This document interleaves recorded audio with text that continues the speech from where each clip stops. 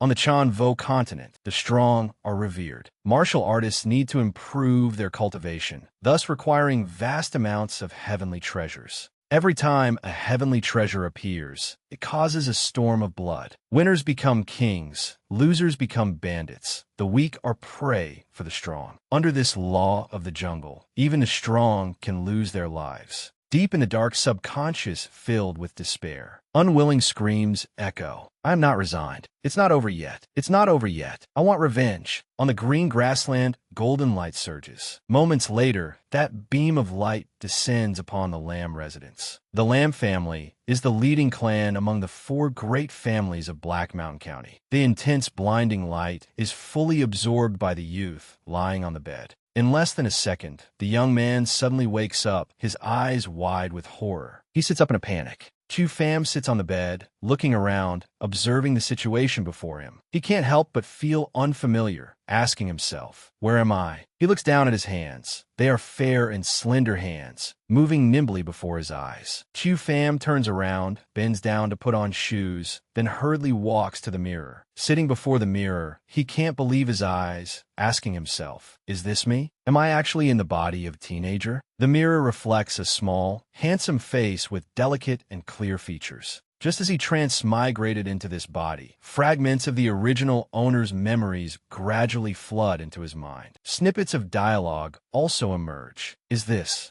teenager's memory? So the Peerless Spirit Seal was about to merge. The third prince of the Great U Kingdom actually dared to sneak attack and steal my opportunity. Shattering my Dantian wasn't enough. He even forced my grandfather to kneel. I am not resigned. I cannot die miserably like that. After a few seconds of silence, he thinks to himself, "It seems I have to use this teenager's body to live on." Just then, a loud shout comes from outside. "Get lost!" Chu Pham quickly hears the commotion outside. It is the determined voice of a girl. Outside the room, Lam Noyet Ni, holding a bowl of medicine, is blocking the person in front from entering. She sternly threatens, "When a master returns, he definitely won't forgive you people." However, the man sneers, "Master, that brat has lost all face for our Lamb family. You little girl, you'd better obediently get out of my way." He swings his hand, a slap landing on Lam Noyet Ni's face, knocking her jaw askew. At the same time, the bowl of medicine in her hand falls to the ground. Just as Chu Pham can't hold back his anger and steps out, the medicine bowl shatters on the floor. Seeing him, Lam Noyet Ni cries out in ecstasy, "Young master!" Disregarding everything, she runs to Chu Pham, throws herself into his arms, and cheers happily, "Young master, you're awake." Although not fully understanding yet, Chu Pham still reaches out to stroke her hair, his eyes thoughtful. She is Lam Noyet Ni. Although a maidservant, she is like a sister to me. Meanwhile, Lam Noyet Ni is still sobbing with emotion. Chu Pham quickly notices the wound on Lam Noyet Ni's face, and he asks. That wound was caused by Lam Ho, but she just looks up at him, not feeling aggrieved by the beating, but teary-eyed with emotion. It's okay, as long as young master is okay. This little injury is nothing to Lam Noyet Ni. Lam Ho sneers mockingly, truly a deep master-servant bond. I didn't expect a piece of trash like you to wake up. Chu Pham frowns at him, looking displeased. He is Lam Ho, a servant of the Lam family, of lowly status, nothing more than a dog. Yet he always opposes me. Chu Pham asks Lam Noyet Ni, "He hit you, right?" Seeing this, Lam Ho immediately shouts in anger, "You trash, you dare look down on me." He steps forward, mocking, "Do you think you're still the eldest young master like before?" Chu Pham immediately becomes alert. He reaches out to shield Lam Noyet Ni to protect her. "Lam Ho, what do you want to do?" He arrogantly shouts. "What do I want to do? Today I must teach this pair of trash master and servant a lesson." He excitedly raises his hand, preparing to strike viciously, then unleashes a vicious strike, looking extremely dangerous. "Lam Noyet Ni instinquito du set forward, sieling du fam." Right at this moment, Chu Pham shouts, presumptuous. His whole body radiates a blazing aura, carrying a majesty rarely seen in ordinary times. Lam Ho is immediately terrified. Impossible. How can this trash have such a powerful aura? Chu Pham's face remains unchanged. He raises his hand, a faint spiritual energy condensing in his palm. Lam Ho begins to feel fear, but his body cannot move. The next second, he is hit by Chu Fam's strike, his body flying 10 meters away and crashing heavily to the ground. Chu Fam looks at his hand, silently evaluating. This body is too weak. No matter how superb the martial arts are, they can't display even half the power. Lam Ho struggles to crawl up, gritting his teeth. Bastard, I will kill you. Chu Fam shoots him a sharp glance. It seems that in every life, there are people who don't know their place like this. Just as he is about to finish the opponent off, another person appears. Speaking up to stop him. Stop. Lam Ho sees his master. Immediately happy to tattle. Young master, Chu Fam he. But his master not only ignores him, but also curses inwardly. Truly a useless thing. Can't even handle this small matter. Lam Loi arrives and immediately criticizes Chu Fam. You are truly vicious, daring to attack a clan member. Chu Fam searches the original owner's memory and finds the information. This Lam Loi is the eldest son of the Great Elder of the Lam residence. The Great Elder has wanted to kick him out of the courtyard many times. This guy must not be anything good either. So Chu Fam speaks up. Lam Loi, stop being hypocritical. Say it straight if you have something to say. I don't have time to waste with you. Seeing him talk back, Lam Loi is momentarily surprised and grits his teeth. He pretends to be calm and advises, Chu Fam, you should obediently hand over the main courtyard. Chu Fam questions without weakness. Hand over the main courtyard? Who gave you that right? The patriarch hasn't spoken yet. What qualifications do you have? Lam Loi's face darkens as he replies. Do you think you are still like before, relying on your grandfather, the patriarch? Your dantian is broken. Your staying in the main courtyard is a waste of the Lam residence's resources. Then he points at Chu Fam and says loudly, you are nothing but an outsider. For all these years, our Lam residence has been more than benevolent and righteous to you. Chu Fam retorts without flinching. So you do know my grandfather is the patriarch. I'm the true member of the Lam family. You are the one with no right to touch me. Then Chu Fam points at Lam Ho and says, as for him, although granted the surname Lam, in the end, he's just a dog. Hearing himself being humiliated, Lam Ho immediately flies into a rage, clenching his teeth and cursing, bastard. He raises his hand in anger. Last time was just my carelessness. He rushes forward. I'll use my unique skill to send you to the West Heaven. Invincible Steel Claw. D. Lam Ho confidently closes in on Chu Fam, but he sees the corner of the opponent's mouth curl up into a sinister smile. Lam Ho immediately senses something ominous. Chu Fam easily knocks him flying with just one move. That body slams hard into the wall. The wall is actually dented with a hole by him, showing how powerful this hit was. Lam Ho stares at him with difficulty, unable to speak.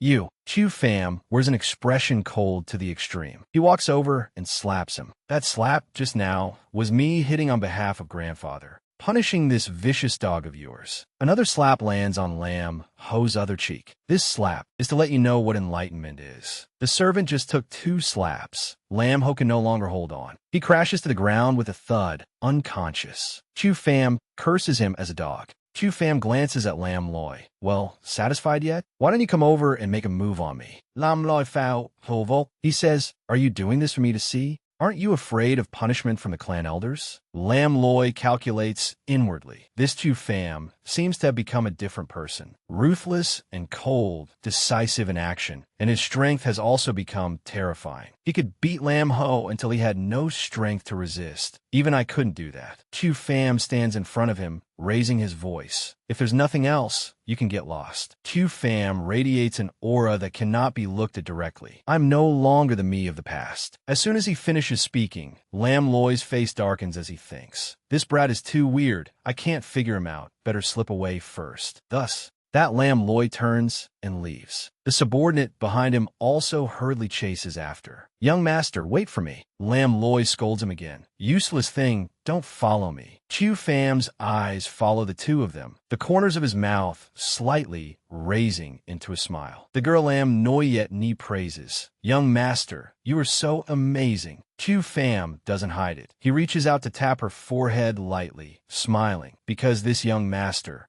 is no longer the young master of the past. Lam Noyet Ni looks at him blankly, her face full of question marks. What young master said is too hard to understand, but then she quickly shakes her head, dismissing the current doubt. Never mind. Lam Noyet Ni suddenly remembers something. She turns around and says excitedly, "That's right, young master. The medicine I brought you earlier was spilled. I'll go get you another portion." About an hour later, Chu Pham is sitting quietly in the room when he suddenly hears a knock on the door. Chu Pham also replies politely, "Come in." The door slowly opens, bringing an array of light. The person entering is the little girl Lam Noyetni. She brings the medicine in, saying to him, "Young master's medicine is brewed." Chu Pham looks at her, his mouth softly calling, Noyetni. However, he doesn't care about the medicine, but asks straight about another issue. "Is there any news of grandfather?" Lam Noyetni places the medicine bowl on the table while replying, "There isn't any yet, but it should be soon." Chu Pham rubs his chin in thought. Compared to before, grandfather seems to be gone for a long time this time. Lam Noyet Ni continues. This time Master went to Medicine King Valley just to gather herbs. The people of Medicine King Valley wouldn't dare do anything to the Master. Only then does she realize, hurriedly covering her mouth with her hand, saying in panic, "Oh no, Master said not to let young Master know about this." Chu Pham's eyes widen, once again searching the original owner's memory. Medicine King Valley and the Lam residents had a grudge. Grandfather once swore a solemn oath. "I, Lam Kim Hong, will never set foot in Medicine King Valley again in this lifetime." He was so resolute back then, but everything he did was for Chu Pham. Half a month ago, the Dragon Tiger sect of the Great Yu Kingdom opened a mystic realm. Many geniuses of Great Yu went to the mystic realm, hoping to find a spirit mark opportunity belonging to them.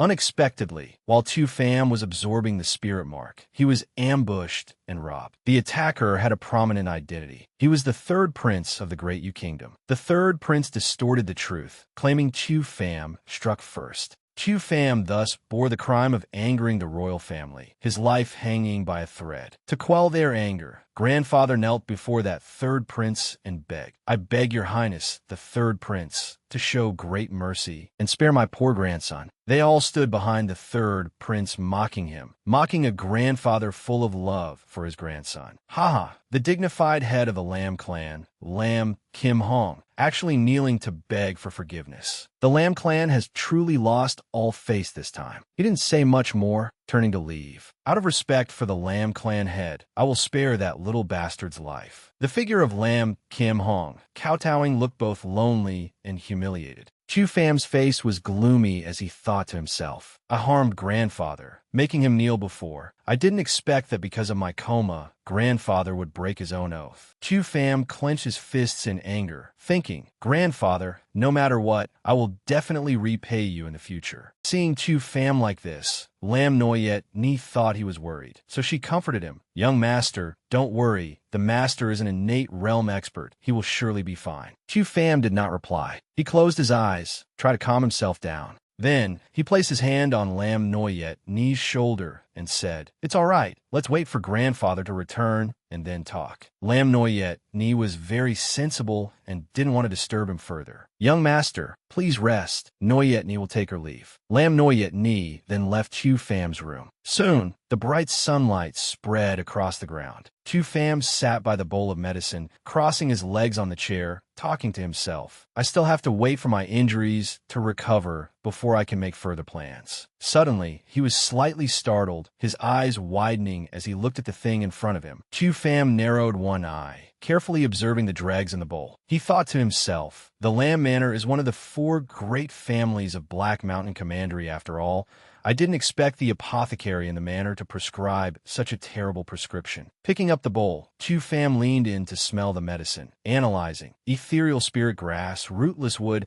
How could they combine these 2 medicinal ingredients so crudely? In the shallow, pharmacological knowledge of this world, people assume these 2 spiritual materials can complement each other. But in reality, their combination is flawed and will produce an extremely hard-to-detect toxin, causing irreversible damage to a martial artist. Chu Pham placed the bowl on the table, speaking with unreserved contempt. Such poor pharmacological knowledge. In the divine realm, even a 3-year-old child knows this. Chu Pham used force to jump up from the chair. He sat on the floor, preparing to sit cross-legged, telling himself, "It seems this bowl of medicine cannot be drunk. I must see how badly damaged my dantian is." Chu Pham closed his eyes tightly, beginning to scan his body. He sat cross-legged, carefully looking inward. Tiny specks of light gathered in front of his chest. In his subconscious, Chu Pham seemed to vaguely see a ray of light. He wondered, what is this light? Suddenly, that speck of light exploded violently. Chu Pham was startled, abruptly opening his eyes and crying out, "What?" At this moment, he was inside his own subconscious.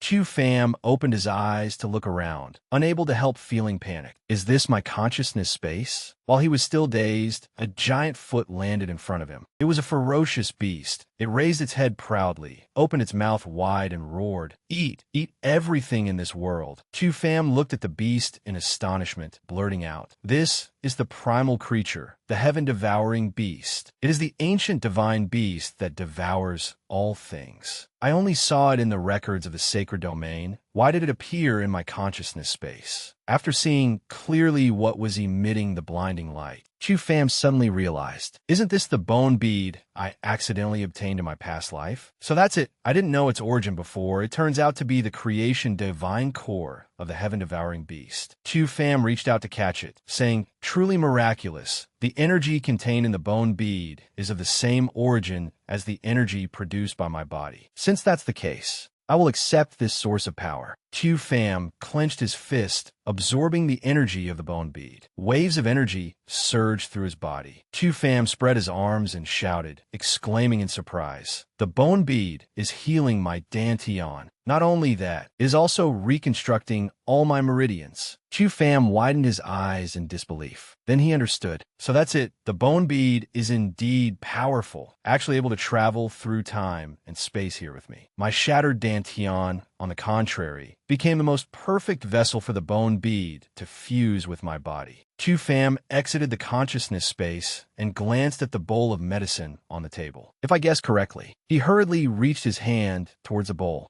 and shouted, "Devour!" The liquid medicine rippling in the bowl was pulled up by his power and sucked in. Chu Pham closed his eyes, carefully sensing. Sure enough, all my meridians have completely recovered. Not only can I devour the medicinal power, but the side effect from the refining process have also completely disappeared. The corner of Chu Pham's mouth curled into a cold smile as he said, "Worthy of a primal creature, able to devour all things, possessing such a domineering talent. With this unique talent, everything will be different." Chu Pham frowned, making a decision. "I must personally take back everything that was stolen." Chu Pham explained, "There are 3 factors determining a cultivator's strength: cultivation technique, cultivation base, and spirit root talent. Cultivation techniques and cultivation bases can be pushed to the limit by geniuses. Only the spirit root talent is completely determined by the heavens. Wanting to increase it even a little is as hard as ascending to the heavens." In the image, moving stars appeared. Chu Pham continued, "Therefore, in legends, the ancient beast, heaven-devouring beast, could break this law, devouring the spirit attributes of all things, absorbing and turning them into its own spirit roots. It could be said to be defying the heavens." Chu Pham thought of his situation and said, "Now that the bone bead of the heaven-devouring beast has fused with my dantian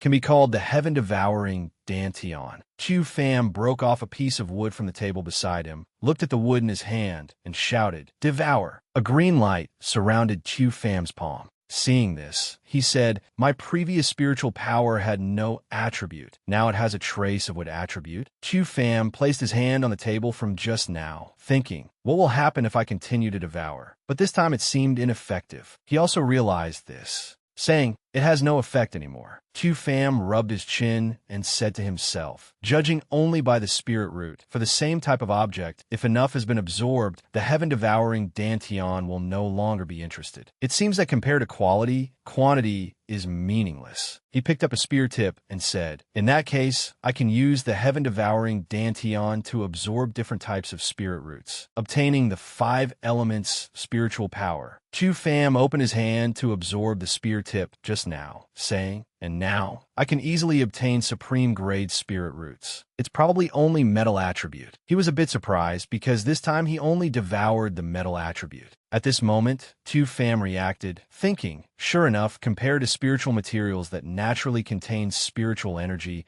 absorbing low-level metal attribute materials only gives me basic metal attribute spiritual power. This talent is truly amazing. Recalling my past life roaming unhindered across the 9 provinces without a rival, but now, Tu Fam sat dejectedly on the ground, clenched his fist, and determinedly said, "Since I have a chance in this life, I will start over from the beginning." Time flew by. Tu Fam worked hard to improve his abilities. Suddenly, he opened his eyes, a faint red light flashing in one eye. Tu Fam stood up, excitedly saying, "Using just a few hours, I broke through from the first layer of body tempering to the 4th layer. Even in the divine realm, there has never been such godlike breakthrough speed." A long time passed, and getting hungry was inevitable. Tu Fam was the same. His stomach was rumbling. Sunset fell, spreading the evening glow across the ground. Half an hour later, at the dining hall of the Lamb Manor clan. The clan dining hall is where the Lamb Manor disciples eat meals containing spiritual energy and spirit beast flesh and blood. Tu Fam took a big bite of meat, eating deliciously. Speaking while eating, it seems using the ability of the heaven-devouring Dantian consumed a lot of stamina. No wonder I feel so hungry. A group of people behind him who already disliked Tu Fam, seeing him eat so much today, became even more annoyed. They took turns mocking him. "Oh my, isn't this the genius Tu Fam? Why has he turned into this trash-like appearance now? Trash should stay where trash belongs. This isn't a place you should come to." No matter what they said, Tu Fam didn't stop, continuing to eat as if nothing was happening. Seeing this, they roared in anger. This piece of trash, wasting so much spirit beast flesh and blood. Tu Fam stopped his movements, picked up his chopsticks and asked, "Strange, how much I eat? What does it have to do with you all?" Tu Fam pointed his chopsticks at the group and said, "Every inner disciple has their share. When I was injured, I didn't claim it. Now these things are what I am rightfully entitled to."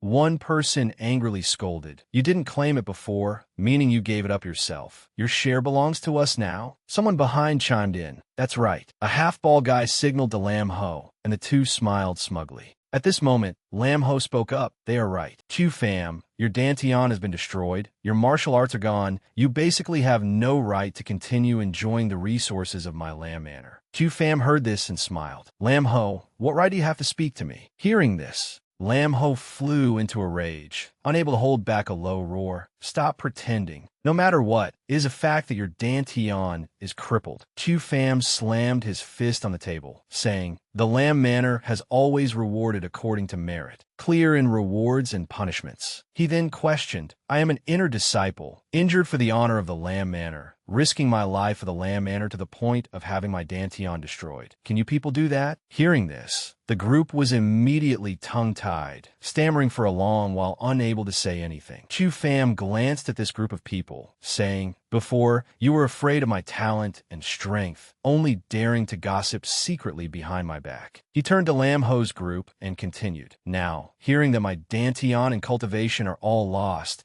you reveal your ugly faces, hitting a person when they're down, right? The Lam family having people like you is truly a bad apple spoiling the barrel. Lam Ho Zhao, Sutu, stop talking nonsense. Everyone knows now that your Dantian is shattered. You are just a piece of trash. You're nothing but an outsider. On what basis can you compare with young Master Lam Loi?" Tu Fam glanced at him and said, "I really overestimated you all. I thought you were just unwilling. Turns out you want to show off in front of your master." Hearing this, the group was speechless. Tu Fam must have hit a nerve. Tu Fam stroked a cup and said, "I can't be bothered to talk nonsense with you all." He smiled contemptuously, saying, "A mad dog is indeed still a mad dog, knowing only how to be a dog its whole life." Lam Ho drew his sword, roaring, "You cripple with a destroyed Dantian. Today, I will definitely kill you." Lam Ho fully drew his sword, charged forward, and shouted, "Die!" Chu Pham angrily said, using weapons within the clan manor, disregarding the rules, wanting to kill a fellow disciple, is a heavy crime. The hand holding the chopsticks moved slightly. An arrow appeared, surrounded by blazing orange-red flames. Chu Pham utilized metal attribute spiritual power, using only 2 chopsticks to easily block Lam Ho's sword. Lam Ho also realized the problem. He thought in horror, blocking with chopsticks? Chu Pham's hands moved nimbly, and in no time he used the 2 chopsticks to knock Lam Ho's sword away. Lam Ho was scared pale. Chu Pham pressed Lam Ho's hand down onto a table, threatening in a stern voice. "This time, I'll teach you a lesson." Lam Ho broke out in cold sweat. Trembling with fear, Chu Pham tightened his grip on the 2 chopsticks in his hand. Lam Ho released the 2 chopsticks had pinned his hand firmly to the table. Unable to bear the pain, he shouted again, "My hand." Having dealt with Lam Ho, Chu Pham swept his eyes over the remaining people. He clasped his hands behind his back and said, "Anyone else want to step up?" Chu Pham lifted his foot, walked past the rest of the group, threatening, "You all better watch out in the future." Those people hardly dared to move. After speaking, Chu Pham emphasized, "Otherwise, bear the consequences yourselves." Having said that, he thought to himself, calculating the time,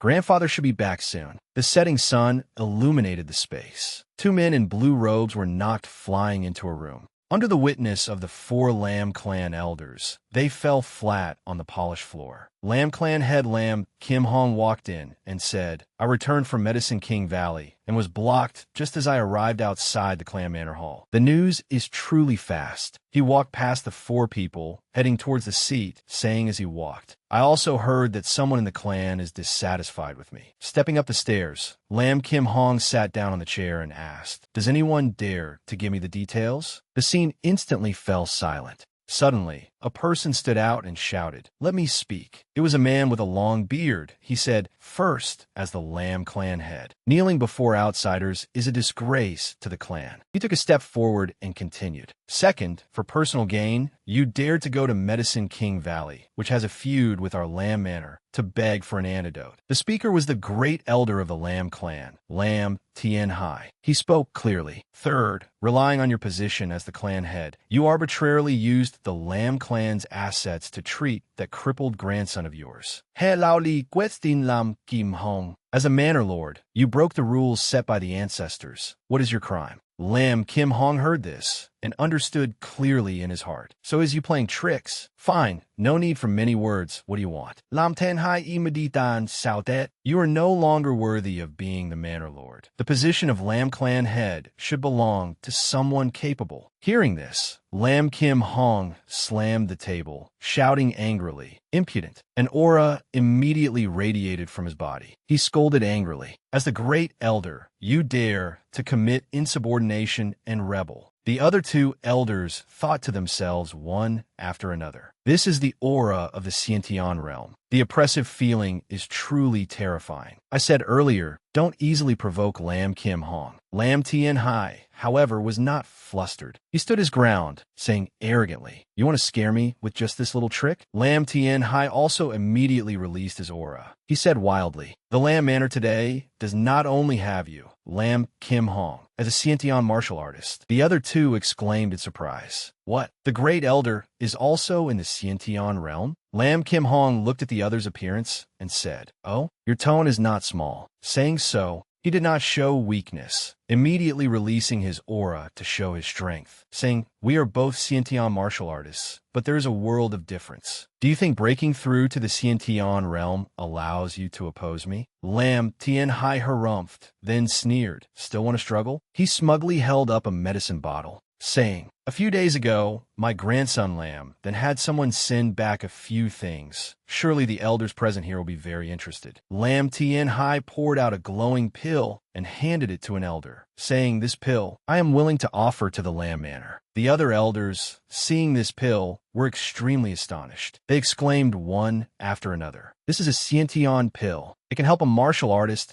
at the Hotian body tempering stage break through to Xiantian. A spirit pill used to break through to the Xiantian realm, capable of extending lifespan." The other 3 elders looked at each other and smiled, their smiles full of malice. They immediately joined forces, their main goal being to make Lam Kim Hong yield the position of Manor Lord. They shouted in unison, "Lam Manor Lord Lam Kim Hong violated family rules and deserves punishment. Yield the position of Manor Lord to Lam Tien Hai. Lam then is indeed the pride of our Lam Manor. In this point, your crippled grandson cannot compare." Lam Tien Hai smai muli. He thought to himself, the outcome is set. The position of Manor Lord is already in my bag. Lam Kim Hong listened to the long tirade, remained silent for a while, and then spoke. Truly a sad clan. Hearing this, the four people did not show much reaction. Lam Tien Hai sneered, asking, "Elders, does anyone have an objection?" Suddenly, a voice rang out, "I disagree." It was the voice of Chu Pham. Behind him was Lam Noyetni. The two walked in aggressively. The elders, seeing Chu Pham appear, were extremely surprised. Chu Pham and Lam Noyetni stood solemnly. Lam Loi suddenly shouted, "The elders are discussing matters. You dare to barge in and interrupt?" Chu Pham glanced at the person who just spoke. Lam Loi felt insulted and immediately flew into a rage. Lam Kim Hong, seeing his grandson arrive, was overjoyed. He laughed heartily a few times. Lam Kim Hong approached Chu Pham, placed his hand on his shoulder, and said, "My good grandson, you're awake. Let grandfather take a look." Chu Pham happily called out, "Grandfather." He looked up at Lam Kim Hong and said, "You have worked hard. My body is recovered. You don't need to worry." Lam Kim Hong laughed heartily, saying happily, "Safe and sound is good." Hearing this, Lam Loi roared angrily, "So what if he's awake? He's just a piece of trash anyway." Chu Pham was annoyed with the other party and said loudly, "Were you? Is it your turn to speak here?" Lam Loi's gone tempo. "You're nothing but trash, while I am about to enter the Tan Nguyen sect. By then, you won't even be qualified to look at me." Chu Pham did not mind this ridicule, replying, "I am trash. I'm not qualified? Then how about we make a bet on the upcoming Clan Manor assessment?" Lam Loi cannot believe it, mocking, "Bet on the Clan Manor assessment? What qualification do you have to bet with me? You, a piece of trash. What do you have to bet with?" Chu Pham turned to look at Lam Kim Hong and asked, "Grandfather, do you believe in me?" Lam Kim Hong did not hesitate, immediately saying, Of course I believe in my grandson. The Van Dam Pavilion was built by my own hands. Just use it as the stake." The three elders heard this and were extremely shocked. They began to whisper, "What? That Pill Pavilion is the most profitable property of our Lam Manor. Are these two grandfather and grandson crazy?"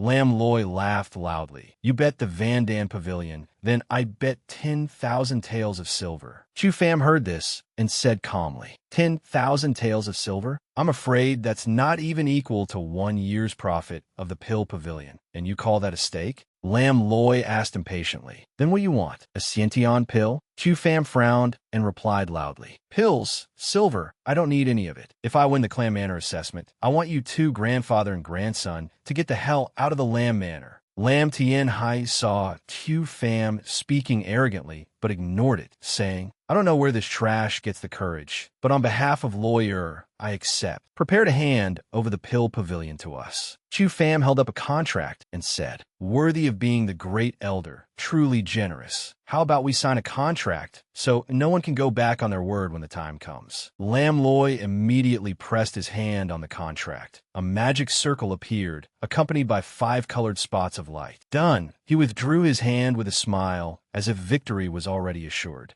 Lam Kim Hong turned to walk out the door, saying, "Since it's been made clear, there's no point in staying here. Let's go." Chu Pham followed behind Lam Kim Hong, thinking to himself, "Grandfather, rest assured, the Clan Manor assessment is just the beginning of my revenge plan. I will definitely take back everything that belongs to me." Suddenly, Lam Kim Hong coughed up a mouthful of fresh blood. Chu Pham and Lam Noyet Ni, seeing this scene, were extremely shocked. He hurriedly called out, "Grandfather, Du Pham Zu Set Do Support Lam Kim Hong," asking anxiously, "Grandfather, are you injured?" Lam Kim Hong not only didn't show any problem, but on the contrary, seemed in high spirits. He laughed it off. "Just a small injury, a little rest will cure it. Let's go back first. I have a few things to ask you." The door was pushed open, and Chu Pham's solicitous inquiry rang out. "Grandfather, how do you feel?" Lam Kim Hong sat down on a chair, replying, "Don't worry about me. Phamer, just now in the Manor Lord's Hall, I felt a fluctuation of a spirit vein. Could it be your Dantian has recovered?" Chu Pham heard this, smiled, and thought to himself, "My heaven and earth art surpasses all cultivation methods in the true martial continent." A golden aura quickly surrounded Chu Fam. He thought to himself, "As long as I don't actively reveal my aura, even a Xiantian powerhouse would find it hard to see through my formidability." Chu Fam clenched his fist and said, "Grandfather, not only has my Dantian recovered, but my martial arts realm has also broken through to the fourth stage of body tempering." Lam Kim Hong was extremely astonished. He exclaimed, "This aura, it truly is the fourth heaven of body tempering. Only a short time not seeing you. Not only has your Dantian recovered, but your martial arts realm has also advanced significantly." Lam Kim Hong stroked his beard and continued, "Famer, your Dantian and martial arts have both recovered. There are no after effects, right?" Chu Fam heard this and thought to himself, "Recovering so quickly is all thanks to the cultivation method and the heaven-devouring bone bead. The cultivation method and the bone bead would reveal my identity from my past life. With my current strength, I still cannot deal with enemies at that level." He continued to ponder. "Moreover, grandfather is old. He certainly couldn't bear the news that his grandson is dead, and I am a borrowed corpse brought back to life. I cannot tell grandfather." Chu Fam immediately made up a plausible explanation, saying, "Grandfather, while I was in a coma, I once dreamed of a bronze palace. In a vision, a scene appeared where I was helped by an old senior to restore my Dantian." He continued telling the story. "Inside the palace, an old senior said he had a destiny with me. Not only did he perform a secret technique in the dream to help me recover my Dantian, but he also taught me some special cultivation techniques." Hearing this, Lam Kim Hong was extremely astonished and said, "Just through a dream, he could directly perform a secret technique to restore the Dantian. I have never heard of such a divine ability." Chu Fam rubbed his chin, imagining the appearance of that old senior, then said, "That senior felt very familiar to me, as if I had met him somewhere before. That's right, there was a golden mark on his forehead." Lam Kim Hong closed his eyes and thought, "A golden mark on the forehead." Suddenly, he became overjoyed and shouted, "It is the ancestor of the Lam clan." Lam Kim Hong placed his hand on Chu Fam's shoulder, saying with joy, "So the ancestor never left. He has not forgotten us, not forgotten the Lam clan." Chu Fam sank into thought. The reason I deliberately mentioned the person with the golden mark on the forehead was thanks to Chu Fam's remaining memories. Speaking of which, the Lam clan once had a glorious history. Back then, before the Lam clan, even the current Great Yu Kingdom was just an ant, because the Lam clan ancestor was once one of the peak powerhouses of the true martial continent. It's just that, for some reason, the Lam clan ancestor disappeared without a trace. Plus, the Lam clan had ceaseless internal strife, so it gradually declined, and now can only huddle in Black Mountain Commandery. Chu Fam clenched his fist, looking determined, and said, "Grandfather, the Lam clan ancestor has heaven-reaching power. No wonder I've often dreamed of the ancestor teaching me techniques recently. I will definitely work hard to cultivate like the ancestor and revitalize the Lam clan soon." Lam Kim Hong was very happy to hear this, but he shook his head and said, "It is enough for you to work hard and learn from the ancestor. It doesn't matter if I suffer a little grievance." Lam Kim Hong said loudly, "I just need you to be safe and sound." Before he could finish, a fit of coughing interrupted his next words. Chu Fam panicked and ran over to support Lam Kim Hong, shouting loudly, "Grandfather!" Lam Noyet Ni also rushed to his side, calling, "Clan head." Lam Kim Hong quickly wiped the blood from the corner of his mouth and said, "I'm fine, just a minor illness." Upon hearing this, Chu Fam thought to himself, "Never mind." He made up a few more things. "Grandfather, these past few days the ancestor taught me cultivation techniques and also transmitted medical skills. Let me take a look at you." Hearing this, Lam Kim Hong immediately agreed. "All right, then Famer, take a look at me." Chu Fam closed his eyes, and when he opened them again, a green light flashed in his pupils. That was the Heavenly Emperor's eye.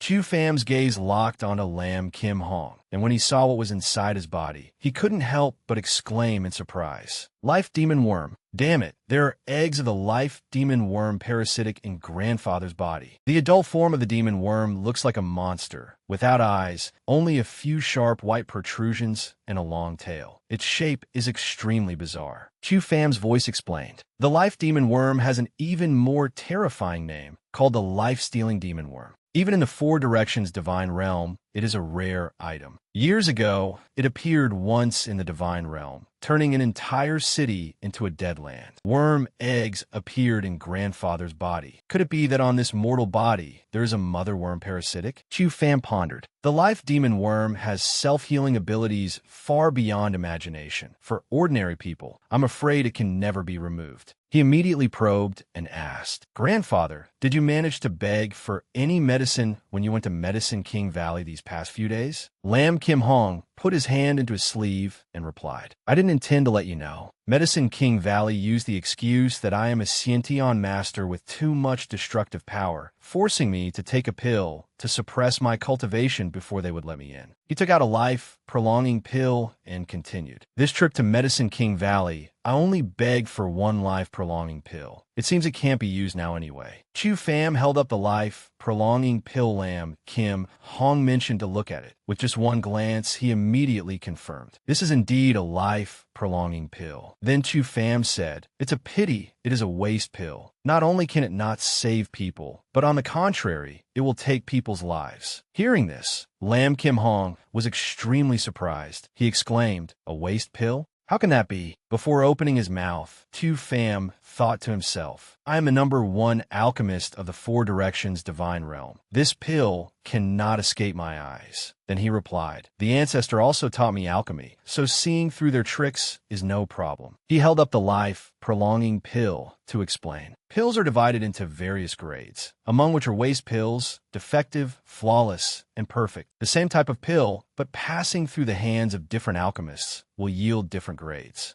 The life-prolonging pill emitted a faint light. Chu Pham continued, "Grandfather, this is indeed a waste pill. Look." The pill disappeared in Chu Pham's hand. He chuckled and explained, "This is a method to distinguish pills, also taught to me by the ancestor in my dream recently. I didn't expect there would be a time to use it." Witnessing all this, Lam Kim Hong flew into a rage and roared, "Damn Medicine King Valley, daring to use a waste pill to deceive me." Chu Pham looked grim and said, "Grandfather, let's put the matter of Medicine King Valley aside for now. Sooner or later, they will pay the price. The most important thing now is to solve the trouble in your body first." Lam Kim Hong said without concern, "It's just a little toxin. After all, I am a Sciention master. If I go into seclusion for a while, I can force the poison out." Hearing this, Tu Pham thought, "Grandfather views the demon worm as a common poison. At least he won't be too panicked." Outwardly, he pretended to agree with Lam Kim Hong, saying, "Let me ask if the ancestor has any way." Chu Pham said gently, "The ancestor has superb methods. The potent poison of Medicine King Valley is just a petty trick. Surely it can be easily resolved." As he stepped over the threshold, he thought, "Medicine King Valley is truly vicious." Chu Pham said to himself regarding this demon worm, "In this world, I'm afraid apart from me, no one can solve it." He clasped his hands behind his back, walking steadily, and said, "If it were in the divine realm, whether it be arrays or pills,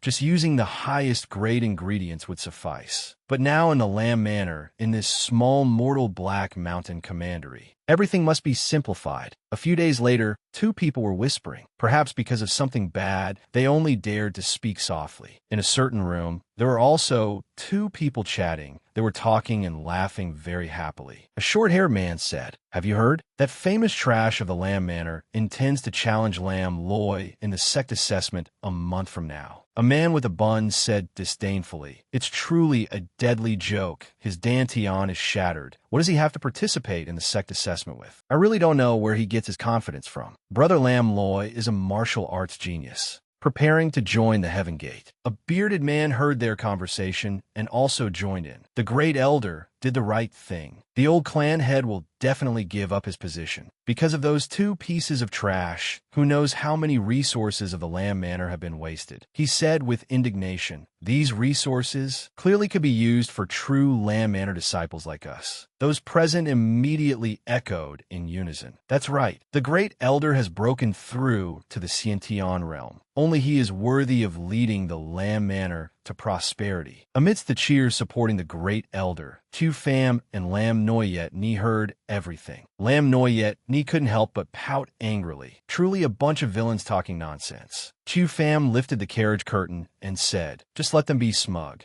It must be the great elder playing tricks to sow discord here. He stepped into the carriage and sat down, asking, "Grandfather, I have something to ask." At the same time, he was thinking, the host of the life demon worm must not get angry. Recently, Lam Tien Hai has been causing trouble everywhere, probably deliberately provoking grandfather. Could be he knows about this? Chu Pham recalled what Lam Kim Hong said when he first returned and said, "Grandfather, I remember you said back then that you were blocked outside the Lam Manor. I suspect Lam Tien Hai has colluded with Medicine King Valley." Lam Kim Hong immediately agreed. "That's right, I think so too. This person has sinister methods and stops at nothing. Now, everyone up and down the Lam Manor has accepted his benefits and become his lackeys. Therefore, I decided to temporarily move out of the Lam Manor, then plan further." Chu Pham suddenly understood, thinking, so grandfather also understands that the Lam Manor today is not defeated by external forces, but defeated by people within the manor. He said with an expressionless face, "Leaving here is only temporary." He thought again, "Wait until I return. I will definitely make you pay the price." Chu Pham and Lam Noyet Ni stood on either side.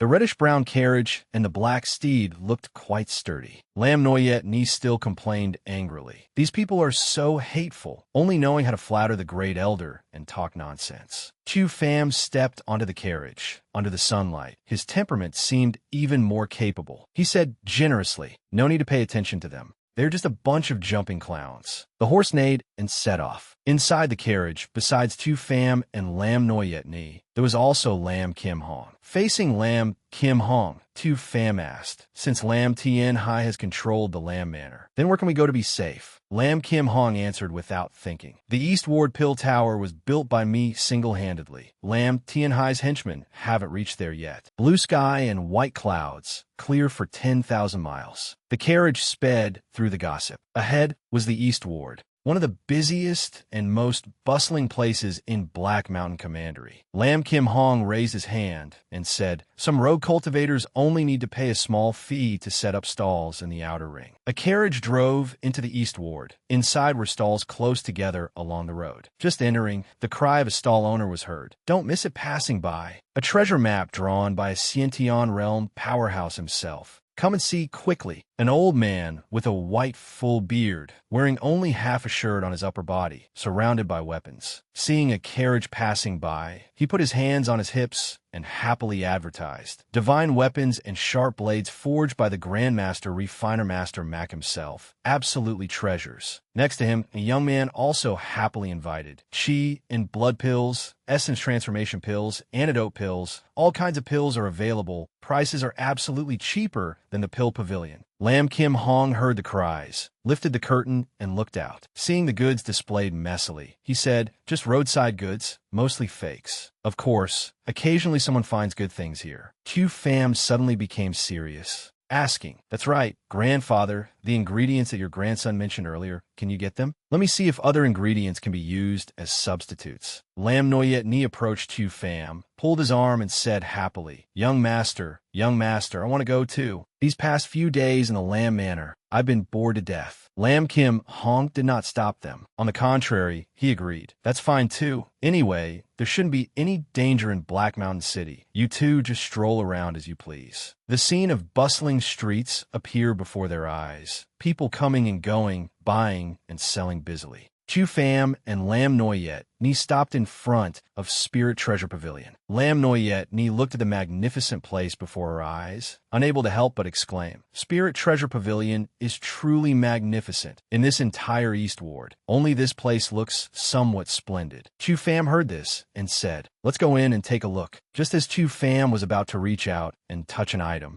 a girl suddenly appeared, asking, "Two guests, may I ask if there is anything you need help with?" She smiled politely and said, "Our Spirit Treasure Pavilion is one of the largest chambers of commerce in the true Martial Continent. If you have any requests, please feel free to ask." Hearing this, Chu Pham politely said, "Thank you. We just want to look around a bit." He thought to himself, Spirit Treasure Pavilion is indeed a major force in the Commandery City. Even a maidservant is so outstanding. Chu Pham thought about the forces that appeared recently. The Lam clan, Nangong clan, Mo clan, Chun clan. These four great families only have a bit of reputation in this small commandery city, but these families consider themselves high and mighty, overbearing and domineering, constantly fighting internally. While Chu Fam was pondering, Lam Noyet Ni was thinking about the endless green grassland. Chu Fam closed his eyes and continued to think. Spirit Treasure Pavilion itself has powerful forces, yet treats customers politely, even if the other party is not an innate martial artist. He sighed secretly in his heart. It's a pity that there are those who only know how to collude and fight, unable to see the higher strata. Chu Fam picked up a jade-colored stone with clear edges, thinking, I've walked around enough. He glanced out the door, saw a few people walking out, and thought again, but I haven't gained anything. Even in Spirit Treasure Pavilion, spiritual materials in the mortal world are scarce, not even worthy of being common items in the divine realm. Could it be that in the eyes of mortals, they only collect things considered to be spiritual objects? While Chu Fam was pondering, enthusiastic greetings rang out from outside the door. Chu Fam walked out of the main gate of Spirit Treasure Pavilion. The girl's voice bidding farewell rang out again. Welcome to come again next time. Chu Fam clasped his hand behind his back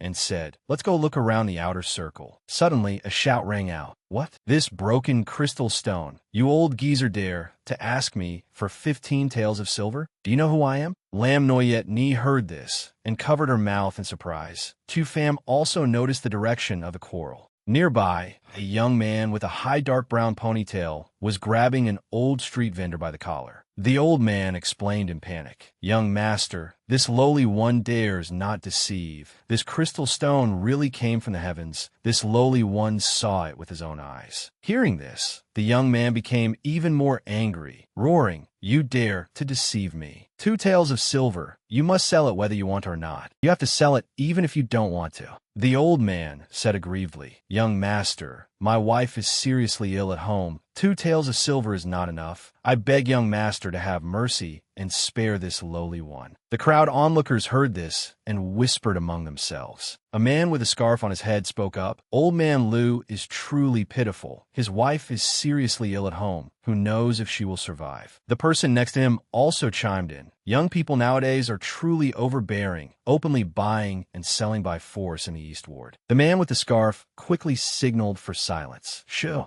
Speak quietly. Do you want to die? You dare to provoke someone from the Mo clan. Don't bring trouble upon yourself. That young man is from the Mo clan. Amidst the words of the man, he raised his fist, threatening fiercely. Old man, do you want to die? The old man closed his eyes, preparing to take the blow. Suddenly, the muscles on the young man's face tightened. Chu Fam appeared in front of him, blocking the fist that was about to land on the old man behind. He shouted angrily, a disciple of the Mo clan. Is this arrogant and domineering? An angry shout of seeking death rang out. A hand appeared from the void. That young man was from the Mo clan, named Mo Tung. He recognized the person blocking him, asking with some surprise, You are that trash Chu Fam? Chu Fam ignored Mo Tung's words, saying, As a martial cultivator, yet you lay hands on an unarmed old man. You disciples of the Mo clan truly broaden my horizons. Mo Tong did not feel guilty at all. Instead, he crossed his arms and said complacently, Chu Fam, are you worthy of speaking about our Mo clan? You ambushed the 3rd prince in the spirit realm, plotting to seize the spirit seal. That is what's called formidable. After speaking, he looked left and right, calling out, Where's your guard hiding? Call him out quickly. Chu Fam smirked, saying confidently, Don't look anymore. The Lamb Manor guard you're looking for is not here. Saying that, Chu Fam's face darkened as he thought. In the remaining memories, among the 4 great families of Black Mountain, the Lamb clan and Mo clan can be said to be like water and fire. The incident at the Dragon Tiger sect last time,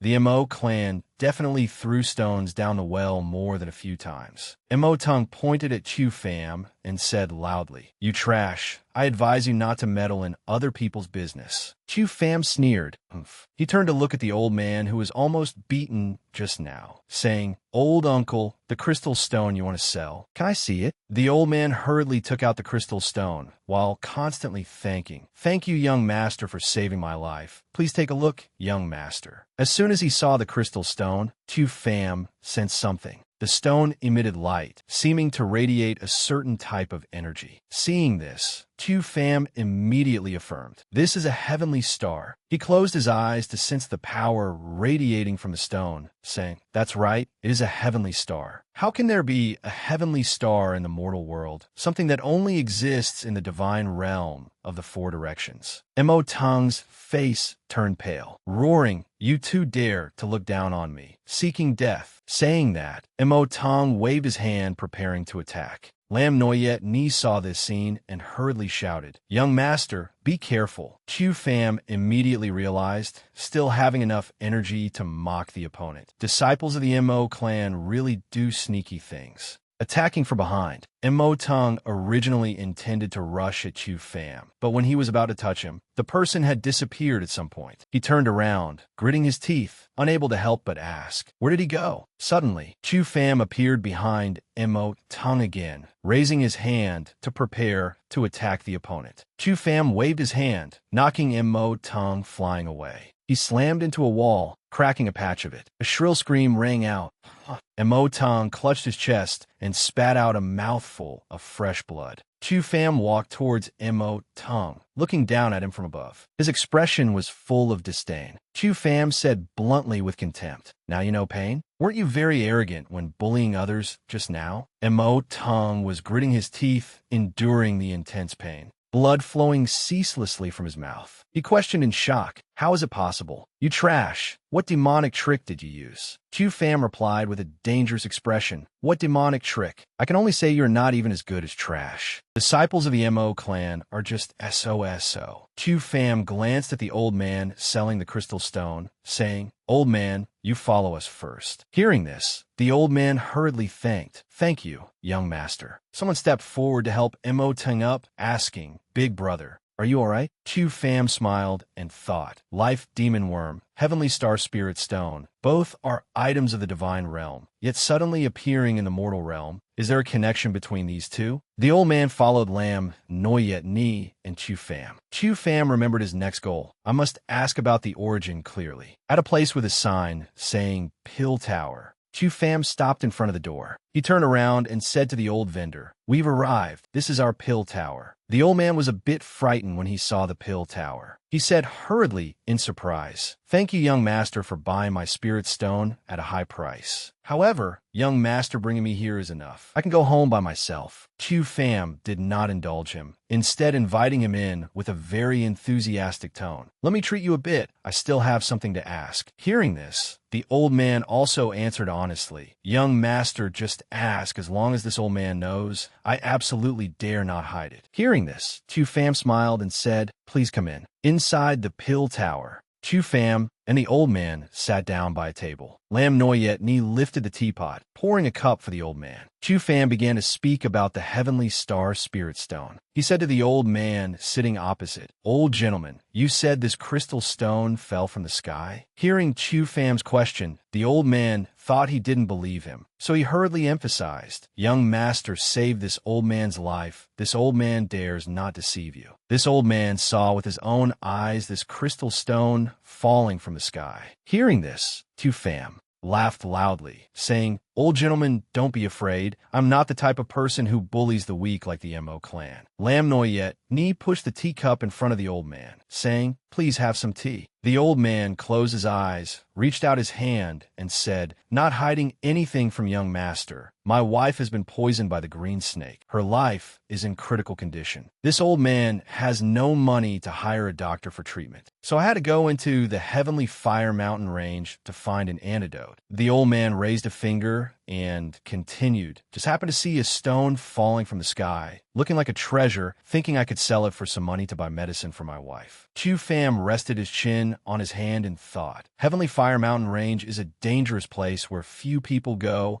It seems this old gentleman was also too worried, so he had no other choice but to risk entering. After thinking, Chu Pham stood up and said, "So that's how it is. Please follow me." He handed the old man a white medicine bottle and said, "Green snake poison is just a minor poison. Here is the antidote. You take it." The old man received the bottle of antidote, overjoyed, constantly thanking, "Thank you, young master. This old man has nothing to repay you with." Chu Pham instructed Lam Noyet Ni with satisfaction. "Lam Noyet Ni, give the old man some more money. Then see him home." Lam Noyet Ni led the old man to the door, saying, "Old sir, please follow me." Chu Pham glanced at the backs of the two people gradually disappearing behind the door, thinking, the place where the heavenly star fell, I must find time to go check it out. Maybe I can find other treasures. But for now, I must help grandfather detoxify first. That night, under the night sky, full of twinkling stars, the heavenly star spirit stone was placed on a piece of paper, emitting an extremely brilliant golden light. Chu Pham looked at it and thought, although there are many five-element spiritual materials in the world, finding mutually generating items is extremely difficult. A glint flashed in his eyes, his thoughts uninterrupted. Remembering back then, the divine realm held the formation to deal with a life demon worm.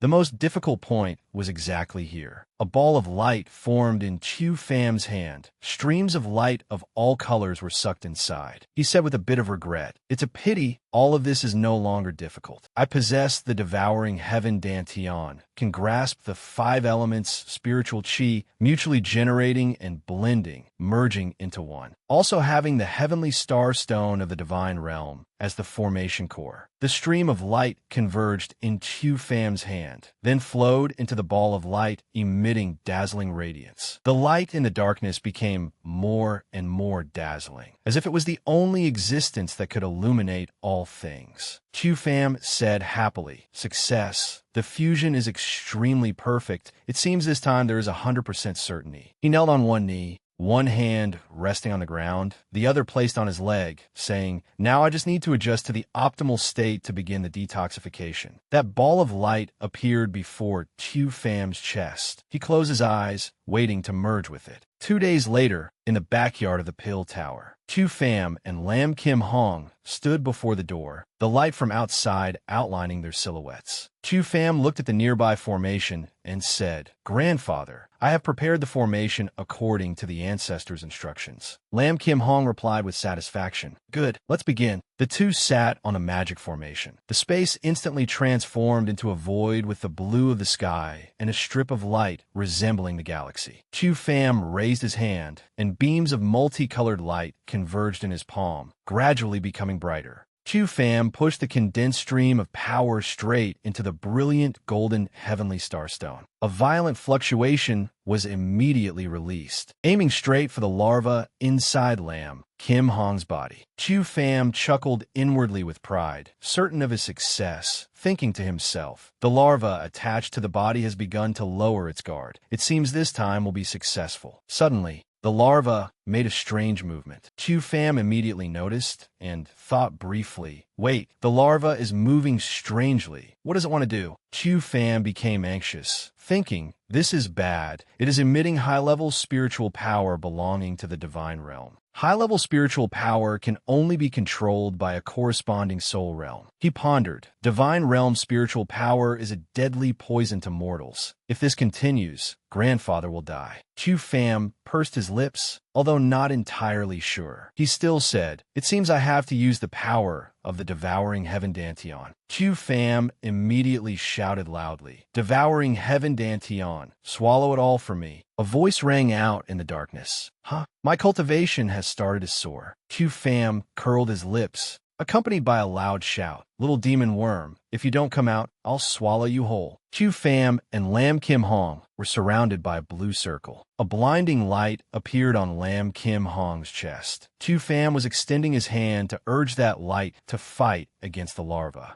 A moment later, Lam Kim Hong coughed once and spat out a mouthful of fresh blood. The larva was also expelled along with Lam Kim Hong's blood. Seeing this, Chu Pham thought, "This is the egg of the demon worm." He grasped the larva in his hand, continuing to think, "I must keep it. Perhaps through it, I can find clues about the mother worm." Chu Pham clenched his fist, thinking, "I must investigate clearly what kind of tricks Medicine King Valley is playing." The light around Lam Kim Hong gradually faded. Chu Pham frowned, asking with some concern, "Grandfather, are you all right?" Lam Kim Hong opened his eyes. His face was rosy, and his spirit was high. He couldn't help but shout happily, "Refreshing." Lam Kim Hong clenched his fist and said, "The blood and chi that were blocked are now flowing freely. I feel momentum surging through my body." Hearing this, Chu Pham said with relief, "Grandfather, the poison in your body has been resolved." Now you just need to rest for a while, and you'll be fine. He frowned in thought. I have absorbed the divine realm spiritual chi of the life demon worm. I need to digest it a bit. I can take this opportunity to break through my realm. Lam Kim Hong placed his hand on Chu Fam's shoulder, saying to him very happily,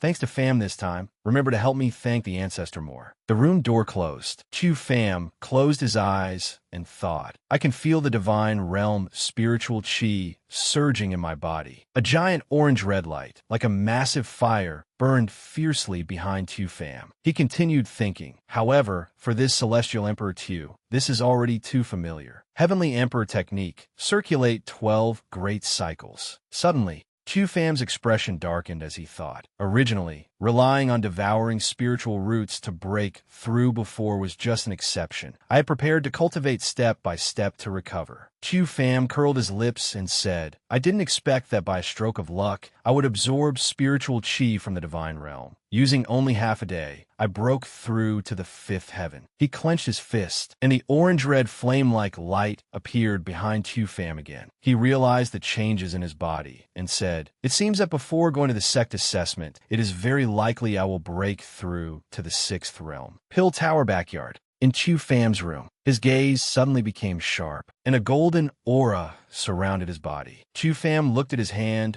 radiating power, and chuckled softly. Broke through to body, refining level 5. It seems before the day of the assessment, there is hope to break through to the 6th level realm. Suddenly, a knock sounded on the door, followed by a voice transmitting in, Young Master, the jade stones you ordered are ready. Do you need them brought in? Chu Fam looked at the silhouette outside the door and replied, Bring them in. Sorry to trouble you. Lam Noyet Ni. The door opened, and Lam Noyet Ni struggled to carry a heavy bag in. The bag full of jade stones hit the ground with a thud. She wiped a drop of sweat from her forehead with her hand, smiling as she said, It's no trouble. But what do you need so many jade stones for, young master? Chu Fam looked at the pile of jade stones Lam Noyet Ni had just brought in, saying, Naturally to make good things. Next, I will enter seclusion. Please keep watch for me and don't let anyone disturb me. Hearing his instructions, she walked out of the room, pouting as she said, Why keep secrets from me? All right, I know. Watching Lam Noyet Ni's figure disappear, Chu Fam slowly untied the tightly bound bag. Looking at the sparkling jade stones, he said with satisfaction, Very good. The quantity is sufficient. Looking at a jade stone in his hand, Chu Fam thought proudly. When I was at the Lamb Manor, I had already planned for my martial arts cultivation later. Now that I'm at the Pill Tower, I can finally put to use. Looking at this pile of jade stones, he had a headache thinking of how to use them. With these jade stones, I can refine other formations. There are also cultivation technique jade slips, which can also be prepared at the same time. He held a sharp carving knife, muttering, First is the spirit gathering formation.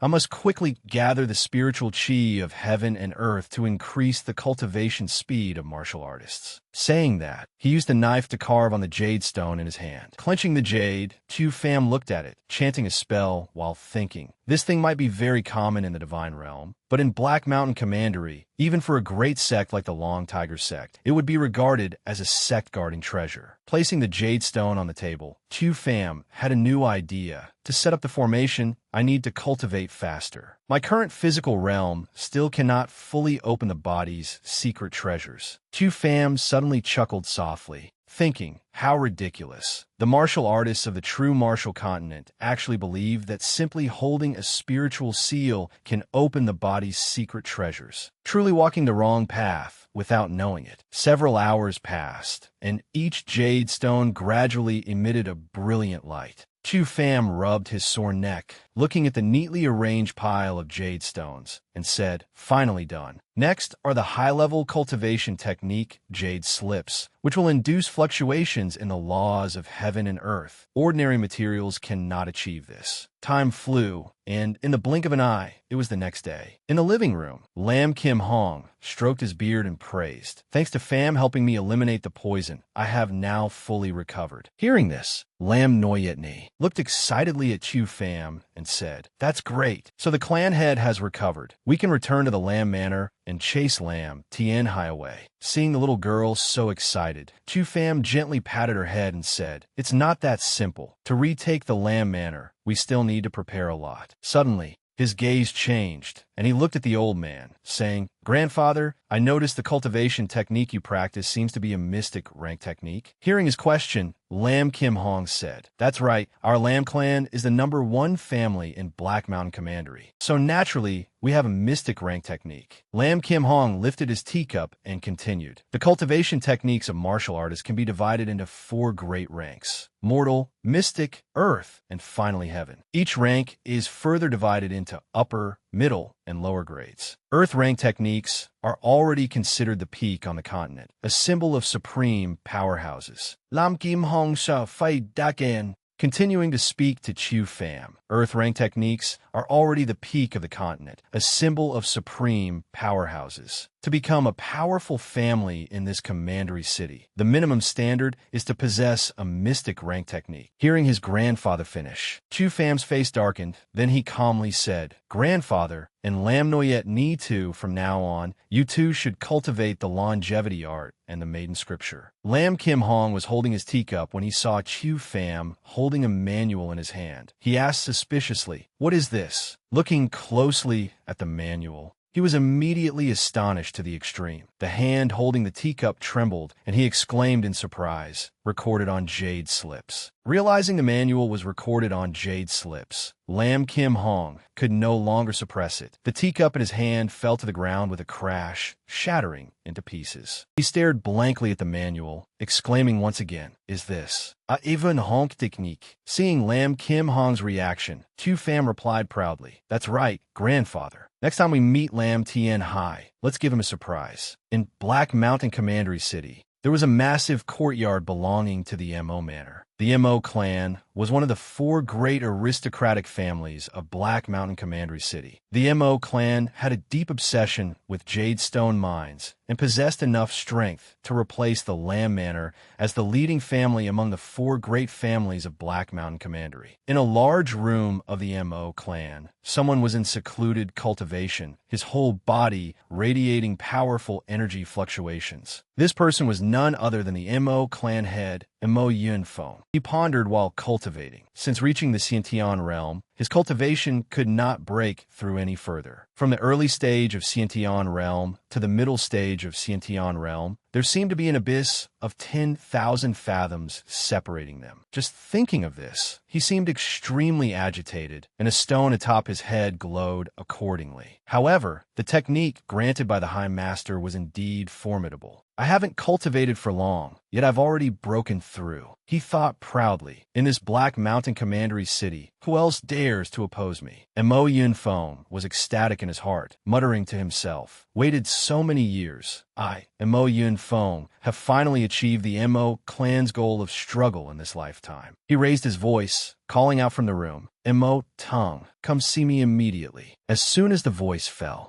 Mo Tong slowly walked to the door, saying softly, "Clan head, Mo Tong requests an audience." Mo Yunfeng sent word from inside, allowing Mo Tong to enter. Seeing Mo Tong, he immediately stepped forward and asked, "Mo Tong, is what you said before true?" Mo Tong bowed respectfully and replied, "Sir Clan head." Mo Tong saw it with his own eyes. The Heavenly Star Stone was snatched by that trash Chu Pham of the Lam Manor, and then he entered the Pill Tower. Hearing this, Mo Yunfeng's eyes flashed with killing intent as he said, "You are also a piece of trash, unable to deal with even a brat with a shattered dantian." Sensing the killing intent on Mo Yunfeng, Mo Tong hurriedly admitted his fault. "This subordinate knows his crime. Please punish me, family head." Seeing him repent, Mo Yunfeng waved his hand and said, "Forget it. Obtaining news about the Heavenly Star Stone can be considered a merit. Go down and receive your reward." Seeing that Mo Yunfeng had no intention of punishing him, Mo Tong tactfully retreated. "Thank you, family head." This subordinate takes his leave. Mo Tong felt uneasy in his heart and hurriedly walked away. In the room, Mo Yunfeng held a bronze mirror in front of him, chanting some incantation. The bronze mirror immediately created a black vortex, enveloping the entire room. Then, a stream of black smoke burst out from the mirror, transforming into a human figure. The figure in the black smoke looked at Mo Yunfeng and shouted angrily, Mo Yunfeng, didn't I tell you? Don't disturb me if there's nothing important. Looking at that person, he immediately became extremely respectful, saying, Emissary, I have an important matter to report. The mysterious man told him to speak, so he bowed slightly and replied, You ordered this subordinate to secretly investigate the whereabouts of the Heavenly Star Stone, and now there is a clue. Hearing that he had found the item,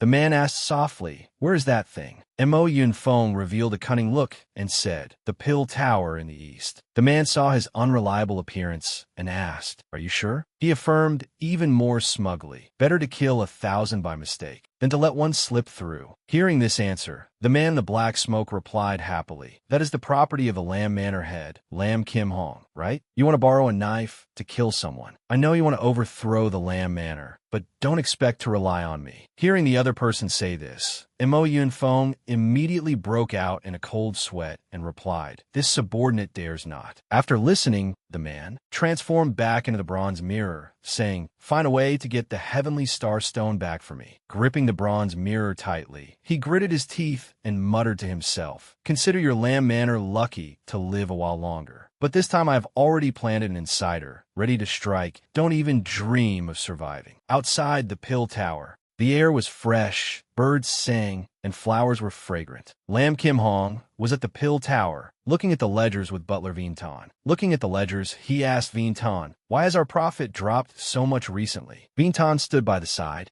reporting, Master, it is because the Mo family is spreading rumors everywhere, saying there are problems with our pills. Vintan looked at him, then whispered, Some of our pill masters are also starting to get restless and are interacting very closely with the Mo family. Hearing Vintan say this, Lam Kim Hong said with some annoyance, That old man Mo Yunfeng, his strength is inferior to mine. He only knows how to use insidious tricks. Lam Kim Hong slammed his hand on the table, suppressing his anger, and continued, Forget it. Those pill masters are just in it for the benefits. If it doesn't work, give them a share of the pill room's profits. Hearing his arrangement, Vintan was a bit uneasy and worriedly said, I'm afraid it's not just the Mo family, but there are people from the Medicine King Valley playing tricks behind the scenes. Hearing the name Medicine King Valley, he became even more angry. Suddenly, someone came to report that Pill Master Tran was asking for an audience, causing both of them to feel suspicious. Vintan immediately offered a plan to Lam Kim Hong, wanting to test him. Pill Master Tran is the chief of our pill tower. Now that something has happened, it is a good opportunity to consolidate his loyalty. The door was pushed open, and Chief Pill Master Tran Huyen walked in. As soon as Lam Kim Hong saw the person arriving, he welcomed him enthusiastically. Pill Master Tran, you rarely leave the pill refining room on normal days. I wonder what business you have with me today. Hearing him say this, Tran Huyen smiled and replied, Lam Kim Hong,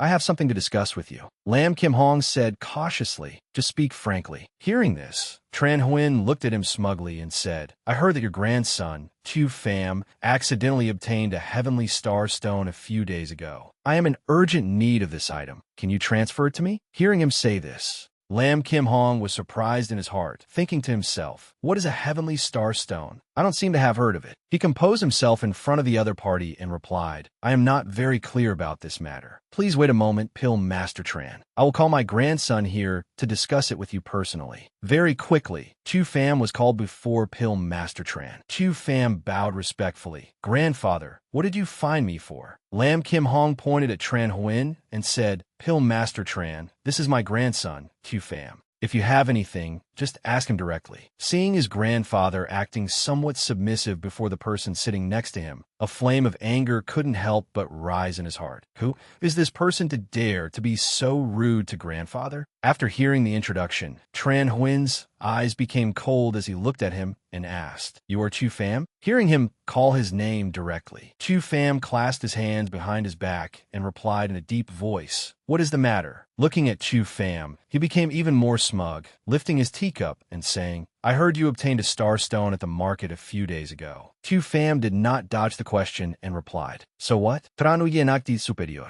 Demanding him to hand over the item, I urgently need that heavenly star stone. I hope you can hand it over. Of course, I won't let you suffer a loss. Hearing his words, Chu Pham crossed his arms over his chest and asked bluntly, "What do you mean by not suffering a loss?" Hearing him ask, Tran Huynh said arrogantly, "A second-tier spirit pill, the body-tempering pill. Your dantian is now broken, and your martial path is considered ruined. Body refining might still have a glimmer of hope. Exchanging 2 bottles of body-tempering pills for your heavenly star stone is more than enough, right?" Chu Pham sat straight down on the chair, clearly stating his attitude. "Pill Master Tran, do you take me for a fool?" Seeing him disagree, Tran Huynh loudly offered a new price. "You don't agree? Then 3 bottles of body-tempering pills. This is my final limit. Don't be too greedy as a person." Hearing him say this, Chu Pham just gave a scornful laugh, then questioned him with eyes cold as ice. "Pill Master Tran, you've been interacting very closely with the MO family lately, haven't you?" Having his dark secret exposed, Tran Huynh flew into a rage and slammed the teacup in his hand onto the table. He stood up abruptly and shouted, "What do you mean?" Seeing his appearance, Chu Pham continued smugly, leaving him speechless. "No meaning, just a matter I want to ask Pill Master Tran. When I obtained the Heavenly Star Stone, there were quite a few people around." Having said that, he looked straight into the other's eyes. But apart from Immortal, who pretended not to notice from the very beginning, I'm afraid the others simply didn't know that Spirit Stone was the Heavenly Star Stone. "May I ask, sir, how did you know it was the Heavenly Star Stone?" Struck at his sore spot, he panicked inside, unable to come up with an answer.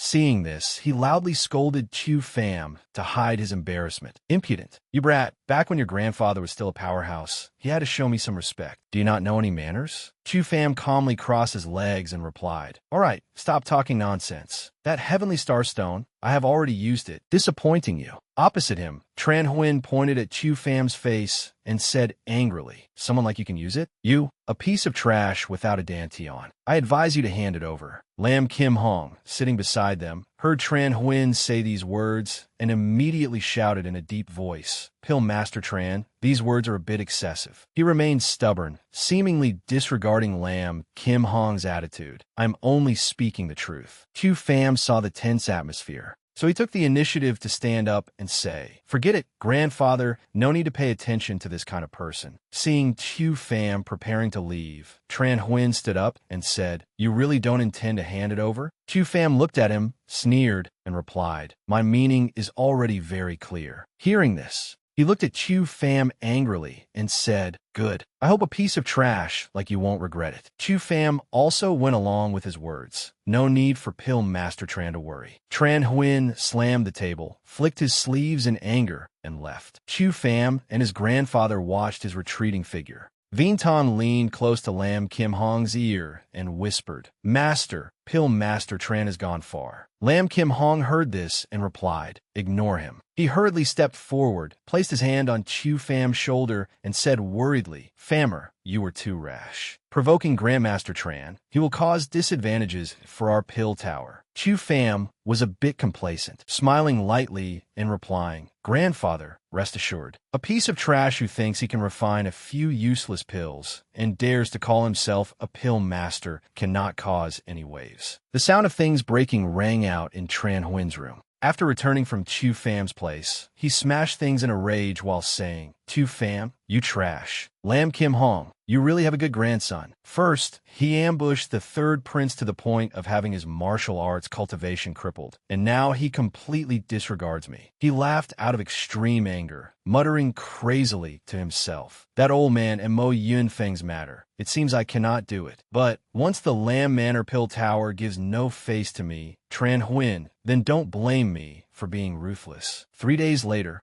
at the Lam Manor's Pill Tower, Vinton ran hurriedly to knock on the door, calling Lam Kim Hong. "Master, something has happened." Lam Kim Hong walked out of the room and asked, "What is it?" Vinton hurriedly reported to Lam Kim Hong, "Tran Huynh has colluded with the MO Manor. Not only did he betray the Pill Tower, but he also incited and lured other pill masters to leave together." Hearing Vinton's report, he flew into a thunderous rage and shouted, "This ungrateful wretch." Seeing him angry, Vinton added, "This person has long had a change of heart. Last time, a large amount of pills of unknown origin suddenly appeared in the MO Manor. I think it was Tran Huynh playing tricks behind the scenes. Lam Kim Hong thought with a headache. If Tran Huynh leaves, let him leave, but the other pill masters must be kept, especially Quang Vinh. If it doesn't work, take out a portion of the pill tower's profits. Vien Tan hurriedly interrupted him. I came precisely to talk about Pill Master Quang. Master, go take a look quickly. Lam Kim Hong immediately turned pale with fright, not expecting Pill Master Quang to also be persuaded to leave their pill tower. Tran Huynh stood in front of the pill masters and said, "Fellow Taoists, pill refining Grandmaster Quang Vinh has decided to leave the Lam Manor's pill tower with me and join the MO Manor." Seeing everyone still hesitating, he added, "The MO Manor promised that a spirit pill assembly will be held every 10 days. Hearing Tran Huyn's advice, several people began to whisper. Pill Master Quang's pill refining technique has reached the point of perfection. Not to mention the pills produced, even some defective pills are high-quality goods. Another person expressed agreement, adding, "That's right. The Lam Manor's pill tower. It can be said that besides Pill Master Tran, Pill Master Quang is the pillar." Hearing they could participate in the Spirit Pill Assembly, everyone looked at each other and discussed endlessly. This matter has nothing to do with us, but at the Spirit Pill Assembly, we can also make quite a few friends in the Tao. The Pill Refining Assembly is held once every 2 years. Last year, it was hosted by the Lam Manor. Unexpectedly this year, it fell into the hands of the MO family. A person nearby heard this and chimed in. That's right. Every Spirit Pill Assembly only allows pill refiners and major forces to participate. The crowd's discussion became increasingly lively, but they didn't notice someone approaching from behind. The MO family managed to poach the two masters, Pill Masters Tran and Quang, then organized the Spirit Pill Assembly. Could it be they want to use this opportunity to suppress the pill tower? Lam Kim Hong stood behind and heard everything clearly. So he spoke up, "Quang Vinh, has my Lam Kim Hong ever mistreated you? You could have come directly to me to speak." The two men heard Lam Kim Hong's voice and were slightly surprised. Quang Vinh looked at him and replied, "What I want, you cannot give." Seeing he was completely persuaded, Lam Kim Hong asked in disappointment, "Could it be the MO family can give it to you?" Quang Vinh closed his eyes and replied, "Clan Head Lam, years ago you did me a small favor. I, Quang Vinh, am one to repay debts of gratitude. Over the years, it can be considered paid in full. There is no feast in this world that does not end." Seeing Quang Vinh had made up his mind, Tran Huynh smugly stepped forward and said, "Lam Kim Hong, I advise you not to hope to keep him. A shabby pill tower like yours cannot hold Pill Master Quang. It's all thanks to that trash grandson of yours." Lam Kim Hong looked at the two of them with eyes cold as ice. "Damn white-eyed wolves." A cry came from outside. "Young master, it's bad." Hearing the voice, Tu Pham opened the door and asked, "What is it, Noyet Ni? What's the commotion outside?" Lam Noyet Ni looked at him and replied, "Young master, that Tran Huynh is truly too much." Saying that, she recounted the entire story to Chu Pham. He also listened attentively to Lam Noyet Ni's words. Chu Pham angrily walked towards Lam Kim Hong and Quang Vinh. Tran Huynh, this dog of a pill master, sure enough, has colluded with the MO Manor. Noyet Ni, let's go take a look. Those people also took the opportunity to cross their arms and act arrogantly towards Lam Kim Hong. Lam Kim Hong, it's one thing for your trash grandson to offend Pill Master Tran, but don't drag our clans into it. Seeing Lam Kim Hong unable to speak, everyone pushed further. That's right, we originally signed pill contracts with the pill tower out of respect for Pill Master Quang Vinh. Now that he's gone, how do you intend to compensate us? Looking at the crowd, Lam Kim Hong had to speak softly to reassure them. Everyone rest assured, since the contracts are signed, our pill tower will definitely give you an explanation. Even if compensation is needed, it can be negotiated. Suddenly, Tu Pham's voice rang out from behind. He glared angrily, stepping towards the crowd, and said, "Want compensation? Keep dreaming. Whoever doesn't want to stay at the pill tower can get lost." Seeing Tu Pham's figure, everyone scornfully said, "I wondered who it was. Turns out it's the trash Tu Pham. You still have the face to come here?" Hearing this crowd chiming in like a pack of dogs with their tails between their legs, he flew into a rage. Tu Pham walked up to Lam Kim Hong and said, "Grandfather, where is the pill refining room?" Lam Kim Hong looked at him in surprise and asked, "Why do you ask about the pill refining room?" Chu Pham looked at him confidently and said, "I want to refine pills." Tran Huynh, hearing he wanted to refine pills, immediately stood behind Lam Kim Hong and laughed mockingly. "Stop joking. A piece of trash like you want to refine pills? Even stray cats and dogs are more qualified than you."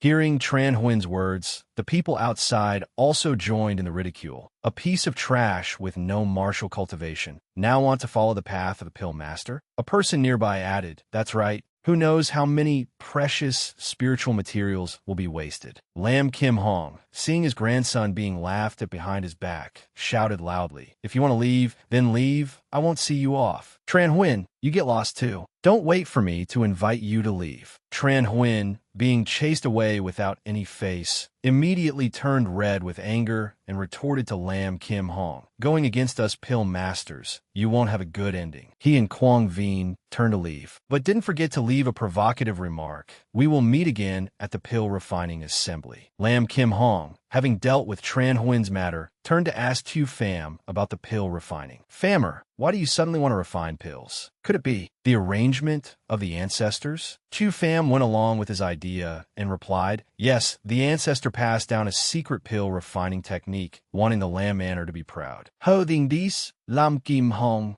immediately said excitedly, "That's great. I'll go prepare the pill furnace and medicinal ingredients right away." The room was cleaned up and tools were fully prepared for Chu Pham to refine pills. Chu Pham entered the room, sat down, took out a bag containing jade stones, and whispered, "Everything is prepared. It's time to refine pills." He took out a few things from the bag he carried, saying, "Let's start with the most basic body tempering pill. I need to use it anyway." Chu Pham's whole body was wrapped in flames. He slowly circulated his technique, taking out green moon root, bloodworm grass, silver silk vine, and other ingredients one by one, putting them into the blazing pill furnace in front of him. Chu Pham pointed at the pill furnace and shouted, "Heavenly cycle, primordial pill, refining art." Immediately after, beams of dazzling golden light radiated from the pill furnace. After receiving the ingredients, the lid quickly closed, beginning the pill refining process. Looking at the pills he had worked hard to refine nearing completion, Chu Pham smiled smugly. "Almost there. The time is ripe." Chu Pham channeled his technique. The pill furnace lid popped open at his shout. At the same time, pills slowly appeared one by one. Each high-quality pill was placed into individual bottles. Chu Pham picked up a bottle of pills and said proudly, "Not bad. Seems like a few days of effort weren't in vain." Chu Pham was quite pleased with himself, his heart full of anticipation for the spirit pill assembly. The sound of carriage wheels clattered. Early in the morning, in front of the Mo Manor, the three members of Lam Kim Hong's family stepped down from the carriage. Just as they entered, Lam Noyet saw many attendees and turned to exclaim to Chu Pham, "Young master, it's really crowded." Lam Kim Hong looked ahead and said disdainfully, "Does the Mo family think that by stealing Tran Huynh and Quang Vinh, they can suppress our pill tower?" Looking at the door in front of him, Lam Kim Hong's anger flared up even more. "Daring to organize the spirit pill assembly, I will make the Mo Manor pay double." Chu Pham followed him inside,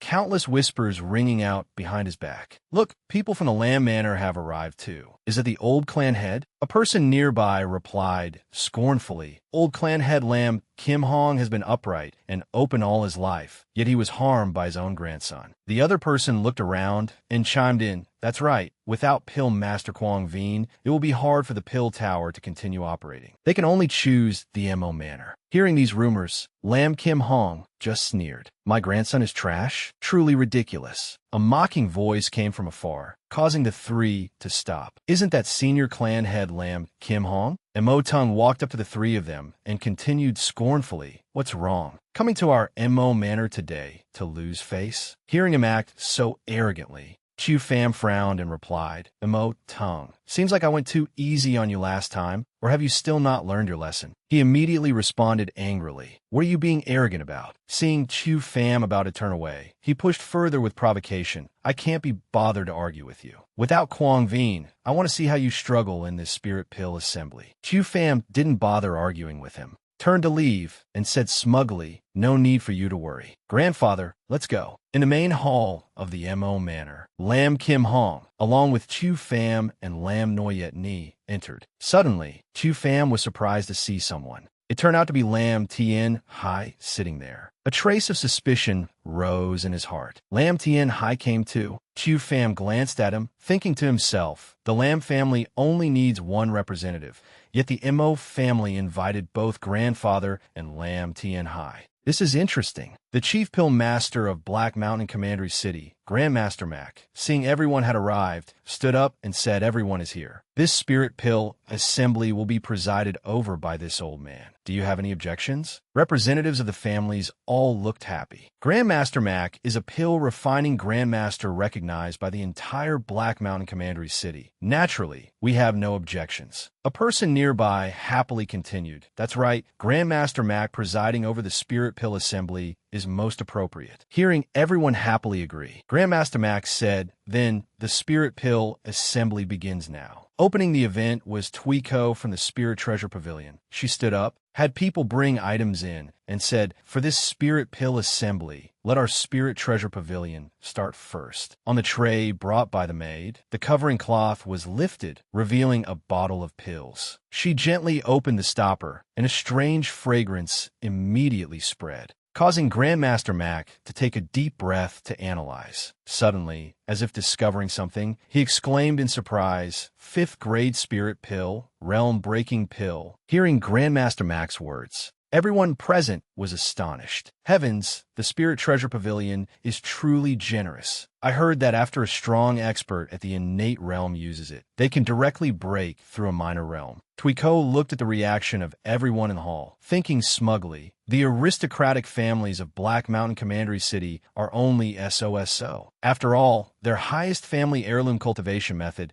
is only profound rank. A single fifth grade pill is enough to drive them crazy. Chu Pham sat to one side, crossed his arms, and spoke up. "It doesn't look bad, but it's a pity the pill refiner's technique is too poor, wasting such good spiritual materials." After analyzing for a while, Chu Pham turned to whisper to his grandfather, "With so many impurities, I'm afraid after using it, the path of cultivation will be considered cut off. I don't know what's worth fighting for over this kind of kill the chicken to get the egg pill." Hearing his grandson's analysis, Lam Kim Hong added, "If it were before, perhaps I would also be red-eyed with envy. But now, with the heaven-rank cultivation method longevity art passed down by the ancestor, I can completely break through to a higher realm." And Mo Yunfeng, hearing this was a precious pill, excitedly said to Tuiko, "Fifth grade spirit pill, realm-breaking pill, is your Spirit Treasure Pavilion selling it?" Attracting the first customer, Tuiko calmly replied, "All spirit pills brought out today are for sale by the Spirit Treasure Pavilion. However, we do not accept gold or silver, so you can use treasures to exchange." Hearing this, Mo Yunfeng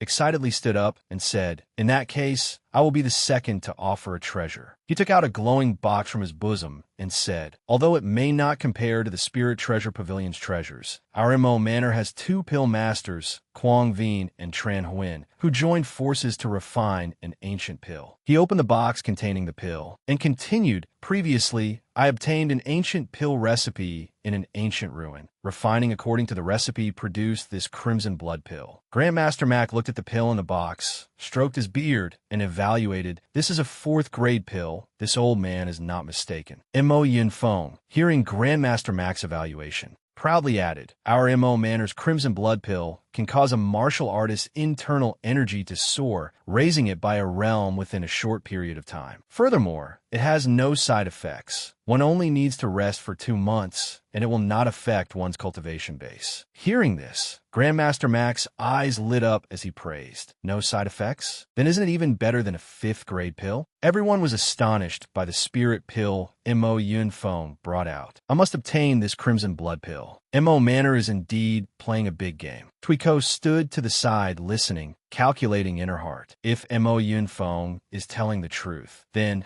the Mo family hold an extremely valuable pill formula in their hands. On this point, cooperation with Mo Manor is possible. Lam Kim Hong sat to the side. unable to suppress his anger any longer, shouting. No wonder Kwang Vin was so bent on refining pills. It turns out Mo Manor used this pill formula to lure him. Seeing Lam Kim Hong expose this, Mo Yunfeng looked at him and said provocatively, "Our Mo Manor has already brought out the Crimson Blood pill. Isn't your Lam family's pill tower the #1 pill tower in Black Mountain Commandery City?" Seeing no reaction from Lam Kim Hong's side, he used a goading method. "You should also bring out something to open everyone's eyes." Chu Pham sat below, unable to stand his arrogant look, stood up and whispered to his grandfather, "This small matter does not need grandfather to take action." Chu Pham waved his hand and said, "The pill you want is here." Mo Yun Feng reached out to catch it, opening his palm to looking at the pill in his hand, said, "A basic pill, body-tempering pill?" He sneered again. "What's wrong? Without pill, Master Kwang Vin, can the pill tower not even bring out a decent pill? It seems the #1 pill tower of Black Mountain Commandery City amounts to only this much." Chu Pham calmly responded to his ridicule. "Only this much? Open your dog eyes wide and look clearly. This body-tempering pill, can your Mo Manor bring one out?" The great hall suddenly fell silent. Only Grandmaster Mac turned around. Tuiko stared intently at that pill and exclaimed in surprise, "A perfect spirit pill." Chu Pham raised the pill bottle in his hand and shouted, "Open your dog eyes and look. This is a body-tempering pill. Can your Mo Manor bring one out?" At this moment, Tuiko in the back suddenly gasped in surprise, causing everyone to turn their heads. Spiritual energy surging, medicinal fragrance spreading. "Could it be a perfect spirit pill?" she said in astonishment. "To think this remote Black Mountain Commandery City actually has a perfect pill from the legends." Hearing this, Mo Yunfeng's face turned pale as he said jealously, "Impossible. Where did Lam Kim Hong get such a treasure?" Grandmaster Mac seemed unable to believe this news either. He took a step back, stammering, This old man originally thought presiding over this assembly was just a formality. Who knew this spirit pill assembly would be a case of crouching tiger, hidden dragon, with such a true treasure appearing? At this time, the other pill masters could no longer sit still and began discussing spiritedly. A long-bearded old man said doubtfully, "Even Grandmaster Mac is full of praise. Could it be a real treasure?" The person next to him immediately replied, "Grandmaster Mac is obsessed with pill refining. He surely has seen real treasures." Grandmaster Mac was so excited his whole body trembled, as if encountering a miracle. "This old man has refined pills all his life, and my highest achievement was only a flawless pill. Solely because of that, I was named the #1 pill master of Black Mountain Commandery City." He said to Chu Pham, "I didn't expect that beyond the high mountains there are even higher mountains. To think that in this life, I can actually witness someone refining a perfect pill with my own eyes." Mo Yin Feng saw everyone's attention shifting to the Lamb Pill Tower. Unconvinced in his heart, he loudly refuted, "We've been deceived. Perfect pills, even in the vast border wilderness, only exist in legends. How could one appear in a small Black Mountain Commandery City?" Then he tried to calm down and explain to everyone, think about it. Is this possible? Surely Lam Kim Hong used some trick to forge the appearance of a perfect body-tempering pill. But wanting to deceive us is truly a delusional fantasy. Hearing him say this, Tuiko also frowned, thinking, "That's right, perfect pills are incredibly rare. How could one easily appear at a pill assembly of this level? Could it really be a forgery?" The two pill masters from before, who still had some doubts, now seeing everyone say so, immediately changed sides and spoke up to ridicule. "Gave me a fright. I thought it was a real perfect body-tempering pill, but it turns out it's a fake. Lam Kim Hong actually dared to bring it out. The pill master left, so I didn't expect them to use such deceitful means." Unlike those who despise the Lamb Pill Tower, Grandmaster Max still gently reached out his hand toward Chu Pham and asked, "This little brother, could you lend me the pill in your hand to look over?" Chu Pham also cheerfully handed the pill bottle to Grandmaster Mac, saying tactfully, "Then I will trouble Grandmaster Mac to appraise it, to avoid outsiders gossiping." Grandmaster Mac took a pill out of the bottle. The pill shone with a beautiful red-gold color. He frowned and observed it for a while, seeing that this pill was perfect without a single flaw, sparkling and shining. Grandmaster Mac at this time declared with astonishment, "There is no longer any doubt. This is absolutely a perfect grade body tempering pill. There is not a single trace of impurity within it. I did not expect our Black Mountain Commandery city to have such a transcendent pill refining Grandmaster. This old man has truly had his eyes opened." Then, Grandmaster Mac returned the pill to Chu Pham and said to him in an expectant tone, "If I could be lucky enough to meet them once, this old man would have no regrets in this life." At this time, Tuiko also spoke up in agreement. "That's right, a person who can refine a pill of this grade is absolutely not ordinary. Can Clan Head Lamb introduce them to us?" Mo Yun Fong stood to the side, jealous to the point his face was distorted. He gritted his teeth, secretly cursing in his heart. Damn it. The several pill masters from before, seeing the situation reverse, changed their faces again and asked eagerly, "That's right.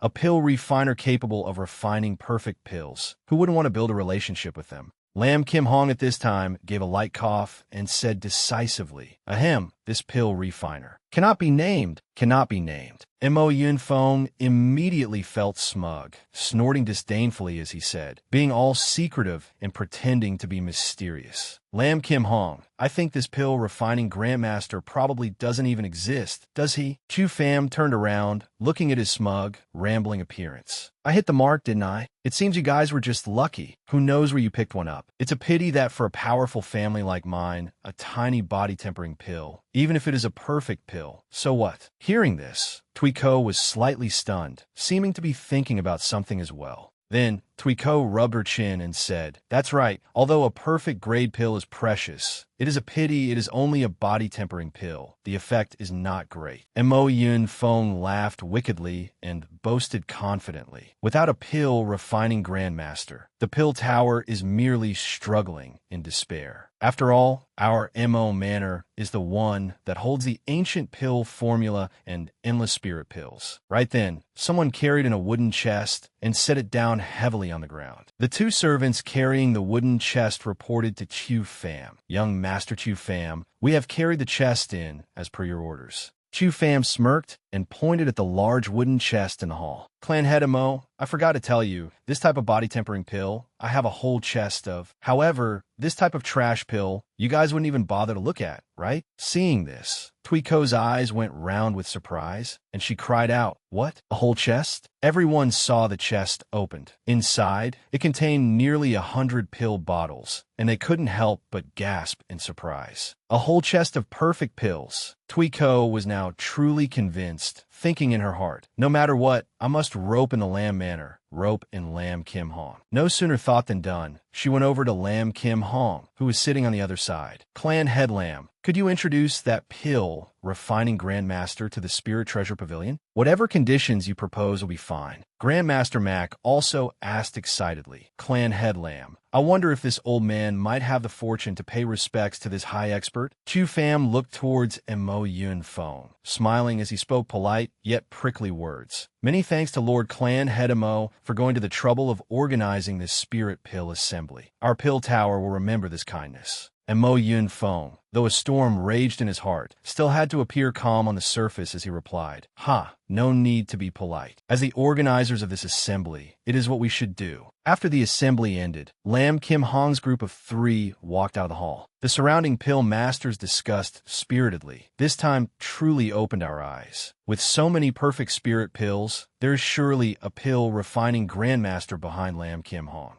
Right then, 2 pill masters approached Lam Kim Hong and summoned up their courage to say, "Old Clan Head Lamb, before we had eyes, but no pupils. We wonder if the pill tower needs more pill masters to join." Chu Pham, standing nearby, heard this and spoke up, "Anyone who previously demanded compensation, the pill tower will absolutely not accept. For those who stayed before, their treatment will be doubled." Hearing this, the 2 pill masters looked regretful, lamenting that they had left the Lamb Pill Tower and had to stand aside to make way for them. Chu Pham said to his grandfather, "I have some business to attend to, so I will return to the Pill Tower first. Grandfather, you stay here." Lam Kim Hong nodded in agreement. "All right, just arrange things according to the ancestors' words. I will handle things here." Having received his grandfather's permission, Chu Pham immediately left. He thought, it's time to go see the place where the heavenly star stone fell. Another location, the Heavenly Fire Mountain Range. One of the three ancient mountain ranges running along the Black Mountain commandery city of the Great Yu Kingdom. Legend has it that 10,000 years ago, a fireball descended from the sky, burning the surroundings into a giant furnace. Deep within the mountain range, there are many terrifying ninth-rank demon beasts. Under the threat of high temperatures and demon spirits, even Xiantian experts dare not set foot there. Qiu Fam observed his surroundings as he walked, saying, "I heard that old man say the Heavenly Star Stone likely fell near the Heavenly Fire Mountain Range." Qiu Fam stopped, raised his hand, and chanted a spell. Heavenly Emperor Art conceal Qi. He thought, there are quite a few demon beasts here. There's no need to waste time with them.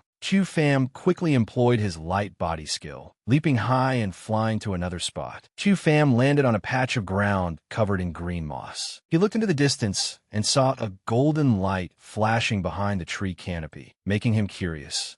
It's the aura of a high-level array. He carefully parted the dense bushes and moved forward, seeing a space formed by giant stone pillars, with the ground emitting a mysterious light. Qiu Fam cried out in astonishment. Little Heaven Gate Array. Then, he approached a stone pillar and reached out to touch the crack-filled patterns on it. This array has a history of at least 20,000 years. These traces. It seems an array grandmaster of the true martial continent relied on this array to connect with the Heaven Gate world. Qiu Fam rested his chin on his hand and speculated. The Heaven Gate world is a virtual small world located between the mortal domain and the four directions divine domain. For mortals, it is also considered an upper realm, so it is not strange for it to contain Heaven Star Oregon. The perspective shifts, showing three stone pillars surrounding a glowing circular formation, filled with intricate patterns inside. Qiu Fam sighed. It's a pity that the formation core is shattered and can no longer be used. The Heaven Star Stone that the old man saw was surely transported here during the formation's last operation. He looked up at the blazing sun, pondering 100 unsolved mysteries. Who exactly cast the spell to connect the two realms? Besides that piece of Heaven Star Stone, what else came to the true martial continent? First, the Vitality Demon Insect, then the ruins of the Heaven Gate Formation. This Black Mountain commandery city really never ceases to bring surprises. Qiu Fam chuckled softly and shook his head. Forget it, I won't think about it anymore. Since it's damaged to this extent, with my current ability, I can't repair it anyway, so let it be. His eyes lit up, seemingly thinking of something interesting. Perhaps the true martial continent won't be so boring in the future. After returning to the Pill Tower, Qiu Fam cultivated in his room. Raging flames enveloped his body. After an unknown amount of time, he suddenly opened his eyes. Qiu Fam raised his palm, which was still burning, and said with a mix of joy and regret, "Sixth layer of body tempering, pity that I'm still just a bit short of breaking through to the 7th layer." Qiu Fam pushed the door open and walked out, saying decisively, "However, this leveling speed is truly astonishing. I'm afraid if outsiders knew, they would be scared to death." The light from outside shone on his smiling, excited face. The Lamb Clan assessment is coming soon. Just then, the steward of the Pill Tower, Vinton, walked over. Steward Vinton looked at Qiu Fam and said with concern, "Young master, it's getting cold. Please take care of your health." But Qiu Fam shook his head. He clenched his fist and said to the steward, "Uncle Vin, rest assured, I have achieved some success in my cultivation recently. My blood and qi are abundant, enough to resist the cold energy." Immediately after, Lam Kim Hong also walked over from distance. Hearing his grandson say that, he nodded approvingly.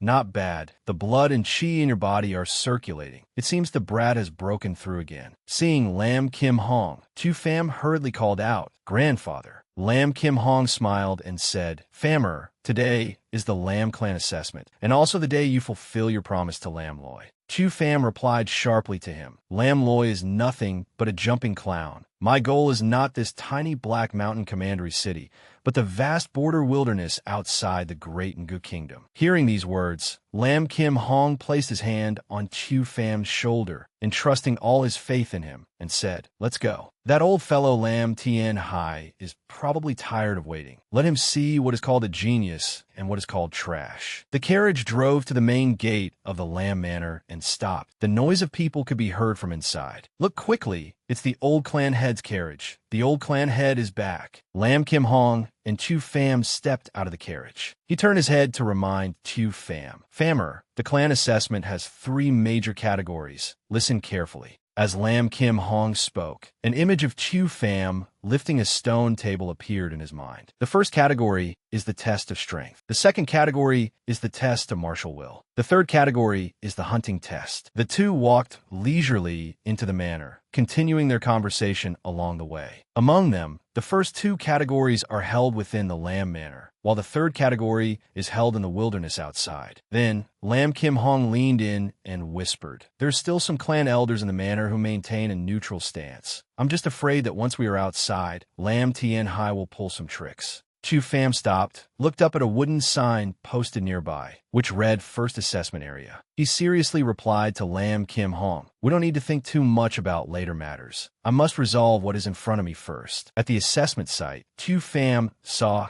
countless people waiting. Among them was a man holding a stone lock, training his muscles. 2 people were whispering to each other. One said, "I heard that behind the old clan head, there's a mysterious pill refining grandmaster who can refine perfect grade body tempering pills." The person wearing a hat next to him quickly replied, "It's ridiculous that trash Chu Pham dared to challenge Big Brother Lam Loy. I think the pill tower will soon change hand from the old clan head to our Lamb Manor." Just then, the grandson of the Lamb clan's great elder, Lam Loy, walked over. His eyes were dark, flashing with a hint of killing intent. He seemed to have heard that conversation and said, "That's right, perfect gray body tempering pills, those should have belonged to the disciples of our Lamb clan. Why should a foreign trash like him inherit the pill tower?" Lam Loy frowned and said, "For this clan competition, my cousin Lam then specially sent me these. Many heavenly treasures from the upper sect. With these, let's see what Chu Pham can use to compare with me." Right at this moment, he turned his head and saw Chu Pham. The two were truly destined rivals. Their gazes met, sparking fire. Chu Pham thought to himself, "What is with that look on his face? Whatever, no matter what tricks he plays, it will be useless." Immediately after, a majestic voice rang out. "Everyone quiet down. I have something to say." Lam Tien Hai spoke politely, thanking everyone for coming to attend the Lam clan's disciple assessment. As Lam Tien Hai spoke, he looked towards Tui Ko down below, especially the Spirit Treasure Pavilion. "Your presence brings great honor to the Lam clan."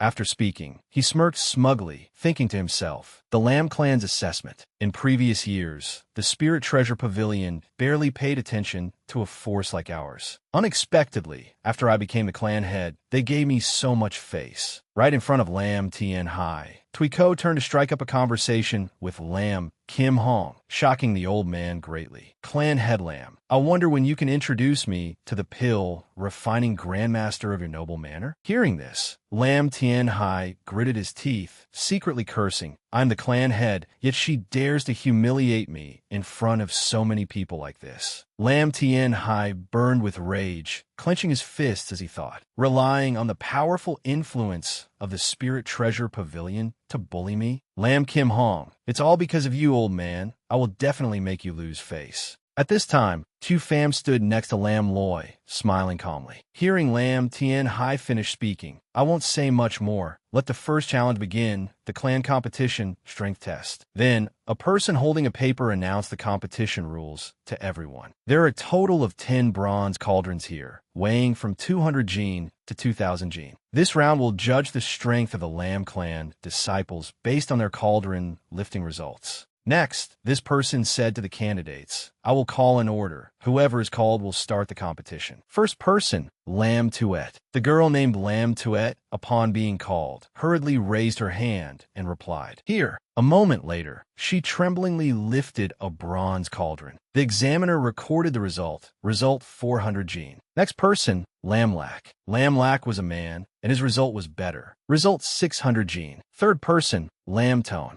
The onlookers sighed. Compared to Lam, then who was selected by the upper sect, ordinary disciples were truly not worth looking at. The examiner continued to call the ninth person Lam Loi. Hearing his name, Lam Loi smiled. A moment later, Lam Loi placed his hand on the seventh cauldron, preparing to lift it. The people below all turned pale in disbelief. Impossible. Is Big Brother Lam Loi planning to lift the 1,000-gene cauldron? Another person said, this bronze cauldron must weigh 1,400 gene. Lam Loi used so much force that blue veins popped out on the back of his hand. He frowned and shouted loudly, up for me. Then, the heavy cauldron was lifted high by Lam Loi. Under the astonished gaze of the examiner, his eyes went wide, stammering, 1,400 gene. Lam Loi's result far exceeded the others. At this moment, Lam Loi had also used all his strength, his brows tightly knit, blue veins popping out on his forehead, his face ferocious. Just then, a man in green approached Lam Tien Hai, laughing heartily. Lam Loi is truly the pride of the Lam clan. Young, but his blood and chi are flowing freely, strength reaching 1,000 gene. Another person nearby also chimed in. That's right, just like his elder brother Lam then. Extraordinary talent. Both are the pride of the Lam clan. Lord Clan Head is truly blessed. Lam Tien Hai was flattered by everyone, smug enough to almost fly into the sky. He laughed heartily, responding modestly, not at all, not at all. A long time later, it was finally our protagonist's turn. The examiner called number 43, Tu Pham. After his name was called, Tu Pham confidently stepped forward.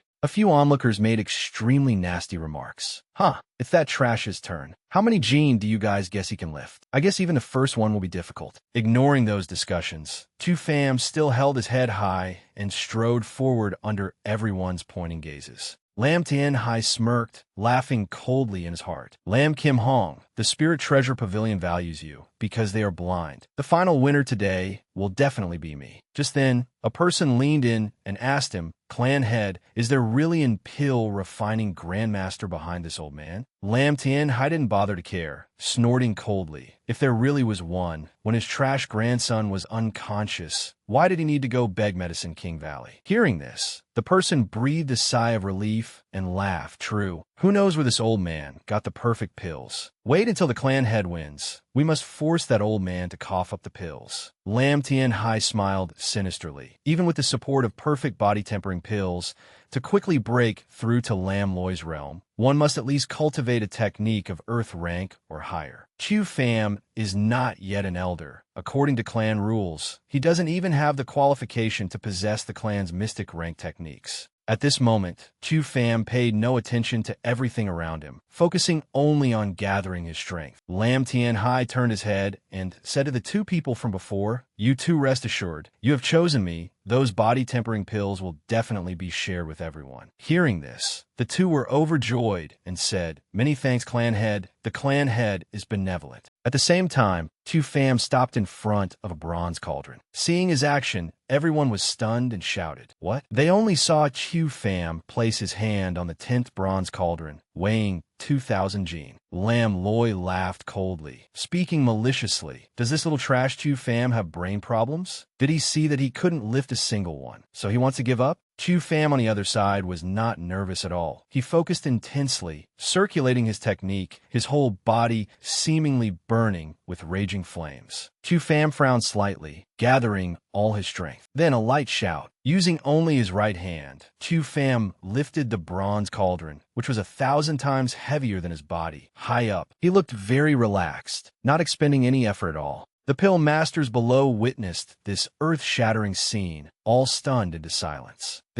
What is going on? Is it an illusion? That piece of trash. He lifted the 2,000 gene bronze cauldron. Tu Pham held the bronze cauldron for a moment, then casually threw it away. The heavy cauldron was thrown right next to Lam Loi. Fortunately, he reacted quickly and jumped away in time. The bronze cauldron hit the ground with a loud boom, shattering the floor tiles. Lam Loi seemed to still be in fear, breaking out in cold sweat. He gritted his teeth, unable to believe this reality. At this moment, Tu Pham's face darkened as he threateningly asked, what did you say just now? Cold sweat streamed down Lam Loi. He dared not believe his eyes. Impossible, impossible. He turned to question the examiners. There must be a problem with this bronze cauldron. The questioned examiner shouted angrily at Lam Loi. These 10 cauldrons were personally inspected by the elders. There is absolutely no problem. Lam Loi, are you doubting the impartiality of the clan elders? Lam Loi walked past Hu Pham, unwilling to accept this. Someone who didn't believe their eyes like Lam Loi spoke up. What the hell? Wasn't that Trash's Dantian crippled? Another person chimed in. Could it be he wasted all those perfect body-tempering pills? That person continued to curse unwillingly. This bastard Hu Pham must have used external force. Maybe he took a forbidden pill to trigger his potential. Despite hearing these unrealistic words, Hu Pham still calmly showed a smug and disdainful smile. The examiner's voice rang out. Next is the second assessment category, martial will. The examiner declared with a firm voice, as a martial artist, to reach the peak of martial arts, besides talent, what is more important is an unyielding will. Even if there is a 10,000-foot abyss ahead, our Lam Manor disciples must never retreat. At this time,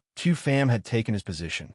Hu Pham said disdainfully, the formation is so crude. I don't know how this kind of crude formation can assess a martial artist's will. The examiner loudly declared, the second assessment category begins, inviting the elders to activate the formation. Lam Loi and Hu Pham were in position preparing for the assessment. Lam Loi said resentfully, Hu Pham, just you wait and see. 3 elders activated the formation together. The formation stone pillars began to activate. A huge barrier was erected. After a moment of silence, he felt purple rays of light hovering around. Hu Pham knew the test had begun. The purple rays became denser, completely enveloping Hu Pham. He felt the heat of a raging fire wrapping around him. 2 candidates sitting next to him began to feel pain. The one on the left cried out, it's too hot. The one on the right also cried out. Lam Loi threw a murderous look at Hu Pham, then gritted his teeth and warned, with the thing my big brother prepared for me, it would be hard for me to lose even if I wanted to. Just you wait. Hu Pham. At this moment, Hu Pham looked at Lam Loi's back and sneered. The next day, at the back mountain, a guard loudly declared, disciples participating in the assessment, the forest behind me is the location for the 3rd round. This hunting round requires fighting demonic beasts. Unlike the previous 2 rounds, there is danger to your lives. The guard frowned and continued. I'm sure you are all clear on this. I just want to remind you of one thing. Within the planned hunting area,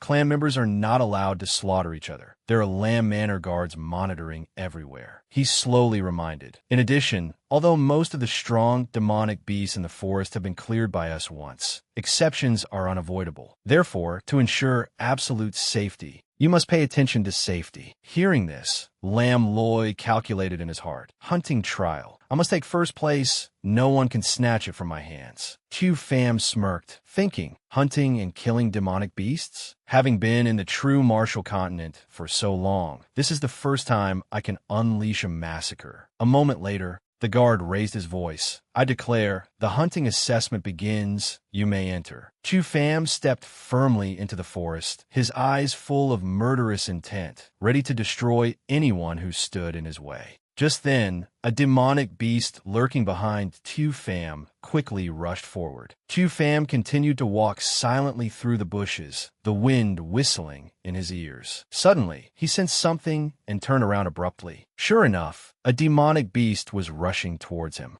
Hu Pham landed lightly on the ground, a bit surprised. He looked at the demonic beast in front of him, his eyes revealing a bit of disdain, and snorted coldly. Rejoiced too soon. Turns out it's just a rank 1 demonic beast. The demonic beast then let out a loud howl, calling its companions. Hu Pham looked around, slightly startled. Several more demonic beasts appeared around him. Hu Pham sneered. Although they are only rank 1 demonic beasts, they're quite smart. The guards in the bushes saw this scene and whispered, looks like he's in trouble, encountering 6 demonic beasts right at the start. Another guard sighed and replied, let's go take a look. This kid, although from the side branch and very annoying, is still the old manor lord's only grandson after all. We can't let anything happen to him. Immediately after, a pack of wolf beasts bearing fangs and brandishing claws. 6 of them rushed towards Hu Pham simultaneously. The 2 guards in the bushes were terrified and cried out in horror. Damn it. However, Chu Pham calmly swung his sword to meet the attack. With his profound martial arts, Chu Pham wiped them all out with just one sword strike. The two guards witnessing this scene were stunned into silence, unable to believe it. Chu Pham picked up a wolf by its tail, glanced back, and said arrogantly, "Too weak." Although hunting rank 1 demonic beasts doesn't yield many points, it's better than nothing. He turned and left, still muttering, "Let's go look elsewhere." One guard widened his eyes and said, "That strike was terrifying, neat, and decisive." The other urged,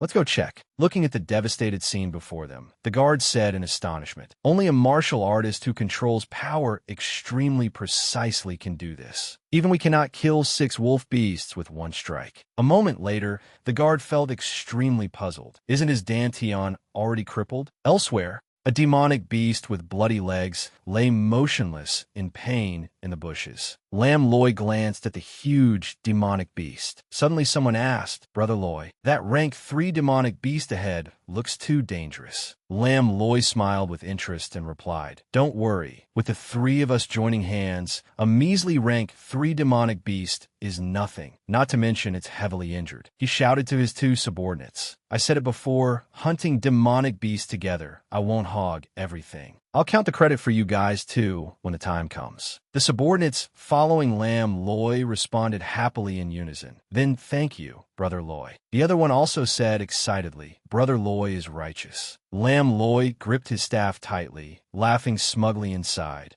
With the thing Big Brother Lam then gave me, these demonic beasts aren't scary." A guard behind the bushes frowned and ordered, "Everyone pay attention. Young Master Loi is preparing to hunt a rank 3 demonic beast. Be ready to act at any time." One of them thought, "Lam Loi is the current clan head's grandson. If he dies, us guards will have to be buried with him." Lam Loi's 2 subordinates rushed forward aggressively. This rank 3 demonic beast is about to die." Lam Loi shouted orders. "Lam Hao, attack its stomach quickly. It's heavily injured and won't last much longer. Lam Huin, you too. Circle around and attack from behind." The rank 3 demonic beast roared furiously at this moment, rushing towards the 2 of them, letting out a mighty roar. The 2 panicked, lost their footing, and fell to the ground. Lam Loi frowned and cursed. "Damn it, this beast is really stubborn, heavily injured like that, and still not dead." Saying that, Lam Loi arrogantly drew his sword. "Humph, I didn't intend to use this so soon." Lam Loi swung his sword, and an astonishing power erupted. A powerful attack rushed straight at the rank 3 demonic beast. Just one move caused the beast to die on the spot, dying with its eyes open. Lam Loi stood there holding the sword, looking majestic. The guards witnessing this scene were extremely astonished. This killing intent, could it be a spirit weapon? The person next to him didn't understand. The guard explained in a low voice, "Ordinary martial artists in the body-tempering realm all use mortal weapons. But spirit weapons possess special spirit mark inscriptions and are weapons that possess a certain power. This kind of weapon has extraordinary power, but is also extremely precious." Immediately after, Lam Loi sheathed his sword and remarked, "The clan head really invested heavily this time. Let's go. Now that this stone tiger monster is dealt with, let's continue hunting other demonic beasts." Lam Huin nodded and replied, "Okay." Lam Loi walked quickly forward. As soon as Lam Loi left, he happened to see Chu Pham nearby. The guard in the bushes cried out in disbelief. He thought in astonishment. The other disciples of the Lam Manor were all hunting in teams, their spirits tense, making him feel a bit helpless. But Chu Pham was strolling leisurely, as if walking in his own garden, without any guard up. Not knowing what he heard, the guard's body froze. The guard's face turned pale. Muttering, "This sound is..." Chu Pham also quickly realized something. The sound of a huge demonic beast's footsteps appeared. A huge demonic beast, like a Tyrannosaurus Rex, was standing in front of Chu Pham. Seeing it, the guard was scared pale and said, "Rank 5 demonic beast." That dragon and Chu Pham stood facing each other. The difference in size was extremely distinct. That dragon looked like an extremely powerful demonic beast. Seeing it, the nearby guards panicked and said, "Why is it a rank 5 demonic beast? The hunting grounds were clearly cleared by the elders once. Why would this kind of demonic beast appear?" The guard was still staring at the two figures. Just then, a person ran over and said, "This rank 5 demonic beast is the black-winged earth dragon. It's considered quite formidable even among rank 5 demonic beasts." It turned out to be Deacon Lai. He didn't explain much. Deacon Lai ran towards Chu Pham while saying to the guards, "Leave this place to me. You all retreat quickly." The subordinates hurriedly replied, "Yes, yes." Deacon Lai thought to himself. The clan manor added a hunting category to the assessment, conducting a slaughter trial, also to let the younger generation in the family temper themselves, not just no-showy tricks. Without cultivation, one cannot perform in combat. But a rank 5 demonic beast requires great completion of body tempering to resist. How can ordinary disciples be opponents? The dragon suddenly flew up at this moment, preparing to attack Chu Pham. But Chu Pham still stood firm there, seemingly unafraid of its sharp fangs. Seeing this, Deacon Lai gritted his teeth and cursed silently. "Damn it, I won't make it in time. This kid is dead for sure." At this moment, the scene shifted to the examiner. He looked at the incense burner and thought, the hunting assessment is about to end. Thinking of this, he saw people coming out, their haggard faces full of traces of battle. He thought again, quite a few people have come out of the forest already. Compared to previous years, there are many injured people. I wonder how it is this time. Thinking this, the examiner turned to the approaching crowd and said, "The hunting assessment is over. Everyone hand over your hunting spoils." They responded in unison, "Yes." The examiner then began checking the results. Lamb Van, 3 high-level wild beasts, 50 contribution points each. 2 rank 1 demonic beasts, 100 contribution points each. Total 350 points. Next, only 1 high-level wild beast. Why so few? The boy being asked didn't know what to say. All right, 50 contribution points. Next. At this time, several people were discussing their hunting results. "How was your result?" "Barely passed." Just then, one of them shouted loudly, "Look quickly. Brother Loy is here." They saw a person holding a large bag walking towards the examiner. That person was Lam Loy. By now, he stood in front of the examiner. The examiner also happily praised, "Such a big bag. The harvest must be quite good." Lam Loy replied, "Of course, because the demonic beasts in the hunting grounds are too weak." The results were read out. 5 rank 1 demonic beasts, 3 rank 2 demonic beasts, 1 rank 3 demonic beast. Suddenly, the examiner stopped, looking astonished. "Wait, this is a scarlet flame tiger, a rank 4 demonic beast." "Scarlet flame tiger? You killed a rank 4 demonic beast?" The examiner suddenly realized something. This Marcus. It turns out it was an injured one. A rank 4 demonic beast is difficult to deal with even for a martial artist at the body tempering realm 5th layer. Even an injured scarlet flame tiger cannot be underestimated. The person who could kill it must have extremely strong power. Lam Loy, a total of 2,600 contribution points. Hearing this, Lam Loy laughed smugly, thinking to himself, 2,600 points? No one could be higher than me. I've definitely won this round of assessment. At this moment, the examiner spoke again. "The participants of the trial have basically all returned. Only Chu Pham has not been tallied yet." Hearing this, Lam Loy sneered again. A life-and-death duel relies on treasures, cultivation base, and cultivation techniques. What does he have? That's right, I'm afraid he died in there. Poor Lam Kim Hong just lost his grandson, and now is about to lose the pill tower too. As soon as the words fell, a voice suddenly echoed from the direction of the examiner. "Where did this dog come from, barking like that? A mad dog really doesn't know any better." Hearing these words, Lam Loy was furious and glanced over. "You piece of trash, you're not dead?" The person who arrived was Chu Pham. Back to the scene in the forest earlier. A foot appeared, along with a jumping motion, raising a sword high. Then, the dragon was slashed in two. Chu Pham had easily slashed the rank 5 demonic beast to death. The rank 5 demonic beast let out a miserable scream. He landed safely on the ground, turned his head to look at the dragon's corpse, his face revealing a sharp gaze. The dragon's corpse fell in front of Deacon Lai. Seeing this scene, Deacon Lai was extremely terrified, screaming in his heart, "This unbelievable! A rank 5 demonic beast died in the blink of an eye?" Deacon Lai suddenly felt confused. I didn't even see how he attacked. At this moment, Chu Pham cut a piece of dragon meat and commented with satisfaction, "Meat of a rank 5 demonic beast, the taste isn't bad. After my dantian fused with the bone bead of the heaven-swallowing beast, my appetite has been getting larger." Seeing him muttering to himself, Deacon Lai suddenly suddenly noticed a hint of abnormality. Chu Pham muttered again, another full meal. Seeing this, Deacon Lai thought to himself, what is this brat doing? Chu Pham sat down to roast the meat, his face beaming. Seeing this scene, Deacon Lai suddenly shouted loudly. The trial is still ongoing, dangers are everywhere, yet he still has the mood to roast food. At this moment, Chu Pham noticed Deacon Lai beside him. Oh, Deacon Lai, want to have some? No need. Eat it yourself. He thought to himself, truly a strange little monster. Then he turned and left. Chu Pham thought while eating, if I had known there would be such an opportunity, I would have brought some spices. A moment later, only the skeleton of the dragon remained. Chu Pham rubbed his round belly and said, time to go back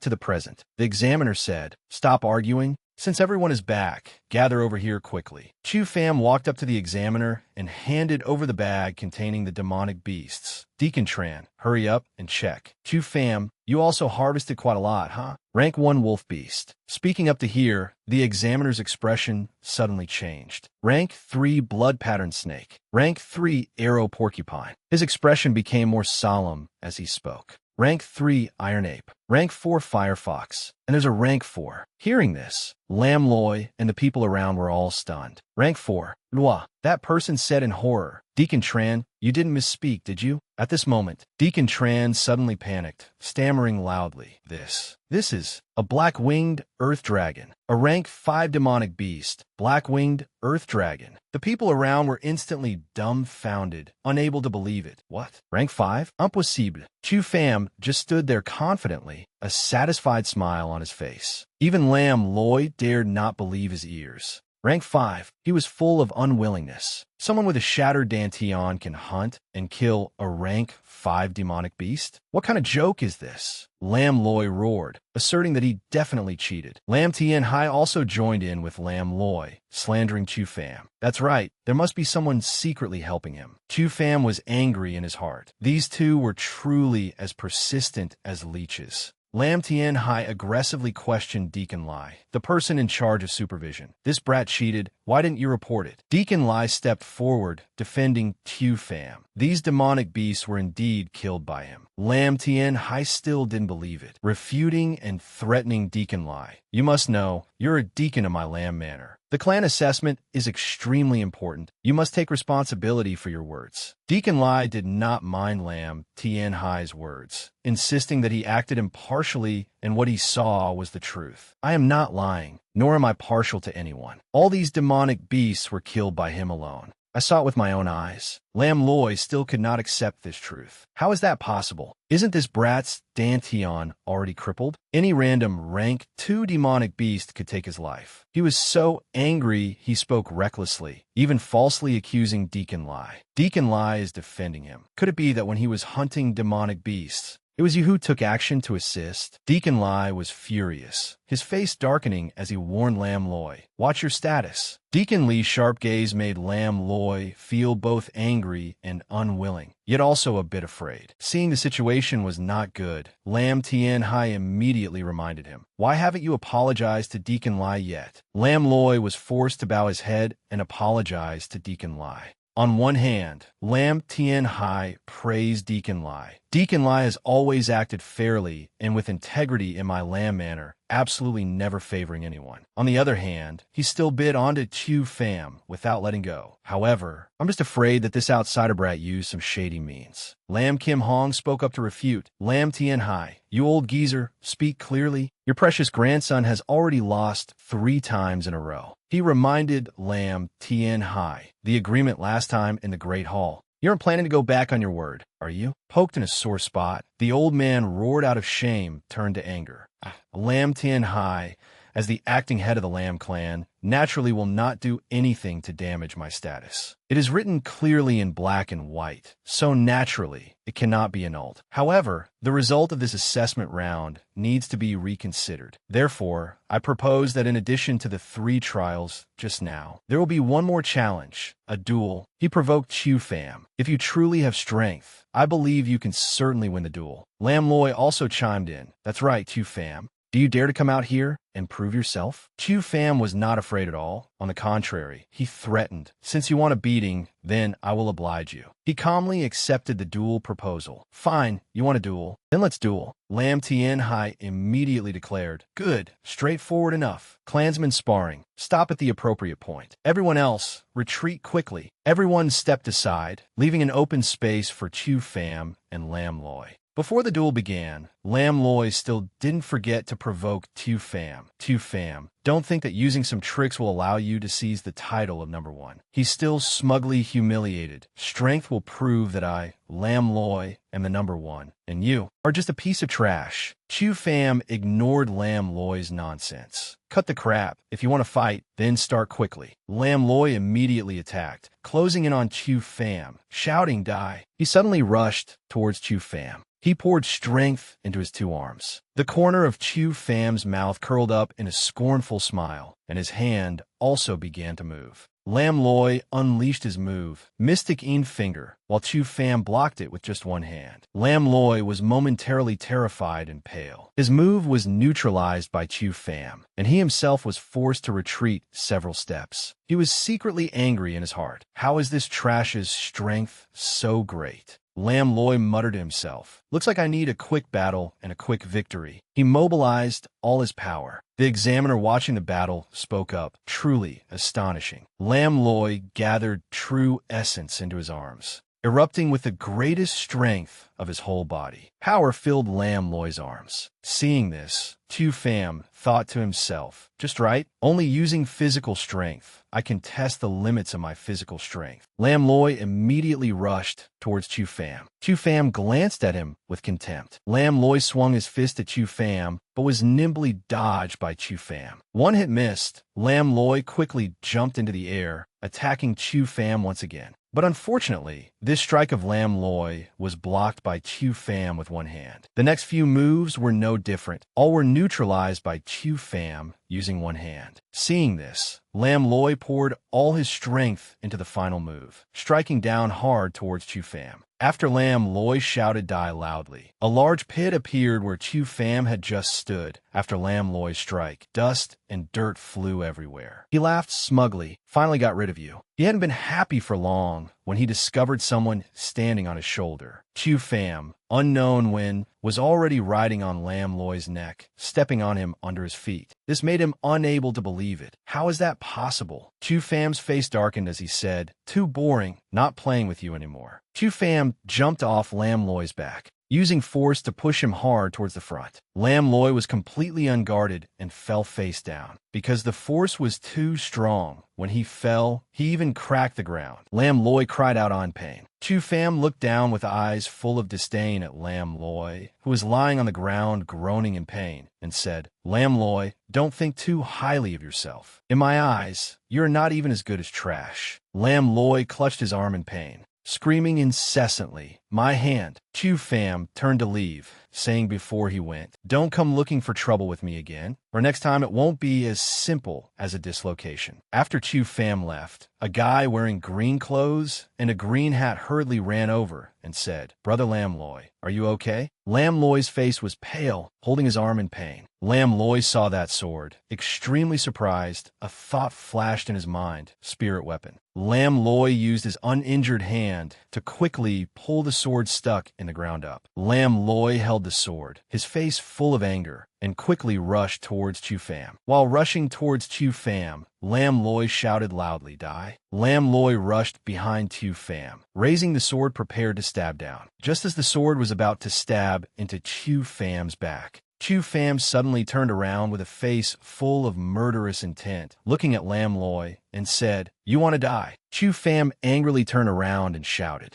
Chu Fam quickly used his power to attack him. Lam Loi had no time to defend, immediately being knocked flying, half of his body sinking deep into the ground. Lam Loi screamed in pain. It hurt so much. Lam Loi looked at his arm, screaming in horror. Ah, my hand. My hand is crippled. Lam Tien Hai Hapa. Running over and shouting, Lawyer. Lam Tien Hai sat down beside Lam Loi, his face gloomy. He used his power to heal Lam Loi. Lam Loi, pale from extreme pain, howled, Grandfather, my hand. My hand. Lam Tien Hai anxiously used his power to treat Lam Loi, thinking to himself, the injury is too severe. I can only stop the bleeding first. It cannot be recovered. Lam Tien Hai looked at the two people walking towards the back, hurriedly said, Physician, physician, come here quickly. Two physicians walked over, sitting down beside Lam Loi to diagnose and treat him. As soon as the physician touched him, Lam Loi cried out in pain. Lam Tien Hai approached Chu Pham, saying angrily, Little beast, your heart is so vicious. Being disciples of the same clan, why did you strike so ruthlessly? Chu Pham looked at Lam Tien Hai with a solemn face and said, Lam Tien Hai, it was your grandson who sneak attacked me. He brought this upon himself. His death wouldn't be regrettable. If I hadn't reacted quickly, I'm afraid I would have died under the long sword in his hand. Lam Kim Hong stepped forward and said, That's right, when clansmen fight, they should stop at the appropriate point. A smug smile appeared on Chu Pham's face. Lam Kim Hong frowned at them, saying, That trash grandson of yours dared to use a spirit weapon to sneak attack my grandson. Now that he is crippled, he deserves it. Right and wrong. Everyone present here can see clearly. Do you still want to deny responsibility for him? Lam Loi looked angrily at Chu Pham and Lam Tien Hai, saying loudly, Grandfather, avenge me. I want that trash to die. Hearing his grandson's voice full of resentment. Grandfather, avenge me. Lam Tien Hai was furious. A green flame burned fiercely behind his back. Lam Tien Hai, full of murderous intent, rushed towards Chu Pham and Lam Kim Hong, shooting loudly. Chu Pham's face was full of panic. Lam Tien Hai spread his arms. A stream of power was released, forming a vortex, rushing towards Chu Pham and Lam Kim Hong. Chu Pham reacted as fast as lightning, creating a protective shield to resist Lam Tien Hai's power. Lam Tien Hai's power was too great. The shield could not withstand it and began to crack. Chu Pham was anxious inside. The shield could no longer hold up and shattered. Lam Kim Hong and Chu Pham were both knocked back. Lam Kim Hong rushed forward, shielding Chu Pham to protect him. Lam Kim Hong looked angrily at Lam Tien Hai and said, Lam Tien Hai, you really are the same breed as your grandson. Lam Tien Hai looked at Lam Kim Hong with murderous intent.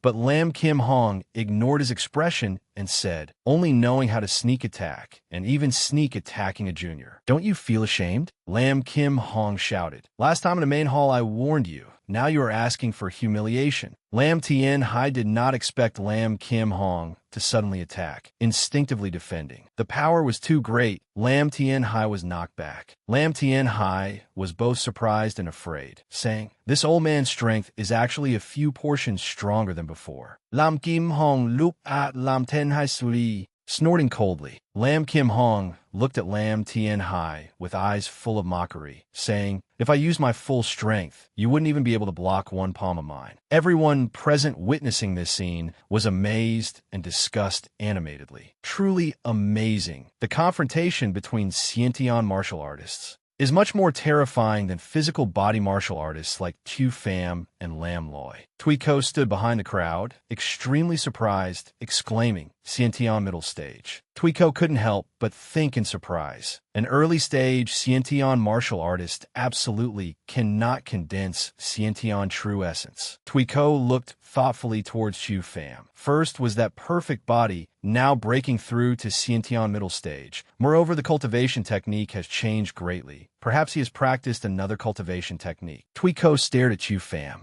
saying, There are many secrets on this kid. Chu Pham felt someone looking at him curiously, turned his head, and saw Tui Company. Seeing her looking at him with a smug expression, Chu Pham suddenly felt uneasy in his heart. This woman is from the Spirit Treasure Pavilion. Could she have discovered something? Chu Pham looked at Tui Ko warily, thinking, It seems there's a bit of trouble. Lam Kim Hong looked at Lam Tien Hai and said, Lam Tien Hai, do you still not understand? You're not my opponent. If you want to harm my grandson, you have to step over my dead body first. A man with a black beard, wearing a tall hat, stepped forward and said to Lam Tien Hai, reporting to the patriarch. He glanced at Lam Loi, who was being supported, reporting, young Master Lam has stopped the bleeding, but must immediately return to the manor to get medicine for bandaging. Lam Tien Hai turned his head to look angrily at Lam Kim Hong, saying, You just wait. I won't let this debt go like this. Lam Tien Hai turned to leave, saying, Let's go. Chu Pham saw Lam Tien Hai leaving, so he raised his hand and said to Lam Tien Hai in a mocking tone, Don't forget the words you said in the main hall that day. Lam Tien Hai lowered his head. Hearing Chu Pham's words, he trembled with anger. Seeing this appearance of Lam Tien Hai, Chu Pham said refreshingly, I really look forward to the two of you getting out of the Lam Manor. After Chu Pham won first place in the clan assessment, his reputation shook the Lam Manor, and even other clans in Black Mountain Commandery City were buzzing about this matter. However, the scene of Chu Pham erupting with true essence during the match was seen by others. A person with a crippled Dantian defeating Lam Loi, who was about to be accepted by the Tong Wen sect, attracted the attention of many people. Just as this matter had not yet had time to spread, the Lam Manor announced something, quickly suppressing this matter. Two servants, while working, secretly discussed with each other. The first person opened the conversation. Have you heard? The number one genius of the Lam Manor, Lam Dan, is about to return from the sect. The person next to him, who was tying his hair, immediately asked back, Is it the Lam then who was accepted as a true disciple by one of the four great peak masters of the Tong Wen sect, Peak Master Tien Han? The first person immediately said with an admiring voice, Tong Wen sect, that is a great sect. Scientian strong experts are too many to count. The young man, tying his hair, hurriedly continued. That's right. Moreover, there are strong experts surpassing the Scientian realm guarding it. His voice suddenly changed, somewhat fearful, saying,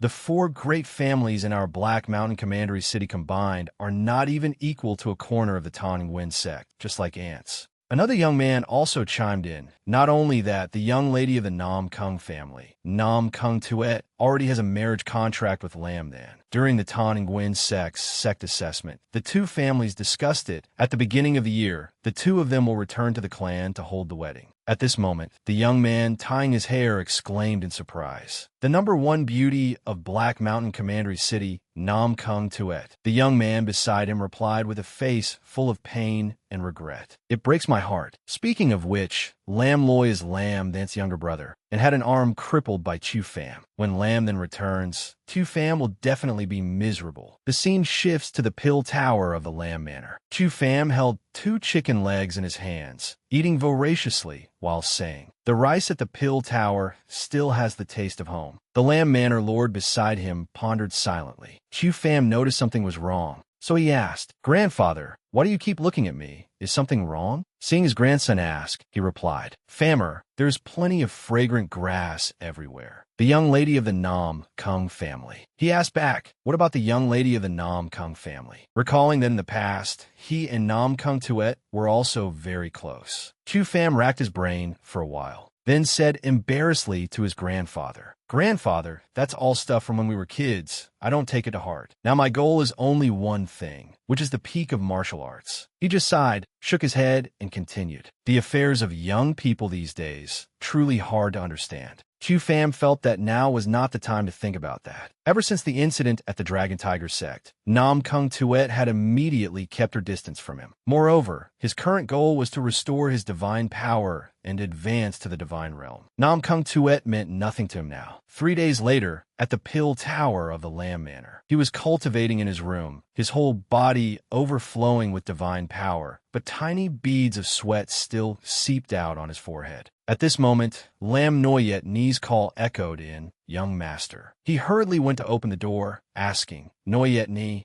"What is it?" She immediately replied, "Young Master, the Spirit Treasure Pavilion sent someone. They want to invite Young Master over there for a trip." Chu Pham appeared extremely surprised, saying, "Spirit Treasure Pavilion?" The corners of his mouth curled up into a smile, thinking it must be because of the matter of the grand alchemist behind the pill tower. Because his grandfather was too tight-lipped, they sought him out to probe for news. He rubbed Lam Noyet Ni's head while replying, "Then I'll go over there and see. However, Noyet Ni, you must diligently practice the cultivation technique I gave you." She stuck out her tongue, teasing, "I know Young Master has said it so many times, really long-winded." He smiled gently, thanking this girl. On the way, he kept thinking about the strength of the Spirit Treasure Pavilion. The power of the Spirit Treasure Pavilion far exceeded any big figure in the country. Chu Pham really wanted to see what tricks the Spirit Treasure Pavilion was planning. Not long after, he arrived. Welcoming him was a maid of the Spirit Treasure Pavilion. Seeing him arrive, she smiled and said, "So, it is Young Master Q. The young miss has been waiting for a long time." Hearing this, he didn't say much, immediately following her. After walking for a while, the two stopped. She said to him, "Please wait a moment, Young Master Q. The young miss will be here shortly." He just gave a soft and observed the surroundings.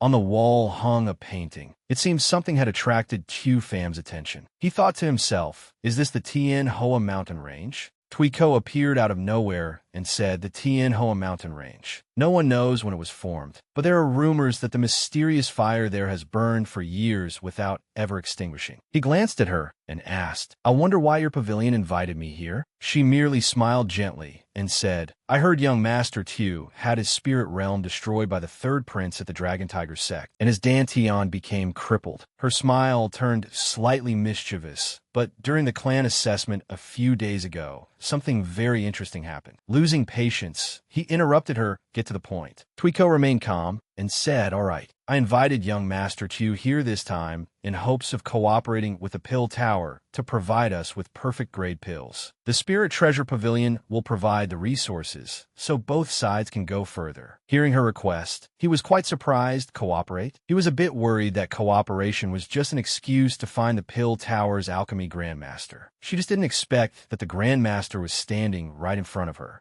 Seeing Chu Pham remain silent, Tuiko asked again, "I wonder what Young Master Chu thinks?" Chu Pham felt that building a relationship with the Spirit Treasure Pavilion would be a good thing. He replied, "Fine. Being able to cooperate with the Spirit Treasure Pavilion is a good thing." Tuiko secretly rejoiced. He was indeed easier to talk to than Lam Kim Hong. She rubbed her hands together and replied, "Then, here's to a happy cooperation." The deal made, he suddenly turned to leave. "If there is nothing else, I will take my leave." Tuiko hurriedly stepped forward, grabbing Chu Pham's arm, and said, "Young Master, please wait." Saying that, she presented an item to Chu Pham. "Young Master Chu, this is for you." He looked at the object before him. "Is this the Offering Palace token?" He stared at the Offering Palace token in his hand. This thing wasn't bad. Tuiko smiled faintly and explained, "The Spirit Treasure Pavilion's Offering Palace token isn't something just anyone can have. You must remember this big sister's kindness." She said confidently, "With the Offering Palace token, you are a person of the Spirit Treasure Pavilion. Ordinary forces wouldn't dare touch you. Even the geniuses within the sects don't receive this treatment." Chu Pham glanced at her, half joking, "Oh, ordinary forces.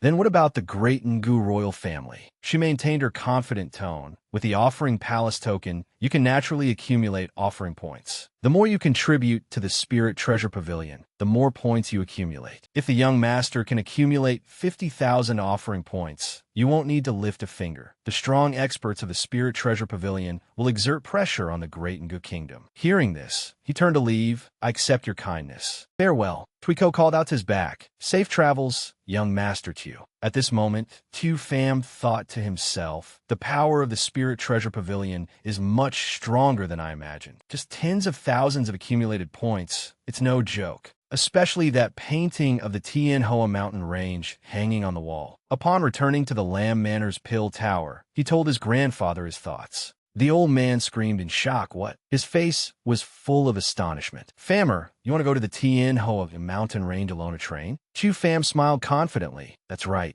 Just me alone." He said, "Grandfather, I've been in the Pill Tower for so many days, but the feeling of training is still too poor. Chu Pham clenched his fist, speaking seriously. The further I go, every time I want to take a step forward, I feel it becoming much more difficult. Understanding his grandson's thoughts, Lam Kim Hong stroked his beard and advised, going out to train is a good thing, but what if you encounter danger? Chu Pham immediately said, Grandfather, rest assured, with my current strength, it's not a problem. Moreover, the ancestor is protecting me. If I really encounter danger, the ancestor won't just sit by and watch. Lam Kim Hong sighed, not expecting him to be so stubborn. He said, so it's the ancestor. All right, I can't do anything with you. A moment later, Chu Pham strapped on his sword, preparing to set off, the sound of the blade rubbing against the scabbard ringing softly. Seeing him off was not only Lam Kim Hong, but also his maidservant, Lam Noyet Ni. Young master, you must be careful outside. Do you hear me? Hearing Lam Noyet Ni worrying like that, Chu Pham replied confidently, don't worry, I'm only going for a while. I'll be back soon. Stay home and remember to cultivate well. Don't be lazy. Lam Noyet Ni seriously promised him. Lam Noyet Ni will definitely try hard to cultivate. When young master returns, Lam Noyet Ni will break through to the flesh body third heaven. Afterward, he turned and left, heading straight for the Tien Hoa mountain range to train, hoping to advance his cultivation. Seeing Lam Noyet Ni's reluctance to part, Lam Kim Hong stepped forward, placing a hand on her shoulder. Nothing will happen. In the bushes behind the two of them, a dark figure was hiding. This assassin seemed to be calculating something, but he decided to leave first. The assassin flew swiftly, heading straight for the capital to report to his master. Upon arrival, the assassin bowed respectfully to Lam Tien Hai, who was sitting majestically in the main hall. After hearing the intelligence, the old man confirmed that trash left the Pill Tower and went to the Tien Hoa mountain range. His voice carried a trace of disbelief. So, the assassin spoke frankly, reporting to the patriarch. This subordinate saw it with his own eyes. Lam Tien Hai seemed mad with joy. He said, I finally have a chance. You quickly lead men to chase after him and bring me that trash's head. The assassin was stunned and asked, Patriarch,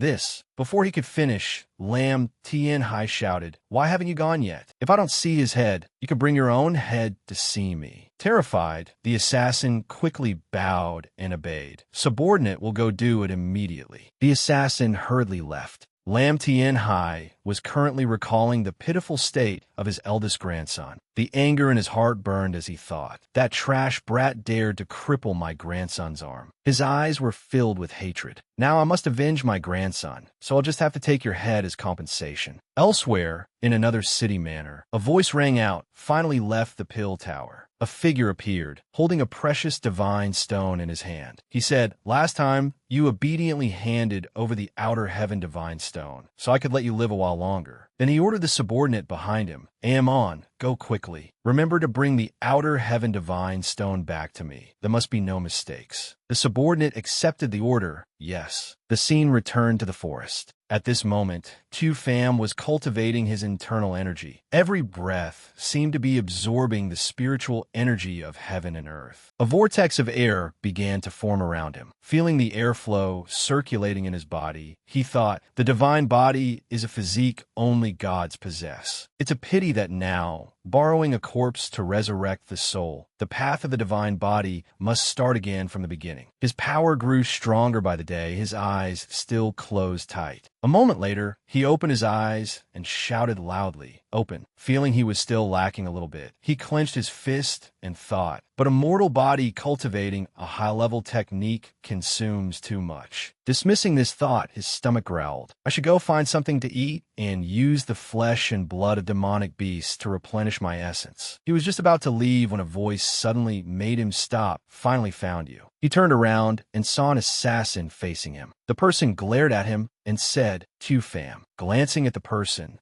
Chu Pham guessed a few things. I came here to train without telling any outsiders, yet he knows my name. It seems he comes with ill intent. So he asked to confirm, looking for me? Who sent you? The assassin was surprised by his sharpness. Humph, I didn't expect a brat like you to be quick-witted. He laughed coldly to himself and said, but a piece of trash like you is not worthy of knowing my master's title. He continued to beat around the bush. After all, you are the beloved grandson of the former Lam clan patriarch, yet you don't even have a single guard. I thought this would be difficult, but I didn't expect it to be so easy. Chu Pham lost patience and told him, "Speak quickly if you have something to say." The assassin was provoked by his arrogant attitude, thinking during the last clan assessment he was only at flesh body fourth heaven. He decided to use this to scare him, daring to be insolent in front of me. "I am at flesh body sixth heaven. Do you not want to live anymore?" Then the assassin rushed forward madly, shouting, "Brat, if you want to blame someone, blame yourself for offending people you shouldn't have. Reincarnate well in your next life. Now, go to hell." Feeling disgusted by this trash, he slowly raised his hand, using one finger to point at his forehead. Chu Pham erupted with spiritual power, knocking him flying violently into a tree trunk. A bloody hole also appeared on his forehead, and fresh blood began to flow out. Chu Pham walked over, shaking his head in disdain. Just one fatal strike, and he ended up like this? Too weak. But he's not a bad spoil of war. After all, he has the true essence of the sixth heaven. He reached out his hand and shouted, "Devour." The stream of essence, energy pouring from the person began to be absorbed by Chu Pham. He felt the power change slightly and said joyfully, "The true essence of a sixth heaven martial artist that I devoured only amounted to 1/4. I wonder if I devour the true essence of an eighth heaven, ninth heaven, or even a Xiantian realm martial artist. How much would I grow?" Looking at this man in black, he began to guess who the mastermind behind the assassination attempt was. This man in black and I are strangers. The one who sent him to kill me could be. He thought of the two most suspicious people. First is Lam Tien Hai. After the clan assessment, he hated that he couldn't chop me into 100 pieces. Second is Mac Van Fong of the Mac Manor. I also offended him at the Pill Association,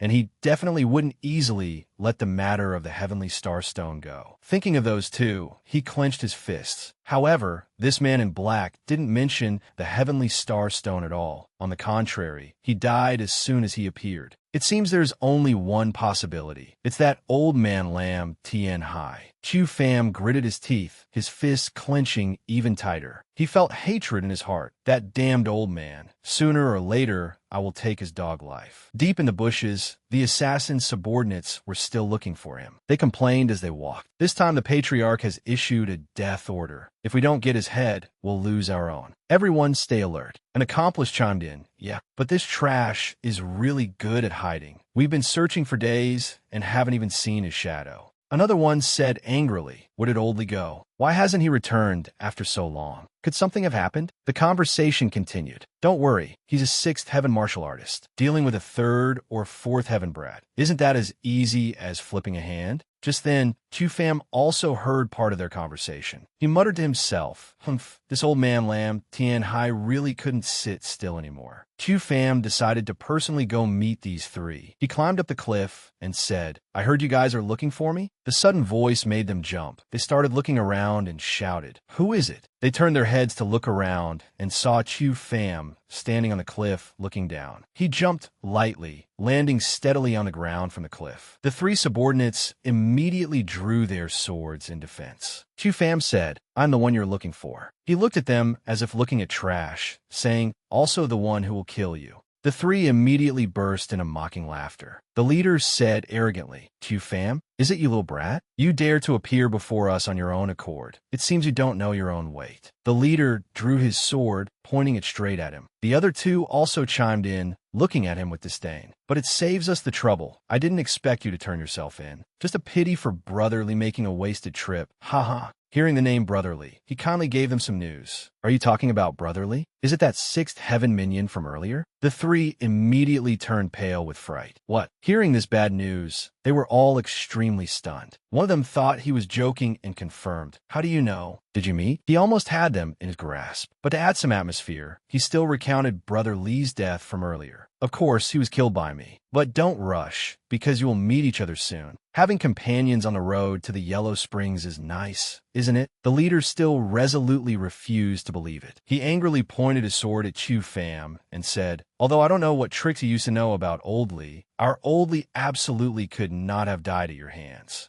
Even at this point, he was still stubborn. "But Brat, you are too green to try and distract us." He shouted heroically, "Brothers, attack." The three charged at the same time, wanting to take his life. In this dramatic moment, Tu Fam thought, the true essence of these three is only at the fourth or fifth heaven level. Even if the three join forces, they're just trapped beasts struggling. Seeing him seemingly distracted, the leader thought victory was certain and shouted, "Brat, die." Chu Fam only slightly tilted his body to dodge the incoming sword slash. The man was immediately surprised. Looking down, he found that Chu Fam's hand was already on his sword. Chu Fam pulled out the man's sword with a swoosh, flipped his hand to swing the sword, gifting him a painful blow. The long sword slipped from his hand, and the leader immediately let out a miserable scream. After the scream, he fell to the ground, the long sword also falling right in front of him. Then he lost his life. The second subordinate, seeing this scene, was scared out of his wits. What terrified him was that Chu Fam's speed was truly too fast. Having dealt with one, Chu Fam walked towards the remaining two. Seeing this, the second subordinate hurriedly stopped Old Tam. "Wait." He was sweating cold sweat from fear, stammering, "Be careful, this kid is very strange."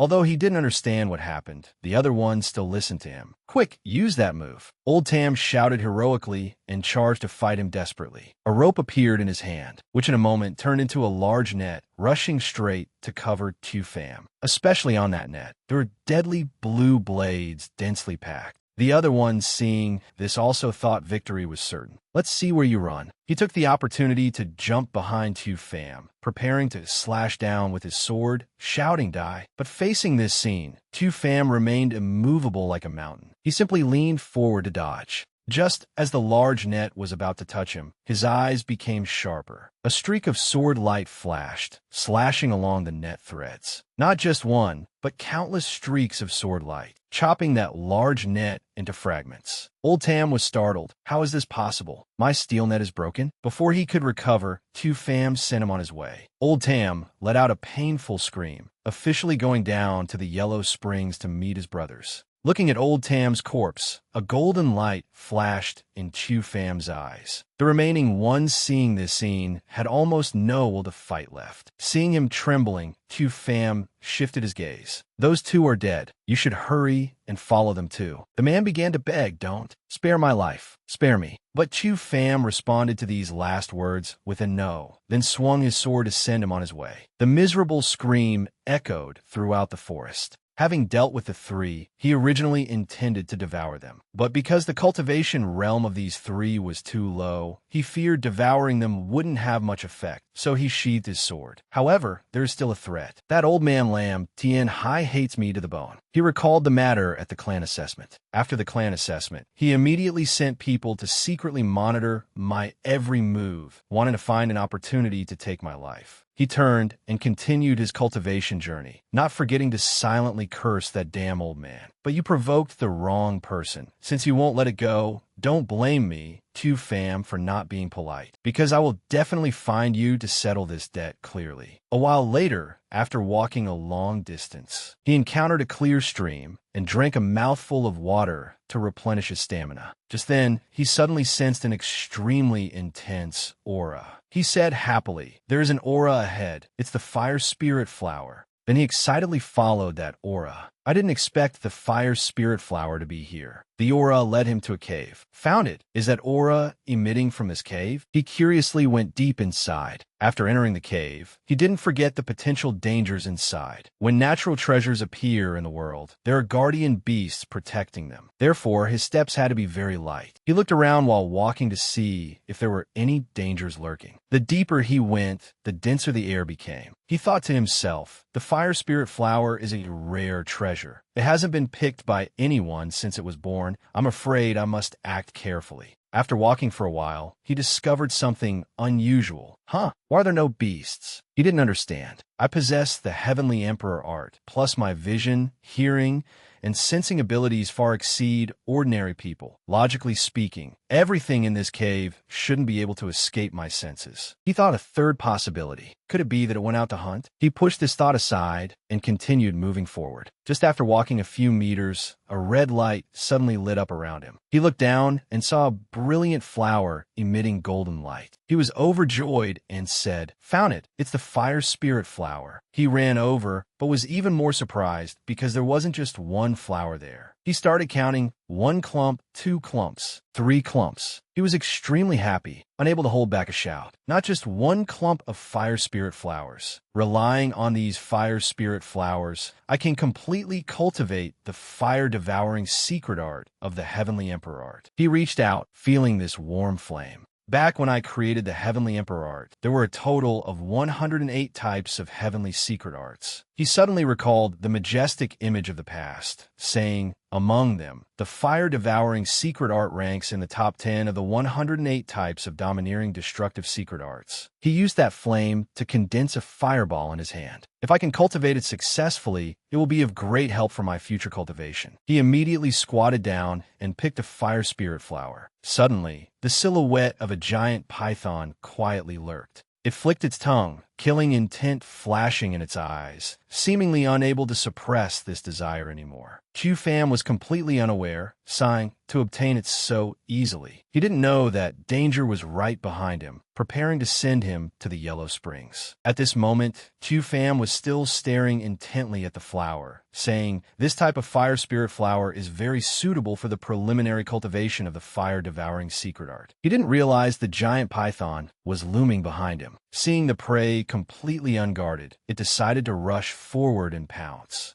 Q-Fam suddenly sensed its existence and quickly dodged the python's tail whip. When he landed, in front of him was a giant python, its eyes full of killing intent. He recognized it as the blood illusion snake, saying, "Such powerful illusion techniques. I didn't even detect it getting so close." He saw its eyes staring at the fire spirit flower and guessed that the fire spirit flower could help evolve its bloodline, so it definitely wanted to snatch it. He immediately provoked, "Humph, you struck first, so don't blame me. Today, I not only want the fire spirit flower, but I also want to devour your flesh and blood energy." The giant python was just a beast after all and didn't understand what he was saying. It once again cast an illusion, its eyes seemingly wanting to take over his mind. But sure enough, this clumsy trick had no effect on him. He said, "The same type of illusion, you still want to use it on me twice?" He drew his sword and said, "If it were someone else, I'm afraid their senses would have long been taken by your illusion," falling into darkness and panic. He closed his eyes, releasing the aura within his body, saying, "But unfortunately, this move is useless against me." He suddenly opened his eyes, quickly rushed towards the python, and swung his sword to slash. The python couldn't react in time and was slashed right on the head by him. He shouted with all his might, "Die!" Immediately, the python's head flew off its body and rolled onto the ground. He immediately sheathed his sword, reached out to start devouring this beast, and then continued forward. After absorbing it, he took the fire spirit flower and continued on his way to explore if anything else could be discovered. But reaching a place, he encountered a dead end. He used the fire spirit flower for lighting to see if he missed anything. He suddenly realized something unusual, saying, "I feel this cave is not quite natural." He reached out to touch the wall, finding it strangely flat. Could it be that it wasn't formed naturally? Suddenly, a sound came from a wall and a gap was revealed. Sure enough, there's a mechanism. He immediately used force to push the stone door open. What met his eyes was an empty room. He thought to himself, "Is this a secret chamber?"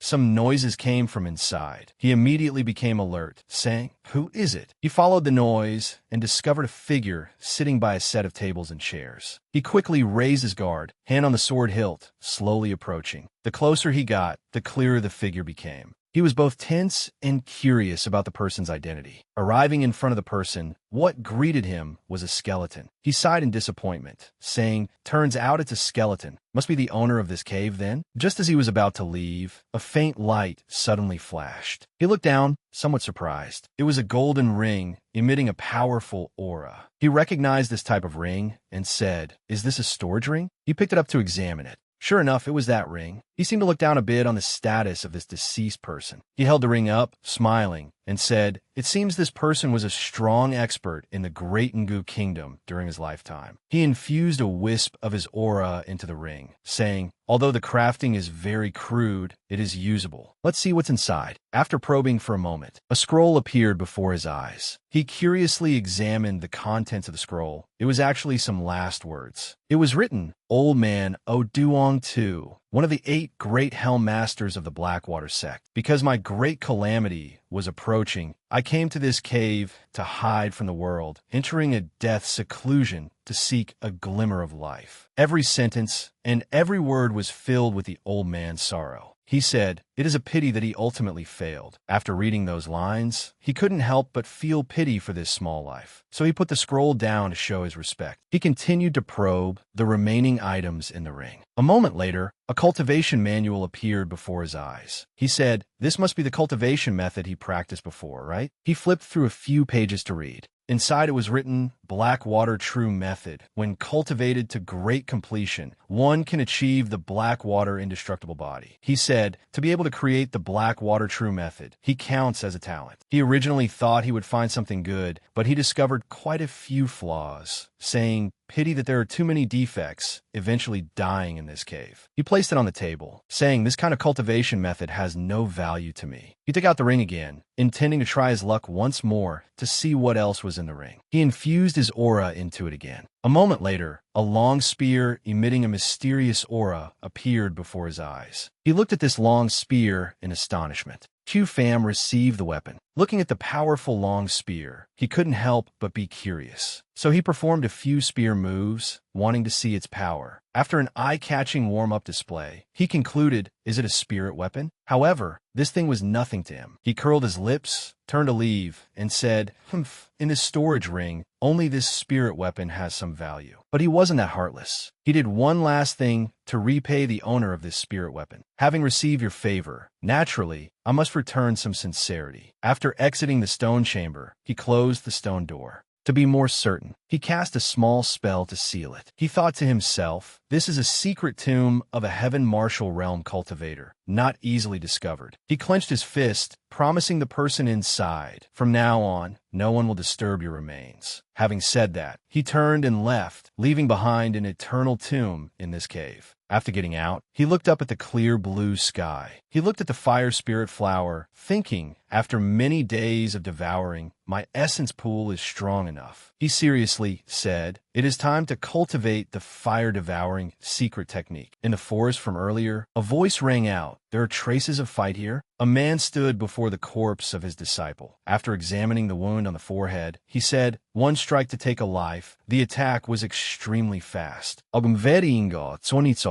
Holding a long sword, confidently said, "But if we're talking about speed, I don't lose to anyone." He was determined to avenge his little brother. "Chu Pham, just wait. I will soon come and take your head." Elsewhere, Chu Pham was currently cultivating the earth element. He created a current of air surrounding his body, which dissipated a moment later. He took a deep breath, then opened his eyes. He was very satisfied with this result, saying, "Fire-devouring secret technique, first level, has been successfully cultivated." Just as he was rejoicing in his achievement, a flying knife suddenly shot towards him. He also sensed it and used his hand to block the flying knife. Looking at this flying knife, he thought, "Here we go again." Adding the commotion in the forest over there, he said, "Stop sneaking around. Get out here." The guy wearing the conical hat from earlier stepped out. He arrogantly said, "Don't be tense. That was just a greeting gift." Chu Pham threw the flying knife aside, angrily saying, "However many people you have, it's best if you all come at once. To save me time." The other guy sneered, "Hand over the outer heaven divine stone, and I will let you die a bit faster." Hearing this word, Chu Pham realized the guy's background and calmly said, "Outer heaven divine stone?" Saying that, "It was the old man Mac Van Fong who sent you. The Lamb clan is the same. The Mac clan is the same.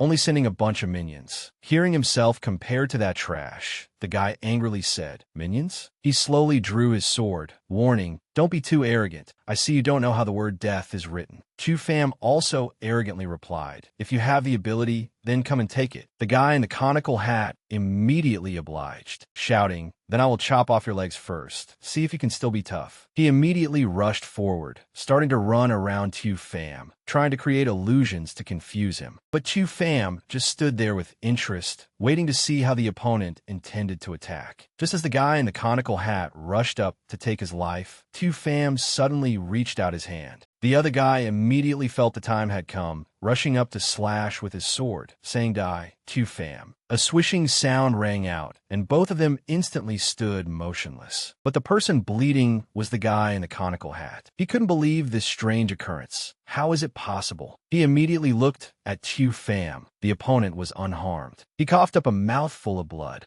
saying, why is it like this? The long sword flew into the sky, then plunged down to the right of the guy in the conical hat. In the final moment, he was sent by Chu Pham to meet the King of Hell. After a sweeping strike with the long spear, the assassin now just lay motionless on the ground. At this moment, with his last breath, the assassin realized he was completely not Chu Pham's opponent, his mouth stammering the final words. How can he be so strong? Our Chu Pham glanced at the assassin, saying, humph, old man Mac Van Fong really doesn't know his own limits. Wait until I deal with Lam Tien Hai. I will go find a Mac clan to settle the score. Afterward, he continued deeper into the forest. Sensing something unusual, he muttered, there's true essence flowing nearby. Are there pursuers again? At this moment, he saw a girl being surrounded by a group of men holding swords. The girl wore a light green dress, looking extremely beautiful. She muttered, damn it. A man spoke up, Muk Lin Noyet, I advise you to obediently hand over the treasure. Another one also smirked and chimed in, otherwise, today you'll have to die here. Hearing these words, Muk Lin Noyet stubbornly replied, you people of the Tong Nguyen sect are truly despicable. If I hadn't just fought a demonic beast and suffered internal injuries, just with a bunch of trash like you, even if you joined forces, you wouldn't be my match. A guy charged up with a sword, shouting, what time is it that you're still talking tough? Seeing them rush up, she drew her sword, preparing to resist to the death. I'll fight you to the bitter end. The man slashed fiercely with his sword. Muk Lin Noyet could only raise her sword to block. Seeing Muk Lin Noyet's desperate situation at this moment, he laughed coldly. What's wrong? So you also have times when you're scared and say things like that? Another sound of metal clashing. The sword in Muk Lin Noyet's hand was knocked away. She thought in panic, this is bad. My true essence isn't enough. At this moment, seeing Muk Lin Noyet had lost her advantage and her weapon was knocked away, he jumped up, putting all his strength into the sword to slash down. Muk Lin Noyet at this moment could only raise both hands, fearfully covering her face, screaming ah.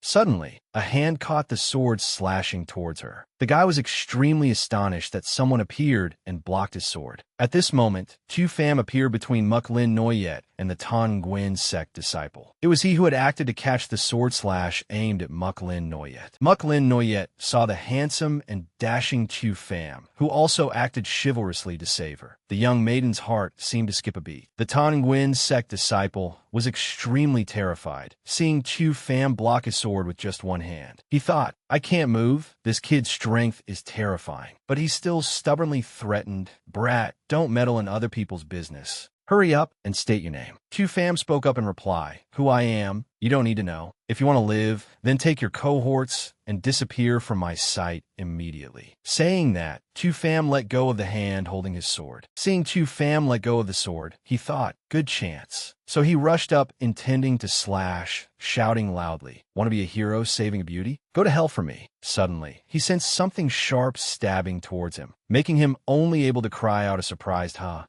Then he was stabbed through the throat, fresh blood spraying out behind. The people behind seeing this scene could only scream, Old Tran. Then they drew their swords and rushed up. Oding, you dare touch Old Tran. Pay with your life for my brother. Next, two guys rushed up intending to hack and kill Chu Pham. But Chu Pham just swept his spear horizontally, and the two Tong Wen sect disciples had their blood splattered everywhere. One of the two was unwilling, his mouth still muttering vicious words. You dare touch people of our Tong Wen sect. The Tong Wen sect won't let you off. Du Pham Zutz Ganli Zipli Tong Wen sect? I don't know why, but hearing these three words makes me uncomfortable. As he finished speaking, those two people also had their souls depart their bodies. Chu Pham walked up to the girl who was terrified and sitting on the ground, asking, "Are you all right?" She looked up and replied, "I'm fine, thank you." Then she shyly lowered her head, breathing a sigh of relief. Muttering, "I'm saved." Chu Pham turned around and said, "I see you are fine. I'll be going first." Seeing Chu Pham's action, she was extremely surprised, hurriedly speaking up to call him back. "This young master, please wait a moment. Why did you save me?" Then she suddenly realized something, seeing the ring on Chu Pham's hand, thinking, this ring, she seemed to have recognized something. This storage ring isn't bad. Moreover, this pattern is a relic of my Blackwater sect senior. Chu Pham turned his head to glance at her, thinking, this woman cultivates the Blackwater true method, very similar to the book in the storage ring. It seems she is a current generation disciple of the Blackwater sect. He spoke up, "Don't overthink it. I just dislike that behavior. Moreover, having taken the relic of your Blackwater sect senior, acting to help you is also repaying a favor." She thought he said it all. Hearing Chu Pham recount the story, she thought for a moment, then spoke up to ask, "You found the cave ruins of Senior O Duong too?" "This time I came to the Tien Hoa mountain range. One of the purposes was to search for the Senior's cave ruins. I didn't expect the young master to be a step ahead. I don't mean to offend." Suddenly, Chu Pham put a finger to his lips, making a shushing gesture, and said, "Shu, be quiet." This made her extremely panicked. Then Chu Pham spoke up, "Look carefully around you." At this moment,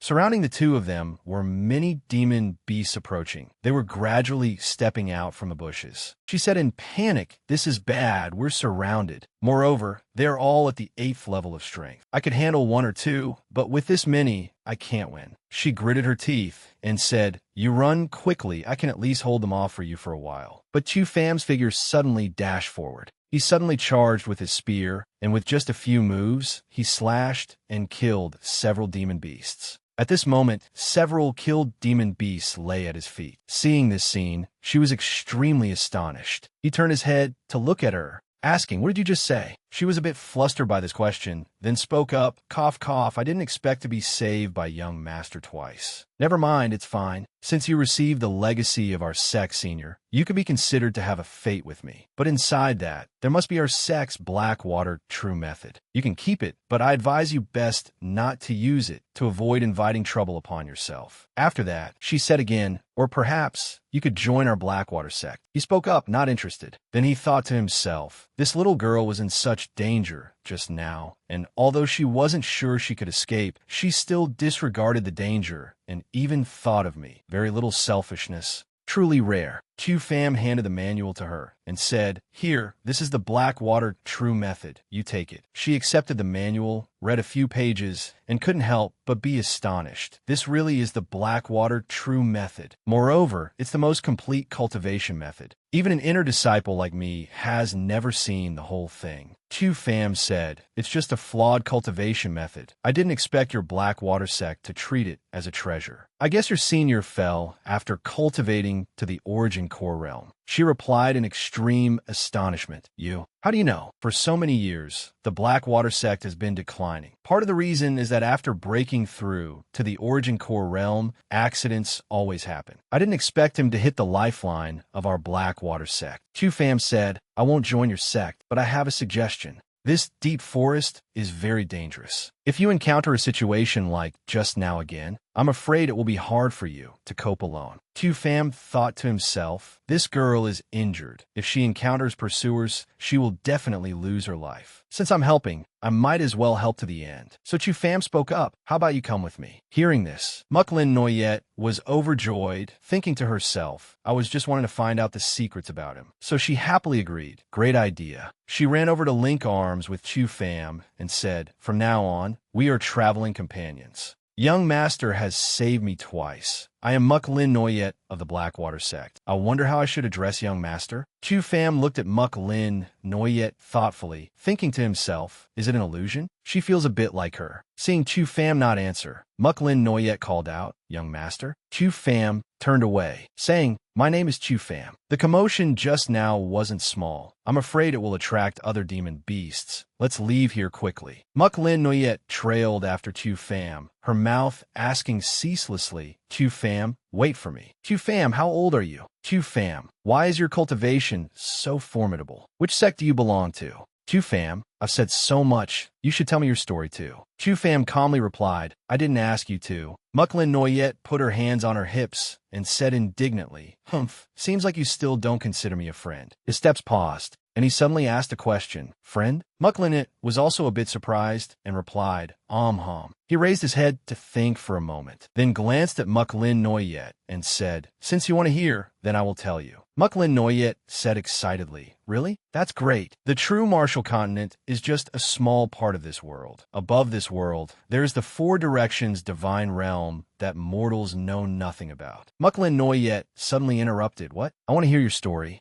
Not myths. Chu Pham shook his head. If you want to hear, then be quiet. She said, oh, and he continued telling the story. This four directions divine realm had a prodigy. He started cultivating at 10, and by 20 he had realized his own divine martial great Tao. After that, he broke through even more powerfully, standing at the peak of the four directions divine realm before even reaching 20. During the Dharma ending era of the divine realm, extraterrestrial demons invaded the four directions divine realm. He charged into the lair of the extraterrestrial demons alone, his heavenly sword slashing the evil spirits, demon blood dyeing the blue sky. And he, for saving the sentient beings of the divine realm, was titled the Heavenly Emperor. After being titled emperor, he married his childhood sweetheart, the bitch Tao Saintess Van Noyet. Who would have thought that on the day of the grand wedding, he would be plotted against and fall into the abyss of 10,000 fathoms? He and his wife were trapped in the god-refining body, unable to break through the god-extermination grand formation, the one who plotted against him. Chu Pham recalled a person high above, dressed in magnificent red clothes, floating in front of him and saying, on what basis do you get to be high above, worshipped and admired by 10,000 people, while I, the dignified, chosen one of heaven of the number one ancient clan, cannot?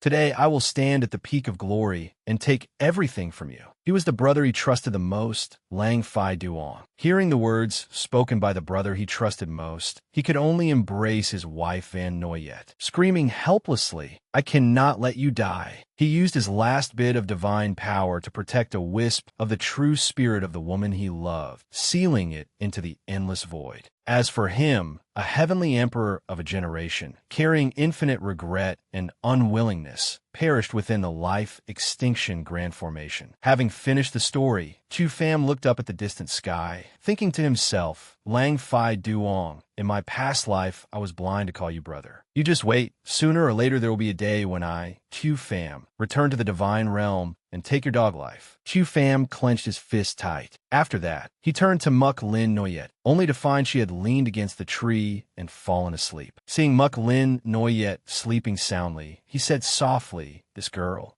is asleep. Elsewhere, at the scene of the massacre of the Tawning Wind sect, an old man was a bit surprised. He looked at the corpses on the ground and said, the disciples sent out haven't returned yet. I didn't expect to meet them here. These three must have been attacked by demon beasts and suffered mutual destruction. A bald old man wearing prayer beads spoke up. Incorrect, judging from the traces of battle around here. The opponent is a spear expert. Another person said, this person definitely does not belong to the great and good kingdom. He is a super powerhouse from the outside. But no matter who he is, he must have been heavily injured. Our disciples' weapons are coated with deadly poison. Within 100 miles, no one can cure this poison. Not to mention in this deep mountain forest, he is dead for sure. On this side, Chu Pham looked at Muk Lin Noyet sleeping soundly against the tree, thinking to himself, I originally intended to tell the story of my past life to see if she had any reaction. It seems that although she bears some resemblance to her, ultimately, she is not her. Wait, that's not right. This girl has been hit with a strange poison. It's been so long. The toxicity is flaring up now. No one can cure it. Tu Fam laughed and said, that is only for mortals. Then, Tu Fam utilized the Heavenly Emperor's eye to diagnose the condition. He observed Muk Lin Noyet, once over, hesitating a bit. But to cure the poison, I need to open some acupoints. Never mind. Saving a life is more important. A moment later, Muk Lin Noyet woke up and discovered her clothes had been removed, and couldn't help but be startled. Ah, my clothes. She hugged her chest, thinking, could it be? She stood up, stepping towards Tu Fam. Tu Fam was still calmly leaning against the tree sleeping. She slowly drew her sword, pointing it at Tu Fam, thinking, I thought he was a gentleman. I didn't expect him to dare ruin my purity. She tremblingly thrust the sword forward, but then thought, but he saved me twice. Tu Fam sat sleeping. When the sword tip was close to his neck, he opened his eyes and glanced over, then suddenly stood up and snatched the sword from Muk Lin Noyet. Muk Lin Noyet's eyes were filled with tears. Seeing her reaction, he was very surprised. Tu Fam spoke up and asked Miss Muk, what are you doing? She cried loudly, don't stop me. I can't bear to kill you. I can only go die. Tu Fam calmly said, you were hit by a strange poison. I was just helping you cure the poison. Why do you want to use force against me? Hearing this, Muk Lin Noyet was both bewildered and astonished.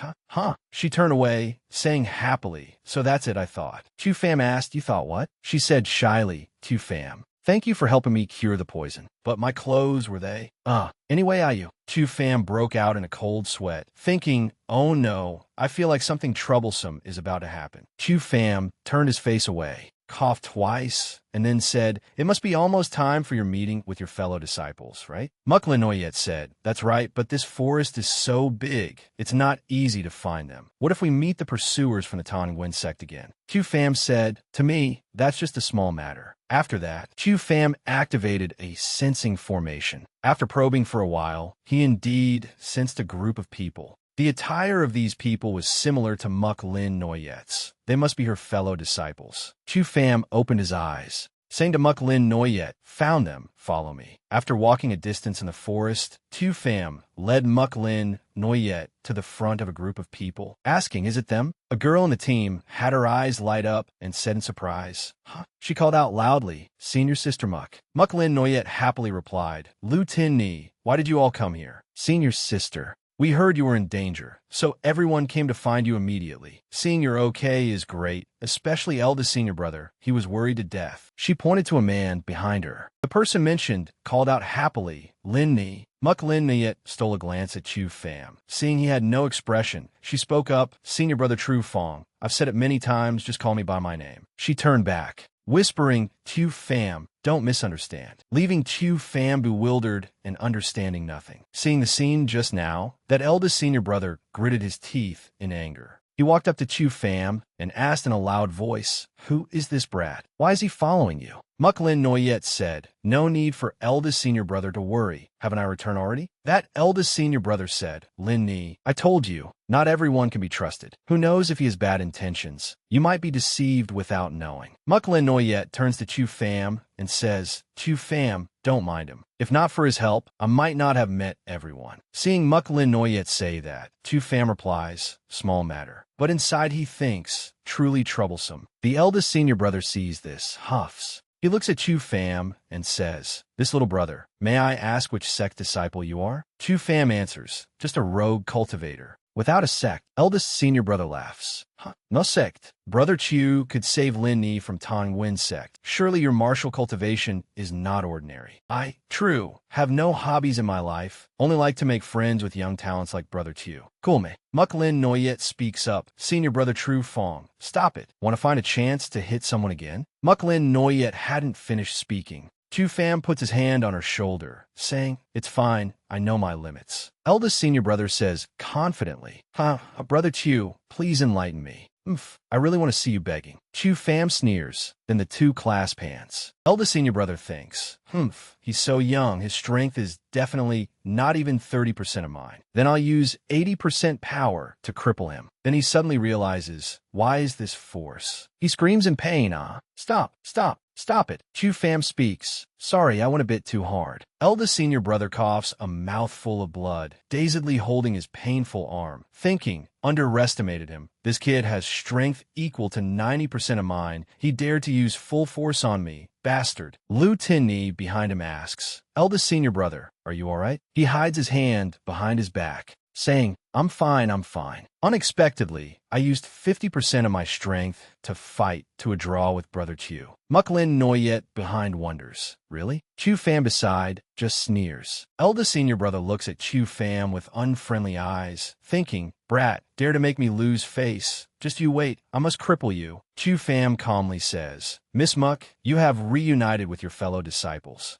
I shall take my leave first. Muklin Noyet confusedly says, Wait, Brother Chu, I know of an ancient tomb from antiquity. Does Brother Chu want to come along? Maybe we can find treasures or spirit herbs you need. Lu Tinni says, Senior sister Muck rarely invites others. She shyly says, Junior sister, don't talk nonsense. But Chu Fam wasn't interested in treasures. However, if he could find spirit herbs to raise his cultivation, he agrees with her. All right, then I respectfully accept. She says, that's great. The guy named True is also very excited. Brother Chu is really not polite at all. But that makes sense. After all, not coming from a big sect, it's surely a big gain. He seems to want to mock Chu Fam. Chu Fam says nothing, but Muklinoyet speaks up first. Senior brother True, stop talking nonsense. I invited him. After that, she and Chu Fam walk forward together under the stunned gaze of the guy named True. He angrily says, adulterous couple. Muklin Noyet, you treat me like this. Then don't blame me for being unpolite. Muklin Noyet leads the group to the place she mentioned. In front of them is an ancient tomb. Chu Fam says, this ancient tomb has signs of being dug. The spirit runes were destroyed earlier. Lu Tinni says, Brother Chu really has good eyes, because this ancient tomb was discovered by several great sects together, to not be left behind by other sects. The elders have already entered first. The disciple named True thinks smugly. He must enter first. Going late, he fears he won't even see the shadow of treasures. He suddenly pauses, thinking something is wrong, glances at Chu Fam, telling himself, this kind of ancient tomb has layers of traps. Must let him go in first to scout the path. Then he invites Chu Fam in first. Brother Chu, please enter first. But Chu Fam had long seen through the other's intent, just smiles, thinking, truly stupid. The group enters the tomb. Inside is pitch black, gloomy, no sign of people. The guy named True asks, hey, where are you going? He clearly sees the main burial chamber is right inside. Who doesn't know treasures are placed in the main burial chamber? Chu Fam, you country bumpkin. Truly losing face. Chu Fam ignores his words and says to Muk Lin Niet, the main burial chamber has likely been ransacked by the great sects. It's useless for us to go. Then he advises everyone, how about choosing another path? If you trust me, follow me. Muk Lin Noyet trusts him, says, Brother Chu, I believe you. This surprises the guy named True greatly. Hey, junior sister, don't let him deceive you. Although dissatisfied, he still wants to see how long Chu Fam can pretend. Finding treasures would be a miracle. Going deeper, the tomb passage gets darker until hitting a dead end. He laughs loudly. I told you, and you didn't believe. Now it's a dead end. Chu Fam smiles smugly. He uses his power to open that door, only seeing the door slowly glow and appear. Muk Lin Noyet and the guy named True see him easily open a new path, both astonished to the point of being stunned. Then, Chu Fam uses intuition to sense a bit, says, I've confirmed there's no danger inside. Hurry in and see what's there. Muk Lin Noyet praises him for being amazing. Seeing him try so hard to please Muk Lin Noyet, True Fong feels very uncomfortable inside, letting him have a moment of triumph in front of everyone. Going deep inside, everyone is surprised to find something glowing. It turns out to be spirit stones. Muk Lin Noyet says there are also cultivation methods handed down from ancient times. Chu Fam stares at a few bottles of medicinal pills, thinking apart from these bottles of pills, the other things are useless. Not long after, a strange voice rings out. The harvest this trip isn't small. Didn't expect those elders to miss this secret chamber. You brats in front, put everything down for your daddy. It turns out to be a group of bandits specializing in stealing treasures. He threatens everyone if they don't want their heads separated from their necks. Leave the treasures. Everyone clamors questioning. Who are you? Q-Fam says nothing, but that guy named True is scared witless by these thieves. He thinks these are notorious bandits, specializing in robbing rogue cultivators. A leader says, I, your fourth master, am named Daoba. Heard of my name yet? The guy named True thinks they're all experts, especially the boss Daoba. I am completely not their opponent. He fears the disparity in strength, difficult to escape. He clenches his fists, trembling all over. He shamelessly kneels before Daoba, saying, Brother Daoba, your great name. This lowly one has heard like thunder by the ear. The thing's here, this lowly one hasn't touched a single item, begging you to spare this lowly one's life. Muklin Noyet and Lu Tin Ni are astonished to speechlessness. Daoba laughs smugly. I hate you sect disciples the most. He forces the guy named True to crawl through his crotch to be spared, although losing all face but to keep his small life. True Fong does so without hesitation. Thank you, boss. Muklin Noyet says in shock. Eldest senior brother, how could you? The bandits burst into laughter, truly a dog. The guy named True mutters in his mouth. A gentleman takes revenge. 10 years is not too late. Lu Tin Ni says, eldest senior brother actually abandoned us to run first? Unexpectedly, Daoba is also a pervert. He looks at the two girls and smiles. There are still a few beautiful beauties here. Then he assesses Muklin Noyet's figure, saying, brothers, we got lucky today. She angrily says, what are you looking at?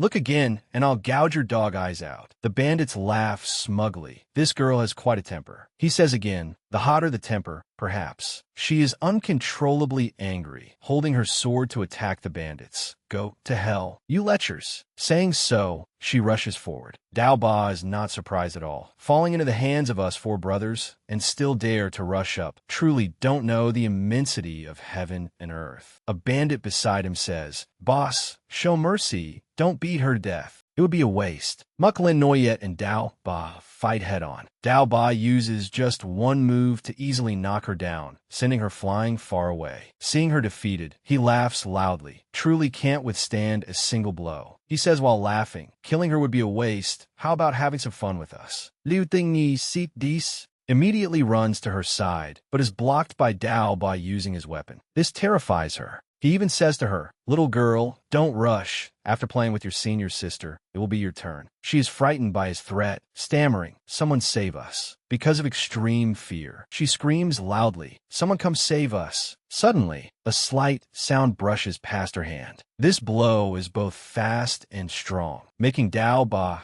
shut his mouth immediately. He falls to the ground. The bandits scream in horror. Big brother. They're horrified by this speed. Why is it so fast? Q-Fam stands there holding a long spear, looking at them with a gaze like looking at dead people. The bandits' accomplices start to be vigilant. Daoba is a bit terrified, suddenly asks, who is it? Why sneak attack me? That person is none other than Q-Fam. He holds the long spear, calmly looking at them. A bandit says, dare not speak? Big brother, go teach him a lesson. Daoba says, kid, what skill is there in sneak attacking? Dare to fight a fair battle with me. Kneel down and beg for mercy now, and I might leave you a whole corpse. Q-Fam hears this, just gives a cold laugh, then attacks directly. He immediately says, don't know what's good for you. Daoba didn't expect the opponent not only didn't kneel, but also struck first. He thinks in surprise, huh? The speed is really fast. The subordinate beside him sees him stunned, calls out, big brother, which brings Daoba back to his senses. He starts to sweat cold sweat, vigilantly telling his accomplices, be careful, this guy isn't easy to deal with. Q-Fam smiles and asks him, where is your momentum? I was just warming up. He starts gritting his teeth thinking, I originally thought that kid earlier was powerful, so I let him run, didn't expect this one is the strongest here. Although vigilant in his heart, Daoba still pretends to be smug. I was careful every step of the way to avoid the elders of the great sects, but ended up bumping into an expert like you. Looks like this battle cannot be avoided. He laughs again, but what do you think I relied on to roam Black Mountain Commandery for so many years? Don't think just because you know some three-legged cat kung fu and pretend to be a pig to eat the tiger, I'll fight you one-on-one. Saying that, he signals all bandits to rush up and besiege Chu Pham. Bratz use that move. He lets his accomplices rush up, then sets up a combined attack formation. Muk Lin Noyet knew this formation was extremely powerful, so she anxiously said, "This is bad. This is a high-level formation that can skyrocket the strength of those within it. Martial artists with combat power 5 levels weaker than the opponent simply cannot resist." Lu Tinni also wondered in astonishment. Isn't a combined attack grand formation very difficult to master? Why do these people know it? Dao Ba charged straight at Chu Pham with his weapon,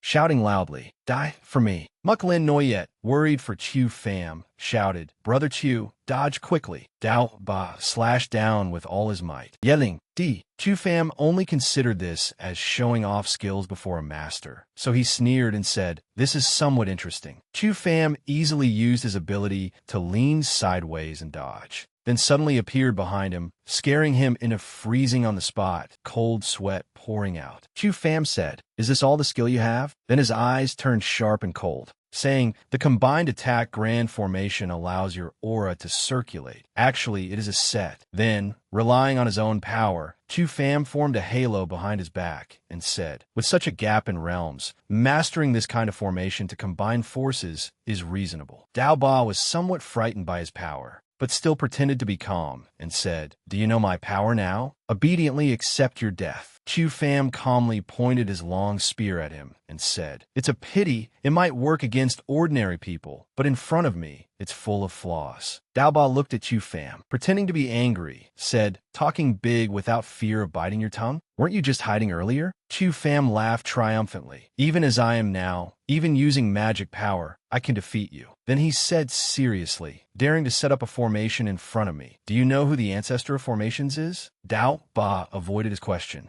saying to his brothers, "Stop talking nonsense with him, attack together, kill him." They rushed up one after another to attack Chu Pham. Chu Pham also rushed towards them at the same time. The two sides clashed, but while Dao Ba's side gave their all, he only gently glided past them, causing them all to freeze on the spot. Chu Pham landed on the ground, glanced at them, and said, "I told you, in front of me, your formation is full of flaws. As long as I see through the flow of your aura, your formation becomes worthless." Dao Ba remained motionless, with an ugly look of fear on his face, saying, "How is it possible?" But everyone saw that there was now a red bloodstain on Dao Ba's neck. Before he could finish his sentence, he and his accomplices died on the spot. Lu Tinni and Muk Lin Noyet stood by the side, looking at Dao Ba's group in astonishment, saying, "They're dead." Muk Lin Noyet anxiously asked, "Brother Chu, are you all right?" He smiled and replied, "Don't worry, I'm fine." She gently wiped her cheek and said, "That's great, Chu Pham. You're all right." Meanwhile, Lu Tinni and the fellow disciple behind her still hadn't recovered from the shock of Chu Pham's strength. Both were dumbfounded on the spot. Seeing her cry, Chu Pham asked softly, "What's wrong? Scared of tears?" Muk Lin Noyet initially said, "I'm not scared. I was just worried about you." But out of embarrassment, she stammered, No, I was not worried about you. I was just..." Her words circled between worrying and not worrying. Even so, she smiled and praised him. "Oh my, but Brother Chu Pham is so amazing. Even with such a strong formation, you figured out how to break it." He stood there looking at her, thinking to himself, "Changing the subject is a bit stiff." Chu Pham replied, "It's nothing, just 4 fools who didn't know life from death." He thought to himself, "Did I reveal too much strength in front of them?" Lu Tinni still held a grudge against those people. She clenched her fists and said, "That's right, those 4 deserve to die." Then she remembered Tru Fong, her face showing some hesitation as she stammered, It's just that eldest senior brother also." Hearing this, Chu Pham said, "Everyone has their own choices, no need to be influenced by others." Then he said, "Let's keep going." Everyone was a bit surprised by his words, silently looking at him, then said, "Let's follow him." As the group walked, they praised him. "Chu Pham, are you very proficient in formations?" "To brag a little, if I claim second place, I'm afraid no one is qualified to be first." Elsewhere, Tru Fong had escaped from the bandits, holding onto the wall and saying, I didn't expect there to be so many traps here. Just a few hours and I've already. Still angry, he punched the wall, gritting his teeth. Damn it. Before, when following that guy named Q, everything went so smoothly. Moreover, it's very hard to escape from this place. But I've already lost all face in front of my junior brothers and sisters. Trufong's face changed faster than flipping a page, saying, however, I'm afraid they're all dead too. Haha. That's good. No one will know about my shameful deeds anymore. But unfortunately, heaven seemed to have destined him to be just a supporting character. As soon as he looked up, he saw Chu Pham and his fellow disciples walking out safe and sound, which astonished him greatly. Muk Lin Niet happily said, following Brother Tu is really safe. Lu Tin Ni beside her also excitedly said, this is the easiest training session since I joined the sect, isn't it? Then the three of them walked closer and saw that eldest senior brother. Lu Tin Ni saw him and called out, eldest senior brother. She spoke exactly what was on her mind. Seeing Chu Pham's group, he shouted in astonishment, Chu Pham, you guys aren't dead? Afraid of losing face. He turned around intending to leave. Seeing this, Lu Tin Ni said loudly, eldest senior brother, do you want to run away again? I'm so disappointed. That Trufong still argued stubbornly. You've all been deceived by Chu Pham. Dealing with such experts, how could you possibly escape? He insisted that Chu Pham was definitely in cahoots with them. Muk Lin Niet and the other disciples looked at him with contempt. The truth was right before their eyes, yet he still wanted to turn black into white. Seeing that no one believed his words, Trufong began to panic. What kind of look is that? Don't you believe what I'm saying? Chu Pham said, finding treasures is more important. Don't waste time on him anymore. Let's go. Trufong was livid with rage, thinking to himself, damn it, is this brat really that powerful? Then he shamelessly followed them, justifying himself. I want to see what tricks he's playing. Muk Lin Niet unhappily said to Chu Pham, he still dares to follow us. This Trufong is truly thick-skinned. He also said to her, the path of cultivation is long. Don't waste your mind on this kind of person. Everyone ignored that Trufong and continued deeper inside. They saw some glowing purple crystals. Chu Pham said, look at the wall. Those are all high-grade spirit stones. Chu Pham felt something was wrong.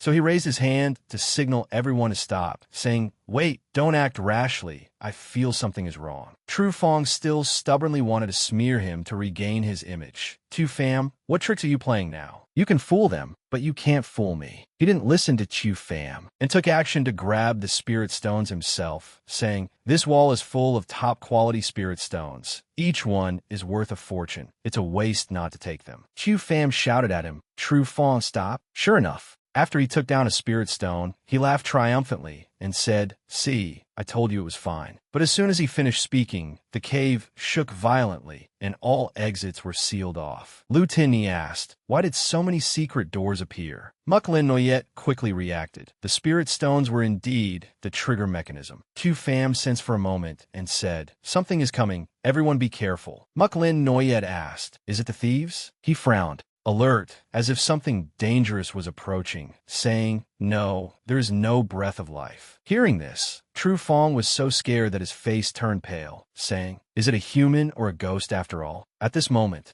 a series of footsteps could be heard, and several strange puppets walked in. Their bodies seemed to be made of wood, yet they could speak. Tomb Raiders kill without mercy. They surrounded Chu Pham's group. A fellow disciple said, damn it, why are there so many monstrosities here? A disciple said in terror, there's no way out. The back is blocked. What should we do? Lu Tin Ni was stunned. Trufong said, damn ancient powerhouse. We won't die here, will we? Muk Lin Niet said annoyed, shut your crow's beak. Facing the scene, Chu Pham calmly said, since there is no retreat, then we just kill them and break out. As soon as he finished speaking, he leaped up and attacked them. He launched his weapon, stabbing straight into the heart of a nearby puppet. The guy didn't fall down. Instead, it used all its strength to resist him. Chu Pham glanced at it and slashed it apart with a sword strike die. The body of that wooden demon also slowly dissolved. Chu Pham said, these biological puppets fear no pain and fear no death. There's only one move to kill them. He thought to himself, that is to attack the formation core of the puppet. As long as the formation is broken, the puppet will naturally stop working. He said to everyone, pay attention to the back of the puppet's necks. Attack there. Muk Lin Niet heard this and asked, huh?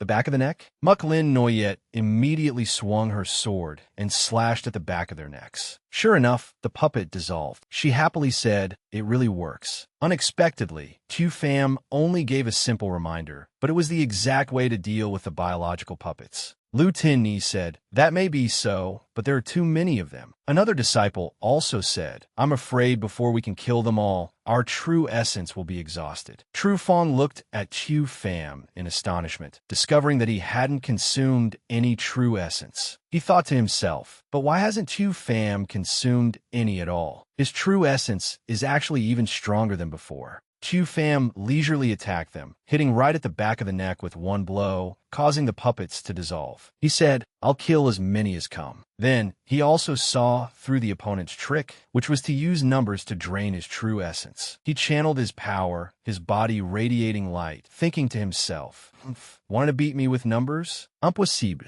My heavenly Dantian can store energy, and the flesh and blood energy will constantly replenish my consumption." He said to everyone, "Don't stop, we're about to wipe them all out." Suddenly, a leader and two minions appeared. As soon as that guy appeared, he attacked him, but he still calmly stood still. He said, "Settle this in one go." Then, using power from his legs, he leaped up, his sharp spear whizzing through the air, and the wooden figures were instantly slashed into hundreds of pieces. Muk Lin Noyet, sweating cold sweat from Qiu Fam's power, said, "So strong," wiped out all the puppets in an instant. Tru Fong was even more stunned by Qiu Fam's power, saying, "So strong at such a young age. I was truly like a clown before." Behind Muk Lin Noyet, footsteps sounded, and two strangers appeared. They seemed to know Muk Lin Noyet, saying, "Miss Muk, are you all right?" She recognized them, turned and asked, "Vong Quang, why are you here?" Qiu Fam glanced over. Recognizing fellow disciples of the Blackwater sect, her fellow disciple said, "We encountered puppets in the outer area earlier, but there were fewer there than here, and their strength wasn't too great." She asked in confusion, "Weren't you with the elders? Where are the elders? Why haven't we seen any seniors of the sect recently?" That fellow disciple's face was a bit pale, his limbs trembling slightly as he told her, "Yes, senior Sister Muk. We were originally following the elders, but after reaching the puppet area, the elders all disappeared." Her expression also darkened,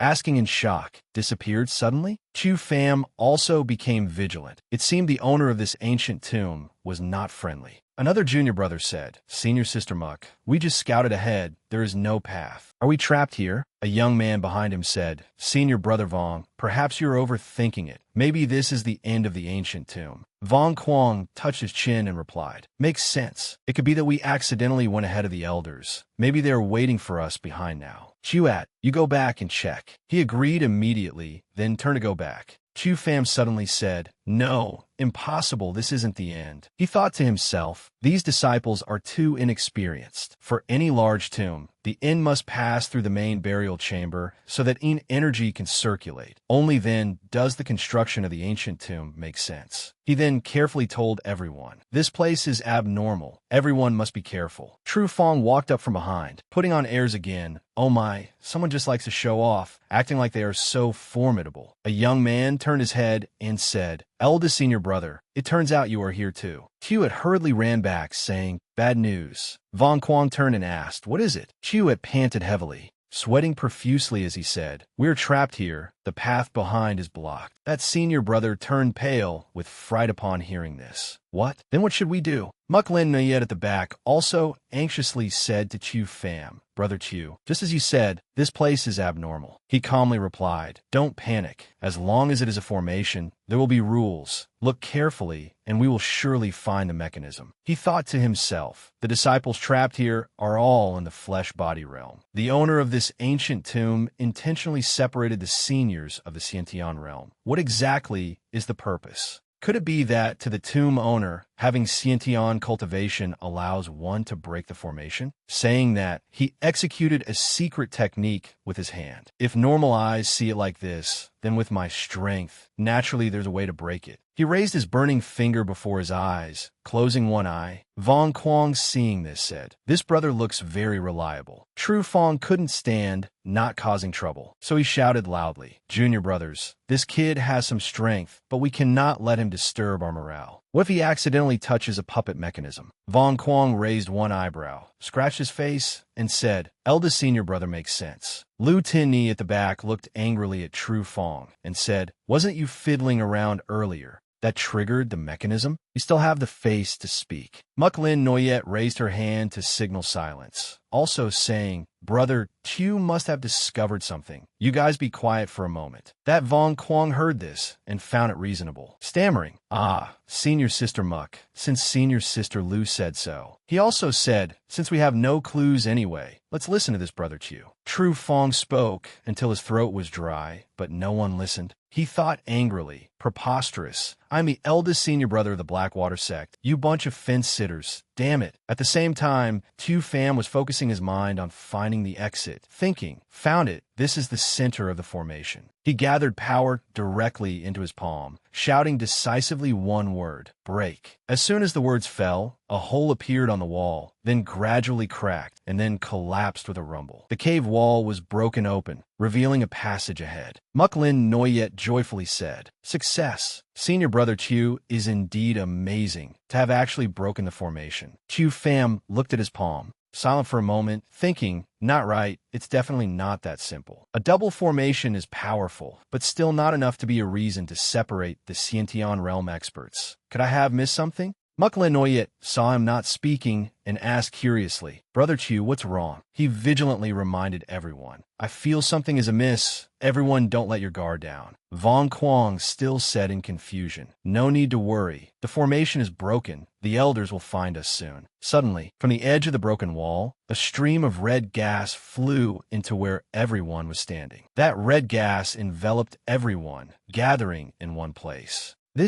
What is this? Muk Lin Noyet carefully covered her nose, saying, is it poisonous? Von Kwang said, damn it, it's getting thicker. Tu Pham replied, this is blood mist. Tru Fong played his old trick of shifting blame again. Roaring, Tu Pham, this is all caused by you, isn't it? I knew you were only good at destroying things. He pointed at Tu Pham, shouting, what do we do now? You must take responsibility. Tu Pham heard this until his ears were calloused. Turning around, he said, just worry about yourself first. This mist is harmless. You just need to regulate your breathing. Everyone did as told, adjusting their own breathing. Even that Tru Fong obediently followed suit. Von Kwang finished adjusting and said, that's right, I don't feel uncomfortable at all. Tu Pham looked at the mist, vaguely feeling something was wrong, saying, but this mist, I'm afraid. Look, before he finished speaking, a sound came over. He turned around in shock. A beam of light shone down from above. Tru Fong asked, what is this? Von Kwang reached out to catch the light, stammering, This is a treasure. There are treasures in the mist. Lu Tinni, hearing this, was also a bit happy, saying, oh, treasures? Tu Pham immediately shouted, don't touch. The starlight has a problem. Von Kwang, loud a surprised Tru Fong at this moment mocked Tu Pham's vigilance, saying, what trick do you want to play now? I see you want to hog the treasure for yourself. To fight with me, you are still too green. He still held the treasure in his hand. Tu Pham was so angry he blurted out, idiot. He raised the treasure, laughing greedily. Let me see what treasure this is. Suddenly, he felt something was wrong. The golden light in his hand actually turned into a monster. He shouted, what is this thing? That monster rushed in front of him, intending to bite him. But the necklace he wore emitted light, jumping out from his collar, using some kind of power to cause that monster to vanish into smoke. He was so scared he sat down on the ground, muttering, too dangerous, too dangerous. He looked at the necklace, which had broken a piece, saying, the treasure the sect elder told me to give to Muk Lin Noyet, wasted just like that. How do I explain this? He angrily shifted all responsibility to Tu Pham. Tu Pham, you did this on purpose, right? Did you want to make me lose face? Tu Pham did not answer, cursing silently, useless in his heart, too lazy to pay attention to him. His eyes sharp, he said, however, although the mist is harmless, it will still affect the mind. If there are no measures, I'm afraid. At this moment, the two disciples who came along were affected by the treasure, their minds confused, greedily saying, treasure, treasure come out, completely ignoring Tu Pham's words. The monster rushed up and bit the neck of one of them. Tu Pham saw this scene, terrified to the extreme. The bitten person shouted, help! Fresh blood splattered. Suddenly, The two people from just now evaporated without a trace. The remaining people seemed mesmerized, walking towards the light one by one, reaching out to touch it. Another person reached out to touch the light. Chu Pham saw this scene, his whole body stunned. Chu Pham shouted loudly, "Everyone listen to the order. Drop the treasure in your hands. Wake up for me." The two girls started to wake up. Muklin Noyet said, "Too dangerous. Almost got charmed." Lu Tini also said in shock, "Luckily there was Brother Chu."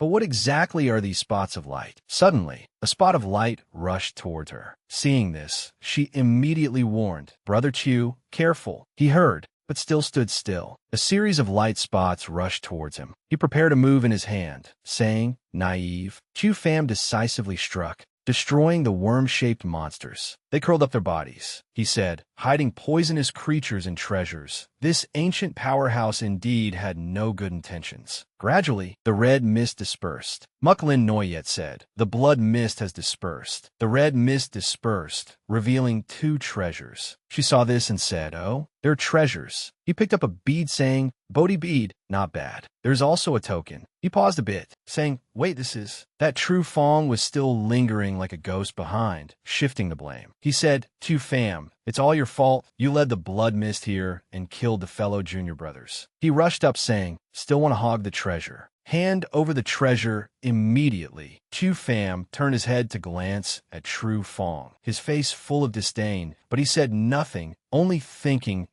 this hypocritical guy still thinks about treasures? He waved his hand, saying, "You insatiably greedy thing." Lu Tin-ni said, "Thanks to Brother Chu, we are alive until now. Yet True Fong repays kindness with enmity." Muklin Noyet also looked at him with disdain, saying, "Truly losing face for the Blackwater sect." The two turned to leave, saying, "Let's go, don't pay attention to him." Hearing these words, he was so angry his hands clenched tight, trembling incessantly. He stared at Chu Pham's back, muttering curses. "Damn it, it's all your fault. Nothing has gone smoothly since you appeared. I'm not your opponent now, but Chu Pham, you just wait. As long as I find a chance, I will definitely repay the humiliation I suffered tenfold." Chu Pham probably also saw through his nature, thinking, "This guy's insatiably greedy. He has already succumbed to chi deviation. I must help him wake up." Chu Pham suddenly sensed something. Suddenly, everyone heard a sound. Lu Tin-ni said, "This sound. What is happening?" Muklin Noyet said, "Could it be puppets again?" Hearing this, True Fong panicked and said, "Again? Can't we get a break?" But Chu Pham had a different thought. "No, this movement is completely different from the puppets earlier." He began to close his eyes, carefully sensing. The vibration came from below. This is the Four Directions divine realm. Divine dragon? No, it turns out to be just an evil dragon bloodline. Although sealed for tens of thousands of years, this evil dragon still possesses the combat power of the Origin Dan realm. If I can tame it, it would be a great help in the mortal realm. Moreover, with my bloodline cultivation technique, I can help it advance. But with my current martial cultivation, it is very difficult to resist it. I'll wait until my strength is sufficient in the future. Muklin Noyet looked up and said, "The movement has stopped. Fortunately, it ceased." Then she looked at Chu Pham and asked, "Did you discover anything?" He thought to himself, "If I speak about the primordial evil dragon, I'm afraid no one will believe it." Thinking so, he replied, "Nothing." Her junior sister saw something and exclaimed in surprise, "Look quickly. The wall ahead has changed. The path ahead is open." True Fong was overjoyed hearing this and shouted loudly, "Let's go quickly. I don't want to stay in this damned place anymore." Muklin Noyet also happily said, "I hope there is an exit ahead." He thought to himself, sure enough, after the second modification, this ancient tomb was used to seal and suppress that evil dragon. It was just that later, a cultivator unaware of the situation discovered it and modified it into a grand tomb. Therefore, many dangerous formations here were not left by the tomb owner, but were inherent to the seal. Muklin Noyet walked ahead and saw he hadn't moved, so she urged, "Chu Pham, hurry up." He replied, "I know." At this time, in another place within the grand tomb, there were 3 people inside. They were Great Elder Lu Tan, Elder Tien, and Deacon Chu of the Blackwater sect. Elder Lu angrily said, "Damn it, there's a problem with this ancient tomb." Elder Tien said, "Isn't this the tomb of a peak Origin Dan realm powerhouse?" Why does it have such great power to trap us here, unable to move? Deacon Chu said, Fortunately, the seal has been lifted. Luton was suddenly startled and said, Oh no, I don't know how the disciples in the sect are doing. Could it be? Look, there seems to be movement outside. Some hair and clothes are poking out at the edge of the door. Turning to look, it was Tru Fong sneaking outside the door. He saw the three people and happily said, Elder Lu. Muklin Noyet also happily called out, Elder Tien, Deacon Chu. The three were also extremely overjoyed and said, It's good that you are safe. Quickly tell us what happened. Muklin Noyet and the other two ran over to explain the situation to the three elders. As for Chu Pham, he just stood watching them from afar, saying nothing. He thought to himself, these three are all Khanate realm powerhouses, especially him, exuding the aura of the late Khanate realm. Luton suddenly turned to Chu Pham and asked, Who is this? He respectfully introduced himself, Chu Pham. Greetings to Elder Lu. Luton saw the ring on his hand and exclaimed in surprise, That is the storage ring of the Blackwater sect. Tru Fong said, Elder Lu, this is Chu Pham. I mentioned him to you earlier. He and our Blackwater sect are very fated. Brother Chu not only helped us escape the formation, he spoke while looking at Chu Pham, then continued, but also received quite a few secret treasures. The harvest was extremely rich. Luton was a bit surprised when hearing about secret treasures, then smiled a smile even more sinister than Tru Fong, saying, This Brother Chu indeed has a fate with my Blackwater sect. It's just that, shouldn't the treasures be returned to my sect? Hearing this, everyone was stunned. Tru Fong said, Sex items? Luton continued, The black iron ring on your hand. This old man finds very pleasing to the eye. Surely it is the relic of one of the 8 helm masters of my sect from years ago. El Master Oduong. Tru Fong stared bewilderedly at the ring on Chu Pham's hand, thinking, What? He dares? Immediately after, he thought viciously. However, sect treasures falling into the hands of an outsider, these old men certainly won't let it slide. Chu Pham, no matter how skilled you are, you wouldn't dare to act rashly in front of a Khanate powerhouse. Chu Pham looked at the ring, then resolutely said, Return the ring? He thought to himself, Am I stupid? Not to mention I discovered this ring. Helmmaster Oduong has been dead for how many years? Moreover, there are now pills and spirit weapons I obtained in the ancient tomb inside the ring. Hand them over to them? Keep dreaming. He curled his lips, raised his eyebrows, and said, What if I say no? Hearing Chu Pham's answer, Luton was stunned. Chu Pham also stood still waiting for his move. Suddenly, 2 figures flashed. Elder Tien and Deacon Chu had circled behind him. Deacon Chu said, What did you say? Elder Tien said in a deep voice, Kid, don't be ungrateful. Chu Pham stood between the 2 old men, threatening him, remaining silent. Muklin Noyet saw the tense situation and hurriedly said, Elder, Chu Pham once saved this disciple's life. Tru Fong added fuel to the fire from the side. Elder Lu, Chu Pham is very cunning. He approached Junior Sister Muk to seize our Blackwater sect's cultivation techniques. Don't let him deceive you, she said unhappily. Chu Pham has absolutely no interest in cultivation techniques. Moreover, he has already returned them to me. Tru Fong slandered again. Chu Pham colluded with bandits, tricking us into almost losing our lives. And you still speak up for him? Lu Tin couldn't listen to these words anymore, clenched her fists, and angrily said, The one who abandoned us to run away first was you. The one who killed the bandits to save us was Chu Pham. He couldn't out-talk the 2 girls,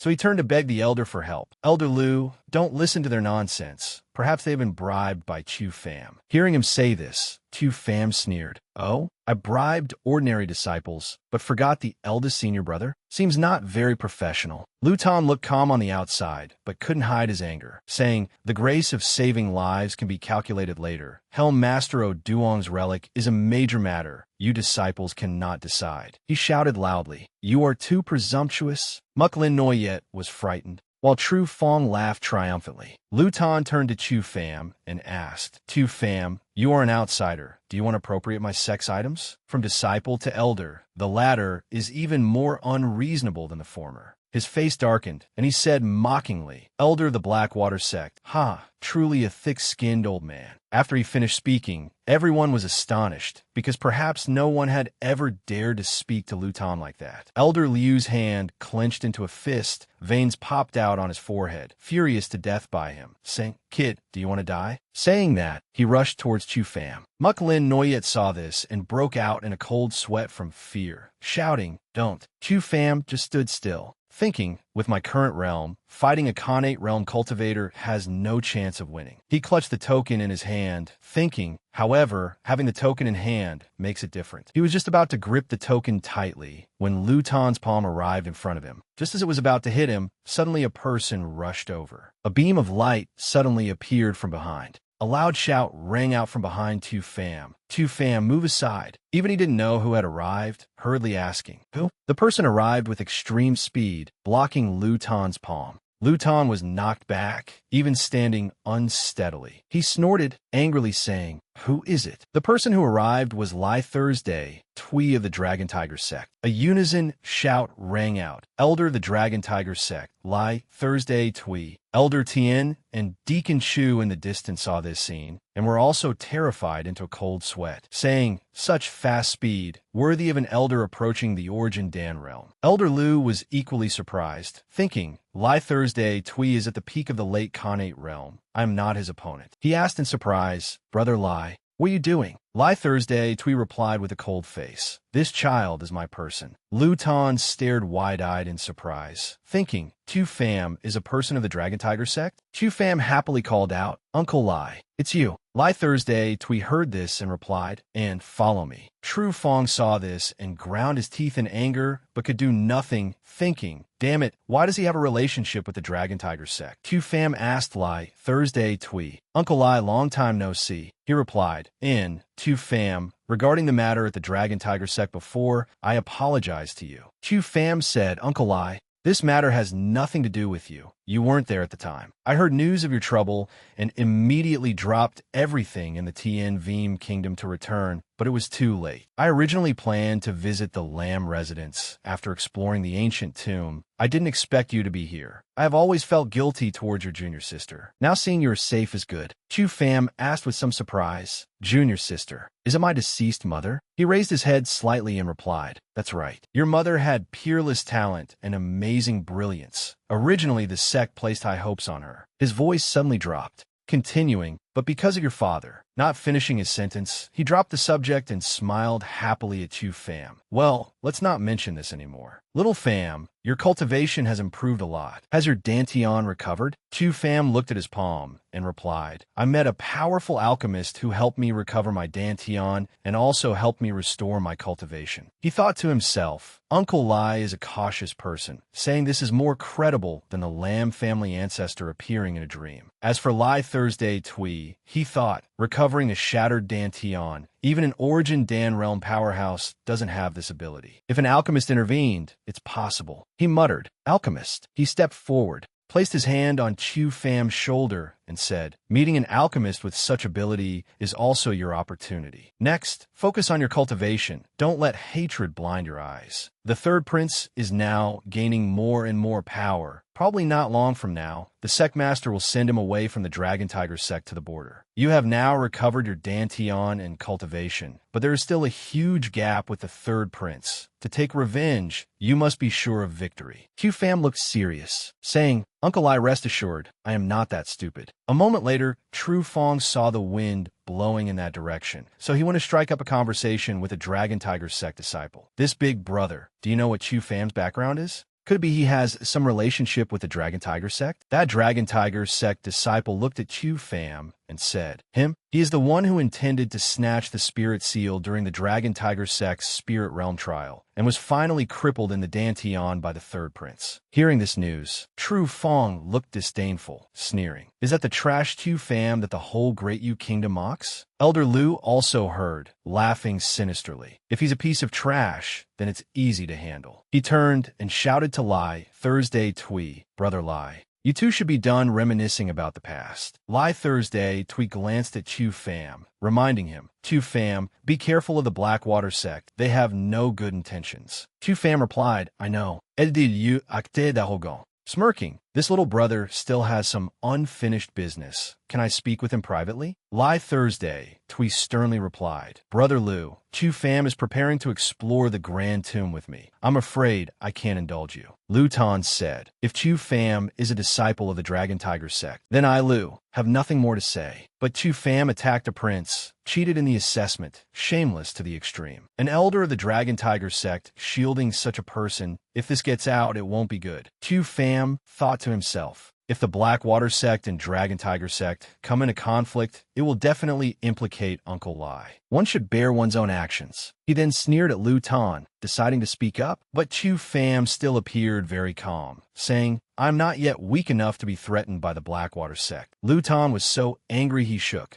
shouting arrogant words. Hearing him speak like that, Chu Pham pointed straight at him, saying, I am not speaking arrogantly. If you have the skill, try it. The guy named True heard this, laughing scornfully. I thought some big shot was bragging. Turns out the trash who attacked the third prince is you. Chu Pham. Muklin Noyet was so angry, she stopped calling him senior brother and used his full name. True Fong, what nonsense are you saying? The guy named True shamelessly smiled and said, Noyeter, I said long ago, this brat definitely has a scheme. Now do you know who he is? He even dared to offend the third prince, let alone people like us. I see you've been played by him too. Muklin Noyet retorted, Shut up. Chu Pham is not that kind of person. I know very well. No need for you to speak, right? I believe him too. Seeing the two defending Chu Pham with all their hearts, he said, That is Chu Pham who offended the third prince. He gritted his teeth in anger, thinking, and they still speak up for him. Ungrateful women. Just you wait. Suddenly, Elder Liu of the Blackwater sect spoke up. Enough. All of you shut up. No more words. Then he glared at Chu Pham, saying angrily, daring to speak rudely to a Khanate stage expert and inciting my inner sect disciples. Are you prepared to bear the consequences? The Dragon Tiger sect elder, standing next to Chu Pham, threatened. Elder Liu, do you consider me non-existent? Next, the two elders of the Blackwater sect and Dragon Tiger sect both emitted killing intent, threatening each other. Suddenly, a noise rang out, causing those in the ancient tomb to panic slightly. Everyone asked in confusion, What is it? What's happening? True Fong asked foolishly, Are the two elders emitting electric waves? Elder Tan beside him saw his disciple speaking too nonsensically and said, Idiot, impossible. This vibration has surpassed even the peak Khanate stage. He suddenly realized something, saying, Wait, look at what that is. Suddenly, a pillar of green light appeared before everyone's eyes. Muklin Noyet and Lu Tin-Ni said happily, Could this be the exit? We found the exit. Chu Pham did not think so. Speaking up, No, this is not the exit. This is the entrance to the Little Sumeru world. The great elder of the Blackwater sect thought he was crazy, mocking him in disbelief. Little Sumeru world? You're used to spouting nonsense, aren't you? How long have you cultivated to dare challenge a Khanate stage expert? If this is the entrance to the Little Sumeru world, I will immediately. Before he could finish, a finger poked his shoulder, saying, Elder Liu, it seems it really is the entrance to the Little Sumeru world. I once saw records in an ancient tome. He was stunned with astonishment, thinking, what? He guessed right. He said to himself, could he really not be simple? Chu Pham spoke up, Elle dit lieu. Speak clearly. If it is the entrance to the Little Sumeru world, then what? Elder Liu of the Blackwater sect was sweating profusely, stammering, You sharp-tongued brat. This old man won't stoop to your level. He thought, Damn lie Thursday Twee, shielding him again. What is going on? Is it necessary to offend the third prince to protect a piece of trash? Then, the Blackwater sect great elder spoke up. Blackwater sect, listen to my order. We will enter the Little Sumeru world to explore. We cannot miss this opportunity. Saying that, he led the Blackwater sect disciples into the Little Sumeru world. Muklin Noyet was a bit conflicted, calling softly, Elder Liu. Lu Tan gritted his teeth looking at her and said, Depart, let's go. Then, Muklin Noyet turned to look at Chu Pham, intending to say something but stopped out of apprehension. Seeing her action, Chu Pham smiled slightly and spoke, Junior Sister Muck, if we are fated, we will surely meet again. Muklin Noyet lowered her head dejectedly. Hesitating, said with a bit of sadness, then, Big Brother Chu, I'm going first. Then she decisively turned around, chasing after the Blackwater sect group. Chu Pham stood behind, watching her figure recede into the distance. Lai Thursday Tui, elder of the Dragon Tiger sect, spoke up. This old Lu Tan is truly worthless. He doesn't dare confront me, so he takes his anger out on his disciples. Then he turned to Chu Pham and said, Chu Pham, do you want to enter with our Dragon Tiger sect to find treasures? Chu Pham smiled and replied, Thank you, Uncle Lai. However, it seems, he looked at the Dragon Tiger sect disciples behind, continuing, they don't seem to welcome me very much. Seeing this, Lai Thursday Tui didn't say anything more. Chu Pham spoke, Uncle Lai doesn't need to be in a difficult position. You've already helped me a lot. Moreover, when entering the little Sumru world, everyone's appearance location is random. Even if we enter together, we might not appear in the same place. Hearing this, Elder Lai smiled reassuringly. You could actually tell this is the entrance to the little Sumru world. It seems you've had a fortuitous encounter. That is good. I'm also relieved. The Dragon Tiger sect disciple spoke up. Elder Lai, are we going in? Elder Lai said, the little Sumru world is full of treasures and opportunities.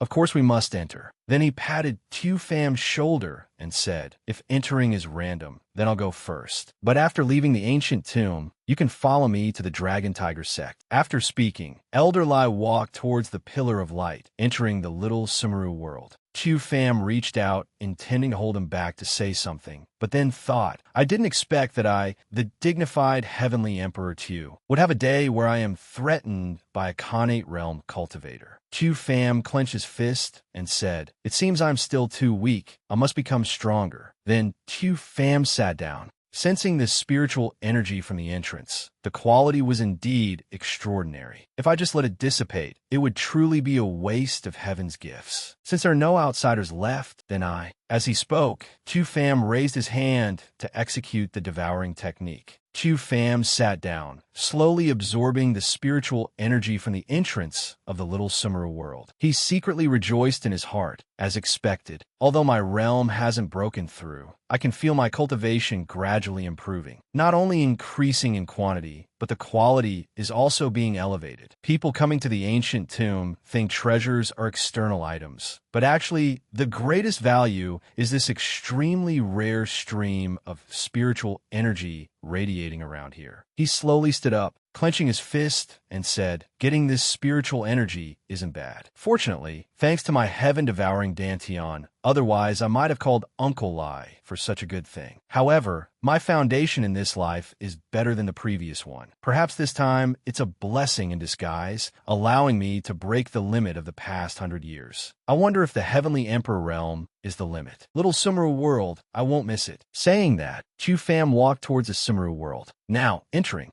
I wonder what heavenly treasures will be inside. Somewhere in the little Sumru world, a group of Dragon Tiger sect disciples were searching for something. In the group of disciples, there was also an elder of the Dragon Tiger sect, Elder No. A disciple spoke up to ask, Elder No, we've been in the little Sumru world for a while now, right? But we haven't harvested anything. Is this the legendary cultivation holy land, where opportunities are everywhere? Another disciple also chimed in, that's right. Is this the little Sumru world? Is there any mistake? Elder No replied, calm down, all of you. A cultivation holy land is only relative. The path of cultivation depends on each person's destiny. But there are some places where opportunities will indeed be greater. We just entered, and you already want to obtain opportunities? If the path of cultivation were that easy, everyone would have become a Khanate stage expert. Hearing Elder No say that, the disciple scratched his head and replied, that's true.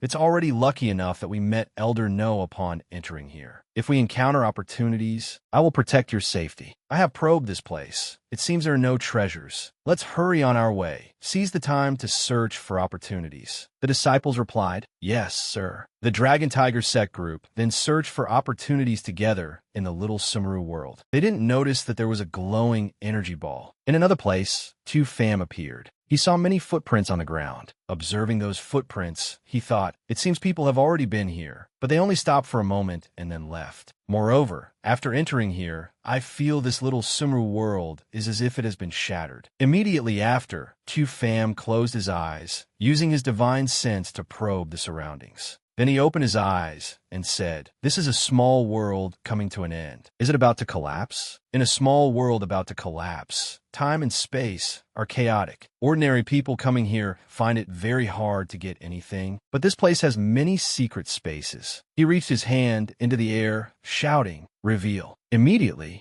a crack appeared in the space in front of him. He smiled smugly. The small world is collapsing. Space is shrinking. So a medicine garden exists here. Looking at the medicine garden appearing, he said with a hint of sadness, "Half of it is already desolate." After stepping in, Tu Pham suddenly saw something, extremely surprised. Tu Pham spoke happily, "Oh, spirit void grass. Very good." Tu Pham suddenly saw something strange and immediately leaped to dodge. An object rushed straight towards him. He thought to himself, there is something behind. That object suddenly flashed, then disappeared. Tu Pham only then realized, this is a spatial rift. Another rift glowed, as if about to explode. Tu Pham quickly jumped aside, saying, "Danger. Dodge quickly." Fortunately, my spiritual sense is sharp enough to detect the spatial rift. Although not as terrifying as in the Four Directions divine realm, for martial artists of the flesh body and connate realms, it means only death. Because the small world is collapsing, spatial rifts are appearing. Then Tu Pham quickly ran elsewhere, thinking, I must fight fast and win fast, gather all the spirit herbs, and leave this place. Just as he was rushing forward, someone blocked his path, forcing him to stop. It turned out to be Deacon Chu of the Blackwater sect. Seeing Tu Pham, his face darkened, and he said angrily, "It's you, Brad. I didn't expect such a coincidence to meet you here." Tu Pham thought, someone from the Blackwater sect. Did he follow me in when I opened the entrance earlier? Then Tu Pham spoke. Indeed, very coincidental. But you and I are not on the same path. How about we part ways here? Deacon Chu's face turned purple with rage, and he said loudly, I advise you to obediently hand over your storage ring. Deacon Chu rushed forward, his eyes full of murderous intent, launching a palm strike at Tu Pham. Naturally, it's all your possessions. Daring to be disrespectful to a connate powerhouse. This is your punishment. Wee tao li tu tui. Let's see where you run. Tu Pham nervously watched Deacon Chu rushing to attack. He timed the moment the palm wind arrived and jumped aside. He broke out in a cold sweat, thinking, his moves carry connate true chi. The heavy pressure makes my bones feel like they're about to shatter. Tu Pham remained defensive, carefully observing Deacon Chu, constantly calculating in his mind. Luckily, the cultivation method he practices is slightly inferior, far worse than my connate emperor scripture and starry sky breathing technique. Tu Pham puffed out his chest, pointing at him. Want to kill me? It won't be that easy. Next, Tu Pham drew his long spear and assumed an attacking stance. You ask where I'm running to? In another place, it might be hard to say, but here, it's uncertain who will die at whose hands. Having said that, Tu Pham held his spear and charged at Deacon Chu. Deacon Chu stood still, wrapping his whole body in spiritual energy, thinking, a mere flesh-body realm dares to fight a connate realm. Truly laughable. Tu Pham's long spear thrust forward but couldn't pierce Deacon Chu's protective true chi. Instead, it bounced off. He thought, as expected, he relies on protective true chi to block my attacks. It seems that even though I've cultivated the fire-devouring secret technique, it's still hard to deal with connate true essence. Deacon Chu said angrily, it's my turn to strike. Taste my eagle claw technique. Tu Pham condensed his true chi, using the long spear to block Deacon Chu's palm technique. Deacon Chu was both shocked and angry. I didn't expect that with just flesh-body realm cultivation, you could block an attack from me, a mid-connate stage cultivator. If you are given a chance to grow, you will surely become a great disaster. It seems I cannot keep you alive. Tu Pham sneered contemptuously, saying, you think you alone can kill me? Catch up to me first, then talk. He thought, besides connate true essence, his secret stash also has extraordinary power. Tu Pham turned and ran in another direction, thinking, my strength at the ninth heaven of flesh body is still not enough to confront him head on. But to deal with him, I don't necessarily need to use brute force. Deacon Chu was horrified. This brat could actually dodge my eagle claw technique. His speed is so fast. Truly unexpected. Deacon Chu looked at Tu Pham and said with a smug smile, want to escape from my hands? It's not that easy. Chu Fam looked at him and said, "Escape from your hands? Not necessary." Hearing this, Deacon Chu let out a surprised "oh," but suddenly, one of Deacon Chu's arms was severed. He screamed in pain. Deacon Chu clutched his severed arm and jumped aside, howling, "No, spatial rift." Deacon Chu said in pain and horror, "Impossible. You can sense the spatial rifts? No one in this world can do that." Chu Fam replied confidently, "No one in this world can, but I can." Deacon Chu howled in pain, "Impossible. Impossible. Little thief, I must chop you into 100 pieces." Sparks of lightning flashed on Chu Fam's body, and he said sternly, "I originally didn't want to treat a cultivator this way, but you didn't know your place and wanted to seize my treasures. Since that's the case, I can't let your Khanate true chi go to waste." After speaking, Chu Fam took action. Heaven-devouring Dantian, devour for me. Somewhere in the little Sumeru world, two elders of the Blackwater sect used a method to find each other. One of them spoke up, "I didn't expect that after entering the little Sumeru world, everyone's starting point would be different. Fortunately, we brought the sect's supreme treasure, the true essence stone, to locate each other. The elders have reunited. In this expedition, our Blackwater sect will surely hold the absolute advantage." However, suddenly, one of the three floating green jades in the hands of the Blackwater sect elder shattered. Seeing this, the two Blackwater sect elders turned pale with fright. What happened? Deacon Chu is in danger? Was he killed by the restrictions of the Sumeru world? Or did he die at the hands of an elder from another sect? No matter what, we must investigate thoroughly. The other person agreed. All right, the scene shifts to Chu Fam's side. After devouring Deacon Chu, he was digesting the stream of spiritual energy and consolidating his realm. His current foundation is already the peak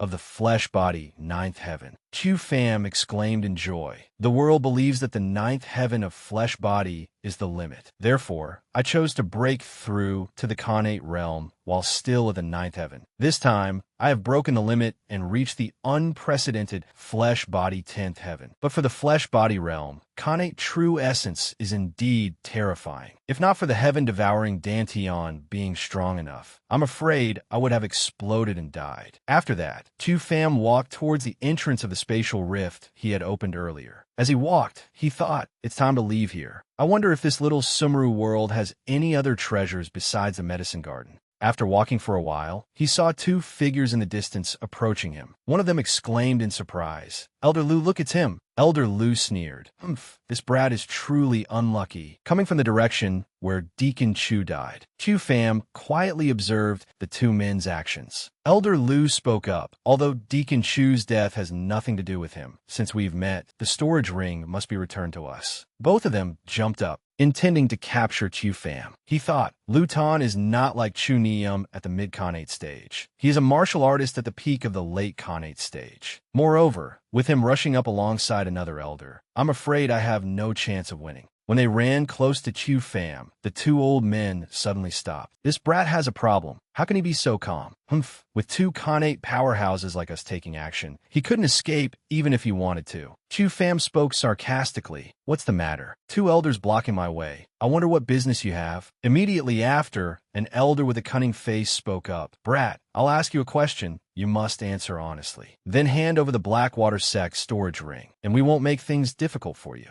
But if you dare to lie, don't blame us for being impolite." Chu Fam thought, "I just killed your Blackwater sect elder, and the storage ring even contains the spoils of war. Honest? Hand over the storage ring? Keep dreaming." The storage ring was still on Chu Fam's hand. One elder thought, "The storage ring is still there. It seems he hasn't met Deacon Chu, otherwise he would have been robbed long ago." He spoke up, "Brat, let me ask you, on the way here, did you meet anyone from the Dragon Tiger sect? Even if not the Dragon Tiger sect, elders from other sects are fine too. Just tell us the truth about anyone you saw." Chu Fam observed his expression and thought to himself, "These two are obviously very anxious, and their eyes carry anger and murderous intent. It seems they already know the news of Deacon Chu's death." He suddenly realized, that's not right. If I hadn't killed Deacon Chu, the three Blackwater sect elders would have gathered together by now. What a coincidence. Could it be they have some unique magic treasure for positioning? Chu Fam crossed his arms and sneered. "I didn't see anyone from the Dragon Tiger sect, but I did meet a few strange powerhouses." Hearing this,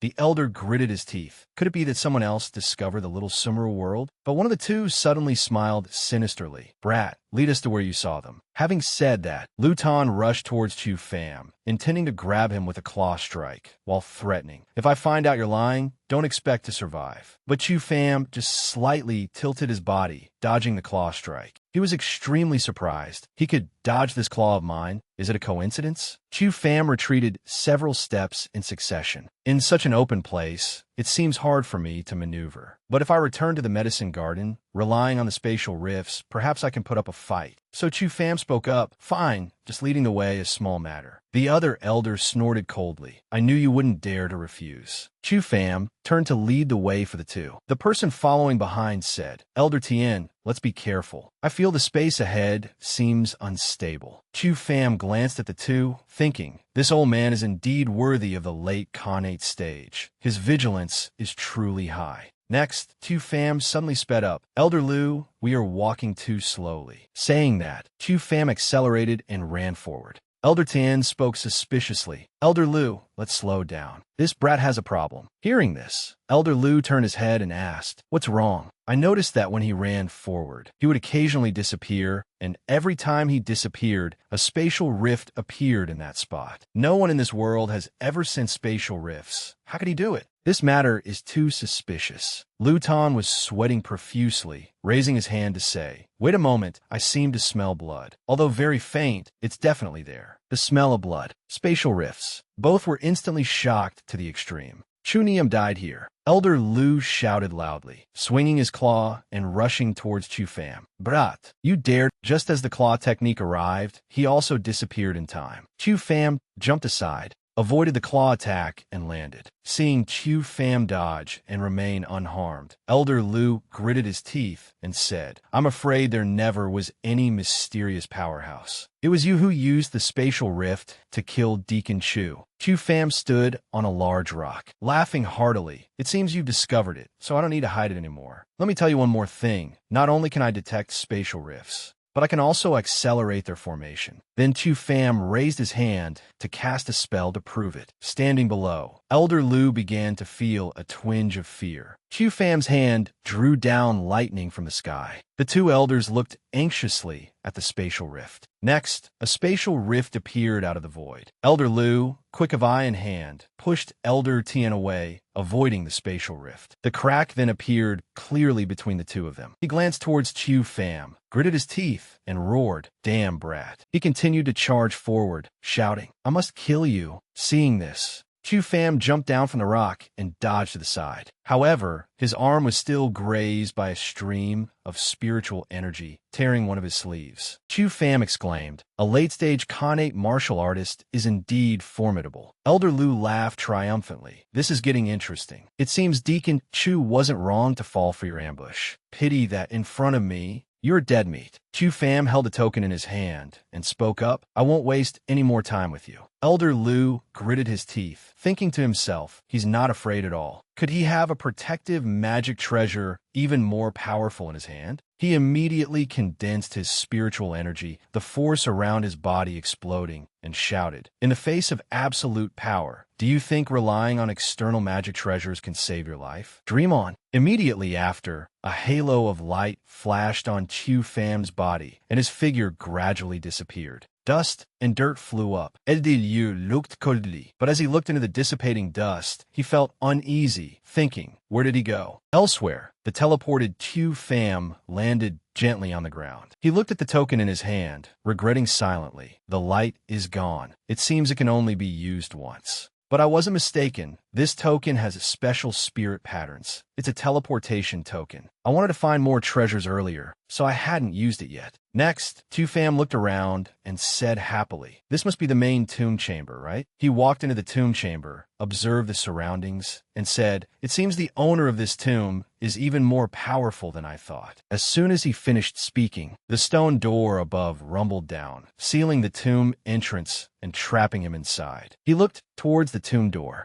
At this moment, the coffin in front suddenly emitted a stream of black smoke, and a voice rang out. The trial taker from outside, you have finally arrived. Gradually, that black smoke transformed into a human shape, with red, glowing eyes hovering in midair, looking at Chu Pham and saying, "To be chosen by me is your honor." Chu Pham asked with a serious face. "Chosen? That's right. Countless people have come here, but they were not qualified to enter this place." Chu Pham reached out his hand, sneering. "So you mean I'm qualified?" The master instructed back then that his heir must be a genius. "The formation has tested so many people. You are the luckiest one." Next, he ordered Chu Pham, "Junior, come here quickly and kneel down to receive my master's inheritance." Hearing him ramble on endlessly, Chu Pham just bowed his head slightly, remaining silent. He continued, "Master was a peerless powerhouse who opened the Fate Palace, a supreme existence. Countless people wanted to take my master as their teacher." He spoke a long string of words, but only received a snort from Chu Pham in return. Seeing that Chu Pham not only didn't kneel, but also crossed his arms and stared at him, he asked in confusion, "Why don't you bow?" Chu Pham looked at him with eyes full of killing intent and replied, "Too much nonsense." He got a bit angry and said, "You dare to be disrespectful to the master." Chu Pham calmly said, "I'm afraid this isn't any inheritance, is it?" He gritted his voice again, setting up rune formations that flicker in and out. "Underneath this tomb seals an evil dragon, right? This is the Great Rebirth formation." Hearing this, cold sweat broke out on him, his mouth gaping in shock. "Who are you? How do you know the Great Rebirth formation?" Chu Pham looked at him with eyes that saw through everything and answered, "Blood sacrifice of 100,000 living beings, using the evil dragon to resurrect the dead. Do you think you can fool me?" He pointed at the coffin,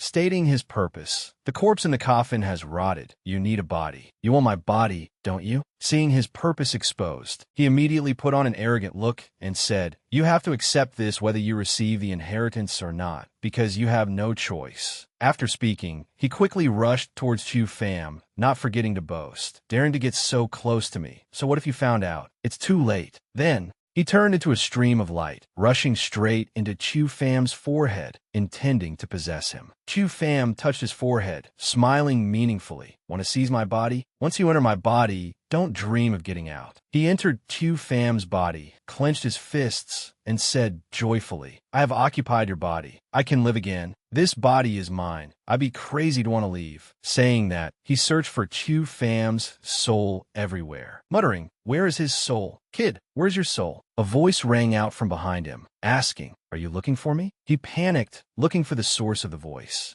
And when he discovered it was Chu Pham, he couldn't help but be stunned, thinking, "This is..." Chu Pham smiled and said, "Didn't you want to possess me? Why aren't you saying anything anymore?" He squinted one eye, unable to believe his eyes, and said, "No, impossible. How can there be such terrifying soul power in this world?" He stammered, You are not yet 20 years old, your soul realm. Why is it so strong?" He seemed to realize something, thinking, "Could it be you?" His tiny figure pointed at the giant Chu Pham and said, "I know. You are not the owner of this body either. You are just like me, coming from the Four Directions divine realm. You have possessed this boy." Chu Pham brought his hand in front of him and said coldly, "No, I am not like you. You want to possess, but I do not." After speaking, he used soul power to form several ropes to bind that guy tightly. He grunted, then said, "Consider it my loss this time. If you want to kill or slash, just do it." Chu Pham used his finger to twist the rope binding him, looked at him for a while, and said, "Your soul realm was not weak in the Four Directions divine realm. Killing you just like this would be a waste." Hearing this, cold sweat poured out of him, his mouth gaping open, unable to close, asking, "What do you want to do?" Chu Pham looked at him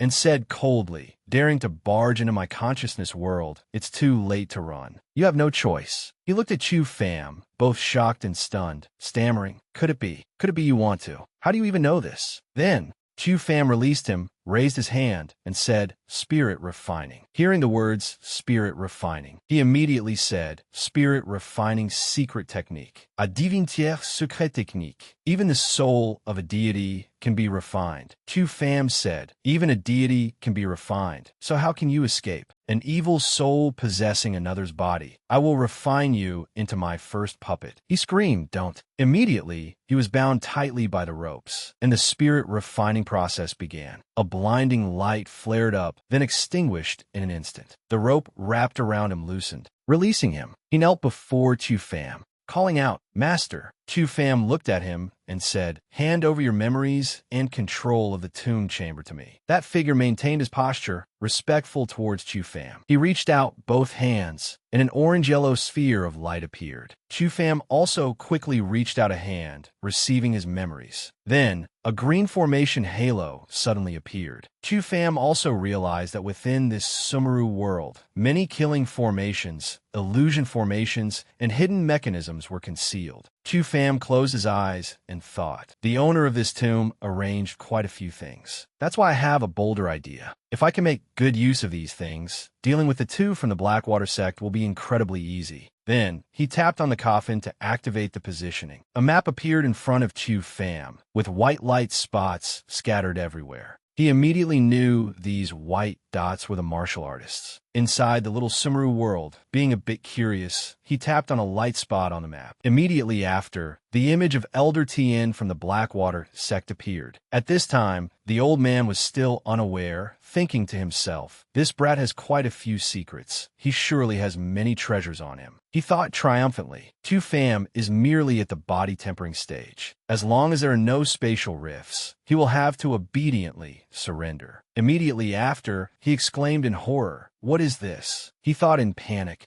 "Could I have triggered some formation?" In front of him was a deep crimson color, along with countless arrows pointing at him. Next was the scene of those arrows piercing through his body. He fell down right there. A cold chill ran down his spine, scaring him into a cold sweat, screaming frantically. After a moment of panic, he stammered, "I'm fine." Regaining his composure, he discovered it was just an illusion. Suddenly, footsteps sounded behind him, startling him into turning his head and asking, "Who's there?" At this moment, Chu Fam walked over, looked at him, and gave a cold snort. Seeing the arrival, he breathed a sigh of relief and said, "So it's you, brat. It seems the illusion just now was your doing." Chu Fam looked at him, his expression unchanging, and said, "If I were you, I would have run away long ago." But the old man didn't think so, pointing at his face and shouting, "Stop playing God and devil. With just your flesh-body realm cultivation, you want to scare me?" The corner of Chu Fam's mouth curled up into a sinister smile, saying to him, "I was only afraid you would run away. You are indeed such a fool." While Chu Fam was speaking, a stream of red aura rushed towards the old man. But because he thought it was also just an illusion, he didn't defend against it at all. Only when that aura entered his mouth did he realize something was wrong. He turned pale with fright, screaming in horror, This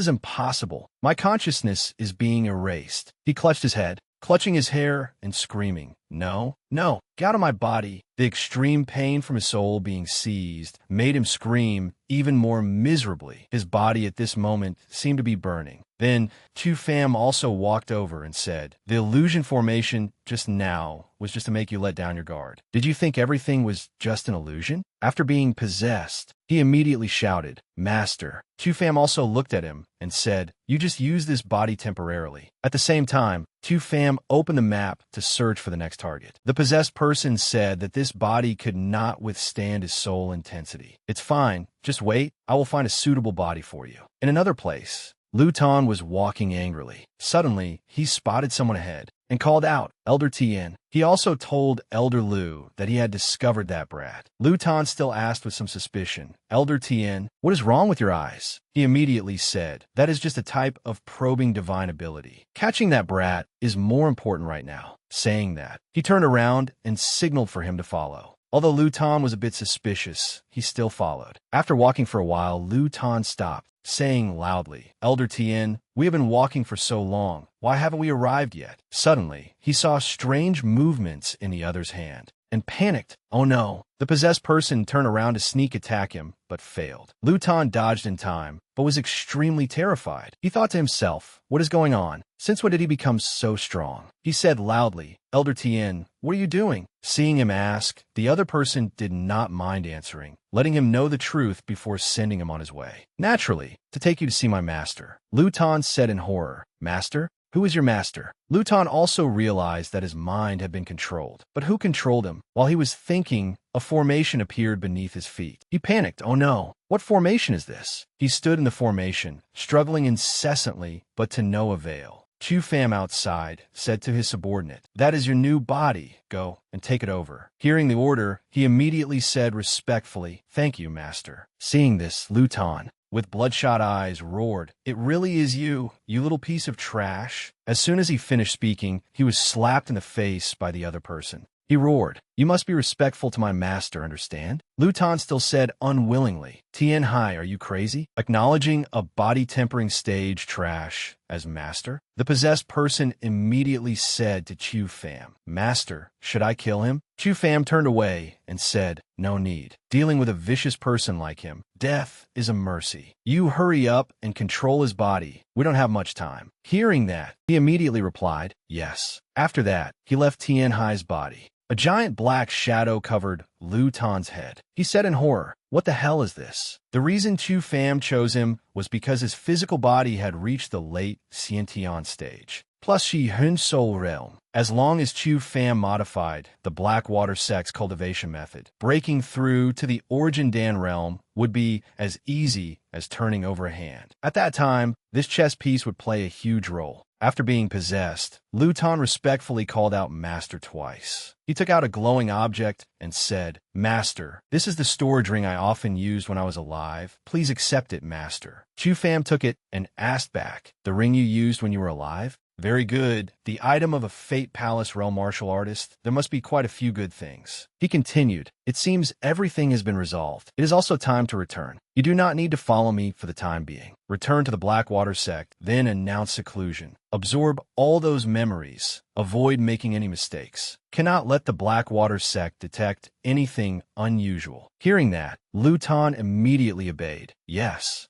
Master." Chu Pham waved his hand, signaling that he could withdraw. After that, only Chu Pham was left alone. He opened the text screen and said, "Since I have control over this tomb, I should also send the others out." When touching the screen, Chu Pham sensed something and said, There seems to be an unusual stream of energy here." He saw something and said, "This is..." Immediately, a giant dragon appeared in front of him. Seeing this, Chu Pham broke out in a cold sweat, stunned, and said, "This is the destruction evil dragon. Is the thing that Guy prepared for the rebirth destruction grand formation." At the same time, a dazzling light flashed. A dangerous-looking Chu Pham said, "Just right, I need an evil dragon as a mount." Muk Lin Noyet and everyone were just teleported out, asking dizzily, "What's wrong? What happened?" Muk Lin Noyet looked around and asked this. "Where's this?" As soon as she finished speaking, Lu Tinni beside her realized they had escaped the little summer world and said happily, "It's outside. We are out." Tru Fong was equally happy. Finally out. Lu Tinni beside whispered to Muk Lin Noyet, "Senior sister, look over there." Everyone immediately saw Chu Pham's figure. Muk Lin Noyet called out happily, "Big brother Chu." As for Tru Fong, he could not suppress his anger, gritting his teeth and thinking, "This guy really has a big life." What was more special was that behind Chu Pham was Elder Lu. Muk Lin Noyet thought in panic, "Elder Lu." She hurriedly stepped forward and whispered to Chu Pham, "Elder Lu is here. You hurry and hide." Chu Pham said calmly, "It's fine. I already gave the storage ring to him." Saying that, he winked at that elder. Elder Lu immediately spoke up to explain, "That's right. This old man and Chu Pham have reconciled. Getting lost in the secret realm this time, this old man harvested quite a lot." He pointed at the disciples and ordered, "Blackwater sect disciples assemble. Prepare to return." This old man needs to return to the sect immediately to enter seclusion for cultivation. Muk Lin Noyet breathed a sigh of relief, murmuring, "That's good then. Really scared me to death." Chu Pham heard that, turned his head, and said to Muk Lin Noyet, "Thank you, Miss Muk, for your concern." Hearing that, Muk Lin Noyet's face turned even redder, but she did not forget to reply, "Then, big brother Chu, I will go first." Saying that,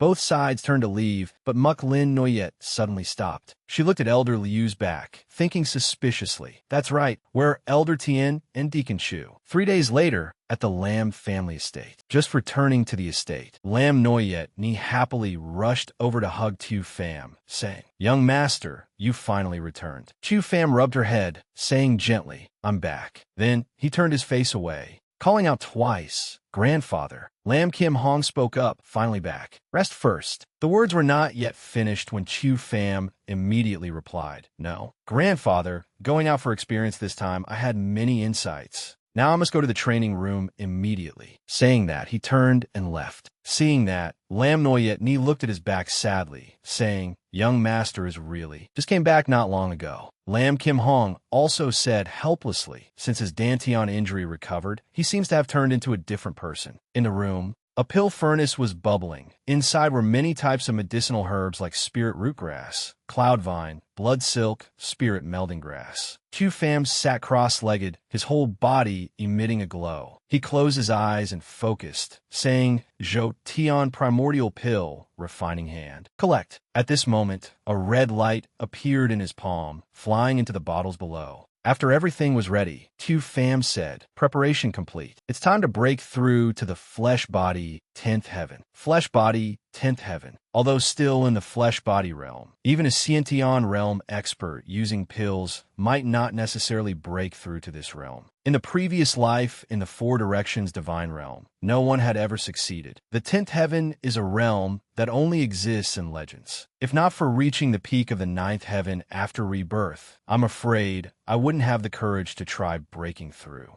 Suddenly, something transmitted into Chu Pham's body. He said, "It's coming. It's the firmament power." In my previous life, when I broke through to the 10th heaven, I sensed this firmament power. Although I couldn't break through in the end, just being cleansed by the firmament power once helped me become a peak powerhouse of the Four Directions divine realm. That stream of energy disappeared. Tu Pham thought to himself, "It's over. Cannot break through. Looks like I failed again. No, this feeling is my divine soul has become stronger." That's right, the soul intensity has doubled. I originally thought my divine soul was at the limit of cleansing. Unexpectedly, not only can the divine soul take form, but it is also enough to rise 2 levels in a row. Is this the potential of the firmament power? Not yet breaking through to Xiantian is already like this. It is already too good. Really don't know what it will be like to reach the 10th layer. In this life, could it be that I have a chance to reach the God realm? Suddenly, Lam Noyet Ni's voice rang out from outside the door, asking, "Young master, is something wrong?" Chu Pham replied, "Nothing." He walked out the door while thinking. Having said that, why did the breakthrough fail again this time? Could it be that some kind of law of this world is hindering it? Seeing Chu Pham walk out, Lam Noyet Ni immediately called, "Young master." But Chu Pham was still immersed in thought. If it really is the laws of heaven and earth hindering, I'm afraid continuing to stay in seclusion like this is just a waste of time. I must think of another way. Lam Noyet Ni saw him silent and called out mischievously, "Young master." Chu Pham raised his head, looking at her curiously and asking, "What's wrong? Noyet Ni, is there something?" At this moment, Lam Noyet Ni turned away, pouting sulkily and replying, "Can't I look for you if there's nothing? Recently you haven't paid any attention to me." Hearing that, Chu Pham could only smile helplessly. "You, if you have time, cultivate more.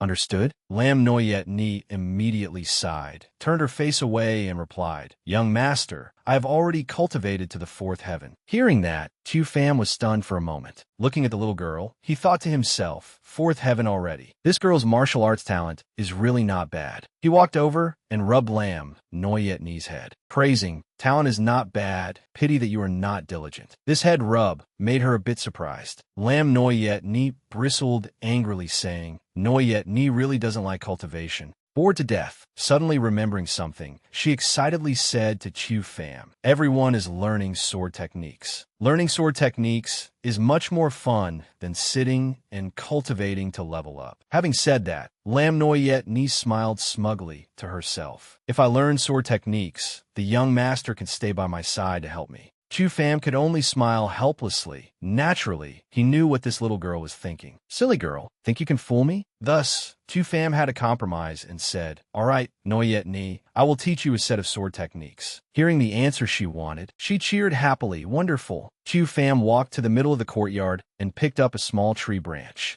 Holding the branch, he said seriously, "I will demonstrate it once. Watch carefully." Chu Pham twirled the branch, whirring like a pinwheel, unleashing powerful moves in succession. Every path of the branch was extremely decisive and neat. A moment later, Tu Pham finished his performance. He stood beside the little girl and asked softly, "Noyet Ni, how was it?" She hummed, thinking for a few seconds, then replied nonchalantly, "It looks just ordinary." "Young master, is this sword technique really that powerful?" Chu Fam frowned and explained, "On the surface, it is indeed so, but the essence of this sword technique must be cultivated together with a heaven-rank cultivation method." Chu Fam smirked, continuing, "You learn this sword technique, plus the new scripture I taught you before, it's enough to be invincible." Hearing that, Lam Noyet Ni excitedly asked back, "Really? Then let me try practicing it." At this moment, a voice announced from outside, "Young Master Lam then has returned." Lam Noyet Ni immediately turned to look at Chu Fam. As soon as Lam then entered, everyone greeted him in unison. "Young Master Lam then." One of them thought in a daze, "Worthy of being the heavens chosen of the Lam estate." This aura, compared to other young masters in the estate, is truly a world of difference. Lam then walking past also made several women's eyes light up, exclaiming in surprise, "Young Master Lam then." A servant stepped forward and bowed respectfully. "Young master, you return too." Before he could finish, he was shoved away by Lam then, who shouted, "Get lost!" Entering the inner courtyard,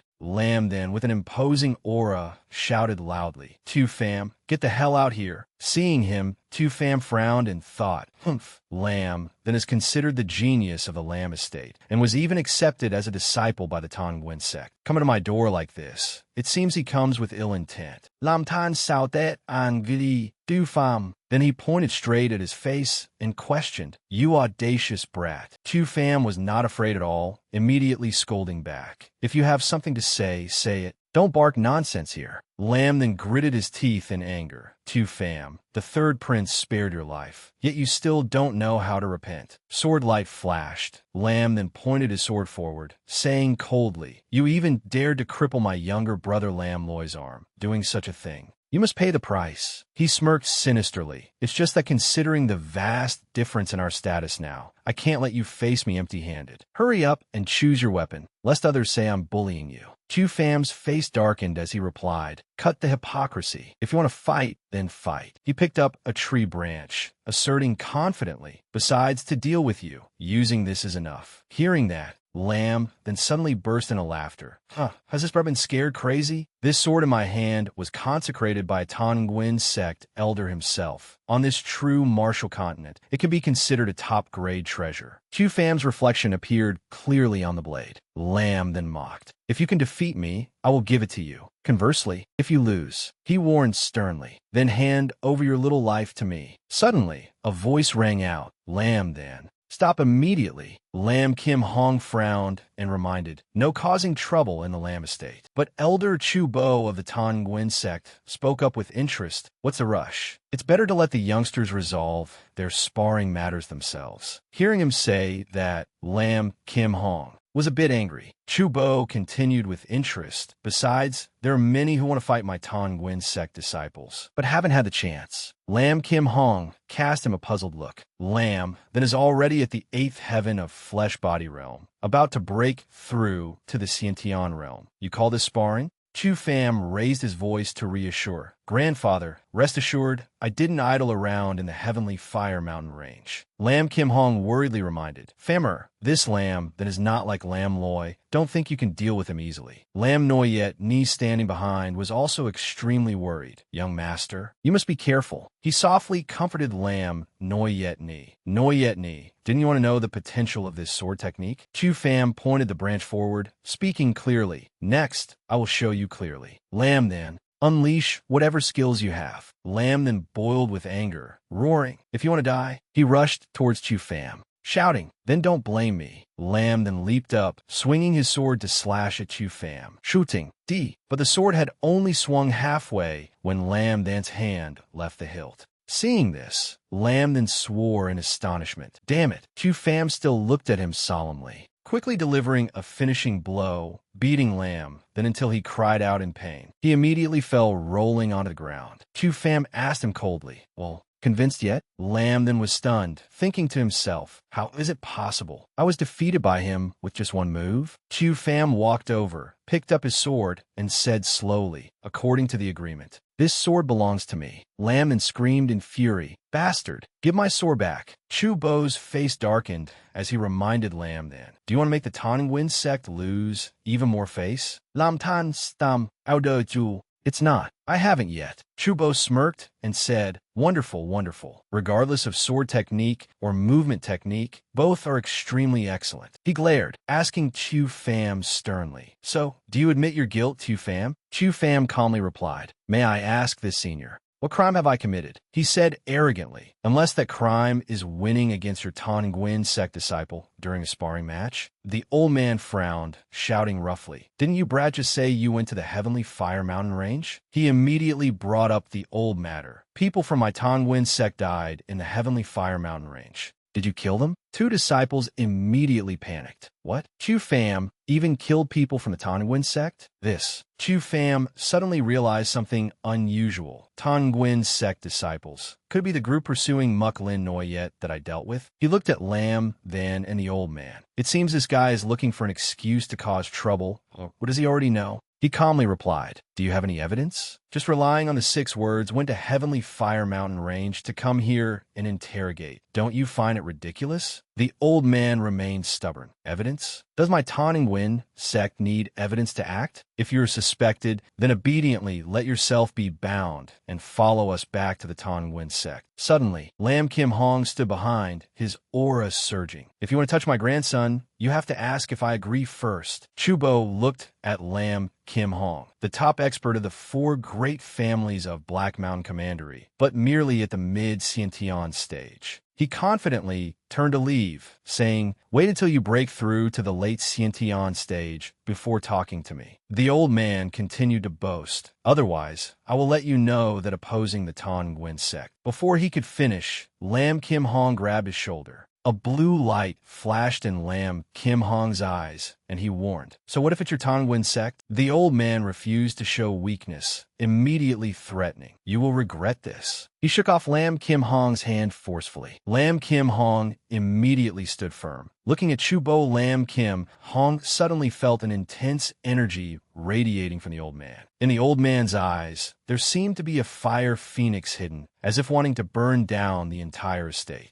At this moment, seeing such scorching momentum, the 2 disciples couldn't help but admire him. That is the power of the secret treasury. Only when reaching the late Xiantian stage can one fully unleash the power of the secret treasury. Even Chu Pham did not expect him to be at the late Xiantian stage. But grandfather already has the heaven rank cultivation method I imparted. It seems he won't be at a disadvantage. On the other side, the 2 sides had already started fighting. The old man from the Tan Nguyen sect shouted kill and rushed forward. Lam Kim Hong did not resign to weakness, immediately summoning the spirit object in his secret treasury, saying, do you think only you have a secret treasury? He raised his hand, summoning an ice orb in his palm. Silver lion roar. The 2 sides immediately rushed at each other, swinging palms to attack. The moment the 2 different energies collided, oh no, a huge explosion occurred. The earth-shattering explosion echoed throughout the Lam family estate, trees shaking violently. The power difference was too great. Lam Kim Hong was immediately knocked back, coughing up blood, painfully clutching his chest. The old man of the Tan Nguyen sect laughed madly, with a touch of arrogance. A difference of 1 realm is like heaven and earth. You are simply not my opponent. Although he said that, in his heart he was terrified by Lam Kim Hong's unusual mutation. In that moment just now, this Lam Kim Hong actually caused me internal injury. This old man's strength is not much different from mine. Lam Kim Hong struggled to stand up, wiped the blood from the corner of his mouth, and said, no need for many words. If you want to take my grandson away, it is absolutely impossible. Suddenly, Lam Kim Hong felt something flowing in his body and evolving. He immediately clasped his hands, closed his eyes, and circulated his energy. A blue aura began to radiate from him, but this time it was several times stronger than before. Lam Noyet Ni worriedly pulled Chu Pham's arm and asked, young master, what's wrong with the master? Did something happen? Chu Pham still gazed intently at his grandfather, thinking to himself, is grandfather about to break through realms? After exhausting all his strength, Lam Kim Hong also completed his breakthrough process. Even Lam Kim Hong himself himself did not expect it. Because he didn't dare believe it, he executed a few basic martial arts moves, then excitedly said, "I broke through." At the late Xiantian stage, Chu Pham standing afar was also happy for him. Grandfather had been stagnant for many years, adding his heaven-rank cultivation method. He clenched his fist. It was not strange that he could break through today. Lam Kim Hong laughed heartily, saying happily, "The ancestral cultivation method is indeed mysterious. This time,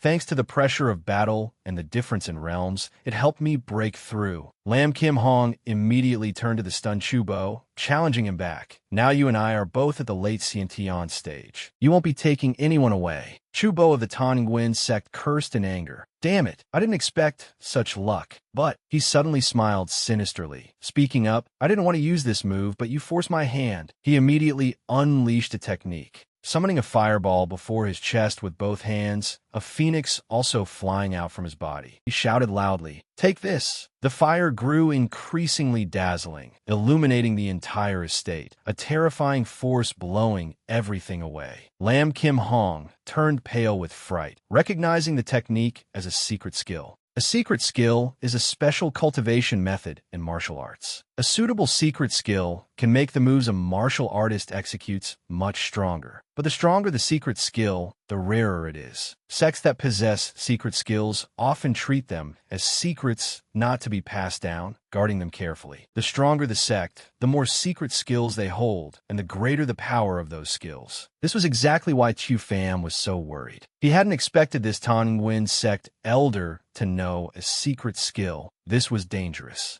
The old man from the Tawning Wind sect said wearily, "This secret skill has cost me so much heart's blood." He looked at the technique in his hands, then glared at Lam Kim Hong, continuing, "In the late Xiantian stage, it is almost invincible." He laughed madly. "You have only just broken through. The true essence in your body isn't stable yet. Taking this strike of my secret skill will turn you into ashes." Lam Kim Hong was immediately terrified. He hadn't expected this old man to be so terrifying. Once this secret skill was unleashed, the consequences would be horrific. Chu Pham looked at Lam Kim Hong with worry, thinking to himself, "It looks like grandfather can't withstand it." He suddenly remembered something that could save the situation and immediately groped around his person. On the way back, he had used materials obtained from the Great Tomb to craft many formation jade talismans. He took out a protective jade talisman. He looked at Lam Kim Hong, thinking, "The power of the formation depends on the user's cultivation base. If I let grandfather use it, resisting this secret skill shouldn't be difficult." Thinking this, he immediately shouted, "Grandfather, catch this!" Lam Kim Hong turned around in surprise, only to see Chu Pham throwing a green jade stone. He immediately caught it, confused as to what this jade ring was,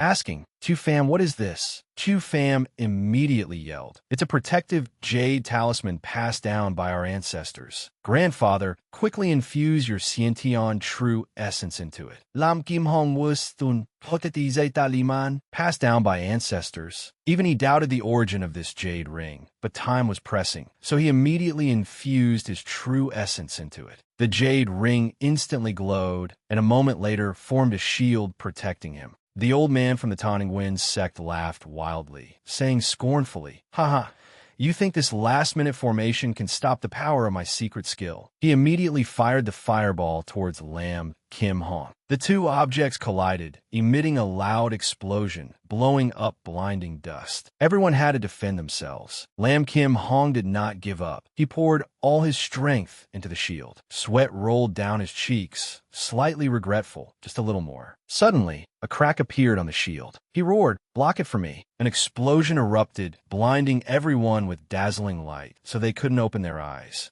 At this moment, the smoke and dust gradually cleared. Chu Pham and Lam Noyet Ni were overjoyed because Lam Kim Hong was still safe and sound. He gasped for breath, huff, huff. That was dangerous. Chubo of the Tawning Wind sect was astonished. How? How is this possible? He was exhausted. It had almost drained all his strength. He was unconvinced, saying, "My strongest full-force attack. How could it be blocked?" He wondered to himself what kind of formation this was to be so terrifying. Chu Pham stood in the distance, smiling secretly. Of course it was blocked. A glint flashed in his eyes, a scornful smile. That is the Heavenly Emperor Jade Talisman. The battle between Chu Bo and Lam Kim Hong had ended. Both had consumed a lot of stamina. He panted, his face full of resentment as he thought, I didn't expect that move to drain my true essence. It seems retreating is the best option right now. He spoke up first. Lam Kim Hong, I will remember you. Having said that, he turned to Lam then. Let's go. Lam Kim Hong thi mai si len. He and Lam then left the Lam estate. Lam Kim Hong breathed a sigh of relief. Finally gone. I almost couldn't hold on. Lam Kim Hong held the jade talisman in his hand, admiring it as he spoke. Luckily, I had this jade talisman, otherwise I fear I would have lost my life this time. Right, Famer, what is the origin of this jade talisman? Chu Pham replied, Grandfather, this jade talisman was revealed to me by an ancestor in a dream, telling me to go get it. Chu Pham made up a story, recounting how he obtained the jade talisman. The ancestor crafted many protective jade talismans and buried them in a secret place. On my way back from cultivation, I stopped by to retrieve them to carry with me. Hearing this, Lam Kim Hong's eyes lit up. So that's it, a treasure passed down by ancestors.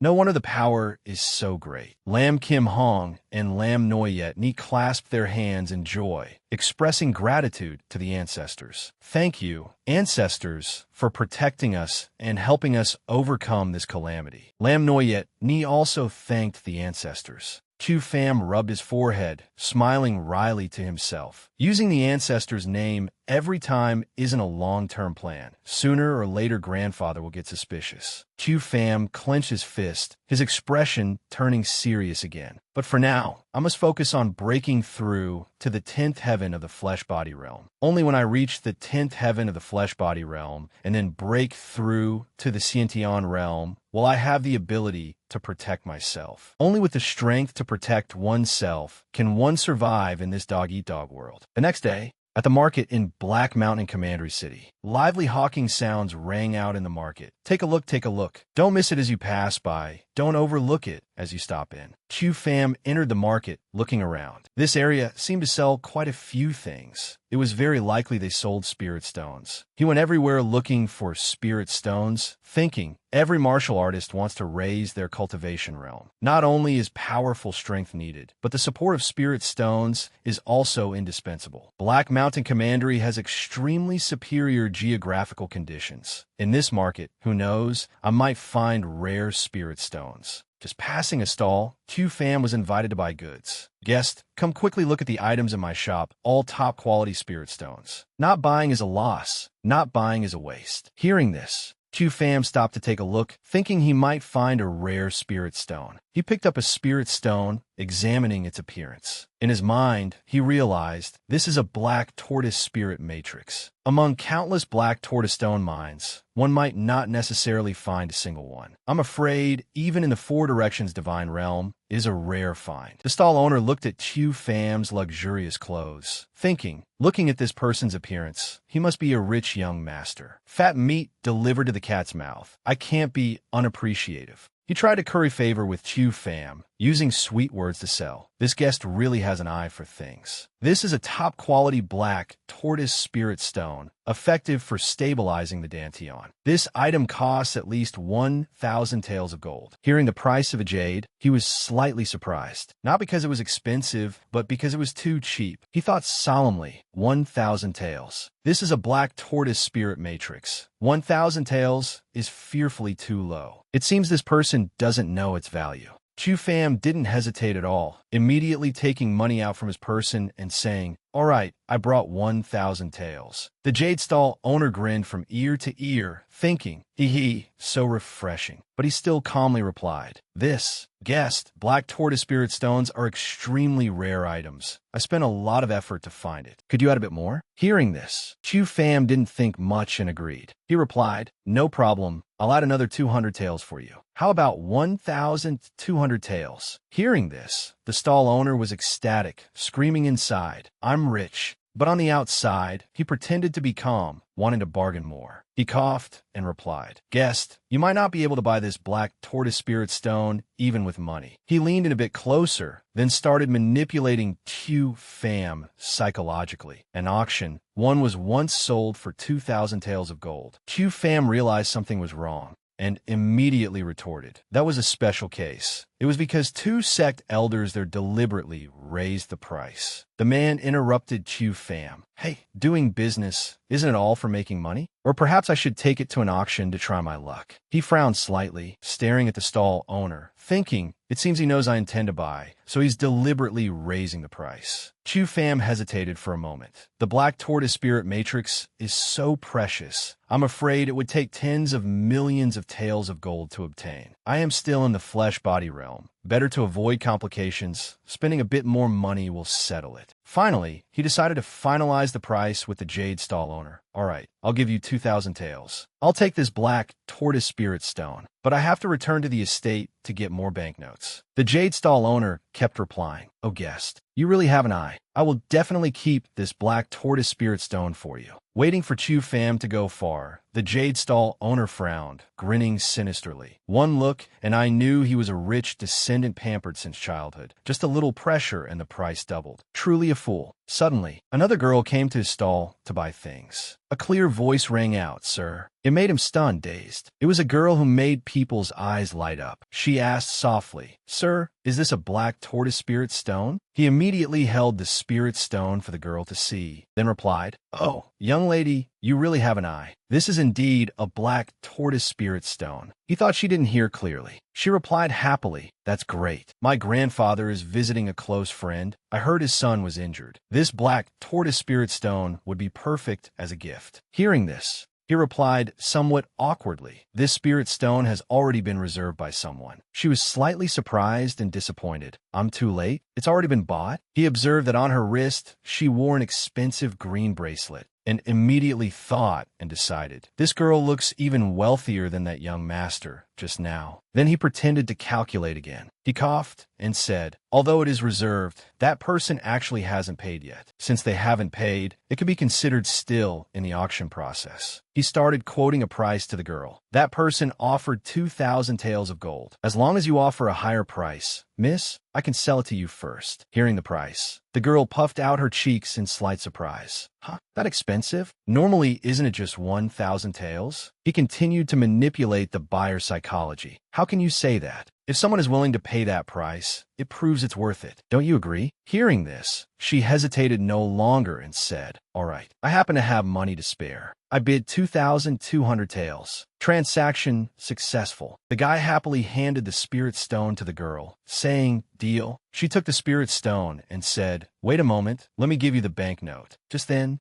Chu Pham returned, standing behind the girl. She glanced back, letting out a huh, while the stall owner was panic-stricken and speechless. Why are you back so soon? Chu Pham saw the spirit stone in someone else's hands and angrily asked him, what is this? Didn't we agree I'd buy it for 2,000 taels? How can you go back on your word? Hearing this, the guy slyly replied, oh, dear customer, I never said that. This spirit stone is rare. So naturally, the highest bidder gets it. The girl also chimed in. That's right. In a fair auction, whoever pays the highest price gets the item. Chu Pham couldn't hold back anymore and retorted loudly. Fair? This stall owner made things difficult for me time and again, deliberately raising the price. He finally agreed to sell to me, and now he goes back on his word. This stall owner is clearly a crooked merchant. How can this be considered fair? The girl wasn't one to be trifled with. Her attitude extremely arrogant, talking so much. Isn't it just because you don't have enough money? The stall owner saw the two arguing and was secretly delighted, thinking, the louder they argue, the better. Maybe the price will go up even more. The two argued endlessly. The stall owner noticed the token hanging at Chu Pham's waist and muttered, why does that token look so familiar? He suddenly remembered that token belonged to the Spirit Treasure Pavilion. His face showed a look of horror. The token of the Spirit Treasure Pavilion. Could it be you are? Chu Pham held up the token and replied, this token was given to me by Miss Tuiko of the Spirit Treasure Pavilion. The stall owner broke out in a cold sweat from fear, changing his attitude faster than flipping a page, saying, so it is the young master of the Spirit Treasure Pavilion. This lowly one has eyes, but failed to see. This spirit stone is yours. I'll sell it for 500 taels. The girl felt the injustice and immediately spoke up. Hey, wait, we were bidding fairly. I offered a higher price. Why are you selling to him? The girl shouted angrily. Just because you saw some token, you immediately change your face. Why do you people in Black Mountain Commandery City have such bad habits and are so corrupt? The stall owner tried to appease the girl. Miss, please don't say that. I can't afford to offend this young master. Having said that, she turned to criticize Chu Pham. Young master, so you are the type of street bully people talk about, using power to oppress others. I didn't expect Black Mountain Commandery City to have this kind of person. I will definitely tell my uncle. Seeing this, she stopped fighting for it, threw the spirit stone back to Chu Pham, and said, "Forget it. I don't want to get involved with you people anymore. You can buy or sell this stone as you please." After speaking, she turned and walked away. Chu Pham looked at her retreating figure and sighed. It seems a misunderstanding has been caused, but his expression immediately changed. Oh well, a misunderstanding is a misunderstanding. I'll continue shopping and prepare enough necessary materials. Returning to the Lam estate, he saw Lam Noyet Ni's figure. She called out, "Young master." Lam Noyet Ni ran over to report to Chu Pham. "Young master, a guest has arrived." Lam Noyet Ni spoke excitedly. "And there's also a very beautiful older sister." Lam Noyet Ni had never seen such a beautiful girl. Chu Pham placed his hand on Lam Noyet Ni's head and rubbed it.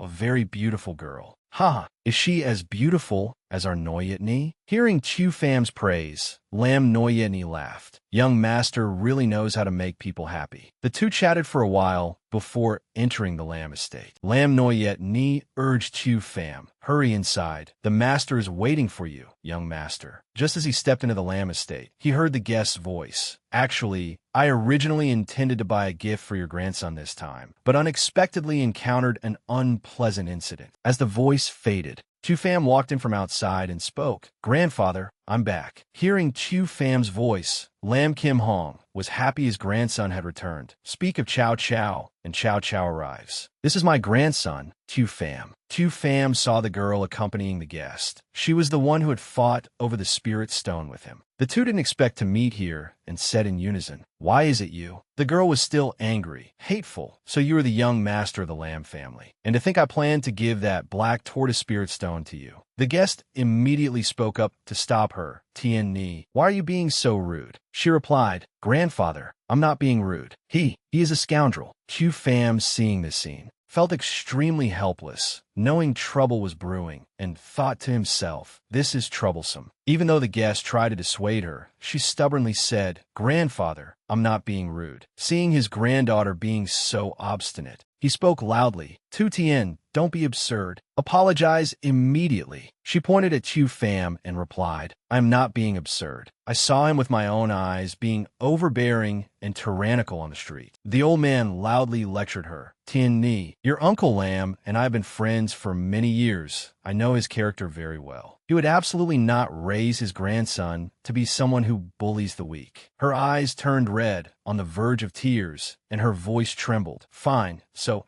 I'm a liar. Is that it? Grandfather, you don't believe me?" Seeing his granddaughter about to cry, he softened his voice to comfort her. "You are still young after all. Many things can be misunderstandings." Suddenly, she swatted his hand away, turned her face away, and said angrily, "If you don't believe me, then fine. I have nothing more to say." Before the old man could stop her, she ran away. He turned to Chu Pham with an apologetic look. "Young Master Chu, my granddaughter is good in every way, just her temper is a bit eccentric. I hope you won't take her words to heart." Chu Pham was a generous person, naturally not holding a grudge over such small matters. He replied, "Miss Tran has a straightforward personality, and moreover, there was only a small misunderstanding between us. Naturally, I won't take it to heart." After speaking, the old man sat down on the chair and praised him further. "Young Master Chu has a broad mind and can tolerate others, truly a talent among men. Tien Ni, compared to you, still lacks a bit of composure." Lam Kim Hong spoke up to end the topic. "All right, since it was a misunderstanding, let's let this matter pass. We haven't met for a long time. We must have a drink later, right?" The guest happily agreed. "Ha, old friend, when have you ever beaten me at drinking?"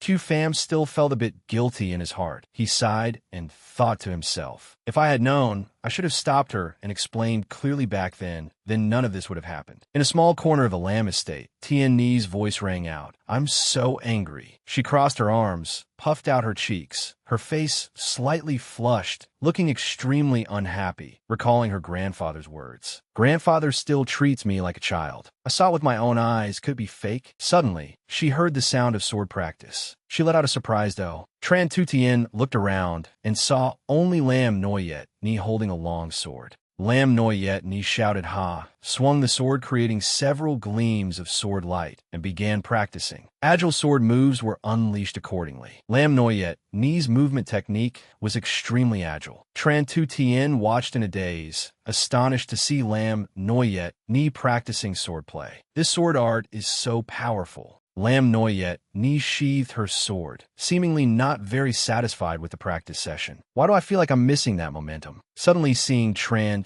Tutien outside, Lam Noyet Ni stepped forward and asked, Sister Tien, why did you come out here? She couldn't say. She ran out for no reason. So Tran Tutien found an excuse to tell Lam Noyet Ni. I came out for some fresh air. By the way, who did you learn this sword art from? Lam Noyet Ni answered without hesitation, Young Master taught me. Hearing the words Young Master, Tran Tutien immediately lost her composure. She blurted out, Young Master? Which Young Master? Is it that guy who just entered the living room? Lam Noyet Ni sopti ziplit zets? Lam Noyet Ni only has one young master. Lam Noyet Ni didn't care about any other young master. She was extremely astonished. How is that possible? This sword art is both mysterious and unpredictable, yet flows like floating clouds and flowing water. A silk pants dandy who bullies the weak with a simple mind couldn't possibly possess this. Looking at Lam Noyet Ni being so innocent, Tran Tutien thought to herself, it seems this girl doesn't know the terrifying nature of this sword art yet. If combined with a heaven rank cultivation method, the power would multiply.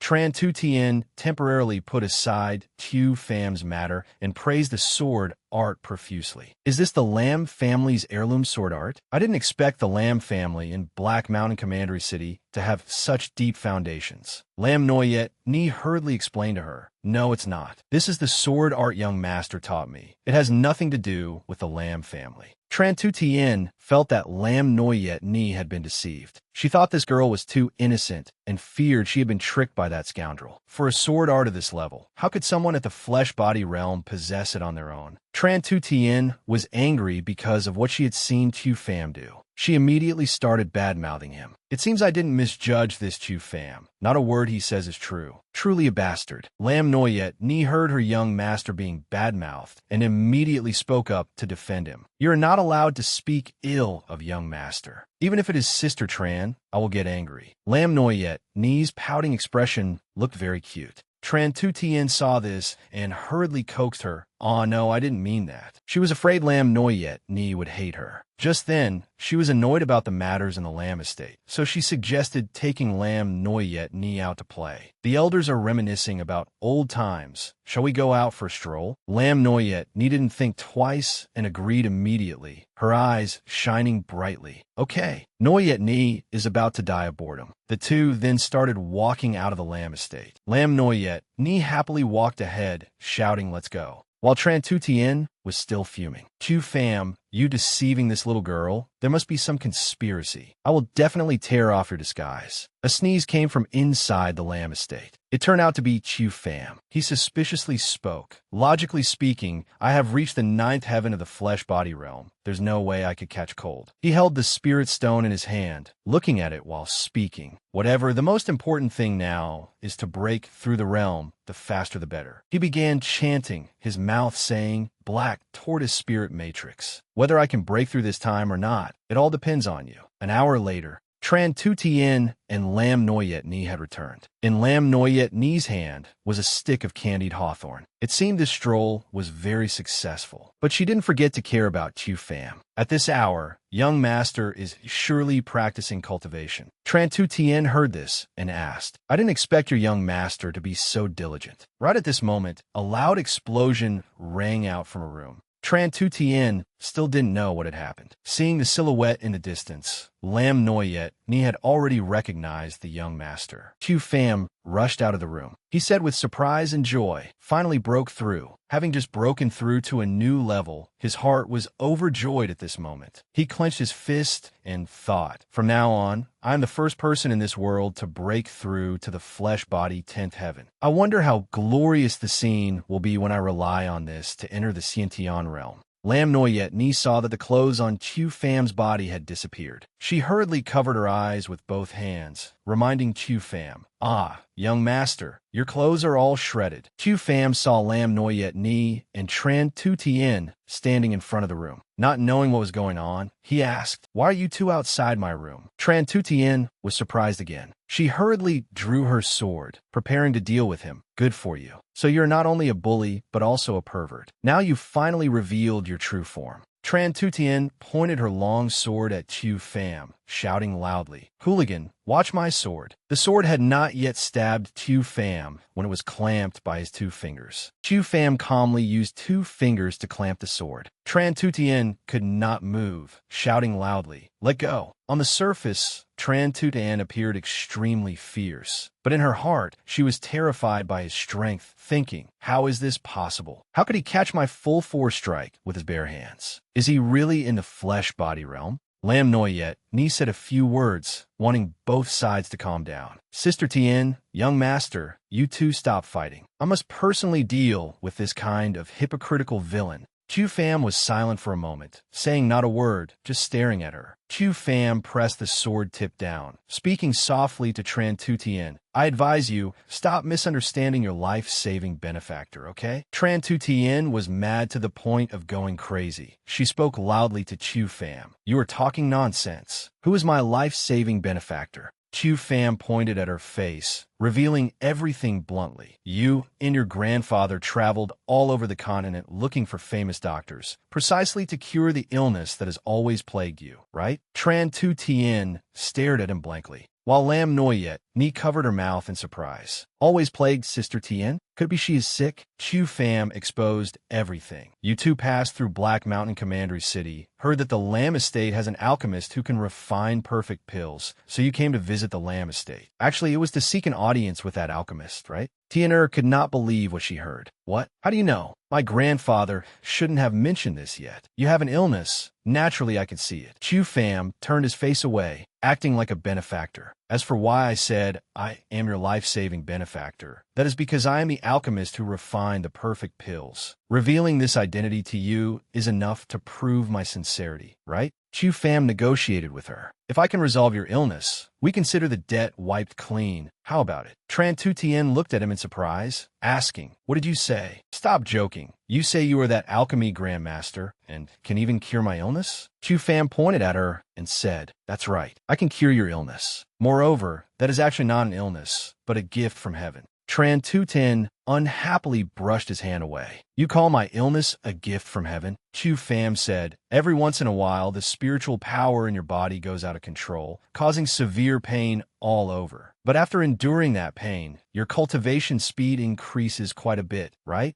Tran Tu Tien was astonished by Qiu Pham's words. She thought for a while and said, "Now that you mention it, it seems that is really the case. I never paid attention to it before." Tran Tu Tien looked at Qiu Pham and asked, "But how do you know?" Qiu Pham turned around and said, "It's a long story. In short, you could discuss it with your grandfather before deciding." Qiu Pham left. Tran Tu Tien looked at his retreating figure. "Catching my full force strike with bare hands. Does he really have the capability?" Tran Tu Tien said, "Could it be you really can help me?" Qiu Pham laughed and said, "Of course, but I need to prepare a bit. The problem with your body cannot be solved in a day or two. Right now, I still lack many necessary materials. You should go to the border wilderness yourself to collect them. Then I will personally refine the suitable pill for you." Tran Tu Tien was very surprised. "A pill that can cure my illness. The grade must certainly not be low." Tran Tu Tien looked at Chu Pham. It seemed as if light was radiating from him. She thought, who exactly is he? Lam Noyet Ni behind him shouted loudly to Chu Pham. Young master, can you put on some clothes first? Tran Tu Tien only then remembered, saying, clothes. She turned her head back, saw Chu Pham not wearing a shirt, immediately became embarrassed, and spoke incoherently. Aye. Her face flushed red. She shyly ran away, saying, then I'll go inform grandfather first. Chu Pham saw Tran Tu Tien like that, and thought to himself again, she isn't misunderstanding something again, is she? Tran Tu Tien ran for a distance, suddenly clutching her chest in discomfort. This pain, could it be? Then she said, oh no, and fell to the ground unconscious. Chu Pham and Lam Noyet Ni seeing this were both terrified. Lam Noyet Ni skvim an sioli sita ten. Chu Pham said, I'll take her into the bedroom. Lam Noyet Ni, hurry and go inform my grandfather.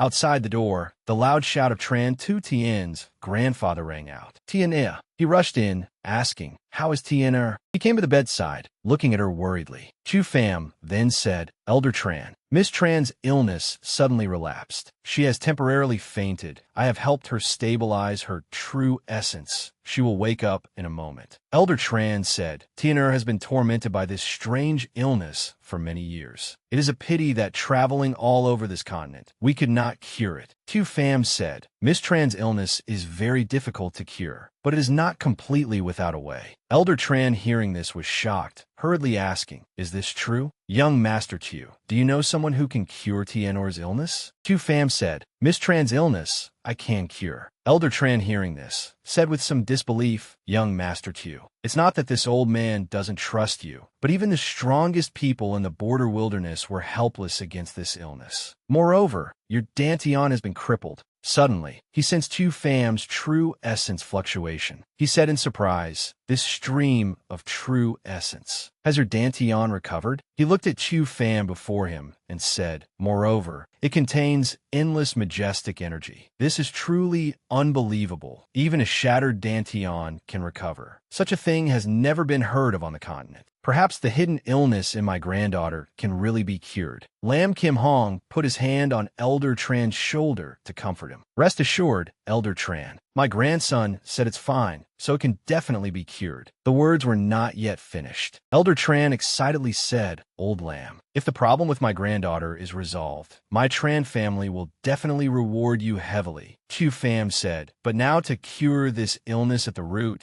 the difficulty is very great. Elder Tran said disappointedly, is it still not possible? Chu Pham said, matters have priorities and urgency. I must help your granddaughter suppress the pain first. To resolve it thoroughly, some materials from the border wilderness are still needed. Elder Tran said seriously to Chu Pham, what materials are needed? Young Master Chu, just say it. This old man, even if risking this old life, will definitely bring them back. Chu Pham said, wait until you have prepared enough necessary materials, then give them to me. At that time, I will personally refine the corresponding pill. Elder Tran asked in surprise, you refine the pill yourself? Then he turned his head and said to Lam Kim Hong, Old Lam, your grandson also knows how to refine pills? Lam Kim Hong stroked his beard and laughed loudly. Not only does he know how to refine pills, do you know who made those perfect pills in my pill tower? Elder Tran put his hand on Chu Pham's shoulder, saying, really unexpected,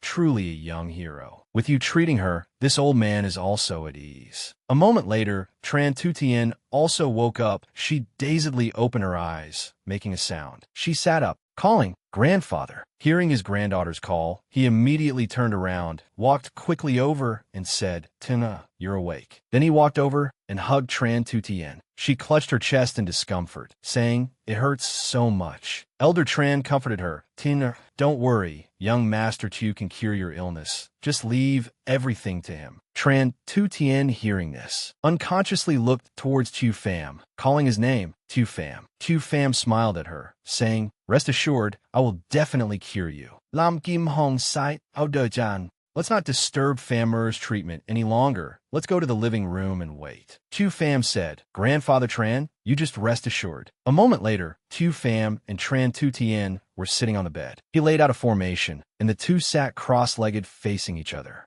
He said, the formation is set up. If you're prepared, then let's start. Tran Tu Tien asked, what do I need to do? Chu Pham, face expressionless, said, "You take off your clothes first." Hearing this, she hurriedly hugged her chest with both hands, blushing and saying, What did you say? Why do I have to take off my clothes?" Tran Tu Tien was embarrassed, shaking her head and saying, Do you have some evil intentions?" Chu Pham looked at Tran Tu Tien, who was squeezing her eyes shut, and said, "You're overthinking it." Hearing this, Tran Tu Tien opened one eye to look at him, thinking, his eyes are clear, without a trace of evil thoughts. Could be I misunderstood him? Chu Pham activated the formation, then looked at her and said, "Just exposing the abdomen is fine. No need to be so nervous. I need to borrow the power of the formation to help you suppress the pain." Tran Tu Tien sighed in relief. Zaying, Allicht, she thought while taking off her clothes. Why does it still feel a bit strange? Can I really trust him? After taking off a layer of outer clothing, she shyly asked Tu Pham, "Is this okay?" Tu Pham said, "Pardon me." Saying that, he placed his hand on Tran Tu Tien's abdomen. She cried out in fright. Chu Pham activated the formation while saying solemnly, "Gather your chi and concentrate your mind. Don't let your thoughts wander." A dazzling light burst forth. "Suppress it for me." She groaned in discomfort, and the light also gradually dimmed. Then she slowly fainted. Chu Pham said, "Success. Although it is only a temporary suppression, as long as spiritual power is not abused. Lasting for about a year is no problem." Senior Tran once said he would stay here with Tran Tu Tien for a period of time. Although I don't know what business they have, if she is by Senior Tran's side, it seems there won't be any place where she needs to use spiritual power herself. Next, just let her rest well. Consider this forming a good karmic tie with the Holy Spirit body. Chu Pham looked at Tran Tu Tien for a while before walking out. He thought to himself, the Holy Spirit body, after all, is a powerful existence unmatched in the entire four directions divine realm. I really don't know how much her cultivation will soar after her physical problem is resolved. Lam Noyet, Ni came from behind, calling out, "Young master,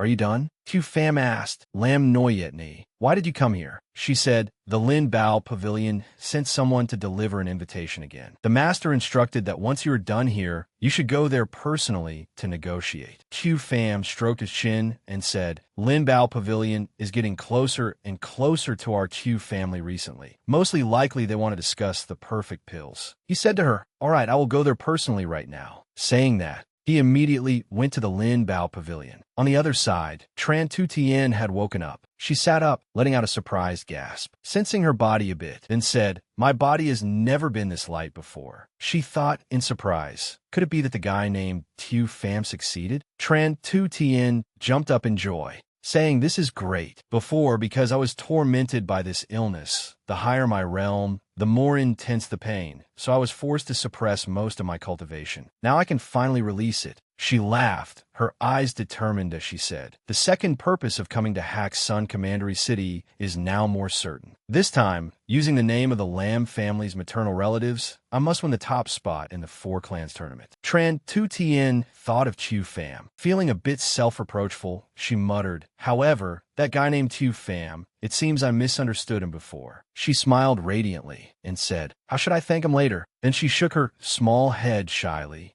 saying, "Oh my, what is there to be shy about? Just apologizing to him is enough. Now is not the time to think about these things." Then she became serious again, saying, "First, I must restore my true strength. Right now, this is the most important thing." Just a moment ago, she was thinking about thanking him. Now she said, "If I hadn't suppressed my cultivation, how could he have easily blocked my sword like that?" Saying that, her eyes flashed, channeling spiritual power to release the seal, suppressing her cultivation. Her whole body floated up and then landed. Silent for a moment, she excitedly said, finally, restored to the Xiantian realm." Tran Tu Tien took a few steps, but felt a wave of discomfort. Why does it hurt again? Did my illness relapse? Wasn't my physical problem already suppressed? Why? Could it be that I was tricked by Chu Pham? The scene shifts to the Lin Bao Pavilion. Chu Pham said to Tuiko, regarding the perfect pills, consider it agreed upon. She smiled at him and said, "Young Master Chu, if we hadn't known each other before, I really couldn't treat you as a young master. This cunningness of yours is just like an old man who has lived for over 100 years. He looked at her and asked, "What? You plan to go back on your word and not cooperate with my pill tower anymore? Tuiko toyed with a lock of hair, saying, no, quite the opposite. Cooperating with you is very pleasant. Chu Pham stood up and walked ahead, saying to her, I'm leaving first. We'll discuss other matters next time. Tuiko bowed slightly and said, all right, then I won't see you out. Young Master Chu, take care.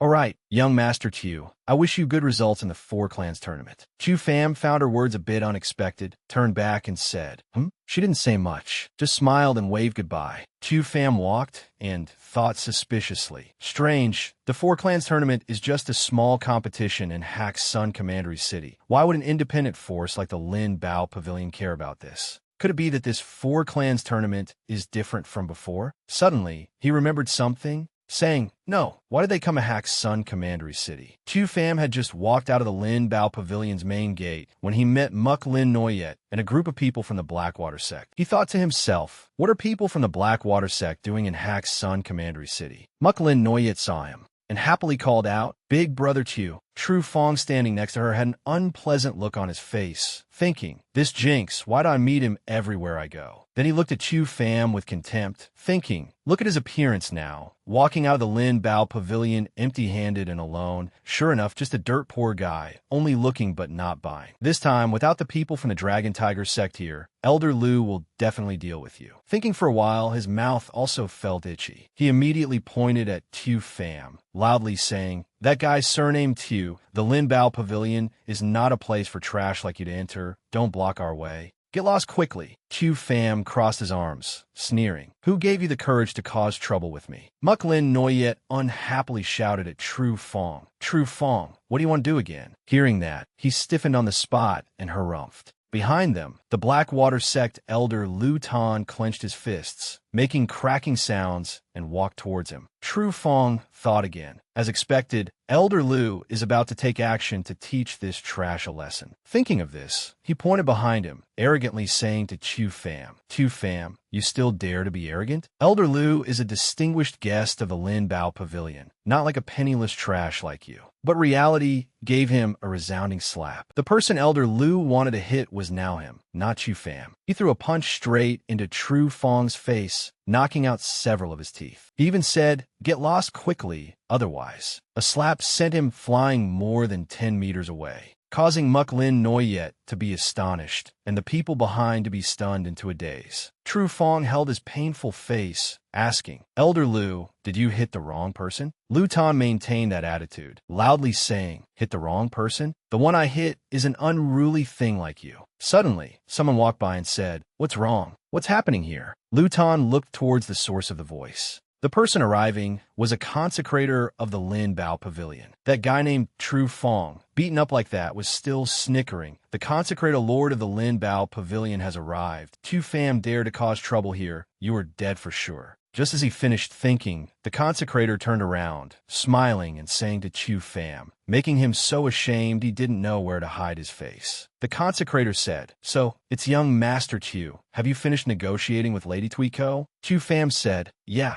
consider it settled. Seeing the two talking and laughing happily, Tru Fong was stunned to the point of stupefaction, his mouth wide open, saying, how is it possible? A consecrator of a terrifying force like the Lin Bao Pavilion. Why would he be polite to someone with no sect or faction like that? As soon as the words were spoken, he was glared at by the consecrator with a look full of killing intent, scaring him into a cold sweat. The consecrator said, young Master Tu is a distinguished guest of our Lin Bao Pavilion. You, a nameless nobody, dare to be so rude? He was so shocked that he repeated the consecrator's words, distinguished. Distinguished guest? Muk Lin Noyet and her fellow disciples were equally astonished. A fellow disciple said, I heard that to become a distinguished guest of the Lin Bao Pavilion, one must be at least a figure at the Xiantian realm level or a grand elder of a major sect. Lu Tan bowed to the consecrator, then spoke, Consecrator Lord, this humble one is the Blackwater sect elder, Lu Tan. This disciple of mine does not know the rules, making you laugh. The consecrator said, oh, so it's Elder Lu, your disciple causing trouble at the Lin Bao Pavilion.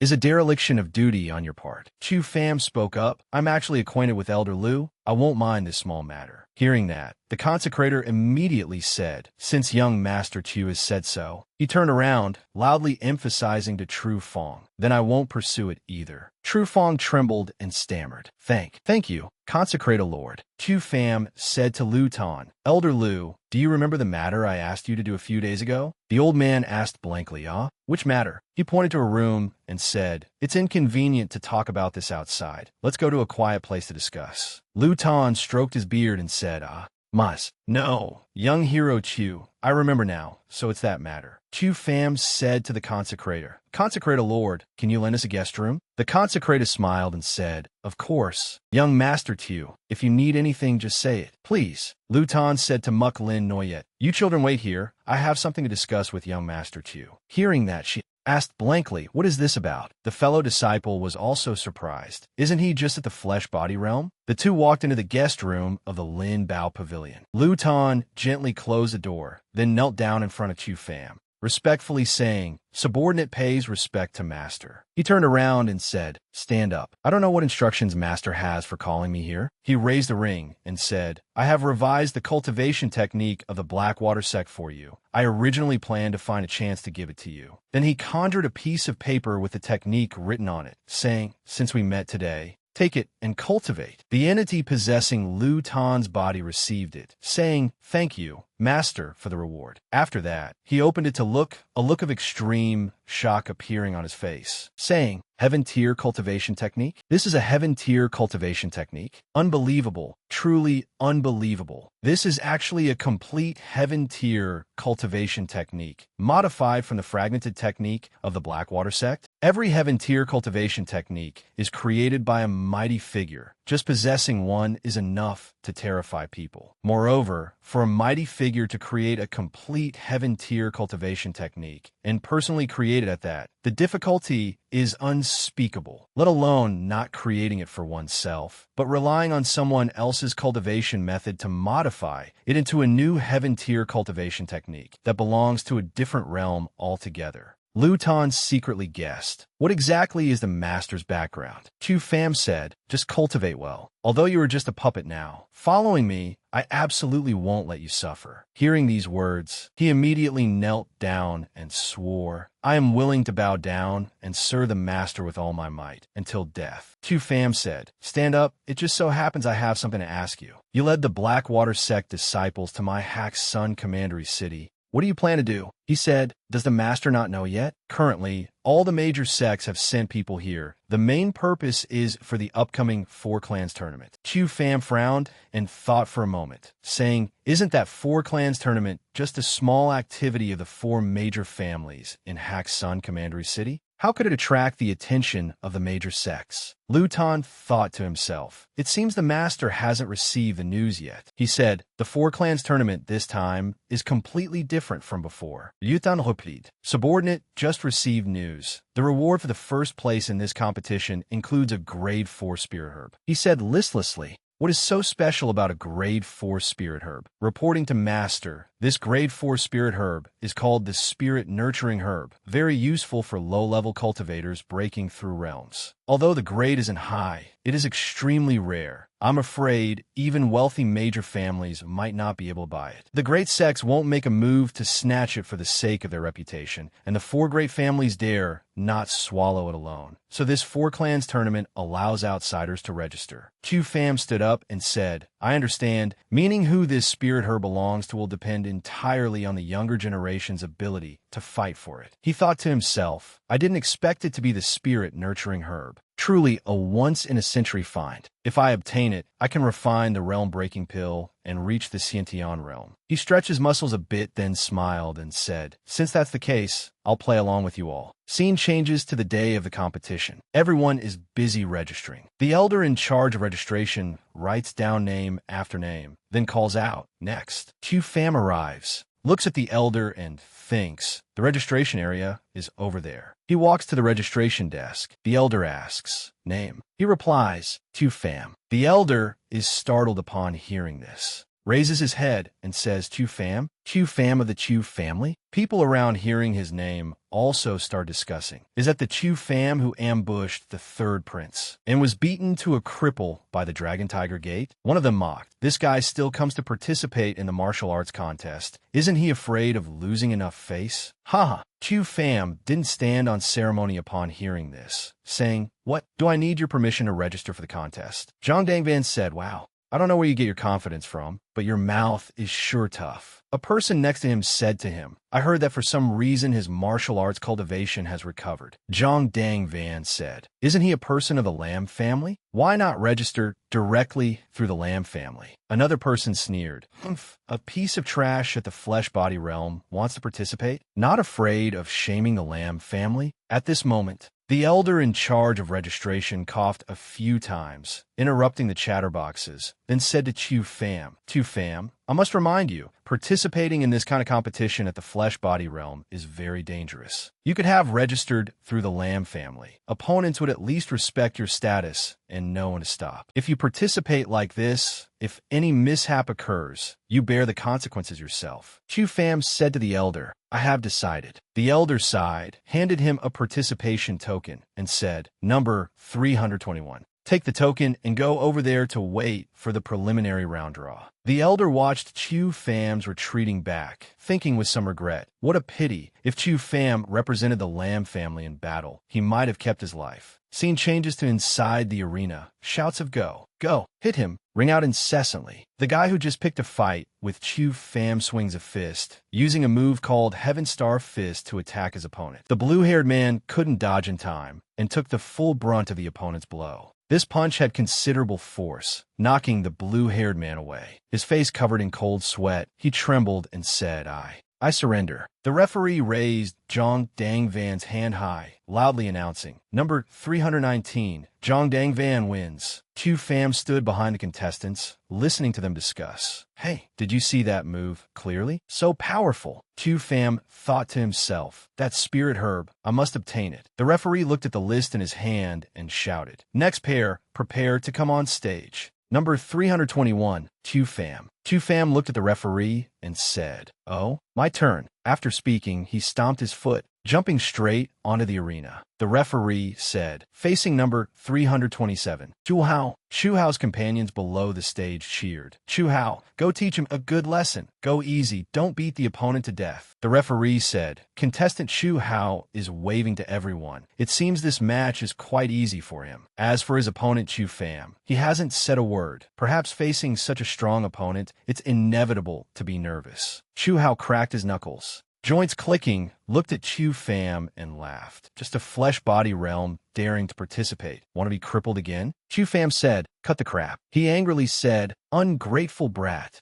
Originally intended to play with you a bit, but it seems I don't need to hold back. I'll use my full strength right for the start. Don't blame me for bullying the weak. The referee spoke up. Both contestants prepare. During the match, the use of any hidden weapons and pills to cheat is prohibited. Violators will be immediately disqualified and punished. The referee raised his hand to signal, saying, Ready, start. As soon as the shout ended, Chu Hao rushed up, swinging his fist at Chu Fam, shouting, Die. Facing his attack, Chu Fam remained indifferent, even smiling. Just as his fist was about to make contact, Chu Fam only slightly waved his hand. The moment the two arms touched, Chu Hao let out a miserable scream. His whole body flew more than 10 meters, slamming into the perimeter wall. The two people below the stage looked with eyes about to pop out, staring in horror, fell off the stage. Contestant Chu Hao was knocked out of the arena. What? Chu Hao lost. Unbelievable. Defeated Chu Hao with just one move. What happened? The winner of this match is number 321, Chu Fam. Chu Fam looked at Chu Hao with disappointment, saying, You really disappoint me too much. Is this your so-called full strength? Chu Hao looked at Chu Fam in shock, unable to believe it. Impossible. How can it be? What kind of monster is he? People below the stage buzzed with discussion. How is it possible? Chu Hao had used true essence power after all. This Chu Fam is too strong. But why didn't I sense any trace of true essence flowing on him? Is he really only at the flesh-body realm? Everyone looked quickly. The arena over there seems to have finished too. Scene changes to another arena. At this moment on the stage, Lamb then has defeated his opponent, attracting a round of applause from everyone. Lamb then the Lamb family won. Beautiful fight. Well done. Lamb then on the stage looked at the defeated opponent under his hand, arrogantly saying,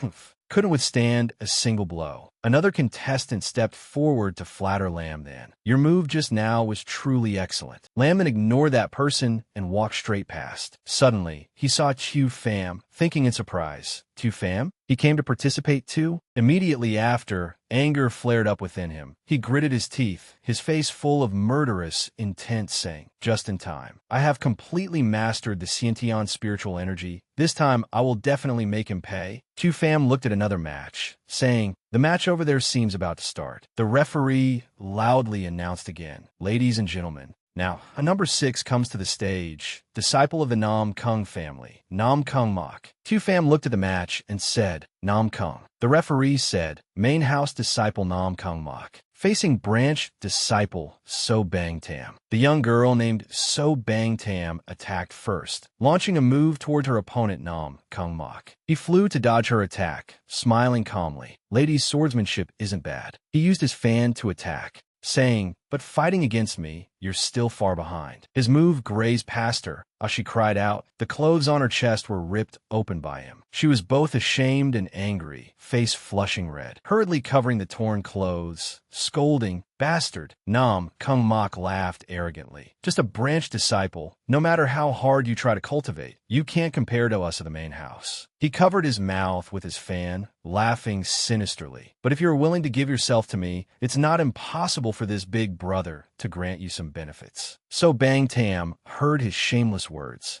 Angry to the point of tears, swung her sword and rushed up, shouting, "You are shameless." He harumphed coldly, using his fan to strike back, knocking her flying away. The referee announced, "So Bang Tam knocked off the arena. Nam Kung Mok wins." The hooligans below the stage, seeing her state, not only didn't help, but also made teasing remarks. "Haha, chest is so white. Let's see a bit more." Facing these mockeries, she trembled with anger, but could only silently think, "Bastards." Just then, a coat was draped over her from behind. She turned her head in surprise. It was Chu Pham. He asked, "Are you okay?" So Bang Tam joyfully said, Thank you." Others looked at him saying, "Is that Chu Pham? He's participating too?" Nam Kung Mok was also surprised. "Chu Pham?" Then he shouted towards Chu Pham, "Hey, are you that Chu Pham who delusionally wants to marry our family's young lady? A fallen young master like you is fundamentally unworthy of our young lady." He pointed his fan at Chu Pham, saying, "Today, I will teach you a lesson. According to the tournament rules, I can challenge you now. If you're a man, don't be afraid." He spoke for a long time, but Chu Pham didn't even spare him a glance, making him extremely awkward. So Bang Tam said to Chu Pham, "Thank you for just now. I will return this coat to you." He said, "No need." Nam Kung Mok saw Chu Pham ignoring him.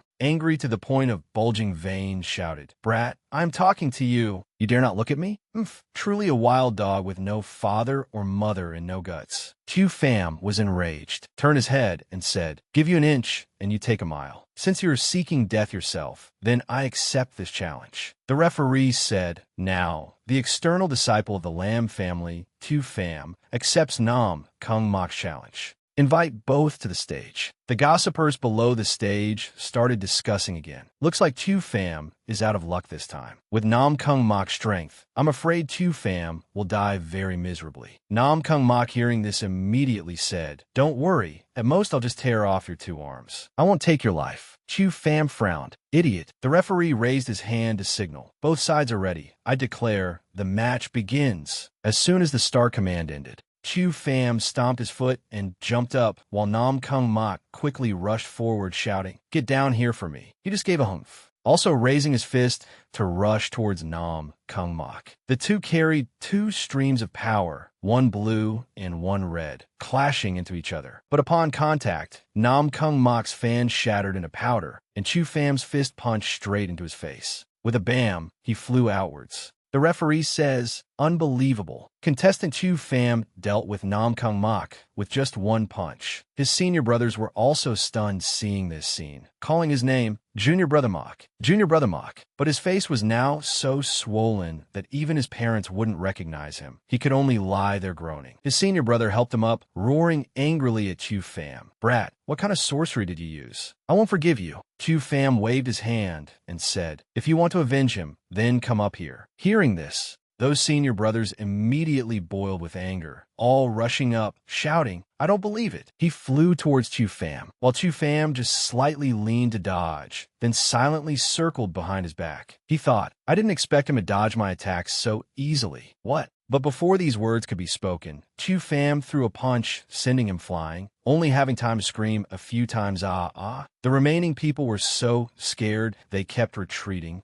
constantly calling, Senior brother. The remaining two said, this guy is too strong. If we fight one-on-one, we are not his match. What do we do now? Chu Pham said, to save time, you guys come at once. Nam Kung Mak senior brothers heard this, rushed up again, saying, brat, don't be arrogant. Just as I intended, brothers attack. Chu Pham just smiled, then rushed forward. The next scene was filled with the sounds of bam, bam, bam. As for the crowd below the stage, not knowing what terrifying scene they saw, some were dumbfounded, others widened their eyes and shouted, impossible, truly unbelievable. Back at the match scene, the group that was self-righteous just a moment ago was now lying scattered on the ground, while Chu Pham stood in the middle without a scratch. The referee said, unbelievable. Contestant Chu Pham has defeated 10 opponents, winning 10 consecutive matches, successfully advancing to the next round. People below the stage said, did you see that? Every time Chu Pham struck, he used only one punch. Just one punch took down all of the Nam Kung family's men. The Nam Kung family has lost big face this time. The Nam Kung aristocratic family. Nam Kung Tuet stepped forward and said, I advise you not to get too smug too soon. Chu Pham looked at the girl in front of him, only uttering an O. Wow, isn't that the eldest Miss Nam Kung Tuet of the Nam Kung family? It was a good show to watch this time. Chu Pham thought, she is Nam Kung Tuet? He said, what, you want to regain face for the Nam Kung family? No,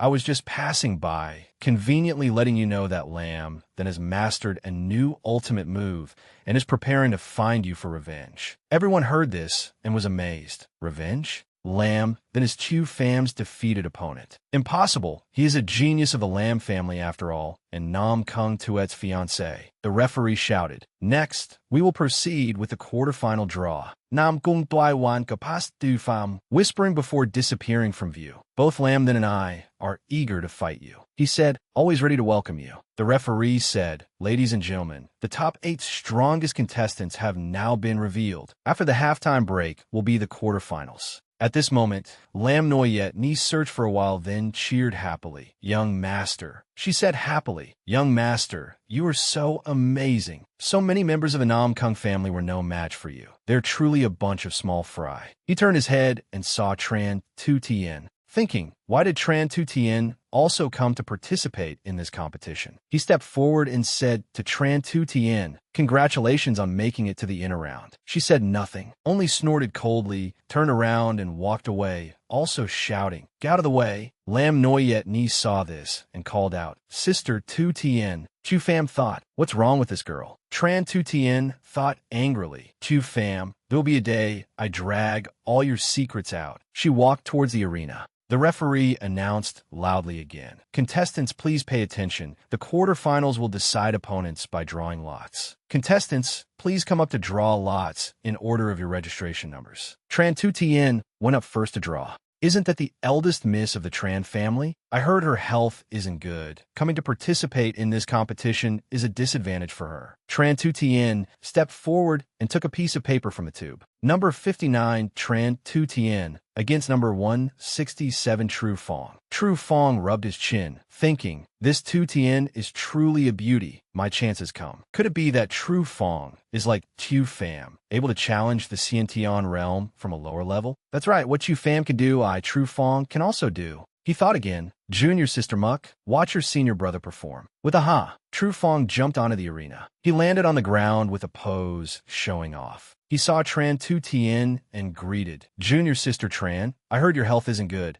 Why did you also come and participate in the competition?" She just silently stared at him. He said arrogantly again, "Junior Sister, rest assured, after the match starts, I will yield 3 moves to you, so others won't say I bully the weak." Tran Tu Tien sneered, "Oh, then I must thank Senior Brother True." Another match between the Flesh Body Realm and the Xiantian Realm. Tran Tu Tien is sickly. Who knows, maybe True Fong really has a chance. The referee announced, "The match begins." The match had just begun. True Fong already activated the Black Water Shield mental cultivation method. He boasted, "My Black Water Shield is unbreakable. Please make your move, Junior Sister." Tran Tu Tien was so angry she gripped the sword in her hand tightly, saying, "It's one thing for Chu Fam alone, but even a small fry like you dares to look down on me." Saying that, she rushed up furiously, slashing down with one sword strike, shattering True Fong's Blackwater Shield. He said in astonishment, "How is it possible? My Blackwater Shield, why is it useless?" Tran Tu Tien stabbed out another sword strike. One by one, none of you take me seriously. At this moment, he was so scared he squeezed his eyes shut, opening his mouth to admit defeat. "Junior Sister, stop immediately. I admit defeat." However, she did not stop, instead slashing his clothes to shreds with her sword. "That's for being arrogant." True Fong was naked, ashamed, using his hands to cover his private parts.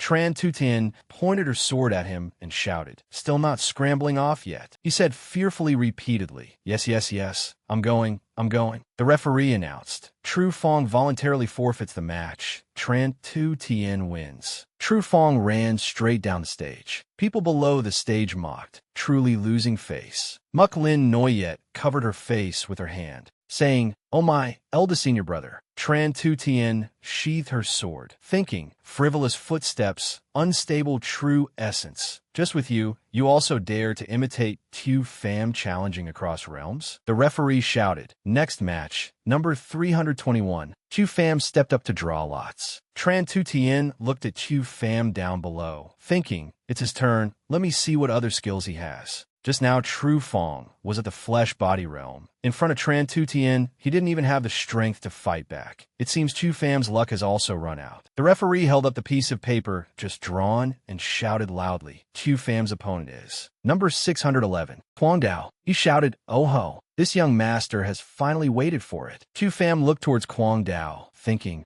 that is fist intent. Both sides took their positions. This Kwang Dao is a stubborn fellow, only wholeheartedly practicing fist arts, yet he actually trained out fist intent. Fist intent is the will that a martial artist comprehend for martial arts, capable of reducing true essence consumption and increasing the power of moves. When a martial artist executes martial arts, fist intent is one of the standards determining the achievements a martial arts genius can reach on the path of fist techniques, and is also one of the measures of a martial artist level. Oh, really? It seems Chu Fam's luck has run out. Kwang Dao cracked his knuckles, joints making cracking sounds, asking, "You're a Chu Fam?" He said, "You know me?" Kwang Dao picked his ear and said, "As soon as you compete, that bunch of trash starts making noise so loud it hurts my ears." He said angrily, "Just now you slapped that kid from the Nam Kung family repeatedly in the face. Watching it made me want to try too. Let this boss test how much weight you carry." He smiled and said, "Oh, interesting." Then he stood still without moving, driving the opponent crazy. "Good kid, even more arrogant than this boss." Saying that, he rushed towards Chu Fam. "Your father is coming." He maintained a calm expression,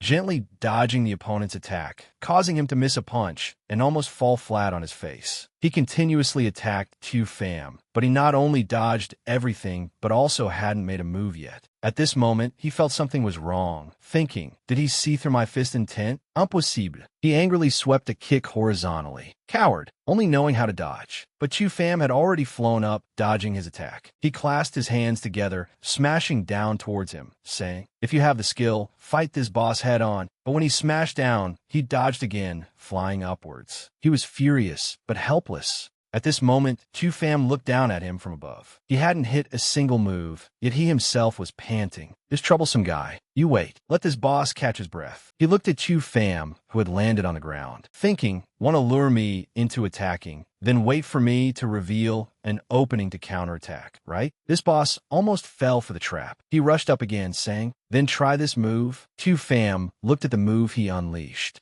while dodging, thinking, knowing I want to drain his stamina, so the power of each move is reduced, using agile attacks to disrupt my dodging rhythm. No wonder he could defeat those aristocratic disciples who have brains. Chu-Fam chuckled, thinking, since it's like this, why don't I give him some pointers? Outside the arena, everyone cheered ceaselessly. Lam Noyet Ni also enthusiastically cheered for Chu-Fam. Young master, do your best, she said happily. Haha, the view here is the best, can see the young master clearly on the stage. Muklin Noyet looked at Chu-Fam, blushing, and said, that's right, can see very clearly. As for Tran Tu Tien, she didn't say a word, remaining silent. The idle people below the stage started discussing again, draining that fat guy's vitality to find a chance to attack. Isn't that too despicable? Someone at the flesh body realm like Chu-Fam. Without using some tricks, how could he fight against Kwang Dao? Lam Noyet Ni stood nearby hearing this, said unhappily, hey you guys. Tran Tu Tien was also a bit annoyed, saying to those idle people creating trouble, you guys are truly frogs in a well, stop talking nonsense here. Seeing her, those people switched from discussion to astonishment, even a bit of fear. That person saw he couldn't outtalk her, so he turned to whisper to Lam Noyet Ni. Chu-Fam originally intended to drain all of Kwang Dao's strength. I'm not wrong, am I? Tran Tu Tien saw this crowd talking too much and full of nonsense, so she kindly explained to them, you guys look closely. Fist intent is something martial artists must train day and night to comprehend. But for years, Kwang Dao has only cultivated the power of his fist techniques, neglecting technique and footwork, making it hard for his fist intent to improve further. Chu-Fam is using defense as offense, guiding and leading him. He is fighting a guidance match. A guidance match? Isn't that a technique only peak martial artists can teach disciples? How old is Chu-Fam? How is that possible? Tran Tu Tien thought to herself, Chu-Fam, sure enough, you hide yourself very deeply. Back to the match. No matter how Kwang Dao attacked, Chu-Fam only dodged and did not strike back. He thought to himself, strange, clearly my true essence is running out, but my fist intent is becoming more condensed. He began to doubt life, but immediately after, he suddenly understood the opponent's intention. This brat is helping me temper my fist intent. Chu-Fam saw him get distracted and said, focus. Not only was he not grateful, but he also angrily said, bastard, if you're capable, then fight back. He only calmly replied, then don't regret it. After saying that, Chu-Fam moved behind him as fast as lightning. He hadn't even seen clearly what method the opponent used to silently get behind him. The speed was astonishing. A look of panic appeared on his face, and he cursed, bastard. Then, he quickly attacked from the front again, throwing a heavy punch. Fortunately, he wasn't as weak as previous opponents, timely using his arm to block the attack. He looked down at his arm and found it numb and devoid of sensation. Chu-Fam chased after the victory, launching another kick at him. This time he had to use both hands to block. The attack was both fast and heavy. What kind of monster is this? It wasn't over. He added another punch. This time, he condensed divine power into his fist. When the final blow approached Kwang Dao, he was terrified to the extreme and shouted, stop. I admit defeat. The referee loudly announced, Chu-Fam wins. Before he could hit him, he was already exhausted, gasping for breath. I'm tired to death. Muklin Noyet and Lam Noyet Ni joyfully said, Chu-Fam is so amazing.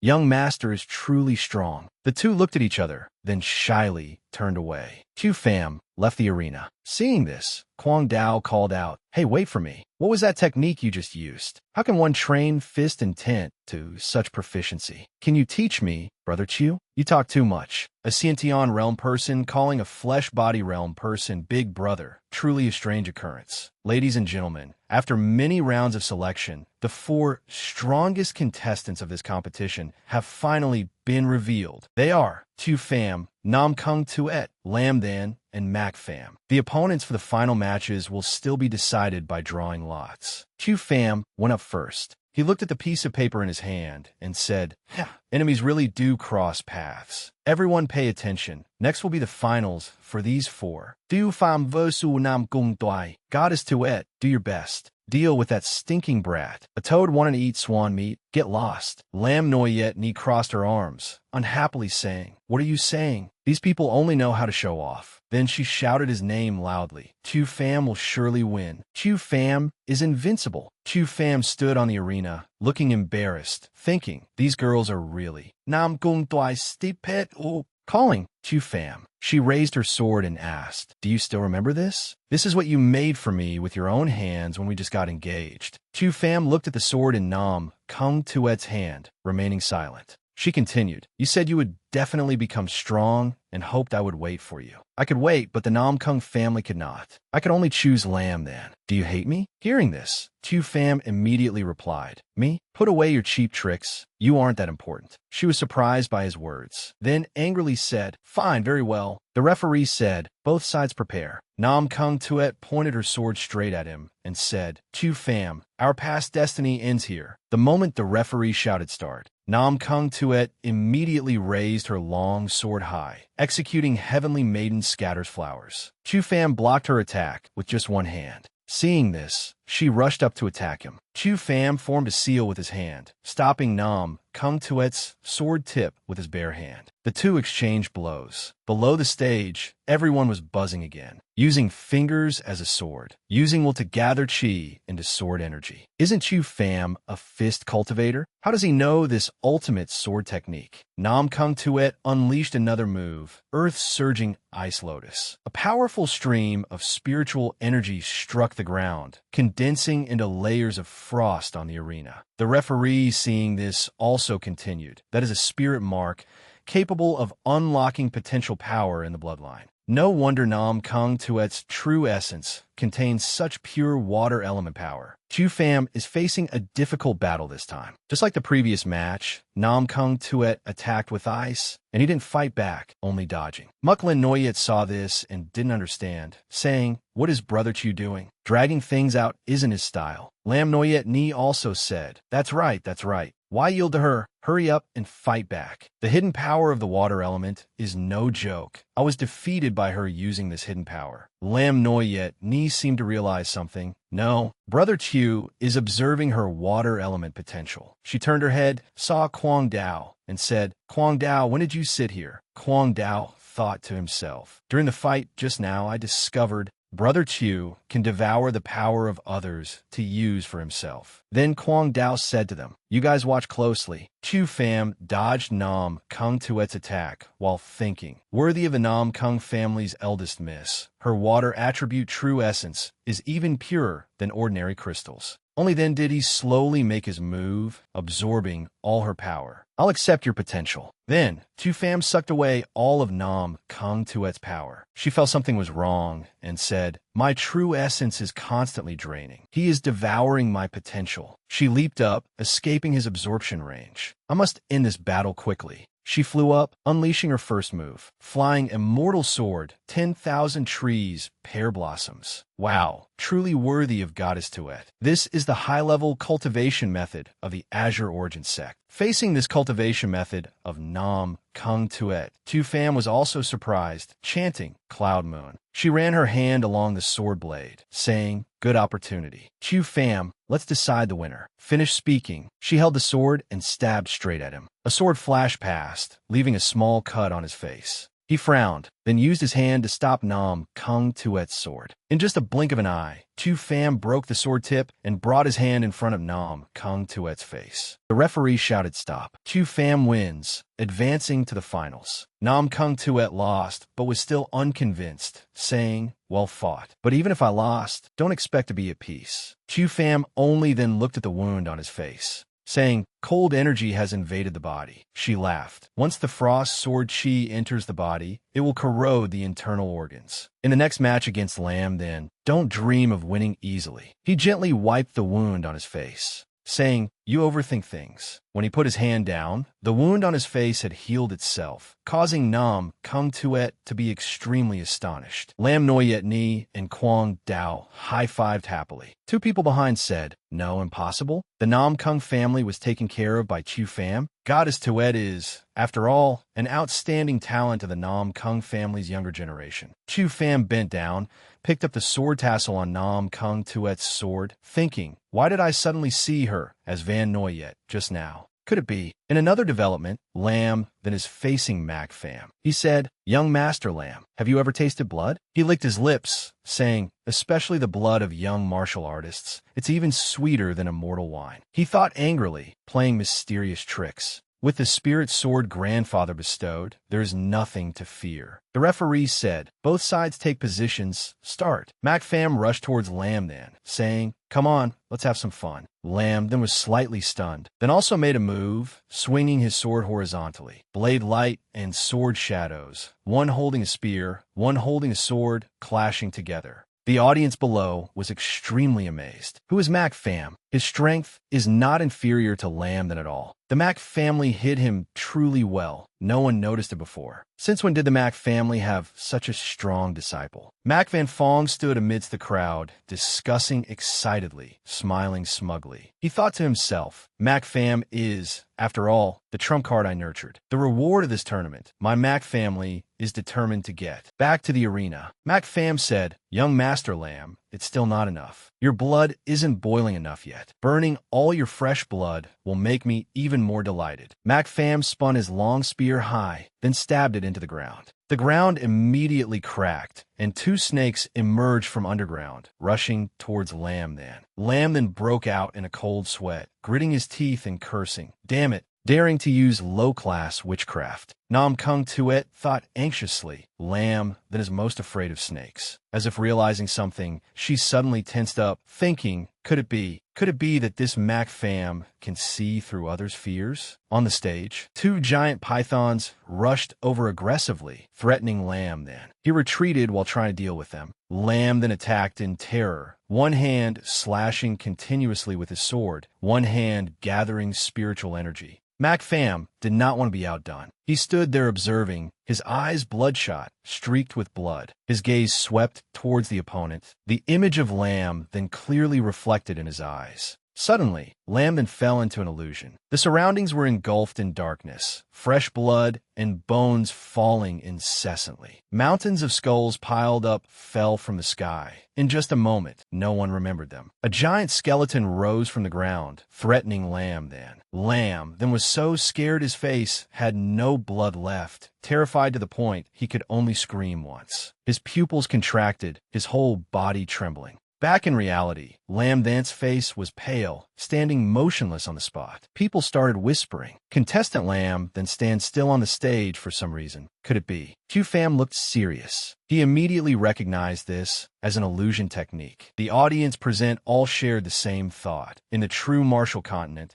there is actually an illusionist cultivating the Blood Sea illusion realm. Chu Pham thought, this Mac Pham gives me a feeling that is both disgusting and familiar. On the arena, Mac Pham's whole body suddenly radiated red, murderous aura, enveloping his body, arrogantly suppressing Lam then. Chu Pham noticed the abnormal change in him. He widened his eyes, that his blood murderous aura. Lam then still stood dazed there. The blood mist radiating from Mac Pham was gradually swallowing Lam then. The blood mist grew thicker, covering Lam then's head, but he still couldn't move. The sword at his feet was corroded by the blood mist, cracks appearing. Mac Pham smiled smugly. He secretly rejoiced. Great success. He excitedly frowned and shouted, "It's time to end this." The audience panicked in disgust. Could contestant Mac Pham be planning to kill him? As soon as the words fell, on the arena, Mac Pham had thrown his long spear towards Lam, then with extreme speed. The situation was critical. Someone couldn't help screaming, "Referee, stop him quickly." Suddenly, Elder Mac and Nam Kung Tuet were stunned, disbelieving their eyes.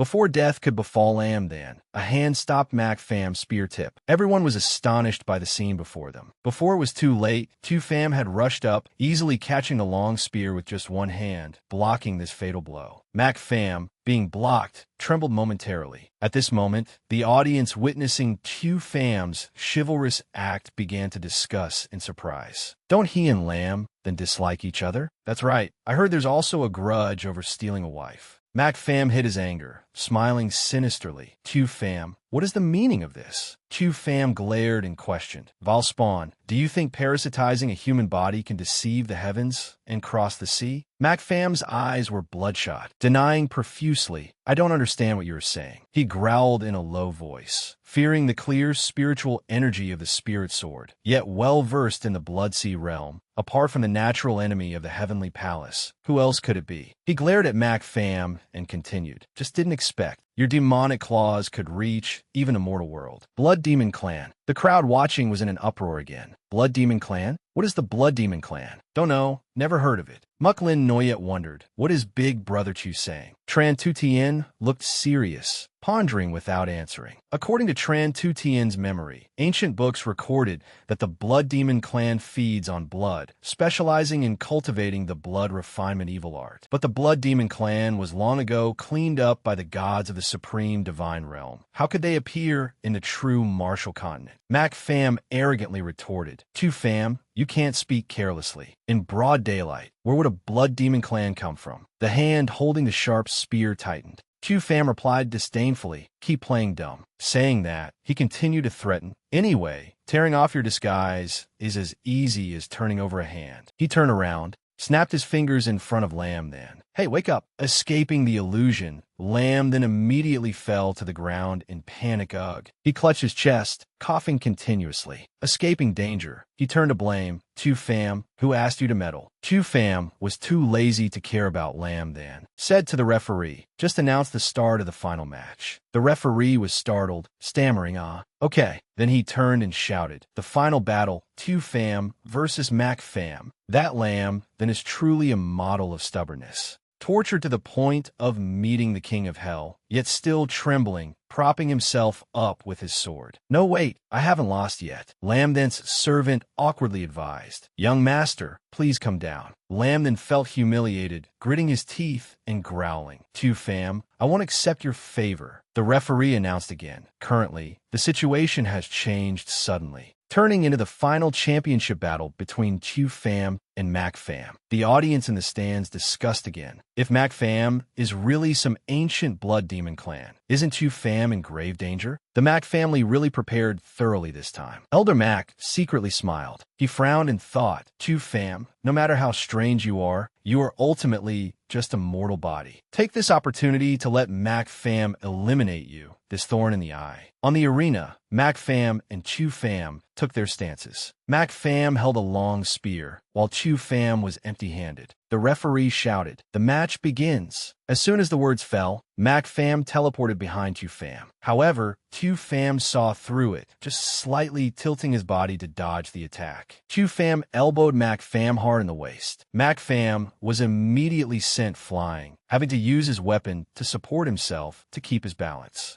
But he didn't stop there, angrily swinging his weapon and rushing towards Tu Fam, shouting, die. Spiritual power surrounded Mac Fam, continuously attacking Tu Fam. He was not afraid at all, staring at his opponent with hostile eyes, looking for openings, seizing the moment to strike. Tu Fam launched a palm strike straight at Mac Fam's shoulder, tearing his clothes. The people in the stands were panicked. That was on Mac Fam's body, revealing a heart parasitized by the blood demon. He groaned in pain. Suddenly, a stream of black energy radiated out, flying towards the stands. The smoke gently floated towards the crowd. The seemingly harmless smoke invaded their bodies in the blink of an eye. The people next to them suffered the same fate. The crowd witnessing this scene began to panic, running for their lives. They screamed, the blood mist is poisonous. Run quickly. Lam Noyet Ni couldn't sit still anymore. She stood up, shouting in panic, young master. Then, she and Tran Tu Tien also jumped straight down from the stands. Lam Noyet Ni asked worriedly, young master, are you okay? Tran Tu Tien jumped down after her, hurriedly calling, Miss Lam. Due to the blood mist barrier, they couldn't get any closer. In the center, Mac Fam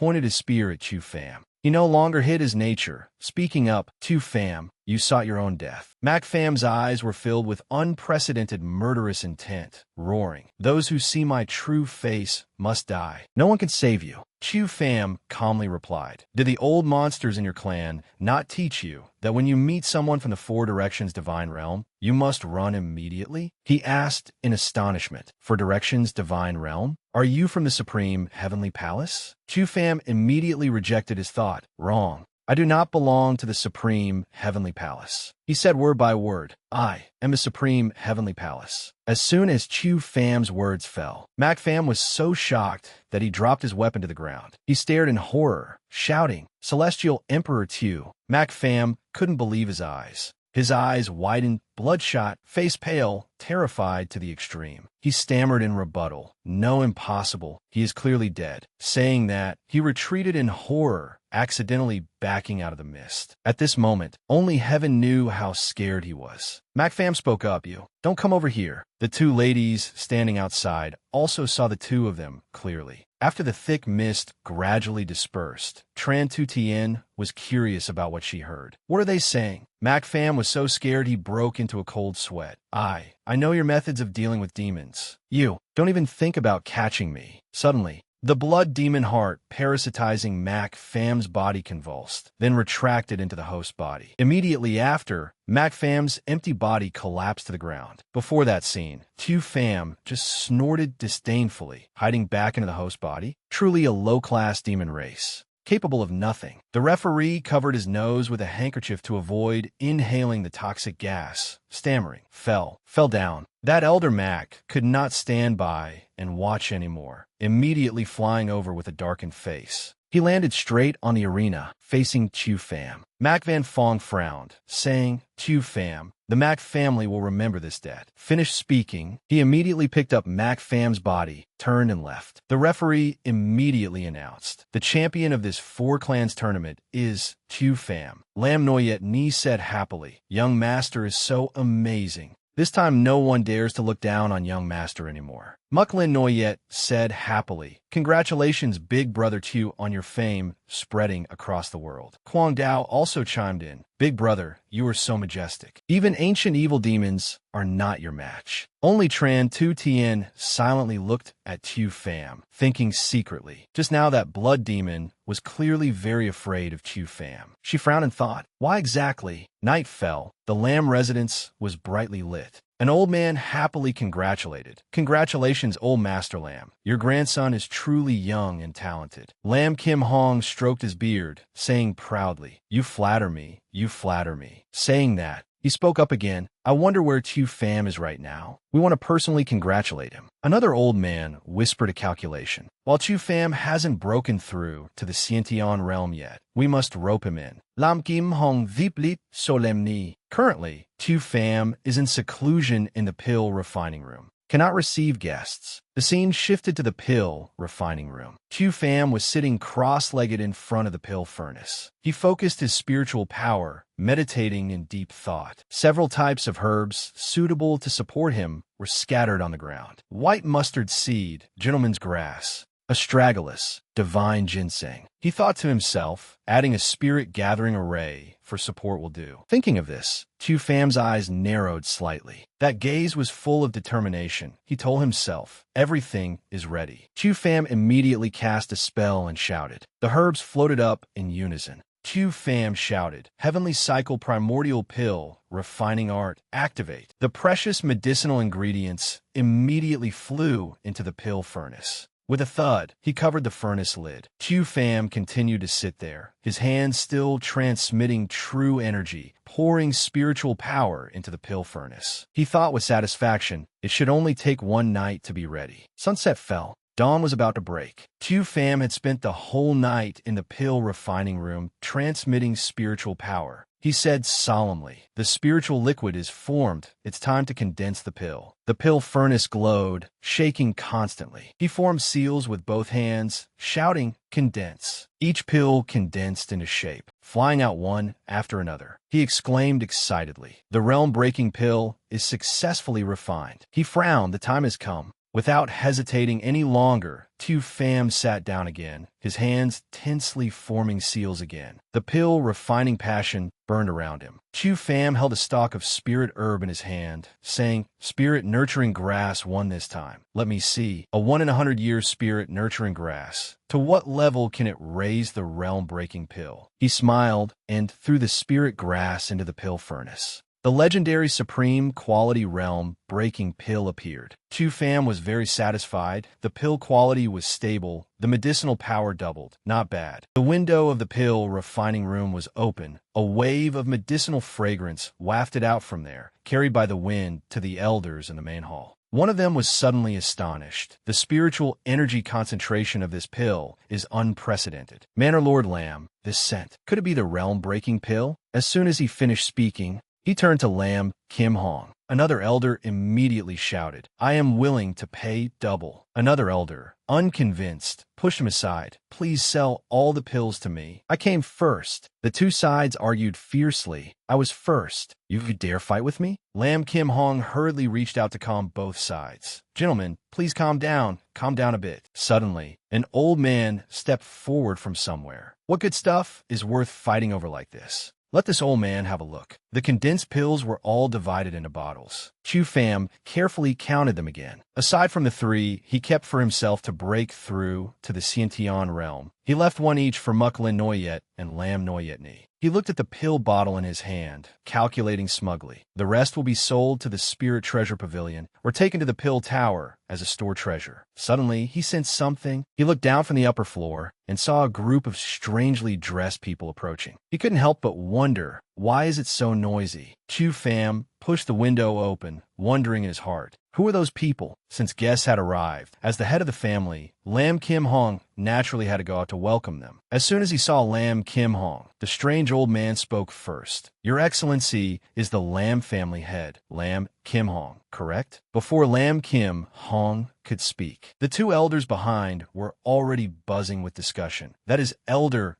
Huyet Dak Tu of the Five Poisons sect." Another elder pointed at him in panic. "Old Manor Lord Lam, how did you provoke this fiend?" Lam Kim Hong was extremely calm, replying politely, "It is indeed this humble one. I wonder what advice the Five Poisons sect has for gracing us with your presence." He assessed the situation, calculating silently. Peak late stage Xiantian realm, the Comer has ill intentions, not easy to deal with. The elder of the Five Poisons sect laughed maliciously. He said in a sarcastic tone, "I heard your grandson's dantian was originally shattered, yet it recovered in a single night, and his martial veins even far surpassed before." His eyes looked as if he wanted to swallow Lam Kim Hong alive. He added, "This old man is very interested in the reason behind that." The two gossiping elders behind began to get suspicious. That's right, the participants were all Xiantian experts. How could someone at the body realm like Tu Pham win first place? Manor Lord Lam, surely you haven't hidden some heavenly treasure that can remodel the physique? Hearing these absurd discussions, Lam Kim Hong just smiled and stroked his beard, replying confidently, "Tu Pham could win entirely thanks to his own fortune." Which is why everyone was so surprised. Seeing Lam Kim Hong's reaction, the old elder sneered and replied, "No need to play dumb." Saying that, he pointed straight at Lam Kim Hong, with a look as if exposing the truth. "This old man knows your Lam family possesses an ancient inheritance secret realm. That piece of trash relied on the inherited cultivation technique to restore his dantian, didn't he?" Hearing his words, the two disciples looked at each other in shock, full of doubt, discussing what Elder Huyet Dak Tu mentioned. Ancient inheritance? Is that the secret to Tu Pham restoring his dantian? Is there really such a miraculous technique? That thing could completely change the status of a sect. Hearing these discussions, Lam Kim Hong felt uneasy in his heart. How did the Five Poisons sect know this secret? Who exactly leaked the news? Everyone fell silent. Suddenly, Mac Van Fong appeared from behind them. He quietly glanced at those disciples, his eyes extremely malicious. "Humph, the spy planted in the Lam residence finally came in handy. Daring to ruin my good deed, you grandfather and grandson shouldn't hope to be smug either." Huyet Dak Tu stepped forward, speaking arrogantly. "An upright person doesn't speak in riddles. I hope the old manor lord chooses wisely and hands over this inheritance secret realm to our five poison sect. Lam Kim Hong Panik Sly, constantly thinking of a countermeasure in his heart. Now that the great power of the Lam residence is no longer in my hands, I cannot confront the five poison sect head-on. I can only bluff to scare him. So, he spoke up in response according to the plan. Elder, Chu Fam's cultivation is indeed passed down by my Lam family ancestors. Does the five poison sect intend to rob us openly? Hearing this, Huyet Doc too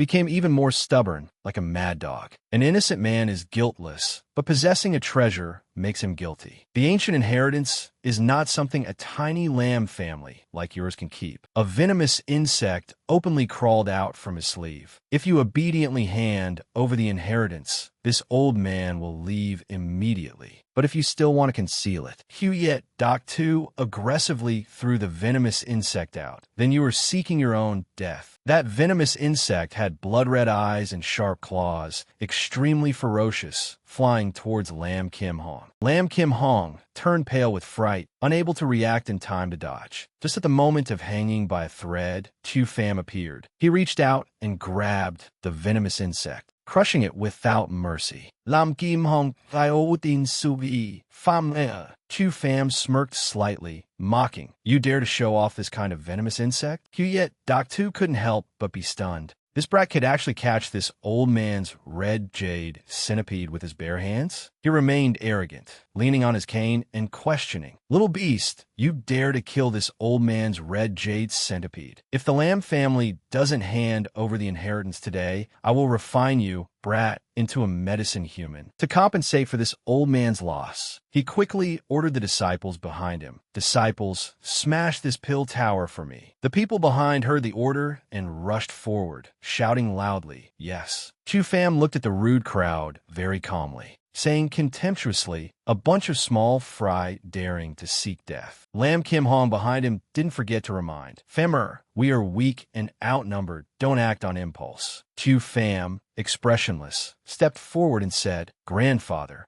rest assured. Before he could finish his sentence, he was interrupted by a voice. Hold on. A tall black figure appeared and disappeared, a voice resonating. Just leave this bunch to your subordinate to handle. No need to dirty the master's hands. Huyet Doc 2 looked around in panic, not knowing where the voice came from. He asked suspiciously, who is it? In the air, a giant figure reached out towards him. You are not qualified to know. Before he could even react, a palm struck squarely on his chest. Huyet Doc 2 immediately fell to the ground, a massive wound appearing on his chest. The disciples shouted anxiously, Elder, Elder, the Elder is dead. He stopped breathing. Mac Van Fong thought in astonishment. How can this be? One of the disciples questioned angrily. My five poison sect has no grievances with you, senior. Why did you kill my sect's elder? The mysterious person replied. So what if I killed him? That disciple quickly realized the situation, trembling. This pressure. Is a Yuan Dan realm expert. Hearing this, another disciple also screamed in fear. The person shouted impatiently, not scrambling to get lost yet. The people from the five poison sect finally realized the difficulty and retreated. However, before leaving, they gritted their teeth and said, damn it, the five poison sect won't let this go. Chu Fam didn't bother paying attention to these idiots, saying to Lam Kim Hong, Grandfather, let's go inside. The grandfather and grandson turned to go in, but the two busybodies were still looking at each other, confused by the scene just now. Seeing the figures had disappeared, those two exclaimed in surprise. I didn't miss here just now, right? That Yuan Dan realm senior called Chu Fam master? Correct. I heard it too. Mac Van Fong thought to himself. Damn it, since when did the Lam family have a Yuan Dan realm expert? Could it be newly invited? Looking at the backs of the grandfather and grandson, he calculated silently. It seems the Lam family cannot be touched in the short term. In a room within the Lam family residence, Chu Fam crossed his arms, questioning the person opposite. You successfully broke through to the Yuan Dan realm? He couldn't help but praise. Well done. Lu Tan humbly clasped his hands and replied, It is all thanks to the master's bestowal. Then he knelt on one knee, reporting to Chu Fam. This subordinate took the liberty to handle them for the master. I hope master punishes me. Chu Fam didn't mind much. Just saying, it's fine. Looking out the window, he said to Lu Tan, letting this mob know that the pill tower is guarded by Yuan Dan realm martial artist is also good to scare off the villains. Saying that, He asked Luton, but why would a demonic sect like the Five Poison sect come to Black Mountain Commandery? Luton immediately replied, reporting to Master, not only the Five Poison sect, but sects from other places like the Bone Dao sect, Heavenly Talisman sect, and Dragon Tiger sect have all stationed themselves in our Black Mountain Commandery. Chu Pham turned his head to look, his expression very puzzled. Seeing he didn't know, Luton asked carefully, Master still doesn't know?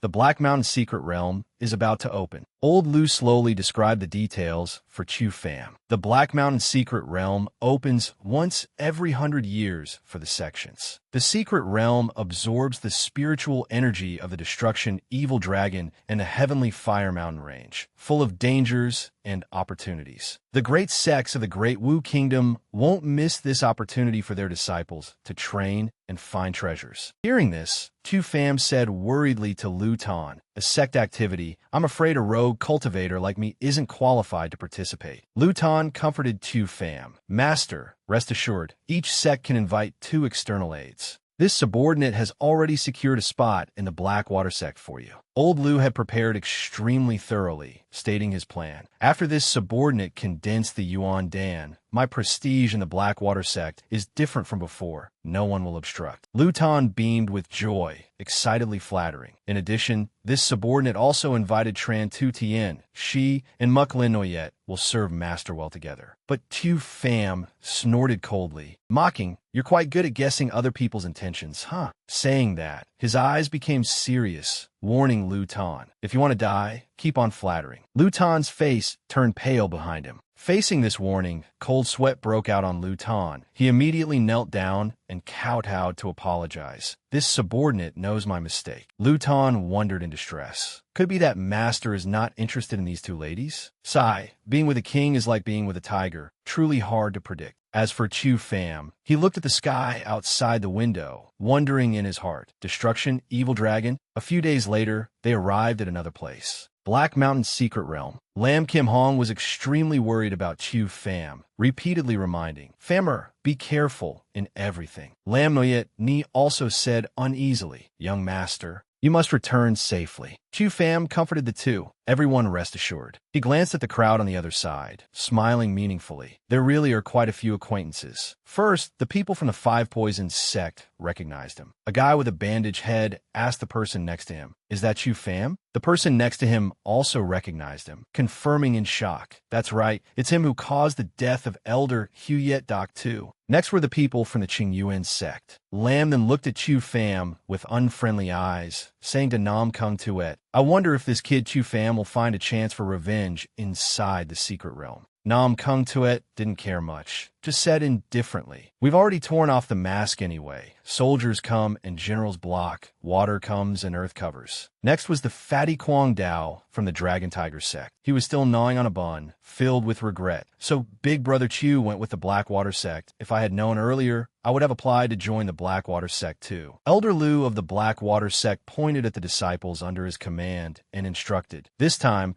the Blackwater sect invited the tournament champion Chu Pham to participate. You must learn a lot from him. 2 Blackwater sect disciples looked at Chu Pham with hostility, discussing indignantly. Chu Pham? Elder Lu, surely he doesn't want him to be our eldest senior brother? Tru Fong clenched his fist, also replying angrily. That's right. He even caused us to make enemies with the Five Poison sect. Tru Fong smiled sinisterly, feeling smug inside, thinking that he had already given instructions beforehand. No one would give Chu Pham a good face. His companions also revealed similar sinister expressions. Tru Fong sneaked a look at Chu Pham from behind, smiling coldly. I want to see how you replace my authority in this sect. Suddenly, the entire Black Mountain secret realm shook violently, heaven and earth trembling. The fatty from the Dragon Tiger sect didn't know what was happening yet, asking his fellow disciples, Oh my God, what is going on? The 3 people, Muk Lin Noyet, Tran Tu Tien, and Chu Pham, who were standing, also lost their balance. Miss Lam Noyet, Ni couldn't stand firm and leaned on his arm. He assessed the situation, wondering inwardly, Dragon roar? Look quickly, the secret realm is open. A voice rang out. Everyone saw that the secret realm had opened. The leader of the Dragon Tiger sect cupped his hands to bid farewell to everyone, saying politely, Dragon Tiger sect will go 1 step ahead, farewell. The Qingyuan sect also followed closely behind. Chu Bax shouted loudly, pointing towards the entrance of the secret realm. Qingyuan's sect disciples, follow me inside. Elder Lu also shouted, Blackwater sect disciples, go. Everyone entered the Black Mountain secret realm step by step. The three looked at this strange place, unable to help being amazed. Muk Lin Noyet looked at this place, exclaiming in surprise, is this the Black Mountain secret realm? This place was a lush green, surrounded by skyscraping mountain ranges on all four sides. Trufong looked at this place, but felt nothing, just saying faintly, it doesn't look like anything special. As for Chu Pham, as soon as he arrived, he sensed something, wondering to himself. The spiritual energy in the secret realm is fluctuating wildly. Could it be caused by the destructive power of the evil dragon? Muk Lin Noyet behind him blushed, looking at him happily, and said, Big Brother Chu, I will have to rely on you to protect me. Tran Tu Tien saw her pitiful appearance and was displeased, answering on behalf of Chu Pham. Whether he can take care of himself is not even certain yet. Saying that, she put her hand to her forehead, looking into the distance. Then she reported to Lu Tan, Elder Lu, there's a sandy beach ahead. She pointed to that vast sandy beach and continued, to go deep into the secret realm, we must cross this sandy beach. Chu Pham saw this and gave his opinion to Lu Tan. Elder Lu, the climate here is mild, yet a sandy beach appears. There must be something strange. I think it's better to be careful. Lu Tan stroked his beard and thought for a moment, then said to the disciples, Chu Pham's words are correct. We will take a detour. The Blackwater sect disciples did not agree with this opinion, protesting noisily. Elder, we are already slower than the other sections. If we take a detour, all the good stuff will be taken by others. Another person behind also chimed in to protest. Wasn't it just winning one match? Do we have to listen to Chu Pham for everything? Lu Tan scolded them angrily. Impudent. Do I need you to teach me how to lead the team? They didn't dare to argue back anymore. Lu Tan could only clench his fists, speechless with anger. Only Tru Fong stood aside laughing at others' misfortune, thinking to himself, the more Elder Lu favors Chu Pham, the more unconvinced the junior brothers will be. Chu Pham turned around to persuade Lu Tan to calm down. Elder Lu, a bunch of people who won't shed a tear until they see the coffin. If they want to seek death, why stop them? One of them glared at Chu Pham, shouting loudly, what did you say? You provoked that person. If you don't believe it, go to that sandy beach and see for yourself. That person pointed at his own face, saying confidently to Chu Pham, go then, who's afraid of whom? He stepped onto the sandy beach, spreading his arms to provoke Chu Pham, just knowing how to scare people. Where is the danger? He kindly reminded that fool, is that so? Look under your feet. Under the sand, a man-eating plant emerged, wrapping around that person. He ran back to the original spot for his life, screaming, ah, help. As soon as he got back, he was out of breath. Muk Lin Noyet, beside him, asked with concern, Junior brother, are you all right? Chu Pham took out a spirit pill and handed it to that person. He asked suspiciously, spirit recovery pill? He replied, this is a perfect grade spirit recovery pill, refined by my grandfather's pill tower. One bottle for each person. He also carefully reminded, in the secret realm, every step is a danger, extremely perilous. Only by maintaining the best state can one survive. Those who had just refuted him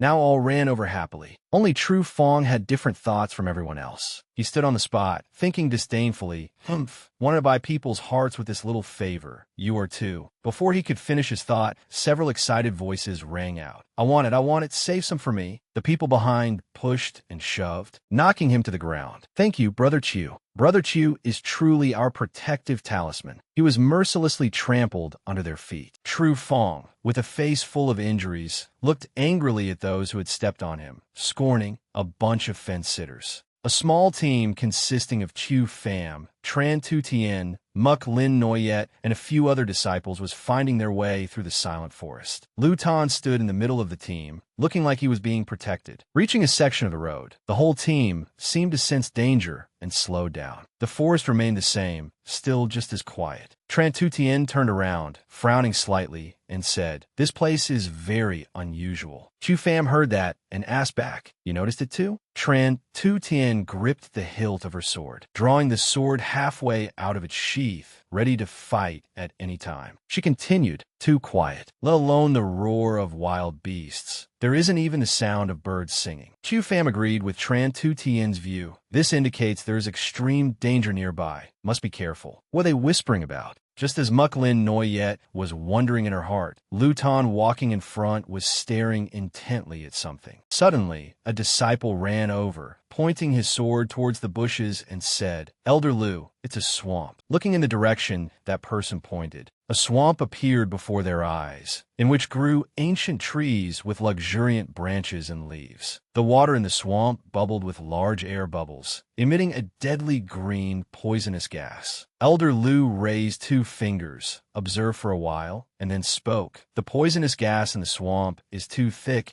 Everyone quickly circulate energy to expel poison." He stepped forward, then turned back to instruct. "The depth of this swamp is unknown. We cannot wade through the water. We will form a single line and step on the stones to cross." The people behind immediately responded, "Yes." The whole team formed a line, stepping on the floating stones to walk. Just a little slip and one would fall. They walked very carefully, fearing that a small mistake would lead to a tragic end. Trufong suddenly discovered a problem. He immediately notified the team. "Everyone focus. Prepare weapons." Immediately after, he looked back, only then discovering in shock that something was wrong. Why are so many people suddenly missing? The disciples behind also immediately turned their heads, surprisingly realizing a similar danger. The remaining 3 immediately sped up. Tru Fong hurriedly shouted to the person in front, "Elder Lu, several disciples have suddenly disappeared." Luton heard that, startled, and hurriedly asked back, "What did you say?" Suddenly, a blue tentacle wrapped around a disciple's leg. He panicked, and after realizing his situation, was quickly dragged away. Seeing this, his fellow disciple screamed in fear. Junior Brother Vong. The surface of the swamp bubbled with more and more air bubbles,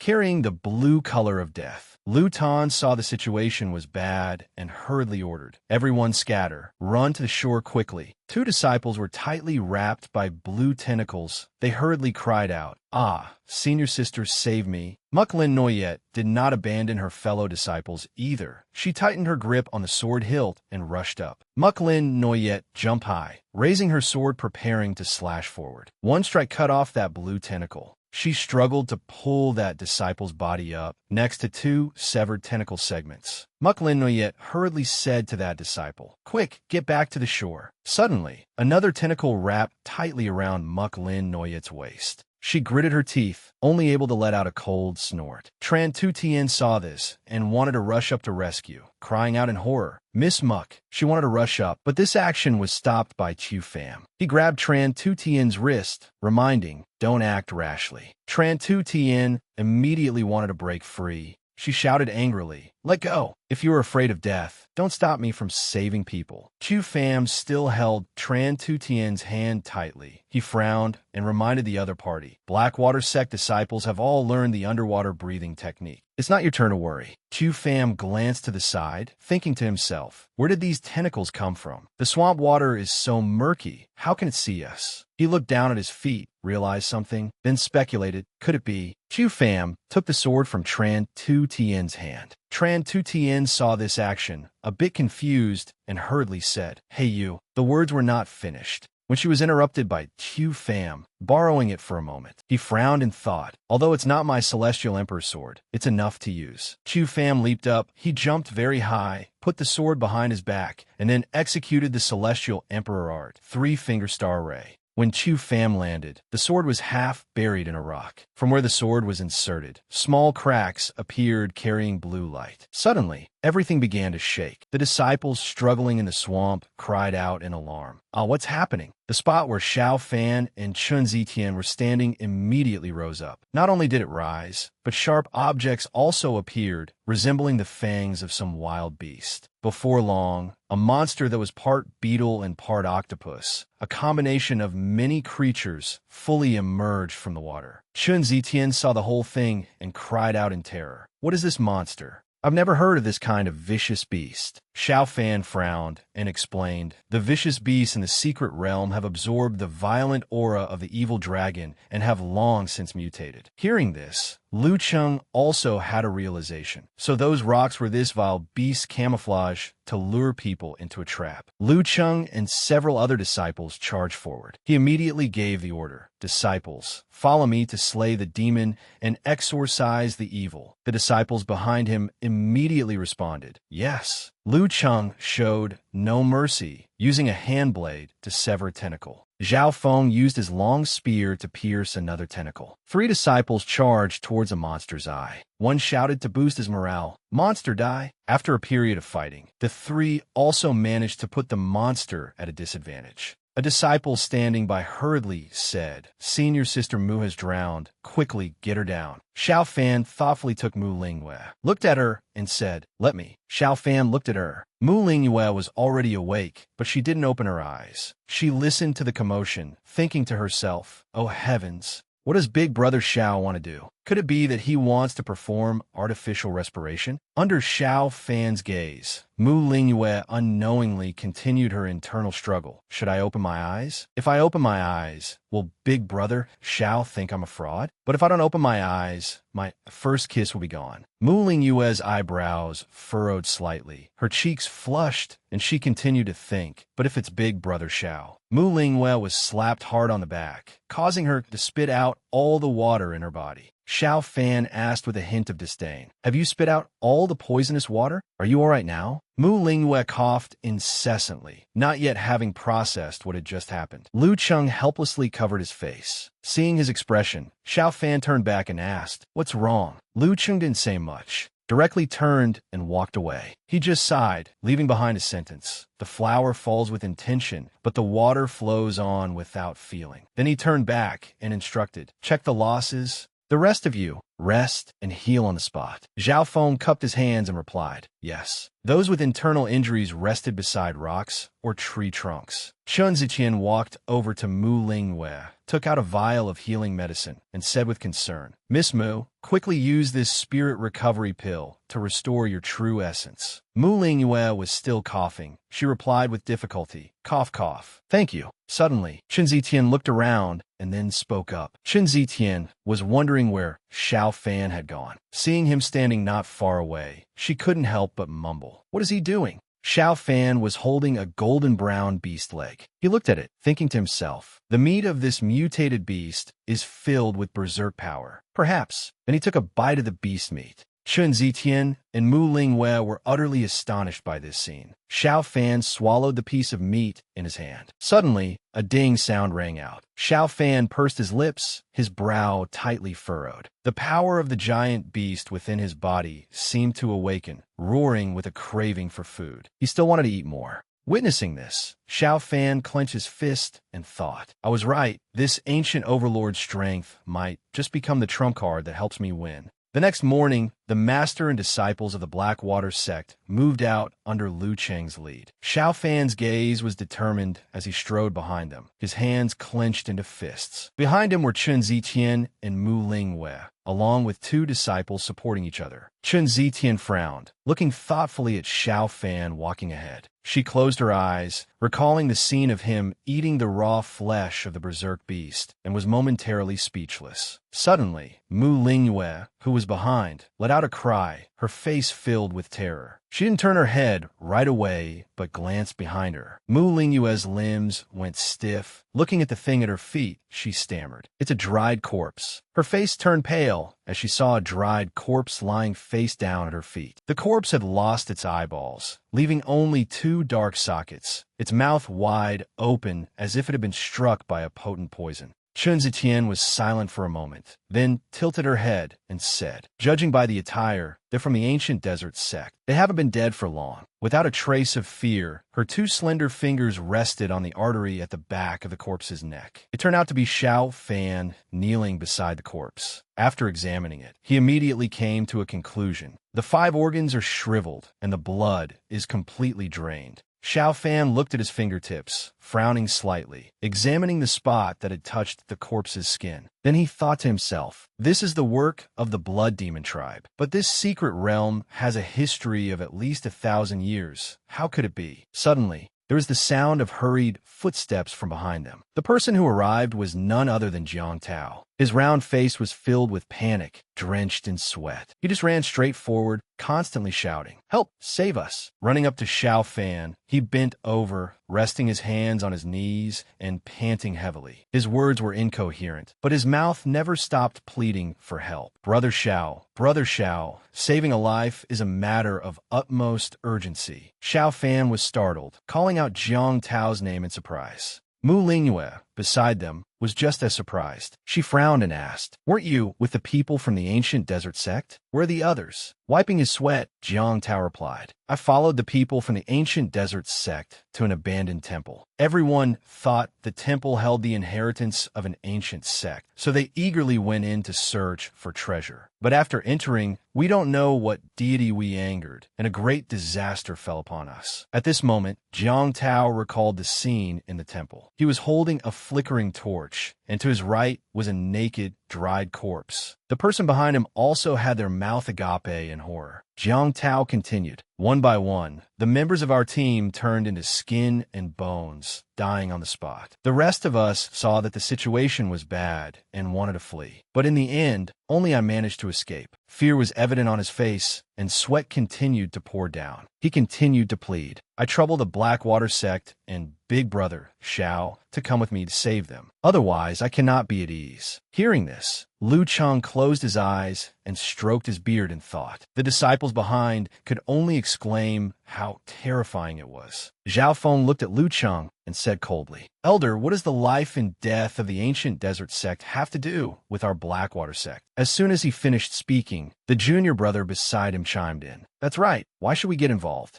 Lu Cheng frowned and grunted, but his eyes secretly glanced back, observing Xiao Fan's expression. At this moment, Xiao Fan also had his own calculations. The Blood Demon tribe has appeared time and again on the true martial continent. Could it be that something has happened in the Four Directions Divine Realm? It seems I must personally go and meet this three-eyed blood demon. Thinking of this, Xiao Fan gave a subtle nod. Lu Cheng noticed it, then frowned, and spoke loudly with a solemn expression. "The ancient desert sect has always been on good terms with our Blackwater sect. We cannot refuse to help. As martial practitioners, what kind of principle is it to see death and not save?" Lu Cheng stood at the front and said, "Jiang Tao, lead the way." At this, Jiang Tao replied with a yes, his knees slightly bent as he cupped his hands in thanks. The sky was clear, and the towering, rocky mountains stretched on endlessly. Below, the footsteps of a group of people echoed. Jiang Tao led the group from the Blackwater sect through the temple gate. The one leading the way was Xiao Fan. Upon arriving, Jiang Tao cried out, "This is the place." Lu Cheng's face was expressionless. Jiang Tao beside him still couldn't hide his anxiety, looking around. Zhao Feng was utterly astonished by the scene around the temple. The disciple on the left swallowed and said, "I never expected there to be such a magnificent temple in the secret realm." The person next to him immediately added, "Perhaps the treasure of an ancient sect is really hidden here." Only Chun Zetian noticed something. They're all people from the ancient desert sect. Not a single one survived. Two dried corpses with dark eye sockets, their mouths agape in horror. Everything was just as Jiang Tao had described earlier.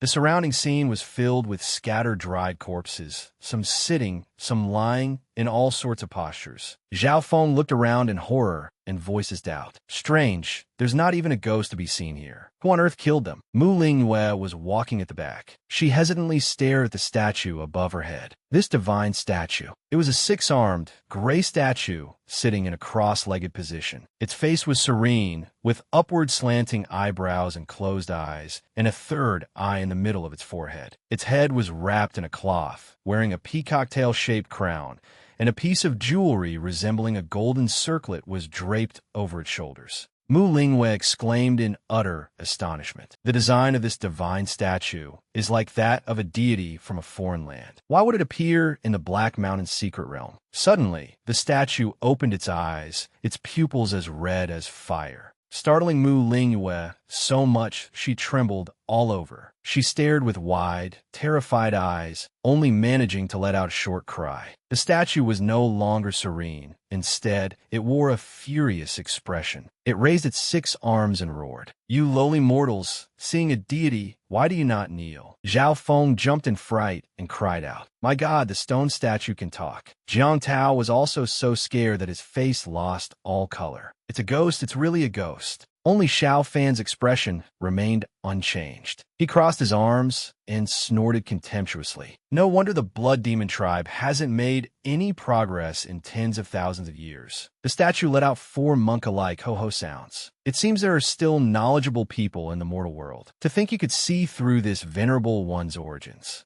Lu Qing finally came to his senses. A 3-eyed blood demon. A look of terror appeared in his eyes, and cold sweat broke out as he thought. I've heard that the higher the cultivation of the blood demon tribe, the more eyes they have. This 3-eyed blood demon probably has over 1,000 years of cultivation. My origin core is only newly formed. My foundation is not yet stable. If I fight this thing, I'm afraid we'll both suffer heavy losses. Xiao Fan smiled at the statue and said, "If you had cultivated into a formless 3-eyed blood demon, I might have respected you a little. A piece of trash that hasn't even finished condensing a 3-eyed blood demon incarnation. What's there to be afraid of?" The statue was enraged by Xiao Fan's words. It frowned, glared down, and shouted, "A mere brat at the physical body realm dares to speak so arrogantly. Even though my demonic arts are not yet complete, dealing with you lot is more than enough." With that, the statue stretched its 6 arms straight out to the sides, its face still unable to hide its anger, and performed the puppet dance. Mu Lingyue and Chun Ziqian, standing below, looked up warily. The disciples cried out in fear. Another disciple saw a dried corpse suddenly stand up and said in shock, "Have all the dried corpses come back to life?" The statue controlled the surrounding dried corpses, forcing everyone in the Blackwater sect into a defensive stance. Only Xiao Fan stood calmly in the center with his hands clasped behind his back. The statue said disdainfully, "My 3-eyed blood demon magic can retain their cultivation from when they were alive. Among them, there's no lack of origin core realm martial artists. Just let them play with you." As the dried corpses advanced, their mouths kept emitting groaning sounds. At this moment, Lu Cheng channeled his energy, and an orange-yellow aura emitted from between his palms. He immediately ordered, "Everyone fall back. You cannot deal with them." Saying so, he unleashed a move towards the rushing dried corpses. A disciple beside him could not resist and immediately raised his hands to block. One move from Lu Cheng knocked down 2 of them and also hit an old, white-haired dried corpse with no legs.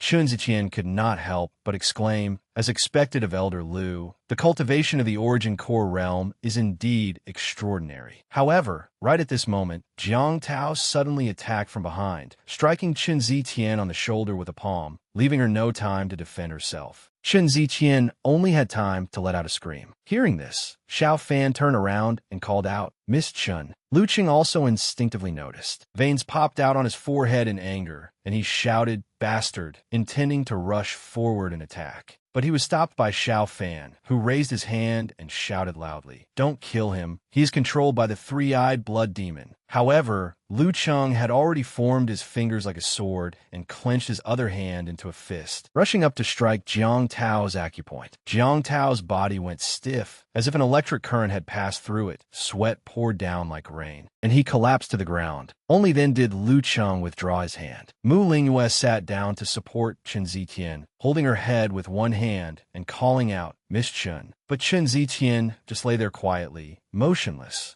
Lu Cheng ran over from behind and asked anxiously, "How is she?" Chun Ziqian opened her eyes weakly, looked at him, and whispered, "I'm fine, it's just a small injury." Lu Cheng frowned and realized, not good. The blood fiend energy has invaded her internal organs. the poisonous gas will quickly attack her heart. The statue still sat firmly on the pedestal. He laughed triumphantly and said, "No need to worry. On the road to the underworld, I have specially arranged companions for you. They've come back to life again." Seeing the dried corpses behind them squirming to stand up, the disciples were all startled and terrified. Xiao Fan observed and said, "So that's it. It is the blood puppet art, using blood as a medium to control the mind. It is much more subtle than the corpse control art." The statue laughed heartily and replied, "To be able to break my blood puppet art, it seems you little ant have deep origins with the four directions divine realm." Huh. For directions divine realm. Chun Zitian trembled all over, her eyes widening, and repeated these four words in horror. Xiao Fan thought for a moment, his face darkening as he said, "This seat?" He was full of doubt.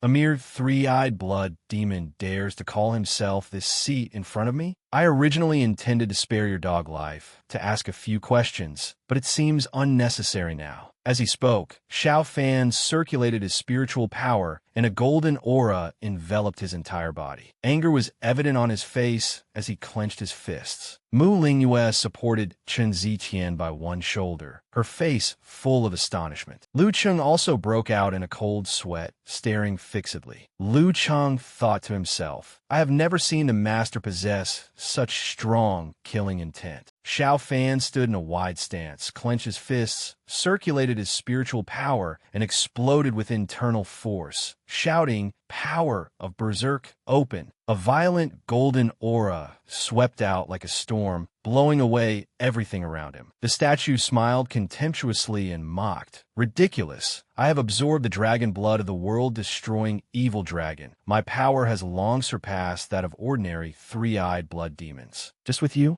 Saying so, the statue also executed the blood soul slash. Maintaining his sitting posture, he cast a gray technique, sending a bolt of lightning towards Xiao Fan. But Xiao Fan blocked it with his hand. He tucked his thumbs into his palms, looked up at the opponent with a determined expression, and quickly executed the Heavenly Emperor art. Seeing this, the statue flew into a rage, its three red eyes staring at him. He executed another palm technique, but this time it was a purple palm print padding towards Xiao Fan. Xiao Fan nimbly dodged the attack and rushed forward. The golden and purple palm techniques collided with earth-shaking force. Golden lightning flashed inside the cave, knocking down all the dried corpses and turning them into dust. Lu Cheng quick-wittedly shielded the disciples from the aftershocks, but he also broke out in a cold sweat. The wall inside the statue began to crack and fall amidst the thick dust. The statue collapsed with a rumble, its eyes lifeless, then began to crack. The head and limbs shattered in all directions. Zhao Feng cried out in surprise.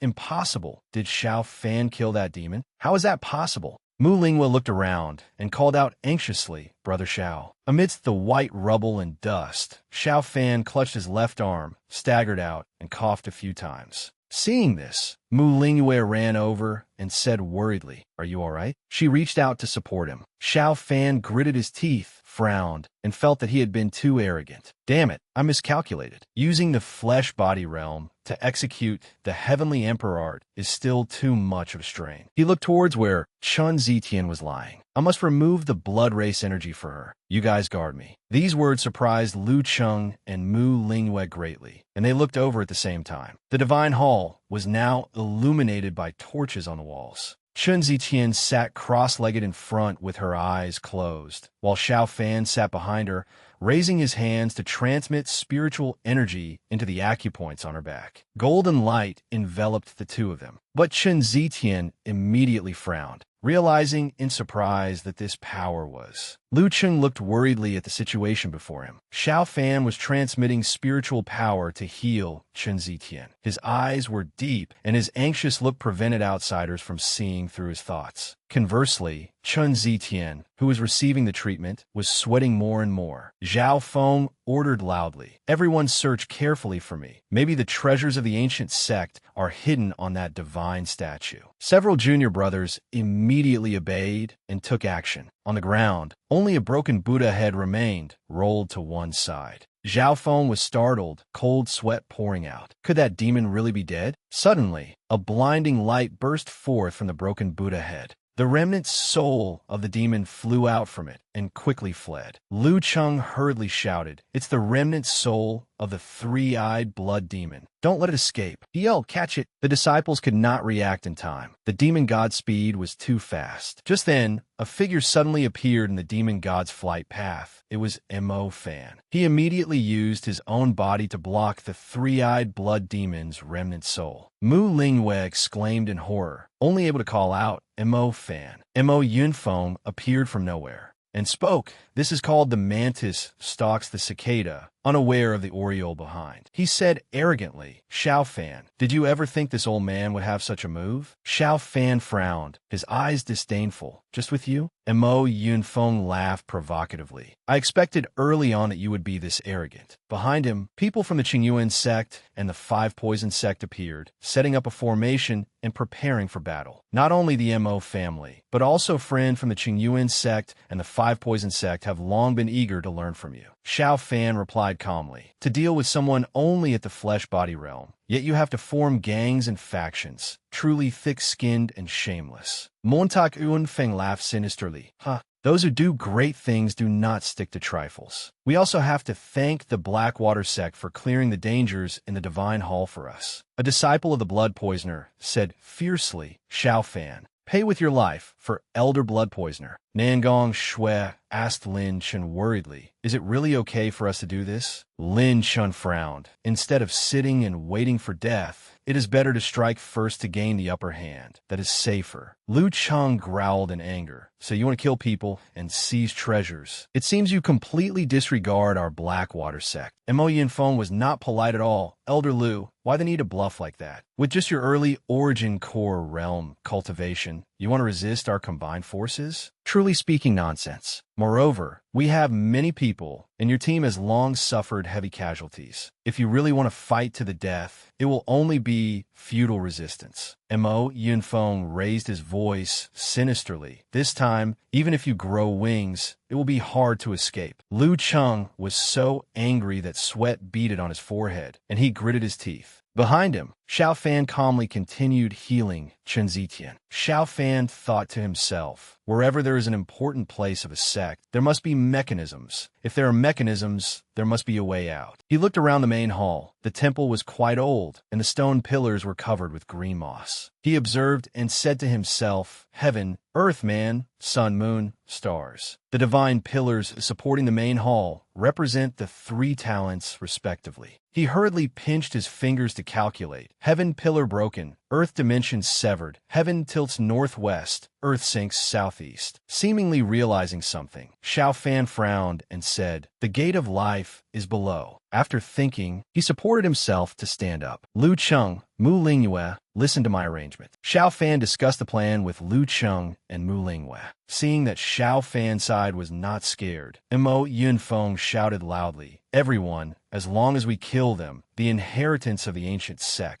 our three parties will split it equally." Mo Yunfeng's people immediately rushed up to kill. Xiao Fan seized the opportunity and launched a palm strike. "Now is the time." Mu Lingyue and Lu Cheng also struck out at the same time. Three forces hit the weak points of the main hall directly, causing the already dilapidated hall to collapse with a rumble. Elder Mo and the others panicked, not understanding what had happened. "Huh? What's going on?" Stone pillars from the roof began to fall one after another. Xiao Fan hurriedly ordered, "Protect yourselves." Zhao Feng hurriedly helped the fat guy up. "Why is this damn fatty so heavy?" Before he finished speaking, the floor of the main hall cracked into a huge hole, swallowing everyone standing on it. Only miserable screams echoed in the air. At this moment, Chen Zitian slowly woke up, groaning in pain. On the ground, because he protected Chen Zitian, Xiao Fan had fallen unconscious. His whole body was covered in wounds, scratches, and dust caused by the collapse.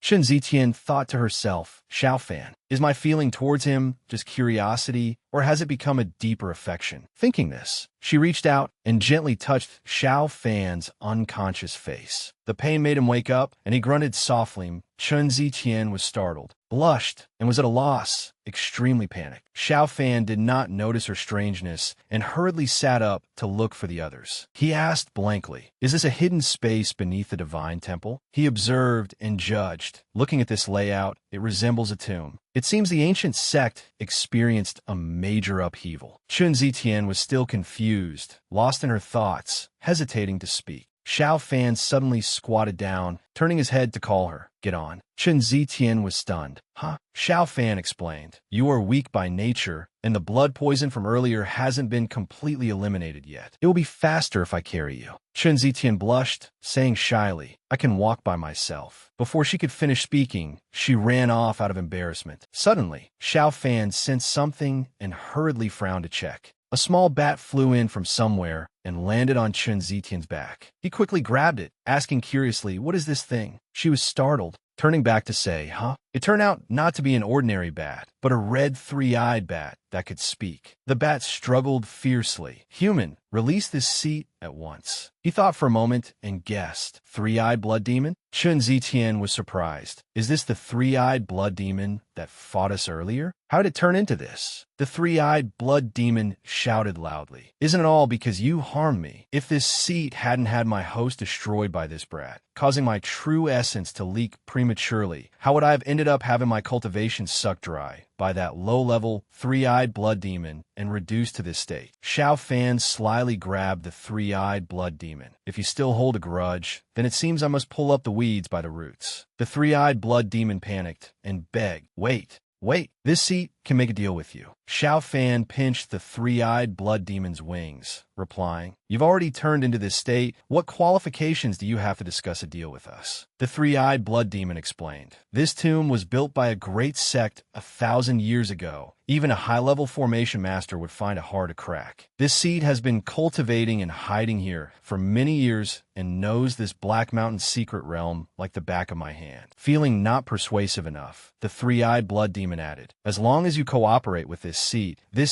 can lead you out of the secret realm and find where the treasures are hidden. Xiao Fan was thinking cautiously when Chun Zitian asked, Xiao Fan, what do you think? He replied, before that, I have one more question. If you confess honestly, I will reconsider. Saying that, he continued to ask. The Blood Demon clan didn't stay peacefully in the Four Directions divine realm. What are you doing in the true martial continent? The three-eyed Blood Demon replied in confusion. You know about the Four Directions divine realm, so you must know the strongest power in the divine realm, the Supreme Heavenly Palace, right? The three-eyed Blood Demon suddenly became serious. The current palace master of the Supreme Heavenly Palace is Ling Feiyang, who is leading a great army to conquer everywhere, invading the entire Four Directions divine realm. As soon as these words were spoken, both Xiao Fan and Chun Zitian were extremely shocked. The three-eyed blood demon said, that bastard Ling Feiyang unilaterally tore up the peace agreement of the Four Directions divine realm. He has the heart of a wolf and wild ambition, dreaming of monopolizing the entire Four Directions divine realm. The Supreme Heavenly Palace declared war on all divine realms. Many small forces and divine clans have already fallen, forced to bow their heads and declare themselves subjects. Our Blood Demon clan also faced similar pursuit. To survive, the Great Clan moved to the lower realm 1,000 years ago to multiply and thrive. Hearing this, Xiao Fan frowned and asked, I remember that besides the Heavenly Emperor, the Supreme Heavenly Palace also has positions like protectors to supervise. Do they also let Ling Feiyang run wild? Hearing this, the three-eyed blood demon replied, this Heavenly Emperor Ling wants to prove he is stronger than the previous palace master, Heavenly Emperor Xiao. The old subordinates of Heavenly Emperor Xiao have all been slaughtered by him. Xiao Fan revealed a look of anger, asking through gritted teeth, Heavenly Emperor Ling? Does that kind of beast deserve to be called Heavenly Emperor Ling? Chun Zitian stood quietly aside looking at him, thinking to herself, just mentioning the name Ling Feiyang makes Xiao Fan's expression become extremely ugly. Seeing him so angry, the three-eyed blood demon broke out in cold sweat, speaking fearfully. According to this three-eyed blood demon, the flow of time in the mortal realm is much faster than in the divine realm. Perhaps Ling Feiyang has just usurped the throne not long ago. He knows his ascension was illegitimate, so he is in a hurry to use war to consolidate his position. Xiao Fan pondered. With the heavens swallowing Dantian,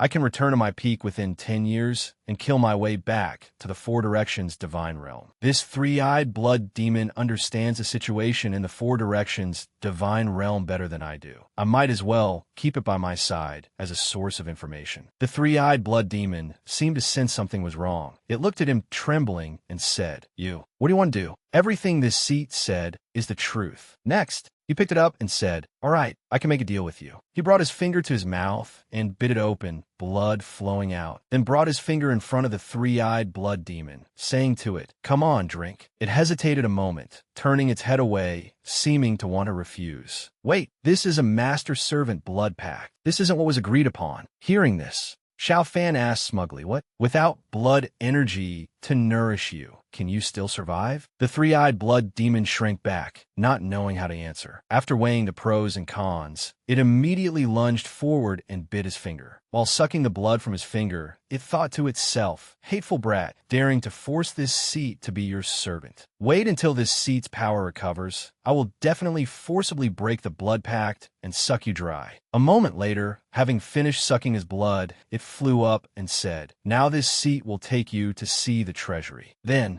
it flew in front to lead the way for the two. Very quickly, the three-eyed blood demon brought them to the door of a room. It said, this is the place. Xiao Fan did not hesitate and immediately pushed the door open to enter. Inside the room were countless treasures. The three-eyed blood demon flew in, saying proudly, these are all treasures I've stored. Seeing this scene, Chen Zitian said in astonishment, this, spirit stones piled up like a mountain, and there are countless spiritual weapons and cultivation techniques. Is this the foundation of an ancient sect? The three-eyed blood demon replied, haha, that's right. Just feast your eyes that haven't seen the world, O mortals. Hearing these words, Xiao Fan said, is there only this little stuff? The three-eyed blood demon was so angry it shouted, what do you mean? If you don't like it, don't take it. Xiao Fan coldly looked away, adding, never mind, after all, it's just a sect in a remote corner. Its foundation isn't deep, so I'll make do with it. Hearing Xiao Fan say this, the three-eyed blood demon was unbearably angry, cursing inwardly, stinking brat. On this side, Chun Zitian was walking around, picking up books one by one. Seeing this, the three-eyed blood demon looked at her curiously and asked, this little girl is also really strange. Aren't mortals all interested in treasures and weapons? Why are you taking so many books? She replied, knowledge is also a kind of power. I am very curious why such a powerful sect declined. The future cannot be predicted, but history always repeats itself endlessly. Understanding history allows one to see through the future. Hearing her spout a bunch of principles, the three-eyed blood demon said impatiently, you mortals only like to pursue illusory, vague things that are out of reach. Unlike us demons, immortal and free. It flew to her side and added, this seat sees that your chi and blood are depleted and your constitution is weak. How about I pass on to you a dual cultivation harvesting technique of my clan? If you and that kid named Xiao are congenial. Before it could finish speaking, she coldly interrupted, stop trying to get close. I haven't settled the score with you for controlling the river water to ambush me yet. Hearing this, it replied in terror, wrong, wrong, I won't dare do it again. Then, she called out loudly, Xiao Fan, hurry and take your newly adopted pet away. But she suddenly realized he had disappeared at some point. She looked around while calling, Xiao Fan, where are you? Xiao Fan. Suddenly, he appeared from behind her, saying, what's wrong? She was so scared she screamed, ah. Seeing Xiao Fan pop out from who knows where, the three-eyed blood demon stood aside, laughing sinisterly. Good brat, you actually found the treasure I hid, the flowing light wind devourer. Hearing this, he asked back, flowing light wind devourer? It replied, that's right, this cloak is considered a rare treasure. Just putting it on allows one to easily hide and disappear. Xiao Fan took off the cloak, saying, this is indeed a magic treasure for winning by surprise. Seeing this, the three-eyed blood demon asked in surprise, huh? You also took so many Thunderfire bombs? Xiao Fan replied, these Thunderfire bombs can at least injure experts at the Origin Core realm, carrying some in the Secret realm, just in case. Xiao Fan added, but the biggest harvest is this thing. Saying that, he took out a small wooden figurine. The three-eyed blood demon's expression changed immediately, and it shouted, that is this seat's item. Put it down immediately. After speaking, it flew over, intending to snatch it from his hand, but was quickly dodged by Xiao Fan. Xiao Fan said loudly. Isn't this ancient tomb your territory? Why did the faceless blood demon also get involved? The three-eyed blood demon replied aggrievedly. We, the three-eyed blood demons, and the faceless blood demons are not related at all. This sect had some connection to the faceless blood demon before it perished. This seat only arrived here a few hundred years ago. I was merely picking up some leftovers of the faceless blood demon. In short, the faceless blood demon is the strongest branch of the blood demon clan. The fact that this seat's cultivation hasn't been completely lost is all thanks to cultivating the demonic art of the faceless blood demon recorded on this wooden statue to recover strength. Hearing this, Xiao Fan said confidently, I will have other arrangements for you. This wooden statue will be kept with me for now. Its expression changed immediately, and it cried out in panic. Hey, you can't do that. Then you must say clearly when you will return it to this seat. Xiao Fan replied, we'll talk after you perform well. Chun Zitian stood by listening, frowning, thinking in surprise. An ancient sect actually has connections to the Blood Demon clan? Suddenly, the ancient tomb shook violently, and earth and rocks fell from the ceiling in droves. Chun Zitian stood unsteadily, saying in fear, is the tomb about to collapse? Xiao Fan calmly reassured her, no, this vibration is transmitted from the outside. Xiao Fan urged Chun Zitian while running. We shouldn't stay here long. Let's go. The two climbed up the ladder one after another, quickly escaping from this place. Chun Zitian climbed up first, panting from exhaustion. Xiao Fan followed closely behind. As if seeing something, Chun Zitian opened her eyes wide in surprise. Appearing before the two was a scene of a group of people fighting a giant black flood dragon in the sky. Feeling that these moves had no effect on it, one of them looked at the black flood dragon and loudly reminded his companions, don't confront it head-on. We're down its stamina from a distance. The black flood dragon roared fiercely, sweeping its tail towards the two people fighting below. Xiao Fan looked at the black flood dragon in the sky, unable to help wondering, flood dragon? Was the earthquake just now caused by it? The three-eyed blood demon sat with legs crossed on his shoulder, replying leisurely. This black flood dragon is also one of the top powerhouses in the secret realm. Why are these idiots provoking it? Tran Tutian looked at the crowd fighting and exclaimed, look, people from the Mo clan, Qingyuan sect, and Five Poison sect are all there. They have all come to assist in destroying that black flood dragon. The two of them also quickly ran in that direction. A fireball appeared in the black flood dragon's mouth. A person below saw this, sweating profusely, terrified to the extreme. It displayed its pressure, spewing out a fierce flame. The dragon aimed straight at a cloaked person below. That person's whole body burst into flames, screaming miserably in pain. Seeing their companion burned into a dry skeleton by the fire, the person next to them was scared witless and hurriedly dodged to the side. It didn't stop, continuing to breathe fire at other targets. Lam then looked at the dragon in astonishment, suddenly realizing something that made him stand frozen on the spot. Nam Kung Tuet in the distance called out Lam, Vance's name, with great anxiety. We can't let this go on. She ran over, brandishing her long sword, preparing to join the battle. Nam Kung Tuet and Lam then both stood before the ferocious black flood dragon. But Kwang Dao at the back joyfully ran out of the dragon's line of sight. The black flood dragon sharply shifted its gaze to him, spewing out a fierce flame, making Kwang Dao below run while screaming, Wawa, why is it rushing at me? A person next to Kwang Dao saw this and sneered contemptuously. A bunch of idiots. The smile had not yet faded from his lips, when everyone was scared into a cold sweat. The person who was mocking just now could only fall silent, his face changing drastically, terrified to the extreme. The black flood dragon was chasing them. The two of them ran for their lives. Kwang Dao shouted for help. Brother True, save me. The person next to him replied angrily, damn it, damn fatty, don't come over here. Do you want to get me killed? Kwang Dao racked his brains, thinking of a way to escape the dragon, then begged Brother True. Doesn't the Blackwater sect specialize in water cultivation methods? Hurry up and use water to put out the fire. The person named True replied angrily. Only ordinary people use urine to put out fires when they're burning. What use would that be? In the distance, there was another black-clad figure watching the two idiots being chased by the dragon. This person smiled sinisterly, thinking, good opportunity. This black-clad person dressed like a bandit was Mac Pham. Keep dreaming. A voice suddenly rang out behind Mac Pham.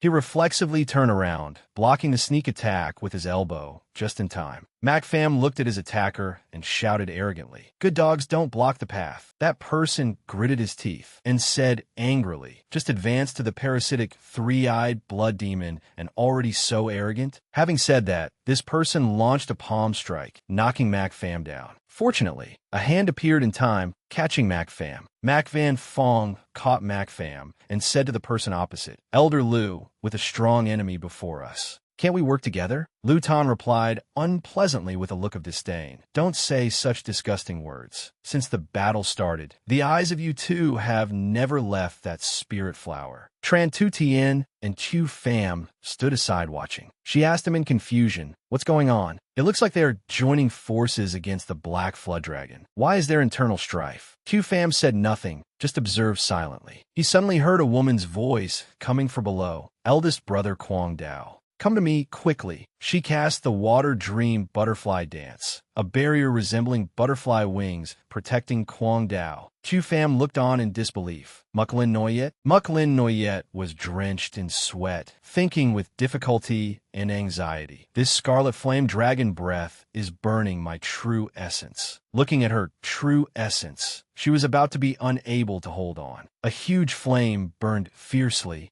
Several fire pits appeared around the Black Flood Dragon, black smoke billowing. Muklin Niet opened her eyes in a daze, not understanding what had happened. "Big Brother Chu." She turned around joyfully, looking at the person protecting her. He said with an emotionless face, "Follow me." He pulled her hand, saying, "This place is safe for now." Muklin Noyet's cheeks flushed, extremely touched. "Big Brother Chu, thank you for saving me once again." Chu Pham turned his face away, saying bluntly, "Between you and me, there is no need for thanks." Muklin Noyet was speechless, just silently looking at Chu Pham. Tran Tu Tien appeared behind Tu Pham, asking Muklin Noyet, "Miss Muck, are you all right?" She stammered in reply to Tran Tu Tien, "Miss Tran, you are here too." Tu Pham asked seriously, "What exactly happened here?" Muklin Noyet recalled what had just happened and recounted clearly. "After we got separated, we discovered a strange flower here. Everyone recognized it as an extraordinary spirit flower. The sects all wanted to claim it for themselves, so a great battle broke out. No one was willing to yield." She recalled the scene when meeting the Black Flood Dragon. "Unexpectedly, our fighting disturbed the Black Flood Dragon hiding in the Jade Lake. The Black Flood Dragon is extremely ferocious. We were forced to form a united front to deal with it. But they all had their own agendas and couldn't work together. Everyone wanted to take the opportunity to snatch the spirit flower." Tran Tu Tien frowned and asked Muklin Noyet in confusion, "What kind of rare flower is it that makes them risk their lives like this?" A red light flashed in Chu Pham's eyes, and he replied, "It is the 9-turn 7-star flower." Chu Pham described the spirit flower in detail to Tran Tu Tien. "This flower has 9 blooms on one stalk. Each bloom has 7 petals." He continued, 9 flowers on one vein. Same source, living and dying together. The growing conditions are extremely harsh. The three-eyed blood demon flew in front of him, interrupting, but it has the miraculous effect of strengthening tendons and bones and prolonging life. Then it looked at Chu Pham and continued, "In the 4 Directions Divine Realm, it is also a famous top-grade spirit medicine." Muklin Noyet stood by, stammering in panic. The black mouse can speak." The three-eyed blood demon heard this and scolded angrily, "You are the mouse. This seat is the dignified three-eyed blood demon. Besides, this form of this seat is clearly a bat. Have you never gone out night, girl?" Chu Pham rested his chin on his hand and thought. Strange, even in the 4 Directions Divine Realm, where spiritual energy is abundant, the 9-turn 7-star flower is extremely rare. He couldn't help but continue thinking. For it to appear in this Black Mountain secret realm is too strange. He seriously considered everything, thinking to himself, "But no matter what, as long as I obtain this spirit flower, combined with the legendary top-grade realm-breaking pill, I can break through to the innate realm in one step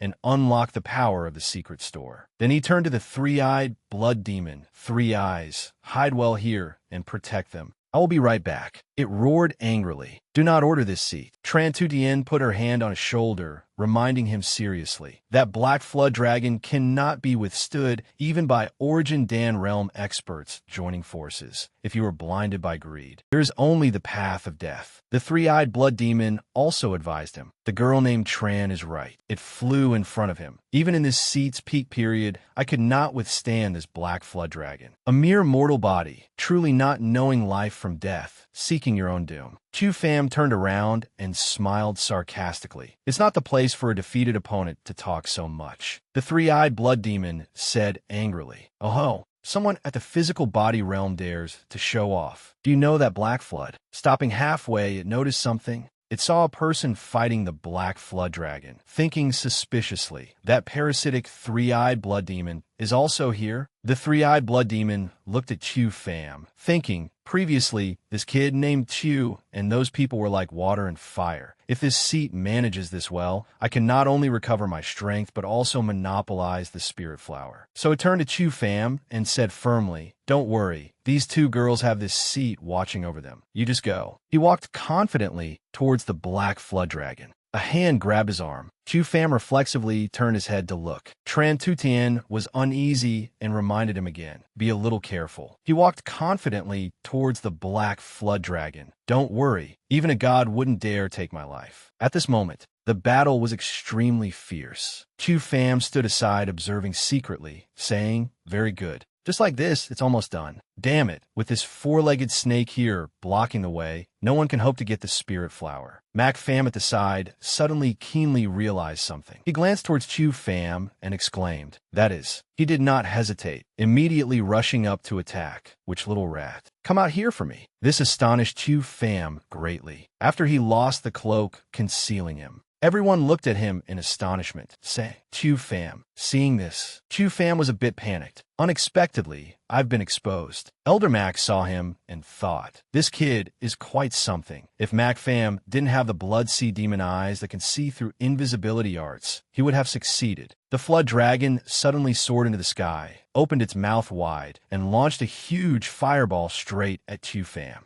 But Chu Pham easily dodged this attack. Lu Tan saw Chu Pham being attacked by the flood dragon and thought in terror, "This is bad. If the master really dies, I will also have my soul scattered." He ordered the two disciples nearby. All disciples support Chu Pham with full force. Two disciples immediately landed beside him, replying yes. Lam then was standing aside, watching the battle at this moment. He smiled sinisterly and said in a mocking tone, "The two idiots from the Blackwater sect have gone to save Chu Pham." Next, he looked at his disciples and ordered, "Junior brothers, use the teleportation rings to withdraw from the secret realm. Dwai Ni, let's go." But Nam Kung Dwai Hestita. But before she could say more, he activated the teleportation ring and disappeared with her. Next was Mac Van Fong's turn. He looked at Mac Pham and said, "There will be plenty of time later." Mac Pham, retreat. The two quickly disappeared in front of the flood dragon. Only Lu Tan remained valiant, continuing to attack the flood dragon. He channeled a stream of power into his palm and rushed forward. Blackwater's sect disciples fall back. From his hand, he fired the Blackwater formation Azure Wolf Breaker. In an instant, his attack roared out, colliding with the flood dragon's attack, creating a stalemate. He continued to transmit more power into the attack. A huge ice column formed accordingly. Not only that, under everyone's astonished gaze, he exerted all his strength, turning the flood dragon into a giant ice statue.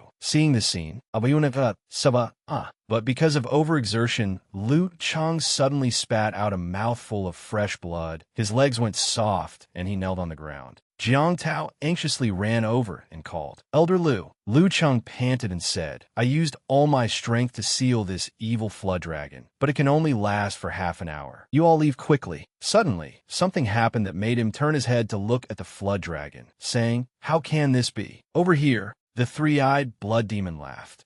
The seat knew about this black flood dragon long ago. How could Origin Dan realm martial artists deal with it? Hearing this, Chen Zitian and Mu Lingwei grabbed its ear and shouted, "You little monster, what exactly have you been hiding? Speak now." Ouch, ouch. This seat will speak, okay? It explained that Black Flood Dragon is actually an evil entity, born from the evil dragon's dissipating resentment after death. As long as the evil dragon's hatred for the human race does not diminish, the Black Flood Dragon's power will never be exhausted. It added, it can be said that it is the source of the violent power in this entire Black Mountain. Back to Lu Cheng. He was standing with Xiao Fan, saying, Master, the current situation is not good. I no longer have the strength to fight again. The seal probably won't last for the time it takes to burn a stick of incense. Then he turned to look at the disciples, who were also covered in injuries, fearing it would be hard to escape. Xiao Fan replied, Let it be. The people of the Blackwater sect are trapped. I also have a responsibility. Now there's only one way. Saying that, he took out 2 Thunderfire bombs, explaining, The power of the Thunderfire bombs is enough to seriously injure that beast. I will personally act as bait. I'm not afraid it won't take the hook. Once it is seriously injured, you all act according to the situation and scatter quickly. Hearing his confident words, Lu Cheng stood beside him, extremely astonished. Lu Cheng said, Absolutely not. The attack range of the Thunderfire Bomb is extremely large. Xiao Fan, you will hardly come out with your body intact. Chen Zitian and Mu Lingyue also worriedly said, Are you crazy, Brother Xiao? You absolutely must not do such a foolish thing. But he seemed very confident and replied, I once learned a special ancestral technique of the Lin family. I won't die. He talked tough for a reason. It seemed he had a plan prepared for himself. The true energy of the Heavenly Emperor art can protect my heart veins. As long as I'm alive, I, Xiao Heavenly Emperor, can recover as before. Mu Lingyue quickly grabbed Xiao Fan's arm, resolutely suggesting, Brother Xiao, let me go instead of you. Xiao Fan wanted to stop her, immediately saying, Don't be silly. You going is just seeking death. Mu Lingyue was worried to the point of tears, telling him, Brother Xiao has saved me countless times. This time let me save you in return. Xiao Fan looked at the sky and earth, silent for a moment. Zhao Feng put his hand on Mu Lingyue's shoulder, saying, People are preparing to sacrifice themselves for others. Why is Junior Sister joining in the fun? Zhao Feng cupped his hands and continued, I,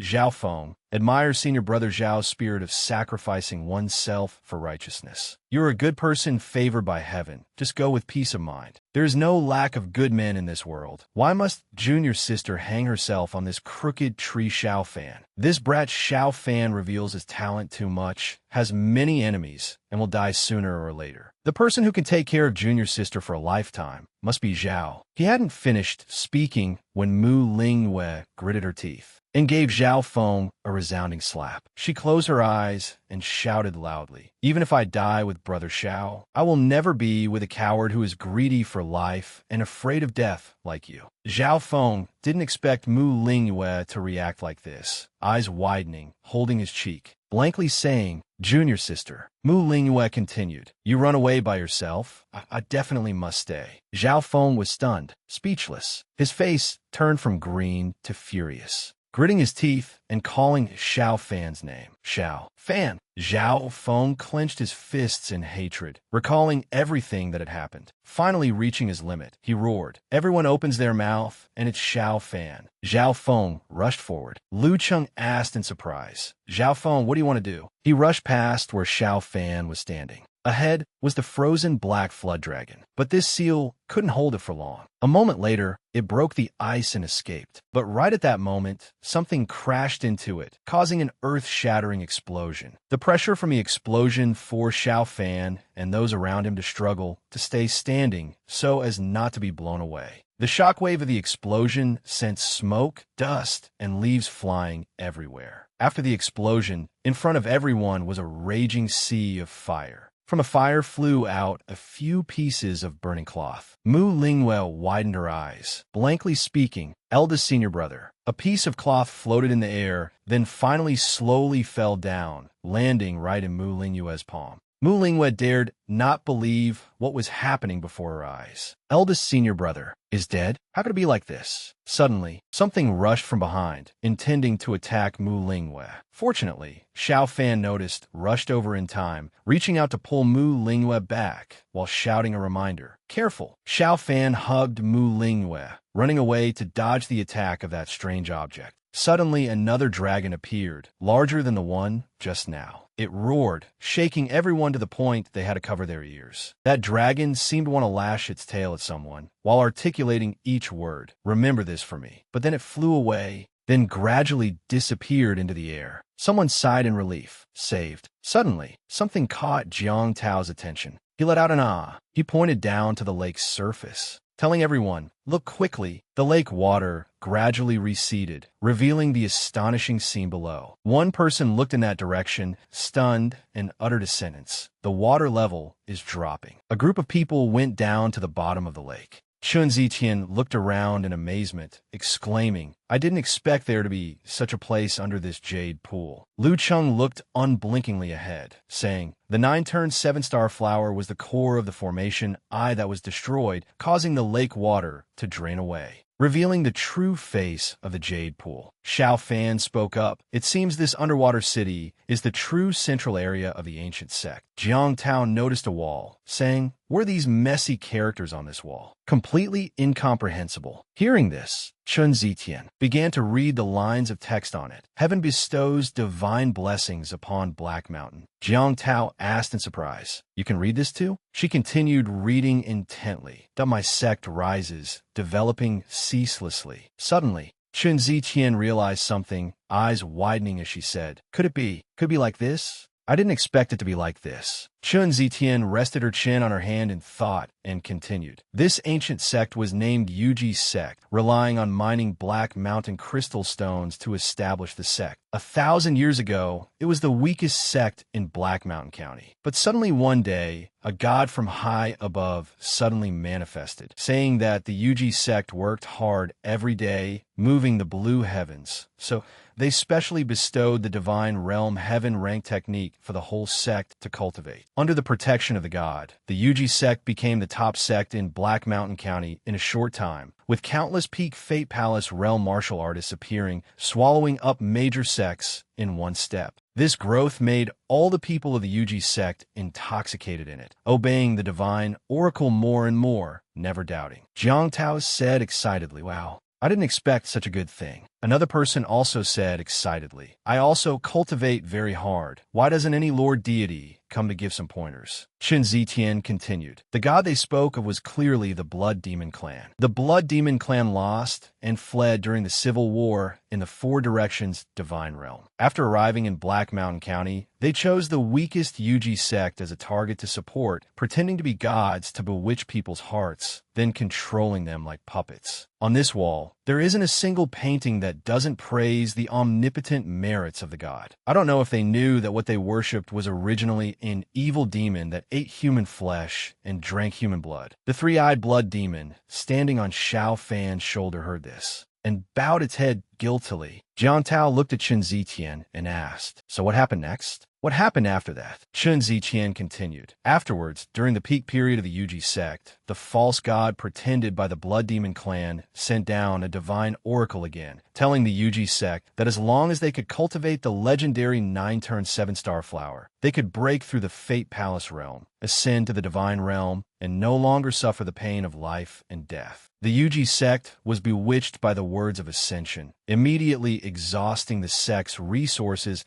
to cultivate the 9-turned 7-star flower, which did not belong to the mortal world. To achieve the goal, they did not hesitate to imprison a destruction-grade evil dragon general, constantly drawing dragon blood to water the 9-turned 7-star flower. The destruction evil dragon died in endless torture. That resentment turned into the Black Flood Dragon. The resentment of the Black Flood Dragon reached the sky, while the Yuji sect had poured most of its resources into the spiritual flower, fundamentally unable to resist the evil dragon's revenge. In the end, the dream of becoming an immortal and living forever that the Yuji sect desired was ultimately just a pipe dream, forever buried in Black Mountain. Everyone heard the story of the past that Chun Zitian told. All were both amazed and frightened, not knowing what to say. A disciple heard this and bowed his head, saying, I didn't expect the Black Mountain secret realm to have such a thrilling secret history. The disciple beside him also added, even such a powerful sect, in the eyes of the upper realm demon god, was just a chess piece. Lu Cheng stroked his beard and said, it turns out that Black Flood Dragon was a soul that couldn't reincarnate. Truly pitiful. Suddenly, a disciple pointed in a direction, shouting excitedly, Elder Lu, I found it. I found a UG sect's treasure. Lu Cheng immediately turned to look. Two disciples and Jiang Tao were looking into a treasure chest, saying excitedly, mirror flower movement technique. Water, moon sword art. These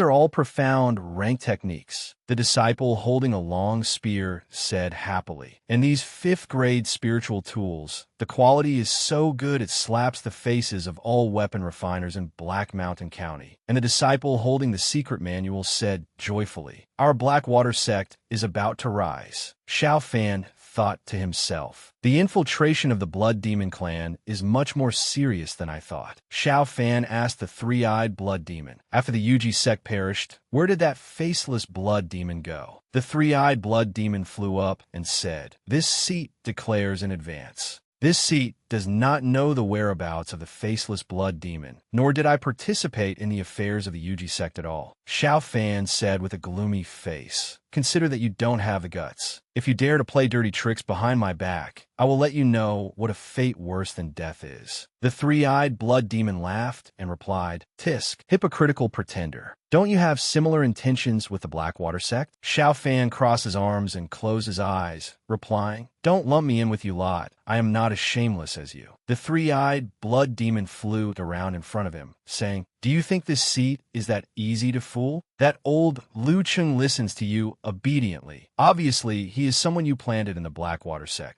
This seat does not care what your identity was in the 4 directions divine realm. The difference between gods and demons, in the end, is just a difference in address and appearance. True villains and hypocrites, which side is holier? As if sensing something, Xiao Fan took a step forward and said, why is that girl here alone? It was Mu Lingyue. She was sitting alone on the wall, silently shedding tears. The 3-eyed Blood Demon said to Xiao Fan, her trash senior brother self-destructed, so that little girl is heartbroken. A gentle breeze blew past, making Mu Lingyue's hair flutter slightly. She held a piece of cloth in her hand, looking sorrowful. Xiao Fan walked to Mu Lingyue's side and said, this ancient city is very mysterious. Separating from the group is not a wise move. Mu Lingyue called out softly, Big Brother Xiao. Xiao Fan said calmly, no need to blame yourself. This was Zhao Feng's own choice. You didn't do anything wrong. Mu Lingyue replied, although senior brother Zhao was overbearing, greedy for life, and afraid of death, and always opposed Big Brother Xiao. But after all, he and I have been together for more than 10 years. Now that he is gone, I somewhat understand. Eldest senior brother's hostility towards Big Brother Xiao. It was that vague feeling of helplessness when watching helplessly as what one cherishes is taken away by someone else. Hearing this, Xiao Fan remained silent. Mu Lingyue continued, or in other words, when facing someone far more excellent than oneself, it is much easier to be jealous than to chase after them, right? Xiao Fan answered her, because my parents both died, and I was a disciple from a branch family. Since I was born in the Lin family, I had to endure all kinds of contemptuous looks. Those days lasted for 15 years. You know what happened later, because I offended the Dragon Tiger sect. My Dantian was crippled, my martial arts were lost, and no one in the Lin family stood up to defend me. Xiao Fan clenched his fists and said firmly, but I have returned, standing under the sun once again. What destiny, what natural talent, are all troubles mediocre people bring upon themselves. Only what one holds in one's own hands is reliable. Mu Lingyue lowered her head and replied dejectedly, but I'm not as strong as Big Brother Xiao, nor as smart as Miss Chun. I have nothing. Xiao Fan put his hand on her shoulder to comfort her. As the saying goes, without experiencing wind and rain, how can one see a rainbow? Life in this world, one must absolutely not give up easily. Xiao Fan smiled slightly, encouraging Mu Lingyue. Girl, Your path is still very long. She was touched by his words to the point of blushing, calling out, "Big brother Xiao." Suddenly, junior brother Wang ran over in a hurry, shouting loudly, "Eldest senior sister." Arriving there, he respectfully presented a soft sword, saying happily, "This soft sword is of superb quality. It suits eldest senior sister best. Please accept it." Mu Lingwei did not pay attention to the sword, only asking in surprise, "What did you call me?" Junior brother Wang laughed. "Eldest senior sister. Senior brother Zhao is dead. Naturally, senior sister is the leader." Mu Lingwei was made somewhat at a loss, hurriedly saying modestly, "How can I be? I am not qualified enough yet." Junior brother Wang hurriedly persuaded, "When passing through Yuanza, if not for senior sister Mu drawing her sword to help, how could I be alive now? This title of eldest senior sister, you absolutely deserve it." Another disciple of the Blackwater sect also enthusiastically chimed in. "That's right." Junior brother Wang continued, "Compared to senior brother Zhao, who only cared about himself, senior sister Mu, who cares about fellow disciples, is the right person to lead us." Jiang Tao, standing aside, also interjected, "Indeed, Miss Mu, back then if not for you risking your life to save me, I'm afraid I would have been burned to death by the evil dragon long ago." The people around Mu Lingwei all spoke up one after another. The sect leader said, "Senior sister Mu's cultivation talent was already far beyond ours, this time receiving the inheritance of the Yuji sect. Our Blackwater sect is really going to rise this time." Mu Lingwei was made extremely awkward by these words, unable to speak. After a while, junior brother Wang knelt straight down, shouting sincerely, "Please accept the sword, eldest senior sister." Mu Lingwei still didn't know what to do, looking toward Xiao Fan while opening her mouth. Xiao Fan immediately gave her a trusting look. Mu Lingwei regained her confidence at this moment, smiling and accepting the sword. "All right, from today on, I'm the eldest senior sister of the Blackwater sect. I will definitely bet my life to protect the junior brothers and junior sisters thoroughly." Two Blackwater sect disciples immediately knelt down and shouted, "Greetings, eldest senior sister." After everything was settled, at the gate leading to Black Mountain, a barrier appeared, and several people were passing through. It was Xiao Fan's group. Jiang Tao was the last one to pass through. As soon as he arrived, he looked around and exclaimed, "Is this still our Black Mountain? It's so beautiful." Chun Zetian also looked at the scene before her and said, "The Black Flood Dragon has uprooted the 9-turn 7-star flower. The earth vein spiritual energy absorbed by the spirit flower has also returned to the plants and trees in Black Mountain. That is why there is this wonder of 100 flowers blooming in Black Mountain overnight." As for Lu Cheng, he looked at the disciples behind him and hurriedly ordered, "The harvest from this trip to the secret realm is not small. To avoid other sects coveting it, disciples must return to the sect to rest immediately. Do not linger any longer." Mu Lingwei heard the order and immediately prepared to leave. Seeing this, Xiao Fan spoke up. "Wait." He looked at her, offering an item. "This is a perfect realm-breaking pill refined by me. It can help you break through to the Xiantian realm without any side effects." Mu Lingwei was moved to the point of blushing. Big brother Xiao is always cold on the outside, but warm on the inside like this. Mu Lingwei is bold. "Can I ask Big brother Xiao for one more thing?" Xiao Fan asked curiously, "What thing?"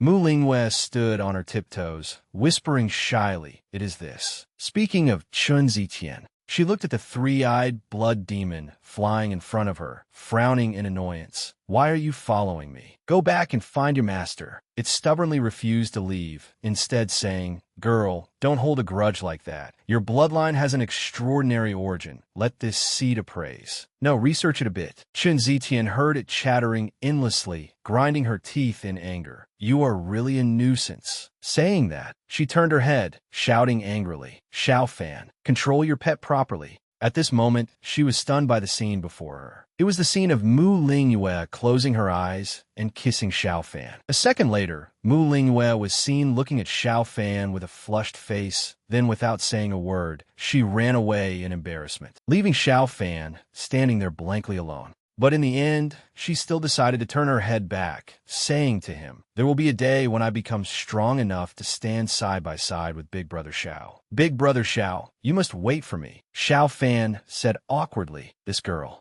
Lu Cheng, standing aside, had witnessed the whole event, only then laughing happily. Subordinate congratulates master for capturing the heart of a beauty. Xiao Fan turned his head, raising his eyebrows and asking him back, "Are you mocking me?" Lu Cheng immediately bowed his head respectfully and said, "Subordinate dares not. It's just that feeling the 7 emotions and 6 desires of living beings makes this subordinate recall things from when I was alive." Xiao Fan asked again, "Oh, did your old soul also get moved by the love affairs of these 2 girls?" Lu Cheng still bowed his head and replied, "Sigh. Cultivators preserve heavenly principles and extinguish human desires. This subordinate has long been indifferent." After speaking, he spoke again with deep meaning. But looking at Mu Lingyue's departing figure, Lu Cheng sighed. But if the heart has never been infatuated once in the mortal world, where does the serenity come from? Xiao Fan closed his eyes in contemplation, not saying a word. A moment later, he ordered Lu Cheng, "Elder Lu, hear the order. Protect her well. I need the black water sect to grow strong quickly." Lu Cheng clasped his hands and accepted the order respectfully. Yes.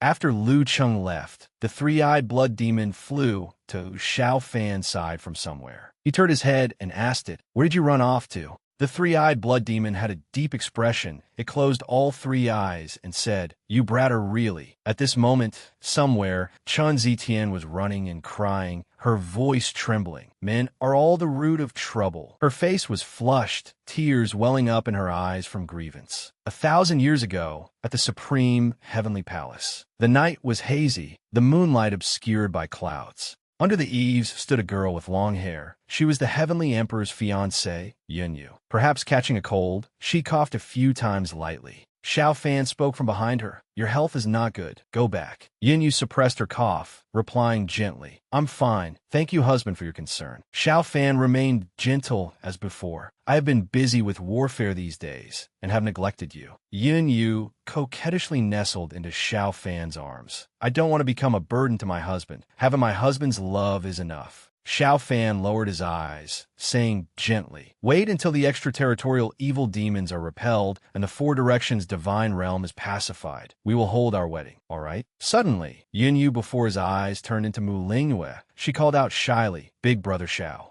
Xiao Fan was panicked, momentarily unable to speak. "Mu Lingyue, why are you here?" He immediately pushed her out of his arms. Mu Lingyue insisted on recognizing him as her husband. "Big brother Xiao, what's wrong with you?" "It's me. I'm your wife." Xiao Fan was terrified to the extreme. He was confused and didn't understand what was happening, closing his eyes and shouting, "Am I Xiao Fan? Or am I the heavenly emperor Xiao?" As the shout ended, Xiao Fan fell into a strange circle of light, the light blinding. Everything before his eyes immediately became pitch black as ink, silent and soundless. Suddenly, someone was calling, "Young master." Xiao Fan slowly opened his eyes. Striking his eyes was a patch of blue sky. The call from earlier rang out again. "Young master, young master." It was Lin Yuer. Seeing Xiao Fan still not reacting, she frowned and shouted loudly, "Young master." Startling Xiao Fan awake. Xiao Fan was half awake, half asleep, lying on a long chair, asking drowsily, "Huh?"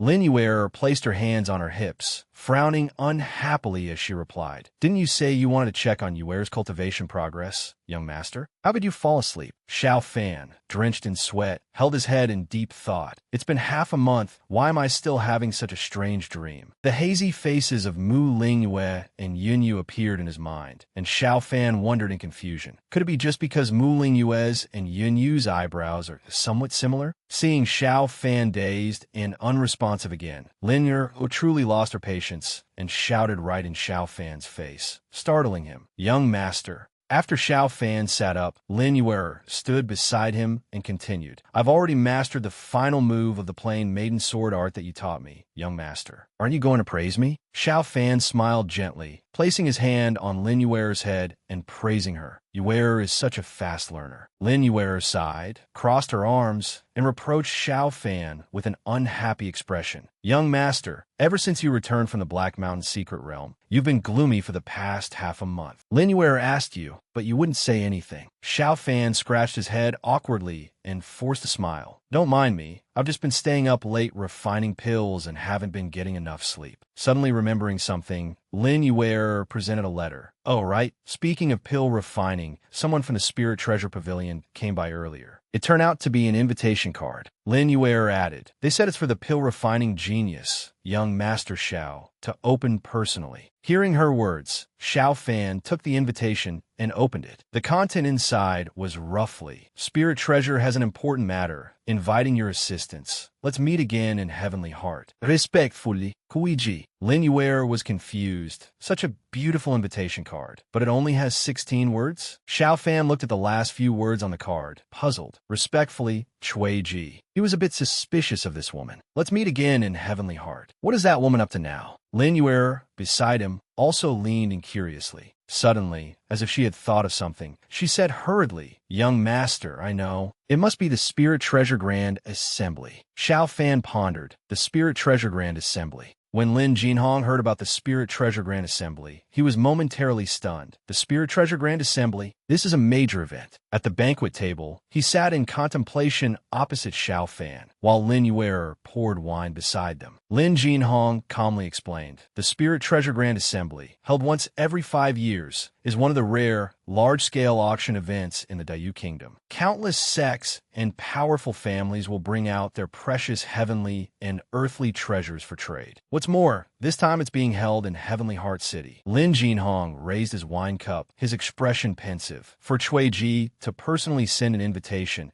it seems our Pill Tower and the Spirit Treasure Pavilion are about to have a new collaboration." Hearing this, Xiao Fan excitedly raised his cup. "In that case, your grandson will bring some perfect-grade pills to attend so as not to disgrace the Pill Tower." Lin Jinhong remained calm and instructed Xiao Fan, "No rush. The Chun family happens to have a shipment heading to Heavenly Heart City. It's the perfect time to have him transported. Fanner, you just go along with them." Xiao Fan replied respectfully, "Very well, as you wish, grandfather." Hearing this, Lin Yuer's eyes lit up with excitement, wanting to go along. "Yuer wants to go too." Lin Jinhong laughed heartily. "Ha! Ever since you and that old monster Chen's granddaughter entered the secret realm, Yuer has been very lonely. Fanner, just take her along to have some fun." Lin Jinhong's tone carried a hint of probing. "Speaking of that old monster Chen's granddaughter, Fanner, you and Chen Zitian have been getting quite close lately. Is there any possibility for our two families to?" Xiao Fan didn't quite understand his meaning. Lin Jinhong suddenly leaned in close and whispered, teasingly, saying to Xiao Fan, "Become even closer?"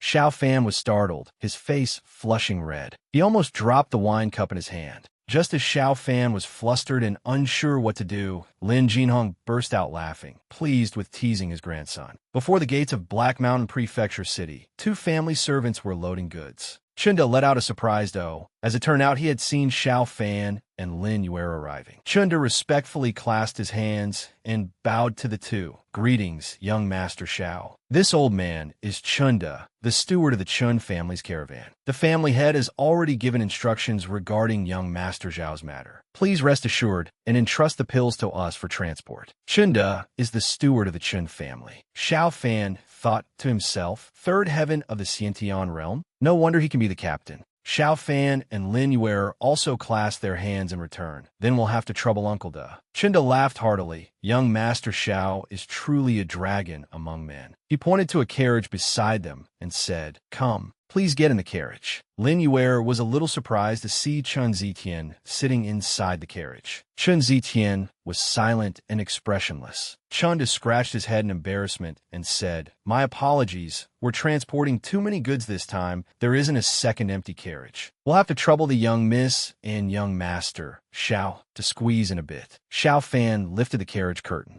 and asked Chun Zitian, "You're going to Heavenly Heart City too?" But Chun Zitian remained silent, with no intention of answering. Seeing this, Chunda poked his head into the carriage and said, "That's right. Ever since young Master Xiao diagnosed our young miss last time, the Chun family has been diligently searching for all kinds of spiritual materials." Pausing for a moment, Chunda added, "At this Spirit Treasure Grand Assembly, it's said that a heart-nourishing root will appear, so the young miss has decided to go there personally to bid for it." Hearing Chunda say, "so much," Chun Zitian shot him a glance and said, "Uncle Da, You're talking too much. Chunda hurriedly clasped his hands and bowed in apology. Yes, this old man will immediately order the caravan to set off. Xiao Fan thought with some concern. Could it be that my seal can no longer suppress the development of her sacred spirit body? Thinking of this, Xiao Fan asked Chen Ziqian, why the sudden need to personally search for medicinal ingredients? Have you been having frequent relapses lately? Seeing that Chen Ziqian still didn't answer, Xiao Fan reached out a hand to help her. Let me check your meridians for you. Before he could finish his sentence, his hand was swatted away by her. Chen Ziqian crossed her arms over her chest and angrily shouted, from now on, don't touch me, don't look at me, and don't talk to me. Stay 3 feet away from me. Xiao Fan was stunned, not understanding why Chen Ziqian was so angry. Did she take the wrong medicine? Chen Ziqian maintained her sulky expression, tilting her chin up as she said, what's wrong? The renowned prodigy Xiao, have you never heard that men and women should not have physical contact? Seeing the tense atmosphere between the two, Lin Yuer smiled to mediate. It's been a while, Sister Ziqian. Let's sit together. With that said, she scooted over to sit next to Chen Ziqian. Lin Yuer cheerfully struck up a conversation with Chen Ziqian. This is Yuer's first time out of Black Mountain Prefecture City. Sister Ziqian, please tell me more about the outside world. Sitting opposite them, Xiao Fan was still bewildered, not understanding why Chen Ziqian was angry with him. How strange. What did I do to offend this girl again?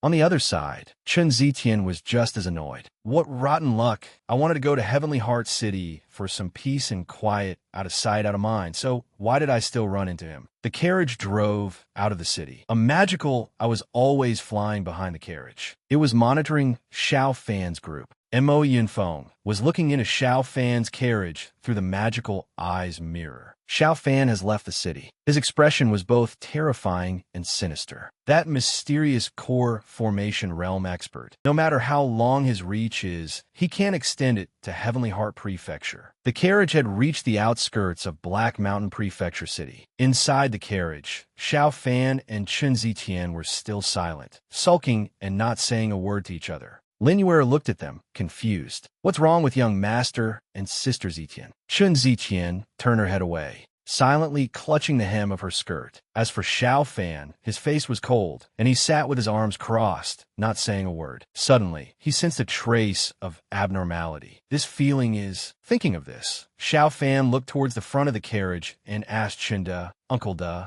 may I ask what place is ahead? Hearing this, Chinda turned his head and replied, ahead is the infamous Black Wind Mountain. Hearing that, Lin Yuer also excitedly poked her head out the window. Her small head happened to block Xiao Fan's view. Lin Yuer looked at the mountain that was split in two and praised. What a peculiar mountain. It's broken into 2 halves. The carriage continued forward, getting closer and closer to the mountain range. Chinda continued to recount the legend of this strange mountain. Local rumors say that Black Wind Mountain was once a complete mountain. The demon tribe on the mountain plundered the food of the surrounding common folk, committing all sorts of evil deeds. Later, a Life Palace realm expert passed by here and, with a single sword strike, split Black Wind Mountain in 2, creating a gorge called Immortal Rift Valley. Lin Yuer listened with fascination, her eyes shining brightly, seemingly full of admiration for that expert. Was he that powerful? Where is that expert now? Does he still accept disciples? Hearing this, Chunda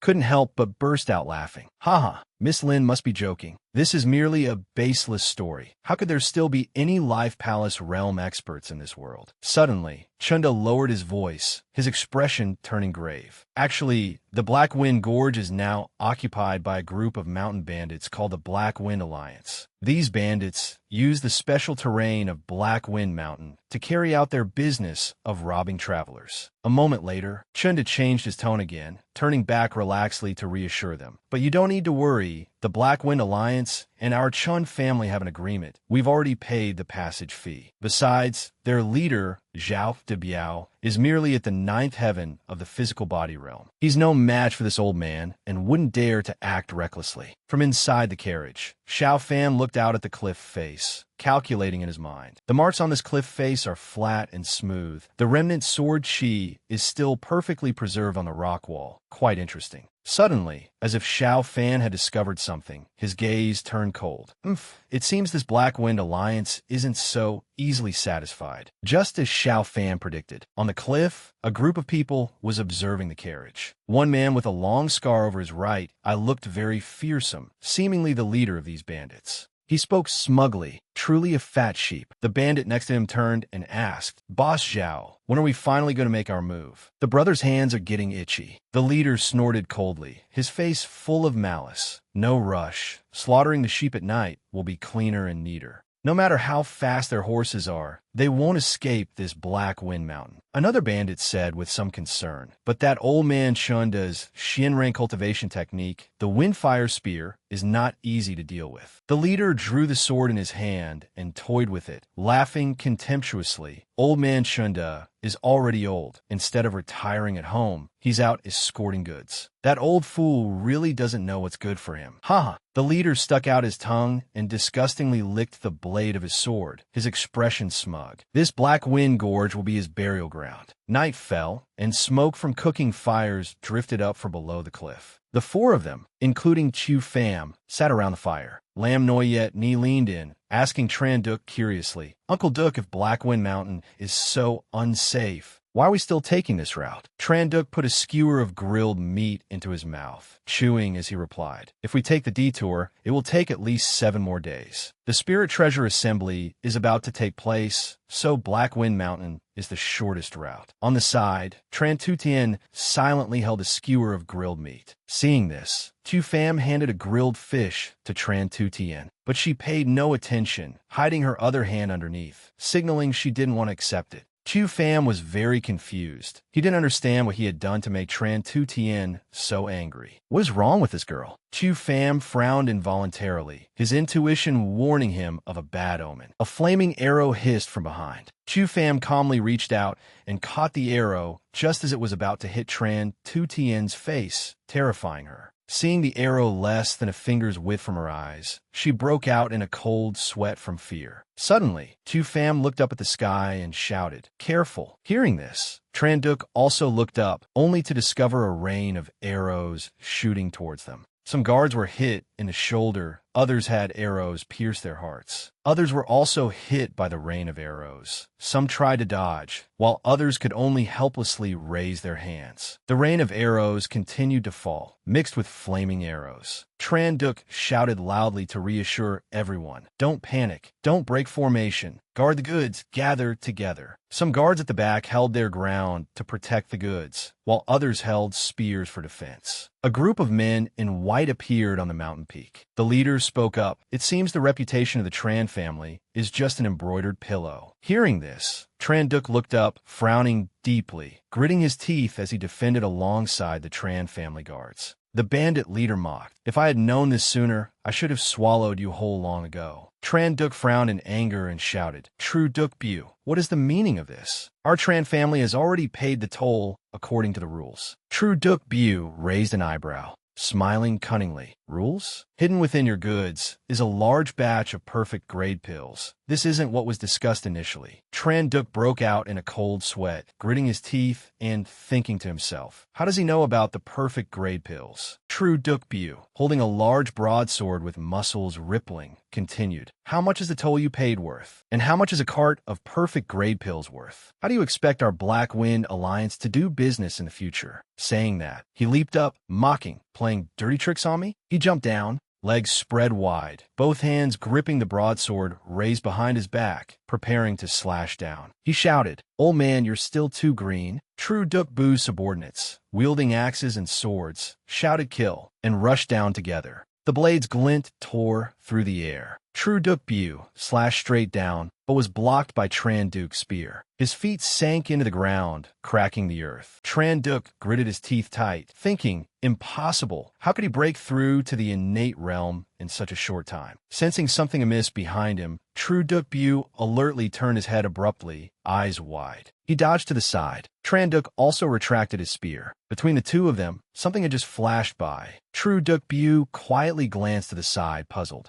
True Duk Bu narrowed his eyes at her. I didn't expect the young miss of the Tran family to be here too. Why not stay and be the mistress of my Black Wind Alliance? Tran Tutien didn't say a word. She raised her right hand, extending her index and middle fingers while clenching the others, executing the wood element's secret art open. Her left hand swung the sword, bursting with golden lightning. Tran Tutin knelt on the ground, her right hand executing Coldwood Lock's spring flowers, surrounded by a ring of pale orange spiritual power. True Duk Bu raised an eyebrow, mocking. Angry already? Tran Tutien rushed forward and slashed with her sword, but was blocked by True Duk Bu's blade. He looked at her and said, "With me, I guarantee you'll live in luxury." True Duk Bu laughed maliciously, getting more aggressive, rushing forward to slash, saying, "No less than at the Tran family." Tran Tutien gritted her teeth, using her sword to block his broadsword. The two fought fiercely. Tran Duk could only watch from afar, thinking to himself that this was bad. The family head had specifically ordered not to let the young miss use her true energy freely, or her old illness would relapse. Thinking of this, Tran Duk held his spear with both hands and charged forward, shouting, "Young miss, this old man is coming to help you." Lam Noyet Ni beside him also shouted loudly, "Noyet Ni is coming to help too." Chu Pham stroked his chin, his right hand delivering a chop to the back of a bandit's neck, knocking him out with eyes rolled back. He thought with a calm expression, Tran Tutien's strength has increased again. The Holy Spirit body is indeed extraordinary. He proceeded to snap another bandit's neck, causing him to roll his eyes and foam at the mouth. Having just finished that, Chu Pham punched two others in the chin, continuing to think. With Noyet Ni and Tran Duk helping, it seems I won't need to intervene. Looking down from above, on the green grass was a scene of a chaotic battle. True Duk Bu pushed back all three, Tran Duk, Tran Tutien, and Lam Noyet Ni, with a single slash. He thought excitedly, 2 girls plus an old man, indeed a bit tricky. Thinking so, he stomped on the ground, jumping straight up to the mountain peak. He whistled, and his subordinates immediately scattered a yellow powder towards Tran Tutien. She raised her left hand to block, only managing to let out a cry. Tran Duk, still holding his spear, turned his head to dodge, thinking, "What is this?" Lam Noyet Ni cried out ouch, raising her right hand to hold her forehead. All three collapsed to the ground. True Duk Bu coughed a few times. Tran Duk said angrily, "I didn't expect you to use poison." True Duk Bu pouted, glancing at the people kneeling on the ground. "Without poison, one is not a true man. This bone-corroding scent cost me a great price to obtain. Today, I finally get to put it to use." He walked up to Tran Tutien. She was lying prone on the ground, her face pale. TSK, you'd better not try any smart tricks." True Duk Bu carried his blade over to her and squatted down. But she still said resolutely, "Let me go.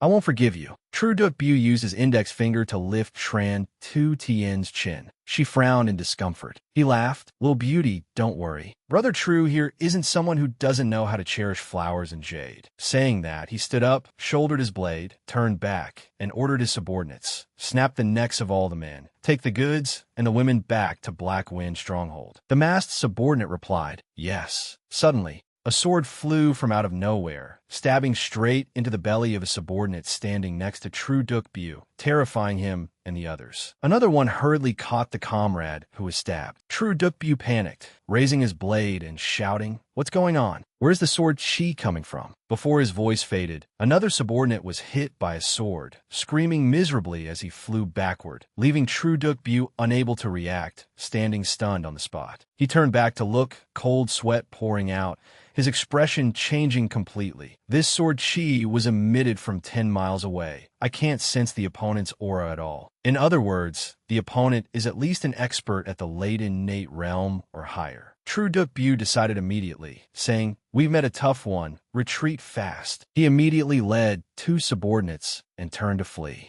Tran Tutien struggled to pick up her sword, standing up with difficulty, drenched in sweat, barely managing to utter a few words. "Stop right there. Young miss, don't chase a desperate enemy," Tran Duk said to Tran Tutien. Then he turned towards the forest, clasped his hands, and said, "I do not know which innate realm expert secretly lent a hand, but I, Tran Duk, thank you for saving our lives." La Moyette Ni Wai Pet Ho Sweet looked around and said, "Where did young master go?" The fleeing figure stopped. True Duk Bu saw a figure flickering behind a tree and asked warily, "Who's there?" Chu Pham stepped out holding onto the tree trunk, his face full of anger. "Where are you rushing off to?" True Duk Bu smiled cunningly, veins popping on his forehead. Arrogant brat. He charged forward with his blade, shouting, just a flesh-body realm brat daring to block the way alone. Chu Pham paid no heed, shouting, "Three-eyed blood demon." A three-eyed creature resembling a bat appeared, replying, "This seed has been waiting for a long time." It spread its wings, puffed its cheeks, and sucked out a stream of red energy. The two bandits grimaced in fear, watching their bodies being drained of blood, unable to do anything. In just a moment, they were enveloped in red mist, their bodies quickly shriveling up, finally leaving only two dry skeletons. True Duk Bu was so scared his face lost all color, cold sweat streaming down. Seeing Chu Pham approach, he was so terrified he slumped to the ground, raising his hands to shield himself, screaming, "Mommy!" Chu Pham said, "Now, answer my question." He revealed an angry expression, interrogating, "Who told you the Tran family would be transporting perfect grade pills? Who sent you to rob them?" True Duk Bu lay sprawled on the ground, but still tried to lift his head. Though sweating bullets from fear, he laughed. That noble person in Heaven's Heart City isn't someone you can mess with. Want to know the mastermind behind this? As he spoke, he brought a black pill to his mouth. Chu Pham laughed coldly as he popped the pill into his mouth. "Go ask in hell." He committed suicide right on the spot. The bodies of the three bandits lay on the ground. Chu Pham looked at them and said, "Daring to take poison to commit suicide." The three-eyed blood demon narrowed its eyes and laughed. "If they die, they die. Nothing to pity. But what was that void-breaking sword chi move of yours just now?" This seat remembers that's a technique only those at the ninth heaven of the innate realm can use. Chu Pham glanced at the three-eyed blood demon, frowning as he replied, "I just borrowed the sword intent of Black Wind Gorge to aid in the fight. If the caravan members hadn't all fallen, I wouldn't be sure I could avoid hurting the innocent." His gaze looked steadfastly ahead. The Black Wind Alliance were just pawns. "I fear there's a bigger mastermind waiting for me in Heaven's Heart City." In the quiet night, a horse carriage was still speeding along the road, piercing through thin mist, crossing over high mountains. The three people in the carriage were fast asleep. Lam Noyet, Knee's head rested on Chu Pham's shoulder as she slept. A loud shout echoed from outside. "Everyone, we have arrived at Heaven's Heart City." Hearing the voice, Chu Pham slowly opened his eyes.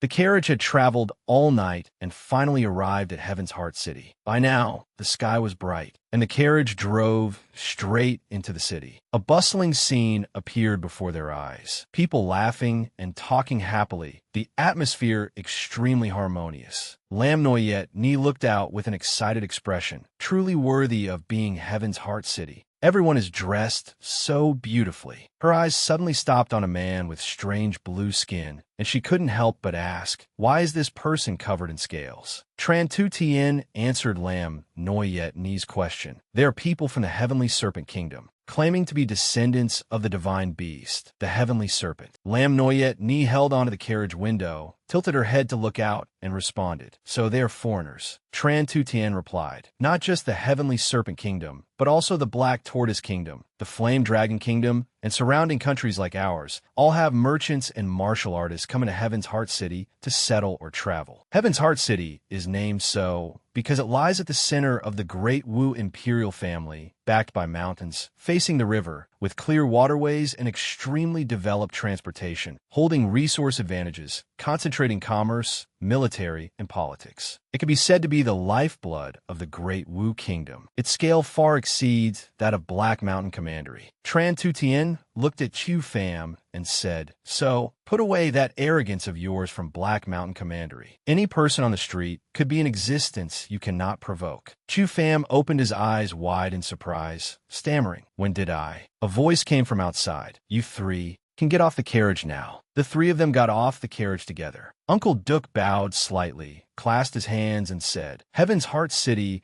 is prosperous and bustling. If you three don't mind, you could take a stroll around." This time, the Black Wind Alliance blocked the way, causing heavy casualties. "This old man needs to report the details to the family head, so I cannot accompany you." Tran Tu Tien replied, "Sorry to trouble you, Uncle Duk." Uncle Duk and Tran Tu Tien suddenly heard a strange growling sound coming from Lam Lam Noyet Ni's direction and looked over. Lam Noyet Ni scratched her head in embarrassment, stammering, "Sorry, eating only dry rations and grilled fish and drinking cold water for the past few days. I'm a bit." Chu Pham reached out to rub Lam Noyet Ni's head, saying to her, "Then let's go eat. We'll go to the best restaurant." Uncle Duc also happily introduced. "In that case, you must go to Fu Hung Pavilion, the most famous place in Heaven's Heart City. Fu Hung Pavilion has the title of the #1 pavilion in the Great Wu Kingdom. Whether it's the diverse dishes or the exclusively brewed 10,000 flowers floating fragrance wine, they are renowned throughout the world." Hearing this, Lam Noyet Ni immediately turned her head excitedly and said, "Sister Tutien, let's go together." Tran Tutien hesitated a bit, uttering an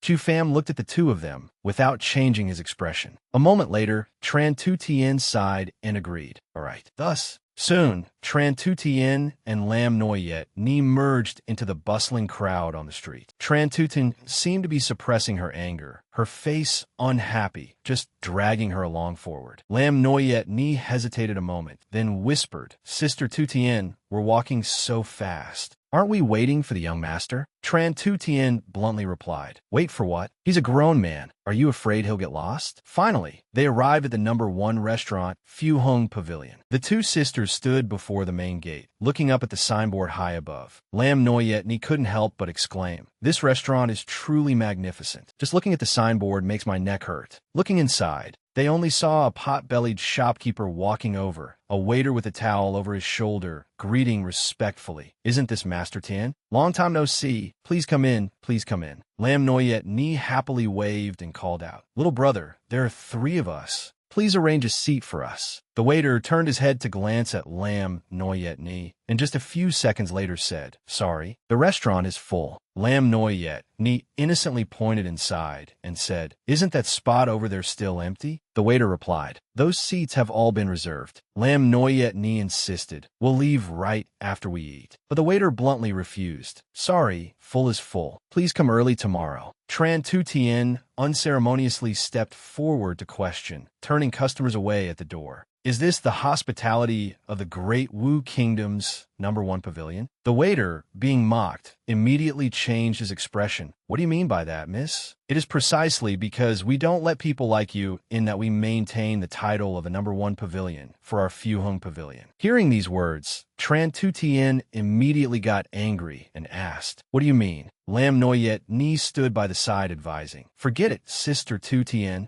Let's go to another place to eat." The waiter raised his voice. "Our Fu Hung Pavilion is the property of the Ndam family, the #1 aristocratic family in Heaven's Heart City, with a history of 100 years. Since the time of Old Master Ndam, Fu Hung Pavilion established a rule. We only receive high officials, nobles, and strong experts of the innate realm and above." He pointed inside, speaking loudly. "You can ask around yourself. Among those eating here, who isn't a prominent figure on the true martial continent? If we let low-class people like you in to eat, then how is it different from those stray dogs by the roadside?" Tran Tutien was so angry she clenched her fists, shouting, "Who are you calling low-class? Have you never heard of the prestige of our Frontier Tran family?" He contemptuously picked his ear. "Frontier Tran family? What the hell is that? Never heard of it. A small family in the deep forests and mountains, in front of our Ndam family. Isn't even fit to carry shoes." Tran Tutien gritted her teeth, speechless. She tried to suppress her anger, thinking, if not for my old illness sealing my cultivation, I wouldn't have to suffer this humiliation. The waiter smiled slyly. "Want to eat food from Fu Hung Pavilion?" "Sure." He put his hands on his hips, glanced to the side, and said disdainfully, "Those Bones dogs are gnawing on over there were just thrown out by the kitchen after making soup. If you guests don't mind, how about sitting at the same table with them?" After speaking, he laughed triumphantly. A few dogs were indeed gathering in one place, fighting over bones in a bowl. As soon as the waiter finished speaking, everyone downstairs couldn't help but burst into laughter. "Look at the clothes they're wearing. My maid's clothes are nicer." Country bumpkins wanting to eat at Fu Hung Pavilion? Don't even dream about it. Facing these words, Tran Tutien was uncontrollably furious, her teeth clenched, her whole body trembling with rage. She lost all patience and drew her sword. "This is too much." Chu Pham stepped forward with a calm expression and said, "It really is common to encounter such troublesome matters when going out." He clenched his fist, his eyes sharp as he said, "Everywhere I go, I have to waste effort teaching a lesson to blind dogs." Seeing Chu Pham raise his fist to strike, the waiter panicked a little, blurting out, "Innate realm." Tran Tu Tien looked at him, thinking, hasn't he not broken through to the innate realm yet? Where does this confidence come from? The waiter faced Chu Pham, shouting in panic, "Don't you dare act recklessly. Fu Hung Pavilion is not a place where you can show off. If anything happens to me, the Ndam family won't let you off." He didn't know that these words had been heard by someone on the second floor. Chu Pham ignored his words, asking contemptuously, "Are these your last words?" Tran Tu Tien spoke up from behind to stop him. "Chu Pham, wait." Just then, someone made a move, throwing a small object. A chess piece the size of a thumb pierced straight through the waiter's calf. While he was still dazed, a bloody hole appeared on his leg, blood splattering. By the time he felt the pain, he had rolled onto the ground, hugging his pitiful leg and screaming in agony. "My leg." The diners inside didn't understand what was happening and immediately shouted criticism. "You have some nerve. Daring to hit people from Fu Hong Pavilion." A person who looked more sober next to them reminded, "Wait, that chess piece was shot from upstairs. The person who can sit upstairs can only be. Have you made enough noise?" At this moment, the person upstairs finally revealed himself. He walked down the stairs step by step, saying as he walked, "Haven't been working for long, yet you've learned to be a dog relying on its master's power. It seems the style of this Fu Hung Pavilion is time to be rectified." The man opened the paper fan in his hand, covering his face as he said, "I was disciplining a domestic dog, making you honored guests laugh. I and Dan Van High apologize to you all. Each table will be gifted an additional jar of 10,000 flowers floating fragrance. And furthermore, everyone sitting here today will be served free of charge." And Dan Van High revealed his face, speaking generously. Everyone immediately stood up and bowed upon seeing and Dan Van High. "Greetings, young Master Van High." Tran Tu Tien could also guess somewhat. She silently assessed. This person has magnificent clothes and extraordinary temperament. He must be the owner of Fu Hung Pavilion. And Dan Van High calmly walked up to Chu Pham. He observed Chu Pham for a moment before slowly speaking. "Brother Chu, long time no see. You've been well lately, haven't you?" Later, in a luxurious room, brightly lit, Tran Tu Tien sat alone before a table full of delicacies from land and sea. Beside her was Lam Noyet Ni, who had just changed into a magnificent outfit, looking at herself in the mirror, smiling and asking softly, "How is it, Sister Tu Tien? Does Noyet Ni look beautiful in this?" There was no answer. Only the three-eyed blood demon was seen eating and drinking to its heart's content, gnawing on a chicken leg while mumbling indistinctly.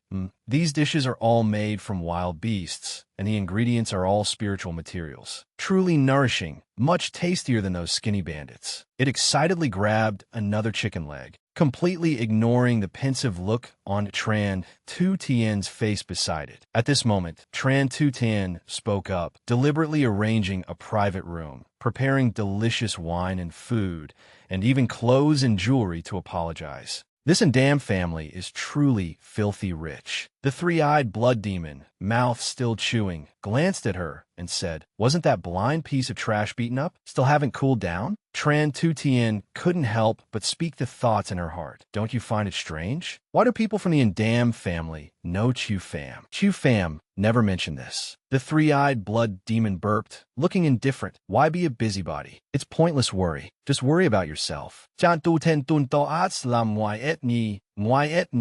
"Has your young master ever mentioned knowing people from the Ndam family?" Lam Noyet Ni thought for a moment, then honestly replied, No. Young master has very few friends, and I've never heard of this young Master Van High." Tran Tu Tien said suspiciously, "Is that so?" Suddenly, her train of thought was pulled away by another idea. She muttered to herself, "What on earth are they talking about?" At the same time, in another room, and Dan Van High happily raised the wine glass in his hand and said to Chu Pham, "Long time no see. I really didn't expect Brother Chu to find fortune in misfortune. Not only has your Dantian recovered, but you've also been accepted as a true disciple by a Grandmaster Alchemist." He poured wine as he spoke. "I have given instructions. The two young ladies have been taken good care of. That filthy fellow no longer has any relation to the Ndam family. Brother Chu, just forget the unpleasantness from just now." After pouring the wine, He politely raised his glass. Come, I'll toast Brother Xiao. Bottoms up. From beginning to end, Xiao Fan didn't say a word, only watching as Danyan Hai poured and drank by himself. And Danyan Hai frowned slightly. What's wrong? Has Brother Xiao never heard that it's rude to refuse a drink? Xiao Fan replied bluntly. Then have you ever heard that to be attentive without cause is to be either a villain or a thief? The question made Danyan Hai burst out laughing. Brother Xiao is as cautious as ever. With that, he slammed his wine glass on the table. A year ago at the Dragon Tiger Sect Spirit Seal Assembly, I already knew Brother Xiao was not a person of great ambition. Following Danyan Hai's words, time quickly rewound to a year ago. Back then, young talents from all over the country had gathered in one place, preparing to enter the secret realm to search for spirit seals. Everyone was crowding around, fawning over the third prince, while only Brother Xiao was leisurely and carefree. At that time, Xiao Fan was relaxing under a tree, which attracted some attention. And Danyan Hai strode over magnanimously and said, Brother, since you are alone, if you don't mind, how about we team up? Xiao Fan closed his eyes and refused outright. No need, I'm fine on my own. And Danyan Hai didn't give up and continued. There's strength in numbers. Aren't you interested in the spirit seals? Xiao Fan slowly stood up and said with a laugh,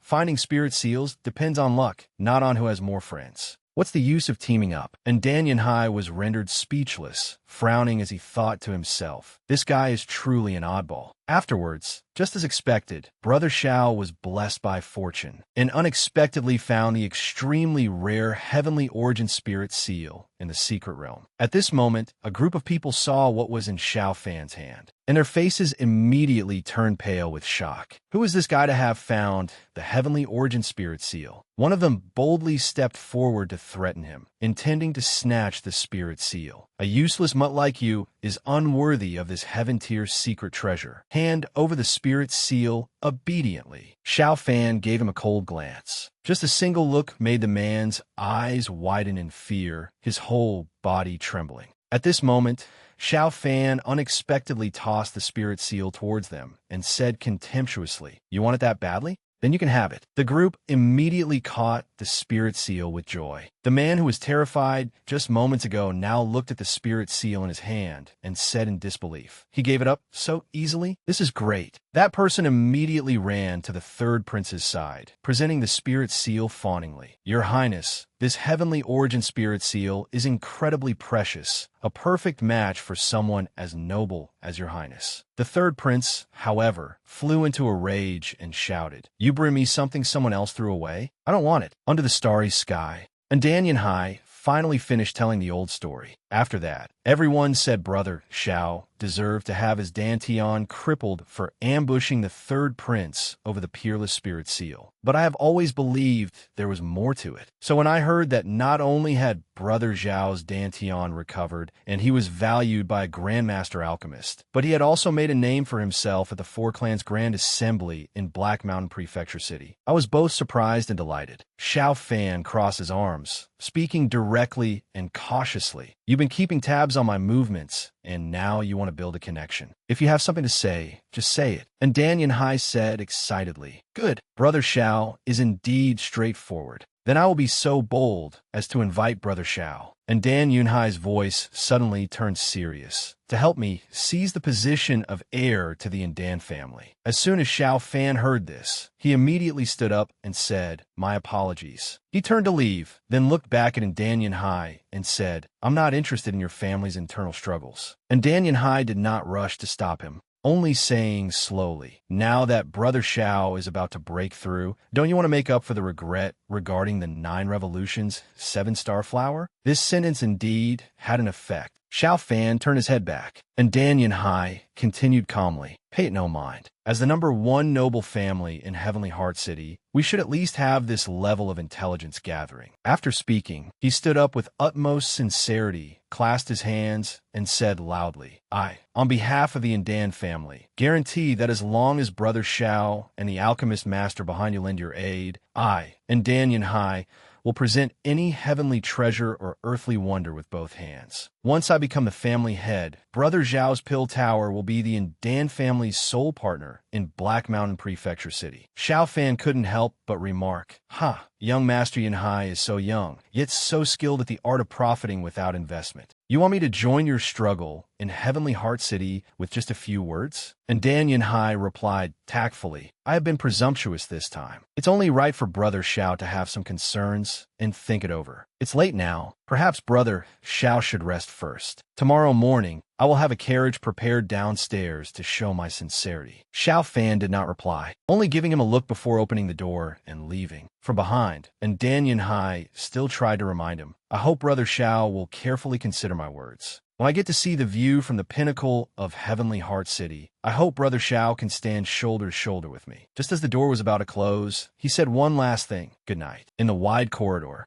Xiao Fan stood there in silence, his mind in turmoil. This and Dan Yunhai's words indeed matched the memories of this body. If he could get the help of the Dan family, it would be of great benefit to collecting spiritual materials and developing the Pill Tower. However, the words of the mountain bandit from yesterday echoed in his mind. That noble person in Heavenly Heart City is not someone you can afford to provoke. Xiao Fan left with a troubled heart. A noble person in Heavenly Heart City? The sun rose in the east, illuminating the pavilions and towers of Heavenly Heart City. A magnificent carriage attracted the attention of passers-by. Isn't that the Dan family's carriage? Look at the pattern on it. It's young Master Yunhai's personal carriage. Then, they saw Xiao Fan approaching the carriage. They continued to gossip. Which family's young master is this, to be so favored by young Master Yanhai? I heard he's from Black Mountain Prefecture City. On a high floor, Chun Zitian watched Xiao Fan get into the carriage and said to Lin Yuer beside her, Your young master is really simple-minded. She crossed her arms and deliberately spoke in a harsh tone. Who does he think he is, daring to fish in the troubled waters of the Dan family? Just wait for him to get himself killed. Lin Yuer smiled at Chen Zitian's serious expression. Sister Zitian, you really have a sharp tongue, but a soft heart. Just now, you even asked third eye to keep an eye on the young master's movements. Chen Zitian stubbornly denied it. I just wanted to use the connection between Xiao Fan and Dan Yanhai to gather some information. Don't overthink it. But in her heart, Chun Zitian was endlessly worried. Xiao Fan, you'd better know what you're doing. Getting involved in the Dan family's internal affairs. A single misstep could lead to eternal damnation. Finally, the carriage, under everyone's gaze, rolled out onto the street. Inside the carriage, and Dan Yanhai said politely, Brother Xiao, good morning. Xiao Fan, however, had a cold expression and said to him irritably, Such a grand display. Are you afraid others won't know I'm your man? And Dan Yanhai put on a wronged expression and sighed. Alas, can't Brother Xiao stop judging a gentleman by the standards of a petty person? Xiao Fan couldn't be bothered with him and asked directly, Where are we going? This time, and Dan Yanhai regained his spirits and answered decisively, The Prodigy's Tea Party. With that, he presented an invitation card. I believe Brother Xiao has one of these as well, right? Xiao Fan naturally recognized it. It was an invitation to the Spirit Treasure Grand Assembly. And Dan Yanhai said slowly, That's right. Every time the Spirit Treasure Grand Assembly is held, the Spirit Treasure Pavilion invites guests from all corners to attend. And among their younger generation, there are many talented youths of the same age and cultivation level as us. He enthusiastically continued with his plan. Therefore, I have organized the Prodigy's Tea Party, inviting our peers to interact and learn from each other as a sort of warm-up for the Spirit Treasure Grand Assembly. It's just an auction, really, at this point. And Dan Yanhai said with a confident expression, At the tea party, whatever catches Brother Zhao's eye, just name your price. Leave the payment to me. This sentence immediately piqued Xiao Fan's interest, and he said, Oh, such a simple and crude way of buying me over? I like it. The carriage rattled along the road, and finally, a servant's voice announced, Young Master Yanhai, young Master Xiao, we have arrived at the pear garden. And Dan Yanhai waved his hand, grandly introducing it to Xiao Fan. This is the pear garden, a place the Dan family uses exclusively for watching plays. Today, an elder of the family is entertaining distinguished guests here, while the children of the guests are being received at my prodigy's tea party. Brother Xiao, please. Suddenly, a voice drifted from a distance, befriending a criminal of the great nation. The owner of the voice was in Dan Yunhai's elder brother, and Dan Yunxiao. He approached and continued to provoke. "My dear younger brother, you've really fallen low." And Dan Yunhai frowned in annoyance and reminded him, "A guest is a guest." And Dan Yunxiao, "Don't be rude." And Dan Yunxiao, on the contrary, disagreed and said contemptuously, "A guest is a guest? If this kind of shameless villain is considered a guest, then the Dan family can forget about maintaining its standing in Heavenly Heart City." And Dan Yunhai stood in front of Xiao Fan, patiently reminding and Dan Yunxiao, "Elder brother, watch your words. This is Brother Xiao, visiting Heavenly Heart City for the first time." And Dan Yunxiao continued to provoke loudly. Xiao Fan, a name of great renown, who in the imperial capital doesn't know of him, failed to ambush the third prince, got his Dantian crippled instead, implicated his family in a broken engagement. Truly a useless fellow. More than enough to ruin things, but not enough to accomplish anything. The two of you are truly a match made in heaven. Xiao Fan shouted angrily, "You!" And Dan Yunhai immediately raised a hand to stop him and threatened, "Even if Brother Xiao is guilty, he is now a guest of my Dan family. Does elder brother wish to drive out a guest?" Inside the pear garden, not only are the Dan family elders watching a play, but there are also distinguished guests. Or should we go in and reason with them? He gritted his teeth and continued his threat. If elder brother insists on making a scene, this foolish younger brother would really like to know, after our family's dirty laundry is aired in public, whether big brother can still smoothly inherit the position of family head. And Dan Yunxiao clenched his fists and roared in anger, "You dare threaten me?" And Dan Yunhai calmly retorted, "So what if I do?" As he spoke, an aura emanated from his body, condensing into a majestic and extraordinary phoenix behind him. "Do you want to test my divine phoenix secret art?" And Dan Yunxiao was so angry his whole body trembled, grinding his teeth in fury. He turned and left in anger, not forgetting to let out a petty, cold snort. The moment Xiao Fan saw in Dan Yunhai's display of power, he already had a plan in mind. Fourth heaven of the Xiantian realm, fire elemental secret origin power, truly pure. Suddenly, a voice sounded from his shoulder. "Of course it is. This brat has the Phoenix bloodline. Although it's extremely faint, with this seat's research on blood, there's absolutely no mistake." It was the three-eyed blood demon, which had silently perched on Xiao Fan's shoulder at some unknown time. Xiao Fan glanced at it and asked, "Why did you follow me?" The three-eyed blood demon crossed its arms arrogantly and said, "What a thing to say. This seat, and you have a blood contract. It doesn't matter if something happens to you, but you can't drag this seat down with you." Inwardly, it grumbled, "If that girl Chen Zitian hadn't forced me, this seat wouldn't have bothered with this nonsense." At this moment, and Dan Yunhai finally breathed a sigh of relief and turned to say, "I've made a fool of myself in front of Brother Xiao, but I imagine that the brothers in Brother Zhao's family must also often be at odds, like fire and water, right?" Hearing this, an image of a person immediately appeared in Xiao Fan's mind, and he said without hesitation, "Brother, he is not worthy." And Dan Yunhai was delighted. "It seems Brother Xiao and I have more in common than I thought." Afterwards, the spacious courtyard was already packed with martial artists from all over, and Dan Yunhai stood in the middle and said in a loud voice, "Everyone, please be quiet." Then he introduced himself. "I am in Dan Yunhai, and this is the first time I'm hosting this Prodigy's Tea Party. Among you all here, some are from sects, and some are from prominent families." And Dan Yunhai's voice echoed throughout the courtyard. "But regardless of your origins, those who can attend this tea party are all geniuses among the younger generation of martial artists. On behalf of the Dan family and all of Heavenly Heart City, I welcome your presence.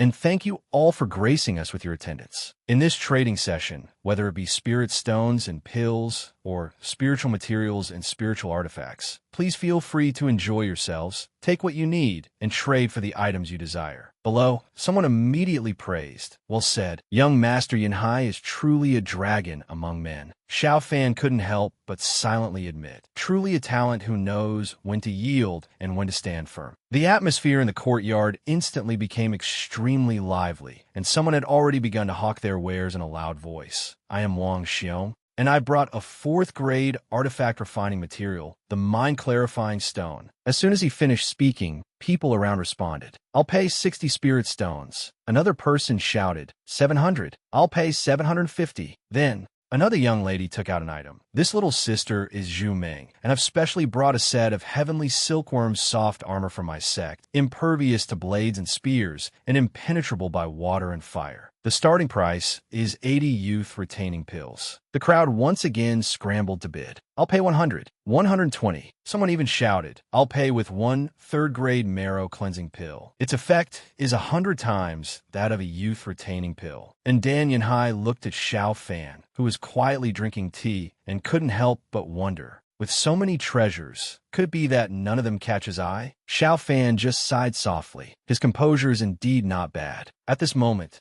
a particularly attention-grabbing clatter of wooden clogs sounded out, and a strange-looking fellow with green skin walked over. Xiao Fan immediately recognized him and thought to himself, they even invited someone from the Heavenly Serpent Nation? And Dan Yanhai immediately replied, the Indan family is devoted to the Great Yu Imperial family. In terms of diplomacy, it's only natural for us to handle a thing or two on their behalf. The Heavenly Serpent Nation and the Black Tortoise Nation are both major martial nations. The Black Tortoise Nation has already allied with the Flame Dragon Nation in the Borderlands. So the Great Yu Nation naturally has to interact more with the Heavenly Serpent Nation to keep them in check. The man from the Heavenly Serpent Nation now spoke in a loud voice. I am Tian Mu of the Heavenly Serpent Nation. Everyone knows that my Heavenly Serpent Nation was once a place ravaged by the Demon Clan until the Heavenly Serpent ancient ancestor descended to save the world. He continued, after the ancient ancestor swept away the demons, he not only nourished us with his own essence blood, turning us into Heavenly Serpent warriors, but also bestowed upon us cultivation techniques to help us practice. Afterwards, the ancient ancestor's body transformed into the 100,000 great mountains, enveloping the Heavenly Serpent Nation,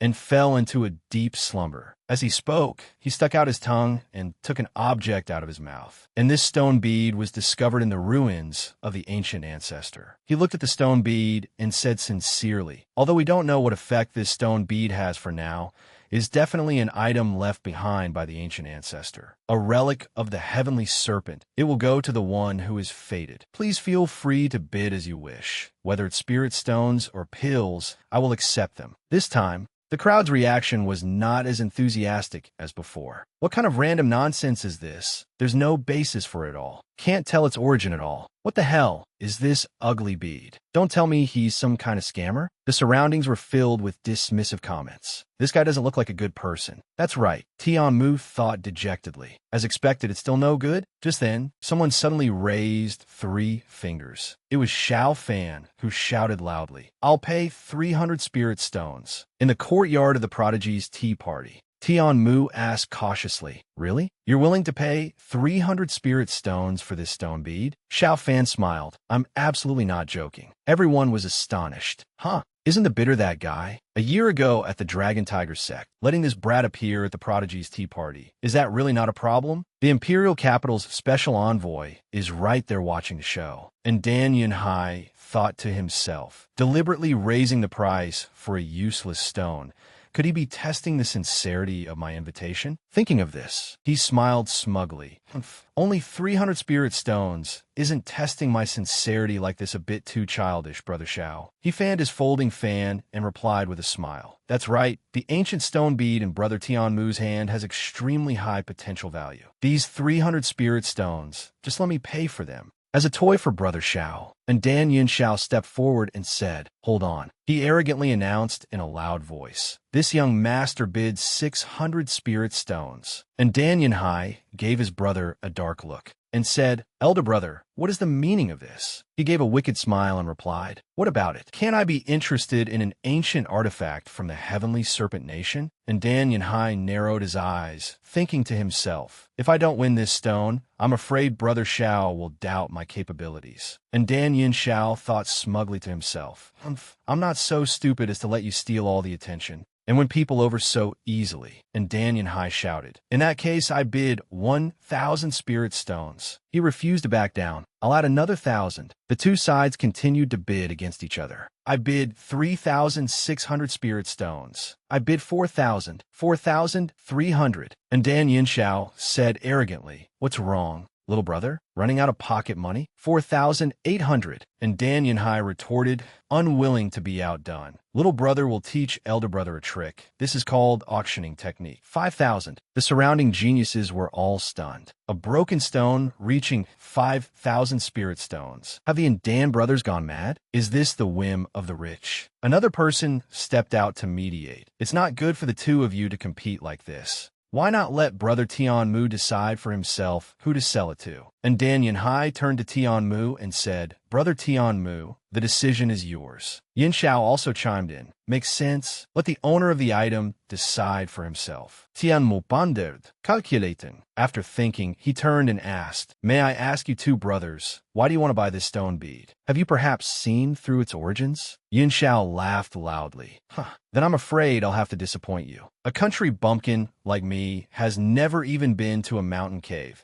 How could I understand any heavenly serpent ancient artifacts? Why don't you just sell it to me as a collector's item? As soon as Yin Xiao finished speaking, Tianmu turned to Xiao Fan. Xiao Fan replied confidently, Brother Tianmu, just try placing the stone bead on your chest and circulating your energy. Tianmu hesitated, picked up the stone bead, and asked, Place it on my chest? Everyone broke into a cold sweat and murmured amongst themselves, What is he doing? Could he have really figured something out? Another person replied, He's just acting mysterious. Suddenly, a powerful stream of spiritual energy erupted from Tianmu's body. He said in astonishment, This is a warm current is flowing from the stone bead, spreading throughout my limbs and bones. He was overjoyed, feeling his physique had become much stronger after just one cycle of circulating his energy. Brother, what exactly is the origin of this stone bead? Is it related to the great ancient ancestor? Xiao Fan replied smugly, This item is called a body tempering stone. As its name suggests, it is an excellent material for body refiners to temper their bodies. As he spoke, he continued, This type of precious stone is extremely rare. Only a stone mine that has absorbed the spiritual energy of the earth's veins for a long time has a chance to transform into a body tempering stone. The energy contained within it can increase the cultivation speed of a body refiner's physical techniques several times over. The people around were half believing, half doubting. Don't know if it's true or false. I think I've heard of this kind of stone before. Someone shouted, Brother Tianmu, you said earlier that you would accept spiritual artifacts and pills, right? I have a 4th grade soft armor, and I'm willing to trade it for this stone. Another person refused to be outdone. Me, too. I've been cultivating a physical technique recently, but my progress is too slow. I'm willing to trade a Xianrang cultivation technique for it. Tianmu replied, I have already said, a relic of the heavenly serpent will go to the one who is fated. Since Brother Xiao recognized this treasure, it must also be the guidance of the ancient ancestor. As he spoke, he turned to Xiao Fan. This body-tempering stone belongs to Brother Xiao. And Dan Yunhai fanned himself and replied, Excellent, Brother Tianmu. Please follow me to the Dan residence to collect the spirit stones. Xiao Fan spoke up, No need for such trouble. I can pay right now. Tianmu asked, This is? As he spoke, Xiao Fan presented a bottle of pills. This is a realm-breaking pill with a quality even above the legendary perfect grade. He continued, I see that Brother Tianmu is already at the 9th heaven of the physical body realm. This bottle of pills can surely help you break through to the Xiantian realm without any risk, which is much more practical than spirit stones, isn't it? Tianmu hesitated to accept this. Someone spoke up, Oh, this guy was lucky enough to be taken as a disciple by a great alchemy master. No wonder he dares to appear so brazenly in Heavenly Heart City. It turns out he is backing. Tianmu hurriedly expressed his gratitude. Really? Then thank you so much, Brother Xiao. Brother, you have truly given me a new lease on life. If you come to the Heavenly Serpent Nation in the future, please be sure to let me be your host. Xiao Fan replied politely, Not at all. You've helped me more. And Dan Yunhai thought to himself, This knowledge is not something an ordinary person can match, and he has a reclusive alchemy grandmaster backing him. Brother Xiao is indeed worth roping in. And Dan Yunxiao's heart was filled with venomous resentment and indignation. Damn it, I can't believe this condemned citizen actually managed to climb onto the high branch of a top-tier alchemy grandmaster. And Dan Yunhai winning over Xiao Fan is equivalent to receiving the help of that alchemy grandmaster. Night fell. and the residence was brightly lit with lamps and torches. Chen Zitian was reading a book by lamplight. Suddenly, there was the sound of footsteps. Lin Yuer hurriedly ran out and asked, "Young master is back?" Chen Zitian also looked out the window curiously. It was Xiao Fan. Through the window, and Danyan Hai could be seen escorting Xiao Fan back. He said, "Brother Xiao has reaped no small harvest today. How about we take advantage of the beautiful moon?" Before Danyan Hai could finish, Xiao Fan interrupted. "Good night." Chen Zitian came down from upstairs and asked, "You're back. Why didn't you say hello? Did the people from the Dan family give you a hard time?" Lin Yuer asked in a low voice. "Young master, have you eaten yet?" Xiao Fan opened the door and called out, "Three-eyed guardian." The three-eyed blood demon flew out, saying irritably, "I've told you so many times. Do not order this venerable one around." Chen Zitian said angrily, "Hey, Xiao." Before she could finish, Xiao Fan had already slammed the door shut. Chen Zitian was so angry she gritted her teeth. She pouted and scolded. "What's his problem? Locking himself in his room as soon as he gets back. And here we were worrying about him for nothing." The three-eyed blood demon advised, "Calm down, last Chun. For his sake, and for this venerable one's sake, it's best we don't disturb him." After saying that, it continued, "This brat just had a great fortuitous encounter." Back in the room, Xiao Fan was lost in thought. He happily picked up the stone bead, saying, "I never expected this." He smugly clenched the stone bead. "The heavenly serpent's essence blood has fallen into my hands." After speaking, Xiao Fan was pleased and intended to use it to break through to the Xiantian realm. The heavenly serpent bone-shedding pearl. Time rewound to a few hours earlier. Zhu Meng lowered her head, shyly holding a set of soft armor, and said, "Little sister Zhu Meng has specially brought a set of heavenly silkworm silk soft armor from my sect." Xiao Fan sipped his tea, frowning and thinking to himself, "It's all just child's play." He closed his eyes, focusing on savoring the aroma of the tea. It seems these so-called geniuses are only this and nothing more. Tianmu bowed to everyone. "I am Tianmu from the Heavenly Serpent Nation." The three-eyed blood demon sniffed curiously. "This smell is..." Suddenly,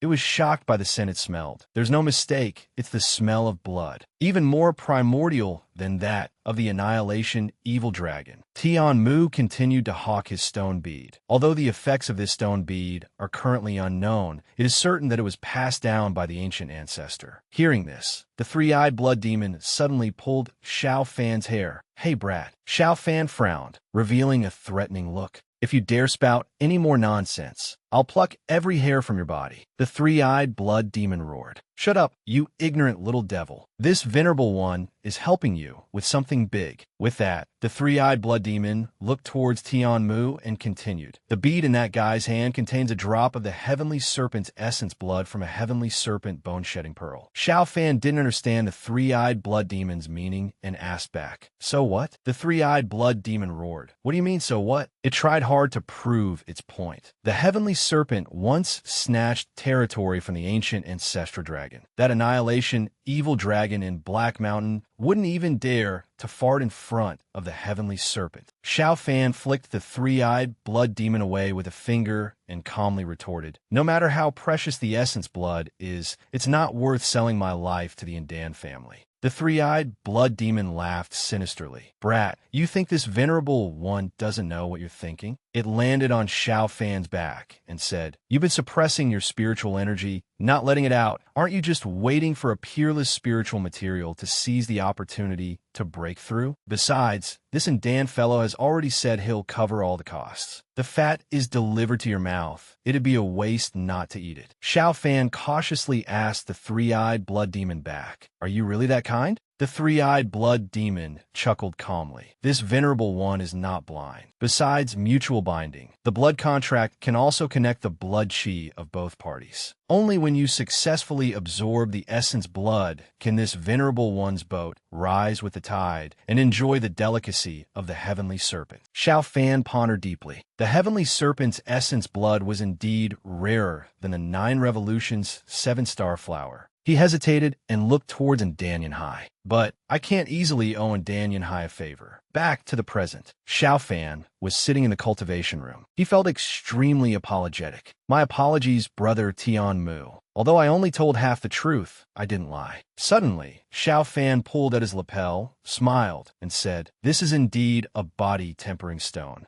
It's just that. He took off his upper garment, revealing a solid chest, and thought to himself, after fusing with the heavenly serpent's essence blood, it will become the once-in-a-thousand-years heavenly serpent bone-shedding pearl. Xiao Fan thought excitedly. Let me verify if the legend is true. With that, he picked up the crystal stone and put it in his mouth. The small crystal stone was quickly swallowed by Xiao Fan. Suddenly, his eyes widened, as if he had sensed something. The crystal stone showed Xiao Fan the decisive battle of yesteryear between the heavenly serpent and the ancestral dragon. The two sides were fighting fiercely. The heavenly serpent's neck was bitten in a fatal blow by the ancestral dragon. A painful roar echoed as the heavenly serpent used its tail to pull the enemy closer. The ancestral dragon, in great pain, immediately let go. The heavenly serpent seized the opportunity, using its body to coil tightly around the ancestral dragon. The ancestral dragon was bound stiff, unable to move. It let out a groan.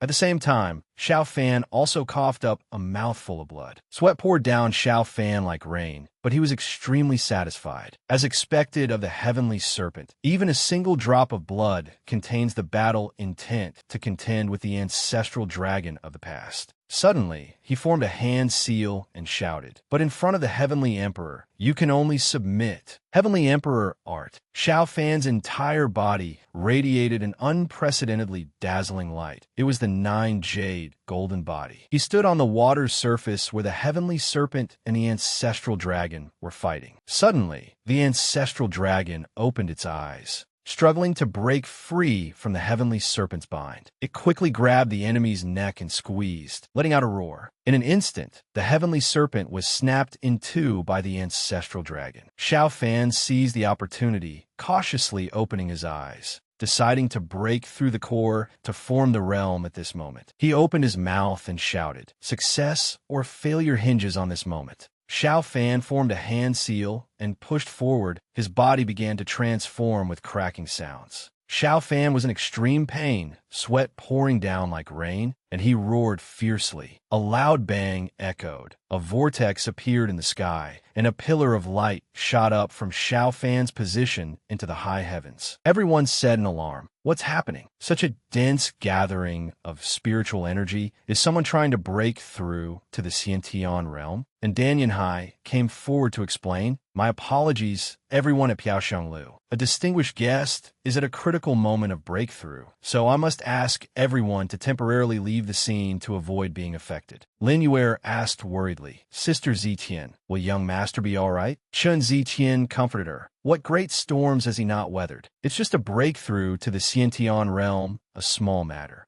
With that, she took Lin Yuer's hand to reassure her. The pillar of light in the sky continued to shoot straight up, and Dan Yinshao gritted his teeth and guessed. The direction the spiritual energy is converging is Piaoxianglu. He suddenly realized something. That body-tempering stone, could it be that condemned citizen is about to break through to the Xiantian realm? Doesn't that mean Dan Yanhai will gain another powerful ally? In the darkness, a person sitting on a chair spoke reassuringly. "Young lord need not worry. He will not succeed." And Dan Yinshao asked hesitantly, "Why is your excellency so certain?" The person sitting in the darkness with blood-red eyes laughed coldly, "Because it is the will of heaven." Xiao Fan was drenched in sweat, shocked in his heart. "How can this be? My body is rejecting the absorption of spiritual energy." He began to worry. Could something have gone wrong with my Dantian? In the illusion, the ancestral dragon suddenly roared. Xiao Fan was bewildered. What is going on?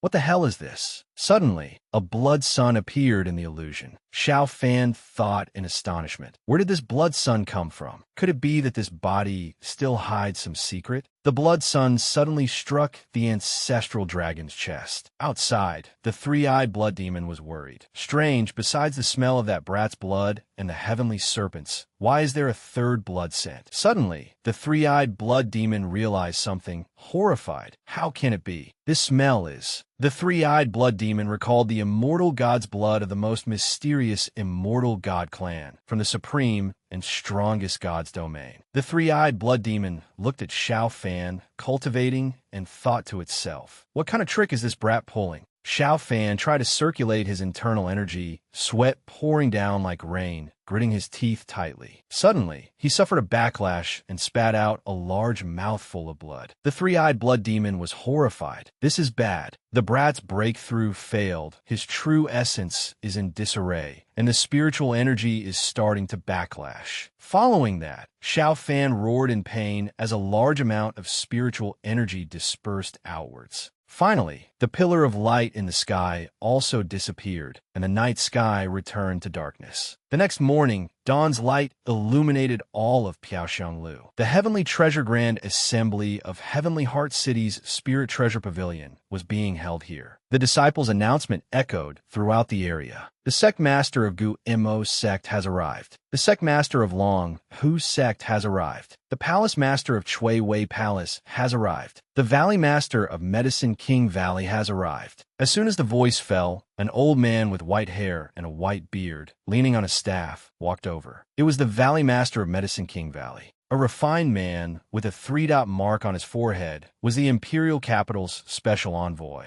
The Indan brothers respectfully bowed and saluted. We pay our respects to the special envoy. The imperial capital's special envoy laughed heartily. We are all acquaintances. There is no need for the two young lords to be so formal. Chen Zitian thought worriedly. Why isn't he here yet? Could it be that he's not well? The announcement rang out again. Young master, Xiao has arrived. Lin Yueker supported Xiao Fan, carefully reminding him, Young master, please walk slowly. Xiao Fan's face was pale. He was sweating incessantly and coughing dryly. Cough, cough. Chen Zitian ran over worriedly and asked with concern, How are you? Don't push yourself. And Dan Yanhai also added, Miss Chun is right. Brother Xiao has just been seriously injured. He must rest and recuperate before he can attempt to advance to the Xiantian realm again. And Dan Yinshao sarcastically said to his younger brother, Why do you need to use such a white lie to deceive your friend? Suddenly, he spoke loudly for everyone to hear. The chance to break through to the Xiantian realm only comes once in a lifetime. If you fail, not only will your cultivation plummet, but your foundation will also be damaged, unable to be restored to its former state. To attempt another breakthrough is as difficult as ascending to the heavens. The people around began to jeer. So it's that useless fellow who failed his breakthrough a few days ago. He made such a huge commotion that night. I thought he was some big shot. How is he not a big shot? Losing face to the point that everyone in Heavenly Heart City knows about it. That's not something just anyone can do. Chun Zitian shouted loudly. A bunch of cowards. You only know how to kick someone when they're down. The bell signaling the start of the auction rang. Chui Ji smiled and began. I've kept all you distinguished guests waiting. This humble girl is Chui Ji, the host of this Spirit Treasure Grand Assembly's auction. We are all familiar faces, so there's no need for much introduction. She continued, The auction is about to begin. I invite everyone to take their seats. Suddenly, she noticed a bit of commotion near Xiao Fan and walked over to ask with concern, What's going on here? Today is a momentous day for the Spirit Treasure Pavilion. Don't you all cause any trouble. And Dan Yunxiao quickly replied, How would I dare? It's been a while. Sister Chui Ji, you've become even more beautiful than before. Chui Ji chided the two brothers. You two, all you know is how to bicker. All the great lords are very busy today, so you two be good for me, understand?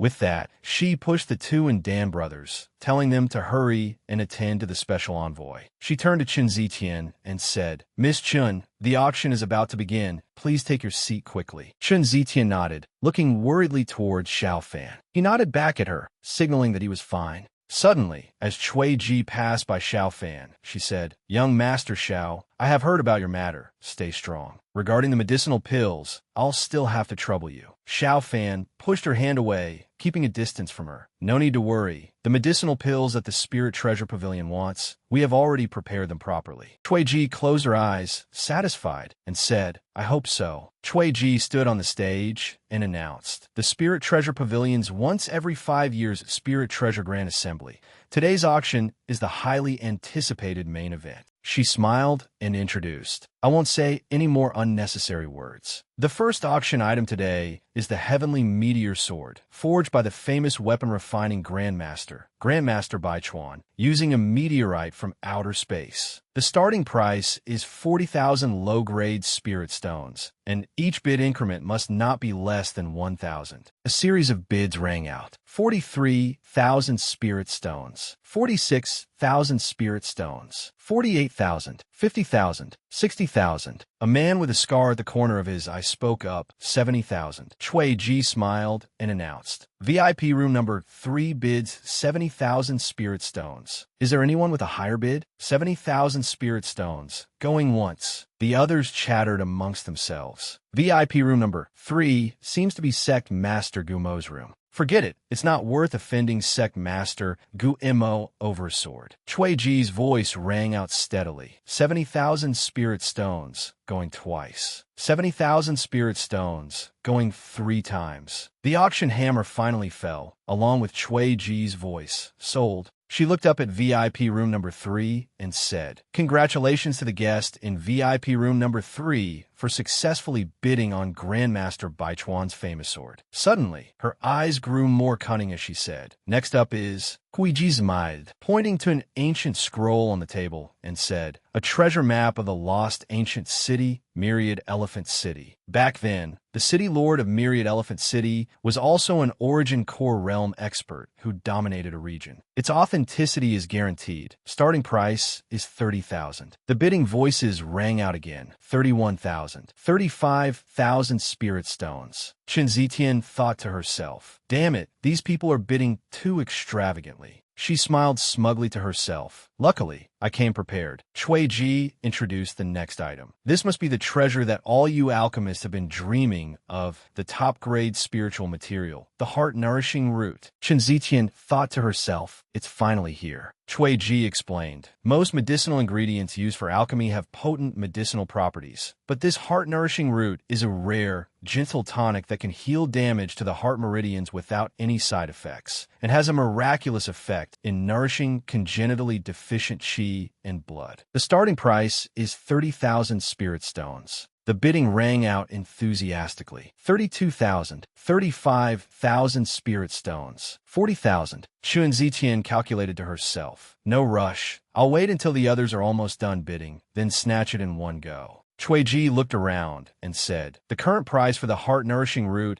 is 73,000 spirit stones. May I ask if anyone else wishes to raise the price? Chuan Zitian immediately stood up and shouted, I bid 80,000 spirit stones. Chui Ji said in astonishment, How surprising. Miss Chun Zitian from the Chun family of the Borderlands bids 80,000 spirit stones. Is there anyone with a bid higher than 80,000 spirit stones? Chun Zitian thought smugly, It's mine. Suddenly, a voice rang out. This old servant bids 85,000 spirit stones. The figure of an old man appeared in the VIP seats, and he continued, This old man is currently refining a type of medicinal pill that requires this item, so I have no choice but to compete with this little friend for it. Chui Ji smiled. The guest in VIP room number 5 bids 85,000 spirit stones. Miss Chun, do you wish to continue bidding? Chen Zitian thought to herself, I can't believe Medicine King Valley is making a move. She thought for a moment, then continued to bid 86,000 spirit stones. The Medicine King Valley side calmly spoke, 90,000. Chun Zitian broke out in a sweat, only daring to increase the bid by a small amount, 91,000. Her heart was in turmoil. She had brought 100,000 spirit stones with her this time. 90,000, she couldn't add any more. The old man continued to bid 100,000. Chen Zitian thought to herself, borrowing a little from Xiao Fan shouldn't be a problem, right? Before she could think much, Medicine King Valley called out another price, 120,000. She was so angry her whole body trembled, and she cursed, Damn it, I finally saw a glimmer of hope for a cure. Is it going to be snatched away, just like this? Chui Ji announced. In that case, 120,000 spirit stones, going once. 120,000 spirit stones, going twice. Suddenly, Uncle Da ran in from outside, shouting loudly, Wait! Chun Zitian asked in surprise, Uncle Da, why are you here? He poured a large pile of spirit stones on the ground and said, I brought something for you. Young Mississippi, Chun Zitian asked in confusion, Uncle Da, where did all these spirit stones come from? Uncle Da scratched his head. This isn't all. There are several more carts outside. She asked doubtfully, How is that possible? Uncle De laughed and said, "It's strange, Our family's goods were just put out this morning and were completely bought out by the Indan family for several times the market price. Not a single item left in stock. They even placed a large order all at once and paid the deposit up front. Since today is the Spirit Treasured Rand Assembly, this old man thought you would surely need spirit stones urgently, so I rushed to bring them over." What a coincidence. After hearing this, Chen Zitian let out a sigh. Uncle De didn't understand and asked, "Young miss?" Chen Zitian replied, "There's no such thing as a coincidence. It's just that someone meticulously arranged it." Xiao Fan was dozing off in his chair. Chen Zitian's heart ached as she thought. He can barely fend for himself, yet he's still thinking of ways to cure my illness. She pondered for a moment, then raised her head and shouted, 200,000 spirit stones. The person from Medicine King Valley thought for a moment, then spoke. "Little friend, your fortune is deep and you have a benefactor's help. This old man willingly admits defeat and will withdraw from here." Chui Ji smiled and announced, "Congratulations to Miss Chun for purchasing the heart-nourishing root for 200,000 spirit stones, setting the highest price in today's auction." Xiao Fan's face was grim as he looked towards Danyan High opposite him. The three-eyed blood demon crossed its arms and said to Xiao Fan, "So, you'd rather owe Danyan High a favor, refusing to open your mouth for the heavenly serpent bone-shedding pearl, yet you asked him for help for that Chun family lass." Xiao Fan closed his eyes and replied, "The myriad saint spirit body has a limitless future. I don't want her to be buried from here on out." The three-eyed blood demon gave a lewd laugh. "Whatever you say. This seat thought you had a thing for that Mu family lass from the Blackwater sect." Before it could finish, Xiao Fan shot a dangerous glare at the three-eyed blood demon. Seeing this, it quickly changed its tune. "Ahem, just pretend I didn't say anything." The voice rang out again. The next item. On command, an attendant placed a hand on the red cloth covering the item, preparing for the next round of bidding. The red cloth was pulled away, revealing a brightly shining crimson stone underneath. The voice rang out again, "Blood Fiend Star." As soon as the words fell, the surrounding auction participants all hurriedly covered their noses. They smelled a foul, fishy scent of blood and cried out, "Ugh, the smell of blood is so strong. It's overwhelming." Chui Ji pointed at the Blood Fiend Star and said, "That's right, only a place of extreme and evil can nurture a Blood Fiend Star that contains a massive amount of killing aura. It is the best aid for martial artists cultivating demonic techniques. As for martial artists who have never cultivated evil arts, the Blood Fiend Star is also an excellent weapon refining material, whether it's simply inlaid or fused into a spirit weapon to increase its killing nature. It can enhance the weapon's destructive power. Starting price, 50,000 spirit stones. The Imperial Capital's special envoy immediately bid 60,000. Chui Ji smiled towards private room number 1 and called out, "The esteemed guest in private room number 1 has made the first bid, 60,000 spirit stones. Is there anyone higher?" The entire hall immediately fell silent. Seeing that the situation was not right, Chui Ji said a bit unnaturally, in that case, 60,000 spirit stones, going once." The crowd below began to whisper among themselves. A short-haired man said, "The Imperial Capital's special envoy is someone close to the third prince and his majesty. Who knows if he'll become the prime minister in the future?" The person next to him replied, "Who would dare compete for something the special envoy wants?" The short-haired man couldn't help but ask, "But what does the special envoy need a Blood Fiend Star for?" Chui Ji struck the gavel for the third time. She called out loudly, 60,000 spirit stones, going 3 times. Suddenly, Xiao Fan spoke up, 63,000 spirit stones. Hearing this, the people in the hall began to gossip again. Who is that? Does he not want to live anymore? Which blind fool dares to snatch something from the special envoy? Hearing the recent chatter, Danyan High frowned. The murmuring continued. After offending the special envoy, does he still want to make a living in Heavenly Heart City? And Danyan High's face darkened as he thought, "Brother Xiao, even if you have a personal grudge against the third prince, getting into a spat with the Imperial Capital's special envoy in front of such a large crowd is truly unwise." The Imperial Capital's special envoy stroked his beard and laughed. It's not easy for young people to cultivate. How could this old man snatch away something another person fancies? Hearing this, Xiao Fan smiled. Oh, giving up so easily? The crowd below began to praise the so-called benevolence of the imperial capital's special envoy. The man who had asked the question earlier praised admiringly. The special envoy is truly magnanimous. Another person chimed in, but that brat who made the bid is really blind. Cui Ji said, a bit awkwardly, haha, even if a sale isn't made, goodwill remains. You are all esteemed guests of the Spirit Treasure Pavilion. There's no need for this. The three-eyed blood demon mused. This imperial capital special envoy, there's a familiar feeling about him that I loathe. A cart covered with red cloth was pushed out. On it were dark brown wooden boxes. Cui Ji continued to introduce the item. Next up are the medicinal pills from the Spirit Treasure Pavilion's newest partner, the Lin Clan's Pill Tower in Black Mountain Prefecture City. Each dark brown wooden box contained a jade green medicine bottle. Cui Ji continued her introduction. This time, there are a total of 10 crates of realm-breaking pills, with 12 bottles in each crate, all of perfect grade. Everyone below was stunned. They commented one after another. Impossible. How can a mere pill tower have so many perfect grade medicinal pills?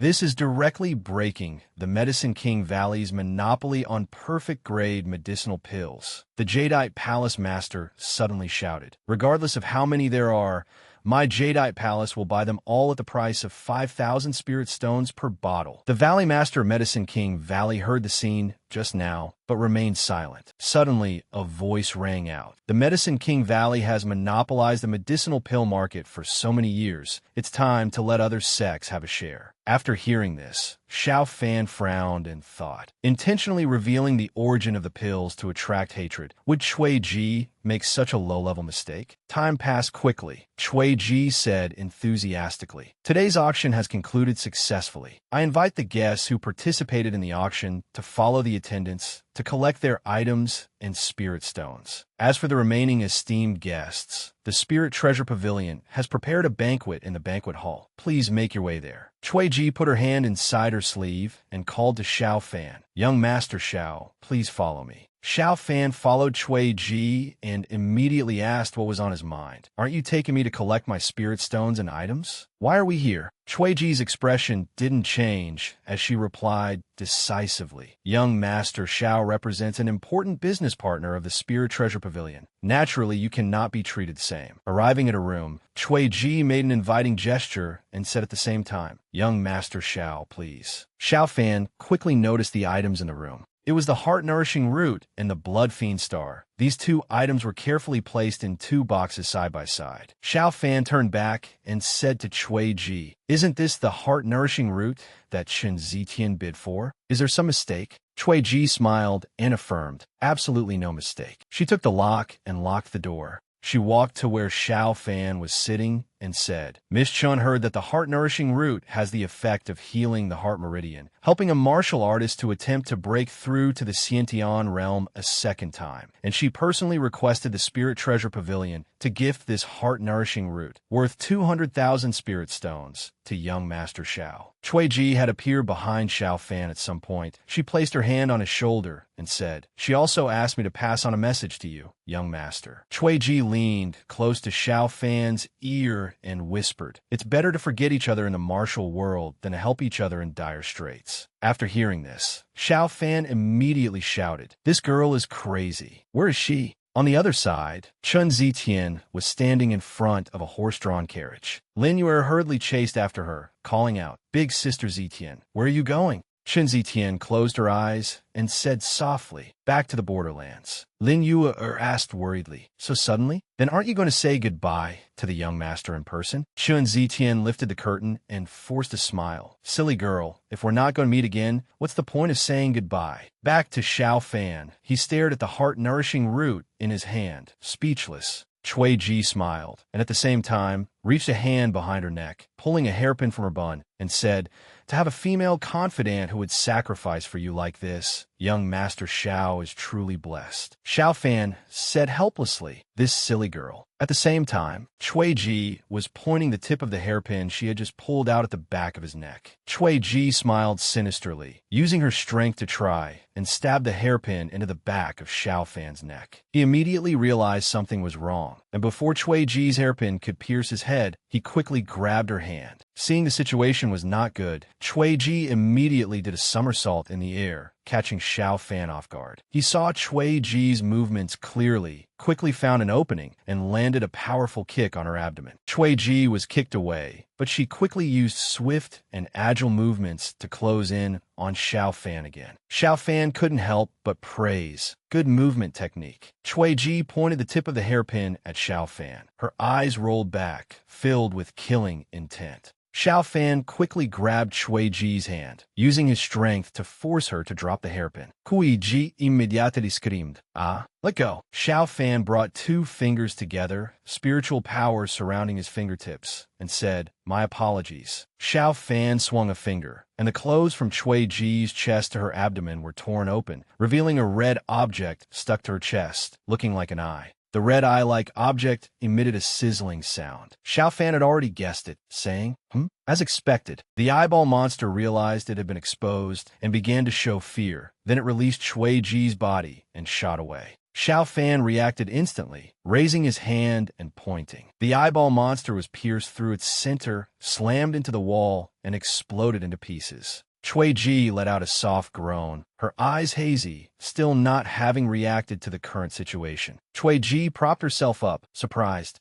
Where's this? Then she frantically covered the torn part of her clothes. "Young Master Xiao, why are you here?" Xiao Fan reassured. "Calm down, you're safe now. Tell me what happened." Hearing this, Cui Ji calmed down. She immediately recalled, "I only remember I was in my room at that time, preparing the auction list for the Spirit Treasure Grand Assembly. As Cui Ji was working, a white-haired man walked in. It was the Valley Master of Medicine King Valley." She continued to recount the event. Until late at night, the Valley Master of Medicine King Valley came to visit, saying he had brought a spirit medicine and wanted me to temporarily add it to the auction. At that time, Cui Ji stood up to inspect it. Her narration matched the action. I invited him in to appraise the quality of the spirit medicine. Cui Ji opened the box containing the spirit medicine. She continued the story, but when I opened the medicine box, what appeared was a red, one-eyed monster. It emitted a sizzling sound. Cui Ji closed her eyes and said, "After that, I don't remember anything else." After hearing this, Xiao Fan said angrily,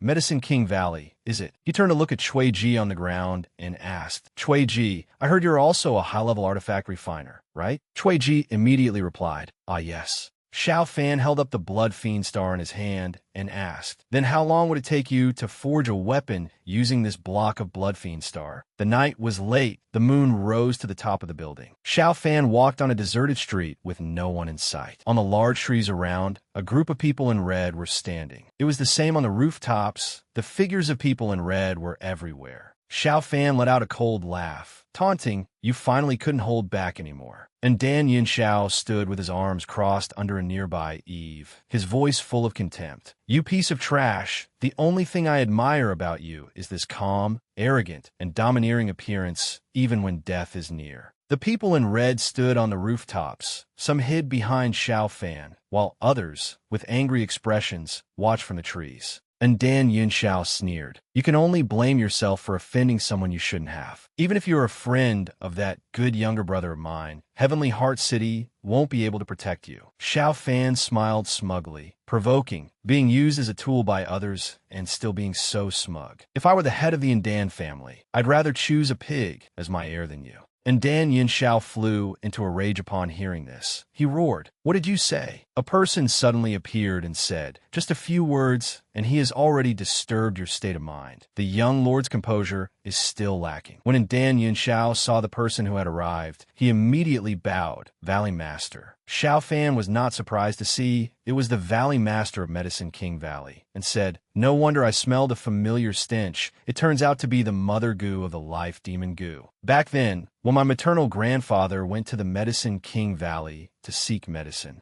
was it you who planted the larva goo in him?" The Valley Master of Medicine King Valley did not answer directly, but instead reasoned, "A commoner is guilty for possessing a treasure. This has been the truth since ancient times. The immortal divine blood is not something you can possess." After hearing this, Xiao Fan's face darkened as he said, "So you, or rather, all of you, can take it for yourselves?" He suddenly said a phrase, "faceless blood demon." This phrase caught the attention of the Valley Master of Medicine King Valley. His attention was what Xiao Fan wanted, and after achieving his goal, he continued, "I'm afraid the real Valley Master of Medicine King Valley has long been dead. The one standing here is merely a puppet of the faceless blood demon in human guise." The Valley Master of Medicine King Valley did not admit it, but he didn't deny it either. He said with a faint smile, "The young man is quite clever. It seems the remnants of the Three-Eyed Clan in the Black Mountain Mystic Realm have told you quite a few things." A flood dragon appeared, looking extremely ferocious. The Valley Master of Medicine King Valley said, "After the Jade Organ sect was destroyed by the flood dragon, we couldn't take the 9 Revolutions 7 Star Flower, so we left a secret stronghold to monitor it closely. The rest of us scattered throughout the Great Wu Nation, possessing the bodies of not a few people from powerful clans." Images of several people appeared. They must be the ones who had been possessed. The Valley Master of Medicine King Valley spoke again. "For the past 100,000 years, our 7 clans have meticulously planned, and half of the power in the Great Wu Nation is in our hands. Prestigious families, sects, the royal family, government offices, our people are everywhere." After hearing this, Xiao Fan frowned and asked, "So you set things up step by step, ambushed and framed me, then suppressed the Lin family, ruining my reputation and leaving me with nowhere to turn?" The Valley Master of Medicine King Valley did not deny it at all. He laughed without hesitation and replied, "Only in this way could we conveniently monitor whether the divine blood in you had awakened through the life demon goo in Lin Jinhong's body. Devouring his flesh and blood was merely a matter of convenience." He continued, "It was also you who walked right into a trap, taking the cursed sculpture of my clan from the Black Mountain Mystic Realm and even carrying it with you, which gave us the opportunity to control the Three-Eyed Blood Demon Curse sculpture, causing a blood resonance to activate the immortal divine blood. Divine blood and spiritual energy are inherently incompatible, causing your breakthrough to fail, turning you into a fish on the chopping block." The Valley Master of Medicine King Valley had not stopped yet. He continued, "When scheming fails, you resort to forceful seizure, truly the behavior of demons. This world has always been full of injustice. The weak being prey for the strong is the cycle of the heavenly Tao." Unbeknownst to him, Xiao Fan was already surrounded. He walked towards the Valley Master of Medicine King Valley and asked, "You all went to so much trouble. What exactly do you want to do? What is the purpose of seizing the immortal divine blood?" The Valley Master of Medicine King Valley immediately replied, "This is not something a person about to die can know." He laughed mockingly. "After you die,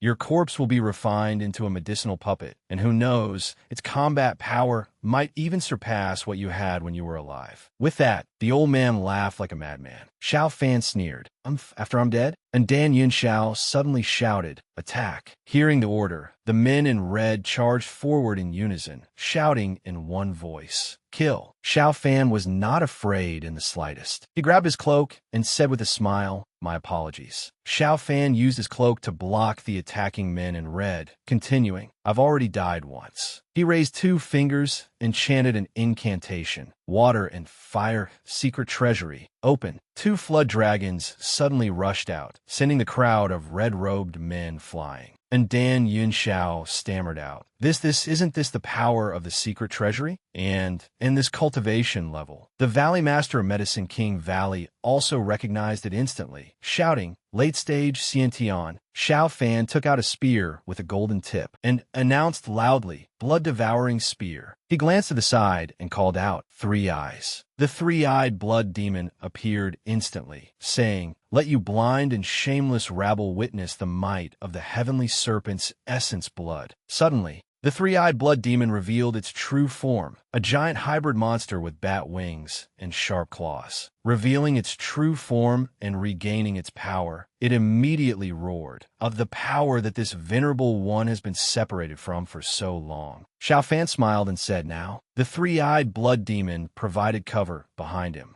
his aura soaring. He continued, "We'll settle our scores slowly." The three-eyed blood demon laughed smugly. This venerable one's flowing light, flying cape can conceal the body when worn normally and hide one's aura when worn in reverse. How could it be seen through by the naked eye? Upon hearing this, and Dan Yinshao trembled and said, "Damn it, late stage Xiantian and a water and fire dual attribute secret treasury at that. We've been played by this brat, pretending to be a pig to eat a tiger. What on earth is this talking, three-eyed giant bat?" The Valley Master of Medicine King Valley was also extremely shocked after discovering Xiao Fan's true cultivation level. His eyes turned bloodshot as he roared, "Humph, I underestimated this brat's schemes. But so what if he's late-stage Xiantian? Many ants can bite an elephant to death. This old man doesn't believe he has 3 heads and 6 arms." Hearing this, and Dan Yinshao pointed forward, ordering the men in red and shouting, "Everyone, charge for me." The men in red immediately charged, shouting in unison, "Kill." Seeing this, Xiao Fan frowned slightly. The blood-devouring spear radiated a brilliant golden light. Xiao Fan swung the spear in a single slash, pushing back the crowd of red-robed men. They cried out in pain, "Ugh, ah." One of the subordinates fell to the ground, startling and Dan Yinshao. Xiao Fan aimed his spear and said, "Chui Ji's weapon refining skills aren't bad, are they?" And Dan Yinshao kicked the red-robed man who had just fallen, and angrily shouted, "Get up for me. Don't stop attacking." That red-robed man replied in fear, "Yes." The group of red-robed men charged towards Xiao Fan again. He smiled and said, "A bunch of rabble." Xiao Fan lost all interest and said, "Three Eyes, you don't have to hold back anymore." The three-eyed blood demon was just waiting for this. It laughed gleefully. "Ha, this venerable one has been waiting for those words for a long time." As soon as the words fell, the three-eyed blood demon instantly vanished. It shot forward and snatched a red-robed man in its jaws. Xiao Fan also charged forward close behind, swinging his spear in a slash, then parried a blow and slashed repeatedly at the enemy. The enemy forces were already at a disadvantage. One person immediately shouted, "We're losing the formation." A group of red-robed men attacked at the same time, shouting in unison, "Pear Blossom Storm Array." Xiao Fan spun his spear to block the attack, not forgetting to mock them at the same time. A battle with no coordination whatsoever. He said with contempt, "Small fry will always be small fry." With lightning speed, Xiao Fan took them down one by one, defeating them in a single move. All the enemies had fallen, their corpses littering the ground, and Dan Yinshao snatched a bow and arrow from the hands of a bald subordinate, shouting angrily, "Useless trash, give it here," then drew the bow. And Dan Yinshao thought to himself, "A sneak attack from behind? You can't possibly have eyes in the back of your head, can you?" A brilliant red firebird appeared. It flew near the arrowhead, and Dan Yinshao was about to shoot. The arrow was shot, but it caused an explosion in midair, and Dan Yinshao cried out in horror. The vermilion bird fire of the Divine Phoenix secret art. Suddenly, Ndan Yinhai appeared and said, "How can a matter of the Ndan family be without me?" Ndan Yinhai? His appearance left Ndan Yinshao utterly astonished. Ndan Yinhai asked unhappily, "Elder brother, we've been fighting covertly for so many years. Do you have the courage to have a proper match with your foolish younger brother?" Andan Yunseo Roared, Andan Yunhai, you son of a servant girl. He charged forward, continuing to shout, "I should have chopped you, this traitor,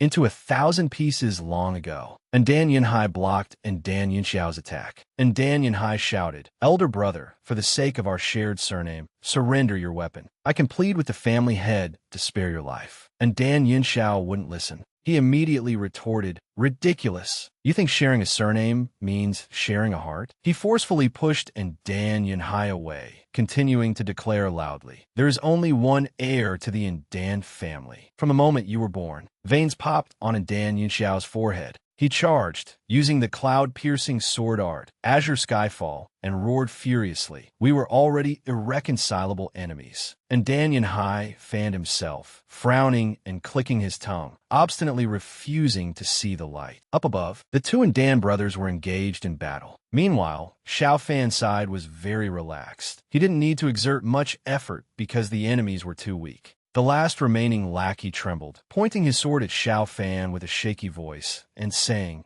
Xiao Fan continued to advance, the corpses of the defeated enemies behind him. The last man was cornered and shouted, Monster! I'll drag you to hell with me, even if I die. And he took out a round object with an eye-catching pattern and crushed it. White smoke spread out. Xiao Fan grew increasingly disdainful of the enemy's tactics, thinking to himself, poison again? It seems the poison powder of the mountain bandits on Black Wind Mountain was also your doing. The Valley Master of Medicine King Valley's eyes were bloodshot. He snorted and said, Zhao de Biao and Chui Ji are both useless. It was a waste for this old man to create such a good opportunity for them, yet they still couldn't capture you. Xiao Fan mocked, relying on a bunch of lackeys to capture me? It seems the faceless blood demon clan is nearing its extinction. The white smoke gradually dissipated. The Valley Master of Medicine King Valley laughed heartily. Any great cause requires sacrifices to lay its foundation. The Jade Maiden sect was like that. The Black Wind Alliance was like that. And the Indan family is even more so, as long as our clan can rebuild its foundation. So what if the sacrifices are even greater? Xiao Fan couldn't listen anymore. He shouted angrily, Haven't you said enough? Xiao Fan pointed his spear. If you've said enough, then prepare to meet your end. The Valley Master of Medicine King Valley raised his index finger in a silencing gesture and let out a soft shush. Xiao Fan was momentarily speechless. He frowned in annoyance and snorted coldly, playing mysterious. Suddenly, a loud explosion rang out. An explosion occurred right behind Xiao Fan. He couldn't help but be startled by this sound, and Dan Yanhai also noticed the explosion. He immediately became anxious and shouted, It's the Piao Xiang house again. This is bad. Miss Lin. Xiao Fan immediately turned his head to look back. A crowd of people also quickly gathered, running towards the fire. One person hurriedly shouted, calling to the others, Fire! Shun Zitian heard the commotion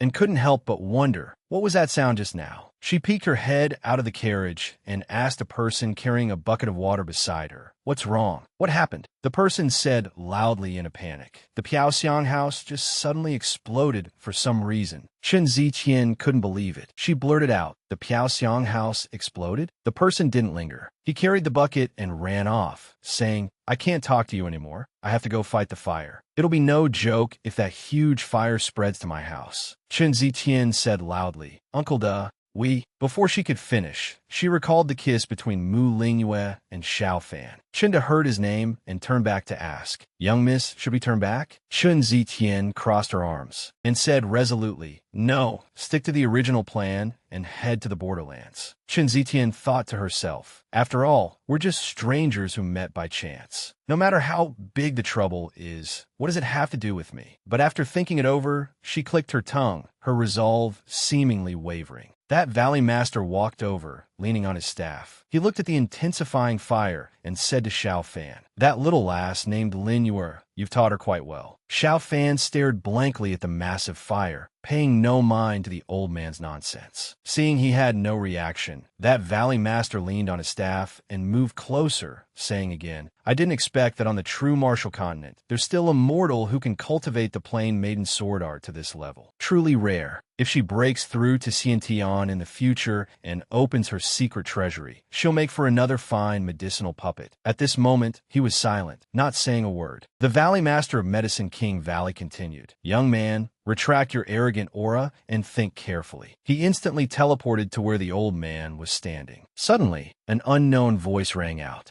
As soon as the words fell, the head of the Valley Master of Medicine King Valley was sent flying by Xiao Fan's sharp spear tip, separating from his neck. And Dan Yunxiao couldn't believe the scene before his eyes, and cried out in shock, Valley Master! Xiao Fan looked at the Valley Master's head rolling on the ground, his anger uncontrollable. From the old man's nostril, a many-legged parasite slowly crawled out. Without waiting for it to escape, he pierced its body with his spear. He looked at it and said, The Mother Gu is dead. Let's see how you revive now. And Dan Yunxiao's face turned red with anger, and he cursed, Xiao Fan, you condemned criminal, have some nerve, daring to kill the sect master of Medicine King Valley. Xiao Fan couldn't be bothered to waste words on him. He picked up the Valley Master's head, frightening the other man into crying out, You stay away. He slowly approached step by step, but this was enough to make his opponent even more panicked. And Dan Yinshao realized the approaching danger and quickly fled, not forgetting to cry for help. Help! And Dan Yinhai flew over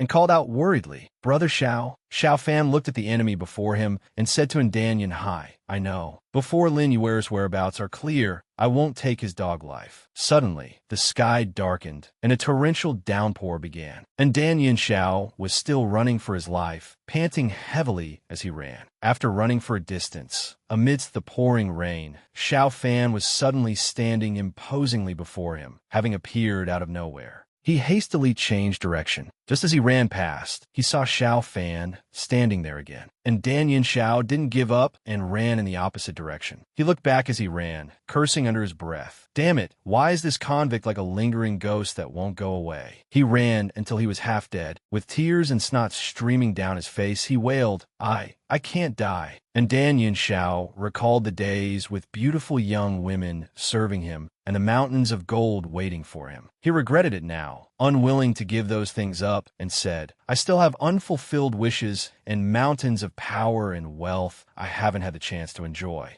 In the future, I will be the one in control of the Indan family, the fated master of Heavenly Heart City." As he spoke, he spread his arms wide, fantasizing about the things that would belong to him. The more he spoke, the more he resembled a madman, muttering incessantly, right, I won't die. And Dan Yinhai has external support, but I have backing too. I have that Lord protecting me." He spoke as he ran, and unknowingly arrived at that Lord's residence. He stood before the door, thinking to himself, "As long as that Lord with his vast supernatural powers is here, he promised to put me in power. As long as he intervenes, everything will be resolved." So he pushed the door open forcefully and rushed inside to beg for help. "My Lord, save me, my Lord." As soon as he entered and saw that Lord, he immediately knelt and pleaded, "Lord Emissary, save me. That son of the lowly servant girl in Dan Yinhai and that convict Xiao Fan want to kill me." The imperial capital's special envoy heard him and replied with annoyance. He let out a sigh. "Young master, you follow me for so long. How have you not made any progress?" He clasped his hands behind his back and said sternly to Indan Yinshao, "If you had led Xiao Fan directly back to the Indan family, relying on the elders of the clan, you and they could have joined forces, and putting those two to death would have been as easy as turning your hand. Yet you led Xiao Fan straight to me, causing the hidden identity I painstakingly built for many years to be exposed just like that." And Dan Yinxiao's face was filled with terror, unable to believe the words the imperial capital's special envoy had just spoken. At this moment, that lord's eyes had turned red. He frowned and continued, "How do you expect me to save you?" And Dan Yinxiao was terrified beyond measure, looking at the person before him and screaming, "My lord!" The person he respectfully called my lord was draining his very lifeblood. He struggled to breathe, his eyes wide as he stared at the one choking him, saying with difficulty, my lord, it shouldn't be like this. It shouldn't." Veins bulged on his face, his eyes were bloodshot, and he struggled, trying to say something. Before Dan Yinxiao could say another word, his body stiffened and collapsed to the ground. After finishing his meal, the imperial capital's special envoy let out a satisfied burp and said, "Even his blood reeks of the sour stench of stupidity. I wonder if I'll get diarrhea tomorrow." Xiao Fan had already caught up, giving him no chance to think about tomorrow, and said, "You won't have it tomorrow." With that, he threw out the Valley Master's head, letting it roll to the other man's feet. He glared with eyes that wished they could eat his opponent alive, and said, "All of your subordinates are dead. Whatever conspiracy you have is over." After speaking, he slowly approached. The other man turned around, smiling leisurely. "How rude. I was kind enough to yield the Huyet Sat Tin to you, and this is how you repay me?" Xiao Fan's expression was cold. Pointing a spear tip directly at the imperial capital's special envoy's face, he threatened, "Release the person, then accept your death." The envoy pushed the spear tip away and replied with a cold laugh.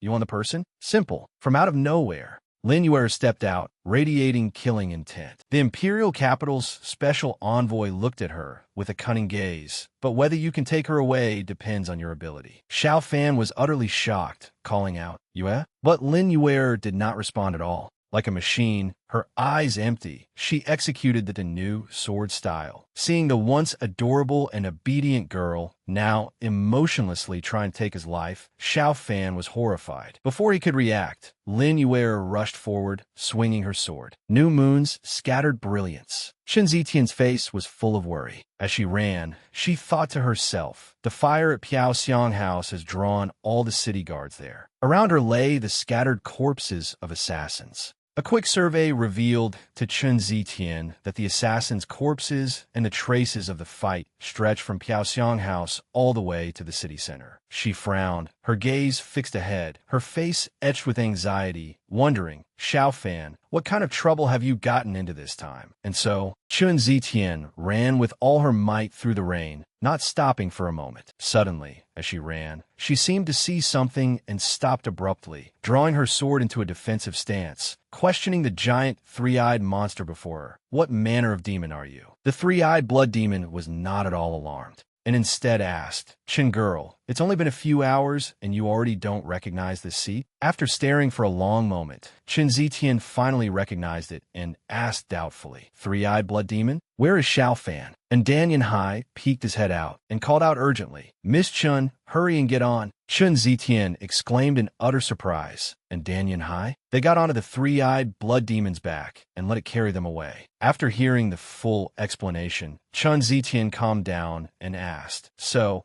Xiao Fan pretended to fail his breakthrough to lure out the faceless blood demon? The three-eyed blood demon added, The immortal divine blood on that brat makes those faceless, skinless things drool with desire. I'm not sure what they want to do. We can only capture one alive and interrogate it slowly. And Danyan Hai also explained, The urgent matter is that they've taken Miss Lin hostage. We have no choice but to. Before he could finish his sentence, they had arrived. Seeing the thick dust and smoke within, all three were astonished. Chen Zitian looked down and cried out in alarm. It's Xiao Fan. Xiao Fan had been sent flying, cracking a wall upon impact. He was covered in injuries, struggling to get back up to continue the fight. Lin Yuer gathered her strength and swung her sword back, executing the new sword style. Gold and jade resonance. Quick-eyed and swift-handed, Xiao Fan blocked the fatal blow. Chen Zitian arrived just in time, skidding to a halt on the cracked ground. She didn't know what had happened, staring at them in bewilderment, confused. What's going on? Why are the two of them fighting? Seeing Chen Zitian run over,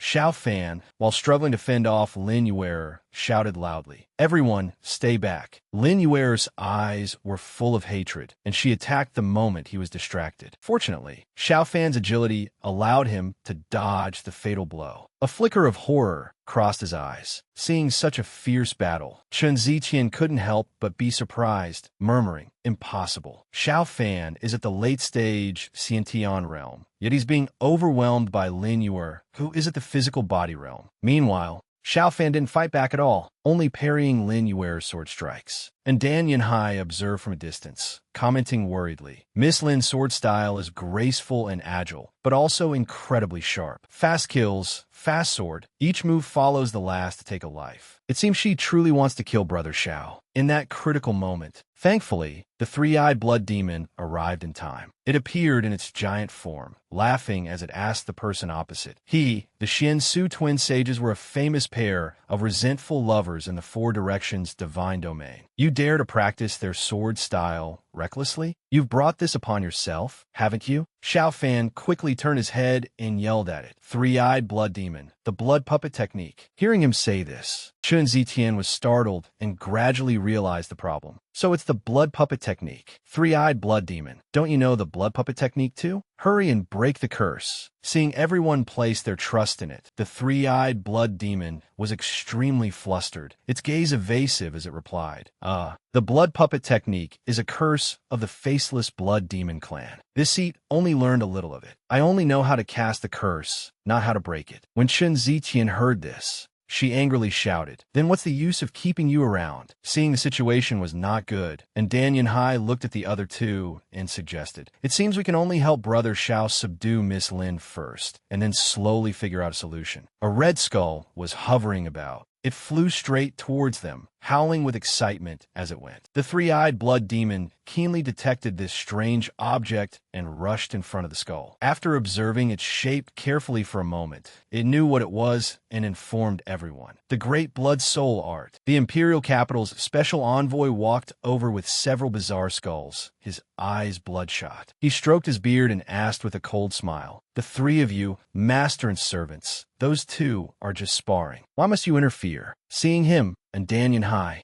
was overcome with emotion and questioned, "Lord Envoy, it was indeed you pulling in Dan Yunxiao's strings. The Valley Master Medicine King Valley was also your man? Where is he?" The three-eyed blood demon was furious to hear Danyan Hai still using honorifics for this traitor and quickly reminded him, "Why are you still calling him Lord? The stench of blood from his demonic cultivation is about to catch up to Shun Tu Sha." Learning this shocking truth, and Dan Yunhai's eyes widened in horror, unable to believe his ears. An image of Dan Yunxiao appeared. It was a desiccated corpse with a sunken face, eyes wide open, unable to rest in peace. His face was chilling to look at, with dark, sunken eyes and a mouth agape. The skulls following the Imperial Capital's special envoy each had a different expression. He manipulated a skull with a pained face in his hand and sneered cunningly, "Your elder brother served me very diligently. The materials for me to cultivate the Great Blood Soul Art were all offered up by him with his own two hands." Hearing the Imperial Capital's special envoy's words, and Dan Yunhai's expression darkened. Unable to contain his anger, he clenched his fists and cursed at him, "You vile spawn! You deceived those above and below, bewitched his majesty, tricked my elder brother, killed people of my Dan clan,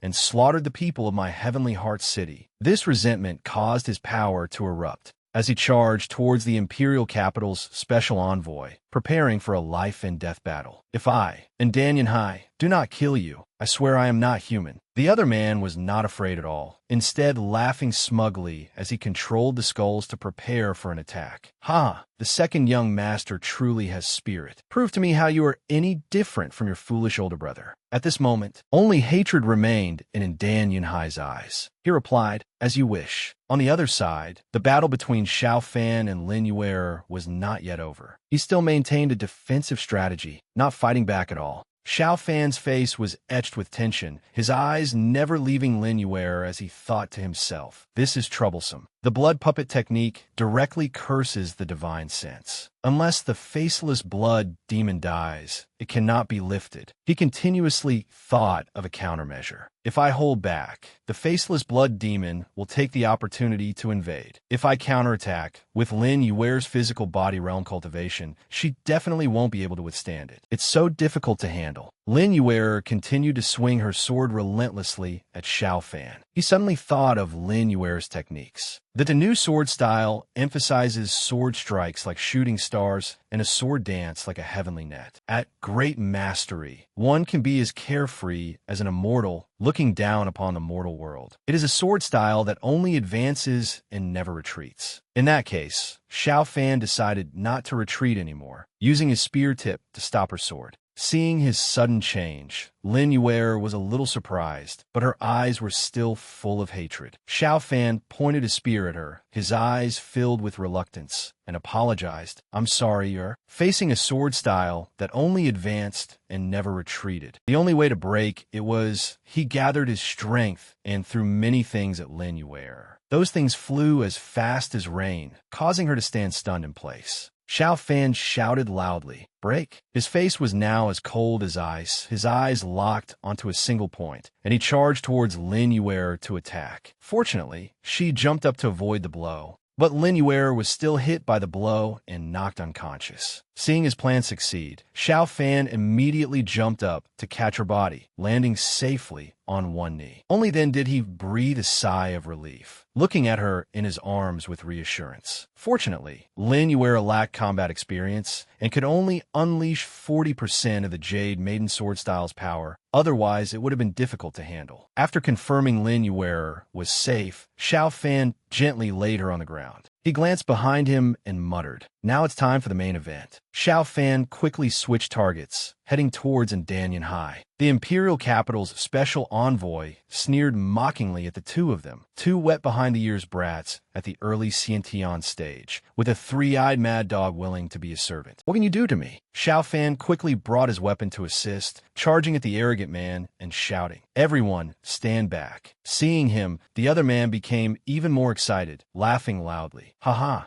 Excellent timing." Many identical footsteps were heard running over. The imperial capital's special envoy realized something. His smile froze on his face, and he stood rooted to the spot instead. Without another word, Xiao Fan charged forward, piercing the traitor's heart with one spear thrust. Seeing this, Chun Zitian's face lit up with joy, and she exclaimed, "It's a success." The imperial capital's special envoy clutched his wound. He lowered his head and knelt on the ground. Watching him slowly fall, Xiao Fan muttered, "It's over." Only after he had finished everything did the soldiers arrive, shouting, "There's an assassin." The group of people shouted loudly, ordering each other, "Protect Lord Envoy. Lower your weapons now." Looking at this group, Xiao Fan cursed inwardly. A bunch of fools who can't tell right from wrong. Chun Ziqian, with a clear head, quickly reminded him, "Don't fall for his trick. He wants us to fight the brocade-clad guards. By then, even if you jump into the moat, you won't be able to wash away the crime." The envoy's men simultaneously threw out several hooks, and the one who was hit was the three-eyed blood demon. It roared in anger, threatening the mortals. "You bunch of fools, you'd better release this venerable one." A soldier worriedly turned his head and asked the envoy, "My lord, are you all right?" The imperial capital's special envoy pretended to be weak, clutching his chest and coughing a few times. "Cough, cough. This person barged into my residence, intending to assault me. Fortunately, you arrived in time, and I was saved. It's just a pity that the Valley Master of Medicine King Valley was harmed, and the eldest young master of the Indan family was also killed by that beastly three-eyed blood demon beside him." Hearing this, someone among the soldiers recognized Xiao Fan and said loudly, "This person, isn't he the Outer Clan disciple who sneak attacked the third prince before?" Immediately, someone shouted, Well, he even has a prior record. It seems he hated Lord Envoy and plotted for revenge." Hearing these words, Xiao Fan's expression immediately darkened. To resolve the urgent situation, Danyan Hai, who was standing by, quickly spoke up, "Wait, I am Danyan Hai, and I can guarantee on behalf of the Indan family that we had absolutely no intention of actively plotting against the Imperial Capital's special envoy. But this person is not Lord Envoy at all, but a man-eating blood demon in disguise. Not only is my elder brother's death related to him, but even the previous cases of missing citizens in Heavenly Heart City are not unrelated to him." The Imperial Capital's special envoy felt a little guilty and glanced at Danyan Hai, then knelt on the ground, clutching his chest and arguing sophistically, "Ridiculous. You assaulted and killed someone, which the Imperial Guards present have all witnessed. How can you be allowed to twist black into white?" And Danyan Hai refused to back down and immediately retorted, "Whether it's black or white, want to be clear once the Imperial Guards search your residence?" Seeing this, the soldiers immediately hesitated. Someone couldn't help but whisper, "What should we do?" Another was also in a difficult position. "How about we arrest them all?" Yet another person looked at the scene, weighing the pros and cons, extremely conflicted. This is too difficult. One side is the third prince's favorite. The other is the second young master of the Indan family. We can't afford to offend either by arresting the wrong person. The Imperial Capital's special envoy saw that the situation was not good and immediately calculated in his heart, "If I don't resolve this completely now, won't it be more trouble for me later when they come looking? Anyway, I can't stay in Heavenly Heart City any longer, and the immortal divine blood is almost in my hands." He gritted his teeth, made up his mind, and decided to go all the way. With that said, he immediately raised his hand and chanted a spell. At this moment, Lin Yuer suddenly seemed as if her mind was struck by something, as if controlled by someone, and slowly stood up. She decisively reached out and pulled the sword from the ground, like an arrow leaving a bow. She quickly stabbed at Xiao Fan from behind. Chen Zitian was extremely vigilant and immediately saw Lin Yuer's action as soon as she turned her head. She hurriedly rushed forward to push Xiao Fan away, shouting loudly, "Be careful, for the sake of protecting another." This sneak attack immediately pierced Chun Zitian's chest. The force was not small. The blade cruelly ran through her chest, and fresh blood splattered everywhere. Xiao Fan's eyes widened in horror. The blood-soaked sword was immediately pulled out, and Chun Zitian fell weakly into Xiao Fan's arms. But having failed to eliminate her target, Lin Yuer had no intention of stopping and charged forward again. Xiao Fan's face darkened, he let out a roar, and an aura erupted, forming a white ring of light that threw Lin Yuer back.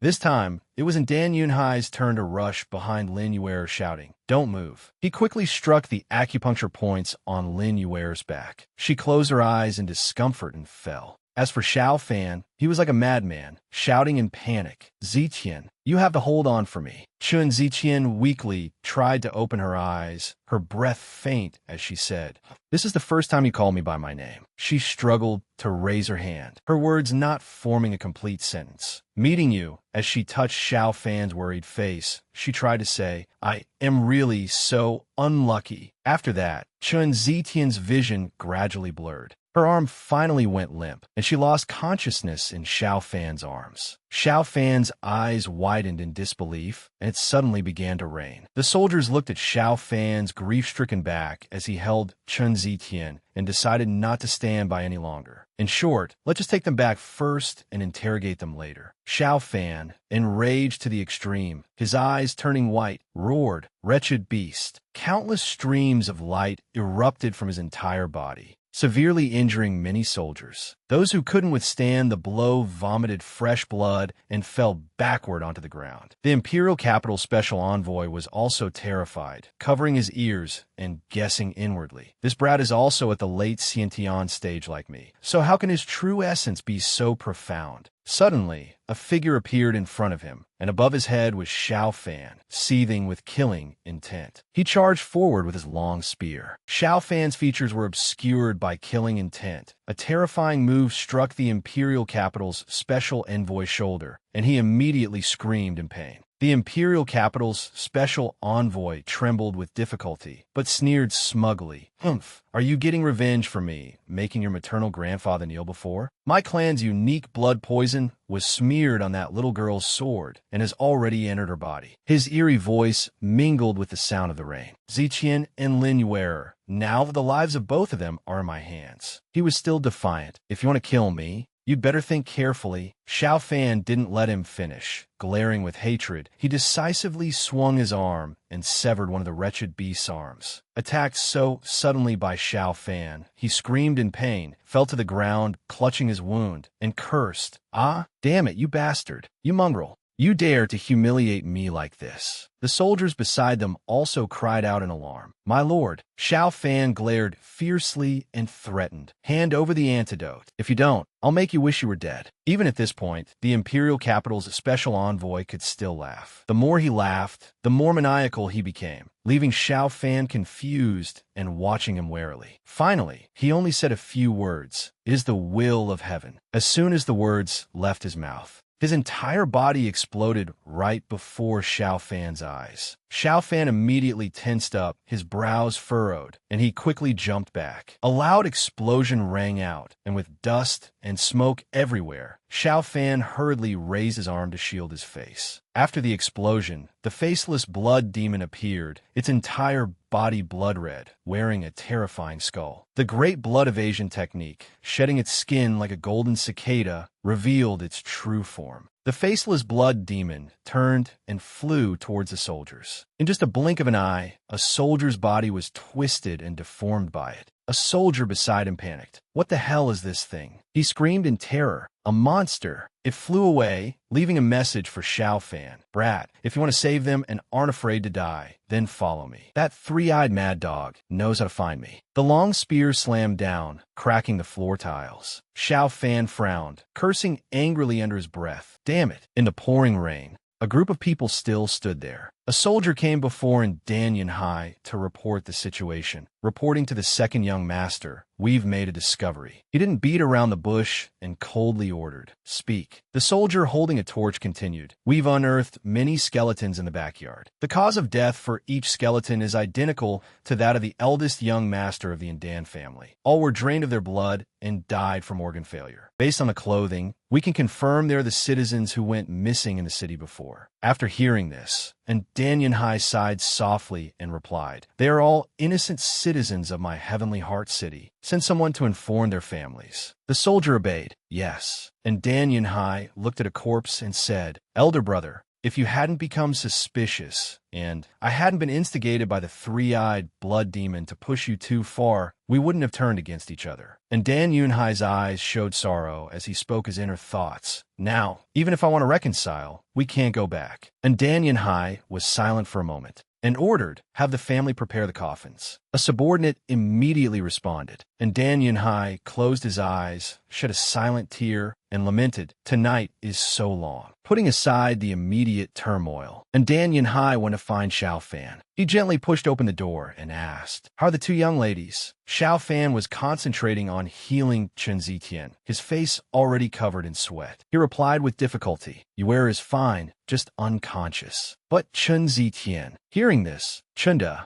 immediately panicked, tensely asking, "How is the young miss?" Xiao Fan, while circulating his energy, replied, "Not good at all. This sword strike from Lin Yuer was very deep, and the blood poison has already spread throughout her meridians with the blood. Coupled with the residual poison from last time that wasn't completely eliminated, every time I try to heal her, the blood poison corrodes her blood, causing the wound to tear open again." And Dan Yunhai worriedly asked Xiao Fan, "Residual poison for last time? Does that mean Miss Chun previously also?" The three-eyed blood demon hurriedly coughed, signaling and Dan Yunhai to stop talking. It thought to itself, "Don't bring up things that shouldn't be mentioned." Chunda, with a pained expression, slammed his head against a pillar and wailed, "It's all my fault. How could I have been so foolish as to let the young miss take such a risk alone? If anything happens to the young miss, how could I ever face the family head?" Xiao Fan thought anxiously, "This blood poison is so potent. Is even my heavenly emperor art powerless against it?" Xiao Fan looked towards the three-eyed blood demon and said, "Get over here." Hearing this, it broke out in a sweat and replied, "What business do you have with this venerable one?" Xiao Fan frowned. "That faceless blood demon said you know how to find him. Spit out everything you know now." The three-eyed blood demon crossed its arms, coughed lightly, and replied, "This venerable one can indeed track fellow blood demons by scent. The blood poison of each faceless blood demon is unique. Only its own lifeblood pearl can cure it. To save that Shin girl, I'm afraid the only way is to kill this faceless blood demon and take its blood pearl." The three-eyed blood demon continued to explain, "But the most troublesome part is, once a blood pearl leaves a three-eyed blood demon's body, it can only be preserved for 2 hours. By now, that shameless bastard has probably already fled to the great Unation." Hearing this, Chunda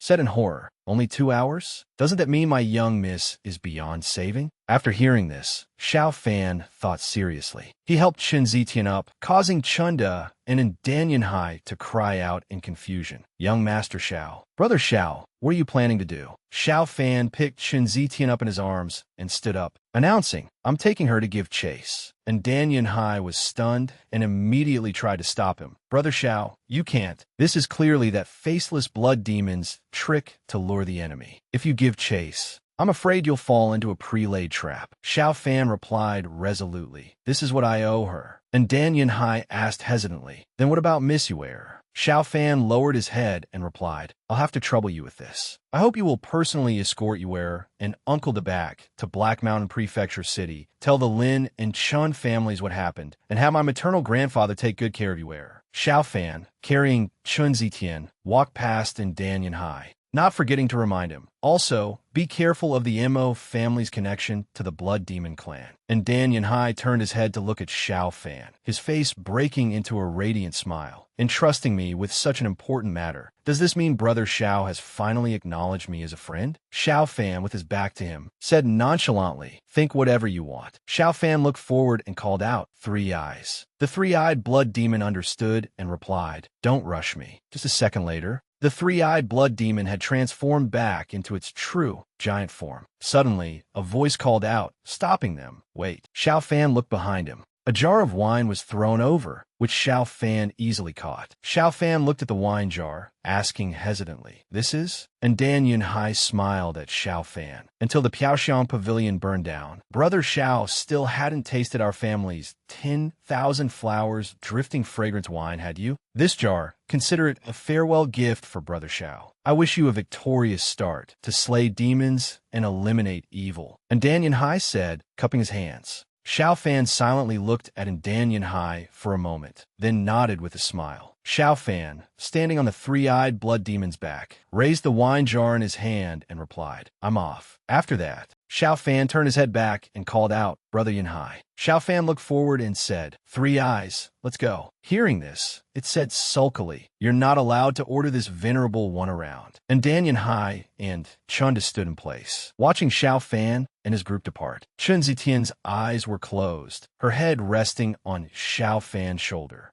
Chun Zitian slowly opened her eyes, softly calling, "Xiao Fan." Her gaze was hazy as she whispered, "So warm." Chun Zitian closed her eyes again. "If this is my end, it can be considered a peaceful death." The three-eyed blood demon carried Xiao Fan and Chun Zitian soaring high into the sky, towards a horizon tinged with the colors of dawn. Chun Zitian recalled her past, thinking to herself, how long must a life be to be considered perfect? At this time, Xiao Fan's group had arrived at Wild Brocade Blue Town. The story continues. Like the mayfly born in the morning and dead by dusk, like the great chun tree that considers 8,000 years a single season. By the eastern wall, in the purple garden, 1,000 ageless summer blossoms. That is the meaning of my name. This little girl is Chun Zitian at 6 years old. She is reminiscing about the past. Yet, that has become the greatest irony for me. A burst of dialogue echoed, drawing Chun Zitian's attention. "Divine Doctor, is there truly no medicine that can save her?" Behind the door, the voices of two figures could be heard. "The young Mrs. Illness is truly strange. Forgive this old man for my incompetence." Chun Zitian peeked inside. A woman was crying as she spoke to her father. "Father, what do we do now?" The man comforted her. "Don't be afraid. Zitian will get better." Chun Zitian quietly recalled the past. "Ever since I can remember, a strange, unheard-of illness has tormented me and my family. Every time I tried to absorb spiritual energy, my body would be racked with extreme pain until I passed out." A young Chun Zitian was lying on her sickbed. She heard a sound and opened her eyes. "What do you mean by that?" She propped herself up and continued to listen to the conversation. "This illness will cause her dantian to ceaselessly absorb spiritual energy until her body can no longer withstand the immense spiritual energy and explodes, killing her." Chun Zitian, barefoot, staggered onto the floor. She weakly leaned against the door to listen. "Let alone cultivation. By my calculations, I'm afraid the young miss will find it difficult to live past her coming of age. I suggest preparing a coffin for the young miss soon for a joyful funeral." The man angrily pointed at him and roared, "Quack, get out of my sight." The woman beside him said softly, "Father, please lower your voice. You'll wake Zitian." Hearing everything, Chun Zitian collapsed, sitting on the floor in despair. And so, all the doctors asserted that I would not live past the age of 13. It seemed I was born only for farewells. Chun Zitian was holding a brush, writing on paper. During the days I shut myself in, books became my only way to understand the world. A group of children walked up to where Chun Zitian was writing. The boy in the lead shushed his friends. That boy shouted, "Zitian, weak and sickly, pathetic as grass." Hearing this, Chun Zitian trembled all over, her hand tightening and snapping the brush in two. Chun Zitian slammed the window shut with a bang. The boy who had just spoken those harsh words ran off, laughing loudly. Over the years, my family invited countless famous doctors to treat me and sought out countless rare treasures and herbs for my medicine. I can no longer remember how many. I only remember that the Chun family, once so great in the vast borderlands, saw its fortune dissipate in just a few short years, rapidly declining. The Chun family, which once held great prestige in the borderlands, saw its fame, connections, and wealth plummet without stopping. My maternal grandfather was forced to dismiss most of the family servants, guards and escorts just to save up spirit stones for my treatment. I was a burden. From that moment on, I began to resent the heavens, resent people, resent everything around me. Get out. I don't want to drink medicine, and I don't want to see any doctors. Chun Zitian's mother coaxed Zitian. Be good, she shouted agitatedly. They're all frauds. Frauds. Suddenly, Chun Zitian's mother let out a soft cry and then fainted backwards.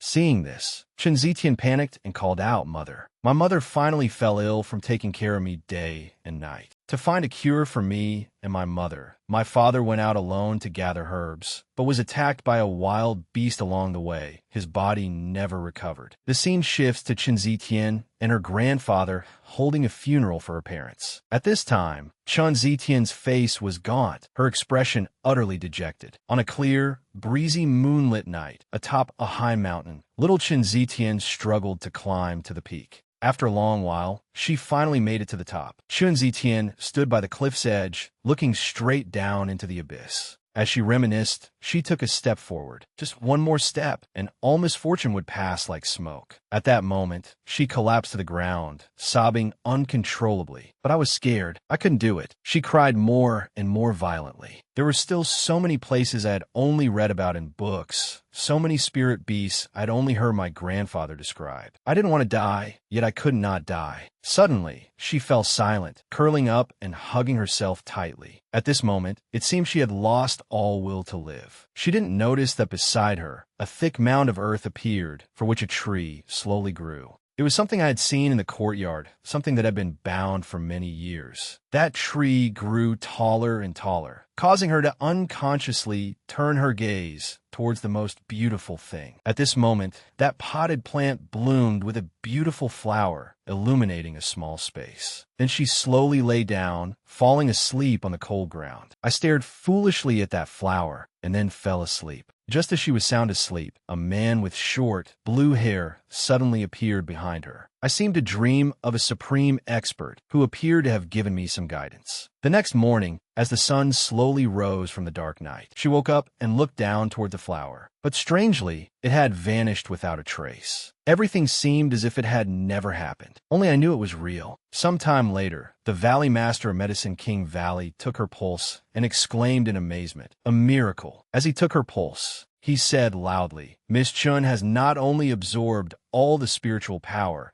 but has even reached the third heaven of the physical body realm in cultivation." Hearing these words, Old Man Chun was overjoyed and laughed heartily. In just a few short years, I had defeated death, broken through to the Xiantian realm, and unlocked the Wood System's secret repository. She is Chun Zitian. At 15, she walked beside her grandfather, her gaze firm as she continued, "I must live more healthily than anyone." A tree trunk suddenly grew from her hand. It began to grow larger. "I want to take my parents' place and lead the Chun family of the borderlands to restore its glory." She suddenly recalled the scene from that night, recalling the blue-haired man. I also tried to remember the appearance of the senior in my dream, the one who changed my life in that dark night. But it only grew more and more hazy. It was as if the more that person turned away, the more my eyes closed, until she opened her eyes, saw the three-eyed blood demon ravenously gnawing on a chicken leg in its hand. Seeing her wake up, it turned and said, "Hey, Chunguru, you're awake? You slept for quite a while." That was the entire story she told Xiao Fan. At this moment, the two were standing on a cliff. She asked softly, "So, you carried me and chased him all the way here?" She glanced at him and asked in a doubtful tone, "Then why did we stop here?" Hearing this, the three-eyed blood demon behind them helplessly shook its head and said, "There's no other way. The Heavenly Serpent Nation is hot and humid, and there's miasma, which has completely disrupted the scent of the faceless blood demon. Even this venerable one finds it difficult to track his whereabouts." Xiao Fan, beside her, continued, "So I can only use a toxin transformation pill first to temporarily suppress the poison in your body, and then we'll figure out the next step." Hearing this, she glanced at him and asked, "The target?" Xiao Fan replied, "This city is the 10,000 Beast City. It's the intersection between the Heavenly Serpent Nation and the Great U Nation. The city's livelihood is based on the trade of various demonic beasts. If we can find a rare beast skilled in tracking, it would be a great gain." She said doubtfully, "Will that work? The Heavenly Serpent Nation is so large. Isn't searching like this like looking for a needle in a haystack?" He glanced at her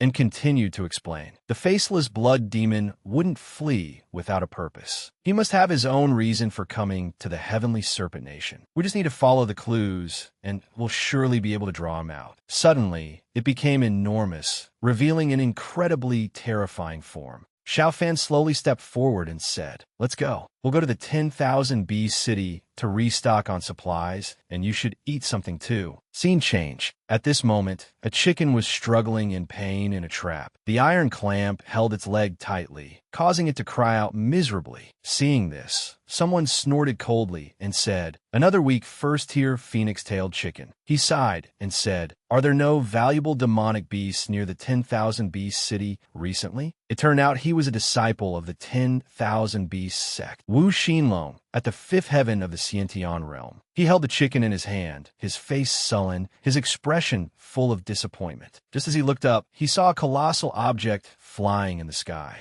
His face immediately lit up with joy, and he praised admiringly. What a beautiful bloodline for a mount. It was the three-eyed blood demon flying straight towards the city, with Xiao Fan and Chun Ziqian sitting on its back. Seeing this scene, he thought to himself, "Looks like some rich young master is taking a girl out for a ride. The woman has just entered the Xiantian realm. The man probably isn't much higher." Thinking of this, a cunning smile appeared on his face. Suddenly, he let out a whistle. In an instant, something in front of him moved violently. In the quiet sky, he thought sinisterly, "If the heavens are watching, then don't blame the Wu family for making a big score today." The next second, a giant ostrich appeared before his eyes. It was a sixth-tier demonic beast, the four-winged stupid vulture. He mounted it and flew straight towards the three-eyed blood demon, approaching silently. Behind Xiao Fan was the guy named Wu Xinlong. He was chasing Xiao Fan, shouting loudly, "You two, please halt." Xiao Fan heard him, but paid no mind. The other guy's face showed anger, and he shouted loudly again, "You two, please halt." Xiao Fan heard him, but still paid no mind, pretending not to hear. His face darkened with anger, and he just let out a sound, "TSK?" Immediately, he controlled his mount, shot in front of Xiao Fan, and said, "Hey, I told you to stop. Are you deaf?" Xiao Fan's face darkened, and he glanced at him and asked, "What is it?" He showed a flicker of fear, coughed, and thought to himself, "Not good. I can't reveal my hostile intentions." So he cupped his hands and said, "This humble one is a disciple of the 10,000 Beast sect, Wu Xinlong.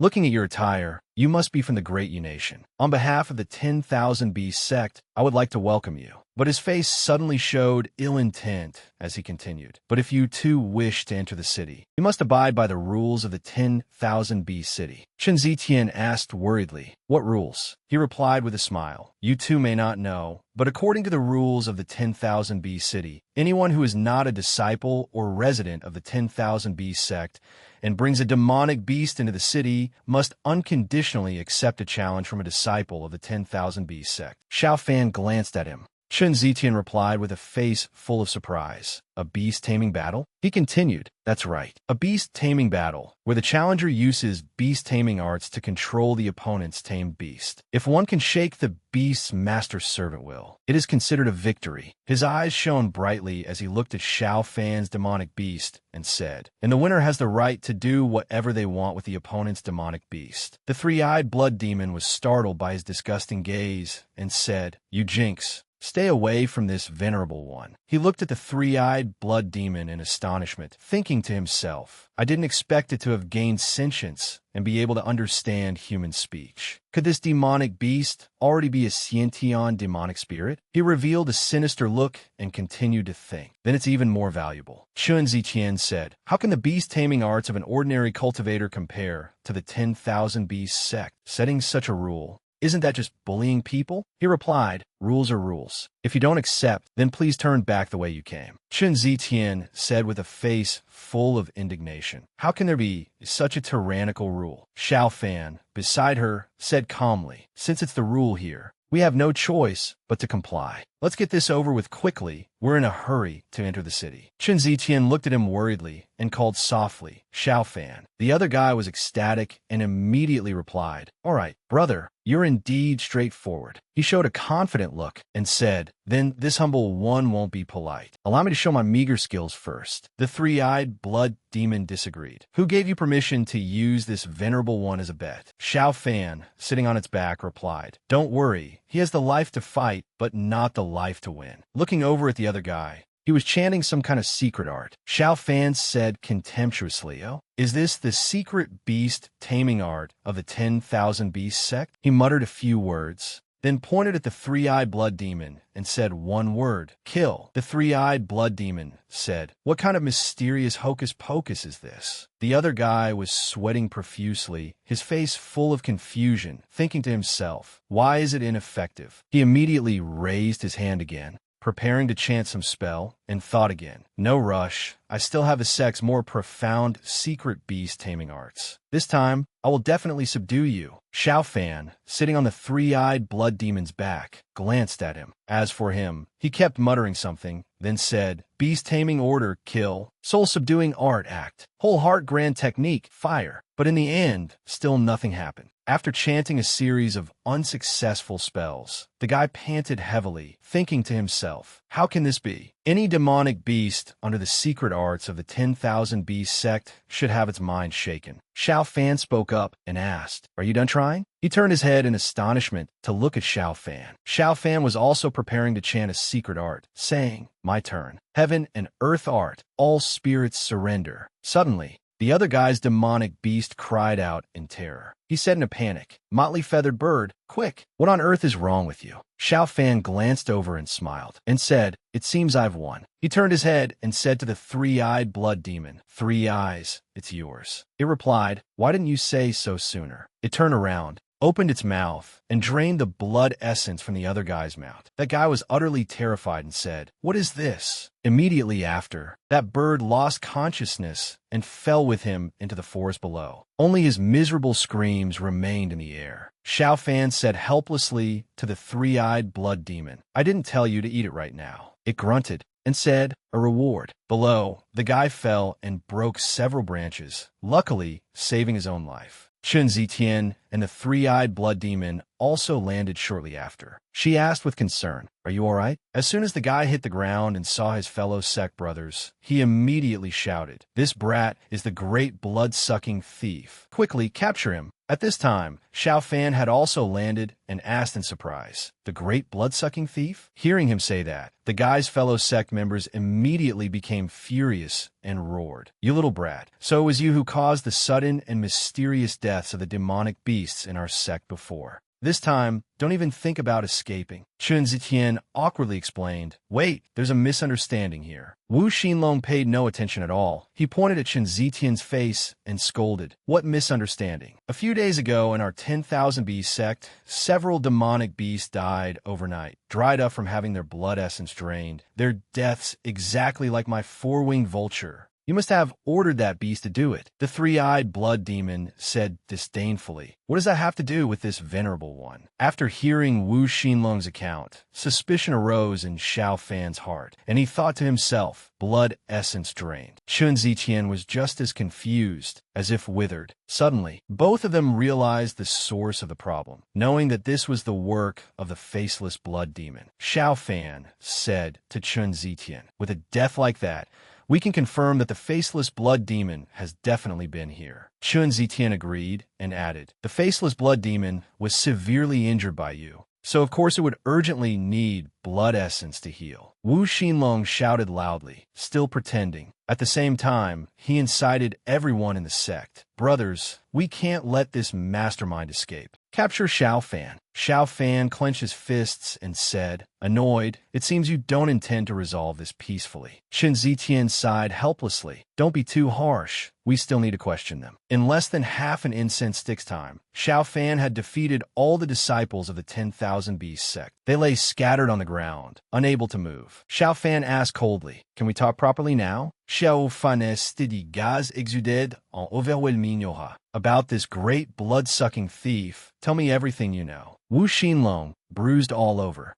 stammered his confession. I I don't know his origins either. He comes without a form and leaves without a trace. No one knows if he is human or demon. Wu Xinlong frowned resentfully and recalled, this guy only appears at night. No matter how much we strengthened our patrols, as soon as dawn broke, we would find our reared demonic beasts sucked into dried husks. Xiao Fan found it strange and asked further, only sucking the blood of demonic beasts? Chen Zitian had the same question. Why, is something wrong? Xiao Fan explained in detail, ignoring so many people to feed on and instead sucking the blood of beasts. This is not the style of the Blood Demon clan. The three-eyed Blood Demon flapped its wings and flew around and spoke up. Not strange. The demonic beasts here are like the mutated wild beasts in the Black Mountain Secret Realm. Their blood is full of berserk aura. Very delicious. Xiao Fan seemed to have understood its intention. He smiled faintly and speculated, oh, could it be that the faceless Blood Demon is deliberately collecting berserk aura? Chen Zitian still had doubts in her heart and asked, may I ask, in the Heavenly Serpent Nation, where do the most demonic beasts gather? Wu Xinlong was about to resist. He snorted coldly. On what ground should I? Before he could finish his words, upon seeing the killing intent radiating from Xiao Fan and the three-eyed Blood Demon, his heart trembled with fear and cold sweat broke out as he confessed everything. 100 miles southeast of 10,000 Beast City, passing through the 10,000 Beast Forest, you will see the Heavenly Serpent Divine Temple. Wu Xinlong explained in detail. The demonic beasts their fight to the death over the Heavenly Serpent's essence blood in the Divine Temple. Neither side is to be trifled with. When Xiao Fan and Chen Zitian heard this name, they were simultaneously astonished. Heavenly Serpent's essence blood? Someone spoke up, wanting to stop Wu Xinlong. Junior brother Wu, that is, Wu Xinlong, knowing his place, immediately said, Senior brother, our skills are inferior to theirs. We should just honestly answer their questions. Xiao Fan thought silently for a moment, then glanced at Wu Xinlong and called out curtly, hey. Wu Xinlong was so scared that he broke out in a sweat and asked in a panic, what is it? Xiao Fan asked directly, how many supplies and spirit stones do you have on you? Wu Xinlong was stunned, not understanding Xiao Fan's meaning. A moment later, the group watched the receding figures of Xiao Fan and Chen Zitian and said with a sigh of relief, we've finally sent these plagues away. A junior brother from the sect said to Wu Xinlong, Junior brother Wu, is it really okay to do that? They didn't take our lives, after all. That Heavenly Serpent Divine Temple is a place of no return. Wu Xinlong retorted indignantly. That's letting him off easy. Not only did they kill my precious vulture, they also severely injured us. And what's more hateful, they robbed me of all my possessions. He glared angrily in the direction Xiao Fan had left and said through gritted teeth, looking for powerful demonic beasts, are you? Just wait until you're turned into the demon race's feces and excreted. Xiao Fan calmly deduced. It seems the faceless Blood Demon's goal is the Heavenly Serpent's essence blood in the Heavenly Serpent Divine Temple. The three-eyed Blood Demon, carrying Xiao Fan in its original form, remarked, oh, this guy's appetite isn't small. A moment later, they arrived at the 10,000 Beast Forest. Xiao Fan calculated inwardly. A single drop of a bone, shedding stage Heavenly Serpent's essence blood, is enough for me to break through to the late stage Xiantian realm. If the faceless Blood Demon gets it, the consequences will be unimaginable. Chen Zitian said warily to Xiao Fan that Wu Xinlong's words were full of lies. This Heavenly Serpent Divine Temple business is definitely a conspiracy. Why didn't you force the truth out of him? Xiao Fan explained sagely, a strong dragon can't crush a local snake. We are on the 10,000 Beast Sect's territory. After all, since we have a clue, there's no need to press him relentlessly. Chen Zitian said sarcastically,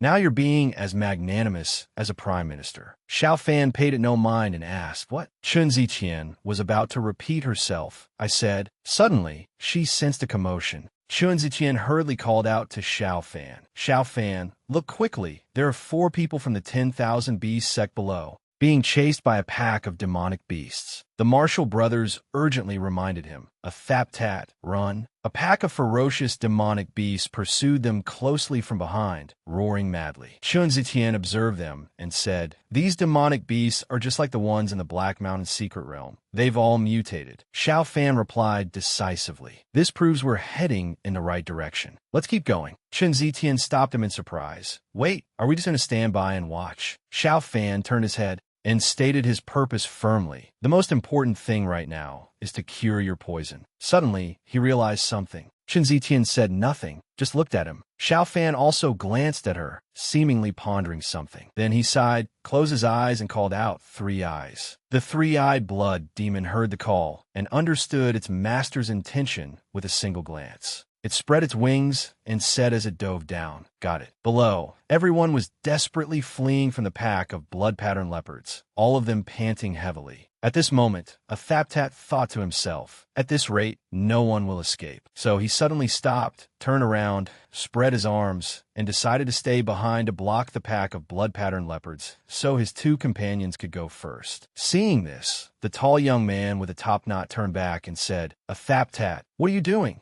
Come back quickly." But a Thaptat remained resolute, using his body to block the pack of leopards. He thought to himself, "I, a Thaptat of the Bashi tribe, cannot let these monsters harm my clansmen, even if I die." A blood-patterned leopard charged forward, its eyes bloodshot, and roared as it prepared to bite him. A Thaptat shut his eyes in fear, but still stood his ground firmly. Just then, the three-eyed blood demon arrived in time to rescue him. It bit down on that blood-patterned leopard, which struggled ceaselessly, screaming miserably. A Thaptat's eyes widened in astonishment. Chun Ziqian, long sword in hand, dealt with a ferocious, blood-patterned leopard. On the other side, Xiao Fan, barehanded, quickly cleaned up this fierce pack of blood-patterned leopards. A Thaptat's face was filled with shock as he marveled inwardly. So strong. Is this the power of a cultivator? Over there, the young man with the top knot also shouted, "A Thaptat, are you all right?" Then he suddenly knelt down and kowtowed in gratitude to Xiao Fan and Chun Zitian. "Thank you, benefactors, for your help. Our Bashi tribe will engrave this kindness in our hearts and bones." Meanwhile, a Thaptat stared at the red monster, holding the black leopard in its mouth. A sense of admiration rose in his heart. Such a terrifying monster is just his mount. The young man with the top knot turned his head and shouted a reminder, "A Thaptat, why aren't you kneeling to thank our benefactors?" He immediately knelt before Xiao Fan and Chun Zitian as well, saying, "Thank you, benefactors." Seeing them kneel one after another to thank her, Chun Zitian was very embarrassed, her cheeks flushing as she said, "Please, get up quickly." The young man with the top knot still said respectfully, "Thank you, benefactors." Xiao Fan, however, quite admired a Thaptat's courage. He said, "You clearly don't know any martial arts, yet you dared to stand up for your companions." He paused for a moment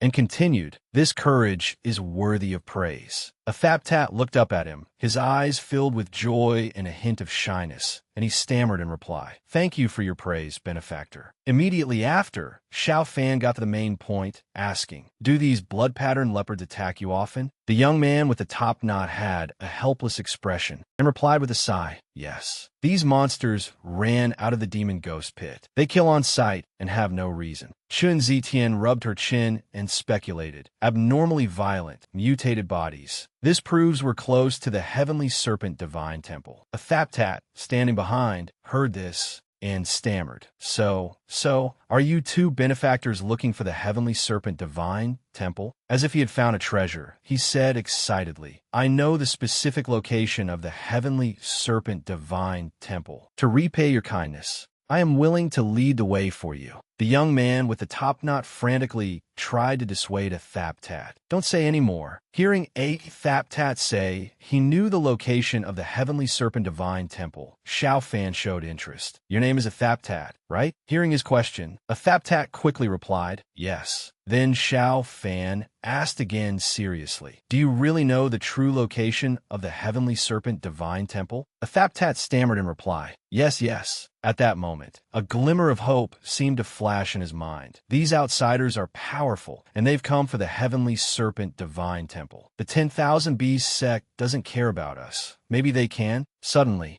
a Thaptat felt that something was wrong, only to realize he had been lifted up by Xiao Fan with one arm around his waist. He said coldly, "Very good." He leaped onto the back of the three-eyed blood demon and said to a Thaptat, "You lead the way." The three-eyed blood demon quickly flew into the air, carrying the three of them, with a Thaptat screaming in panic. Seeing this, the young man with the top knot shouted worriedly, "A Thaptat." Chun Zitian turned her head to look down and assured him, "Don't worry, we will bring him home safely." On the back of the three-eyed blood demon, a Thap-Tat was so scared he squeezed his eyes shut until Xiao Fan ordered, "Hey, open your eyes." Only then did he dare to slowly open his eyes. An absolutely beautiful scene appeared before his eyes. The sun was as red as an egg yolk, and ahead were towering mountain ranges shrouded in mist. The poetic sunset left a Thap-Tat staring blankly. Suddenly, Xiao Fan turned his head and asked, "Well, can you point out the general direction?" A Thap-Tat quickly observed his surroundings and said, "Let me see." A moment later, he raised his hand and pointed in a direction, saying, "Over there." In the direction he pointed, a huge, circular pit could be seen and a small path that looked like an entrance. Chen Zitian said in amazement, "What a huge pit!" A Thap-Tat also affirmed, "That's right, that is the Demon Ghost Pit of the Heavenly Serpent Nation." Xiao Fan asked doubtfully, "Demon Ghost Pit?" A Thap-Tat said decisively, "Yes. Since ancient times, the Heavenly Serpent Nation has been a land full of miasma, with mountains and many swamps, giving birth to countless poisonous insects and monsters. To protect the safety of all living beings, the ancient ancestor Heavenly Serpent, in a fit of rage, swallowed millions of demons and monsters. Afterward, its body transformed into 100,000 great mountains surrounding the Heavenly Serpent Nation and fell into a deep sleep." Hearing his last sentence, Xiao Fan thought to himself, "Swallowing 10,000 demons. This bears some resemblance to my heaven-swallowing beast." A Thap-Tat continued to recount the legend he had heard. Legend has it that the Demon Ghost Pit is the navel of the ancient ancestor Heavenly Serpent, and it is bottomless. The Heavenly Serpent Divine Temple is located at the bottom of the Demon Ghost Pit. Many cultivators have gone there to explore, but none have ever returned. On the night of every full moon, the demons and monsters swallowed by the ancient ancestor Heavenly Serpent will crawl out from the Demon Ghost Pit to cause trouble. The pack of blood-patterned leopards that you benefactors called demonic beasts just now ran out of the Demon Ghost Pit during last month's full moon. Xiao Fan suddenly spoke up and asked, "Can one only enter and exit on the night of a full moon?" The three-eyed blood demon, who had been silent beside them, suddenly crashed into something and cried out, "Ouch, ouch. That hurts." Chen Zitian recognized it and said, "This is a formation array." The three-eyed blood demon bumped into it a few more times, then turned its head to say to Xiao Fan, "This formation array is filled with ancient chaotic power. If we just charge in, I'm afraid we'll all be annihilated." A Thap-Tat confirmed the three-eyed blood demon's words, then turned to Xiao Fan and said, "That's right. The divine might of the ancient ancestor, Heavenly Serpent, cannot be challenged. If you benefactors want to enter the Demon Ghost Pit, you can only wait for next month's full moon. While waiting for the full moon, why don't you benefactors follow me back to the Bashi tribe?" Xiao Fan cut him off. "There's no time." Hearing him say this, a Thap-Tat could only reply with an affirmation and a sigh. "Is that so?" At this moment, Chun Ziqian spoke up. "If we can't get in, then the faceless blood demon is surely helpless as well. Now that we've identified the target, we might as well lie low and avoid causing more trouble." Hearing her words, Xiao Fan hesitated, "But the poison on you." Seeing him hesitate, she said, "I'm not as weak as you think." At this time, Xiao Fan looked down and saw a Thap-Tat sighing. He seemed to be thinking about something, then said, "Lead the way." Hearing him agree, a Thap-Tat's spirits lifted, replied in a loud voice, "Yes, sir," and then led him back to his tribe. Night fell upon the Bashi tribe. Some tribesmen stood guard, while others brought back fish, and they lit a bonfire for light. Suddenly, everyone seemed to see something and simultaneously looked up at the sky. Someone reported in a panic, "We're under attack." Ring the alarm bell. The others also became vigilant. When a Thap-Sa recognized the people in the sky, he hurriedly stopped them. "Wait, it's our benefactor.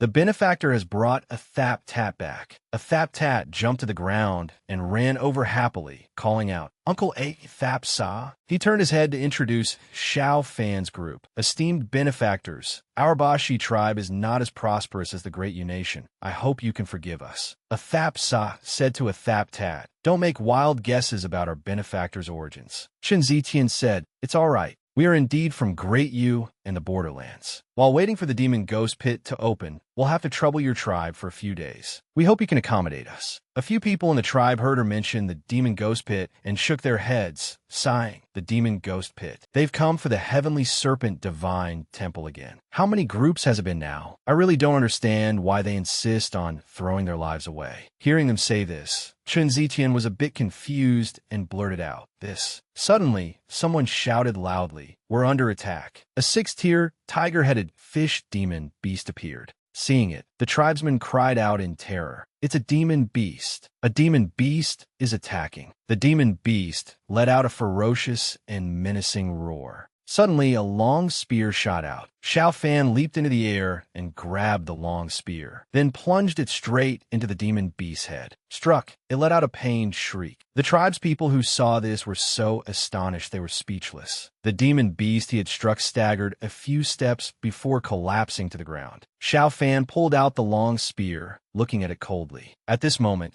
the tribespeople finally broke into thunderous cheers. The esteemed guest has supreme martial arts. To think he finished that monster fish in a single move. At this moment, everyone in the tribe welcomed him joyfully. Please accept the hospitality of our Baashi tribe. Who knows? This esteemed guest might actually be able to reach the heavenly serpent divine temple. Chen Ziqian turned to ask someone beside her, "Your tribe is often invaded by demon beasts. Doesn't the 10,000 Beast sect do anything about it?" Hearing her question, the person sighed and said, "The cultivators of the 10,000 Beast sect are arrogant and look down on everyone. They couldn't care less if we live or die." The person sighed again and continued, "My older brother, who is also a Thaptat's father, died in a demon beast attack. A Thaptat once wanted to join the 10,000 Beast sect to cultivate, but not only was he humiliated, he was also beaten and driven away. Perhaps this is the fate of our Baashi people." Chen Ziqian thought to herself, "For the next 10 days, Xiao Fan and I will stay in the Baashi tribe, waiting for the demon ghost pit to open."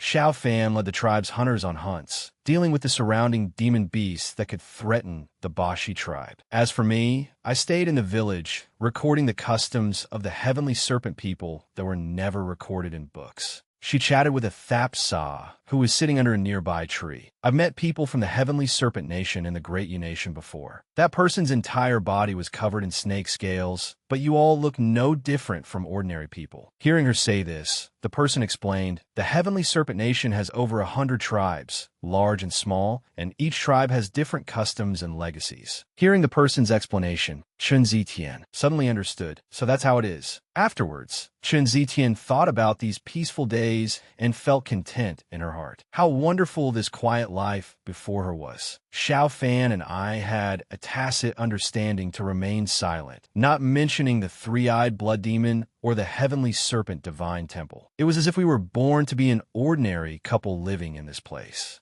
During the day, when Xiao Fan and the villagers returned from hunting, he carried a large beast on his shoulder. He walked past and met her gaze, but he acted as if he hadn't seen her, turning his head and continuing on. Seeing him act like this, Chen Ziqian sighed in slight disappointment, thinking to herself, but time never stops for happiness. In the evening, after the villagers returned from the hunt, they would hold a celebratory feast. That evening, a young man went over to the three-eyed blood demon and started massaging it, saying in a fawning yet timid tone, "Third brother, is my service to your satisfaction?" Its belly was full, and being served like this, it was extremely satisfied and said to the young man, "It's all right." Seeing it was pleased, the young man narrowed his eyes and pleaded, "Actually, this humble one has a favor to ask of you. Tonight, I plan to take the opportunity to ask Big Brother Xiao to be my master. When the time comes, I hope Third Brother will put in a few good words for me." Hearing him say this, the three-eyed blood demon was first stunned, then sneered, "Huh? Take him as your master? Instead of taking him as your master, you might as well take this venerable one as your master. If you can help this venerable one break free from the master-servant blood contract with that brat, this eminence will teach you the supreme blood lotus wondrous technique." The young man didn't know what to do and could only stammer this. It continued to ramble on, tempting the naive and inexperienced youth. "I guarantee it will make your opponents wish they were dead." Losing control of their bowels, Xiao Fan, who had appeared behind it at some point, crossed his arms and asked, "A half-baked blood demon wants to take a disciple?" He sent it flying with a kick, causing it to yelp pitifully in pain. Afterwards, Xiao Fan sat on the rock the three-eyed blood demon had just been on and said to the young man, "Seeking power from demons is the most foolish act. Don't let there be a next time." The three-eyed blood demon, who had just been kicked, raised its head, a large bump on it, and cursed angrily, "You damn brat." The young man listened to him and remained silent. Then he suddenly knelt before Xiao Fan, begging him to accept him as a disciple. "Please accept me as your disciple, Master Xiao." Seeing him like this, he asked why. The young man looked at him and stated his wish. "I want to follow Master to roam the true martial continent and master martial arts, and then protect my tribe's people." Hearing him say this, Xiao Fan replied, "I currently have no intention of taking a disciple." Hearing his refusal, the young man pleaded, "No matter how hard, tiring, or dangerous it is, I am willing to endure it. As long as Master Xiao takes me away from here, I am willing to serve you like a horse or an ox for the rest of my life." He stared intently at Xiao Fan, hoping for his answer. Xiao Fan also looked at him, pondering something. After a moment, he sighed, shook his head, and said, "A man's knees are worth their weight in gold. Don't kneel anymore." Hearing him say this, the young man's eyes lit up and he said with a smile. Then, Xiao Fan continued, telling the young man about a medicinal herb that could cure Chun Zitian's illness. Big Sister Chen's illness is still missing one medicinal ingredient for her recovery, which can only be found in the Heavenly Serpent Nation. This ingredient is called Fuju Fanghua grass, and it only grows deep within the rainforests of the Heavenly Serpent Nation. If you can pick it, I will accept you as my personal disciple." Hearing him say this, the young man asked in return, "Is this the entrance trial that Master has given me?" Xiao Fan didn't object to his question and just said, "You can consider it so." After hearing Xiao Fan's answer, the young man was overjoyed and said to him, "Master has given his word. I will definitely find the Fuju Fanghua grass." After speaking, he turned and ran off like the wind. At this moment, Chun Zitian had walked up behind him. Seeing the request he made of the young man, she asked, "You want him to back down after realizing the difficulty? Why must you use me as an excuse?" Chun Zitian stood behind him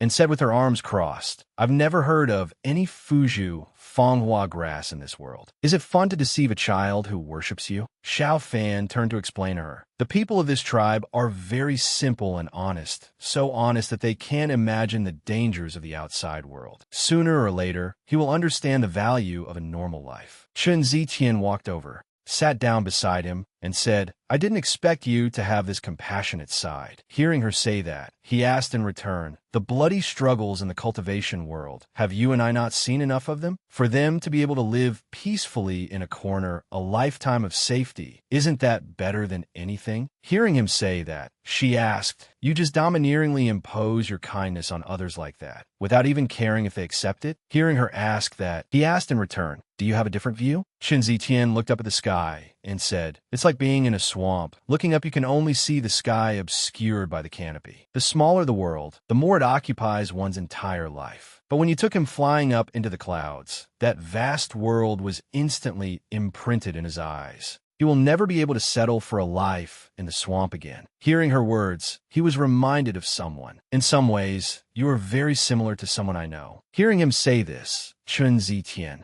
immediately thought of someone. "Is he talking about Miss Mu?" Then she spoke up, "But unfortunately, I am not her." Afterwards, Chun Zitian looked up at the vast sky, nodded and said, "The moon is almost full." He also looked up at the sky and said, "Yes, the full moon is coming. The moon is about to be full, and it's time to wake from the dream." Suddenly, something rolled down from the cliff and fell into a cave. Xiao Fan and the three-eyed blood demon lowered their heads slightly to look. In an instant, a powerful surge of green energy erupted from the cave below, startling him. The energy surge was so strong that a Thaptat and his friends could barely stand, exclaiming, "Wow, what a strong demonic wind." The children of a Thaptat's tribe all hid behind the adults because of that strange power. Seeing this, Xiao Fan said softly to Chun Zitian, "You stay on the surface. Me and the three-eyed blood demon are enough to enter the cave." Hearing this, she shook her head helplessly and said, "Treating me like a burden again? Is a Holy Spirit body you mentioned really that weak?" Afterwards, he glanced at her and replied, "Sharp-tongued girl, have it your way." Hearing their conversation, a Thaptat called out loudly, "Master, remember to come back soon." As he jumped onto the three-eyed blood demon's back, he replied to him, "Don't call me master. Then, he turned away and reminded them, when the formation disappears, demon beasts will continuously emerge from the cave. Next,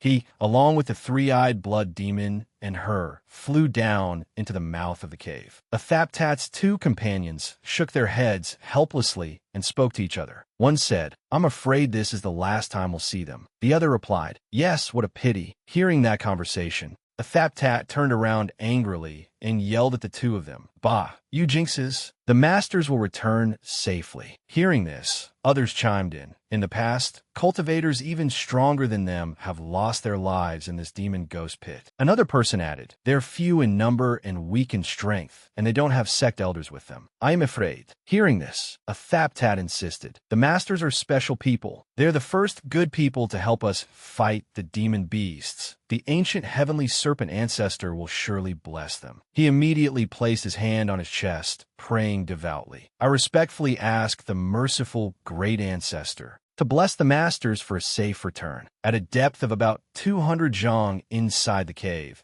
as the two were sitting on the three-eyed blood demon's back, she suddenly said, "There are no more demon beasts attacking us here." Then, several bee-like demon beasts, with very large wings and rather strange faces, rushed towards the two of them. Seeing this, Xiao Fan subconsciously looked up. Seeing these things, he closed his eyes and said calmly, "They're just first-tier demons, nothing to worry about." He ordered the three-eyed blood demon to deal with them. Hearing the command, the three-eyed blood demon's mouth immediately chomped down on a demon beast, muttering, "Tise, you only know how to make this venerable one eat trash." Upon reaching a depth of 500 zhang from the ground, a series of roars suddenly echoed from an unknown source. It turned out to be several leopard-like demon beasts, but they were purple with two bright, blazing red eyes growling below. Seeing this, he held his long spear and said coldly, "It seems the deeper we go, the stronger the demons become." Suddenly, Chen Zitian stopped him. "Wait." She continued, "We don't know how deep this cave is. It's best we take turns attacking and defending to conserve our strength. Although my strength isn't great, let me handle the first battle." Xiao Fan turned his head, glanced at her, and asked, "You're up?" Abruptly, a demon beast charged, growling as it pounced on them. Seeing this, she immediately drew her sword and unleashed several sword lights, instantly slicing that demon beast into many pieces. Witnessing this scene, the three-eyed blood demon praised, "Chun lass, not bad. That 100 flowers in disarray move has some of the flair of the 10,000 flowers sword Immortal from the Eastern Divine Domain." Hearing this, she curled her lips into a smile. "You flatter me." Xiao Fan stood behind her without a word, thinking to himself, Chen Zitian's sword intent contains an extremely high will of life. A moment later, he and she had descended 800 zhang underground. He said to her, "The demon beasts here are like the desolate beasts in the Black Mountain secret realm, all infected by the berserk aura, giving rise to strange forms." Seeing a strange flower emitting a blue glow on the ground, she gently touched it and said, "Not only the demon beasts, even the medicinal herbs have mutated abnormally." She picked the flower, showed it to Xiao Fan, and said, "Look, this ice muscle grass originally had the effect of promoting blood circulation, but after being infected by the berserk aura, it has evolved to have toxicity." Seeing this, he said coldly, "Humph, this demon ghost pit is indeed getting more and more interesting." In the blink of an eye, the two of them and the three-eyed blood demon had descended to a depth of 1,000 zhang. Suddenly, she seemed to sense something and spoke up, "What is that?" Abruptly, a demon beast stuck its head out. It had the shape of an earth dragon. Its entire body was fiery red, and it was sticking out its tongue. It was the mutated demon spirit, the human-faced fire lizard. It noticed the presence of the two people, inadvertently raised its head, revealing a human face pattern on its belly. The thing roared, "Humans!" She was utterly terrified, crying out, "It can speak human language." Xiao Fan hurriedly shouted, "Fall back. It's a Xiantian demon spirit." The fierce demon spirit spewed powerful flames, charging straight at Xiao Fan. He quickly chanted an incantation, Heavenly Water Secret Art.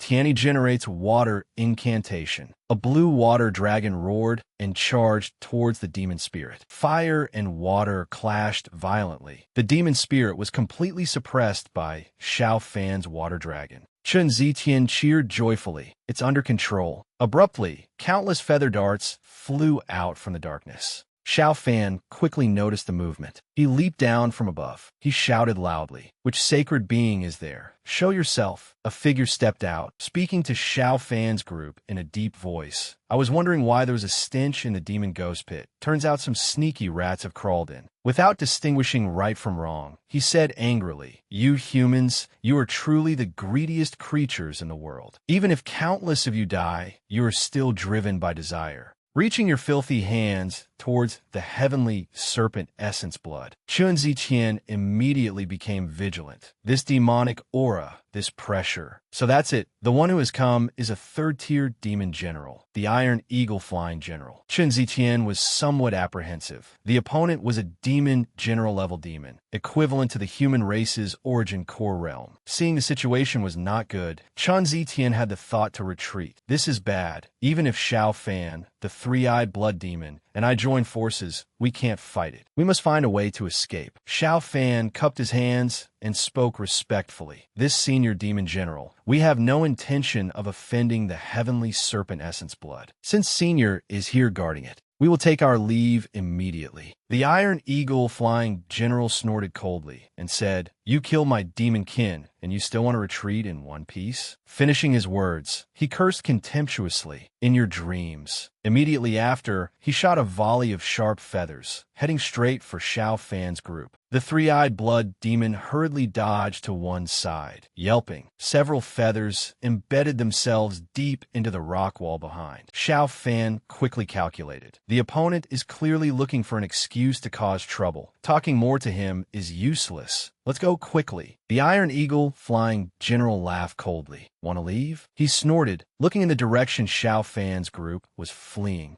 His figure flashed, and he gave chase. Xiao Fan, sitting on the three-eyed blood demon's back, commanded, "Three-eyed blood demon, fly towards the direction with many stone pillars." The three-eyed blood demon replied with a Roger and obeyed the command, flying into the forest of stalactites. The Iron Eagle Flying General sneered contemptuously. "Child's play." He charged in aggressively in pursuit. "You can't escape." After flying for a while, dodging and searching for Xiao Fan's group, the Iron Eagle Flying General suddenly felt something was wrong. So he stopped, letting out on the three-eyed blood demon's back. Now was only Chun Ziqian. The Iron Eagle Flying General immediately realized the anomaly. "Where's the other brat?" Abruptly, the three-eyed blood demon and Chun Ziqian took a stance, facing the Iron Eagle Flying General. The three-eyed blood demon shouted loudly, "Soul-seizing art, blood charm bewitching sound." The Iron Eagle Flying General was stunned for a moment, then clutched his head and covered his ears, letting out a pained ugh. He suddenly realized he had fallen for the enemy's trick. Xiao Fan dove down from above the Iron Eagle Flying General's head, majestically executing a move. Heavenly Emperor battle technique. Heart Moon Starlight. A strike came straight down on the Iron Eagle Flying General. But the Iron Eagle Flying General was no ordinary foe. He agilely raised his spear to block. He sneered contemptuously. "The human race is indeed cunning. I almost fell for your trick." Xiao Fan was not flustered, continuing his attack. Heavenly Emperor battle technique. Heavenly might breaks the army. The two charged left and right, exchanging moves at an astonishing speed. The Iron Eagle Flying General thought to himself, "This brat can actually fight on par with this general." After a round of fighting, the two landed on the ground and took their stances. The Iron Eagle Flying General was eager to end the fight. "This is the end," he roared, unleashing his ultimate move, Iron Feather Flying Blades. Xiao Fan struggled to dodge. Chun Ziqian shouted the three-eyed blood demon's name. The three-eyed blood demon was hit by the feather blades, crying out "ah" in pain, but disregarding himself, he said apologetically, "Sorry, Chunlass." The three-eyed blood demon staggered, unable to fly steadily, and then fell into the bottomless demon ghost pit. Xiao Fan hurriedly flew down after them to save them.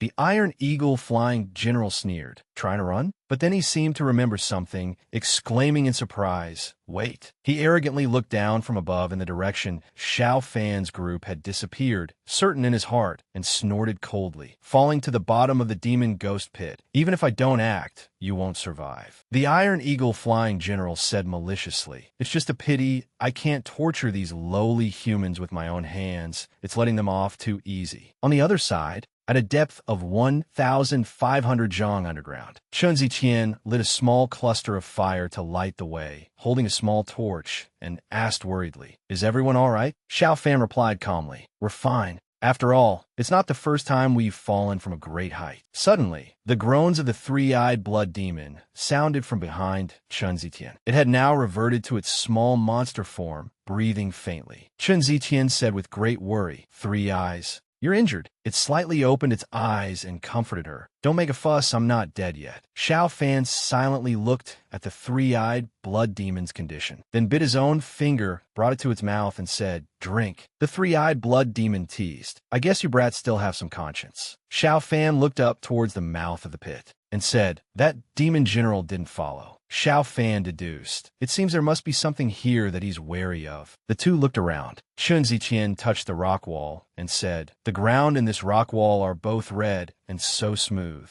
It's like," she silently sensed it, seemed to realize something, and let out an ah. She looked at the winding, interlocking patterns on the rock, her lips moving, questioning, "Is this rock breathing?" Xiao Fan seriously denied it. "No." He looked at the wall that Chen Ziqian was observing pulsating in waves, and corrected, "It's the entire demon ghost pit that is breathing and beating." Chen Ziqian asked doubtfully, "What did you just say?" Xiao Fan asked seriously, "Do you remember the legend of the Bashi tribe?" He recounted. In the legend, the ancestor of the ancient heavenly serpent transformed its body into 100,000 great mountains, protecting the heavenly serpent nation, and the demon ghost pit is its navel. Chen Ziqian rubbed her chin and speculated, "So you're saying?" Xiao Fan looked at the contracting fleshy walls and said blankly, "We are now inside the belly of the heavenly serpent." Xiao Fan curled his lips, smiling mischievously. He snapped his fingers, teasing Chen Ziqian. "I was just kidding. You actually believed it." Chen Ziqian angrily rebuked, "You clearly." As she spoke, Chen Ziqian stepped forward, while Xiao Fan stood by and watched silently. Just as she moved forward, a streak of green light grazed her shoulder, startling Chen Ziqian as a splash of blood immediately spurted out. Chen Ziqian's expression was grim. She gritted her teeth and said, "What a bizarre formation. They are clearly all illusions without physical form, yet they can cause direct damage." At this moment, Xiao Fan spoke calmly, his tone seemingly holding a hint of interest. "Transforming illusions, half real and half illusory, taking lives on the line between illusion and reality? How interesting." Finishing his words, Xiao Fan leaped up, saying confidently, "It's just a pity." His body was vigorous, light as a feather, gliding over the heads of the illusory minions. Then, Xiao Fan landed in front, his gaze firm and looking straight ahead. The minions heard the commotion and immediately turned around. On this side, Tu Pham stood firm, arms crossed over his chest, looking at them. No matter how strong an illusion is, it is nothing but the reflection of light. After speaking, Tu Pham channeled his spiritual power, his eyes turning a brilliant gold, provoking them with immense confidence. "You petty, ghostly minions, what can you do to me?" Next, he executed his ultimate move, Heavenly Emperor Art, Vast Sun Illumination. Tu Pham's entire body instantly radiated light. The ghostly minions on the left, struck by the golden light from Tu Pham, could not resist. The ones on the right fared no better. Completely controlled and unable to move, they then vanished entirely. The light radiating from Tu Pham also caused Tran Tu Tien to squint one eye, unable to see clearly what was in front. The light disappeared, and Tran Tu Tien stared blankly ahead. The door beside Tu Pham slowly opened, white smoke billowing out from behind it. Seeing this, Tran Tu Tien slowly walked over to where Tu Pham was standing, her eyes still glued to that door. Tran Tu Tien said in astonishment, "The main gate of the divine temple has opened." Tu Pham did not hesitate, coldly saying one word, "Enter," then walked straight ahead. Tran Tu Tien quickly followed behind him. The door had not opened completely, and white smoke was still pouring out. Tu Pham and Tran Tu Tien walked straight in, their figures gradually disappearing behind the white smoke. Just as Tu Pham and Tran Tu Tien went deep inside, the main gate suddenly slammed shut. The two stepped inside the divine temple. Tran Tu Tien looked around vigilantly and said, "I can't see anything in this fog." Tu Pham also realized something was unusual and spoke up to remind her, "This fog is strange." Be careful not to get separated. He finished speaking, but didn't hear Tran Tu Tien respond, so he turned his head in confusion. Behind Tu Pham at this moment was nothing but thick white mist. He called out in surprise, "Girl, three-eyed blood demon." Hearing no answer, Tu Pham muttered helplessly, "Truly never gives one peace of mind." Then, he placed 2 fingers on his forehead, preparing to use his divine sense. With Tu Pham as the center, rings of golden light spread out in all directions within the white mist. Suddenly, he stopped, looking around with a face full of astonishment, thinking to himself, this mist can actually block divine sense probing. Next, he noticed a place where the white mist was gradually dissipating. Chu Pham turned and walked towards it. Behind the white mist, a red wooden bridge appeared. The white mist ahead cleared completely. Beneath the bridge was a river red as blood. He stared at it blankly, telling himself, a bridge? Chu Pham glanced at the strange river below. Not only was the water red, but thousands of skulls, large and small, were floating on the surface. A look of smugness flashed across his face. He had the answer in his heart. Trying to use the legend of the Vong Shuyan River and Naiha Bridge to scare people? He stepped onto the bridge, thinking the builder of this temple underestimated the courage of later cultivators. Chu Pham observed carefully as he walked. The water attribute spiritual energy circulating on this white jade bridge can actually resist the killing intent of the blood river. At this moment, he discovered some strokes carved on the bridge, emitting red light. Chu Pham was startled. The patterns on it are runes of the Xianwu kingdom. With a mix of surprise and curiosity, Chu Pham placed his hand on the bridge railing. He pondered, the Xianwu kingdom and the heavenly snake kingdom are mortal enemies. It seems this bridge is a spoil of war from the conflict between the two countries, kept here. There must be some mystery within these runes. Next, through spiritual power, he quickly sensed a map, along with a portion of water origin essence. The next second, he realized with astonishment, the Xianwu kingdom is an island nation. Their understanding of water power is far different from ordinary people. Thinking it over, Tu Pham suddenly realized, so the best place to cultivate my heavenly water secret art is actually the water source of the Xianwu kingdom? Having resolved his doubts, he turned his head to glance at the thick fog around him, thinking with relief. Tu Tien has the three-eyed blood demon protecting her. She should be safe for now. Then, he calmly sat down, muttering, if I can absorb the water origin essence in this white jade bridge and break through to Xiantian perfection, then even if I meet that demon general again, I'll have a better chance of winning. Thought turned to action. Chu Pham hesitated no longer and immediately calmed his mind to gather spiritual power. Not long after, the image of the swallowing heaven beast appeared in Chu Pham's divine sense. Its loud roar of excitement echoed everywhere. Then it quickly exerted force, sucking the water from his place dry. The water in the river gradually receded accordingly. He watched it devouring the water source, laughing as he continued to command, swallowing heaven beast. Open your belly and drink to your heart's content. Drink as much as you can. As for Tran Tu Tien, the thick fog before her eyes made her panic. She tried to look for Tu Pham's figure, but couldn't see him. Tran Tu Tien anxieusly shouted, Tu Pham. The three-eyed blood demon beside her saw this and hurriedly called her back, saying, there is light ahead. Quickly follow this seat. Hearing the voice, Tran Tu Tien quickly regained her composure and replied, wait. Running in the direction the three-eyed blood demon pointed. When she saw clearly the object before her eyes, she was stunned. A bottle in front of her was glowing, surrounded by a strange, somewhat terrifying blue flame. She slowly turned to ask the three-eyed blood demon, where is this? It didn't answer immediately, but told her to pay attention to the strange thing in front. Tran girl looked quickly. The bottle seemed to have magic power,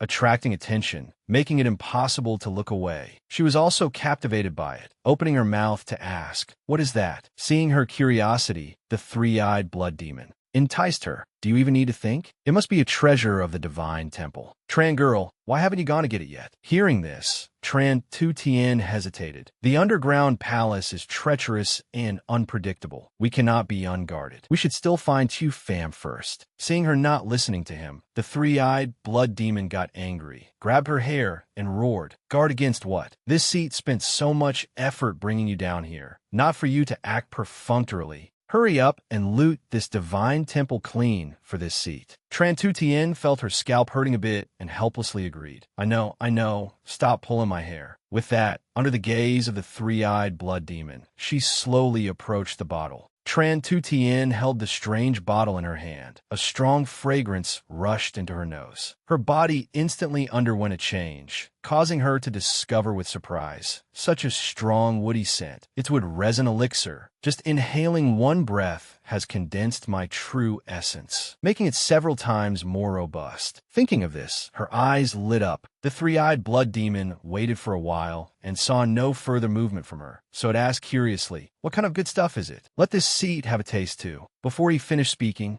he shouted in panic, seeing her drink the liquid in the bottle in one gulp. "Hey, why did you drink it all in one go?" Very quickly, the liquid in the bottle was absorbed by Tran Tu Tien without a drop left. The bottle fell onto the cold stone slab. Not long after, she quickly entered a state of cultivation, followed by a satisfied ha. At the same time, the scene before her eyes instantly transformed. Great trees appeared around her, all covered in emerald green vines. Flowers and plants everywhere. The three-eyed blood demon was amazed by the scene before him, whispering, "This is..." His attention was completely focused on the great tree ahead, wrapped with an eye-catching red string. Observing for a while, the three-eyed blood demon came to a conclusion. Heaven and earth giving birth, all things flourishing. It is the Jian Mut divine tree of the four directions divine realm. He turned his head in slight surprise to look at the person beside him. Unexpectedly, Tran Tu Tien's saint spirit body inherited from the ancient saint tree. He couldn't help but feel a little jealous. The aura this Tran girl is emitting right now is no less than a Yuan Dan realm expert. Could that bottle of elixir have completely awakened the saint spirit body? While Tran Tu Tien focused on cultivation, on Chu Fam's side, he was still waiting for the river water to be sucked dry. As long as the swallowing heaven beast can completely absorb this water origin essence, my heavenly water secret art can advance another level. He was deep in thought when suddenly a somewhat gloomy, singing voice rang out around him, interrupting his train of thought. The eerie singing echoed repeatedly. Autumn frost falls on its own. Spring moon smells sweet again. How can it compare to dying in one's youth? Love eternally forgotten. The fog became a few degrees colder. Chu Fam couldn't help but wonder where the singing was coming from. The sorrowful singing continued. I sing this song makes one grieve. Chu Fam didn't rush to search, but quickly composed himself. Seemingly sensing something unusual, he instinctively looked down at the river. Floating along the dark red current were white skulls. This eerie sound was emitting from this very river. Return to drink good wine. Hold the loot up to the great hall. Looking closely, Chu Fam couldn't help but shudder. Familiar figures flickered in the river. The bodies of his loved ones were lying in this cold, gloomy place.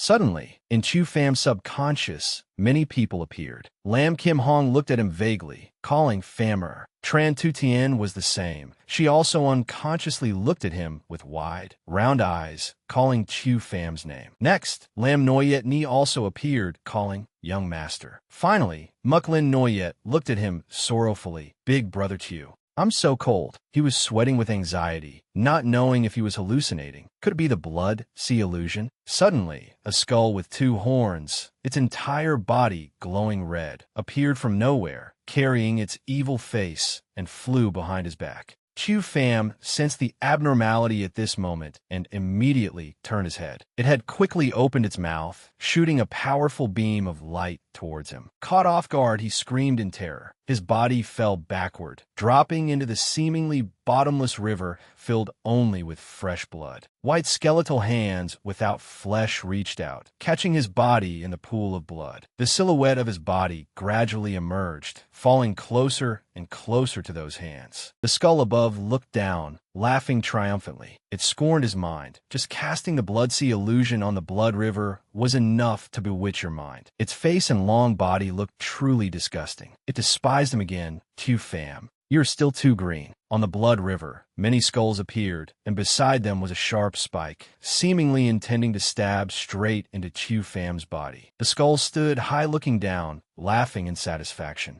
Even though his body kept falling, he still realized he had been tricked. Not good, tricked by the faceless blood demon. He gradually regained consciousness and moved his body. At this moment, his eyes were open, thoughts forming in his mind. He opened his eyes, abruptly turned his head to look, but he discovered that he could breathe normally here. Opening his eyes, this was already a new world, a place with only fresh blood, ghostly structures, and flying skulls. This place was named the Flesh and Blood Space. He observed carefully, surprisingly discovering that below was yet another world. Unexpectedly, beneath this blood river, there was another world. While standing, he suddenly sensed something. A needle-shaped beam of light was attacking his back, but fortunately, he reacted in time, turning around and dodging a fatal blow that nearly cost him his life. His expression became sharper than ever before, his vigilance rising accordingly. The people of this world appeared and warned him. Those who trespass into the blood prison kill without mercy. They looked like puppets without clothes, their bodies multicolored. They shouted in unison, wanting to kill him. Kill, kill. He saw 9 enemies appear here and couldn't help but worry. This is trouble. These 9, each one has at least early Yuan Dan cultivation. That enemy commanded myriad tribulations, sword technique. He again quickly dodged a fatal attack.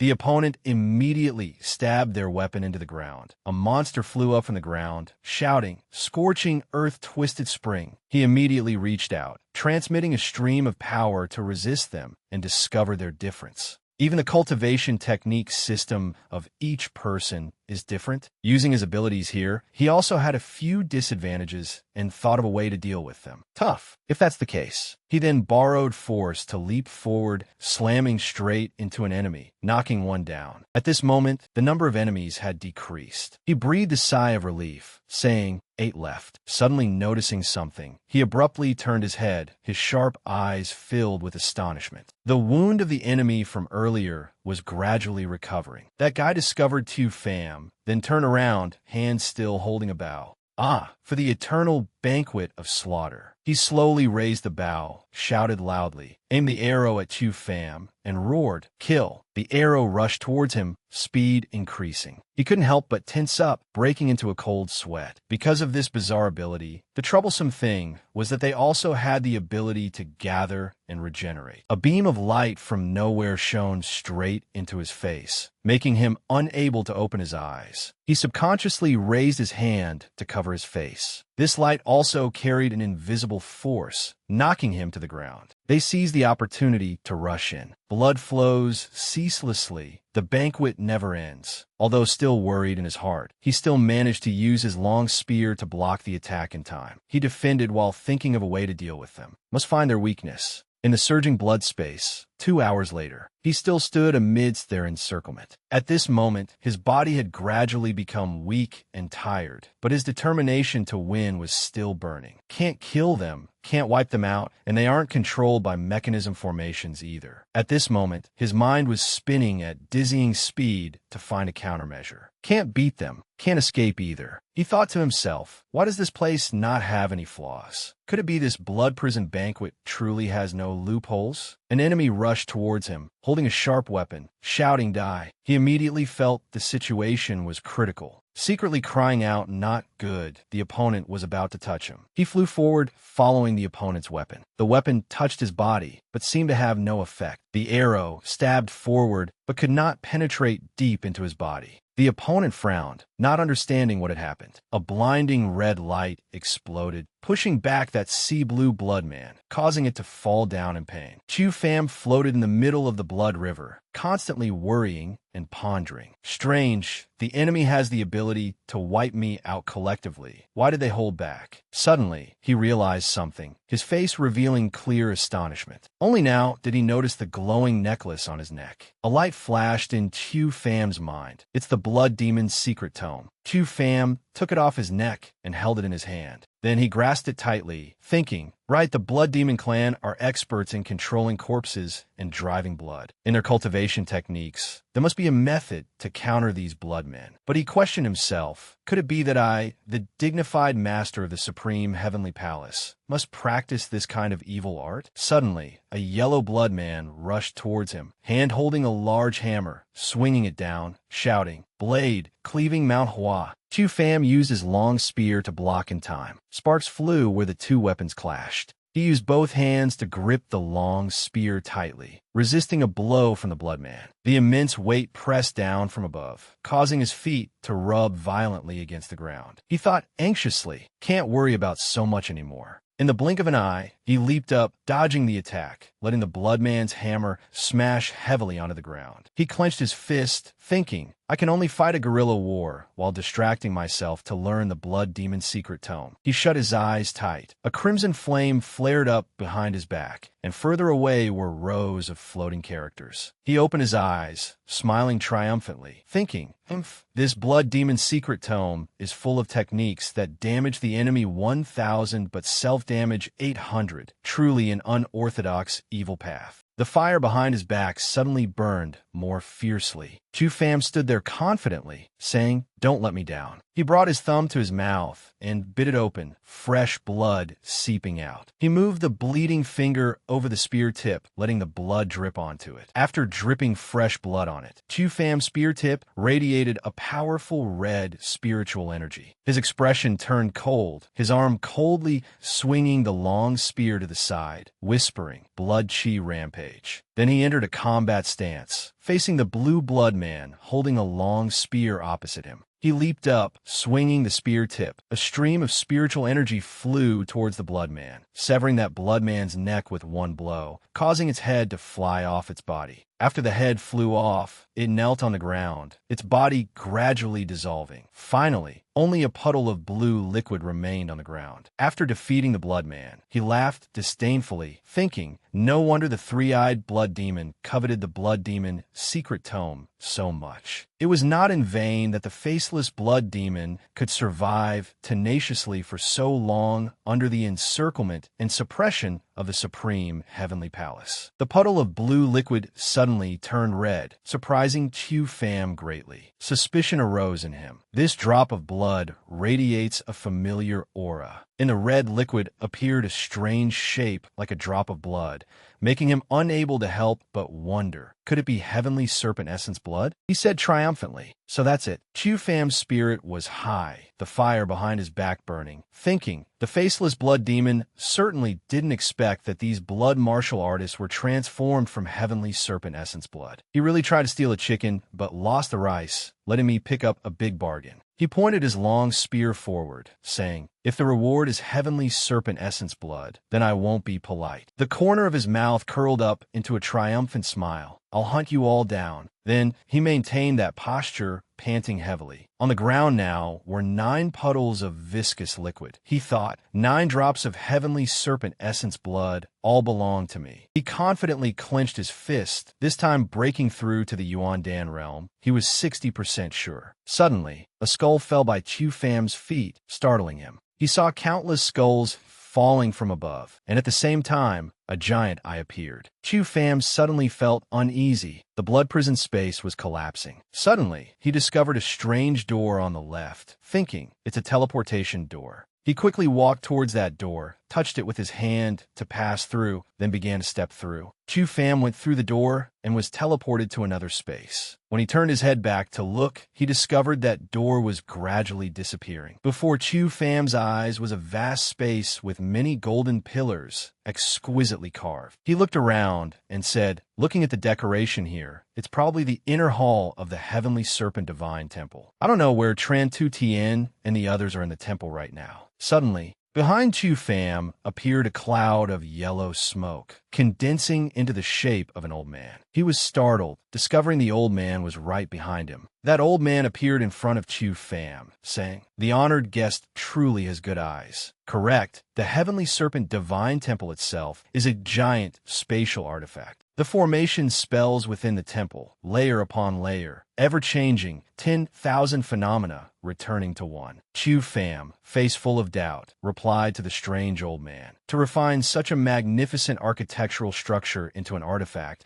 The consumption of spiritual energy and spiritual materials is immeasurable. Who exactly is your master? The old man spoke, while reminiscing about the past. My master was a refiner from 1,000 years ago, traveling throughout the true martial continent. His refining skills had reached the realm of perfection. But because his own cultivation realm was insufficient, his refining arts also encountered a bottleneck. Coincidentally traveling to the heavenly serpent kingdom, he learned of the special geography of the devil's pit, along with the legend of the heavenly serpent ancient ancestor angrily swallowing 10,000 demons. Moved by the heavenly serpent's will of self-sacrifice for righteousness, he comprehended the Tao of sacrifice and dedication in the 100,000 great mountains. Therefore, my master exhausted his lifelong learning and accumulated spiritual materials, using 10,000 puppets as labor, 3,000 magic arrays as support, spending 100 years at the bottom of the devil's pit, building the heavenly serpent divine temple, using it to suppress the killing aura of the devil's pit. The trials set outside the temple are all to ensure the legacy of the heavenly serpent ancient ancestor can be received by a truly destined person. If the honored guest can pass the final trial, not only can you become the new master of the heavenly serpent divine temple, but even this item, this old man also respectfully offers. The old man reached out his hand, revealing the glowing drop of heavenly serpent essence blood. Chu Pham, after hearing the old man's words, looked at the drop of essence blood and said, "This, I'm afraid, is not ordinary heavenly serpent essence blood, is it?" The old man replied, "Correct." The honored guest's performance earlier in the blood prison space was truly not something an ordinary person could do. With late Hotian cultivation, killing 9 blood shadow martial artists, receiving 9 drops of essence blood from the heavenly serpent's body. As for this drop, it is the heart's tip blood of the heavenly serpent ancient ancestor. Chu Pham, hearing the old man's words, was both surprised and suddenly realized something. So he asked, "Then what is the subject of the final trial?" In Chu Pham's mind, a thought suddenly flashed. The heart is the leader of the 5 organs. The heart's tip essence blood of the heavenly serpent surely has miraculous uses no one knows. The old man took out a small, glowing brown object and said, "This object is called the Asking Heart Jade. Honored guest, please inject your consciousness into it. If you can successfully withdraw it afterwards, consider the trial passed." Chu Pham crossed his arms and sneered. "I'm afraid it won't be that simple. Since it is named Asking Heart, it seems to be a test of the Tao heart." The strange old man replied, "That is correct.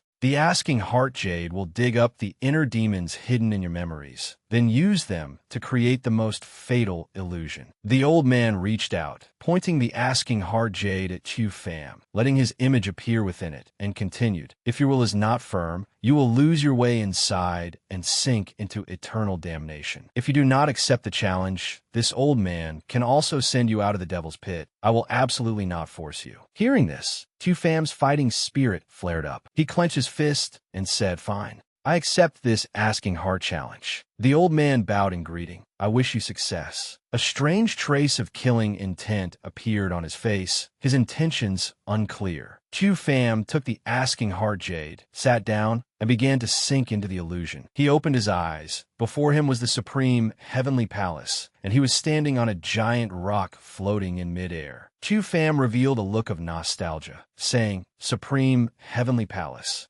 Long time no see." Suddenly, a strange man appeared behind him. He continued, truly laughable. "If my obsession were the territory of the 4 directions divine realm, the foundation of the supreme heavenly palace, or even Van Noyet, then so be it. But in the end, my greatest inner demon turns out to be you." Chu Pham turned his head, hearing the other party utter 3 words, "Lang Fai Duong." He smiled contemptuously at Chu Pham, then raised his index finger to his lips, making a shushing gesture. Then he flew up into the air, blocking out the sun, and looked down at Chu Pham from above, saying, "Times have changed. There are some forms of address you should also change. You are no longer the celestial Emperor Chu of the past, but a Chu Pham who is like a lowly ant." Suddenly, a cloud of hazy yellow smoke appeared around Lang Fai Duong, revealing the celestial emperor's crown on his head. He continued, "I'm also no longer your senior brother Lang Fai Duong, but the master of the 4 directions divine realm, the master of the supreme heavenly palace. Celestial Emperor Lang." Chu Pham's face darkened as he asked, "Celestial Emperor Lang?" Chu Fam immediately grabbed the blood-devouring spear and charged forward, shouting, "Traitor, you are not worthy." Having said that, he immediately used the Celestial Emperor art, 3-inch starlight. Lang fi dung thawen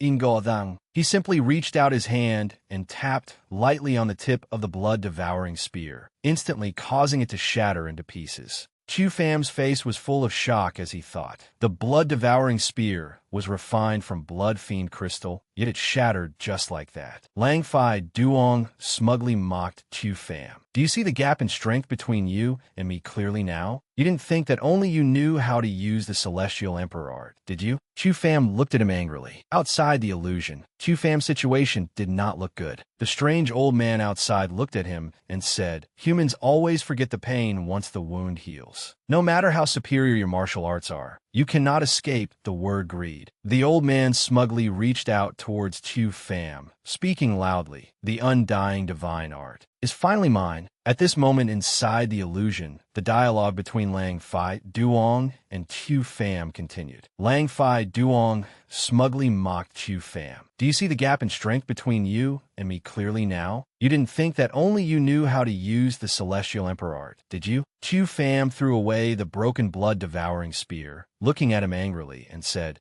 "Humph, stealing techniques is naturally something you can do. You calculated everything, but you didn't calculate that the life-exterminating grand formation couldn't kill me either. My reincarnation must be like a thorn in your throat, isn't it?" Lang Fi Zungsha Fai Daken, frowning as he said, "Humph, we actually quite admire your vitality, tenacious as an ant." He reached out, gathering power in his left hand, forming a stream of yellow energy. Immediately after, a long sword wrapped in yellow energy appeared. He said, "Therefore this time, we shall personally execute the heavenly punishment." Chu Fam was shocked to the extreme, recognizing it as the sword of the Celestial Emperor. Tran Tu Tien said to the three-eyed blood demon, "This place looks so familiar. Are you sure Chu Fam is in this direction?" The three-eyed blood demon, flying in front, turned back and said to her, "It's all bewilderment formations set up by the Divine Temple. That kid Scent of Blood is just nearby. It can't be wrong." Although it said that, a hateful thought flashed in the three-eyed blood demon's mind. It was so hard to separate from that kid. If I don't lead this little girl around in circles a few times, how can I get some Saint Spirit body blood? Suddenly, Tran Tu Tien asked it with some worry. "Three-eyed blood demon, how long have we been separated from Chu Fam?" Hearing her ask this, it turned around and replied, "Calculating by the time outside, it's probably been 10 days. Hearing the three-eyed blood demon's answer, Tran Tu Tien couldn't help but scream in panic. "What? 10 days?" Seeing her so panicked, the three-eyed blood demon remained calm and replied, "What are you panicking for? With Chu Fam's strength, does he still need us to worry? Instead of worrying about him, we should find a quiet place so this seat can stand guard for you, helping you absorb the medicinal power and consolidate your realm." Just as the three-eyed blood demon finished speaking, a miserable scream suddenly echoed from somewhere. This scream startled both it and her. Immediately after, Tran Tu Tien hurriedly ran towards the direction of the scream, shouting as she ran, "It's Chu Fam." The three-eyed blood demon was startled by Tran Tu Tien's action and said, "Hey, don't be rash." Tran Tu Tien ran and shouted loudly, "Chu Fam, where are you?" Suddenly, before her eyes, amidst the clearing smoke, a familiar figure appeared, causing her to freeze for a few seconds. Chu Fam stepped out from the smoke, coughing a few times. Only now could his appearance be seen clearly. The clothes on his body were tattered, there were a few small wounds on his face, and his breathing was extremely ragged. He looked up at the two of them and said with difficulty, "It's you two.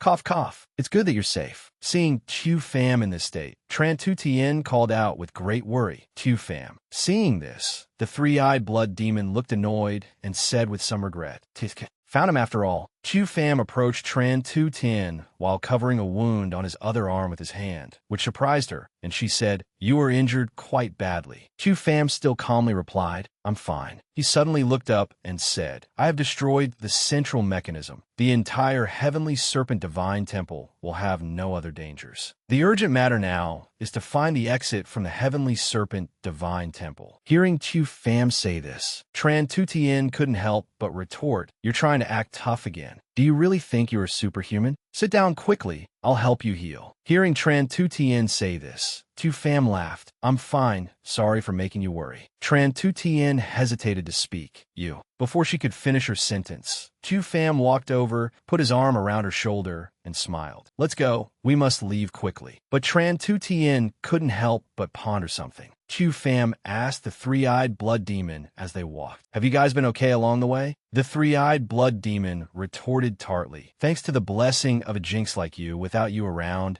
these 10 days of touring the Heavenly Serpent Divine Temple were very happy. Tu Pham asked again, oh, did you gain anything? Next was the three-eyed blood demon's answer. Ask this seat yourself. Looking at you is annoying. Tran Tu Tien, walking behind, suddenly felt something was wrong. Her face became heavy, and she abruptly drew her sword. Tu Pham also keenly realized it and dodged. The three-eyed blood demon also reacted in time, retreating to the side. It shouted, Kid Tran. The sword tip just arrived, but Tu Pham had already jumped up to dodge in time, then landed perfectly. After recovering its wits, the three-eyed blood demon asked Tu Pham with suspicion, Kid, weren't you injured? How are your movements still so agile? Tran Tu Tien's face went cold in an instant. She said to the three-eyed blood demon, haven't you realized it yet? He's not Tu Pham. Tu Pham's expression became cunning. He narrowed his eyes and said, what a surprise. I thought that kid had already wooed you. Tran Tu Tien frowned. With other men, perhaps so, but a martial arts idiot like Tu Pham wouldn't be so casual. Tu Pham revealed a treacherous smile and said, thorough thinking. I underestimated you, little girl. After realizing the truth, the three-eyed blood demon shouted, it's the faceless blood demon. How is this possible? The faceless blood demon covered one eye with his hand, the corner of his mouth curling up into a strange smile. Say goodbye to the Tu Pham you're familiar with. He has become my new host, the possessor of the undying divine blood and the blood demon's secret tome, a most perfect vessel. A myriad of worries flashed through the three-eyed blood demon's mind. It's over. This brat acted cool only to meet with disaster, harming the seat as well. The master-servant blood contract has fallen into the hands of the faceless blood demon. This is tragic. Then it turned its head to look at Tran Tu Tien, continuing to think, or should this seat offer this girl named Tran as a gift of loyalty to him in exchange for my life? Tran Tu Tien looked at the three-eyed blood demon and asked, three-eyed, now that he's possessed by the faceless blood demon,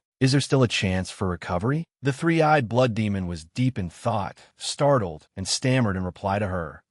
Kid Tu's divine soul has probably been suppressed deep within his consciousness by the faceless blood demon. If we can separate them, recovery is indeed possible. Tran Tu Tien frowned and said, that is enough. She raised her hand, seeming to prepare something, saying, let me see, both being at the peak of the Xiantian realm, which is stronger, the saint's spirit body or the undying divine blood. As soon as she finished speaking, a burst of energy suddenly appeared behind her, shaped like a brilliant golden flame, even larger than her body. The faceless blood demon also took out the blood-devouring spear to prepare for battle, he said with some surprise. Oh? Also reached the peak of Xiantian. His face became more cunning than ever, saying, then I will take the blood of the saint's spirit body to sacrifice to the flag for my clan's great cause. The atmosphere was tense to the extreme. On this side, the faceless blood demon was ready for battle. On the other, Tran Tu Tien also used her spiritual power to create a giant flame. The three-eyed blood demon stood by the side and shouted, little girl, are you delusional about your strength? What level of little monster is Tu Pham? You just broke through to the peak of Xiantian and dare to speak such arrogant words? Tran Tu Tien's face was full of worry, her brows knitted, her lips pressed tight, thinking to herself, I hope the saint's spirit body really has the power Tu Pham spoke of. The faceless blood demon occupied Tu Pham's body, his face becoming strange as he laughed mockingly. Very good. Not only the undying divine blood, but even the extremely rare saint's spirit body has delivered itself to my door. Then he roared, kill. His momentum was blazing, like fire spreading across a grassland. He gripped the long spear in his hand, his eyes bloodshot, and rushed towards her with a ferocious smile. Tran Tutien was not afraid at all. She braced herself and used her sword to block his weapon. Even so, he still gained the upper hand, forcing her to retreat repeatedly. His expression was gloomy, his eyes filled with killing intent and scornful mockery.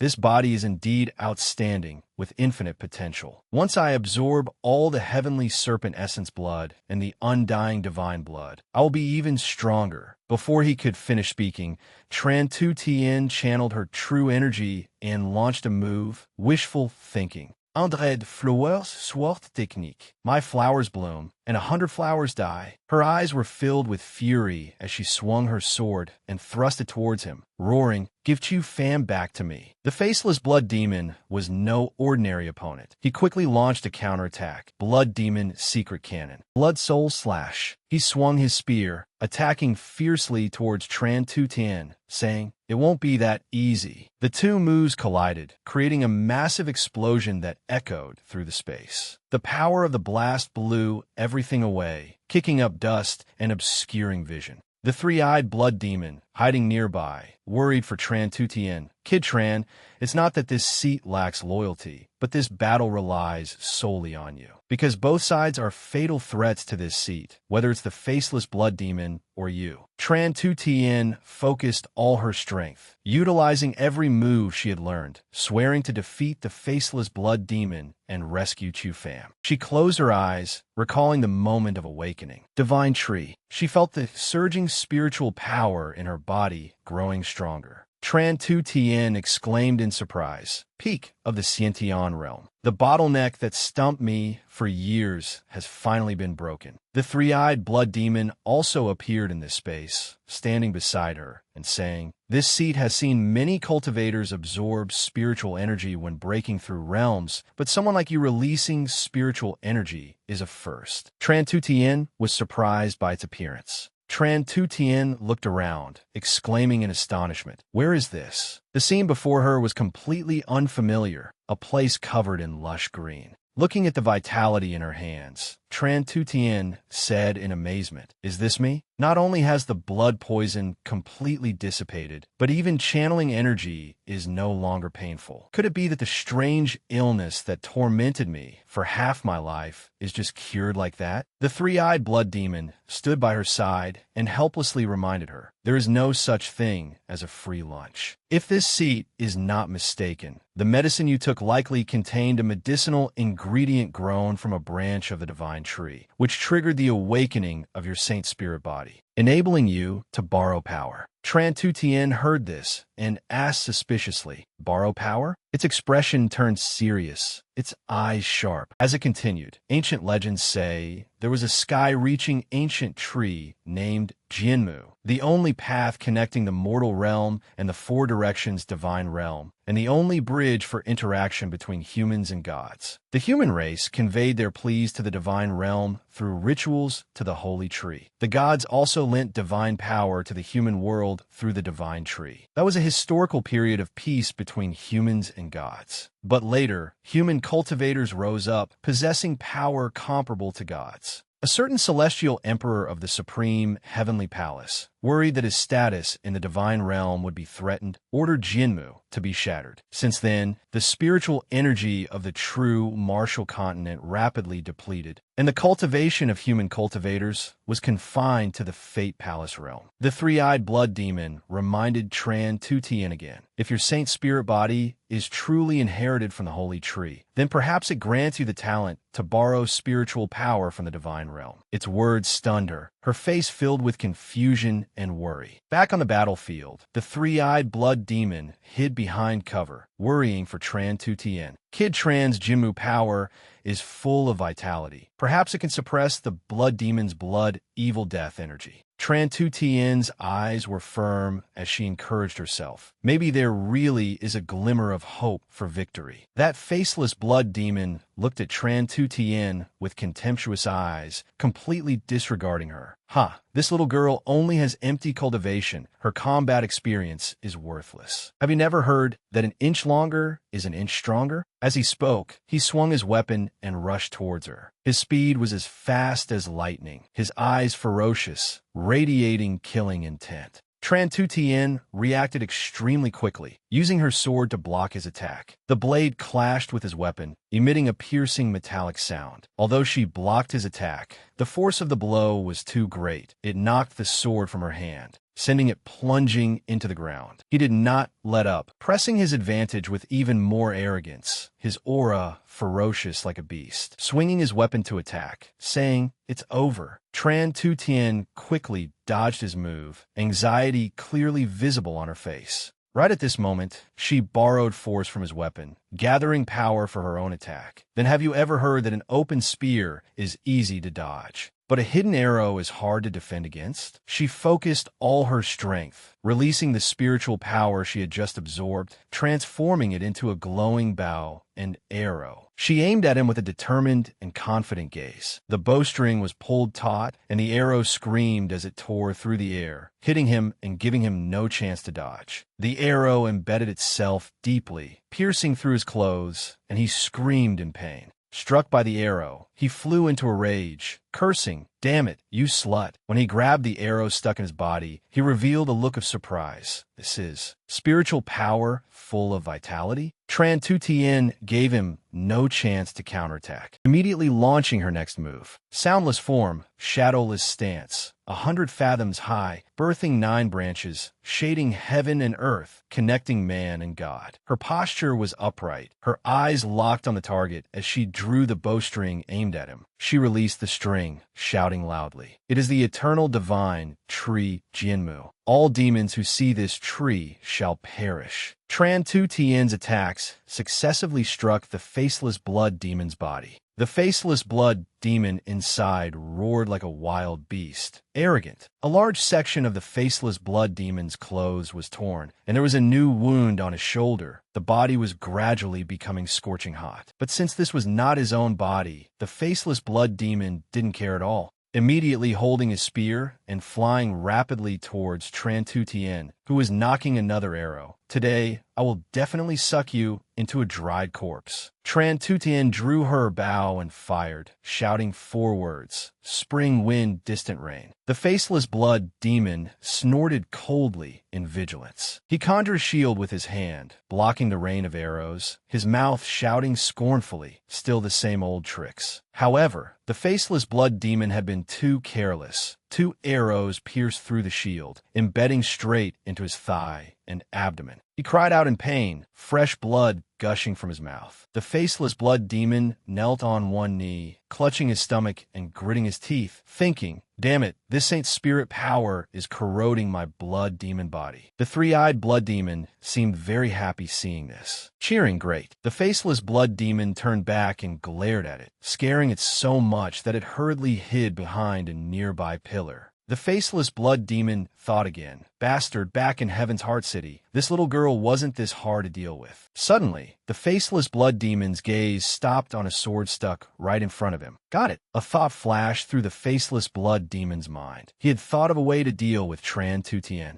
On this side, Tran Tu Tien still kept her bowstring taut, just waiting for the right moment to release her hand and end this battle of disparate strength. She said, "You lose." Suddenly, she screamed in horror, "You." Unknown when, the faceless blood demon had retrieved that sword and held the blade against Chu Fam's neck, threatening arrogantly, "Go on then. Let's see if your arrow is faster or if his life is tougher." Tran Tu Tien shouted angrily, despicable and shameless. She hadn't expected him to dare use Chu Fam's life to threaten her. This was indeed Tran Tu Tien's weakness. The faceless blood demon smiled dangerously. This is the style of the demon race. The faceless blood demon glanced back, saw the 3-eyed blood demon hiding behind the pillar, and ordered, "Hey, 3-eyed blood demon, as your master, I order you to kill this woman." The 3-eyed blood demon was startled. "Ah, this." The faceless blood demon ordered again, his face full of smugness. Hurry up. Do you want to taste the flavor of violating the blood pact and having your soul refined? Tran Tutien worried that the three-eyed blood demon would listen to him, so she hurriedly spoke up to stop it. Three-eyed, don't fall for his trick. The three-eyed blood demon whispered, this seat. It was sweating profusely, looking extremely conflicted, wondering inwardly, why did this fall on this seat's head? Stinking brat, where on earth has your soul scattered to? At this moment, inside the Blood Sea illusion where Chu Fam's soul was imprisoned, Chu Fam knelt on one knee, panting heavily. It seemed he had just gone through a fierce battle. Suddenly, a voice rang out. Still haven't given up? That person floated in mid-air, holding a flaming sword.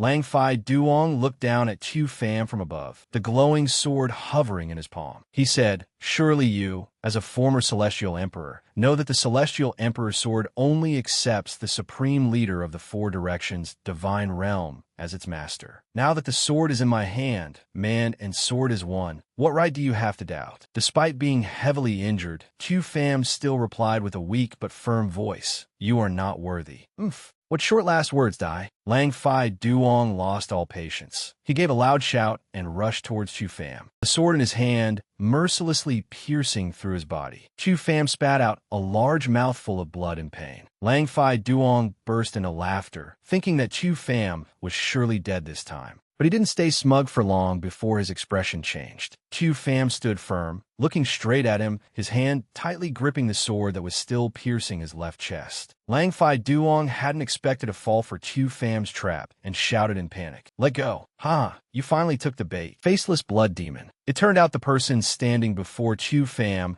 just now was not Lang Fai Duong, but transformed by the faceless blood demon. Chu Fam gripped the sword tightly and continued. If it were truly that vile creature Lang Fai Duong, how could he make such a low-level mistake? First, a lion uses its full strength even when hunting a rabbit, until the final moment. One must never relax their guard. The faceless blood demon in Lang Fai Duong's form roared, let go. Chu Fam ignored him. Instead, he gripped the sword even tighter, making it impossible to withdraw. Chu Fam said calmly, second, to turn the tide in a desperate situation, one must place oneself in death to find a path to life. As soon as he finished speaking, Chu Fam's entire body radiated a beam of light. As the light flashed, the faceless blood demon let out a piercing scream, his face cracking like porcelain about to shatter. He roared two words, damn it. His body then vanished, and the screaming stopped abruptly. At this moment, Chu Fam also breathed a sigh of relief. Having fought the blood demon race for 1,000 years, how could I not know these little tricks of yours? He stood proudly upright, even though the sword was still stuck in his body, and Lang Fai Duong's head was rolling to the side. Chu Fam said, you led me into a trap step by step, not knowing that I was also waiting for an opportunity to cut off your retreat. Only then did he pay attention to the sword, pulling it out with his own hand and throwing it to the ground, clutching the bleeding wound. Chu Fam said with satisfaction, to eliminate you in one go, it was not in vain that I used my body as bait. Suddenly, the ground shook. He was startled and looked forward. Turns out blocks of earth and stone were moving strangely. Sure enough, the Blood Sea illusion began to collapse. Chu Fam confidently clenched his fist, saying, time to counterattack. Back to the faceless blood demon, Tran Tu Tien, and the three-eyed blood demon. The faceless blood demon, occupying Chu Fam's body, knew he was about to escape the illusion, thinking cautiously. The Blood Sea illusion is about to be unable to trap that brat anymore. Why right at this moment? Luckily, these two idiots fell for the trick,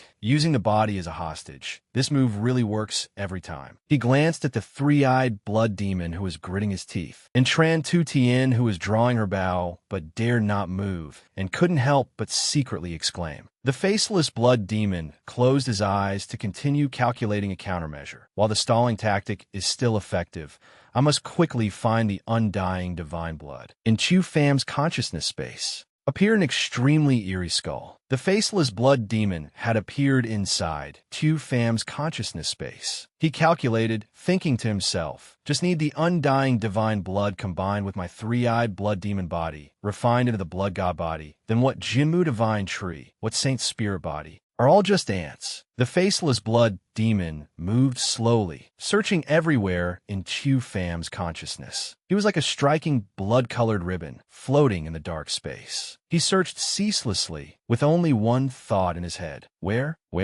on earth did this brat hide the undying divine blood? Just then, the faceless blood demon suddenly discovered a faint light far ahead of him. He thought in surprise, "There is light." He guessed, could it be? As if to verify his guess, the faceless blood demon could not wait any longer, immediately flying straight towards that light. After passing through that seemingly endless space, the scene that appeared before the faceless blood demon's eyes was an extremely majestic landscape. Rolling mountains, brilliant starry sky. Standing before this vast heaven and earth, he himself was just like a tiny ant, his existence not worth mentioning. The faceless blood demon revealed a look of interest. He clicked his tongue in praise. "This is that brat's dantian. Such a vast dantian, just right to contain my blood spirit. As long as I can fully occupy this dantian region, the undying divine blood will be in the bag." Just as the faceless blood demon was smugly calculating, a huge black shadow suddenly appeared behind him. The owner of this shadow seemed capable of crushing the tiny faceless blood demon at any time. The faceless blood demon felt the cold, killing intent coming from behind, only then realizing he was in a dangerous situation. He turned his head and was immediately terrified. A giant dragon was roaring, its whole body radiating a primordial aura. Just one claw could easily tear the faceless blood demon to shreds. This giant dragon was not unfamiliar at all. It turned out to be the heaven-swallowing beast that had been parasitic in Chu Fam's dantian for a long time. The heaven-swallowing beast let out an earth-shattering roar. The faceless blood demon screamed in panic. Why?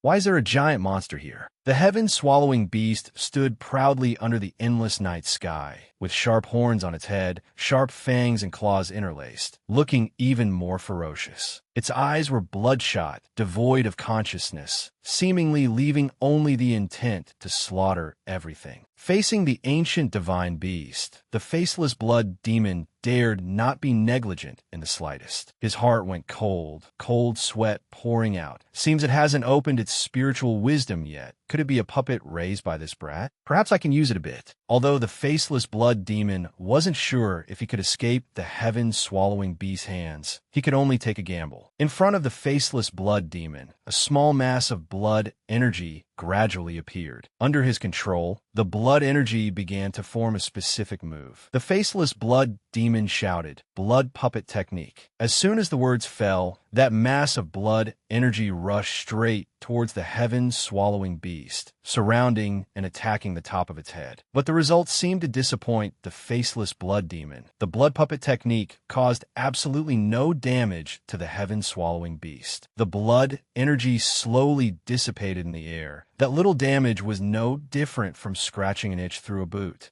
The faceless blood demon screamed in terror. Useless. The originally quiet heaven-swallowing beast suddenly moved. A voice had awakened it, turning out to be Chu Fam's consciousness. Outside, he had always been observing the situation in his dantian. At this moment, Chu Fam used his consciousness to control the heaven-swallowing beast, ordering, "Eat him." The heaven-swallowing beast controlled by him began to go berserk. It gave a low roar, opening its mouth to unleash a destructive move. The faceless blood demon was stunned by the sudden change of the heaven-swallowing beast. 1 second ago, it was quiet, letting him attack. The next second, it went crazy. The heaven-swallowing beast gave the faceless blood demon no chance to adapt, quickly teleporting behind him, intending to swallow that eerie skull in one bite. The faceless blood demon absolutely did not expect the heaven-swallowing beast to teleport behind to attack. Momentarily stunned. Are you kidding me? He had no time to think of a countermeasure now, only able to escape danger by instinct. Sweating like rain, by a hair's breadth, the faceless blood demon finally escaped the sharp teeth of the heaven-swallowing beast. Just a little slower, and he wouldn't have needed to look for the undying divine blood anymore. He turned his head to look at the furious heaven-swallowing beast, his heart heavy, thinking to himself, too dangerous. But the heaven-swallowing beast seemed unwilling to give the faceless blood demon a chance to catch his breath, immediately rushing up to attack. He had no other choice but to continue fleeing.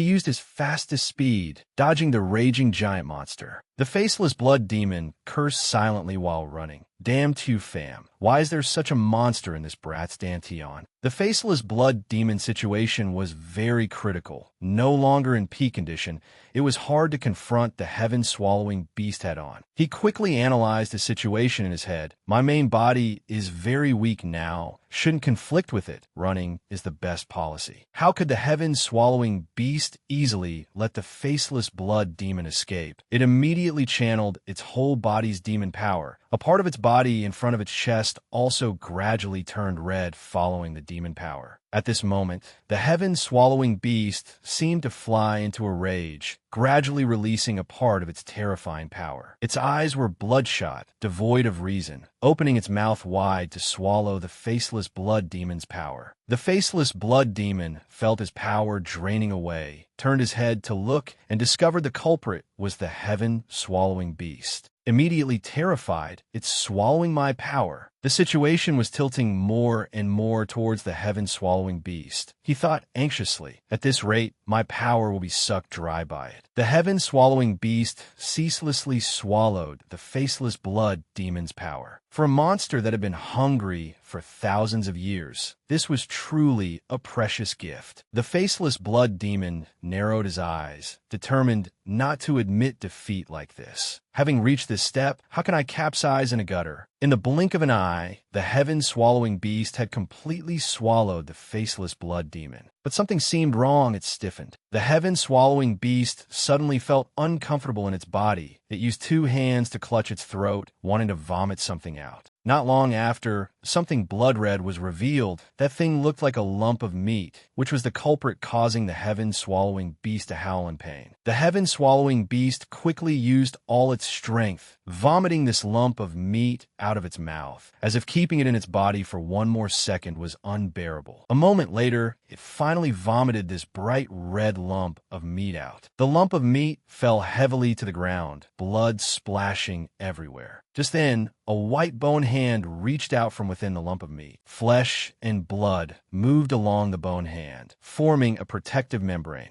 The skull also gradually appeared. Turns out this was the faceless blood demon. Could this be his final life-saving move used to deal with the heaven-swallowing beast? The faceless blood demon was no longer that eerie blood-colored skull, but had turned into a complete dry skeleton. The mist cleared, revealing a giant dry skeleton, its level of ferocity not inferior to the heaven-swallowing beast at all. The faceless blood demon, with a body of white bones, stood tall between heaven and earth, eyes staring tightly at the heaven-swallowing beast. This move, originally the faceless blood demon did not want to use, but at the moment of life and death, all hesitation vanished into thin air. This was the blood soul great method, three-eyed blood demon dharma body. The heaven-swallowing beast roared and screeched. More. It conveyed a single thought to the faceless blood demon. It still wanted to eat. That little bit of power from the faceless blood demon just now was basically not enough to fill the gaps between its teeth. The faceless blood demon also did not show weakness. Things having reached this point, he had to defeat the heaven-swallowing beast. So he roared at it. Let me see who eats whom in the end. No time to delay. The two sides rushed at each other without hesitation. The faceless blood demon urged the three-eyed blood demon dharma body to attack. The heaven-swallowing beast was consumed by hunger. Its attacks followed no rules, taking a bite at the faceless blood demon's bone arm, roaring, "Eat." Without waiting for the faceless blood demon to react, it had bitten off his bone arm, causing him extreme pain, blood dripping profusely. The faceless blood demon saw the gluttonous intent of the heaven-swallowing beast and got a headache. He cursed ceaselessly. "Beast, damn it, I must tear your mouth apart." He responded to the heaven-swallowing beast's bite just now with a fierce blood claw strike, tearing a gash on the giant beast's body. Outside the Dantian space, Chu Pham suddenly spat out a mouthful of fresh blood, his face pale. Chu Pham sighed, thinking to himself, "Damn it, having more than half my power sucked by the heaven-swallowing beast and still have the strength to resist." A look of decisiveness appeared on his face. He decided not to spare the dry skeleton in his Dantian. Absolutely cannot let the tiger return to the forest. must pull up the faceless blood demon by the roots. The scene changed. The heaven-swallowing beast was biting tightly onto the faceless blood demon's left arm. Chu Pham held his forehead with one hand, veins popping out. The corner of his mouth raised into a vicious smile. His whole body emitted pink light. His hair also turned pink. Suddenly, the scene returned to the beginning. Chu Pham knelt on one knee, crying out in pain,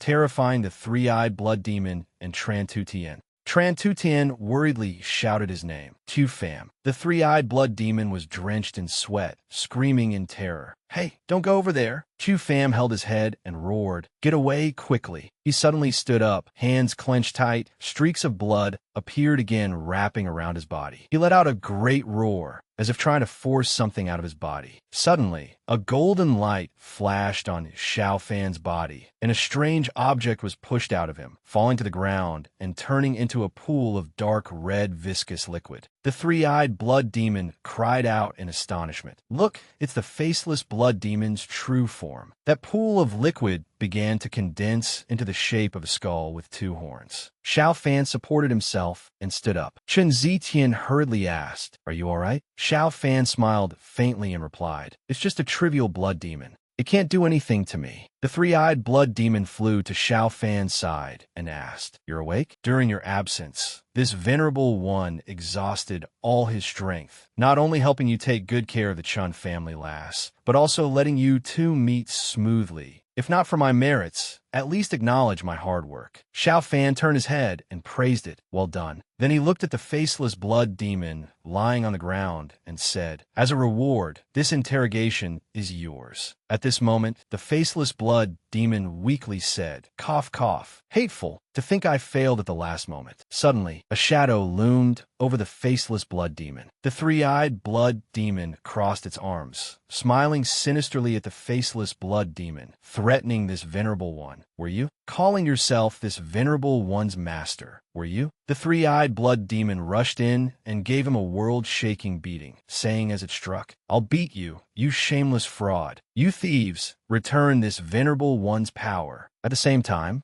while observing the interrogation, Xiao Fan looked at his hand that was gradually turning red, thinking to himself, "The devouring beast absorbed most of the faceless blood demon's power, which also caused my body to be infected with demonic energy." Xiao Fan clenched his trembling fist, thinking angrily, "Damn it, cultivating the three-eyed blood demon's secret codex. Has it really become mandatory?" The faceless blood demon, beaten black and blue, stammered, "To think my 10,000 years of cultivation would instead become a stepping stone for you, Brad. No wonder you're the former number one of the divine domain. No wonder I felt a familiar aura on you." Xiao Fan's eyes widened, and cold sweat broke out. The faceless blood demon continued, "That's right, I saw it, the scene in the sea of blood illusion. You are not Xiao Fan. You are no different from us. Just a pitiful wretch who has to possess another's body to survive." Xiao Fan glanced at him coldly. The faceless blood demon said in terror, "I'm not wrong. Am I Xiao Tian?" As soon as he finished speaking, Xiao Fan rushed forward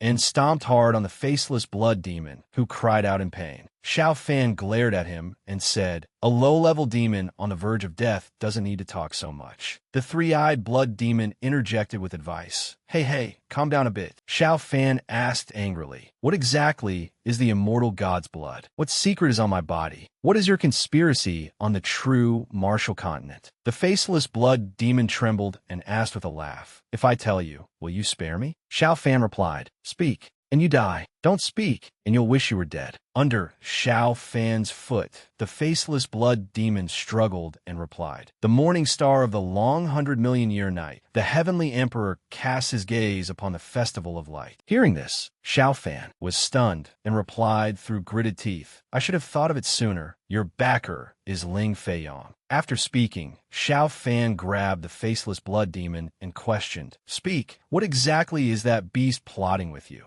The faceless blood demon laughed loudly. "Heaven's will is hard to defy. Heaven's will is hard to defy. But heaven's will is on our side." The faceless blood demon burst into laughter after speaking. Xiao Fan was shocked by his words, and, as if realizing something, he turned and shouted to everyone, "Everyone, get back." Then he threw the faceless blood demon into the air. As soon as it was thrown up, the faceless blood demon exploded violently. Fortunately, Xiao Fan used his coat to shield Chun Zitian, blocking the recent explosion. Chun Zitian stammered in horror. He self-destructed. The three-eyed blood demon asked blankly, "Hey, little demon, what did he mean just now? What number one of the divine domain? What is your relationship with Ling Feiyang? Who on earth are you?" Also, before the three-eyed blood demon could finish asking, it was stopped by Chun Zitian. She signaled for the three-eyed blood demon not to ask anymore. It looked at Xiao Fan worriedly and didn't ask anything further. Suddenly, a wisp of white smoke drifted in, startling everyone. The three-eyed blood demon asked in fear, What now?" Suddenly, the figure of an old man with white hair and a white beard appeared in the white smoke, saying, "Thank you all for your assistance in eliminating the demon and restoring peace to the Heavenly Serpent Divine Temple." Chun Zitian asked blankly, "Senior,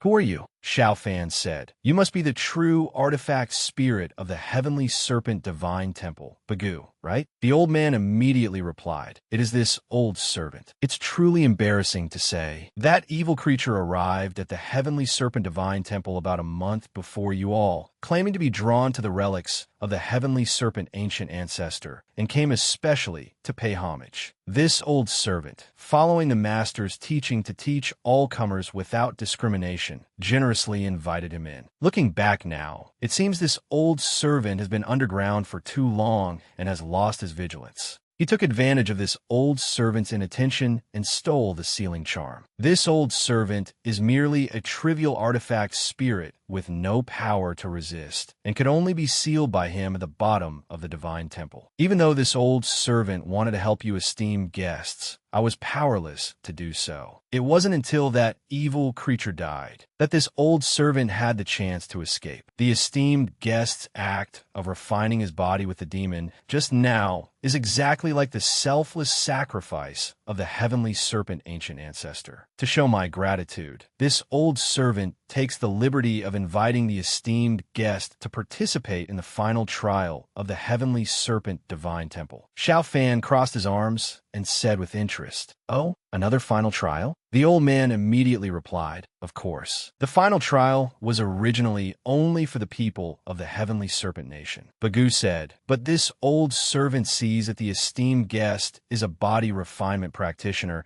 and also helped the Heavenly Serpent Divine Temple eliminate a great disaster. So I'm specially offering this fated opportunity to the esteemed guest." Chun Zitian asked, not understanding, "A fated opportunity? What fated opportunity?" Bagu then said, "Is the thundercloud formation. Although the Heavenly Serpent Divine Temple has many mechanism formations, they are divided into primary and secondary. Without the main formation, the other secondary formations would be like a snake without a head, unable to operate with precision. And this thundercloud formation is the core formation of the Heavenly Serpent Divine Temple, capable of absorbing clear chi and turbid chi to simulate the Thundercloud Valley." The three-eyed blood demon was puzzled. Thundercloud Valley? That name Thundercloud Valley sounds very familiar. The old man laughed heartily. The esteemed guest is naturally familiar with it, because the Thundercloud Valley is where the Heavenly Serpent ancient ancestor tempered his body with lightning to attain the Tao, overcame the tribulation, and ascended. Since the dawn, the clear chi rose to become the heavens, and the turbid chi sank to become the earth. The Thundercloud Valley is a peculiar place where the clear chi of the heavenly Tao converges, capable of summoning 9 times 9, 81 heavenly lightning bolts to descend, serving as a trial to see if human cultivators can advance further on the path of cultivation. The Heavenly Serpent ancient ancestor, it was within these 81 lightning tribulations that he forged the tough scales and strong sinews that looked down upon the divine domain.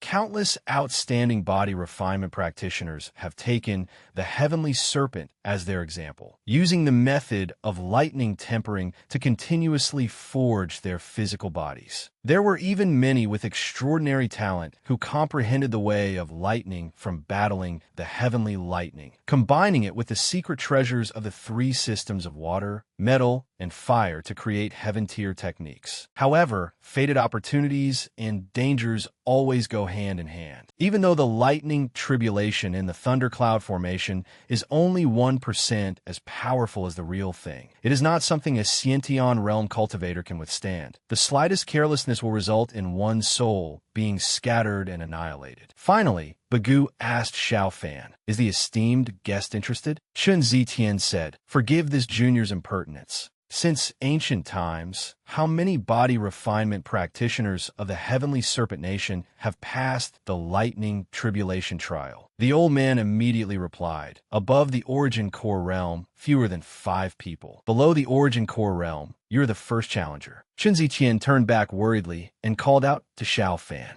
He said, since it's a fated opportunity that others can only dream of, how can there be a reason to miss it? The three-eyed blood demon sighed. Here we go again. Just as he was about to leave, Chun Zitian spoke up. Wait. He turned back to look at her, not understanding what was happening. She said seriously, sharpening the axe doesn't delay the work of chopping wood. In your current state, how can you withstand the lightning? He looked at her and said, she continued, in the past, it was always you who healed me. This time, let me return the favor. He looked at her in surprise and said, but your body. Chun Zitian didn't say much, just raised her hand and performed the withered wood rejuvenation technique. A stream of spiritual energy emanated, enveloping Xiao Fan. Xiao Fan asked in shock, your cultivation realm. Chun Zitian closed her eyes and focused, saying, concentrate on recuperating. Other matters. Wait until you, she said shyly, wait until you return safely, and I will tell you. Xiao Fan thought to himself, the Jinmu divine tree, the great tree connecting humans and gods. Why is it Chun Zitian? He didn't dare to be distracted. A few hours later, she let out a tired breath and withdrew her spiritual power. Xiao Fan observed his wounds, thinking to himself, the vibrant spiritual power of the Jinmu divine tree is truly astonishing. In just a few hours, my injuries have recovered by 80%. Chun Zitian sat down tiredly and said, my head is spinning. He walked over and handed her a bottle of medicine, saying, you just broken through a realm and already consumed your true essence. You've worked hard. She took the bottle, stood up, and said, so formal. Being able to use my power for the first time without any worries is just exhilarating. It wasn't hard at all. Hearing her say this, he chuckled to himself, this lass. Xiao Fan walked up to Bagoo and said, Bagoo, I'm ready. Have you thought it through, esteemed guest? Once you enter the formation, there is no way back. He looked at Bagoo and smiled faintly, saying, the path of cultivation has always been a single plank bridge. There's no turning back. Being timid and hesitant is just seeking your own death. Bagoo clapped his hands and said with satisfaction, very good. Then the light gradually dimmed, and a circular formation appeared behind Bagoo. The old man then said, esteemed guest, please enter the formation. Xiao Fan stepped into the formation. Chun Zitian showed a worried expression and subconsciously followed. As she was about to reach the formation, she was stopped by Bagoo. You two, please stop. What comes next is his personal trial. You two, please stop. Xiao Fan stepped into the formation, and before he could even stand firm, he was teleported to the Thundercloud Valley. This place was filled with roaring thunder and lightning, a region of darkness. He was teleported here, looked around once, and said, the smell of burning is everywhere in this valley. At this moment, Bagoo's voice also rang out. A reminder for the esteemed guest, please remember, 81 heavenly lightning bolts, 9 bolts per round, for a total of 9 rounds. He thought to himself, the power of the heavenly lightning in each round will increase significantly. Bagoo said, there's a short rest period between each round for the esteemed guest to rest. I'm afraid there won't even be time to breathe. Beneath Chu Fam's feet were piles of corpses. No wonder he smelled something burning. Please make the most of your time. Well then, I wish you a rebirth from the fire. Chu Fam looked at a charred corpse beside him. Then he looked up at the sky, thinking to himself, a heavenly tribulation? How nostalgic. The last time I underwent a heavenly tribulation was tens of thousands of years ago. As the heavenly tribulation descended, he still smiled calmly, thinking it was neither painful nor itchy. The second bolt of heavenly lightning struck. Chu Fam continued to think calmly. It seems the first wave of lightning tribulation poses no threat to me. Outside, Tran Tu Tien and the three-eyed blood demon were watching. As Chu Fam drew the lightning tribulation, the three-eyed blood demon sighed helplessly. This brat really knows how to show off, getting struck by lightning, yet remaining so calm. Tran Tu Tien frowned in annoyance. Stop with the sarcasm. Aren't you worried about Chu Fam? The three-eyed blood demon replied indifferently. That kid asked for it himself. If he dies in there, this seat will be the first to light firecrackers in celebration of the Blood Pact's dissolution. If you're truly worried about him, Why didn't you stop him earlier? She said sadly, he has great ambitions and is bound to fly to higher places. I know I can't persuade him. The only thing I can do is support him. You're also someone who cares too much about face. Look at that last Muk Lin Noyet. She is so smart. The rice is already cooked, and she said everything she needed to say for him. Such a good opportunity. Yet you insist on being reserved. She blushed and pinched the three-eyed blood demon's ear, saying angrily, does your mouth not have a door? The three-eyed blood demon cried out in pain. I was wrong. Bako saw the two arguing endlessly, so he stroked his beard and said, the third wave of lightning tribulation has ended. Tran Tutien was surprised. What? So fast? Tran Tutien and the three-eyed blood demon looked inside. Inside, Chu Pham exhaled. Being a martial artist at the Xiantian realm, yet unable to circulate his cultivation method, Bako saw that he could withstand 3 waves of heavenly tribulation with just his body, thinking to himself, relying solely on the physical body to withstand the first 3 waves of heavenly lightning. This young man's physique is far different from ordinary people. Perhaps he can really do it. The old man said to Chu Pham, starting from the 4th wave of lightning tribulation, the power of the heavenly lightning will increase drastically. Please deal with it carefully. Hearing this, he looked up at the sky. Thunder and lightning intertwined with a resounding momentum. It seems the 4th bolt of heavenly lightning is about to descend. He stood up and executed the heavenly emperor art. In the blink of an eye, it was already the 28th bolt of heavenly lightning. Chu Pham cast the primordial star division, enveloping his body, his hands propping up the sky. Even using a shield to resist the lightning, his body was still stimulated by the current. Indeed, a good way to improve the body's resilience. The 36th bolt of heavenly lightning struck unexpectedly, actually shattering the primordial star division he created. A bit unexpected. Afterward, he looked at his reddened hands and exhaled. Fortunately, it only consumed a bit of true essence. Chu Pham looked up at the sky again, seeing thunder and lightning rumbling. This time it was a bit strange. The lightning was green. Saying that, he took out a bottle of pills and swallowed 2. At this moment, power radiated from his hands. The main part is coming next. Then, Chu Pham took out the blood-devouring spear, swung it, and said, blood-devouring spear, go. He threw the spear straight into the air, piercing it into a large boulder. Bako saw this and said, using a metal weapon to conduct and divert the electricity, thereby weakening the power of the tribulation lightning? You are indeed meticulous. The 41st bolt of heavenly lightning. The 49th bolt of heavenly lightning. He was already feeling a bit uncomfortable. The 56th bolt of heavenly lightning. The 63rd bolt of heavenly lightning. Tran Tutien called out anxiously from outside. Chu Pham. Chu Pham exhaled wearily, drenched in sweat. Starting to get exhausted? This can't go on. I must divert part of the lightning tribulation externally. The 64th bolt of heavenly lightning. Chu Pham channeled his spiritual power, then shouted loudly, guiding all the heavenly lightning into his body. Bako was extremely astonished seeing this.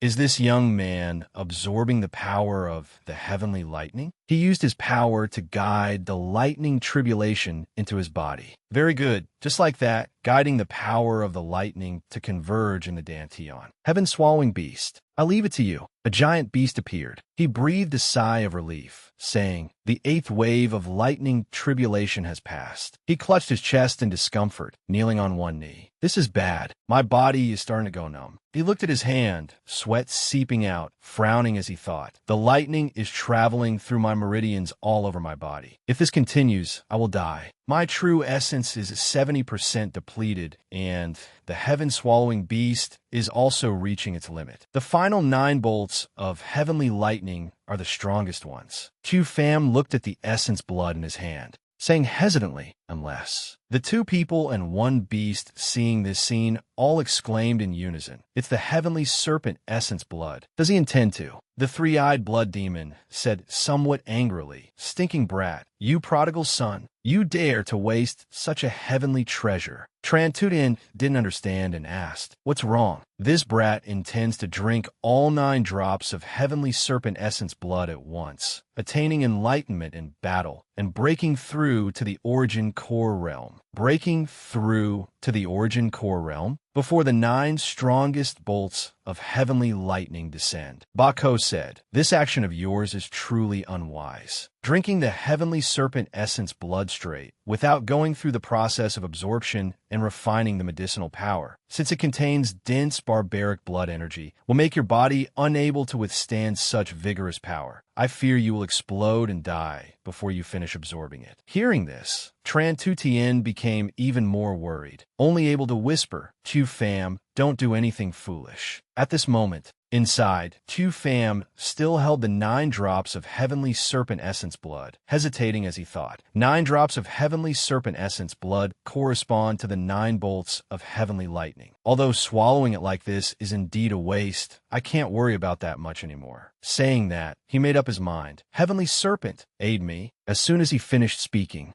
he drank all 9 drops in one breath. His eyes turned completely white, and he gritted his teeth in discomfort, because at this moment inside his body, his heart was contracting violently. He knelt down, clutching his chest in pain. Patterns resembling snake scales appeared at the corners of his eyes. He closed his eyes for a moment, then suddenly opened them, exhaled sharply, and shouted loudly. Behind him appeared a giant python. Bako also said in astonishment, "That is, the heavenly serpent Dharma aspect." The heavenly serpent let out a roar, and snake scales also appeared on Chu Fam's hands. His eyes began to turn white again, then returned to normal. Looking at his hand, he smiled slightly. The heavenly serpent blood energy and the heavenly Tao pure energy are constantly clashing within my body. As soon as the words fell, he sat down, holding his head in pain again. In his divine consciousness, a heavenly serpent appeared at this moment, but its form resembled the divine beast torch dragon more. Chu Fam was surprised. This is, amidst the vast universe and surrounding galaxies. He watched for a while, and then said, "So many strange scenes are flooding into my mind." Standing before the heavenly serpent for a moment, he guessed, "Wait, is this the heavenly serpent's memory? So that's it." Chu Fam stood up and said to the heavenly serpent, "I am not named Heavenly Serpent. Your true name is Heaven and Earth." The anomaly of lightning filling the sky caused the beasts in the forest to flee in terror. A group of people from the Ba Xa tribe saw this and looked up at the sky, saying, "Why did the sky suddenly turn so dark? Such huge dark clouds." A clansman pointed in a direction, saying, "Look quickly, what is that?" Everyone looked in that direction. A moment later, a heavenly serpent appeared and let out a fierce roar. Then it looked towards the people of the tribe. "It's the heavenly serpent. Ancestor heavenly serpent has manifested." After speaking,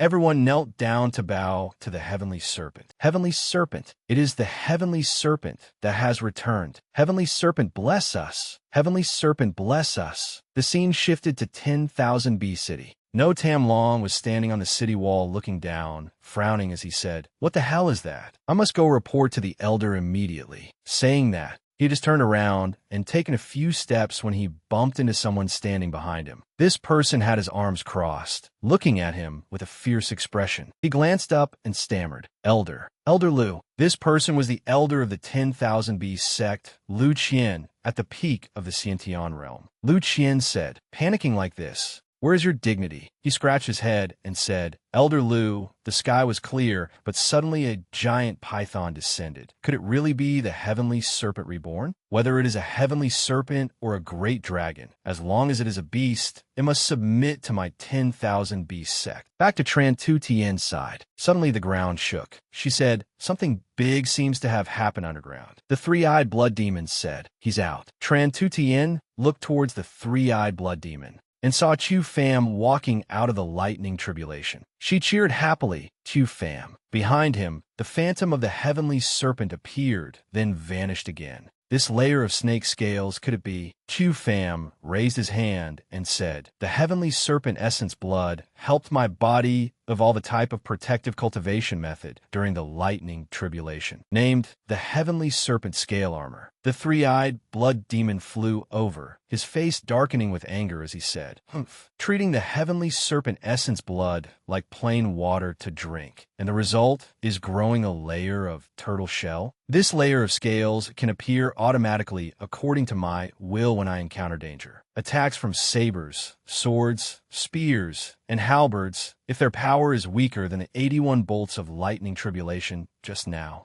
will find it hard to break through it. Hearing this, Ba Ko knelt down again, greatly surprising both the three-eyed blood demon and Tran Tu Tien. This old slave welcomes the heavenly serpent divine envoy. From now on, you are the new master of the heavenly serpent divine temple. He helped Ba Ko up, saying, Heavenly serpent, isn't that its name? Hearing this, Ba Ko replied, yes and no. Tran Tu Tien and the three-eyed blood demon, standing behind, heard this, their heads full of question marks. Qiu Fam asked, is its main body really in the heavenly serpent country? Ba Ko also immediately replied, it is and it isn't. Tran Tu Tien, standing behind, became even more confused. What are you two talking about? Exactly. Speak clearly. Don't be so cryptic. Qiu Fam said, after I swallowed the heavenly serpent essence blood, I saw its memories. The heavenly serpent is no ordinary divine beast. Tran Tu Tien still didn't understand and asked, what does that mean? He smiled, then gave her a riddle. You are well-read and knowledgeable. Try to guess. Eyes open it is day, eyes closed it is night, body entirely red, no legs but a snake, body 1,000 miles long, neither eating nor sleeping. What is it? She rested her chin on her hand and thought. The three-eyed blood demon said, this seat knows it is the great god Zhu Jiuyin. Tran Tu Tien asked curiously, who is that? Ba Ko also corrected, correct. The name of the heavenly serpent is Zhu Jiuyin. In the Four Directions divine realm, it is also a great god with resounding fame in one region. Ba Ko recounted, years ago, my master set foot on this land to find a crafting material called the central pole, torch dragon scale. Unexpectedly, he discovered an almost complete molted skin of the torch dragon in this devil's pit, and also collected dozens of drops of essence blood left behind by the torch dragon when it molted. Just then, there was a ferocious monster snake named Jiu in causing chaos in all directions. Master did not want to bury the power of the torch dragon for his own selfish interests, so he borrowed the remaining power of the torch dragon's skin to seal Jiuing. He not only built the heavenly serpent divine temple to suppress it, but also fabricated the legend of the heavenly serpent's wrath, the myriad demons transforming and the mountains shaking. The inhabitants here and the heavenly serpent kingdom were named after this. After Master passed away, the power of the torch dragon also gradually faded, and the murderous aura on Jiu Ying's body diffused outwards through the devil's pit. Yet, countless cultivators treated this place as a secret realm. How ridiculous. Hearing this, Tu Fam thought to himself, so,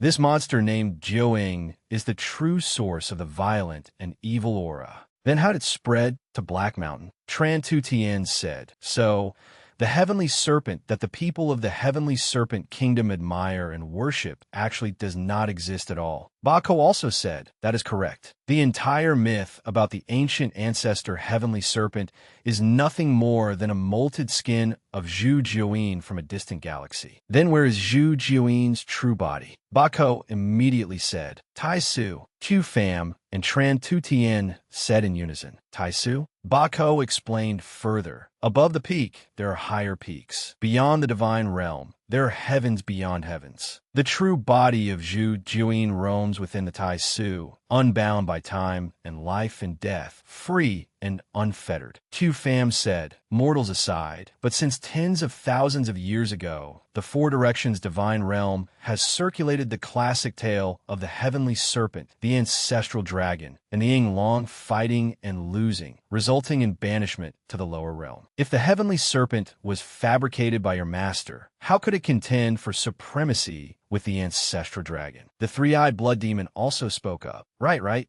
This seat can testify. May I ask, Lord Divine Envoy, have you ever paid attention to the struggles between ants? The Four Directions divine realm and the true martial continent, to him, are just ants. In the eyes of Zhu Jiuyin roaming in the Tai Su, what great war of gods and demons, what changing of dynasties, are no different from ants on a tree fighting for territory. The legend of the heavenly serpent being on par with the ancestral dragon. No one can verify where the true body is. But in the cycle of history, the only thing that can be affirmed is that Zhu Jiuyin has never directly participated, nor has he ever truly left. Chu Pham and Tran Tu Tien looked at each other and said this. Suddenly, the divine temple shook violently. Tran Tu Tien panicked. What is happening? Bako immediately replied. The heavenly serpent divine temple has consumed a significant amount of spiritual power to operate the thundercloud formation. In order to continue suppressing Jiaoying, the temple must close to rest and recover. The three-eyed blood demon angrily lunged forward to strangle Bako, saying, Hey, this seed had a hard time escaping the Black Mountain secret realm. I don't want to enter another tomb to be buried with it. Bako was strangled until dizzy and said, Please rest assured.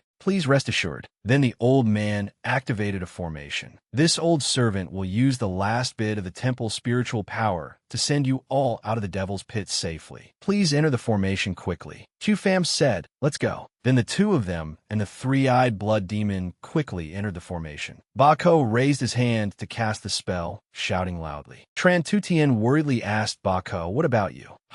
This old servant is the artifact spirit of the temple. Naturally, I must exist and perish with the heavenly serpent divine temple. That's right. The old man took a box from his bosom and threw it towards him. Lord Divine Envoy, you forgot something. He caught the box, opened it to look, and exclaimed in surprise, Heavenly Serpent's heart blood. The three-eyed blood demon said, What? There's still some left? Chu Pham asked, How much longer can the Heavenly Serpent divine temple suppress Jiaoying? 100 years, perhaps even shorter. The old man immediately understood and replied, 1 sexagenary cycle. Good.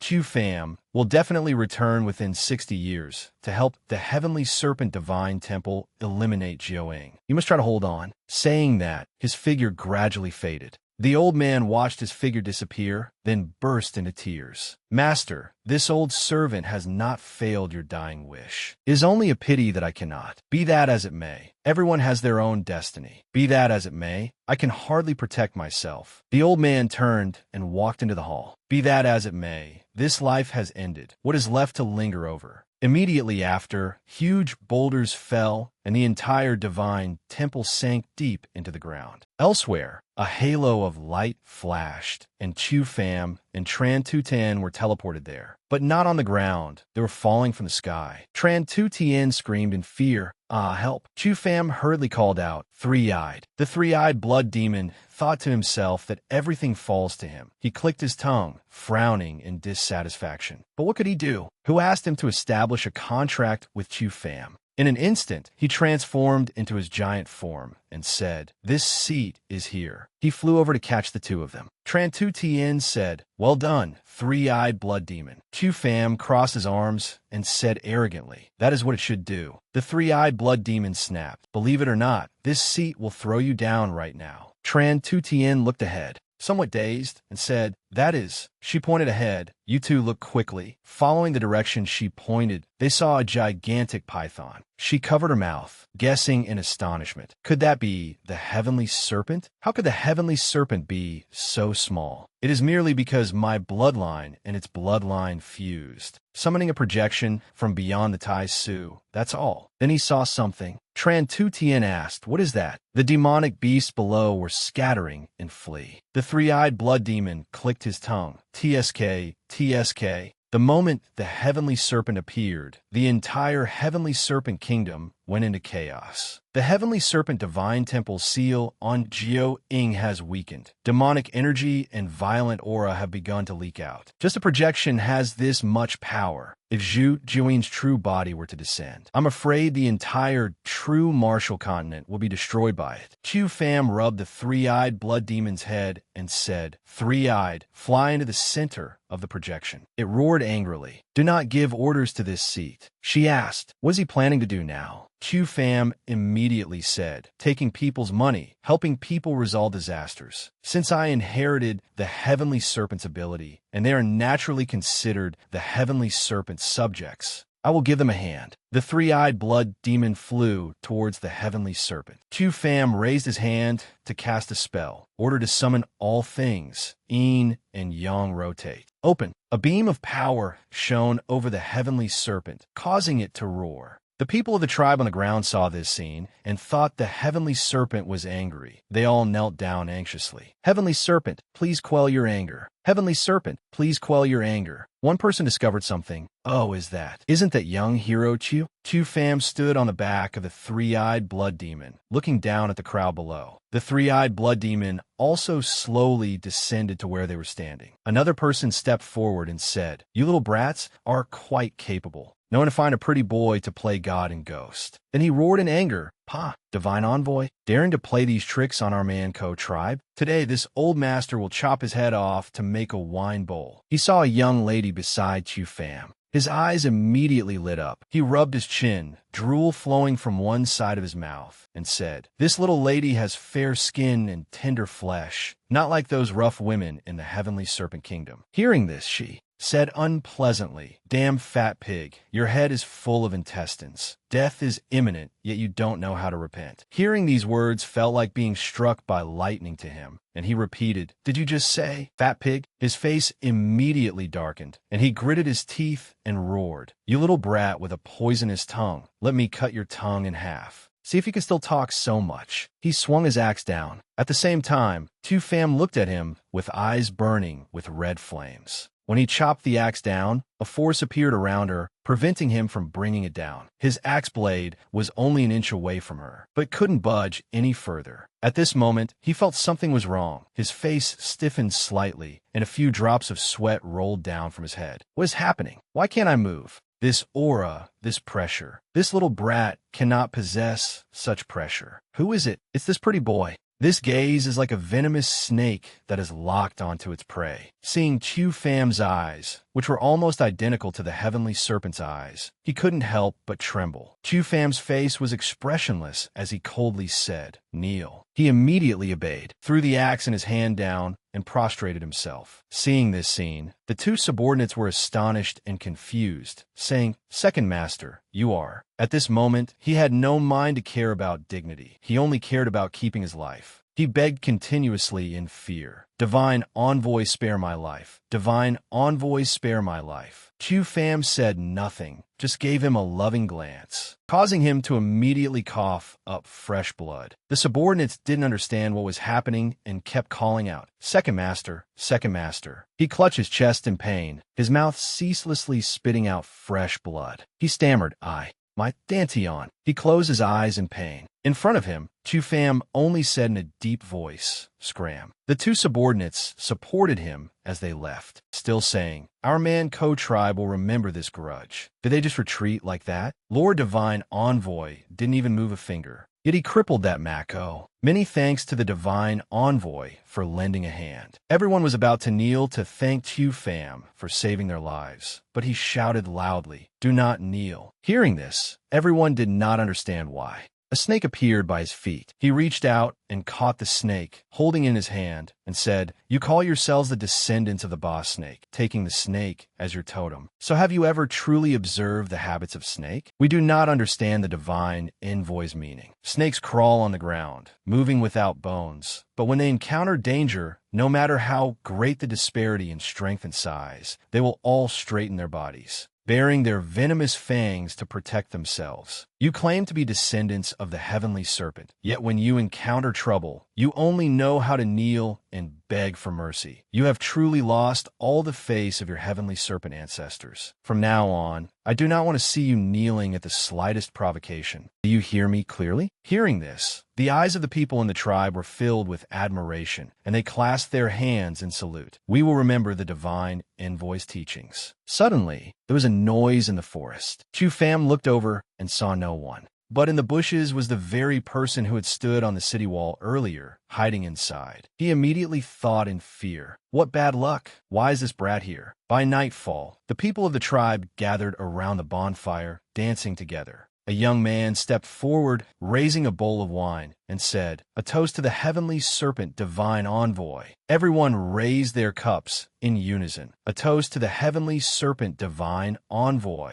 He happily raised the bowl and said, "Bottoms up." Just as he was about to drink, he stared into the bowl, his face becoming somewhat gloomy. In the bowl of wine, a red skull appeared. Long night of 10,000 kulpas. The morning star leads the way. The heavenly emperor watches. Rain returns at dawn. He raised a wine bowl and drank it all, saying, "Damn it." A boy holding a medicinal herb hidden behind his back slowly approached Chu Fam, carefully saying, "Big brother Chu, you said before that as long as I passed the test, you would accept me as a disciple. Does that promise still count?" Chu Fam asked. "What is it? You found the momentary flower?" The boy hesitated for a moment, then took out the herb and said, "It's here." He used this to fake being the momentary flower. A Thaptat immediately said, "Ancient texts record that a ksana is a fleeting moment that vanishes, a snap of the fingers that fades away. Big brother Chu told me to look for the momentary flower, actually wanting to teach me that life and death are impermanent, and one must cherish every moment before one's eyes. Every flower in its short life, the moment it blooms, is its most beautiful moment. Therefore, any herb, when it withers, has once had a momentary bloom, and that moment forever exists only in the present. Just like Big Brother Chu, the real medicine to cure Sister Tran's illness is not the momentary flower, but Big Brother Chu, who in his short life has spent countless moments for Sister Tran. Who knows where this kid learned these words?" Chu Fam just smiled after hearing this, saying nothing. Seeing him not answer, the boy thought he said something wrong and was extremely frightened. But he just smiled, then asked the boy. Chu Fam looked at a Thaptat, praising, "Well said, who taught you that?" This is what this disciple thought of himself. He asked the boy while looking towards Tran Tu Tien. She was sitting and drinking wine with another person, the two toasting continuously. "Come on, drink, drink." Seeing this scene, he put his hand to his forehead, secretly sighing. "TSK, truly a nosy person. All right then, since you have traveled such a long way, I will reluctantly consider you to have passed." The boy happily said, "So that means." A Thaptat joyfully kowtowed to Chu Fam, then said, "Thank you, Master, for accepting me as a disciple. Don't be in a hurry to call me Master. Have you really thought it through? I am all alone. One could say I have no one to rely on. If you bow to me as your teacher, I may not necessarily be able to protect you completely." Reporting to Master, this disciple bowing to a master is absolutely not, because I want Master to be a bodyguard for this disciple. What this disciple craves is the ability to control my own destiny, not submitting to the heavens. This disciple also wants to gain that ability to protect my tribesmen. Chu Fam remembered the phrase "heavens will stand with us" that the skull had said. He thought, control one's own destiny, huh? He raised a wine bowl to take a sip, then said, "All right, go bring the wine here." The boy heard this, but didn't understand Chu Fam's meaning, standing dazed on the spot. The three-eyed blood demon flew over, knocked on the boy's head, and said, "Stupid kid, this is telling you to offer wine to bow to your master. Why aren't you going yet?" Athapsa brought the wine jar over and said, "Hurry and toast young Hero Chu." Athapsa proudly said, "In the future, you must follow young Hero Chu and learn well. You're the hope of our boss snake tribe." The boy heard this. His eyes lit up. He reached out to take the wine jar, then knelt before Chu Fam. "Please drink, Master." Chu Fam stepped forward, grabbed the boy's hand, then flew upwards. A Thaptat panicked and cried out, "Master." Chu Fam then said, "Follow me." A green light shone down, so dazzling that no one could open their eyes. Chu Fam held the boy's hand, flying into the air. Although the boy was scared, he still held the wine jar and said, "Master, please put me down. I can walk by myself." A Thapsa saw this scene and said about, "Miss Tran, young Hero Chu has left. Are we still holding this celebration banquet?" Hearing this, she also didn't know what to say, only stuttering in reply. This, Chu Fam, and the boy flew into the air, then landed. No Tam Long was not wrong in what he said. This disciple deliberately led them to the heavenly serpent divine temple. Unexpectedly, they came out alive. He slapped the chair and stood up abruptly, laughing, "Good, very good. It seems this kid received a great opportunity in the temple. That ability to control 10,000 beasts must be a secret treasure bestowed by the temple. People of the great Yu kingdom dare to take treasures on the territory of my 10,000 beast sect. How can they not hand something over?" He held a stone in his hand, chanting a spell. Then he ordered, "Take this sound transmission stone and give it to the first master of the man ancient tribe." He gave the sound transmission stone to that person. then turned to leave, saying, his own brother died at the hands of this kid. Manhwa is furious but has nowhere to vent his anger, just in time to add fuel to the fire for him. At this moment, Chu Pham and a Thap Tat were sitting on the mountain peak praying. Chi moves to the Dantian, up through the Bai Wei, down to the Yongquan. One cycle is a complete circulation. Hearing him mumble for a while, a Thap Tat's eyelids grew heavy, and he unwittingly fell asleep. Seeing this, Tu Pham just said little brat, then gently placed the boy down on the ground. After settling him, Tu Pham took off his outer robe and began to focus on meditating. Through the translation of the three-eyed blood demon, he had understood 70 to 80% of the content of the three-eyed blood demon scripture. Although it was only an earth-rank cultivation method, the method of controlling blood chi within it was truly exquisite. The 9 drops of heavenly serpent essence blood he had swallowed recklessly in the thundercloud formation earlier had been refined by 70 to 80%. With his current cultivation at the peak of the Xiantian realm, the great circle of perfection, he was only one step away from entering the origin core realm. After meditating, he let out a breath. But a mediocre origin core cannot provide enough true essence for the second half of the Heavenly Emperor art. He took out the remaining drop of Heavenly Serpent Heart blood from his hand, just in time to use the three-eyed blood demon scripture to refine this drop of Heavenly Serpent Heart blood, laying a perfect foundation for my origin core. Just as he finished meditating, the sun also rose. Looking at the sun, he thought to himself, dawn is coming. Early morning at the Boss Snake tribe, the sun had crossed the mountain peak on this side. A Thap Tat had been brought back to the tent by Chu Pham. He was sleeping soundly when suddenly the sound of hurried footsteps startled a Thap Tat awake. It seemed there was some danger. A member of the tribe shouted loudly to alert everyone. It's the Man Ancient tribe. The Man Ancient tribe is here again. Wake up and resist the enemy. A Thap Tat just stepped out of the tent, looked around, and bewilderedly asked the person next to him, what's happening? Suddenly, from the direction of the forest, rows of arrows were shot towards the Boss Snake tribe. A Thap Tat looked up in surprise, only to see countless arrows flying towards him. In no time, people in the tribe fell one after another. On a nearby mountain peak, the first master of the Man Ancient tribe, Manhwa, with the cultivation of the Xiantian realm third heaven, was observing this raid. He angrily said, dare to cripple my brother's Dantian. I will have you bugs of the Boss Snake tribe buried with him. After a fierce rain of arrows, the village was devastated. A Thap Tat was looking for Chu Pham everywhere. Master must find Master quickly. Suddenly, he saw a person sitting on the ground, hit by several arrows. He immediately ran over and called, Uncle Bobbin, Unso Bobbin. Let's go quickly. A Thap Tat helped Uncle Bobbin up, struggling to drag each step. Back to Manhwa, he roared in anger. Damn it, dare to touch my brother, Boss Snake tribe. Spare neither chickens nor dogs. Listen to my order. His archers began to draw their bows, in an instant shooting countless arrows flying towards the Boss Snake tribe. One of them flew straight toward a Thap Tat and Uncle Bobbin. A Thap Tat also realized the danger approaching. Damn, can't dodge it. Just when he thought he was about to die. Suddenly, a giant azure dragon flew in from nowhere, blocking all the arrows for him. It turned out to be a dragon created by Chu Pham. Fortunately, he arrived in time to save their lives. Chu Pham controlled the azure dragon to hover over the village, extinguishing the fires. Chu Pham looked at a Thap Tat with satisfaction, saying, knowing to protect the injured, well done. Seeing him appear, a Thap Tat cheered joyfully. Master. On another side, Tran Tu Tien utilized the power of the Jianmu divine tree, spreading it out to the surroundings. 10,000 trees springing together. Immediately after, the divine tree emitted a green light, healing the wounds for the entire tribe.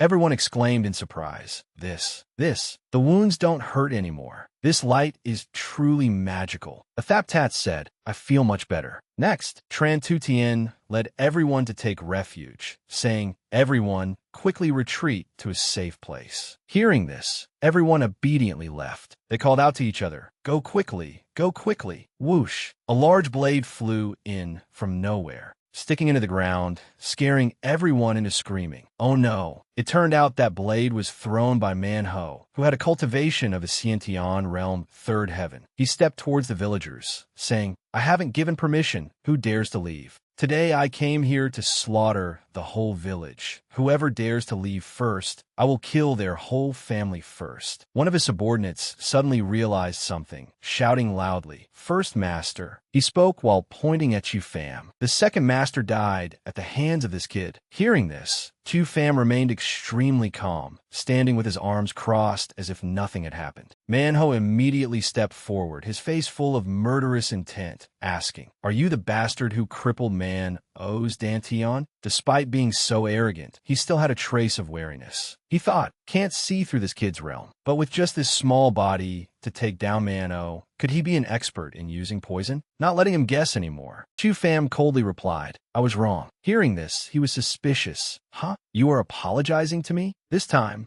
Chu Fam confidently threatened, "Leaving a survivor to report the news was my mistake. But it doesn't matter, wiping you all out today will do." Hearing him say this, Manhwa felt it was very amusing. "Oh my, dare to show off in front of me, Manhwa." He put his hand to his mouth, whistling a sound. A stream of black smoke flew in from nowhere. Seeing this scene, Chu Fam was quite surprised. Then, the stream of black smoke arrived in front of him, gradually transforming. First the legs, then the mouth, then the entire shape, turning into a giant two-horned monster, looking extremely ferocious. Chu Fam exclaimed in surprise, "What a big cat." It immediately attacked. Chu Fam vigilantly dodged to the side. But when he looked up at the sky, a giant winged eagle appeared. He thought, "There's more?" Manhwa, with the cultivation of Xiantian realm, third heaven, pulled up the large blade stuck in the ground. He looked at our male protagonist, saying with interest, "Regardless of what ghostly tricks you have, today I must take your dog head to vent anger for my brother." Chu Fam said,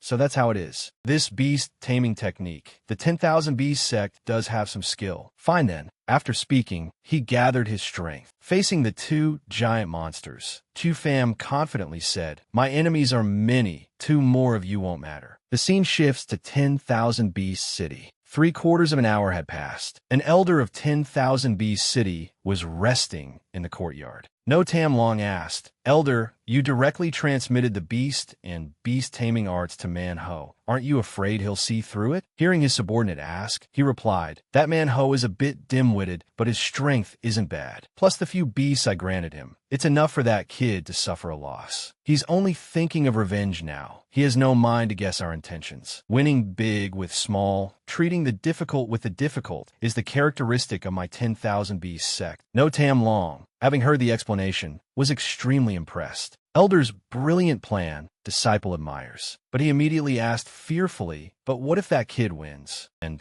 comes knocking on our door?" He laughed smugly. "Winning and coming to our door, isn't that even better? Saves us the trouble of going to collect his corpse." Suddenly, a voice echoed from nowhere, "As you wish." This made the elder highly alert. No Tam Long immediately recognized the voice, saying, "Elder Lu, it's that kid's voice." Immediately after, he kicked No Tam Long in the head, scolding angrily, "Damn it," then quickly flew towards the source of the voice, leaving No Tam Long bewildered calling after him, "Elder Lu." Very quickly, Lu Qin flew up into the sky. He hovered in midair, shouting, "Kid, come out." Suddenly, something appeared, smashing the roof. He looked down warily. Lu Qin panicked. What? It turned out to be the two-horned giant cat from earlier. Now, somehow its head was stuck fast in the roof. Seeing this, his face changed drastically, saying angrily, "You brat." On this side, Chu Fam had also appeared, standing in front of him. He mocked, "A dignified elder of a sect, failed at robbery and lost everything. Doesn't sound too good when spoken of, does it?" Lu Qin thought to himself, "Able to stand equal to me, also peak Xiantian." He angrily questioned, "Where is Manhwa?" Tioi Fam coldly replied, "Manhwa?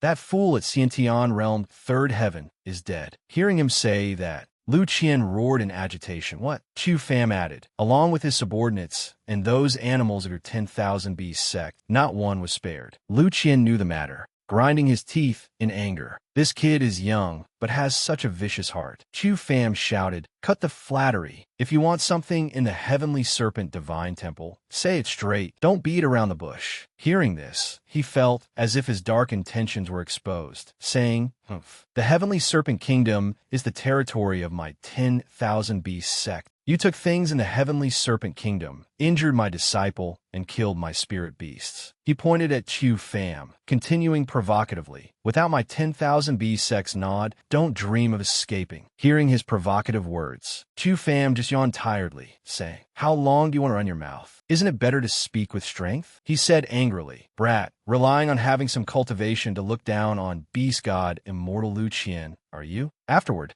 he drew the sword from his back, adding, "Today, I will teach you a lesson on behalf of your elders." As soon as he finished speaking, deadly sword chi from his sword shot towards Chu Pham. Brat who doesn't know his own limits. Chu Pham on this side, while trying to dodge, said to the three-eyed blood demon, "Three-eyed, be careful. The aura is too strong." He advanced towards Chu Pham, shouting loudly, "Kid, prepare to die." But Chu Pham remained very calm, saying, "Is your method bullying the few with the many?" The three-eyed blood demon said to him, "Food again." Chu Pham added, "No wonder at this age you're still just an elder. You're only fit to walk these cats and dogs in the forest." Hearing Chu Pham's provocation, the old man couldn't stand the anger, saying, "Good, good. Since you seek death yourself, don't expect to leave my 10,000 beast war pet grand formation alive." He spoke while rushing up to attack. Chu Pham on this side replied confidently, "Who exactly is the one seeking death?" He spoke while transforming, looking incredibly cool. Lu Qian shouted, "War pet grand formation," then rushed towards Chu Pham. Seeing this, Chu Pham warily reminded the three-eyed blood demon, "Careful." The three-eyed blood demon replied, "Need you to tell me." It quickly glided past, dodging all attacks. Lu Qian on this side confidently said, "I have practiced this war pet grand formation countless times. How could I let you escape easily?" Chu Pham at this moment was still trying to fly around. He turned his head to say to Lu Qian, "Such a full-of-holes battle formation is regarded as a treasure by the 10,000 beast sect." Chu Pham stepped on the three-eyed blood demon's back, jumped up and kicked the armored black bear in the head. Truly a joke. Elder Lu Qian below looked up, dumbfounded with his mouth open. Very quickly, Lu Qian jumped up to dodge Chu Pham's destructive attack. The roof below was smashed to pieces. He landed in another spot. "Little thief, don't be arrogant." Saying so, he swung the long whip in his hand, the whip flying in the air like a white silk ribbon. The other hand raised, shouting, "Change formation." At this moment, Chu Pham, standing on the back of the three-eyed blood demon, was immediately surrounded by a group of ugly beasts. The three-eyed blood demon tried to spread its wings and fly forward, ignoring the beasts closing in around them. Chu Pham frowned, thinking, truly tricky. Looking to the left,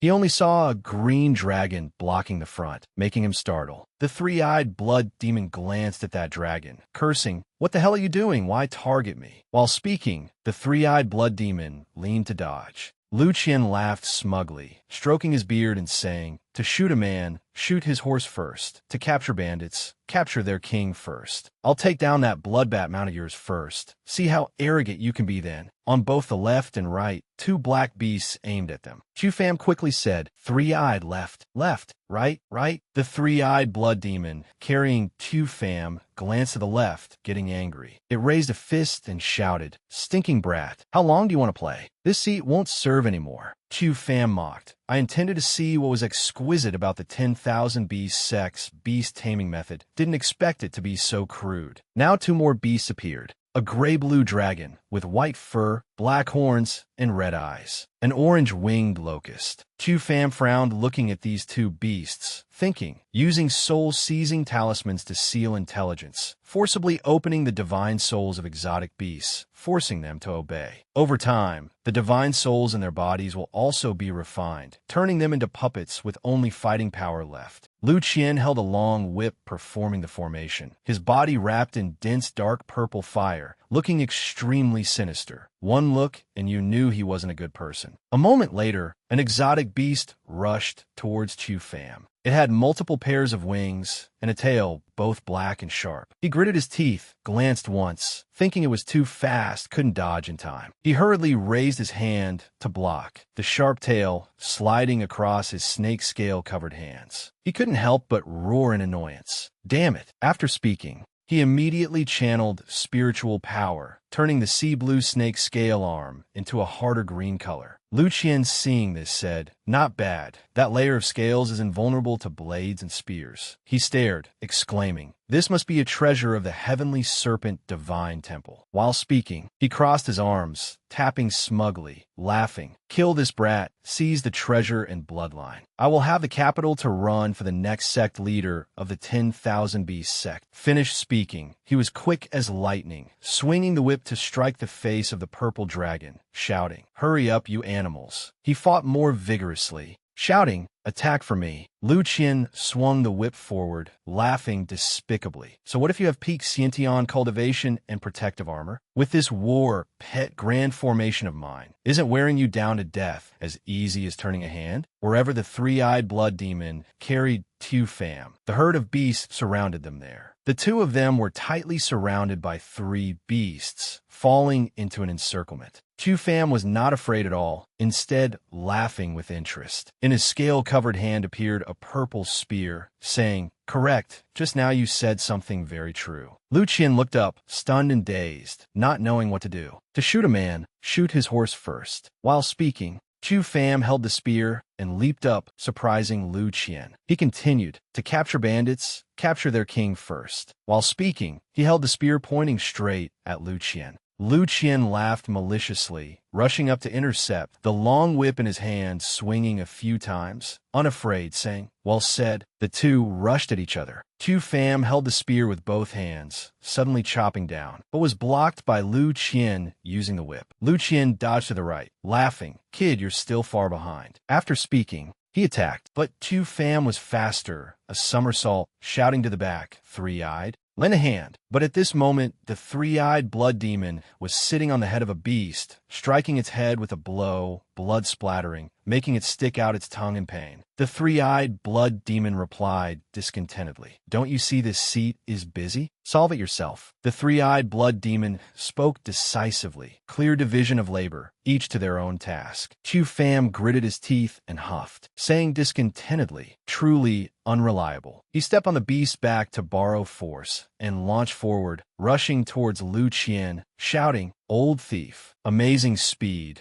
the surrounding air fluctuating violently, creating a white tornado. The two collided heavily, one side like fire, one side like wind, dust flying blindly, everything around shattering. The three-eyed blood demon and the gray dragon both stopped fighting, staring blankly, simultaneously exclaiming, "Oh my God." Lu Qian laughed smugly, while Tu Fam frowned in confusion. Surrounding the two was raging fire. "Didn't expect you to have some skill." Tu Fam took a stance, right hand gripping the spear shaft, left hand supporting the spearhead, entangled by Lu Qian's black whip, the two sides in a ceaseless tug of war, equal in strength. At this moment, Lu Qian's body was also wrapped in blazing red fire arts. He gripped the long whip tightly, pulling it taut. "Tu Fam, you are at a dead end. Obediently accept death." While speaking, Lu Qian used force to tighten the long whip, his face full of smugness. Tu Fam confidently said, "Not necessarily." He pulled the long spear back. The other hand performed a fire seal. He guided the flames to where the long whip was coiled, intending to burn it to ash. The fire spiraled along the whip. Lu Qian was startled and cried out, "What?" He still refused to let go of the whip. Instead, he gripped it tighter. Suddenly, a snake demon opened its wide mouth from nowhere, baring its fangs and lunging forward. At this moment, he could only use his hand to shield his body. He sneered, "A tiny flame? What can it do to me?" He stood on the roof, crossed his arms and laughed, saying, "My Earth Attribute secret hoard has been cultivated to be as hard as a rock." Lu Qian's joy didn't last long before his expression turned ugly, shouting, "This fire is burning my true essence." The fire surrounding Lu Qian burned more and more fiercely. He could understand. It's just a normal Earth Attribute secret hoard. How can it have such power? Tu Fam stood opposite,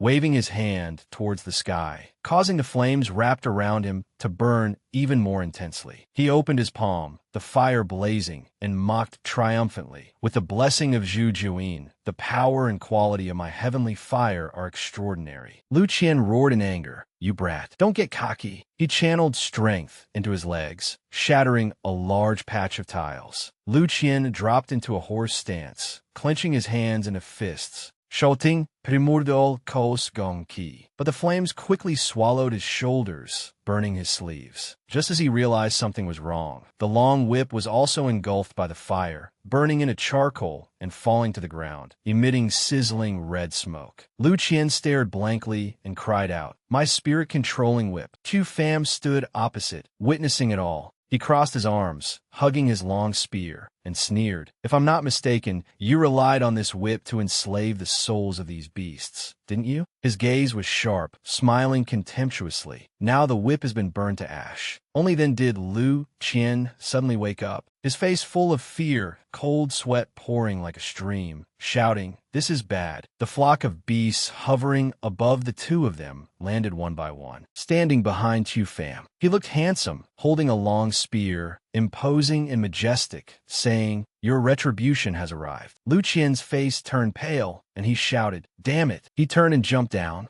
preparing to flee, not forgetting to turn his head back to warn, "Kid, just you wait." How could Chu Pham let him off easily? He threw the long spear directly, piercing through his leg and pinning him to the ground, causing him to fall in pain with a distorted face. The spearhead plunged straight into the ground, cracking the paving stones. Lu Qian's cold sweat flowed down, frowning and turning back to curse, "Bastard!" The herd of beasts approached from behind, bearing fangs and brandishing claws, scaring Lu Qian into retreating continuously, stammering, You all." Chu Pham stood on high, watching Lu Qian being torn apart by 4 beasts. When he saw one of them bite off Lu Qian's dangling arm, he couldn't help but frown. Fresh blood splattered, flowing all over the ground. No Tam long hid behind the door. He raised his eyebrows, realizing Lu Qian was finished. An elder at the peak of the Xiantian realm of my 10,000 beast sect actually died without a whole corpse. No Tam Long was terrified, unable to believe it. Just as he looked up, he saw Chu Pham standing on high, watching with crossed arms. No Tam Long was immediately scared out of his wits, his face pale and stunned. Chu Pham still had a furious gaze, his whole body wrapped in crimson flames. No Tam Long trembled with fear, daring not think too much. He had to run. He looked up to the sky and called for the 4-winged vulture, then jumped onto its back and flew away. The 3-eyed blood demon had now transformed back into the shape of a small bat. Noticing No Tam Long flying away on a demonic beast, it said to Chu Pham, "That kid wants to run." Chu Pham showed no mercy at this moment,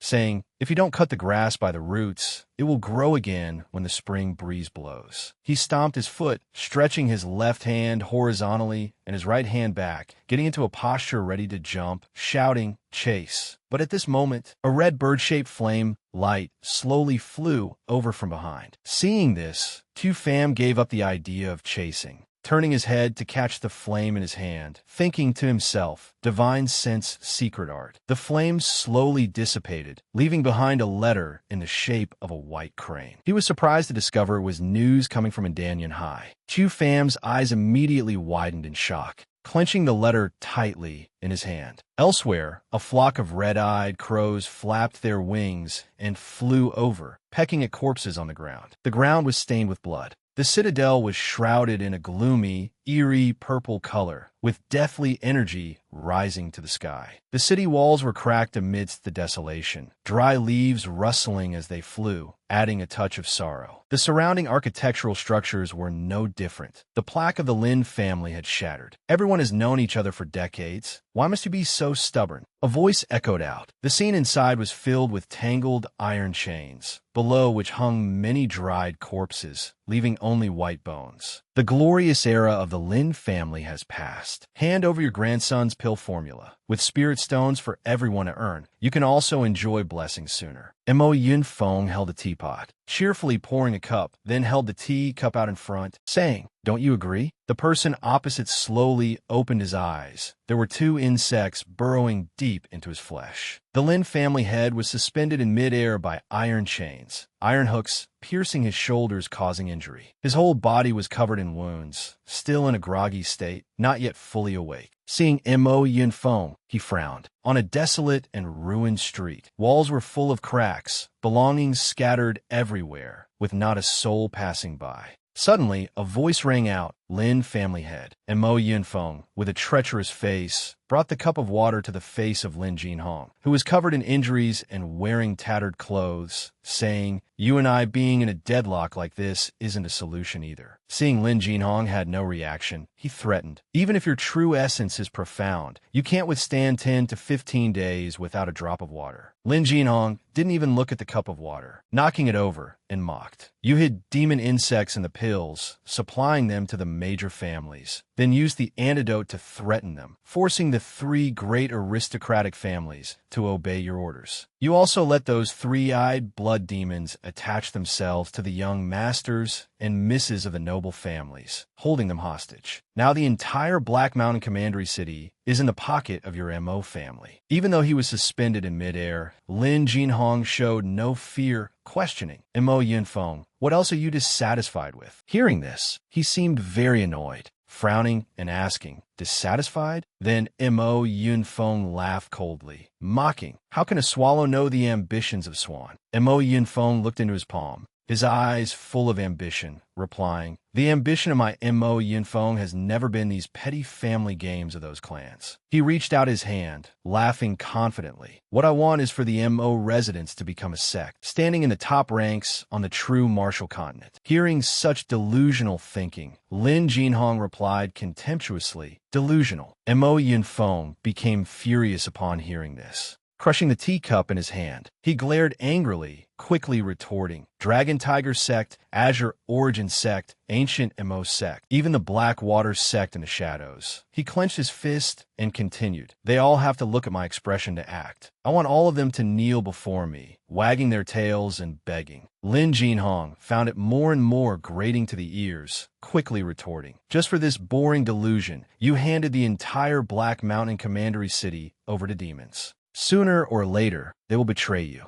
Mo Yunfeng felt like he was listening to a dull joke. He simply replied calmly, "Those ignorant 3-eyed blood demons could support a flourishing JG sect, so they can also recreate a Mo Yang sect that leaves a name for eternity." Stroking his beard, he said smugly, "Now my Mo family has everything ready, only lacking the east wind. As long as we can provide a stable, long-term supply of perfect grade pills, why should my Mo Yang sect worry about not securing a place on the true martial continent?" Mo Yunfeng felt that continuing to talk nonsense was a waste of time. He gradually lost patience and didn't want to beat around the bush anymore. He directly choked Lin Jinhong and asked, "Speak, what method did you grandfather and grandson use to refine perfect grade pills like flowing water?" Lin Jinhong was being choked, speaking unclearly, but still tried to explain. "I told you long ago, all the pill formulas and alchemy techniques are in the pill tower." Mo Yunfeng didn't get the answer he wanted, angrily slapping Lin Jinhong, shouting, "Bastard!" He hit him while saying, "I already had people turn the Lin family's pill tower upside down." After hitting him, he grabbed his hair and yanked hard, continuing, "I didn't find any secret formula at all." Mo Yunfeng became more agitated as he spoke, roaring, "I don't believe that your precious grandson would hide it even from his own maternal grandfather. If you still want to play the hero, don't blame me for not respecting our past relationship." As soon as this guy finished speaking,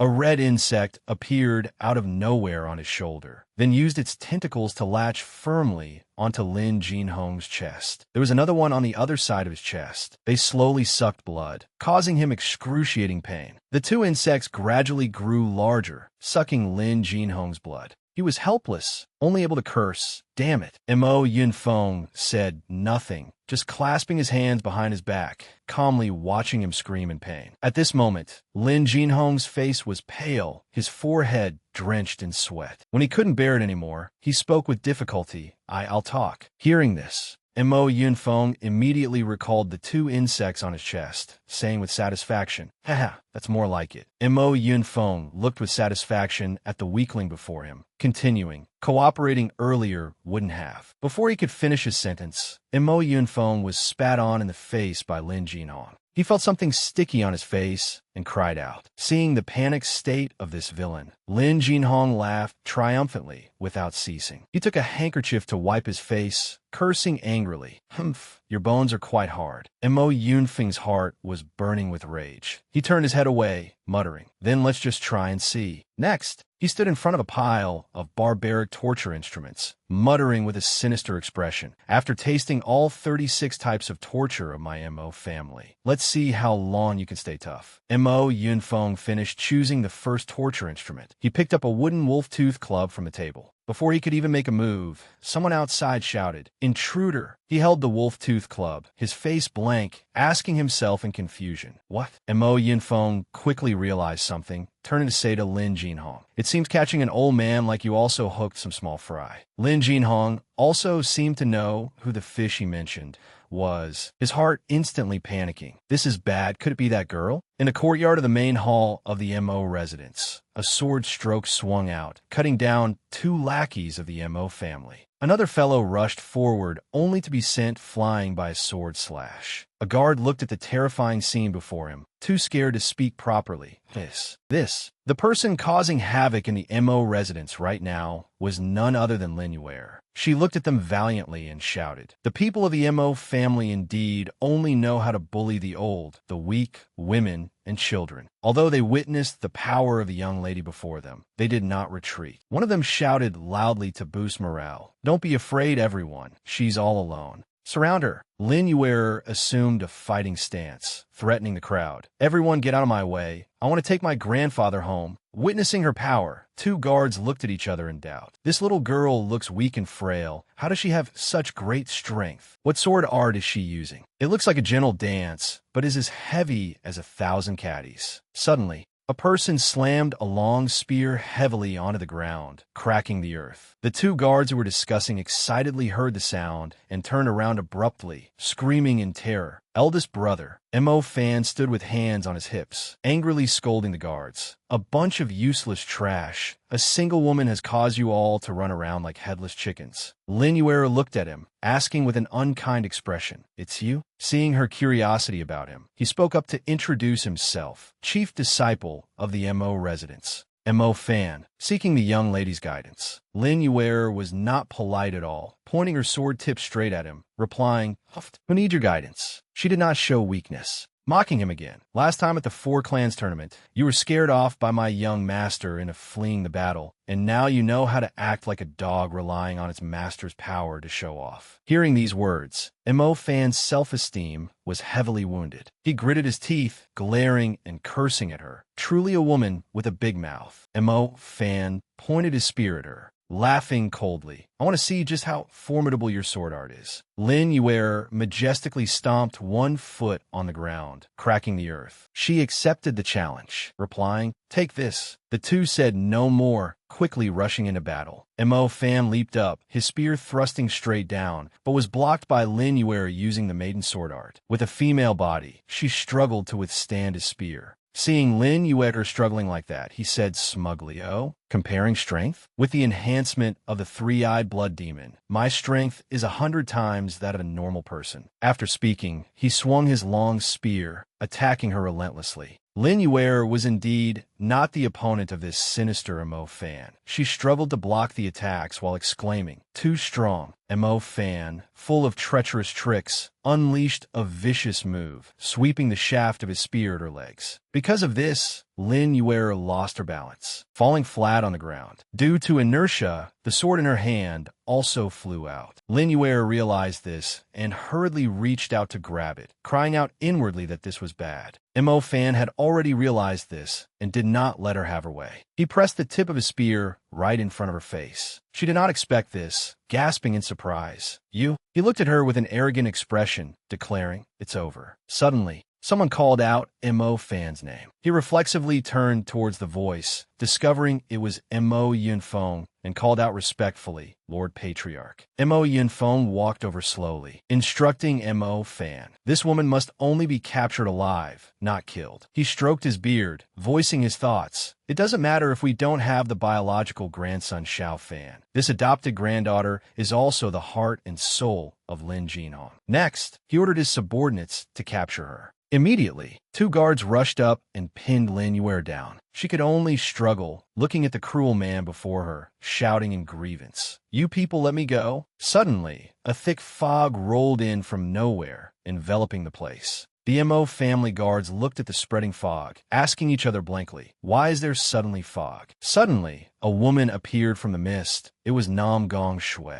She covered her face, appearing behind a guard and striking the back of his neck. She appeared and disappeared within the fog, forcing the guards to be on guard. While asking in terror, "Who is it?" Quick as lightning, Nam Gong Shui easily dealt with these minions. They realized she was not easy to deal with and immediately became alert. "Careful, there is someone in the fog." Lin Yuer was bewildered. "What is happening?" Nam Gong Shui took advantage of their lack of attention and pulled Lin Yuer's hand. "Go quickly." Mo Fan discovered the two, pointing at them and telling his subordinates, "There are reinforcements? Capture them all for me." Seeing they had been discovered, Nam Gong Shui intended to block them to open a path. She instructed Lin Yuer, "You go first, I'll bring up the rear." After speaking, she turned around fearlessly to engage Mo Fan. She immediately launched several shards of ice and snow, freezing his long spear. Mo Fan looked at the frozen spear shaft, muttering in doubt. "Ice?" He exerted force, and the layer of ice on the spear shaft shattered completely. The fog gradually dispersed, revealing the guards lying scattered on the ground. He looked at the chaotic scene before him, seeing no sign of the people, and said angrily, "Damn it, let them escape." Mo Fan immediately turned to Mo Yunfeng, kneeling to apologize. "This disciple is incompetent. Please punish me, Patriarch." Thinking that Mo Yunfeng would fly into a rage, but he tolerantly replied in a calm manner, "It's fine. These few fish that slip through the net will be caught in one haul sooner or later." At this moment, Lin Yuer and Nam Gong Shui were still fleeing. The two ran to a desolate, uninhabited place, stopping to gasp for breath only when they felt safe. Lin Yuer spoke first.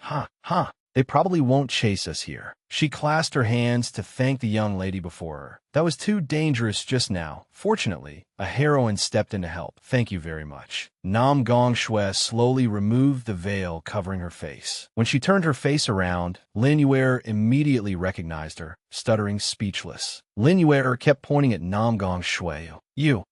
Seeing Lin Yuer's surprised reaction, Nam Gong Shui just asked faintly, "What is it? Is this the first time you've met me?" Lin Yuer covered her mouth in shock, crying out, "Nam Gong Shui." Seeing that she had recognized her, Nam Gong Shui smiled radiantly. "Long time no see, Sister Yuer." Night fell, and the lights were still bright in the room. Lin Yuer asked Nam Gong Shui with great confusion, "Why is it you?" Nam Gong Shui crossed her arms, replying calmly, "What are you afraid of me for? It's not like I suck your blood. On the contrary, it's you rushing into the Mo residence alone to demand a person. Even if Lin Jinhong hasn't been killed by the Mo family yet, he's about to be angered to death by you." Hearing this mockery, Lin Yuer clenched her fists in anger, thinking to herself, "This woman is still as annoying as ever." She turned her face away in a huff, her attitude extremely cold, crossing her arms and replying, "Don't expect me to thank you." Seeing Lin Yuer about to leave, Nam Gong Shui asked curiously, "Where are you going?" Lin Yuer was annoyed and just replied coldly, "None of your business." Nam Gong Shui did not bicker with the child, carefully reminding, "Walking alone on the streets, you will be discovered by them sooner or later." But Lin Yuer did not listen to these words at all. She still replied coldly, "I said, it's none of your business." Nam Gong Shui saw through her intentions, asking, "In such a hurry to return to your base?" Hearing this question, Lin Yuer was startled and froze, dumbfounded, not understanding why an outsider would know. She turned her head, clenching her fists, and shouted angrily. Nam Gong Shui saw her intense reaction and just smiled, saying, "This isn't exactly a secret." She crossed her arms, her expression becoming serious. Facing Lin Yuer, ever since the Mo family encountered disaster in Black Mountain Commandery City and fell into the Blood Moon anomaly, our Nam Gong family also tried to counterattack. But the experts in the residence were all threatened by the life demon worms and could not circulate their energy. The distribution of elixirs in the aristocratic families is usually from top to bottom, based on status or strength in the clan. Stronger clansmen are prioritized. Lin Yuer heard this and gradually realized the problem. So the experts of the patriarch generation were the first to be restricted. Nam Gong Shui continued to explain, The juniors with mediocre strength like us, on the contrary, escaped a calamity. After the Blood Moon chaos erupted, a type of demon called the Blood Demon clan joined forces with the Mo family to control Black Mountain Commandery City. Those lucky enough to escape naturally would secretly accumulate forces to counterattack. Nam Gong Shui, understanding the ways of the world, reminded Lin Yuer, and the fact that you could retreat safely in the chaotic situation and now appear to save Lin Jinhong is the best proof. Hearing these words made sense. She felt surprised and gradually realized the issue. But Lin Yuer was stubborn, coldly retorting, "Even if what you say is right, on what basis should I trust you?" Nam Gong Shui channeled her ice energy, her eyes sharp and cold, "Because you can only trust me." As soon as she finished speaking, Nam Gong Shui immediately threw a few sharp shards of ice at her. Lin Yuer was extremely shocked by Nam Gong Shui's sudden action. The ice shards whistled through the air, almost grazing her face. Lin Yuer frowned, closing one eye. Not a single ice shard deviated from its trajectory, all of them embedded straight into the wooden door behind her. Looking at the wooden door pierced with a large hole by the ice shards, Lin Yuer looked at Nam Gong Shui with eyes that wanted to kill, shouting, "What are you doing?" But Nam Gong Shui acted as if she didn't hear, just staring intently at that door. She pulled out her ice blade, pushed the door open a crack. There was nothing inside. Suddenly, a person with whites of their eyes showing, face full of green veins, haggard appearance, and sharp fangs rushed out towards the two. Nam Gong Shui did not say a second word, quickly stabbing the person in the back. From within, she pulled out a three-eyed blood demon that was parasitizing that person, causing Lin Yuer to be extremely astonished. Nam Gong Shui was not afraid at all, lifting the strange thing up to look. "See that? Black Mountain Commandery City may look empty, but secretly there are many eyes and ears of the Mo family and blood demons." This made the little lady turn her face away in anger, not wanting to say more. Nam Gong Shui,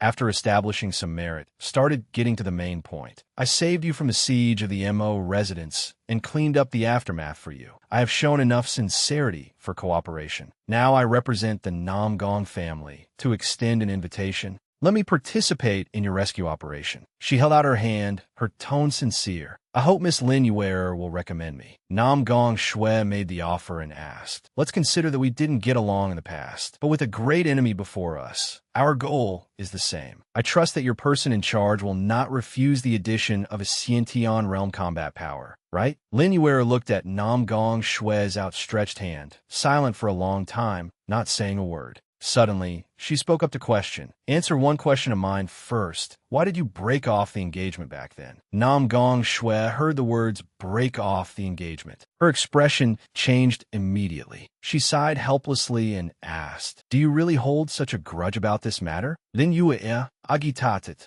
replied loudly, "Do you know how much the Shao family and Lin family suffered because you fished in troubled waters back then? The young master almost didn't make it several times." Hearing this, Nam Gong Shui felt it was a bit ridiculous.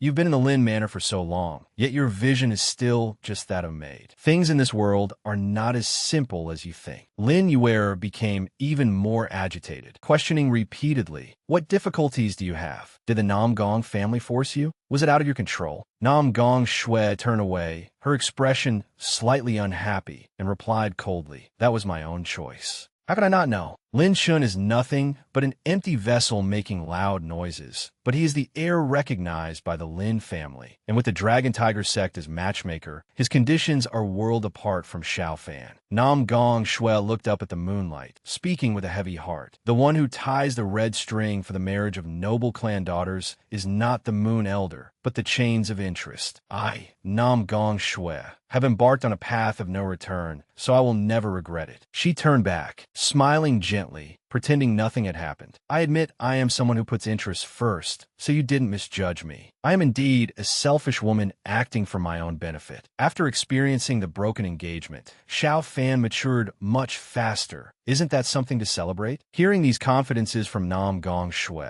Lin Yuer was very curious and asked suspiciously, "Do you have no feelings for the young master? Even just a little bit?" This question stunned Nam Gong Shui. She didn't know the answer herself, only stammering, Time rewound to when they were children. Nam Gong Shui, her face dirty, was crying incessantly. while Xiao Fan acted like an adult, reaching out to comfort her. Sister Shuer, don't cry anymore. He held a handkerchief ready, smiling. If you cry until your eyes are blurry, you'll miss the spring butterflies, ending the beautiful childhood memory. Returning to reality, Nam Gong Shui coldly denied. No. Lin Yuer hesitated, but before she could finish, Nam Gong Shui waved her hand to cut her off. Enough nonsense. She frowned, closing her eyes tight, not wanting to hear more. Nam Gong Shui crossed her arms, standing opposite Lin Yuer, urging, make a decision quickly. There isn't much time left. Lin Yuer looked down, scratching her cheek and thinking, this woman is annoying, but what she says isn't without reason. A moment later, Lin Yuer decided. She pointed her index finger forward and said, fine, I can take you, but if you do anything suspicious, I won't let you off. Nam Gong Shu grabbed Lin Yuer's hand. Looking happy, it's a deal. Night fell, the sky filled with twinkling stars, clouds drifting gently to reveal a round moon. Lin Yuer walked in front. Nam Gong Shui followed briskly behind. Houses on both sides of the street were lit up, the shadows of the two girls cast on the ground. Lin Yuer turned back and said, wait for me here. Nam Gong Shui happily put her hand inside her lapel and replied, what is it? Still not worried about me? Lin Yuer puffed up her cheeks in anger, clenching her hands, a stubborn fire of rage burning, stammering, you, only to be soothed by Nam Gong Shui lowering her voice.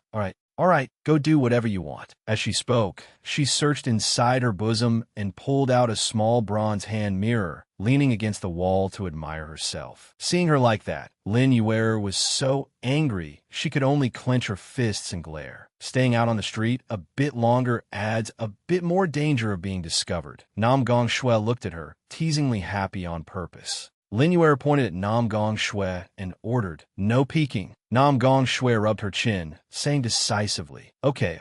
Lin Yuer turned around. Facing a blank wall, she stared for a moment, then began to close her eyes, clasping her hands together in a triangle shape to activate a formation. A few seconds later, a brilliant golden circle appeared beneath Lin Yuer's feet, and whirlwinds rose within the circle, enveloping her. Lin Yuer remained focused on casting the spell. A vortex began to appear on the wall in front of her, and then the brick wall suddenly opened up. Lin Yuer swung her arms to the sides, and the wall immediately expanded outward, creating a passage. Nam Gong Shui saw it and knew immediately. It turned out to be the unique illusion array of the Mirror Flower Tower. Nam Gong Shui had witnessed everything through the hand mirror. She crossed her arms, chuckling to herself. No wonder they can be safe and sound right under the MO Manor's nose. She folded the mirror, glancing to the side, smiling as she thought, it seems there are quite a few extraordinary people in the resistance. Lin Yuer turned to look at Nam Gong Shui and said, hey, you can come over now. The two walked inside. Lin Yuer walked ahead, holding a torch to lead the way, the firelight flickering in the darkness. Nam Gong Shui followed leisurely. Lin Yuer didn't forget to kindly warn her. There are layers of traps here. Stay close to me. Nam Gong Su Silenti Obei. We're here. Lin Yuer stopped in front of a closed door. The door had a black background with wooden borders, printed with strange golden patterns, and a mechanism in the center that opened when a hand was placed on it. As soon as the door opened, Lin Yuer happily waved, everyone, I'm back. 5 people were already sitting inside. Seeing her arrive, and Dan Yun Hai smiled happily and called out, Miss Lin. And Dan Yun Hai fanned himself as he walked up to Lin Yuer and asked, where on earth did you go? We were looking for you for a long time. Lin Yuer's face, smiling awkwardly, stammering, I want to go save Grandpa, but everyone didn't really approve, and I was too anxious, so I went by myself. Cui Ji immediately interjected. Hearing this, Lin Tianhai also shouted loudly, what? A hand slammed on the table. Furious. Truly foolish. Chunji of the Chen family also angrily slammed the table. Right now, what Brother Lin wants least is for a flaw to fall into Mo Yunfeng's hands. Isn't this lass doing exactly what they want? Lin Tianhai stroked his beard, frowning and harumphing. After all, she's a lass taught by Lin Jinhong. Can't achieve anything worthwhile. And Dan Yun Hai smiled to smooth things over for Lin Yuer. Fortunately, she returned safely. If something happened to you, how would I explain it to Brother Lin? Saying so, he tapped Lin Yue lightly on the head with his fan. She rubbed her head in pain. Jiang Tao, who hadn't spoken until now, covered his mouth and laughed. This thick-lipped man was an outer disciple of the ancient demon sect, Jiang Tao. He crossed his arms and looked at Lin Yue. It's good that Sister Lin returned safely. Cui Ji spoke up. Sister Lin, it's fine that you came back on your own, but why did you bring a guest? Her gaze toward Nam Gong Shui was not very friendly. Nam Gong Shui, who had been standing silently behind, stepped forward and cupped her hands to report. Little girl Nam Gong Shui pays respects to the righteous heroes. The MO chaos in Black Mountain, blood staining the world. I am willing to represent the Nam Gong family and contribute my strength to you all, hoping you will not refuse. Lin Yue hurriedly eased the somewhat tense atmosphere. She pointed at Nam Gong Shui and said, earlier when I was trapped at the MO family, it was thanks to her that I escaped. Nam Gong Shui smiled bitterly and said nothing. Chun Jie unhappily pointed at her. The blood demon's methods are strange and unpredictable. We cannot fail to guard against them. What if there is some tracking curse on her? Wouldn't our efforts be in vain? Chun Jie walked up to Nam Gong Shui, crossed his arms, and said bluntly, sorry to trouble you, miss. Let's check a bit. Lin Tianhai suddenly spoke up. Hold on.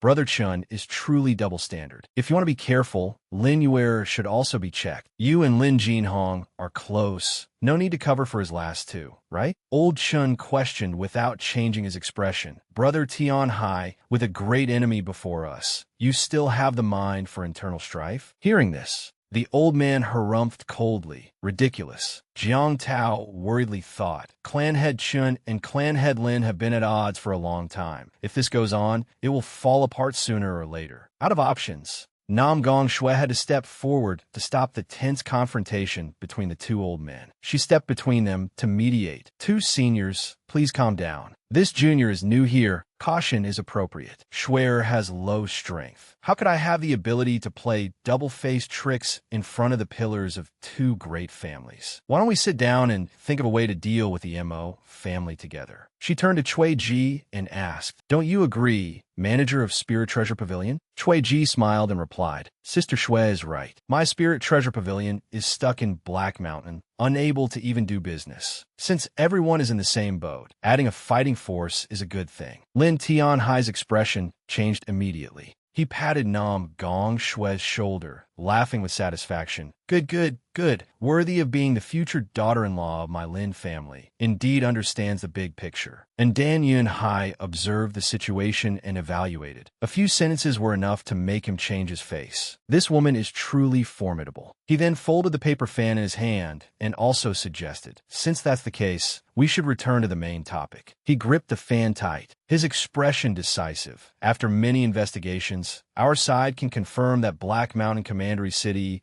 is currently enveloped by a power from another world, forming a barrier isolating it from the outside world. One can neither enter nor leave. Hearing this, Jiang Tao immediately retorted. But before Black Mountain was set up with the Blood Moon Formation, didn't young Master Yun Hai issue a call for help? Reinforcements from outside will come to save us. And Dan Yun Hai sighed softly. I used the Divine Phoenix secret technique to condense vermilion birds and sent letters to the Indan family, the imperial capital, and Brother Xiao. But I sensed that two were shot down. The only one arrived in Brother Xiao's hands. Jiang Tao immediately cheered up. So that means Big Brother Xiao is coming back soon? Hearing this, Lin Tianhai couldn't hold back. He slammed the table and questioned. Absurd. Placing hope on a useless junior. What can he achieve? Jiang Tao felt guilty and pouted, thinking, almost forgot that this elder's grandson had his martial arts crippled by Brother Xiao. Lin Tianhai crossed his arms. In my opinion, there's no need to wait for outside reinforcements. Instead of sitting and waiting for death, we might as well save ourselves. Cui Ji immediately chimed in. Elder Lin is right. The opponent currently holds many hostages. We cannot confront them head-on. And Dan Yin Hai patted the fan in his hand. Currently, apart from the numerous guards and blood demons at the MO Manor,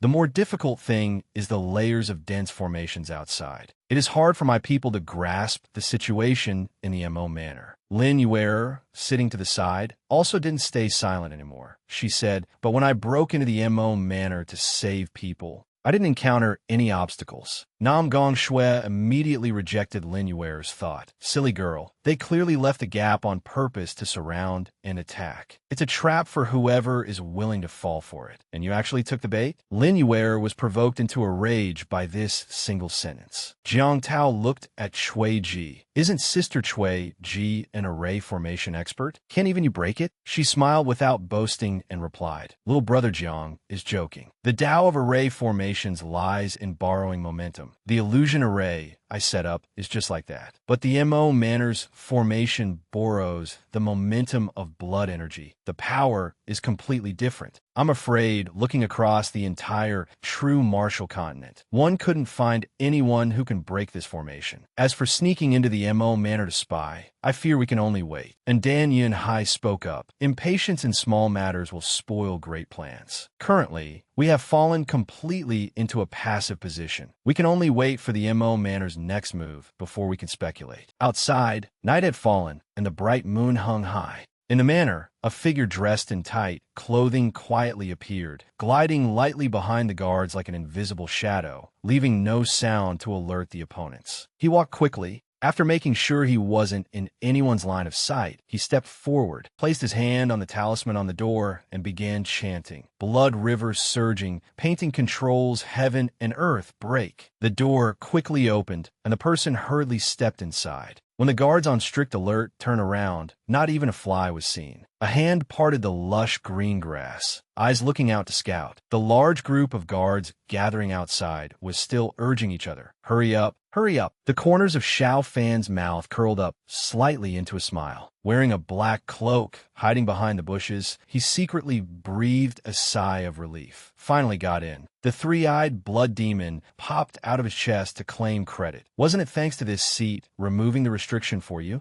Those faceless ones really invested heavily this time. All exits and entrances are set with the faceless clan's forbidden curses. The three-eyed blood demon would die upon touching them. Xiao Fan didn't want to bicker, reaching out to stuff the three-eyed blood demon back into his chest. All right, thank you for stating a brilliant opinion that everyone already knows. The three-eyed blood demon, being stuffed back in, still had half its head poking out, not forgetting to retort, "Hey, you brat." Xiao Fan's eyes were decisive as he said, "The debt between us and the faceless blood demon. There is still plenty of time to settle it." Observing the vast manor before him, Xiao Fan didn't forget his mission. The urgent matter now was to find his maternal grandfather. The MO Manor was still brightly lit at night. A guard walked past, and Xiao Fan quickly hid in the bushes. In front of the MO Manor grounds, there were many guards patrolling with sabers. Seeing this, Xiao Fan rubbed his chin and said, "Black Mountain Commandery City is dead silent. Yet the MO Manor is a mix of humans and demons, truly lively." Xiao Fan focused his gaze in one direction.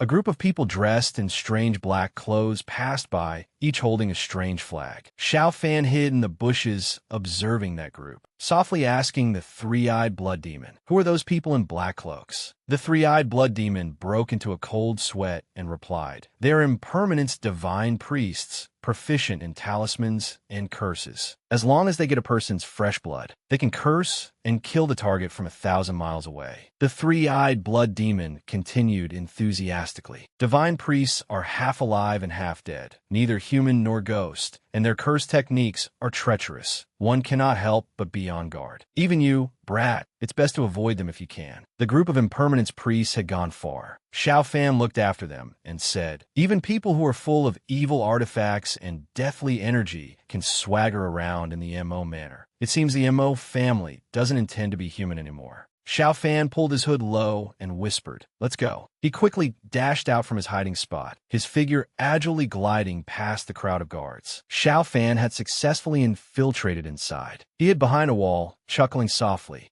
Easy as turning a hand. Suddenly, a voice rang out, "I'm telling you guys." Xiao Fan immediately paid attention. The speaker was MO Fan. He said, "Be quick about it." Xiao Fan frowned in anger. "It's him." The three-eyed blood demon was so angry it bit Xiao Fan's sleeve, saying, "That lowly parasite, that thief who stole this seat's abilities." Xiao Fan pushed the three-eyed blood demon's head down. "Quiet, let me see what tricks the MO family is actually playing." Xiao Fan stood to the side, observing the two people. A subordinate reported to Mo Fan. The newly improved Mother Blood pill. Please take a look, senior brother Mo Fan. Mo Fan reached out to take the blood pill, holding the pill in his hand, smiling with satisfaction. Suddenly, Mo Fan noticed a red crack on the pill. He immediately frowned in anger, threw the pill away, and shouted, "Trash! Can't even achieve flawless quality. Go back and make it again." The subordinate hurriedly bowed and replied, "Yes." Xiao Fan heard the conversation just now, his brows furrowed tightly, thinking to himself, "Blood pill." Mo Fan stormed with rage. True energy clearly visible behind his back. He shouted at the subordinate, "Truly a bunch of trash." Xiao Fan stared at Mo Fan, pondering. This guy is only at the sixth heaven of the Xiantian realm, yet the blood energy on his body has completely surpassed the three-eyed blood demon in its prime. Is it because he completely fused with the three-eyed blood demon? Or because he killed too many people? Mo Fan seemed to sense something, suddenly startled, looking around in panic. He reached up to touch the back of his neck, his whole body trembling, thinking, "Strange, why is the back of my neck suddenly freezing cold?" Xiao Fan had already nimbly flown onto the roof, the bright moonlight shining on his cloak. The three-eyed blood demon asked in confusion, "Brat, where are you planning to go?" Xiao Fan didn't answer immediately, but just glided away.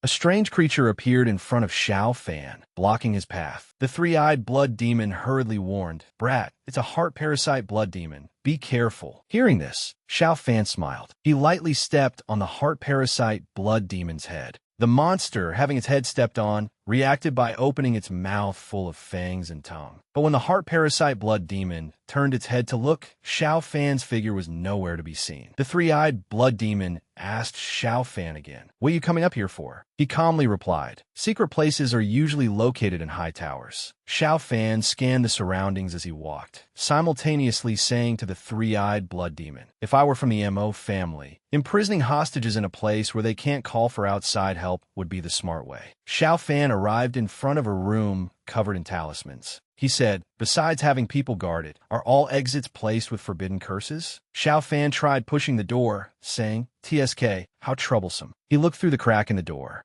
eyes widening in surprise. Inside was a man sitting on the floor, his head bowed low. Seeing this, he said, "It's a master from the three great families." On the man's chest, a terrifying creature was attached. Xiao Fan saw this and asked, "What is that?" The three-eyed blood demon replied, "It's a parasitic blood demon, gradually corroding him. Once the war starts, these martial artists will not only be hostages, but also cannon fodder on the front lines." Xiao Fan looked down at the three-eyed blood demon and said, "You seem to understand the faceless blood demon's methods very well." Hearing this, it replied, "The faceless clan has no other skills, only good at schemes and tricks." The three-eyed blood demon seriously recounted the past. The blood demon clan was formed from the combination of death energy and blood essence. It is difficult to self-generate true essence to cultivate techniques. We can only constantly absorb the blood of living beings to maintain our undying vitality. When the blood demon clan took root in this world, more and more cultivators viewed us as evil demons and began to besiege the blood demon clan. My clan found it hard to resist and faced the calamity of extermination. And at the moment when unity was needed, the faceless blood demon took the lead in betraying his own kin, seizing the blood energy of the three-eyed blood demon to strengthen his own power. The blood demon clan was destroyed. Only this seat remained, lucky enough to survive.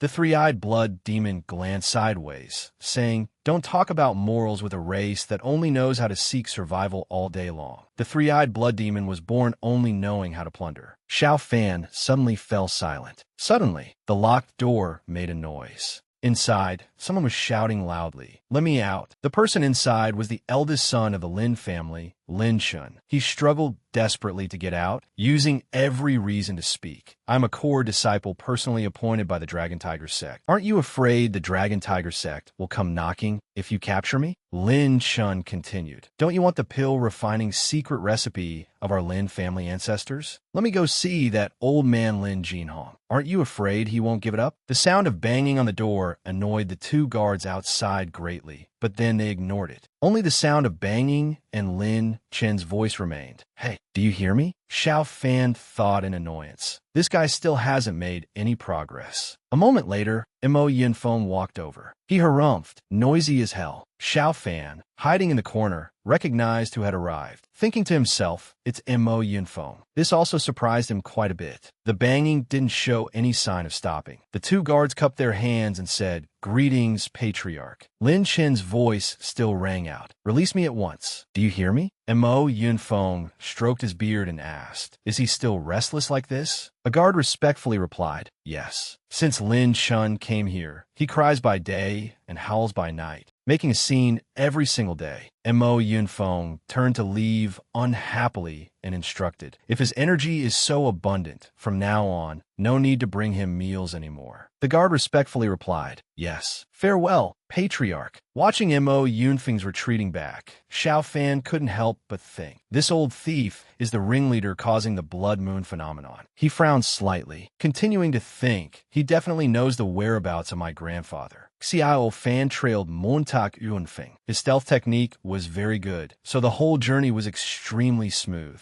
Arriving before a wall carved with some kind of animal, Mo Yunfeng suddenly stopped. His expression was nothing special. Xiao Fan saw the key point, thinking, this is the place. Suddenly, Mo Yunfeng stomped his foot heavily. A yin-yang diagram appeared beneath his feet. Next was a blue array formation called the Heavenly Secret Wind Concealment Array. Then came a yellow array formation, on which were a yin-yang diagram and 3 swords, called the 9 Underworld Spirit Locking Array. Xiao Fan thought in astonishment, placing the Heavenly Secret Wind Concealment Array outside to hide, and setting up the 9 Underworld Spirit Locking Array inside to suppress the soul. He thought unhappily. Inside, there's also the Yin-Yang Creation Array nested to seize true essence. What kind of divine being is it that requires Mo Yunfeng to go to such lengths? Xiao Fan frowned slightly. He continued to observe the subsequent situation. Mo Yunfeng reached into his chest,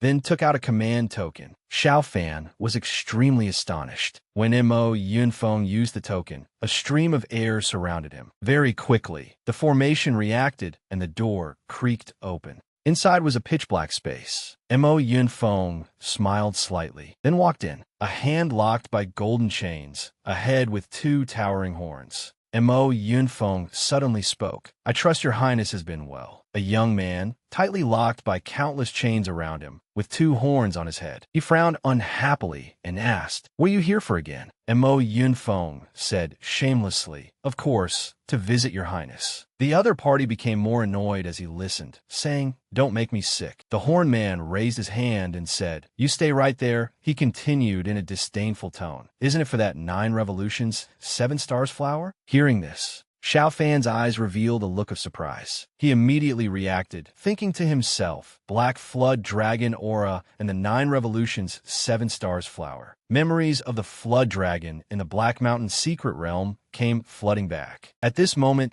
Xiao Fan had roughly guessed it. He thought, it is the Black Flood Dragon from the Black Mountain Secret Realm. A wisp of white smoke rose, revealing dragon mouth, dragon whiskers, and dragon scales. The Black Flood Dragon's eyes were glowing red, looking down at those holding weapons beneath its feet. Next, the scene of the Black Flood Dragon being tightly bound by golden chains appeared. Xiao Fan recalled, thinking to himself, so back then, after the Black Flood Dragon was injured, was it captured by the Mo family? Looking at the scene of the Black Flood Dragon being tied up, Xiao Fan continued to think. With the Black Flood Dragon's strength, even an Origin Dan realm martial artist would find it hard to withstand. It couldn't be easily captured by the Mo family like that. He pursed his lips and muttered, it seems to be the doing of the faceless blood demon. The scene between Mo Yunfeng and the Black Flood Dragon seemed to freeze. Suddenly, the Black Flood Dragon called out, hey. He smiled and reached out his hand, several petals gradually assembling, saying, the 9 Revolutions 7 Stars flower is here. That dark pink flower was indeed the 9 Revolutions 7 Stars flower. Mo Yunfeng was overjoyed in his heart, reaching out his hand and saying, haha, that's more like it. Then the Black Flood Dragon suddenly clenched his hand, withdrawing the flower that had just appeared. The Black Flood Dragon laughed and asked, want it? He switched to a more arrogant posture, saying, "Kneel down and beg me." Mo Yinfeng was so angry he gritted his teeth. "Don't forget your identity." He pointed at the black flood dragon, pretending to be magnanimous, saying, "We spared your life and treated you with courtesy, which is already extremely tolerant. I advise you not to be ungrateful." The black flood dragon said nothing, only sneering once. Seeing this, Mo Yunfeng became even more furious. Unable to control his anger, he shouted loudly, "Just a trash flood dragon formed from resentment, yet you dare to bargain with me. Making your soul scatter and never enter reincarnation is as easy as turning over a hand." After speaking, Mo Yunfeng clasped his hands behind his back and turned to leave. He didn't forget to leave a reminder. 3 days left until the grand ceremony. Mo Yunfeng glanced back and continued, "In 3 days, if you still refuse to cooperate, it will be your day of death." The black flood dragon replied without fear, "I'll be waiting." Then he frowned,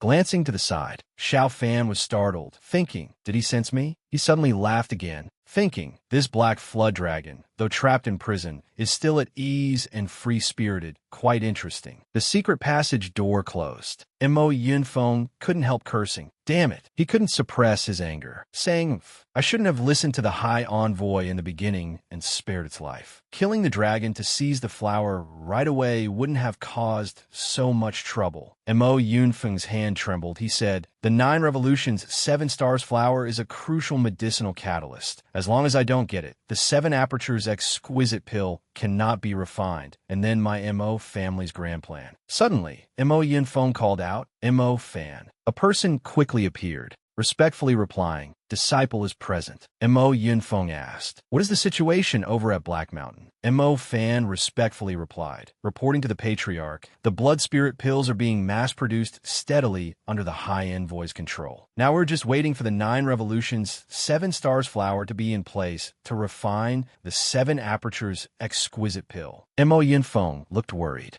Mo Fan keenly noticed and asked, "The Patriarch's complexion is not good. Is that evil dragon making things difficult for you?" Mo Yunfeng explained, "Variables are inevitable in this matter. That demon dragon is not easy to deal with. We cannot just bet on the 9 Revolutions 7 Stars flower." Thinking of the scene at Black Mountain, he continued, "To ensure the plan proceeds smoothly, I must personally go to Black Mountain to discuss with the High Envoy." Mo Yunfeng clasped his hands behind his back and said, "Mo Fan, follow me." Mo Fan immediately replied, "Yes." 2 figures disappeared. Xiao Fan appeared wearing a cloak. He took off the hood. Red bat wings appeared, and the 3-eyed blood demon flew out saying, "Good opportunity. Now that the old ghost, named Mo, isn't here, you brat can turn this place upside down." Xiao Fan said, "No, we're going to Black Mountain." The 3-eyed blood demon immediately asked, "Going to Black Mountain for what?" Xiao Fan closed his eyes and replied, observing the Mo family's way of handling hostages, only imprisoning and not killing. Grandfather's life shouldn't be in danger for the time being. He turned to look at the mountainside outside, saying, "What really worries me is the Mo family's 3-eyed blood demon plan." A long line of people was queuing up the stairs. Xiao Fan felt it was strange and wondered, "Strange, why are there so many martial artists gathering here?" A young martial artist heard his question,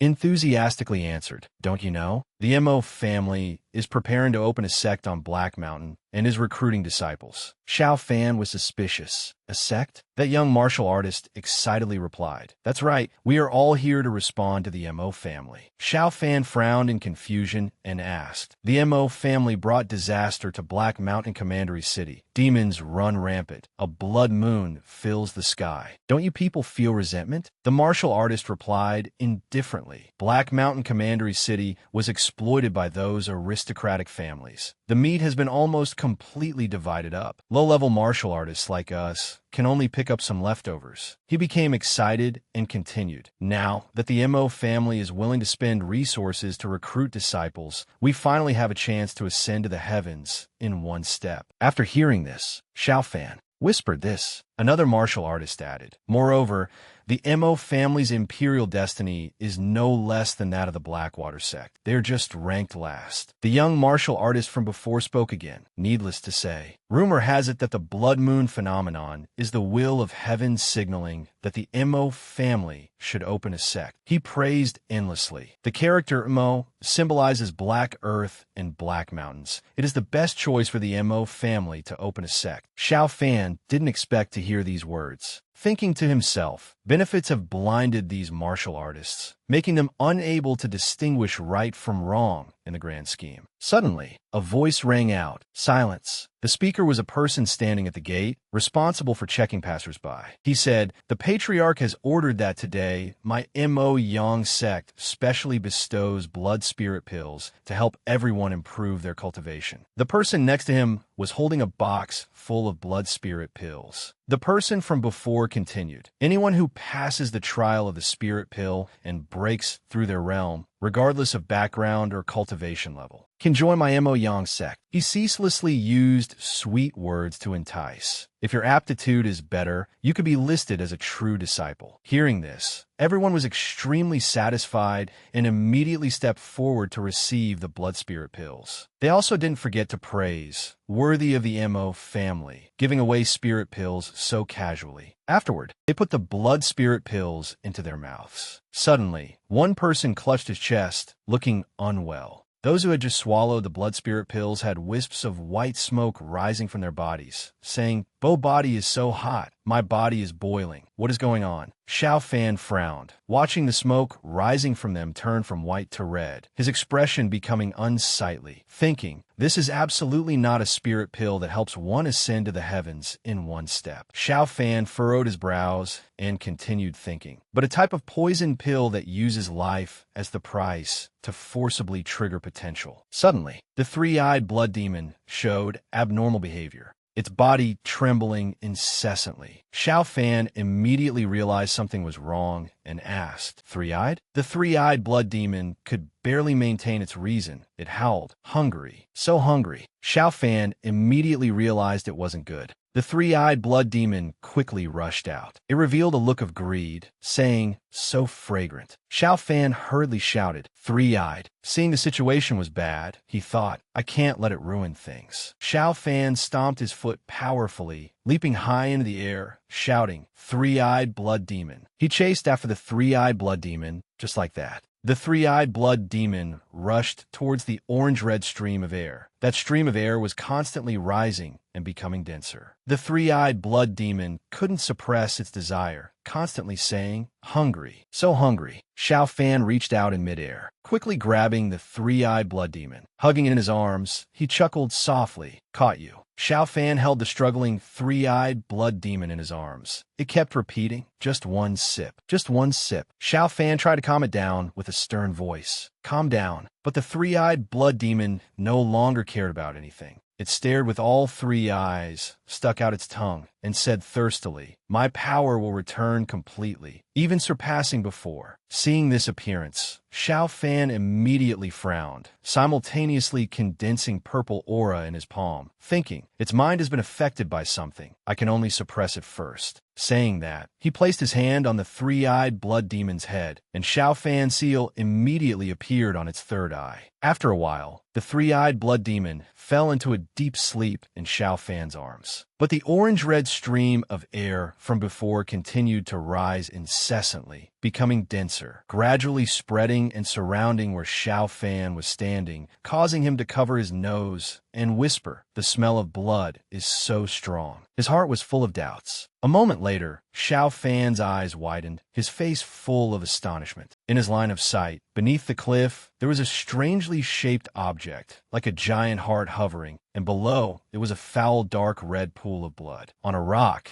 there was also a mysterious person doing something. It was an old man holding an abacus, his mouth constantly muttering numbers, 1,338. Just as he muttered this number for the third time, a teenager walked up behind him. This teenager looked young. His mind seemed unconscious, constantly emitting meaningless laughter, looking forward with a greedy expression. He approached the rock. After the mysterious old man read out 1,338 again, the teenager jumped into the blood pool below without hesitation. Xiao Fan immediately cried out in horror. What? Turning back to the teenager. As soon as his body touched the surface of the lake, it immediately turned into a distorted golden object of unknown shape. Countless round white objects floated up on it. Then, that yellow object was enveloped by a plume of white smoke. A moment later, in a vortex on the surface of the blood pool, a bright red pill appeared. Xiao Fan, hiding to the side and witnessing everything, immediately recognized it as the blood spirit pill. The freshly refined blood spirit pill immediately flew up from the pool and stopped in front of the mysterious old man. The old man's hand quickly flicked the abacus, then continued counting. 1,339. At this moment, the mysterious old man suddenly opened his eyes. The surrounding scene was gloomy and dim, with white smoke rising. The scene returned to the mysterious old man. Xiao Fan seemed to think of something, wondering, this is... His eyes widened, a light flashing in his mind. That's right.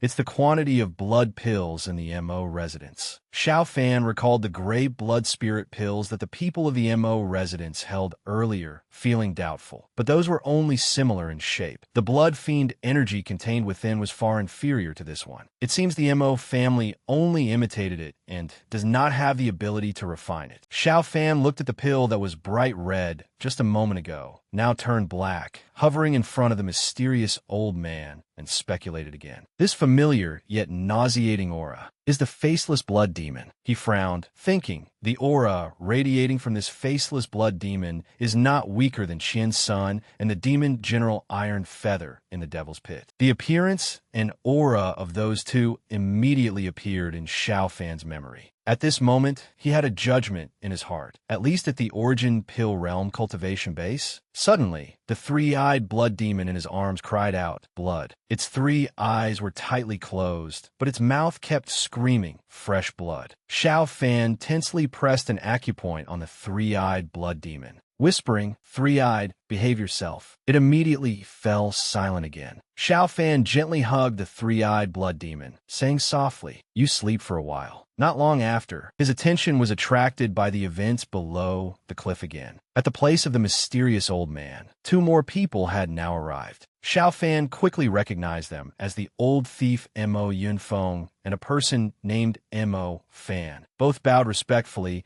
and said something to the mysterious old man. Xiao Fan pricked up his ears wanting to eavesdrop on their conversation, but couldn't hear anything at all. He was a bit annoyed, so he pulled up his hood, deciding, I must get closer. Saying that, Xiao Fan moved agilely, sliding down along the cliff face, successfully shortening the distance to Mo Yunfeng's group without being detected. He hid beneath their feet, waved his hand, and a long spear immediately appeared. Xiao Fan controlled it skillfully, the long spear turning into a seat for him in the middle of the cliff. At this moment, the voice of the old thief, Mo Yunfeng, clearly drifted down from above. Mo Yang Sect Patriarch Mo Yunfeng, together with Chief Disciple Mo Fan. Pay respects to the High Envoy. That High Envoy did not turn his head, only closing his eyes and speaking slowly. You must have obtained the spirit flower from that evil dragon. Mo Yunfeng hurriedly replied, High Envoy, please forgive us. That evil dragon is cunning. We hope the High Envoy can grant an extension of a few days. The Mo family will definitely offer the 9 Revolutions 7 Stars flower with both hands. The High Envoy laughed twice, raising his voice to ask, extension? His hand flicked the abacus again, then his face darkened, his expression solemn, stroking his beard and saying, My dear Patriarch Mo,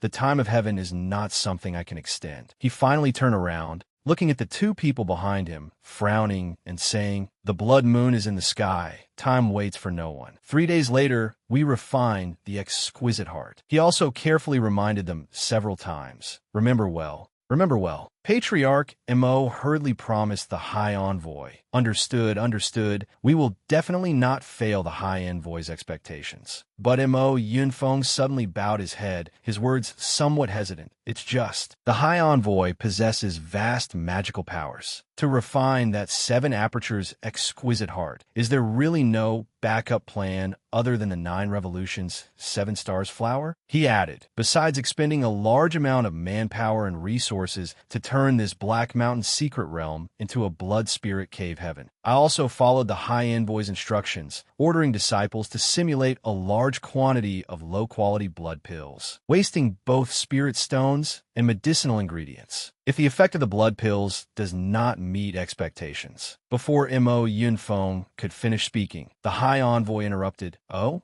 Is the Patriarch doubting the efficacy of my clan's blood pills? The old thief, Mo Yunfeng, hurriedly bowed his head and said loudly, I dare not. The High Envoy did not want to say more, just sighing. Fine then. Saying that, he snapped his fingers, and immediately a blood spirit pill flew over, while he slowly spoke. How can one make the horse run without letting it graze? He let the pill hover in his hand, calmly saying, the Mo family has contributed greatly to the revival of my clan, which can be considered hard work and high merit. Saying that, he brought the pill in front of Mo Yunfeng. This freshly made blood pill is a gift for you. This immediately astonished Mo Yunfeng, causing him to cry out, Huh? This? On the surface, he appeared awkward, stammering, since the High Envoy has been kind enough to grant it. But in his heart, he had a bad premonition. This pill is refined from human blood, full of evil energy. If I really eat it, I'm afraid. But without thinking much, he immediately turned to the person beside him. Fanner, why don't you hurry up and thank the High Envoy for the reward? Mo Fan was so shocked that his head was full of question marks, standing there in a daze. His expression hesitant, wanting to refuse, saying, Patriarch, Mo Yunfeng did not give him a chance to continue, immediately shouting, Hurry up! Mo Fan could only stand there sweating profusely, extending both hands to receive the blood spirit pill. Mo Fan thanks the High Envoy for the reward. Then he decisively opened his mouth and swallowed it. In an instant, the blood vessels all over his body were agitated. His eyes rolled back, and white smoke emitted from his entire body. Mo Fan unconsciously put his hands to his throat. Mo Yunfeng beside him cried out in horror. This. He anxiously turned to the High Envoy for help. What exactly is? The High Envoy calmly closed his eyes, stroking his beard to reassure him. Don't worry. Saying that, he suddenly opened his eyes wide. Now is when the good show begins. Speaking of Mo Fan, more and more white smoke rose from his body, and his breathing became difficult. A second later, blue veins popped out on his face. The white smoke radiating around him at this moment became as sharp as blades. Mo Yunfeng hurriedly raised his hand to cover his face, crying out in surprise, This. The High Envoy just calmly watched the scene before him. A while later, his expression relaxed, and he smiled, saying, Very good. From beginning to end, Xiao Fan had been listening from below. He had long, keenly recognized this aura. He is broken through the bottleneck. Finally,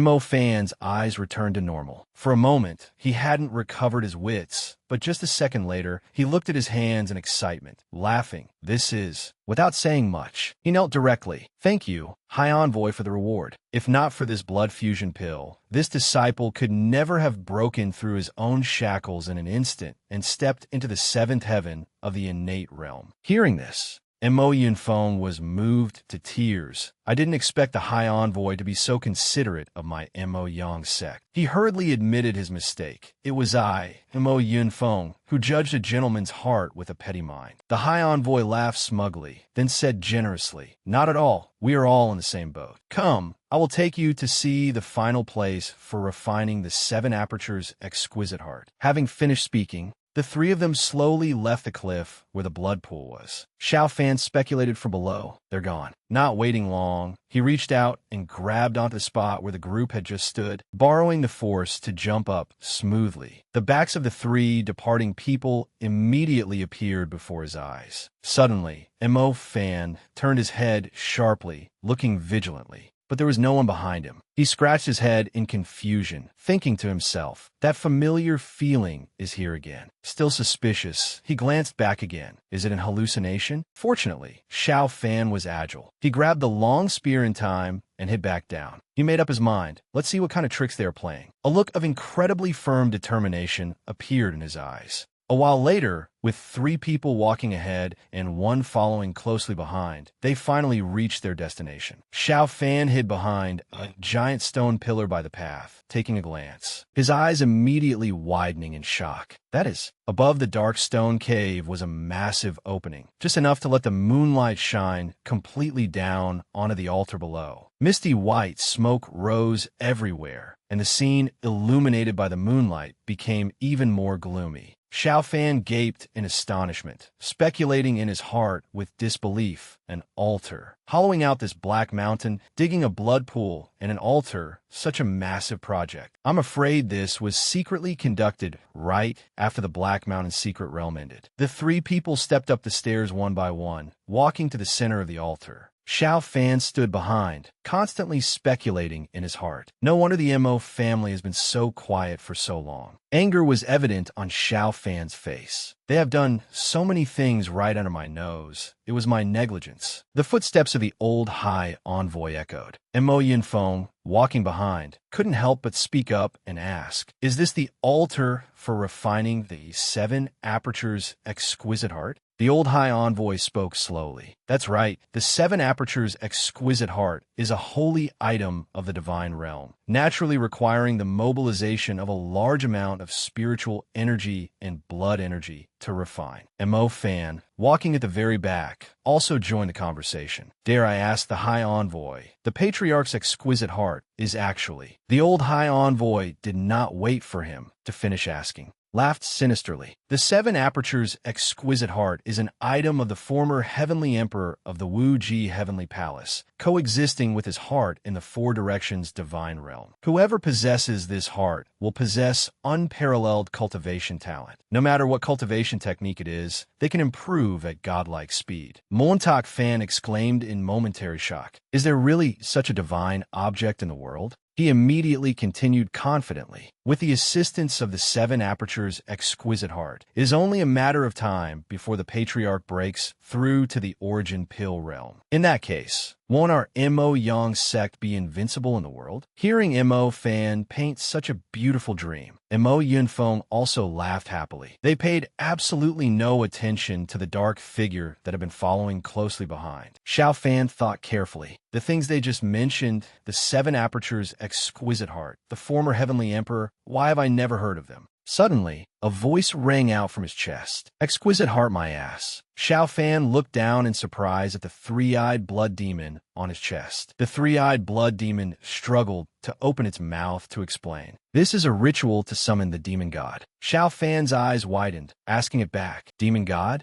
The 3-eyed blood demon looked ahead with a heavy gaze, saying, "When we first came to the true martial continent, the faceless blood demon advocated turning this world into a world where the 3-eyed blood demon clan could breathe freely. I didn't expect them to actually do it." According to the description of the 3-eyed blood demon, that scene was a giant red skull, full of murderous aura covering the entire Black Mountain. The 3-eyed blood demon gritted its teeth and continued. This seat has cultivated for many years. If it were ordinary blood energy, it absolutely could not disturb my mind. To possess such enchanting power, it can only be the blood spirit demon god. Xiao Fan immediately asked back, "Blood spirit demon god?" The 3-eyed blood demon understood and quickly explained. That was the strongest 3-eyed blood demon of my clan. The blood spirit's sacred body, immortal and indestructible, having reached the demon god realm. It was a creature with a colossal form, yet possessing 6 arms, its whole body radiating murderous aura. The 3-eyed blood demon's voice continued evenly. It's just that tens of thousands of years ago, it was besieged by powerhouses of many forces in the 4 directions divine realm and perished. The blood spirit demon god was hit in the essence at its chest. The 3-eyed blood demon continued recounting. Its divine soul scattered,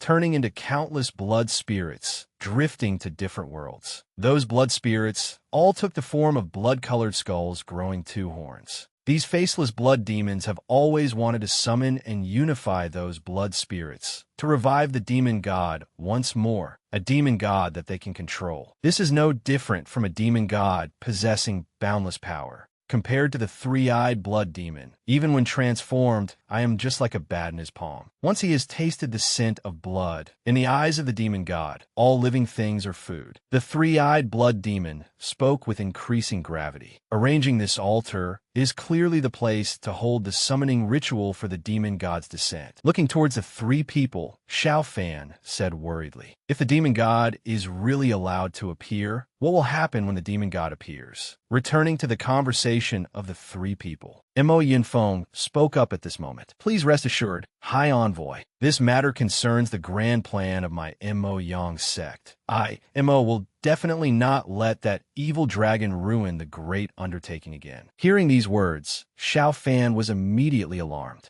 The old High Envoy's footsteps stopped abruptly. He said gloomily, "We use the sun and moon forbidden technique to imprison the flow of time and obstruct the heavenly timing, precisely so we could accumulate power. The blood moon is to prepare for the final sacrifice. I don't care what methods or means you use. Within 3 days, you must obtain the 9 revolutions 7 stars flower for me. 3 days later, the red light of the blood moon will illuminate a corner of the true martial continent." He spread his arms wide, imposing in manner, with the blood moon as a backdrop behind him. The old High Envoy continued, "As long as the blood moon hangs in the sky for a day, the pitch-black sun will still rise as usual." In the scene he described, a pitch-black sun slowly rose, hanging over the heads of all living beings everywhere in the true martial continent. His eerie voice continued to echo, painting a magnificent prospect for Mo Yinfeng. "When that time comes, Blood Moon Mo Yang, unparalleled prosperity." He immediately became spirited, constantly praising. "We will definitely listen to the High Envoy and fully push for the implementation of the Blood Moon plan." Mo Yinfeng and his disciple respectfully clasped their hands, obeying the old High Envoy's orders. Xiao Fan hid behind, his face worried. So the Faceless Blood Sect wants to use the Blood Moon as a bridge to spread the barrier to the whole world. The three-eyed blood demon continued. "Being illuminated by the blood moon for a long time, the temperament and mind of living beings will be affected, giving birth to mutations. The harm is no less than that of a demon god." It worriedly reminded Xiao Fan, "Kid, if you want to stop them, you'd better hurry." Its face became heavy. "When that time comes, and the blood moon hangs high, the demon god descends. Everyone will become unable to distinguish between good and evil, disregarding morality, knowing only to slaughter each other like bloodthirsty monsters." It sighed in fear. "This is what the faceless blood demon wants." Xiao Fan said firmly, "Since I have returned to Black Mountain, they shouldn't dream of getting their way." Xiao Fan flew up, leaving this place. He turned his head back and said, "Blood Moon, Mo Yang are all monstrous scenes. How can you be allowed to turn the sun and moon upside down?" Xiao Fan bit his fingertip. He lowered his head and said to the three-eyed blood demon, "I have a plan to deal with them, but I need your cooperation." He put his blood-stained finger into the three-eyed blood demon's mouth. Xiao Fan said to the three-eyed blood demon, "From now on, we must act separately." Xiao Fan and the three-eyed blood demon each flew in a different direction. On the territory of the Mo Manor, Xiao Fan was walking towards that tall tower. Xiao Fan stepped into the tower. He stepped on a mechanism, and a row of mechanisms appeared beneath his feet. Xiao Fan raised a token, and the mechanisms were deactivated. The door to the secret chamber slowly opened. Xiao Fan looked inside. The person imprisoned within was the Black Flood Dragon. The Black Flood Dragon smiled faintly upon seeing Xiao Fan. He walked up to the Black Flood Dragon. The Black Flood Dragon smiled and said, "I knew you would come back." Xiao Fan remained silent, frowning as he stared at the Black Flood Dragon. The Black Flood Dragon rested his chin on his hand, tilting his head in response. The one who was hiding and spying earlier. Above the Mo Manor was a moon as red as blood. Inside, Xiao Fan and the Black Flood Dragon looked at each other in silence. The Black Flood Dragon spoke up to break the silence. "I remember you were at Black Mountain and robbed the 9 revolutions 7 stars flower from that mob. If you hadn't used the Thunder Fire Bomb to injure my dragon scales." The Black Flood Dragon gritted his teeth in anger. "How could I have been easily captured by these insects and suffer such humiliation?" Xiao Fan laughed in response. "Let's make it clear first, the one who injured you wasn't me. Every grievance has its source. Every debt has its debtor. The ones you should hate are the Mo family and the blood demon who tied you up here." Hearing this, the Black Flood Dragon gritted his teeth slightly. He looked at Xiao Fan and sneered. Fine, keep provoking me, and I will rush out and kill them all for you. Xiao Fan rubbed his chin, smiling as he said, What's wrong? Where's the imposing manner that overwhelmed the sex that day, so quickly willing to be livestock raised by the human race? The Black Flood Dragon raised his hand and replied, You try it. The Black Flood Dragon held out his hand, on which was an iron chain. Xiao Fan looked at the chain in confusion. Suddenly, Xiao Fan frowned, seemingly thinking of something. The Black Flood Dragon smiled. Xiao Fan's hand suddenly underwent a change, and dragon scales appeared on his hand. Regarding Xiao Fan's subordinate who possessed the body of Lu Cheng, the great elder of the Blackwater sect, he received a spiritual thought needing to summon people to Black Mountain Commandery City. Out of nowhere, a swarm of sparkling green butterflies flew over. Lu Cheng was intently observing the waterfall, not paying any attention to them. Only when the swarm of butterflies flew in front of him was Lu Cheng a bit surprised. He reached out his hand, trying to touch a butterfly. The butterfly immediately dissipated, and Lu Cheng was startled. The entire swarm of green butterflies flew over, surrounding him. Lu Cheng raised his hand, his expression both confused and amazed. The waterfall poured down from the top of the cliff, the waves constantly lapping against the rocks. Water splashed, and those butterflies emerged from the foam. Seeing this scene, Lu Cheng felt satisfied in his heart. A slender hand glided in the water, green light flashing, turning into butterflies one by one. The waterfall continued to roar, echoing throughout the forest. Lu Cheng stroked his beard, looking satisfied. It was not in vain that I devoted myself to nurturing Mu Lingwei. Finally, I did not disappoint the master's kindness in bestowing upon her the perfect realm-breaking pill. Lu Cheng suddenly thought of Xiao Fan's figure. In the future, if the master intends to contend for the talents of the heroes, her illusions will be a great help. The water constantly lapped against the rocks. A pair of soft hands controlled the water flow, blending with the young girl's singing. Distant sea of illusions, a myriad of sorrows, I also sorrow. Those hands danced gently with the water flow, butterflies fluttering around her long black hair, flying in the wind, incredibly beautiful. The south wind understands my heart, blowing dreams to Shizhou. A small butterfly landed on her hand. It was the senior sister of the Blackwater sect, Mu Lingwei, innate realm fourth heaven. At the Mo Manor, dusk was falling, and the sun was about to set. A guard was patrolling with a sword, and beside him, a small three-eyed blood demon was flying along. Suddenly, he saw a figure behind the opposite wall. The three-eyed blood demon beside him seemed to have detected it too. The guard became alert. Someone is there? He immediately rushed towards the wall with his sword, shouting,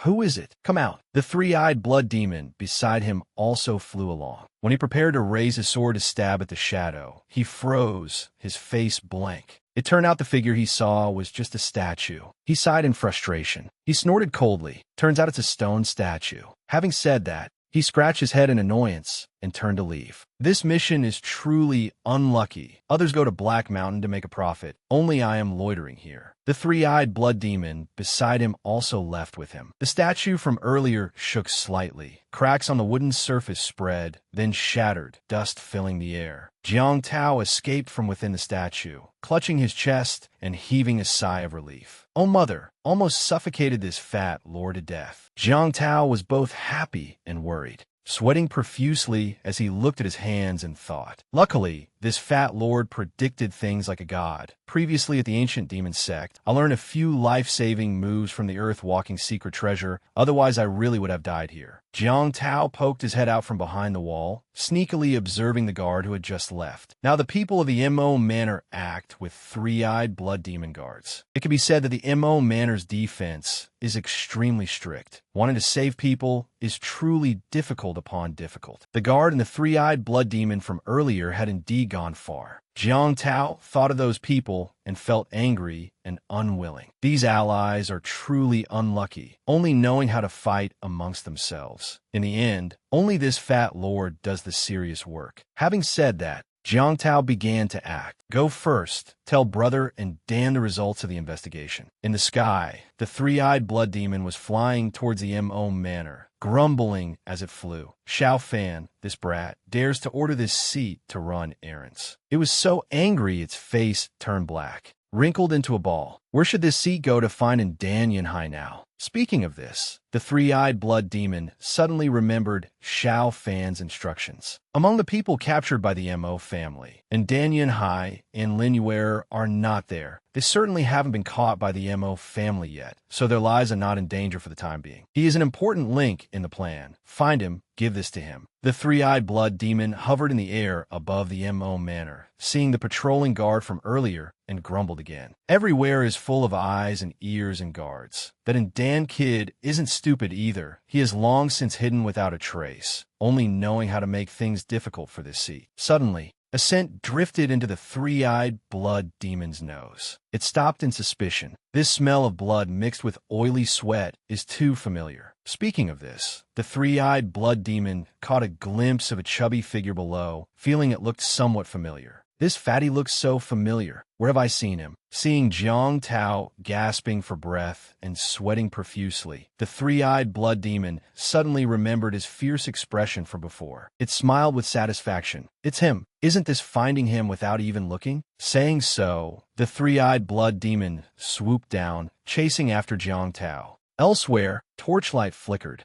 Cui Ji pointed at the map on the table and said, "According to the intelligence our spirit treasure pavilion has gathered," Cui Ji's finger pointed to a location marked with a yellow arrow on the map. She continued, "Currently, the Mo family is constantly adding more people to Black Mountain and recruiting many martial artists, both young and old." Cui Ji was a bit puzzled. The specific movements and intentions are unclear. Hearing this, Namgong Shui and Lin Tianhai were a bit worried. The Mo manor now only has a few guards keeping watch, relatively lax. Cui Ji suggested, a large number of guards have been transferred to Black Mountain. The Mo manor's main house currently has weak defenses and empty combat power. If our goal now is to rescue the hostages, this is the opportunity. At this moment, and Dan Yunhai calmly analyzed, all is fair in war. We do not know the Mo family's true purpose and specific military strength, and only Lin Yuer and Miss Namgong have seen the layout of the Mo manor. Our manpower is limited, intelligence is insufficient, we cannot act rashly. It is better to temporarily hold our troops and not move. Hearing this, Lin Tianhai was extremely agitated. He said anxiously, "How many days has it been? And we still have to probe, still have to wait?" The good opportunity is about to be waited away. This old man thinks that now the enemy is in the open and we are in the dark. It is the best time to raid, so we don't need to wait anymore. Just as Dan Yunhai advised Elder Lin to calm down and rethink, the other party replied unceremoniously, "I respect you as the heir of the Ndan family, so I have given way everywhere. But a strong dragon cannot suppress a local snake. You and Dan Yunhai cover the sky with one hand in Tianxin City. But so what? You can't possibly treat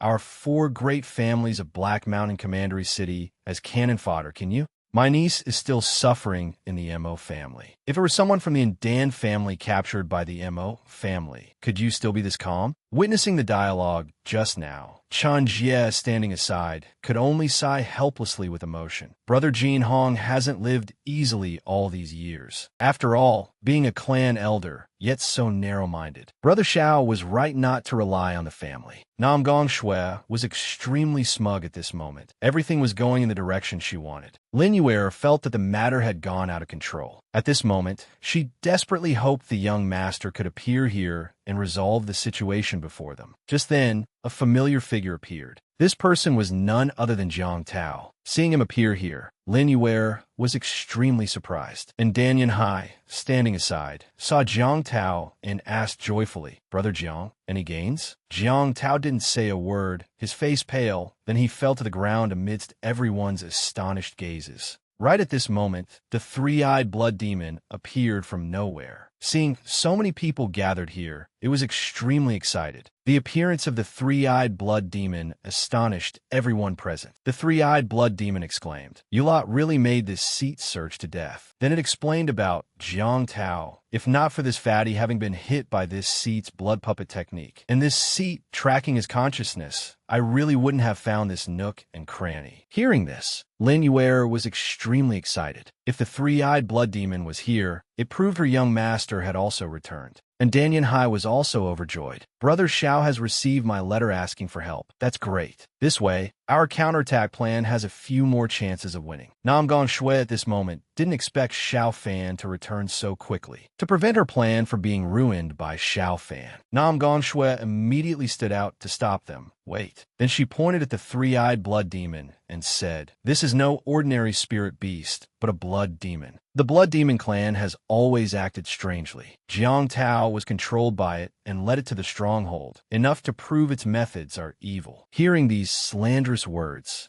the three-eyed blood demon was furious. Next, Nam Gongxue said again, "If you say to Xiao Fan spirit beast, Xiao Fan left Black Mountain long ago. Now the outside is cut off by the Blood Moon barrier. How could he return?" Cui Ji, standing aside, also added fuel to the fire. "This beast is red all over, full of demonic energy. Its nature is no different from the Blood Demon clan." Hearing this, the three-eyed blood demon immediately flew into a rage. Lin Tianhai, standing aside, added salt and vinegar, laughing loudly, worthy of being Lin Jinhong's niece. "We are trapped in the sorrowful city and haven't surrendered yet, but Xiao Fan goes and colludes with demons." At this moment, the three-eyed blood demon really couldn't believe its eyes. It tolerated Xiao Fan speaking harshly to it, but these people before its eyes dared to disparage its appearance. The three-eyed blood demon said unceremoniously, "This seat has cultivated in Black Mountain for 100 years. Just the blood of your 4 great families. This seat has drunk more than a dozen times. Before making a move on me, you'd better weigh your own worth. Truly things that don't know their place." Hearing this, Lin Tianhai believed even more that the three-eyed blood demon was a harmful monster. He pointed at its face and said, "Sure enough, an evil demon harming people. Today I will make you pay the price." Just as Lin Tianhai prepared to make a move, and Dan Yunhai, standing aside, rushed out to stop him, he said, "Although this place is not Tianxin City, it is also not your Lin residence. Wanted to make a move on someone isn't something you alone can say is done." Saying so, he turned to the three-eyed blood demon, bowed, and said, "Currently the situation is tense. It's unavoidable to see enemies in every bush and tree. I hope Senior Three-Eyed will be magnanimous and overlook it." Hearing this, Lin Tianhai was extremely dissatisfied. A blood demon barges into the camp to suck blood, and you still intend to keep it as a guest? The three-eyed blood demon, at this moment, said unceremoniously, speaking as if this seat craves your family's blood so much, especially the blood of an old skeleton like you, both sour and stinking, disgusting to the extreme. Hearing this, Lin Tianhai was so angry he smoked, unable to speak. Helpless, and Dan Yunhai had to step in to mediate, then asked, "Coming here this time, does Brother Xiao have any message?" The three-eyed blood demon only now remembered the official business, immediately taking out a piece of paper. "And Dan Yunhai brat, this is what the Xiao brat told this seat to give you." And Dan Yunhai was a bit surprised. What Xiao Fan sent him was a small piece of paper. When seeing that on the piece of paper there was only a single character, Hun, everyone present was extremely curious. Lin Tianhai, seeing this, assumed Xiao Fan was trying to act mysterious. He said angrily with disdain, "What use is this useless thing?" Cui Ji also couldn't help interjecting, "This young Master Xiao is truly boring. What time is it now?" Yet he's still playing word-guessing games. At this moment, only Chen Jie didn't think so. Xiao Fan is a careful child. Perhaps he considered that there are many eyes and ears of the Mo family now. So he specially used a secret letter to send information. Lin Yuer asked in Dan Yunhai worriedly, "Big brother and Dan, what exactly does the young master mean?" And Dan Yunhai pondered for a long time, then grasped the meaning of the character Hun that Xiao Fan sent him. At this moment, and Dan Yunhai was overjoyed, saying to everyone, "Brother Xiao has given us a big gift." Hearing this, Lin Yuer was overjoyed.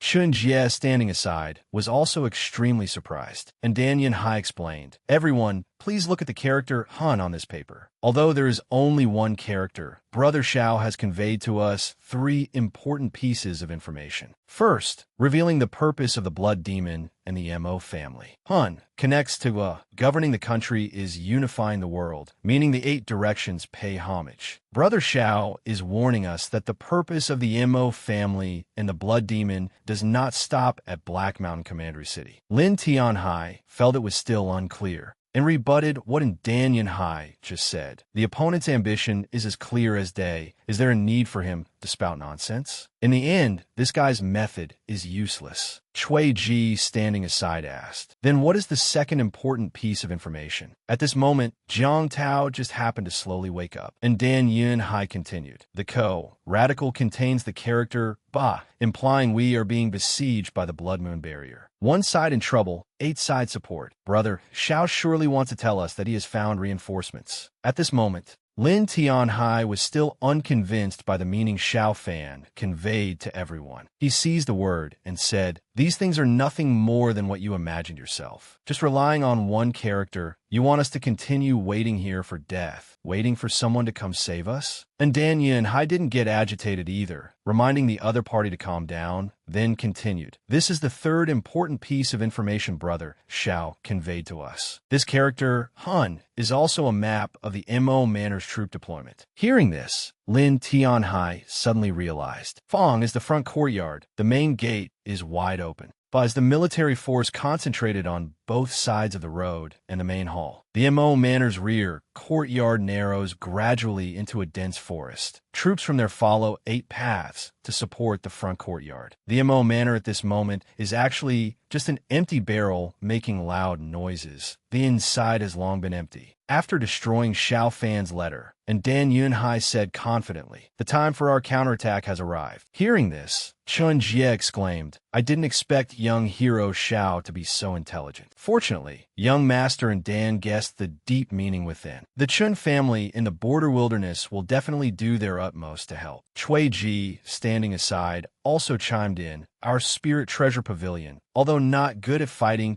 can still lend a hand regarding logistics and intelligence reconnaissance." At this moment, and Dan Yunhai turned to Lin Tianhai to ask for his opinion. Things had reached this point, everything was arranged properly. Lin Tianhai had no other choice but to indicate the Lin family would also participate in the action. Seeing this, and Dan Yunhai was indescribably happy. Plus the young heroes of the various sects, together with the guards of my and Dan family, it is enough to conquer the Mo Manor. The current situation had temporarily stabilized. However, and Dan Yunhai still had some doubts. He thought Lin Tianhai's words were not without reason. This information was indeed all deduced by him, so it wasn't necessarily the true intention Xiao Fan wanted to convey. Before long, everyone had finished gathering military strength. This moment was the time for them to launch the counterattack. Chun Jie stood by the side and instructed, "Distribute soft armor to all soldiers." Then he turned to Chui Ji and asked, "Where are the medicinal pills provided by Spirit Treasure Pavilion? Where have your people gone?" Seeing everyone busy preparing for the upcoming battle, and Dan Yunhai smiled with satisfaction. At this moment, Lin Yuerer, standing aside, asked, "Big brother and Dan, why didn't the young master come to find us?" And Dan Yunhai replied, "Brother Xiao plans deeply and looks far ahead. Must be somewhere pushing the plan forward right now. We just need to handle the immediate situation well and buy him some time." This counterattack is led by the Ndam family shadow guards, responsible for diverting the Mac Estate's defensive forces. The rest are in charge of breaking through. The Lam family disciples defend the 2 flanks, and the people from the Spirit Treasure Pavilion handle reinforcements. Just like that, the battle formation was arranged properly. Hearing this, Lam Noyet Ni looked and Dam Van Hai with admiration. Big Brother and Dam is truly amazing, seeing through the young master's thoughts in a glance. And Dam Van Hai laughed it off, thinking to himself, "Brother Chu is so brilliant. How could I let him down?" In reality, this was just in Dam Van Hai acting according to the situation to stabilize the army's morale. With enemies both inside and outside, if everyone's attention wasn't focused on the Mac family, the alliance might collapse in an instant if internal strife occurred. That was all in Dam Van High could come up with. Now, he only hoped you fam still had a backup plan to deal with things. At this moment,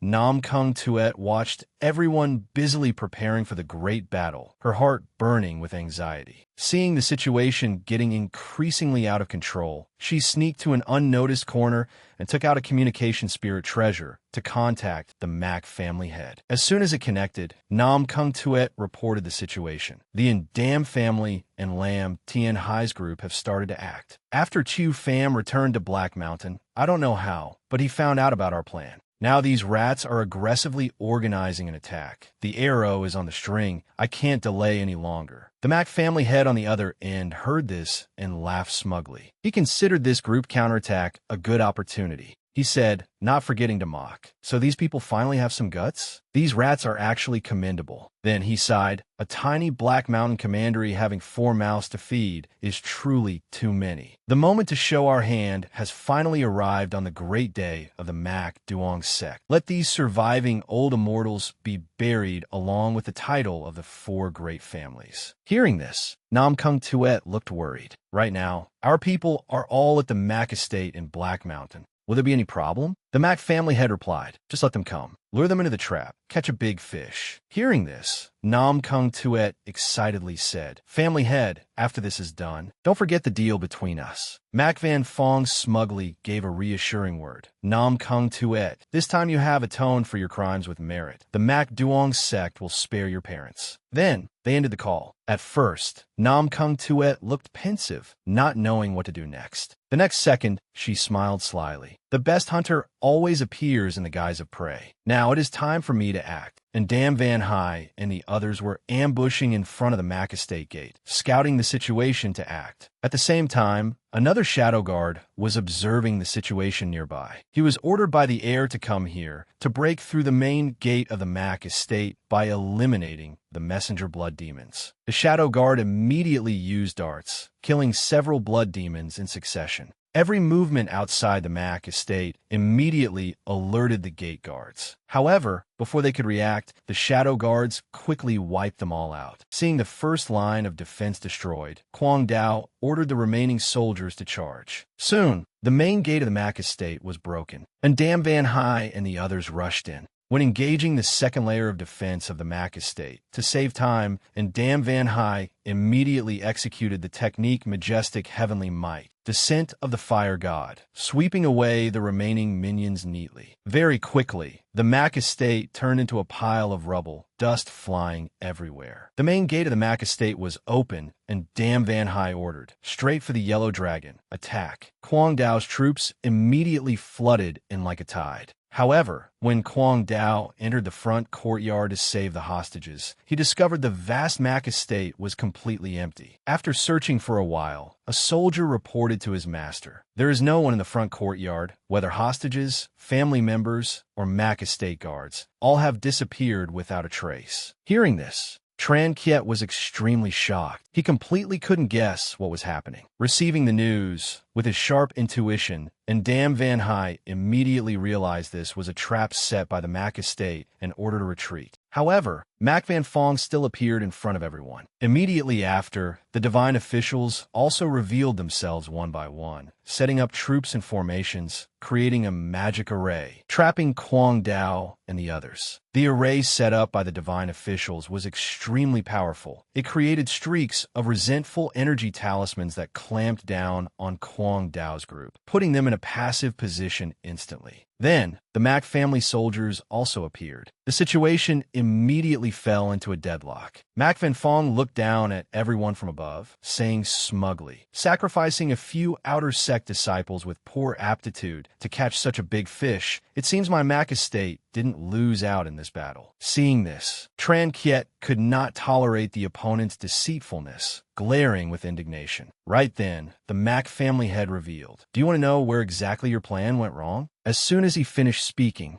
a figure appeared from behind Mac Van Fong. This person was none other than Nam Kung Tuet, the spy who had revealed in Dam Van High's entire plan to Mac Van Fong. At this moment, Lam Noyet Ni couldn't believe her eyes. They were stabbed in the back by Nam Kung Tuet. Even the three-eyed blood demon up high widened his 3 eyes in surprise. Isn't this that girl from before? Now a spy for the enemy. Life is truly unpredictable. At this time, Mac Van Fong looked at the plight of Ndam, Van Hai, and the others, extremely smug. Nam Kung Tet, standing beside him, also spoke up in mockery. Sister Noyet Ni, didn't I tell you long ago? You didn't misjudge me. I am just a selfish woman, greedy for wealth and status. Unable to wait any longer, Mac Van Fong ordered the net to be closed. Tran Kiet, unwilling to fall into enemy hands, stood by and cursed, "Shameless old thief. If you have the guts, come down here and fight." But the opponent did not respond. As the head of sect, how could I go down to fight a boor like you? Wouldn't that be lowering my status? This sentence made Tran Kiet boil with anger. The three-eyed blood demon, standing by, also saw such an arrogant old man for the first time. Mac Fam, seeing the three-eyed blood demon, sneered, "I didn't expect you, a three-eyed dog, to still have the face to live. How does it taste living off leftovers granted by humans?" Facing the opponent's harsh words, the three-eyed blood demon showed no sign of backing down, opening his mouth to laugh loudly. "Dying bandit, I don't need you to teach this seed how to survive. The law of the blood demons has always been that the survivor is the winner." Finishing his words, the three-eyed blood demon's body swelled up, preparing for a great battle with the group before him. The three-eyed blood demon and the faceless blood demon, new hatred and old grudges of the two clans, now had to be settled once and for all under this blood moon. Mac Van Fong immediately ordered, "Disciples kill without mercy." The soldiers of Mac Van Fong attacked, immediately causing severe injuries to a large number of soldiers on Ndam Van Hai's side. Seeing the critical situation, Tran Kiet had no other choice but to rush up and fight desperately with these cowardly turtles. He wanted to give these people a taste of the skills that built the escort agency of this old skeleton. At this time, not seeing Lam Tien Hai and Tui Ko anywhere, Tran Kiet was extremely worried. What are Lam Tien Hai and Tui Ko doing? Why haven't they come to reinforce us yet? At this moment, outside the Mac estate, Tui Ko suggested to Lam Tien Hai, "We must quickly go in to reinforce and save them." However, Lam Tien Hai stopped her. "Tui Ko, think carefully. They're already beasts in a cage. Instead of wasting military strength going in to die, isn't it better to preserve our strength?" Tui Ko looked at him angrily, wishing she could give him a beating. Seeing that Lam Tien Hai refused to reinforce, and Ndam Van Hai knew the old man intended to leave them to die. Old dog Lam Tien Hai, ignoring the life and death of allies because of personal grudges. Just then, an enemy attacked Ndam Van Hai from behind. Luckily, Lam Noyet Ni rushed out to block a sword strike. At this moment, she resolutely would not allow anyone to harm Big Brother Van Hai. At the same time, Kwang Dao began to summon the Earth Element's secret, Heaven Rock Silver Body Art. He now wanted to fight to the death with these people. Kwang Dao rushed up, unleashed a punch downwards, causing a powerful earthquake for the opposing soldiers. Just then, countless talismans appeared from nowhere. While Kwang Dao didn't understand what was happening, the divine official masters appeared and chanted, "Heaven and earth dark and yellow. 10,000 energies return to origin, cultivating 10,000 kulpas, proving my divine power." The soldiers on Ndam Van Hai's side immediately fell into an illusion, unable to move. At this same time, the three-eyed blood demon and the people of the Mac estate seized the opportunity to launch an attack. Seeing the critical situation, Ndam Van Hai immediately realized this was a talisman attacking the consciousness. So he immediately executed the Divine Phoenix secret scripture, Phoenix Cry of the Nine Heavens, intending to awaken the soldiers' spirits. This move was immediately effective. The soldiers who were dazed just now were gradually sobering up. They had absolutely no idea they had fallen for the Mac family's charm technique. At this moment, they turned to their companions and asked, "What happened just now?" And Ndam Van Hai's Divine Phoenix secret scripture not only awakened the soldiers' spirits, but also countered the Mac family's evil arts. The Mac family soldiers hit by the Divine Phoenix secret scripture immediately felt a splitting headache. The three-eyed blood demons group around them also couldn't move. Nearby soldiers were also affected. They covered their ears, trying to avoid the phoenix sound. A soldier couldn't take it anymore and exclaimed, "This damn bird sound is truly ear-piercing." Looking at the scene before her, Nam Kung Tuet immediately realized this was related to a legend. It is said that the cry of a phoenix can suppress heretical demons. Unexpectedly, this move is also effective against blood demons. And Dam Van Hai actually possesses the bloodline of an ancient phoenix. At this moment, although the phoenix sound could suppress the divine official master's moves, and Dam Van Hai knew this couldn't go on forever, he had to help everyone break through this encirclement. He turned to the three-eyed blood demon who was fighting and said, "Trouble Senior to go invite Brother Chu here. I will stay here to bring up the rear." The three-eyed blood demon heard this and couldn't believe his ears, confirming within Dam Van Hai, "Kid, are you sure you can hold this place alone?" Even Chun Jia, standing nearby, advised and Dan Yun Hai not to do anything foolish. Lin Yuer also said, "We advance and retreat together. We cannot leave you here alone." But at this moment, and Dan Yun Hai had made up his mind, "I am the one who planned this reckless attack. I cannot shirk responsibility. Let this undying bird open a path of survival for you all." Saying so, and Dan Yun Hai immediately unleashed the Divine Phoenix burning world, burning the surrounding soldiers to death. The Divine Phoenix fire immediately caused unbearable pain to those hit by the move. At this time, the three-eyed blood demon did not intend to dissuade and Dan Yun Hai anymore. "All right, kid, consider yourself to have some backbone. Hold on for this seat. I will return quickly." Saying so, the three-eyed blood demon grabbed Lin Yuer next to him, signaling for her to follow him too. At this moment, Lin Yuer's heart was filled with worry. Brother and Dan? She was extremely afraid that something would happen to Brother and Dan. Looking at the scene before him, Mo Yunfeng could not help but sigh. Truly a heroic youth, really ambitious. The fire of the Phoenix cannon had burned down more than half of the Mo Manor's front courtyard. Facing this situation, Chun Jin nearby also ordered the soldiers to retreat quickly. "Withdraw from this place. Regroup with the reinforcements. Only then will we have a chance to save a Dan Yun Hai." Young Master Jiang Tao fought hard while thinking secretly. The Green Hills are still there, no fear of running out of firewood. This old master is slipping away first. Saying so, he immediately threw everything aside and fled without hesitation. Seeing this, Mo Fan immediately ordered the soldiers to continue the pursuit, determined not to let the opponent escape. The situation of the battle at this time, victory had almost tilted towards the Mo family. Montauk Yunfeng stood aside, calculating silently. "The rabble before my eyes is no longer a concern. The key is still to seize the 9 revolutions 7-star flower in the hands of that evil dragon. That is the important goal in this chess game. Cannot waste any more time." Mo Yunfeng said to his subordinates, "I have more important things to do. No time to watch these tricks being performed. Namgong Shui, Mo Fan, I leave these people to you to handle." Receiving the order, Mo Fan excitedly stood in front of Dan Yun Hai, who was fighting with all his might. He postured and said, truly moving to tears, pretending to have high morale just to cover the rear for others, "Is your true essence enough to fight me now?" Facing the opponent's arrogance, and Dan Yun Hai did not show weakness and provoked. "If you want to know, just try." Hearing these words, Mo Fan's face immediately became gloomy. He sized up Dan Yun Hai once, then assumed that this person's cultivation method focused on chi refining, and the body of a chi refiner was not even equal to an ordinary martial artist. Therefore, he did not hesitate to take the initiative to rush up and attack. Facing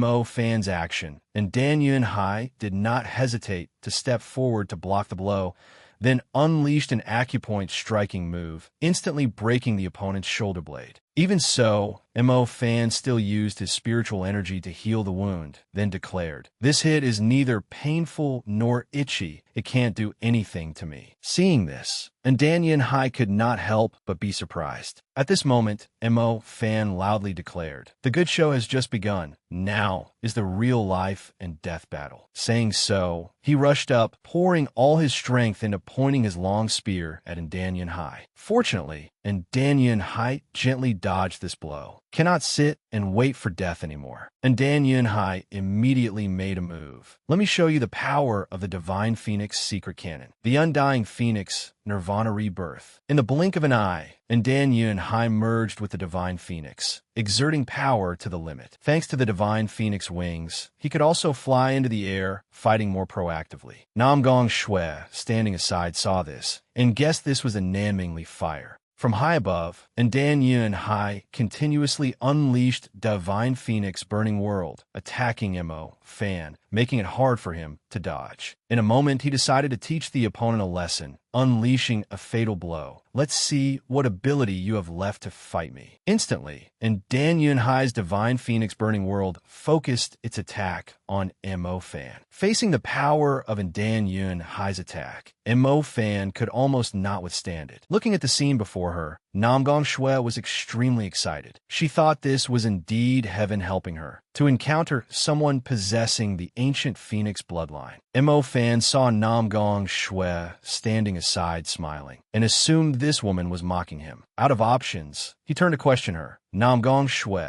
are you still not going to help me? Seeing this, Nam Gong Shui lazily rushed up. She used Heavenly Maiden Scatters flowers, forming Moonfall flower shadows, to deal with Dan Yun Hai. As soon as he saw the opponent's Moonfall flower shadows, and Dan Yun Hai used the Divine Phoenix wings combined with a blinding technique. The Moonfall flower shadows touched the fire chi of the Phoenix bird and immediately caused a huge explosion. And Dan Yun Hai walked out from the explosion, only to find no one there. Taking advantage of the moment he was not paying attention, Nam Gong Shui appeared from behind, intending to sneak attack. Luckily, Dan Yun Hai blocked a blow. However, attacking Dan Yun Hai was not her purpose. Seeing Nam Gong Shui attack Dan Yun Hai, Mo Fan asked, "Did you get the item?" At this time, Nam Gong Shui smiled and showed Mo Fan a strand of hair she had taken from Dan Yun Hai. Seeing this, Mo Fan happily praised, "Well done." Just when Dan Yun Hai did not know what they took his hair for, Mo Fan signaled to the mages beside him, "Divine officials, it's your turn to act." It turned out that Dan Yun Hai's hair was for the Divine Official Masters to use to cast the suppression art. After tying Dan Yun Hai's hair to a straw effigy, the Divine Official Masters began to chant, "Soul, O soul, spiritual origin deep and dark. Return, O return, soul enters the 9 underworlds." Knowing the opponent was using a curse to control him,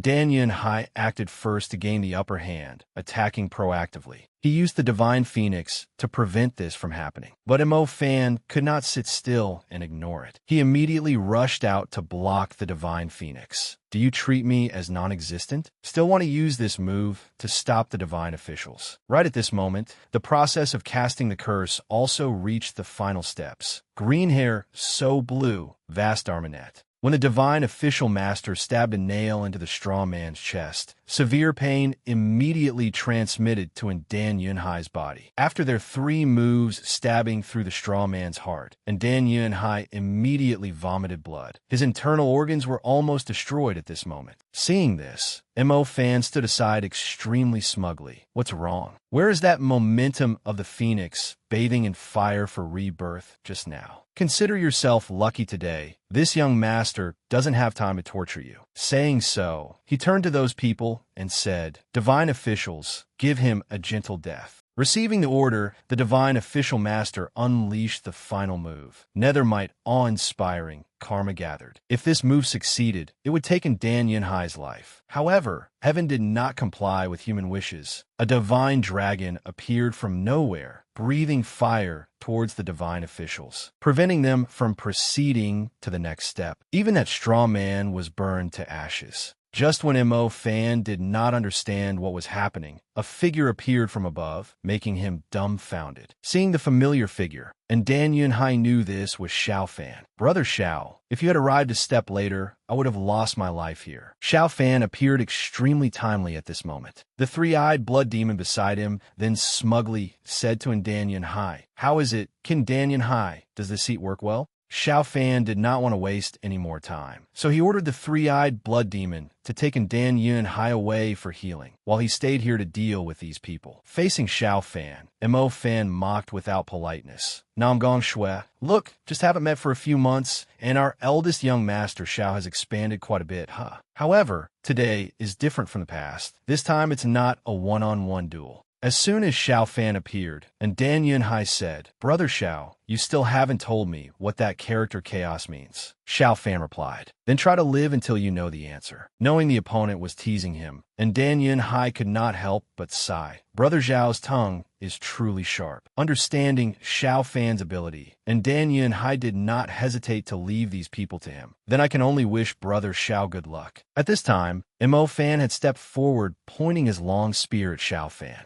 Just when he thought he had succeeded today, Xiao Fan appeared from above, loudly declaring, Today let ruthless water and fire act once for this Black Mountain Commandery city. Saying so, he summoned the burning demon arrow. Seeing Xiao Fan's arrogant appearance, Mo Fan thought Xiao Fan was bluffing, so he pointed his long spear at the opponent. Unexpectedly, the power of the long spear was quickly neutralized by Xiao Fan. This scene made Mo Fan a bit surprised. Why is it like this? Neutralized? Next, Xiao Fan rushed up, using the burning demon dragon fist, exploding with power. In an instant, the aura of the burning demon dragon enveloped Mo Fan, suppressing him so he could not move. The three-eyed blood demons around were also suppressed by the aura of the burning demon dragon. At this time, Mo Fan's mind went blank. Just after a short time, Xiao Fan's strength had increased manifold. Xiao Fan's burning demon dragon instantly wrapped tightly around Mo Fan's long spear, making him unable to move. Seizing the opportunity, Xiao Fan rushed up and punched Mo Fan in the face, immediately knocking him to the ground. Next, Xiao Fan stepped on Mo Fan's long spear. He did not intend to spare him, so he rushed up, kicking towards the opponent. Struck by a kick in the stomach, Mo Fan was now writhing in pain from the injury. He did not expect Xiao Fan's force to be so great. After that, Xiao Fan picked up Mo Fan's long spear on the ground. Holding it in his hand, he sighed, This spear is too dirty, not worthy for me to use. Returning it to you.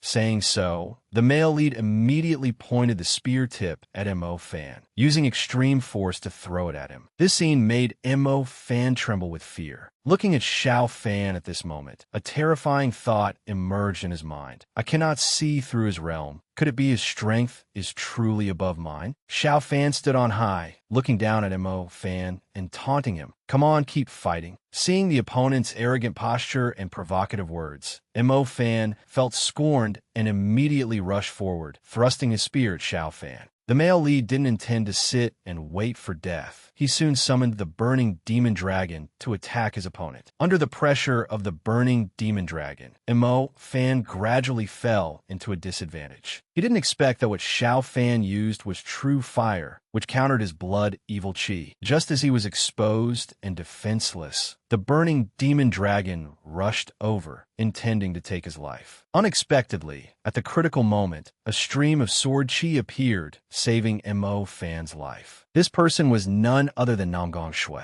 Facing Xiao Fan, she smiled and said, Long time no see. After greeting him, she immediately swung her sword and stabbed at Xiao Fan. Seeing the opponent's action, Xiao Fan dodged. While advising Nam Gong Shui, don't do something you can't turn back from. Facing Xiao Fan's advice, Nam Gong Shui put on a flirtatious air. Coming to care now that things have reached this point, don't you think it's too late? As soon as she finished speaking, she immediately summoned and used Heavenly Maiden Scatters Flowers, Cold Plum Blossoms. Seeing this, Xiao Fan didn't intend to sit still. He grabbed Nam Gong Shui's wrist, forcing her into an ambiguous face-to-face posture. At this moment, Xiao Fan said, I know why you hate me. Nam Gong Shui seemed unwilling to continue this topic and immediately broke free from Xiao Fan's embrace. Facing him, she said, Your tongue is becoming more hateful than before. It would be better to cut it off. At this time, Mo Fan also ran over. He questioned Nam Gong Shui.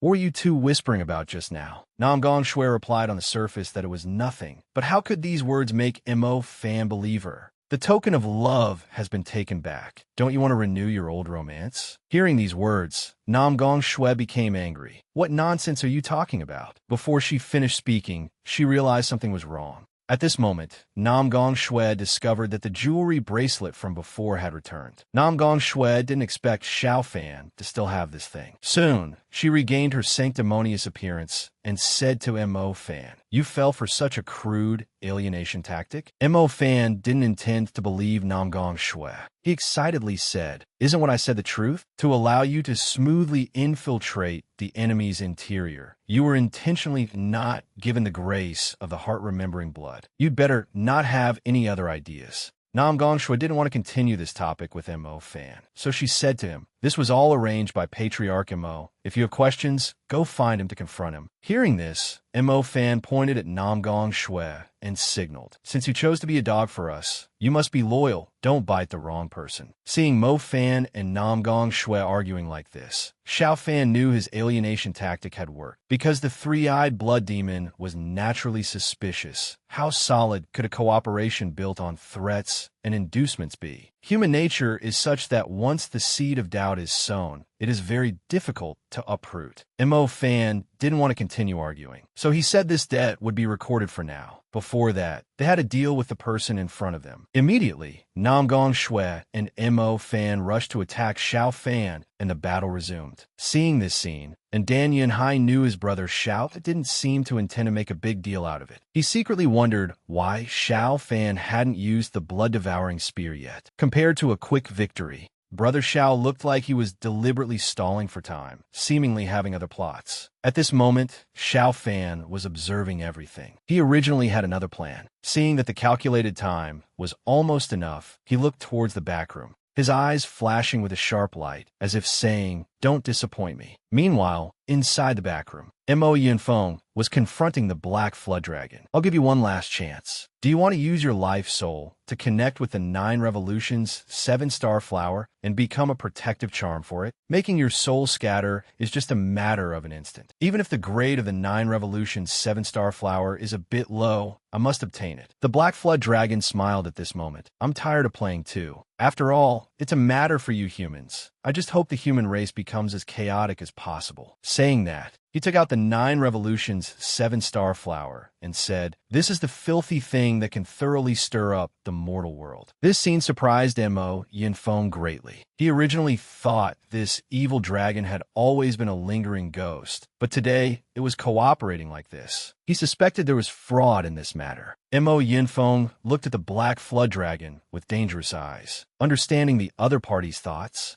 the Black Flood Dragon mocked, "As expected, your suspicion is too heavy. It's hard to achieve great things." These words immediately angered Mo Yunfeng. The Black Flood Dragon continued to look at the moon outside the window and said, "The so-called Mo Yang flourishing age is just like this blood moon. Ultimately, just an illusion and a bubble." Snatching the 9 Revolutions 7-star flower, Mo Yunfeng happily discovered that this was the real 9 Revolutions 7-star flower. He said ecstatically, "Enduring humiliation for so many years, I am finally about to be repaid." After speaking, he turned to the Black Flood Dragon and signaled, "Now, as long as you are willing to die, the High Envoy will no longer have to worry." Hearing these words, the Black Flood Dragon laughed helplessly. Sure enough, when the rabbits are dead, the hunting dogs are cooked. When the birds are gone, the good bough is put away. Humans have always been like this, full of treacherous and cunning people. Mo Yunfeng immediately summoned fire energy, channeling his technique to kill the Black Flood Dragon. The Black Flood Dragon did not panic at all, shaking his head and sighing, "Treacherous humans.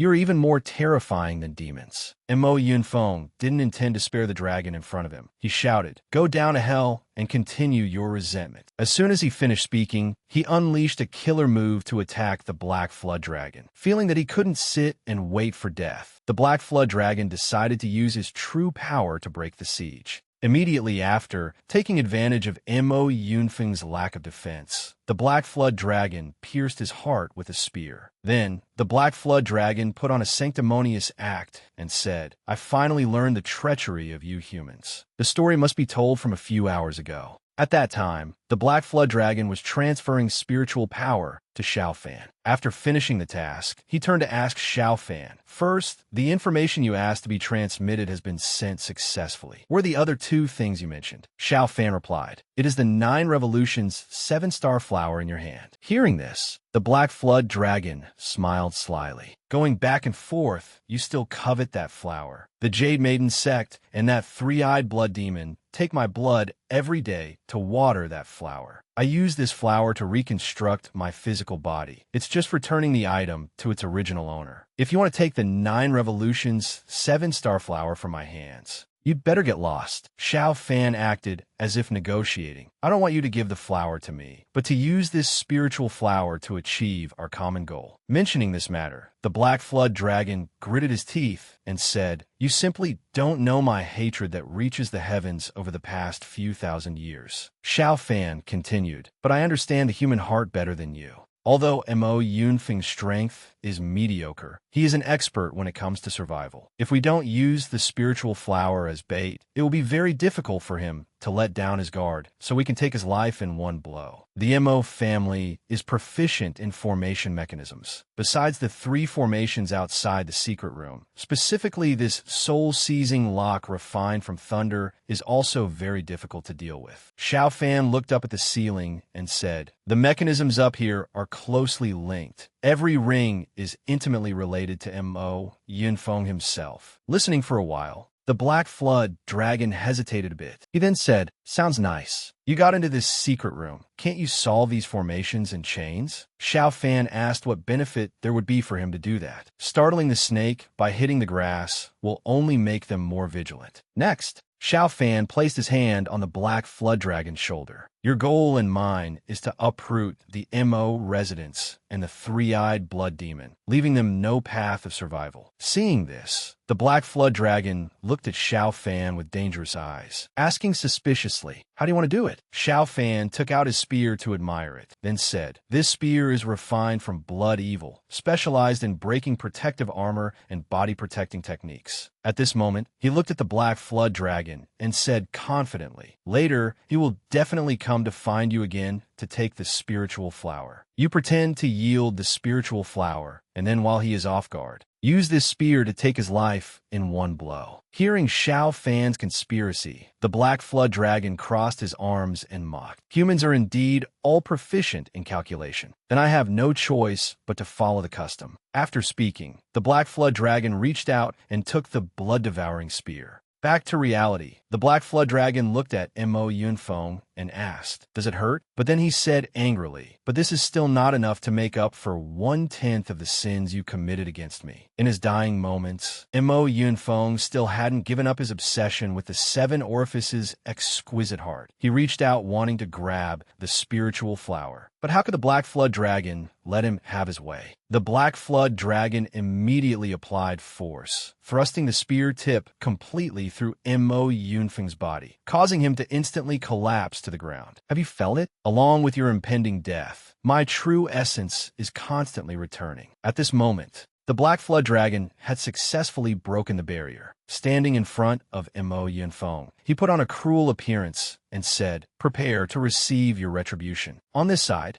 a group of soldiers was patrolling around the backyard. Suddenly, Mo Yunfeng's body flew out from inside, causing the subordinates to turn pale with fright. Immediately after, the Black Flood Dragon also walked out. He didn't even care about the existence of these subordinates, only leisurely looking up at the sky, enjoying the air of freedom. However, a moment later, the Black Flood Dragon sighed. "This air is a bit foul." At this moment, those subordinates also refused to sit and wait for death. They wanted to rush up to avenge the family head. Looking at the scene before him, the Black Flood Dragon smiled and said, "If you all like blood so much, then I will add a few touches of tragic beauty to this blood moon." At this moment, Xiao Fan was still fighting with Namgong Shui and the others. As soon as Xiao Fan revealed a flaw during the battle, Mo Fan, standing behind, wanted to rush up for a sneak attack. Unexpectedly, Xiao Fan's intuition was extremely sharp. In just a split second, he unleashed the Burning Heaven Demon Dragon to attack Mo Fan. One blow from the Burning Heaven Demon Dragon caused Mo Fan to vomit blood on the spot. Facing the situation in front of him, Mo Fan knew this couldn't go on, so he came up with a plan. In an instant, Mo Fan called Nam Gong Shui's name. Nam Gong Shui understood and immediately stopped fighting Xiao Fan, retreating to widen the distance. Just when Xiao Fan didn't know what trick the opponent was about to play, Mo Fan appeared from a distance, executing the Blood Shadow Remnant Marrow from the three-eyed Blood Demon secret scripture. He split into two entities, just as Xiao Fan could not yet distinguish the real body. To coordinate, Nam Gong Shui dove down from above, summoning the Heavenly Maiden Scatters Flowers and Goddess Drifting Dust, intending to deal a fatal blow to Xiao Fan. But Xiao Fan's skill was no small matter. In just an instant, he blocked her sword. Right when Mo Fan appeared from behind, and Dan Yun Hai standing nearby warned, "Brother Xiao, be careful. Don't let them get your hair or blood." Seeing Mo Fan gloating behind him, Xiao Fan could not suppress the anger in his heart and immediately unleashed the Burning Heaven Demon Dragon to attack him. At this moment, Nam Gong Shui used her full strength, pointing her sword tip at Xiao Fan. The moment the sword tip touched his body, she discovered that beneath his skin were snake scales. Just then, thousands of armor fragments suddenly attacked Xiao Fan. Taking advantage of his distraction, these armor fragments slowly combined into a complete human shape, and this person was none other than Mo Fan. It turned out he had just used a technique to take a strand of Xiao Fan's hair. Now, holding the hair in his hand, Mo Fan was incredibly smug. There will be a moment later when you cry for your father and mother. Having obtained Xiao Fan's hair, Mo Fan believed he had won this battle. He looked forward with great anticipation to seeing Xiao Fan crying and begging soon. Facing the other party's arrogant appearance, Xiao Fan fearlessly provoked, "Whatever tricks you have left, bring them all out." Seeing this, Mo Fan handed the hair to the divine official, instructing him, "Make it so this brat can neither live nor die." The divine officials immediately began performing the straw doll cursing ritual, exactly the same as when they dealt with Danyan Hai. Hun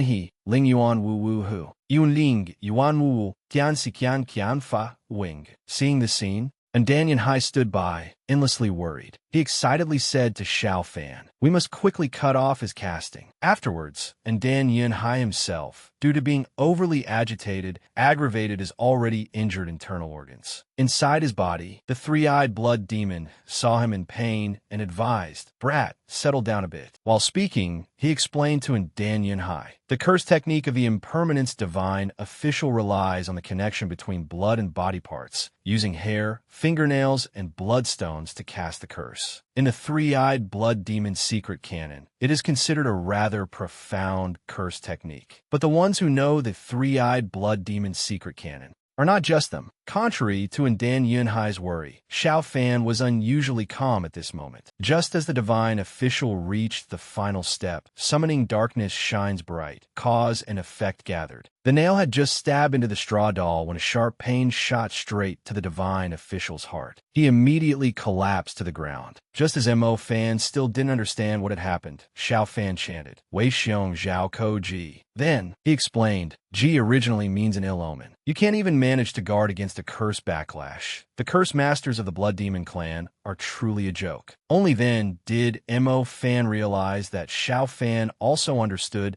the three-eyed blood demon secret canon. He immediately questioned Xiao Fan, "Where did you learn the three-eyed blood demon secret canon?" Hearing this question, Xiao Fan laughed contemptuously. "Just an earth-rank technique? Is it even worth me stealing?" Hearing Xiao Fan slander the three-eyed blood demon secret canon, Mo Fan was consumed by rage and rushed up to attack. "Don't be too arrogant." However, Xiao Fan still quickly dodged a blade strike from the opponent and then used his agile skills to retaliate against Mo Fan with a kick. Just as the two were exchanging blows, a massive explosion suddenly occurred in the backyard above. This scene made Mo Fan unable to believe his eyes. Meanwhile, Xiao Fan, standing aside, knew that the great matter was accomplished. The Black Flood Dragon had successfully escaped Mo Yunfeng's bindings. The soldiers below, upon seeing the Black Flood Dragon, widened their eyes and asked, "What is that thing?" The Black Flood Dragon used its body to crash through the backstage, and then did not forget to take revenge on the soldiers below. With the terrifying power of the Black Flood Dragon, the soldiers below were instantly no match for it. Some were crushed to death by falling rocks. Others were burned to ashes by the Black Flood Dragon's fire. At this time, Mo Yunfeng was also lying in the raging fire. Fortunately, Mo Fan arrived in time. Upon seeing Mo Yunfeng's body, Mo Fan was endlessly worried. "Patriarch, you are too heavily injured." However, at this moment, Mo Yunfeng was only thinking about the Mo Manor. Seeing the Black Flood Dragon destroying the backstage, Mo Yunfeng couldn't help but scream, "My life's blood." Due to being overly agitated, coupled with his severe injuries, Mo Yunfeng quickly coughed up blood and fell into Mo Fan's arms.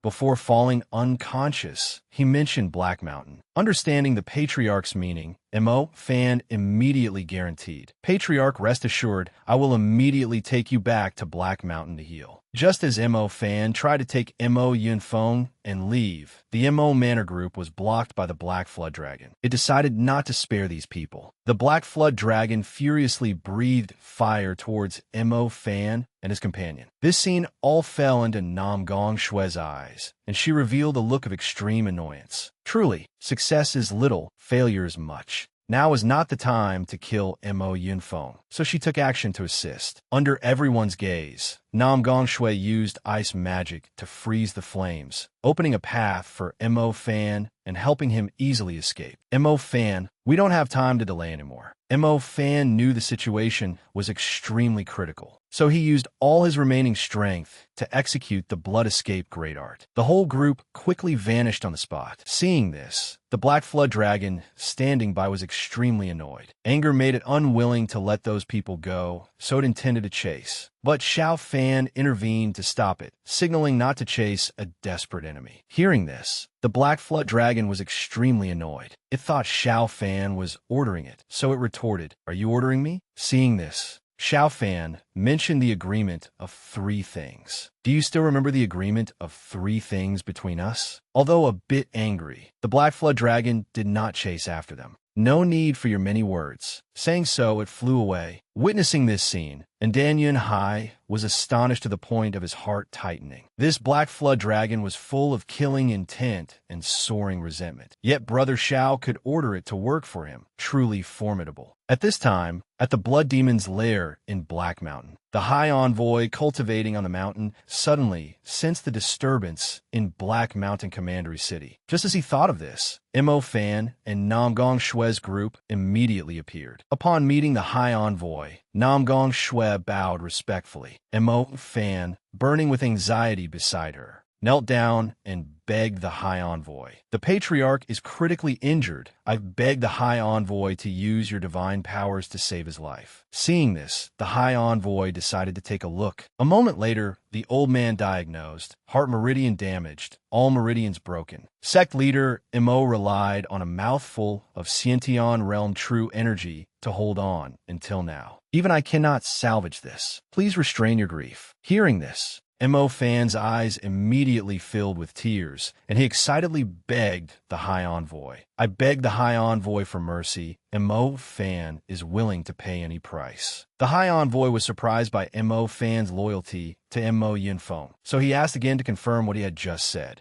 Only then did Mo Fan slowly recount. "The Patriarch not only has the grace of raising me, but also the grace of remaking me. As long as I can exchange for the Patriarch's life, Mo Fan's death is not regrettable." Hearing this, the High Envoy laughed loudly. He praised Mo Fan. "It is rare to see such deep master-disciple affection. I will grant your wish." Mo Fan looked at the Patriarch with extreme worry. "Patriarch, rest assured, I will not let you die in regret without seeing the glory of the Mo Yang sect." Mo Yunfeng could no longer move at this time. He could only emit a few weak sounds in response to Mo Fan's sincerity. Right at that moment, a giant meteorite appeared outside. The appearance of the meteorite astonished everyone. What is happening? Seeing the meteorite falling from the sky, Mo Fan disregarded his own body, spreading his arms wide to protect the patriarch. Looking at the scene before him, the High Envoy standing aside analyzed. There are two forces, one inside and one outside, one soft and one hard, attacking the Blood Moon barrier. The High Envoy was extremely curious as to who was doing this. At the same time, in another place, green bubbles floated in midair. In front of the residence, a young lady saw the situation inside the residence and spoke up. Elder Lu,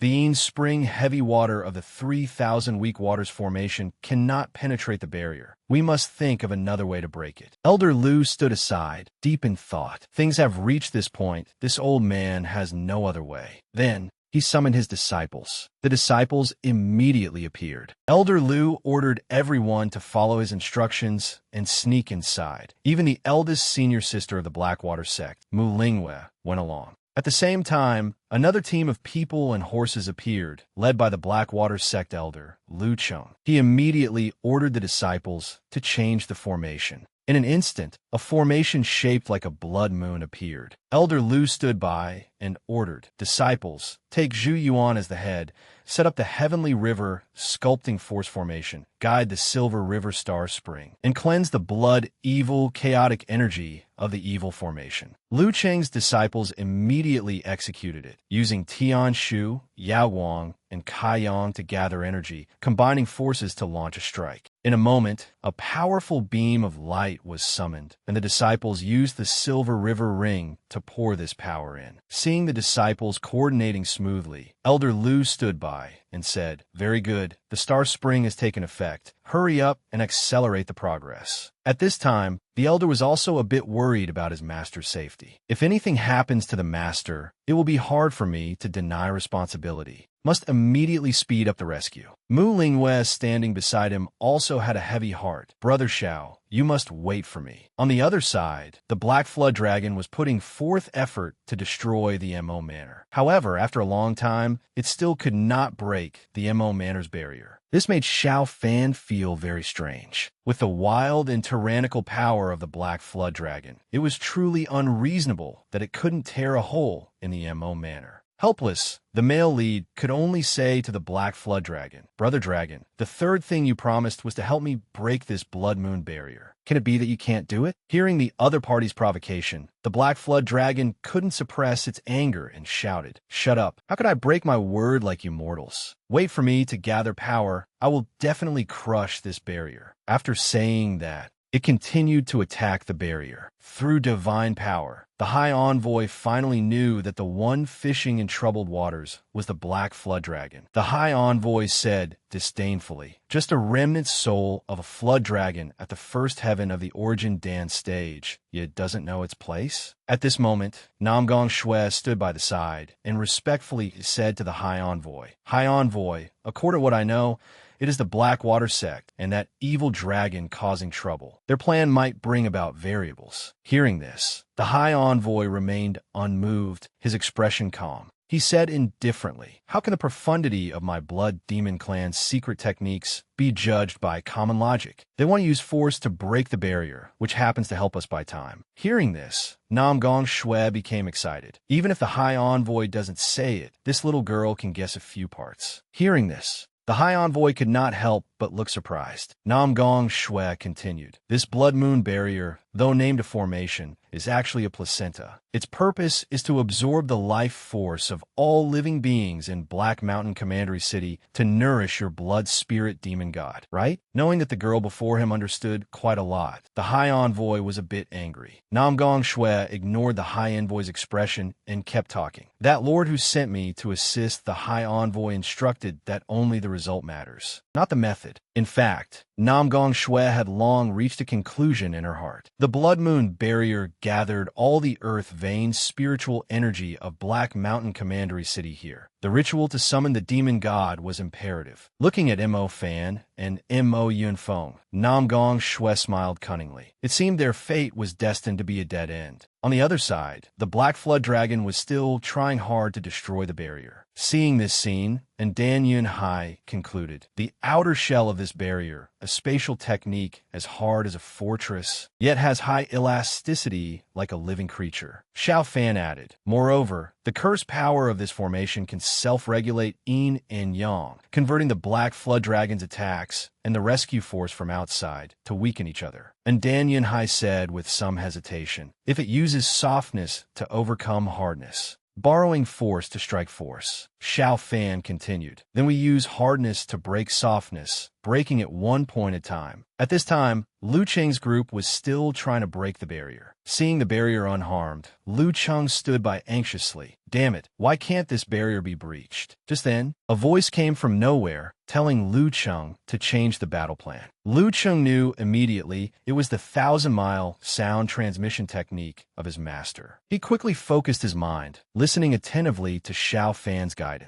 A moment later, Lu Cheng finally understood. He turned to Mu Lingyue and ordered, listen to my command, prepare to assist the elder in destroying this evil thing. Mu Lingyue stood by and seriously accepted the order. Following the elder's instructions, the two immediately rushed toward the Mo Manor. As soon as they got close to the barrier, Lu Cheng used a water spring technique to attack the barrier. Sharp rocks falling down with a crashing sound. Seeing Lu Cheng attacking vigorously from the outside, Xiao Fan's side was not idle either. He turned to the three-eyed blood demon, signaling it to lift him up. The three-eyed blood demon immediately lifted Xiao Fan to the same height as the Black Flood Dragon. Xiao Fan reminded it to save its strength for battle. Then he took out his spirit weapon, preparing to coordinate with Lu Cheng from the inside and outside. Having said that, he circulated the Heavenly Emperor art. Immediately after, Xiao Fan executed the Starfall Slash. He only swung his spear a few times, yet managed to cut several lines on the barrier. Xiao Fan stood there and shouted, listen to my signal, prepare for a demon-breaking strike. Outside the barrier, just having received the signal, Lu Cheng observed the barrier intently. Seeing the cracks on the barrier, he immediately reported, I see it. Hearing this, Xiao Fan knew this was a good opportunity. He shouted loudly for Lu Cheng outside the barrier to act. In an instant, the Black Flood Dragon breathed fire from the inside toward the crack in the barrier, and Lu Cheng coordinated his attack simultaneously. In a moment, under the pincer attack of two forces, the barrier was breached by the force from inside and out, causing a huge explosion. After everything settled, and Dan Yun Hai saw a huge crack appear on the barrier and was overjoyed. We succeeded. A crack appeared on the barrier. Seeing the situation gradually turning favorable, Lu Cheng turned to Mu Lingyue, reporting that this was a good time to act. Mu Lingyue immediately accepted the order. She swung her sword to summon the move Cloud Dream Guide, Butterfly Piercing Flowers. In an instant, Mu Lingyue's Butterfly Piercing Flowers move breached into the barrier. Seeing this scene, the disciples were overjoyed. Senior sister Mu succeeded. Eldest senior sister is mighty and powerful. The attraction of the Butterfly Piercing Flowers made Xiao Fan's plan proceed very smoothly.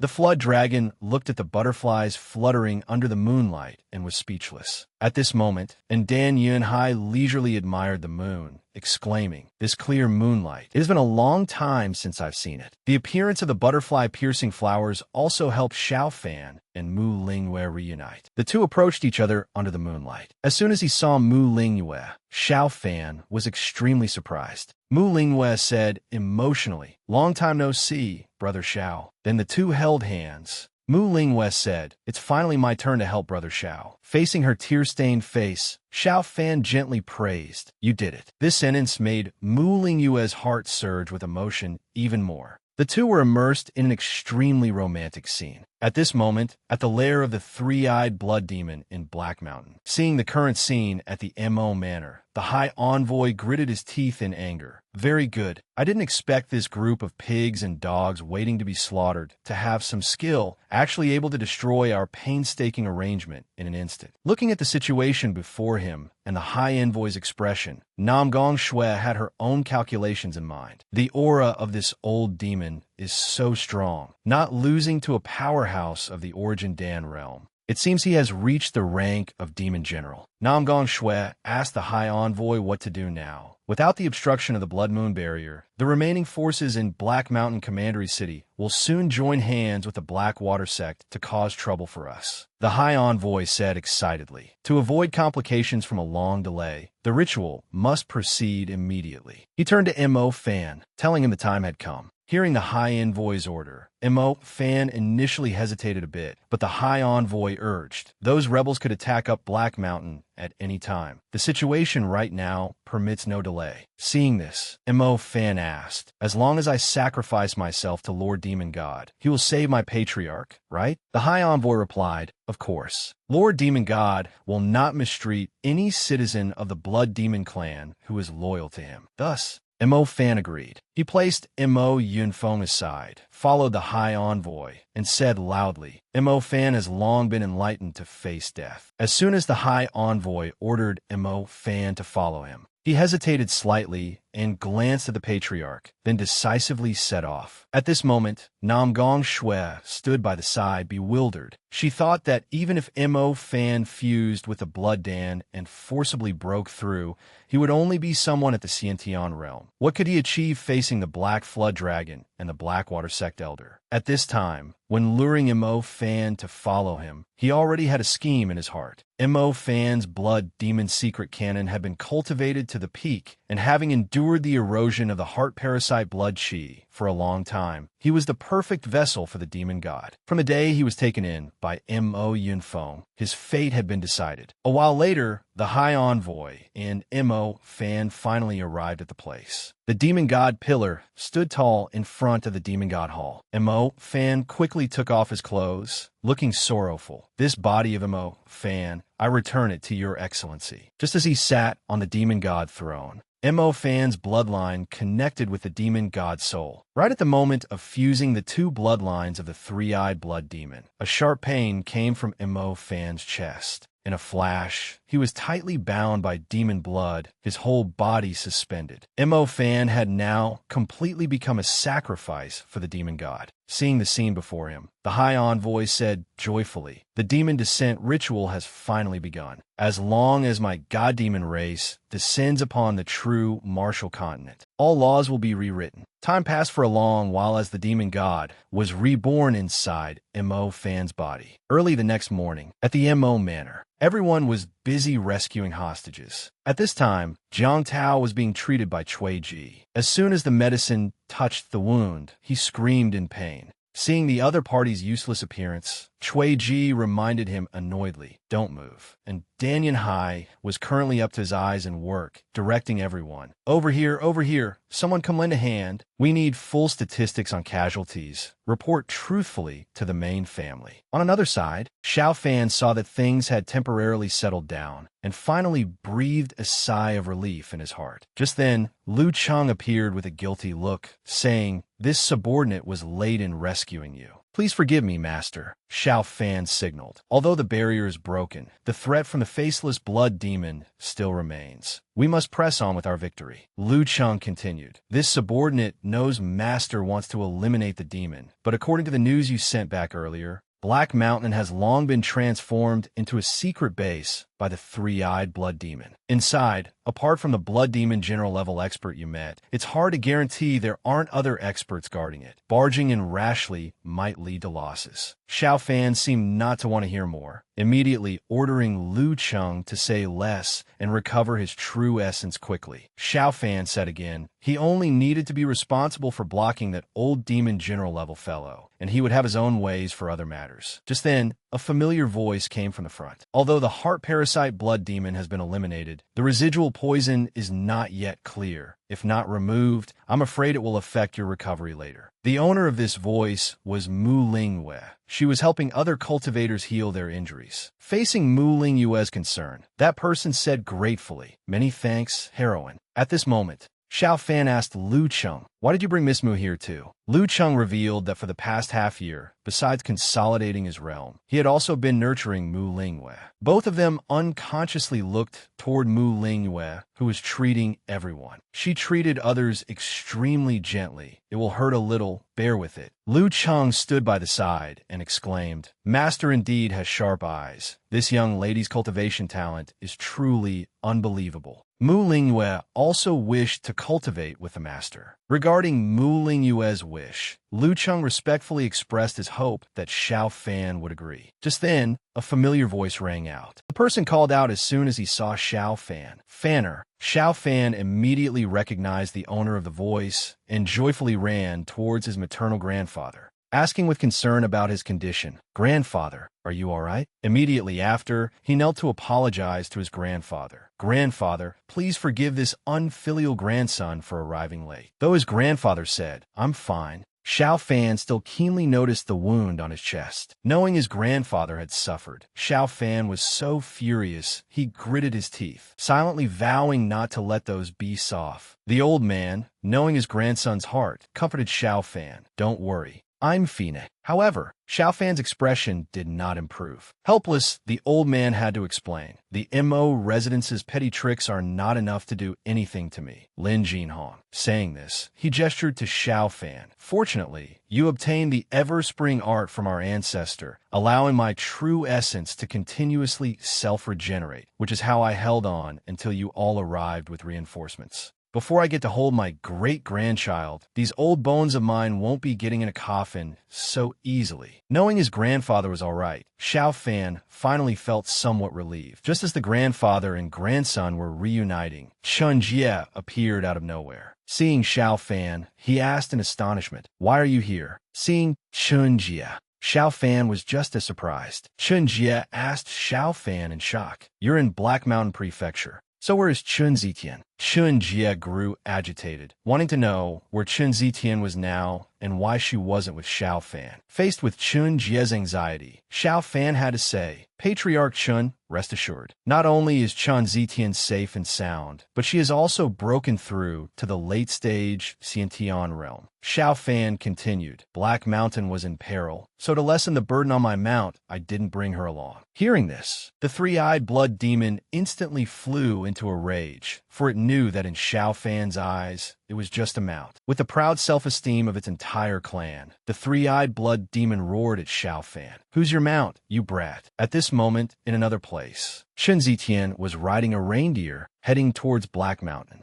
Seeing that her destination was not far, Chen Zitian couldn't help but let out a sigh of relief, saying to the person behind her, "After traveling for days, we can finally see the border of the Great Unation." That bastard Xiao Fan flying back to Black Mountain by himself and leaving us to take the hard road. At this moment, Chen Zitian's heart was filled with resentment over Xiao Fan abandoning her to return to Black Mountain alone. Seeing his older sister fuming, Adisa timidly spoke up, "Sister Zitian, is Black Mountain Prefecture still far?" But is about to be shaken to pieces. Obviously, as soon as these words were out, Chen Zitian put on an angry face and shouted, "Go ask that master of yours. Who is it that put us in this miserable state?" With no way to reach Black Mountain in a short time, Chen Zitian could only continue on her way, regardless of Adisa's, but being shaken to pieces. Over here, after hearing Xiao Fan's account of Chen Zitian's situation, Chen Jie was utterly shocked. Chen Zitian had actually broken through to the late-stage Xiantian realm. He truly couldn't believe his ears.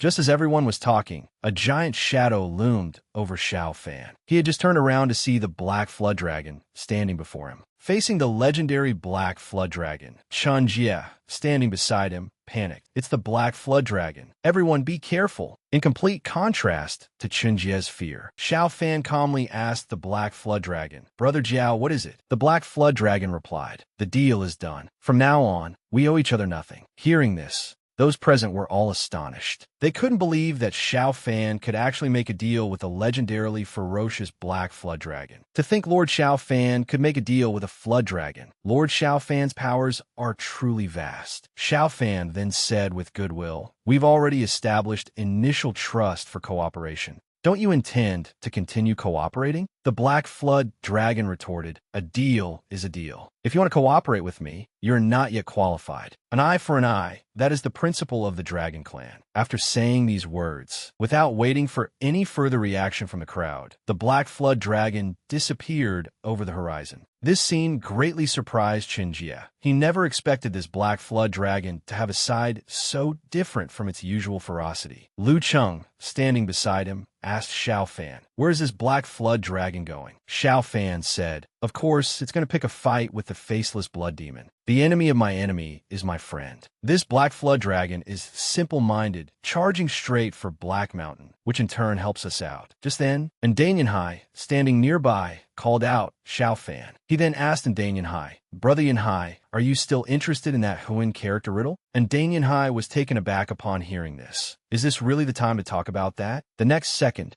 and Yanhai understood Xiao Fan's personality and couldn't help but sigh. This is truly Brother Zhao's style. So what's the answer? Xiao Fan gave Yanhai a hint. Just separate the Huan character and look at it again, and you'll understand. Seeing this, Yanhai fell into deep thought. The character Huan. Very quickly, Yanhai understood. He said joyfully to Xiao Fan, "This Huan character, it actually calculated the entire temporal progression of the battle." And Yanhai explained, 8 is the hour of Wei, when our resistance army's counterattack against the Mo residents officially began. 1 is the hour of Z, when the Black Flood Dragon and the Blackwater sect appeared, laying the foundation for victory in the entire situation. Xiao Fan finished for Yanhai. 4 is the hour of Mao, when the tide had turned and all forces converged on one point to attack Black Mountain together. Xiao Fan's face then turned cold as he said, "The crimes they committed in Black Mountain Prefecture, I will make them pay 100-fold. In another place, the Black Flood Dragon was wreaking havoc in a valley. Faceless blood demon, get out here and die." At that moment, countless blood demons swarmed out from the mountain cave. As soon as it saw them, the Black Flood Dragon spewed ferocious flames, incinerating those blood demons. At this time, deep within the mountain cave, Mo Fan's soul had been completely seized by the demon god, and he was receiving the power of resentment from the demon god. The High Emissary standing by was extremely anxious seeing this. The transformation ritual was reaching a critical stage. Seeing the Black Flood Dragon charge in, he couldn't help but shout angrily, "Damn it!" Helpless, he had to summon the demonic beasts out of the cave, intending to hold back the Black Flood Dragon. At this moment, the High Emissary would absolutely not allow anyone to ruin his plan. At this time, the pack of demonic beasts outside had obeyed the High Emissary's command, tightly surrounding the Black Flood Dragon and launching an attack. Without a doubt, the Black Flood Dragon now needed to spend some time dealing with these demonic beasts. Just then, Xiao Fan's group also arrived. Looking at the scene before them, Xiao Fan speculated, "It seems these three-eyed blood demons have deployed their full force, willing to pay any price to protect the ongoing demon dissension ritual." After determining the High Emissary's motive, everyone immediately got on the back of the three-eyed blood demon and flew towards the valley. On the way to the valley, Mu Lingyue, sitting behind Yanhai, said worriedly, "Young Master and Dan, you are still injured. You absolutely must not overexert yourself." And Yanhai, knowing her intention, replied with a smile, "It's just an internal injury. Compared to the critical blow that Miss Mu and Brother Xiao dealt to this single man by being so clingy with each other, this little injury is nothing." Hearing this, Mu Lingyue's face instantly turned red. What are you saying? Big Brother Xiao and I are innocent." Seeing things getting out of hand, Xiao Fan, at the side, reminded them, "If you have time to talk nonsense, you'd be better off calming your mind and regulating your breath. Another fierce battle is coming." Helpless, and Yanhai had to nod in agreement. Looking at the cheesy scene before it, the three-eyed blood demon scoffed inwardly. "Humans are so boring." Very quickly, the three-eyed blood demon flew straight into the mountain cave at an astonishing speed. Sensing the great commotion, Nangong Shui immediately guessed that the one with the Phoenix bloodline was about to arrive. Helpless, she had to urge the High Emissary, "Demon General, why aren't you done yet? They're already at our doorstep." Faced with Nangong Shui's urging, the High Emissary said with great anger, "That lord sent you here to assist me, not to supervise me. It's best you know your place. Hearing this, Nangong Shui gave a sarcastic smile. She walked outside, not forgetting to say to the high emissary, I will try to hold them off. You'd better hurry up. Looking at Nangong Shui's arrogant demeanor, the high emissary cursed under his breath. That arrogant wench. Very quickly, the three-eyed blood demon had carried Xiao Fan's group to the cave entrance. As soon as he saw the entrance, Xiao Fan immediately said to the three-eyed blood demon, It's right there. There's a mountain cave. Go in through there. The three-eyed blood demon indicated that it saw it, then accelerated and charged into the mountain cave. After going deep into the cave, the group finally reached the end of the path. Just as they were scouting and observing for a long while, and Danyanhai wondered, why aren't the three-eyed blood demons here? Suddenly, a sound made him instantly alert. A familiar figure appeared before everyone.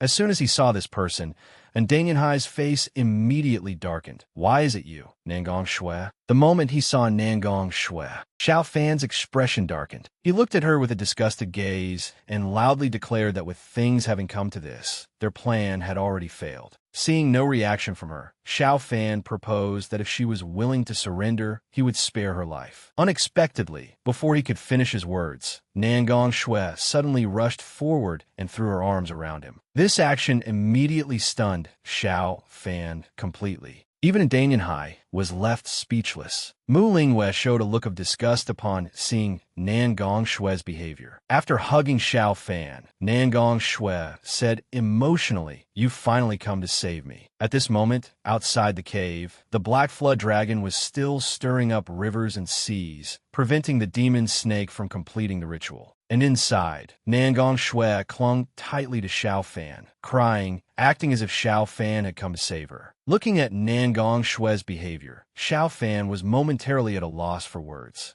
Nangong Shui continued to cry and complain that the people of the three-eyed blood demon and the MO residents had forced her to do many things she didn't want to. Day and night, she was tormented by guilt and remorse, and she didn't want to live like this anymore. Seeing the ambiguous posture between Xiao Fan and Nangong Shui, Mu Lingyue, who was standing beside them, couldn't bear it any longer and shouted loudly, What are you doing? Get away from Big Brother Xiao. Seeing Mu Lingyue's angry expression, Nangong Shui paid her no mind and replied, I am Xiao Fan's childhood sweetheart and fiancé. Why should I stay away from my husband? As soon as these words were spoken, Mu Lingyue was momentarily at a loss for words. Helpless, and Danyanhai, standing beside them, had to speak up. This woman has a vicious heart and is best at sowing discord. Don't be bewitched by her. Seeing Mu Lingyue and Danyanhai vehemently opposing her being with Xiao Fan, Nangong Shui was now filled with resentment. She considered these two to be stumbling blocks on her path. Helpless, she had to speed up her plan, saying to Xiao Fan, Take me away from here, okay? Xiao Fan looked at Nangong Shui,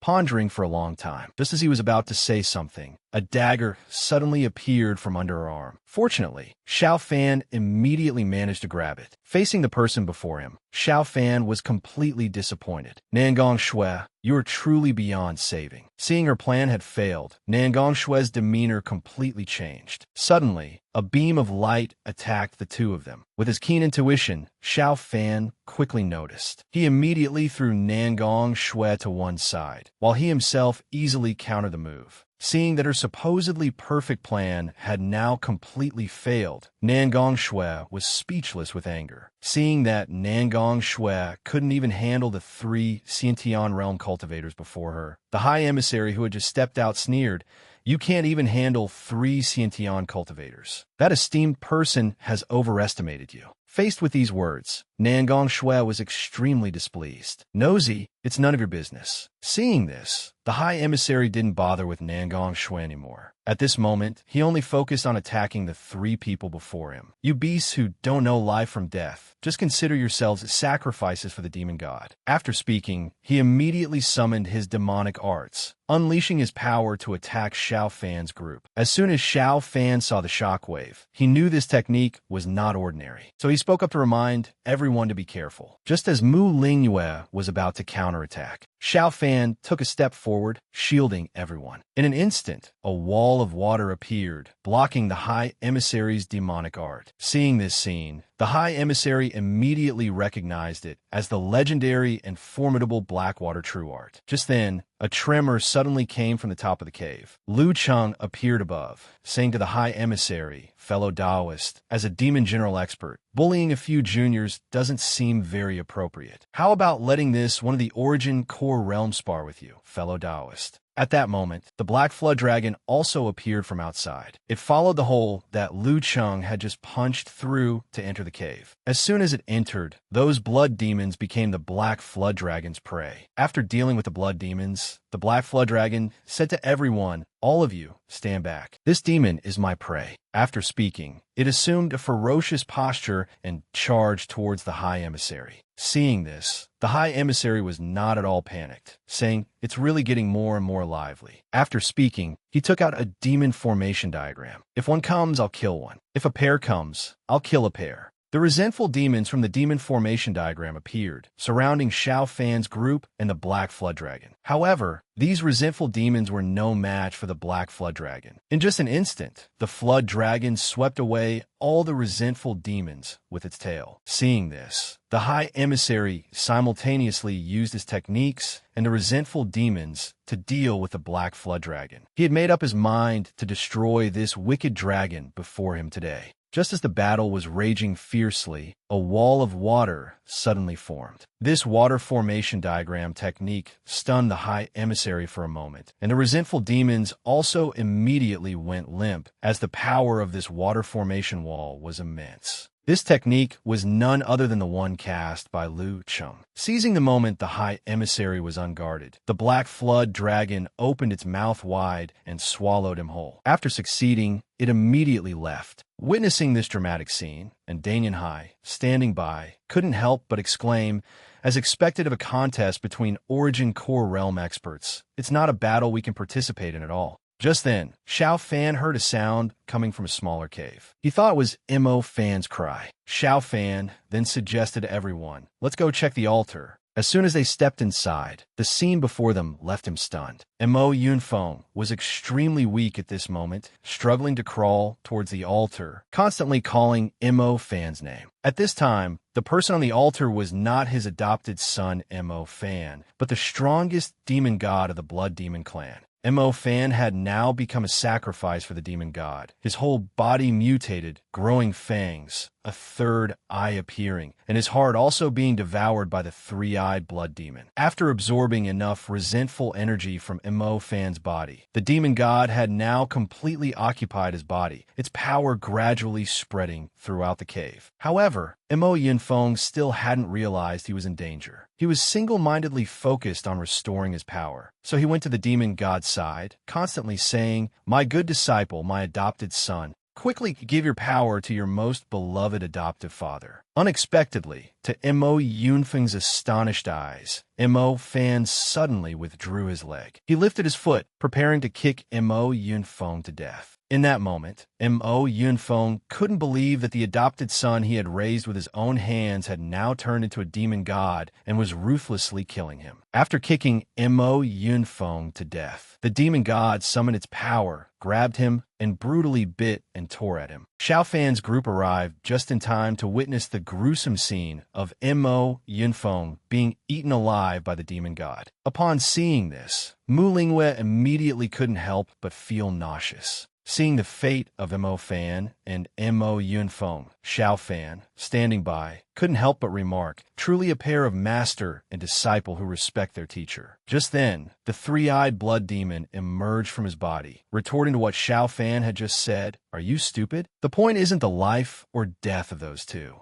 That kid named Mo Fan used his body as a ritual to channel the demon god's spiritual consciousness. If we don't eliminate it before its spiritual consciousness fully descends upon the true martial continent, at that time, let alone Black Mountain Prefecture City, whether the entire Great U Nation can even survive will be a problem. And Danyanhai, standing nearby, heard this and was struck by the phrase channeling ritual. He guessed that the channeling ritual was related to that thing. Just then, a giant heart appeared before everyone. Mu Lingyue was terrified at the sight. Such a big heart. Looking at the heart before them, and Danyanhai voiced his thoughts. No matter what this is, it is ultimately a source of disaster for the Blood Demon clan's return. At this moment, and Danyanhai decided he must destroy it before it could fully form and cause disaster. This was also what Xiao Fan was thinking. He took the lead, attacking the giant heart above. Mu Lingyue was also now filled with fighting spirit. I am willing to lend you to a hand. The three of them immediately summoned their power, combining it to form a huge stream of energy, attacking the bright red heart. Seeing an attack about to explode, Nangong Shui revealed a contemptuous smile. This won't do. Immediately after, she took out a feather and countered the power of Xiao Fan's group. A scene of a phoenix fighting a dragon immediately unfolded. Seeing the situation becoming increasingly unfavorable, Mu Lingyue, standing by, was astonished. How can this be? And Danyanhai also realized at this moment the cold energy is too strong, making it impossible for us to face it head-on. At this time, Xiao Fan took a step forward, facing Nangong Shui and asking, "What exactly do you want?" Mo Yunfeng, who threatened you, is dead, and the three-eyed blood demon's power is lost. What reason do you still have to be our enemy? After hearing this, Nangong Shui asked in return, "They threaten me? They don't have the ability to do that. From beginning to end, I was never on the same path as them. The Mo family wanted to control Black Mountain Prefecture City. The Blood Demons wanted to use Black Mountain Prefecture City, but I am different. I want to destroy Black Mountain Prefecture City." Hearing Nangong Shui's tone, Xiao Fan found it a bit amusing. Your ambition is not small. It's a pity that will never happen. Nangong Shui paid no mind to Xiao Fan's words. She was determined to prove to everyone that this was entirely possible. Immediately after, she gave a signal, summoning the demon god in Mo Fan's body. The demon god immediately rushed out to confront Xiao Fan. Seeing Xiao Fan in a difficult situation and Danyanhai standing by was extremely worried. After the demon god engaged Xiao Fan, Nangong Shui stood by and said smugly, "I'm already halfway successful." Seeing the situation becoming more and more dangerous, Xiao Fan turned to Danyanhai and Mu Lingyue, reminding them, from now on, everyone must be even more careful. As the demon god gathered enough resentful energy and summoned its power to charge at Xiao Fan. Seeing this, Mu Lingyue, standing by, shouted Xiao Fan's name, reminding him to be wary of an attack from two sides. When Xiao Fan stepped forward to confront the demon god, he could feel the opponent's brutal and tyrannical power. Next, and Danyanhai continued to cast the fire element's secret art, Fire Phoenix Bird, intending to burn the demon god to death. But the Phoenix Bird's flames had no effect on the demon god, and Danyanhai was now extremely puzzled. "I can't believe my Phoenix Bird is useless." Mu Lingyue could no longer stand by and watch. She cast the water element's secret art, Butterfly Transformation, to deal with the demon god. In an instant, feeling the attack force coming from her arm, the demon god frantically rushed towards Mu Lingyue. Seeing Mu Lingyue being targeted by the demon god, Xiao Fan rushed forward to protect her without hesitation. He used his dragon soul to attack the demon god, instantly paralyzing its demonic art. Just as the two sides were fiercely fighting, Nangong Shui's dragon feather was released, breaking Xiao Fan's move. Then she said, "The demon god was so difficult to nurture, I won't let you destroy it so easily." Seeing this, and Danyanhai, who was standing nearby, was stunned. He noticed something strange about that feather and that it had to be destroyed. With that, he immediately used the fire element's secret art to attack Nangong Shui. But just as the fire element's secret art was summoned, Nangong Shui used that feather again, causing Danyanhai's technique to backfire on himself. And Danyanhai immediately realized that the dragon feather in her hand was suppressing the phoenix bloodline in his body. Seeing Danyanhai injured, Xiao Fan stopped fighting the demon god. Only now did he realize that although Mo Fan was possessed by the demon god, his strength was still ordinary. Apart from his high defense, he was basically just an idiot who used demonic power recklessly. The real trouble for everyone was Nangong Shui's interference. If she was allowed to keep using the dragon feather to deal with them, even Xiao Fan would find it hard to defend himself. Therefore, he asked the three-eyed blood demon, what is the origin of her dragon feather? The three-eyed blood demon looked helpless. Do you really think this venerable one is an omniscient being who knows everything? In this venerable one's memory, the Four Directions Divine Realm has no ice snow attribute divine bird. On the other side, the Black Flood Dragon was still fighting the High Emissary. Under the combined power of Lu Cheng and the Black Flood Dragon, the High Emissary was instantly paralyzed. But he still had the resentful demon in his hand, a weapon he used to fight his enemies and cling to life. Seeing Xiao Fan in a dilemma, Nangong Shui stood by and asked smugly, what do you think? Isn't it interesting? At this moment, Xiao Fan had not gained the upper hand at all. Under the power of the dragon feather, he couldn't find any of the opponent's weaknesses to attack. On another side, Lu Cheng wanted to join forces with the Black Flood Dragon to repel the resentful demon. He just told the Black Flood Dragon his discovery. Your water and my fire attributes are mutually restrictive. We shouldn't defend against the enemy, as that will only create an opportunity for that demon. However, the Black Flood Dragon did not agree with Lu Cheng's opinion. Why would I need to join forces with a mere mortal like you? With that said, the Black Flood Dragon immediately grabbed the resentful demon and the High Emissary, frantically spewing fire at him. But the Black Flood Dragon's flames didn't seem to harm the High Emissary at all. He stood in the sea of fire and said gleefully, you want to kill me, the one who possesses the blood spirit body with the ability to be reborn from a single drop of blood? What a foolish dream. In an instant, the High Emissary's body transformed, and he used a giant hand to grab at the Flood Dragon, easily capturing it before Lu Cheng's astonished eyes. In the blink of an eye, both Lu Cheng and the Black Flood Dragon became prey in the High Emissary's hands. One who has just entered the Origin Core realm, and a remnant soul of a Black Flood Dragon, dare to challenge a demon general like me who broke through 100 years ago? How ridiculous!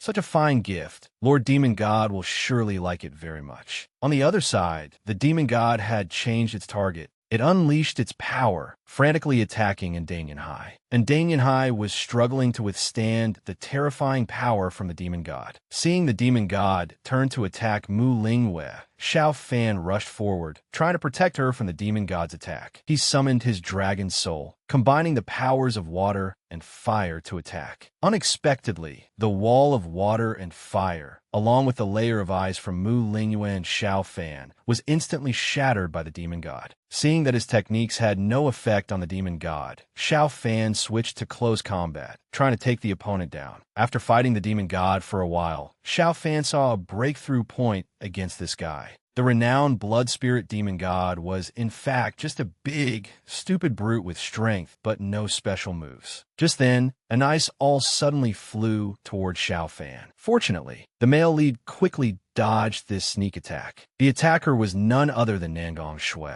who was also the biggest nuisance right now. Seeing that Xiao Fan had no reaction, Nangong Shui stood by and mocked. Do you still feel like you have a 50% chance of winning? Xiao Fan suddenly remembered he had the Heavenly Serpent Scale armor for protection. However, that dragon feather carried the aura of a phoenix divine beast, which had a natural suppressive attribute against dragon and serpent species. Without waiting for Xiao Fan to act, Nangong Shui had already launched an attack with her icy cold chi. Let your friends be buried with you. Seeing Danyan High struggling to deal with the icy cold chi, Xiao Fan calculated inwardly, and Danyan Hai's old wounds hadn't healed, and with that strange dragon feather suppressing his attributes, he could only barely protect himself. As for Mu Lingwei, her realm was still at the early Xiantian stage. Her true essence was not abundant, and a prolonged fight would be disadvantageous for their side. In addition, the Black Flood Dragon and Lu Cheng were currently unable to do anything to the faceless old demon at the demon general level. Combining the recent situation, Xiao Fan believed there was only one way left to turn the tables. Xiao Fan turned to ask the three-eyed blood demon, does that faceless old demon's blood accumulation rebirth art have any weaknesses? After hearing this, The three-eyed blood demon thought carefully. The blood spirit body is an extremely profound divine ability in the blood demon secret codex. The primordial spirit is hidden within the body. The essence blood continuously divides, not only providing a powerful regeneration ability, but when the physical body dies, it can regenerate its physical body from just a single drop of essence blood containing the primordial spirit. However, this was not the information Xiao Fan wanted. Xiao Fan was a little impatient and wanted the three-eyed blood demon to tell him the weakness. Seeing Xiao Fan and the three-eyed blood demon dawdling, Nangong Shui, who was standing nearby, couldn't take it anymore and shouted, "Are you ignoring my existence?" At this critical moment, the three-eyed blood demon finally said what Xiao Fan wanted to know. If you want to break the blood spirit body, you must find a way to make its essence blood disperse and lose its activity. Hearing about making the opponent lose activity, Xiao Fan acted as if it was easier than eating candy. Immediately, Xiao Fan landed on the ground and called out to Danyan Hai and Mu Lingyue, who were fighting ahead. After the three of them gathered, Xiao Fan revealed his plan. Focus your water and fire powers on me. Seeing the enemy arranging their formation, Nangong Shui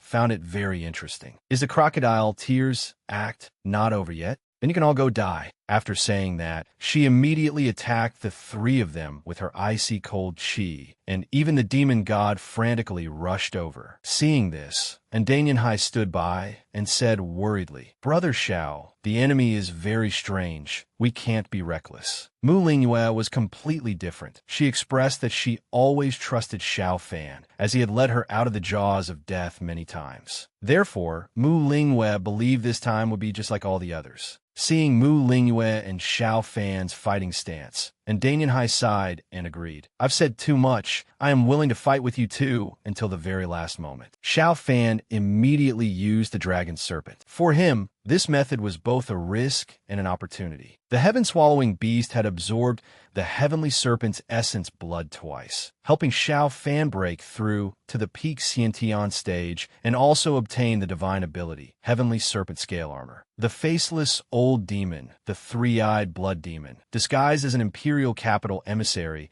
and plotted to possess a body. His physical form was also swallowed and refined by the heaven-swallowing beast. If Xiao Fan were to swallow the heavenly serpent's heart blood now, he could also temporarily break through to the origin core realm and resolve the urgent situation at hand. However, what he worried about now was that using this method made it hard to guarantee the opponent didn't have another trick up their sleeve. Moreover, this action was too risky and would cause him to gain one thing, but lose another. His origin core plan would also be ruined. If he couldn't completely eliminate this group, Xiao Fan would find a way to make them serve him. Seeing Nangong Shui and the demon god simultaneously using fire chi to launch an attack, Xiao Fan signaled to Danyan Hai and Mu Lingyue, while he himself rushed forward, facing the two streams of power head-on. Seeing this tense scene, the three-eyed blood demon was horrified and reminded Xiao Fan, "Kid, be careful." With that, it quickly shrank back to avoid being hit by the shockwave of the attack. At this moment, Xiao Fan blocked the two streams of power and began to summon the heaven-swallowing beast. While attacking, Xiao Fan chatted with the three-eyed blood demon. "Your blood demon clan sucks the blood of living creatures every day. I wonder what the blood of the three-eyed blood demon tastes like." Hearing these words, the three-eyed blood demon was certain that this kid's mind was no longer normal. After that, Xiao Fan's heaven-swallowing beast was instantly summoned. This time, Xiao Fan was able to alternate between two types of power, confronting the demon god head-on. Seeing that the opponent was momentarily distracted, Xiao Fan quickly circled behind it, combined with close combat, and delivered a devastating blow to the demon god. After successfully paralyzing the demon god, Xiao Fan quickly retreated to avoid the next attack. Seeing this, Nangong Shui could hardly believe her eyes. Next, Xiao Fan shifted his target to the High Emissary. He tried to attract the opponent's attention so that he would focus wholeheartedly on attacking him with the resentful demon. At this moment, Xiao Fan was struggling to deal with all three parties. Just as the old High Emissary was concentrating on fighting Xiao Fan, the Black Flood Dragon noticed the demonic claw gradually loosening. This was precisely Xiao Fan's purpose in attacking the High Emissary. He wanted to let Lu Cheng and the Black Flood Dragon escape from his demonic claw. As soon as he saw Lu Cheng was saved, Xiao Fan said without hesitation, "Lu Cheng, I'm leaving this old guy to you. Help me break this old demon's evil art immediately." Lu Cheng heard this and immediately accepted the order, using the Kanglan Palm combined with Dragon Burning the World to attack the High Emissary from behind. In an instant, the opponent was pinned between two streams of power from both sides, unable to move. Gradually, he was buried in the sea of fire and wall of water from Xiao Fan and Lu Cheng. Seeing the well-coordinated scene ahead, and Danyanhai was extremely excited. By using the heat from the Black Flood Dragons and the Fire Dragon's flames, they could make the opponent's blood heat up in an instant, becoming viscous and unable to disperse. Then, using currents of water and storms to completely solidify it, preventing the three-eyed blood demon from regenerating in a short time. At this moment,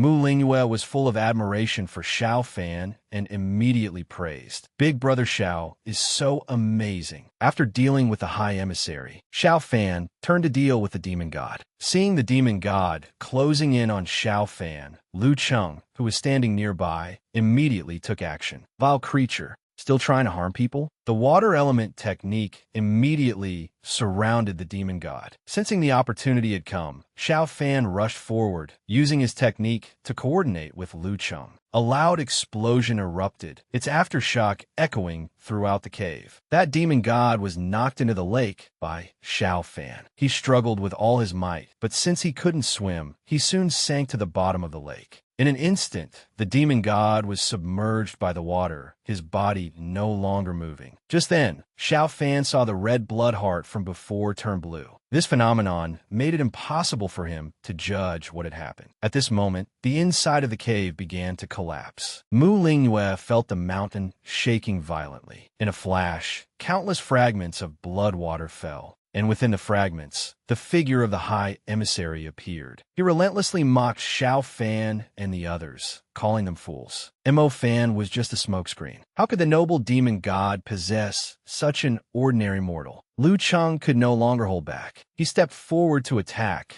the blood water, thinking the old High Emissary was setting up a diversion. Just as Lu Cheng stepped up to protect Xiao Fan and the others, the blood water suddenly glowed. The High Emissary said with a profound and mysterious air, "Whose heart do you think this is?" The three-eyed blood demon immediately understood his opponent's deeper meaning. "This is bad. We've fallen into a trap, using a body to nourish the blood demon." Mo Fan wasn't the demon god's vessel, but a sacrifice. His blood sacrifice helped complete the demon god's 3 souls and 7 spirits. Hearing these words, the Black Flood Dragon cursed. These demons are truly insidious and cunning. At this moment, the Black Flood Dragon transformed into human form and appeared. As soon as he appeared, he spoke. "Do you still not understand? They used the blood sacrifice to gather divine consciousness. The true body of the blood spirit demon god is this entire Black Mountain range." Seeing the situation spiraling out of control, Lu Cheng said to Xiao Fan and the others, "We must retreat quickly." But things weren't that simple. Nangong Shui appeared out of nowhere, holding the dragon feather. "The people of Black Mountain Prefecture, however many there are, none of you are leaving." At the same time, in Black Mountain Prefecture, a sudden earthquake threw everyone into a panic. In Black Mountain Prefecture at this moment,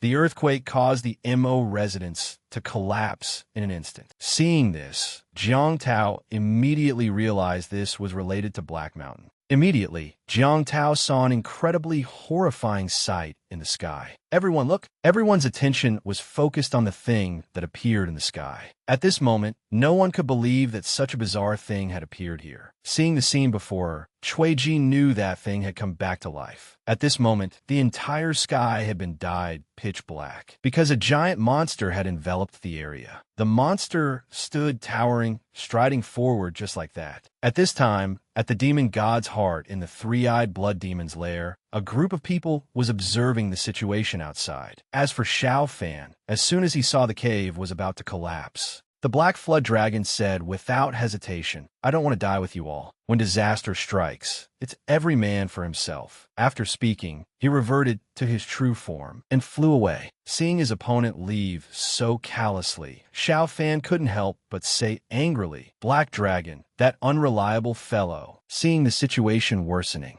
Liu Cheng told everyone to get behind him, while he cast a secret water element art, the Black Water Displacement art, protecting everyone from the falling rocks. Suddenly, Xiao Fan saw some rocks in the distance. After a moment's thought, he decided to go get them. Xiao Fan's action. This made Mu Lingyue a little confused. Big brother Xiao, what are you getting that for? Throw it away quickly. Xiao Fan replied, It's fine. I have a special use for this. He guessed that the blood drop rebirth divine ability would probably be absorbed by the heaven-swallowing beast. To prove his guess, he decided to test it out. Seeing Nangong Shui casting a water ice art right in front of him, Xiao Fan thought to himself, this has to work. The moment the water ice art rushed toward Xiao Fan, he vanished without a trace. This scene made Nangong Shui think her opponent had been swallowed by her technique, so she leisurely raised her head to look at the sky. She thought sorrowfully, everything is going according to your will. Just open your eyes and watch clearly how this good show begins. Just then, a pool of blood from below suddenly splashed onto Nangong Shui. Seeing this sticky, filthy pool of blood, she couldn't help but show a look of disgust. At this moment, in a lava-filled cave, the High Emissary, sealed within a rock, shouted forward, Take my blood, merge it with your veins. Take my demon soul, return it to the Nether River. Make my blood clan strong, prosperous without decline. In an instant, the rock was pulled toward the heart above. The demon god outside was immediately as if replenished with power. No matter how the soldiers attacked, the demon god could regenerate. Seeing the bizarre scene before them, the soldiers fled in terror. Just then, Liu Cheng's water art appeared. He stood before everyone, reassuring them in a deep voice. Everyone calmed down. Seeing Liu Cheng's group return, the soldiers were overjoyed. Elder Liu is back, and young Master Xiao, young Master Dan, and Miss Mu too. With that, a hopeful soldier stepped forward and said, Elder Liu is an Origin Core realm expert. He can definitely protect us. Liu Cheng then said to everyone, with things having come to this, it's no longer a matter that the Blackwater Sect and Black Mountain Prefecture can handle. Everyone present, follow me back to the Blackwater Sect to take temporary shelter. As soon as this suggestion was made, all the soldiers immediately agreed. Next, everyone began to divide the tasks. Low-level disciples quickly evacuate the injured civilians in Black Mountain Prefecture. Xiantian realm disciples follow this elder to set up the formation and prepare for a mass teleportation. Mu Lingyue, immediately take my command token and issue a heaven-tier order to the Qingyuan sect, the Gumo sect, and the Dragon Tiger sect, requesting they send their core forces here as reinforcements. And Danyanhai also said at this time, I will also immediately contact the Heavenly Heart Imperial City. On the other side, Xiao Fan was pondering something. The next second, he turned to ask the three-eyed blood demon, Tell me the truth, how long have you been in the Black Mountain secret realm? The three-eyed blood demon replied, This venerable one has been in secluded cultivation, not paying attention to worldly affairs. But if you count by the number of times the Black Mountain secret realm has opened, it's been no less than 300 years. Hearing the number 300 years, Xiao Fan seemed to think of something and turned to ask Liu Cheng, Do you remember when I followed the Blackwater Sex team into the Black Mountain secret realm? We encountered quite a few desolate beasts infected with berserk chi along the way. Hearing this, Liu Cheng immediately understood Xiao Fan's meaning. You suspect the berserk chi was also arranged by the Blood Demon clan? Xiao Fan said, Desolate beasts affected by berserk chi will become bloodthirsty towards all living creatures. If the berserk chi is truly a scheme of the Blood Demon clan, then the Blood Spirit Demon God has been infected by the berserk chi of Black Mountain for over 300 years. Hearing this, Liu Cheng gradually understood the issue. The next second, he suddenly remembered something and excitedly ordered everyone to stop moving immediately, hold their breath, and not budge. However, with the three-eyed blood demon's ability, it quickly realized that it was too late for anything now. The demon god had already caught up. Seeing it gradually approaching, The three-eyed blood demon realized it would probably die on the spot this time. As soon as the demon god released a strange blood chi, it immediately sucked a group of soldiers into the sky. Then, everyone's yang qi was devoured by the vengeful demon, turning them into soulless corpses. Seeing the soldiers having their yang qi drained and falling one by one, Mu Lingyue was so terrified that she was about to raise her hand to react. In a flash, Xiao Fan appeared out of nowhere, rushed forward to cover her mouth, and told her to hold her breath quickly. Seeing the lifeblood of those mortals being drained, Xiao Fan immediately deduced that this demon god was absorbing the life force of living beings to transform it into its own body. After absorbing the yang qi of some people, it retreated. This action was immediately noticed by Xiao Fan, who deduced the amount of blood qi absorbed is still not enough to fully transform its body, so it cannot move freely. Now, this vengeful demon possesses a heart made of water art. It doesn't attack everyone directly, but only absorbs the yang qi of mortals. After absorbing the yang qi, it summoned a formation, and countless streams of blood water poured into the formation flags. At this moment, strange objects appeared in the sky. This scene made the people below not understand what was happening. The objects in the sky immediately turned into lotuses. In just a blink, a swarm of blood demons emerged from the lotuses, causing a tremor in the sky. Upon seeing this, the three-eyed blood demon was scared out of its wits. This is the blood lotus reincarnation art, incredibly powerful. The blood demons charged toward the soldiers one after another. After clashing head-on with a three-eyed blood demon, Xiao Fan immediately discovered a breakthrough.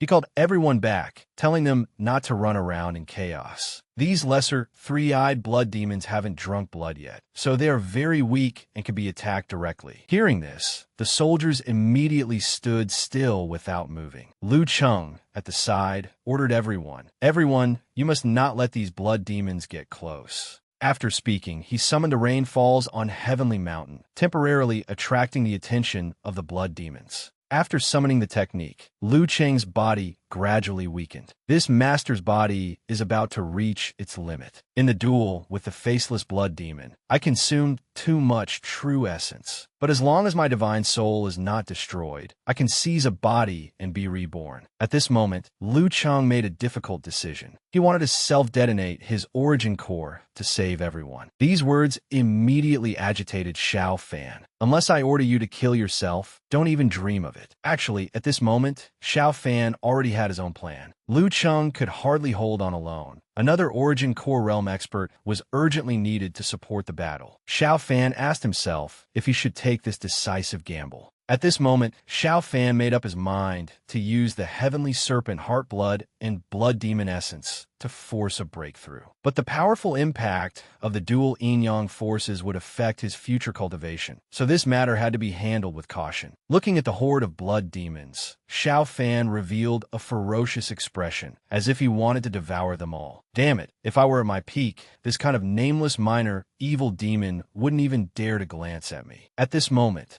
the blood demons were multiplying frantically. Jiang Tao, at the side, set an alarm to everyone. Everyone be careful, a new group of blood demons has appeared. This group of blood demons is even more ferocious than the previous one. They are surrounding us, wanting to attack the soldiers. At the decisive moment, an extremely formidable formation appeared in the sky. Look quickly, it's the Dragon Tiger, demon-subduing seal of the Dragon Tiger sect. At this moment, people from the Dragon Tiger sect appeared in the sky to provide aid. We are blessed by the divine might of the Dragon Tiger Celestial Master. We will not tolerate demons running rampant. The horde of blood demons was immediately brought under tight control. In a flash, an old figure appeared. Celestial Master Zhang has led the disciples of the Qingyuan sect to assist in the battle. Over here, due to a moment of carelessness, Lu Cheng was sneak attacked from behind by a blood demon. At the critical moment, fortunately, a hand reached out and grabbed the blood demon, directly crushing it to death, saving Lu Cheng's life. The Gumo sect is willing to work together with the Blackwater sect to slay demons and eliminate evil. Looking at the person before him, Lu Qing's expression was a bit dazed. Fellow Taoist Gu Jifeng, you've come too. On Jiang Tao's side, as soon as he saw the person before him, he shouted with joy, Elder Gu. Then he tearfully rushed over to him, wanting to seek comfort. Elder Gu, you're finally here.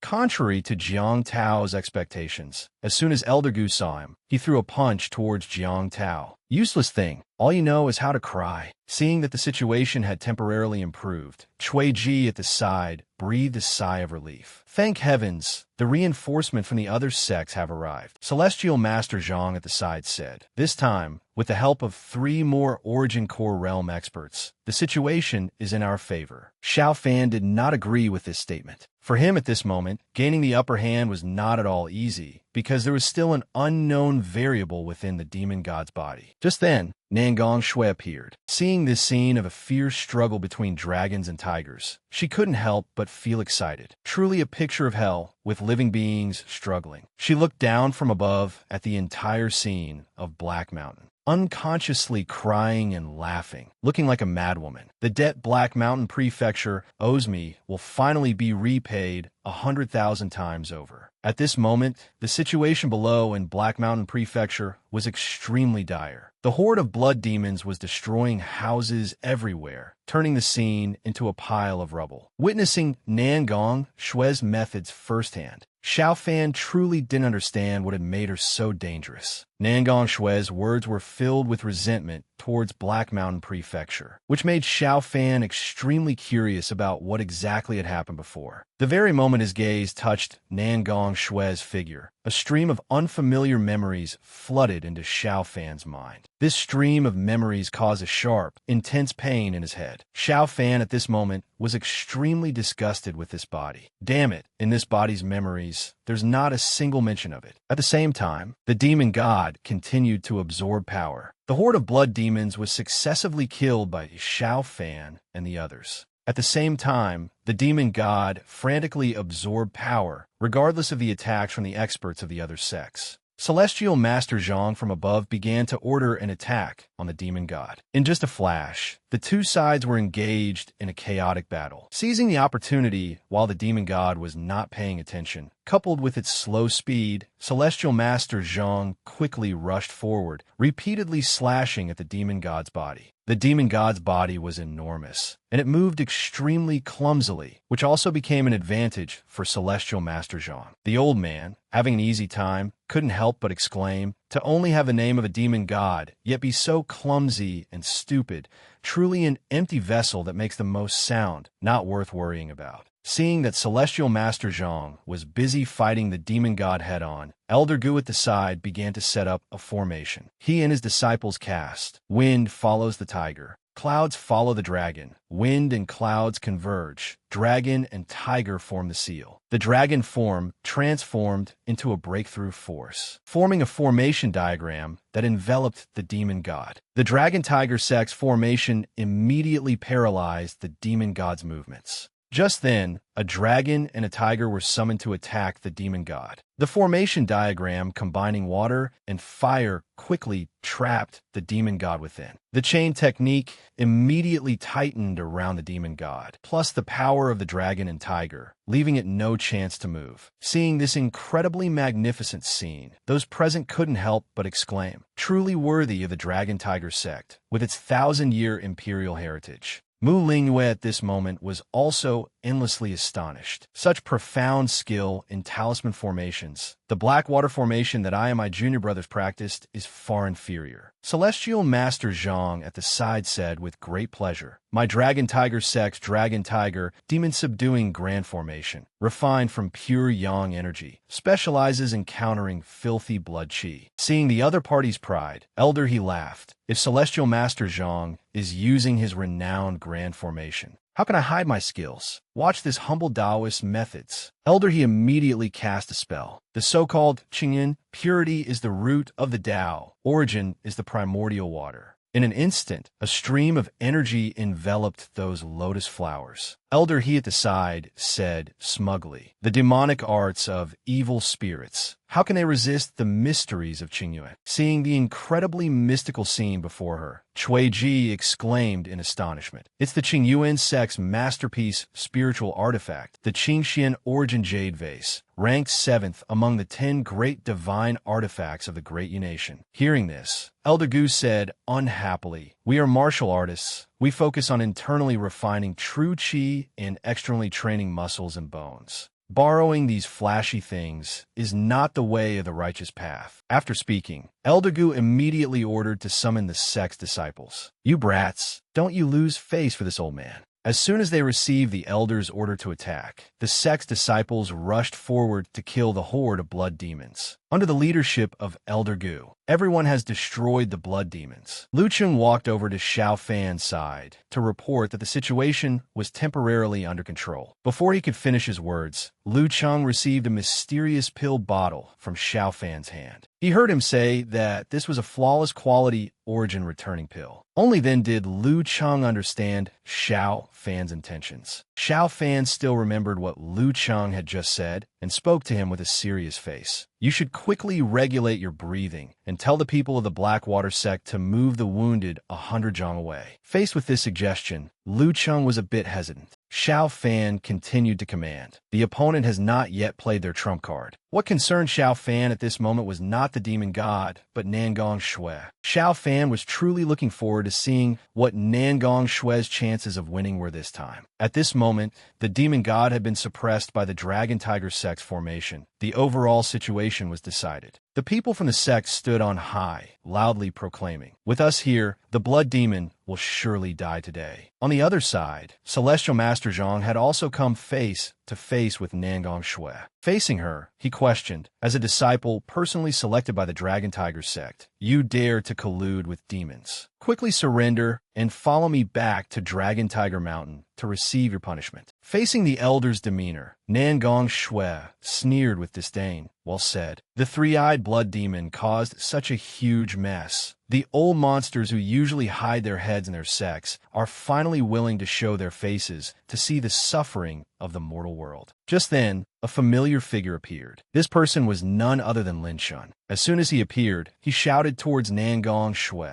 "Shui'er, hurry and come back with us. With the Dragon Tiger sect's guarantee, your life will not be in danger." Hearing these words, Nangong Shui directly took out a feather, saying with a sorrowful expression, "Where can I go back to? I was not born to belong here, yet I have shed too many tears on this land." As Nangong Shui spoke, she danced gracefully, her mouth humming a strange dance tune. 5 full moons, the last day of the 5th and 6th months. Only one word echoes in the ear. The phoenix bird soars, following the sun. Those who saw Nangong Shui's dance, none were not shaken to their core, their hearts trembling. Elder He, standing at the side, realized that this woman was channeling the spiritual energy of heaven and earth. The aura on her body at this moment had completely changed. Nangong Shui, in front of everyone, selflessly performed the phoenix side dance. How virtue has declined. The past cannot be admonished, but the future can still be pursued. There is a 9-headed god with a human face and a bird's body named Jiufeng. Nangong Shui, at this moment, continuously transformed along with her dance. This scene made everyone unable to believe their eyes. Having long guessed the opponent's intention, Elder He, standing at the side, questioned, "Jiufeng is an incarnation of good fortune. Nangong Shui, do you know that working for a demonic being is an act against heaven?" Hearing this, Nangong Shui revealed a mocking expression. "What is an act against heaven?" With that said, she immediately transformed into a phoenix bird, making it clear that she herself was heaven's will. The allure from Nangong Shui's technique was extremely strong, and it had affected the crowd below. Seeing her appearance, the soldiers all thought that this was a divine phoenix bird manifesting. And Danyan Hai, standing by, saw this scene and said decisively, "My Dan clan has sought the phoenix bloodline for generations. No wonder Nangong Shui can suppress the phoenix bloodline in my body. The phoenix spiritual aura on her is several times stronger than mine. Right now, the pressure of her power is too great. At this moment, Nangong Shui stood high above, not looking down. With just a single move from her, the chilling wind was already so strong that it made the people below dizzy. To deal with this vicious attack from Nangong Shui, Celestial Master Zhang stepped forward to block the shockwave, shouting loudly, "Watch this Celestial Master subdue you." In an instant, a formation diagram was opened. Celestial Master Zhang's formation diagram was extremely formidable. In a moment, he had used spiritual energy to summon a flood dragon and a divine tiger to battle. As the shockwave rushed towards Nangong Shui, seeing the opponent's destructive power, Nangong Shui showed no fear, only smiling contemptuously. The next second, she summoned her 9 heads to cry out in unison, shaking the heavens and earth and stopping Celestial Master Zhang's shockwave. Immediately after, she began to counterattack, humming a melody. As soon as this melody entered everyone's ears, it caused their minds to fall into extreme agony. Even the 3-eyed blood demons, after hearing this melody from Nangong Shui, exploded into pieces and died one after another. Nangong Shui's humming grew louder and louder, making those who heard it feel like they were about to explode. Soon, unable to bear the piercing sound, they began to bleed from their 7 orifices.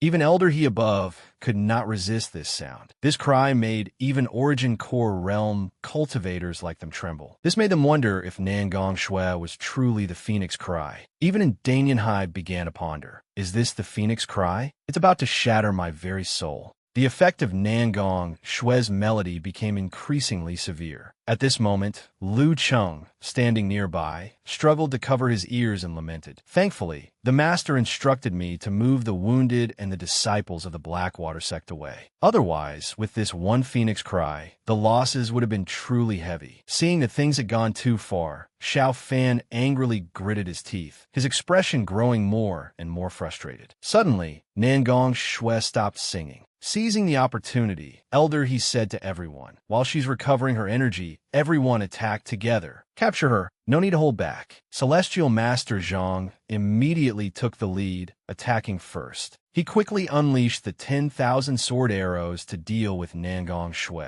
but this move failed to subdue her. She blocked the 10,000 sword arrows with just a single move. Seeing his frontal assault rendered ineffective, Celestial Master Zhang continued by using the 7-star sword art to counter. However, this move was just as useless against Nangong Shui. Seeing that he couldn't injure his opponent at all, Celestial Master Zhang was so angry he gnashed his teeth. How could this Celestial Master let you walk all over me? Immediately, a move, the heart-piercing 10,000 arrows, became sharper. This time, Nangong Shui struggled more to dodge as the flying swords multiplied. Seeing this, Nangong Shui had no choice but to use petrification to deal with Celestial Master Zhang's heart-piercing 10,000 arrows. The moment she unleashed her petrification attack, it paralyzed Celestial Master Zhang's technique. Seeing this scene, the crowd below was terrified. This is bad. The Celestial Master's swords are controlled. Unconvinced, Celestial Master Zhang immediately unleashed a move, Ziwei Do Shu. 7-star appraisal. You think it's that easy to trap me? At that moment, Elder He took advantage of Nangong Shui's opening and cast a spell to surround her. Shangqing Origin Annihilating Burning Thunder. It was summoned by Elder He in an instant. A breakthrough power struggle unfolded with extreme intensity. Seeing Elder He's technique, Elder Gu, standing by, exclaimed, "This old Taoist, he seems polite on the surface, but the moment he strikes, it's with the Qingyuan sect's strongest earth-grade lightning technique." Elder He's power was incredibly immense, instantly making Nangong Shui's head spin. However, she still had a way to deal with it and escape. "It seems you've run out of tricks, so now it's my turn."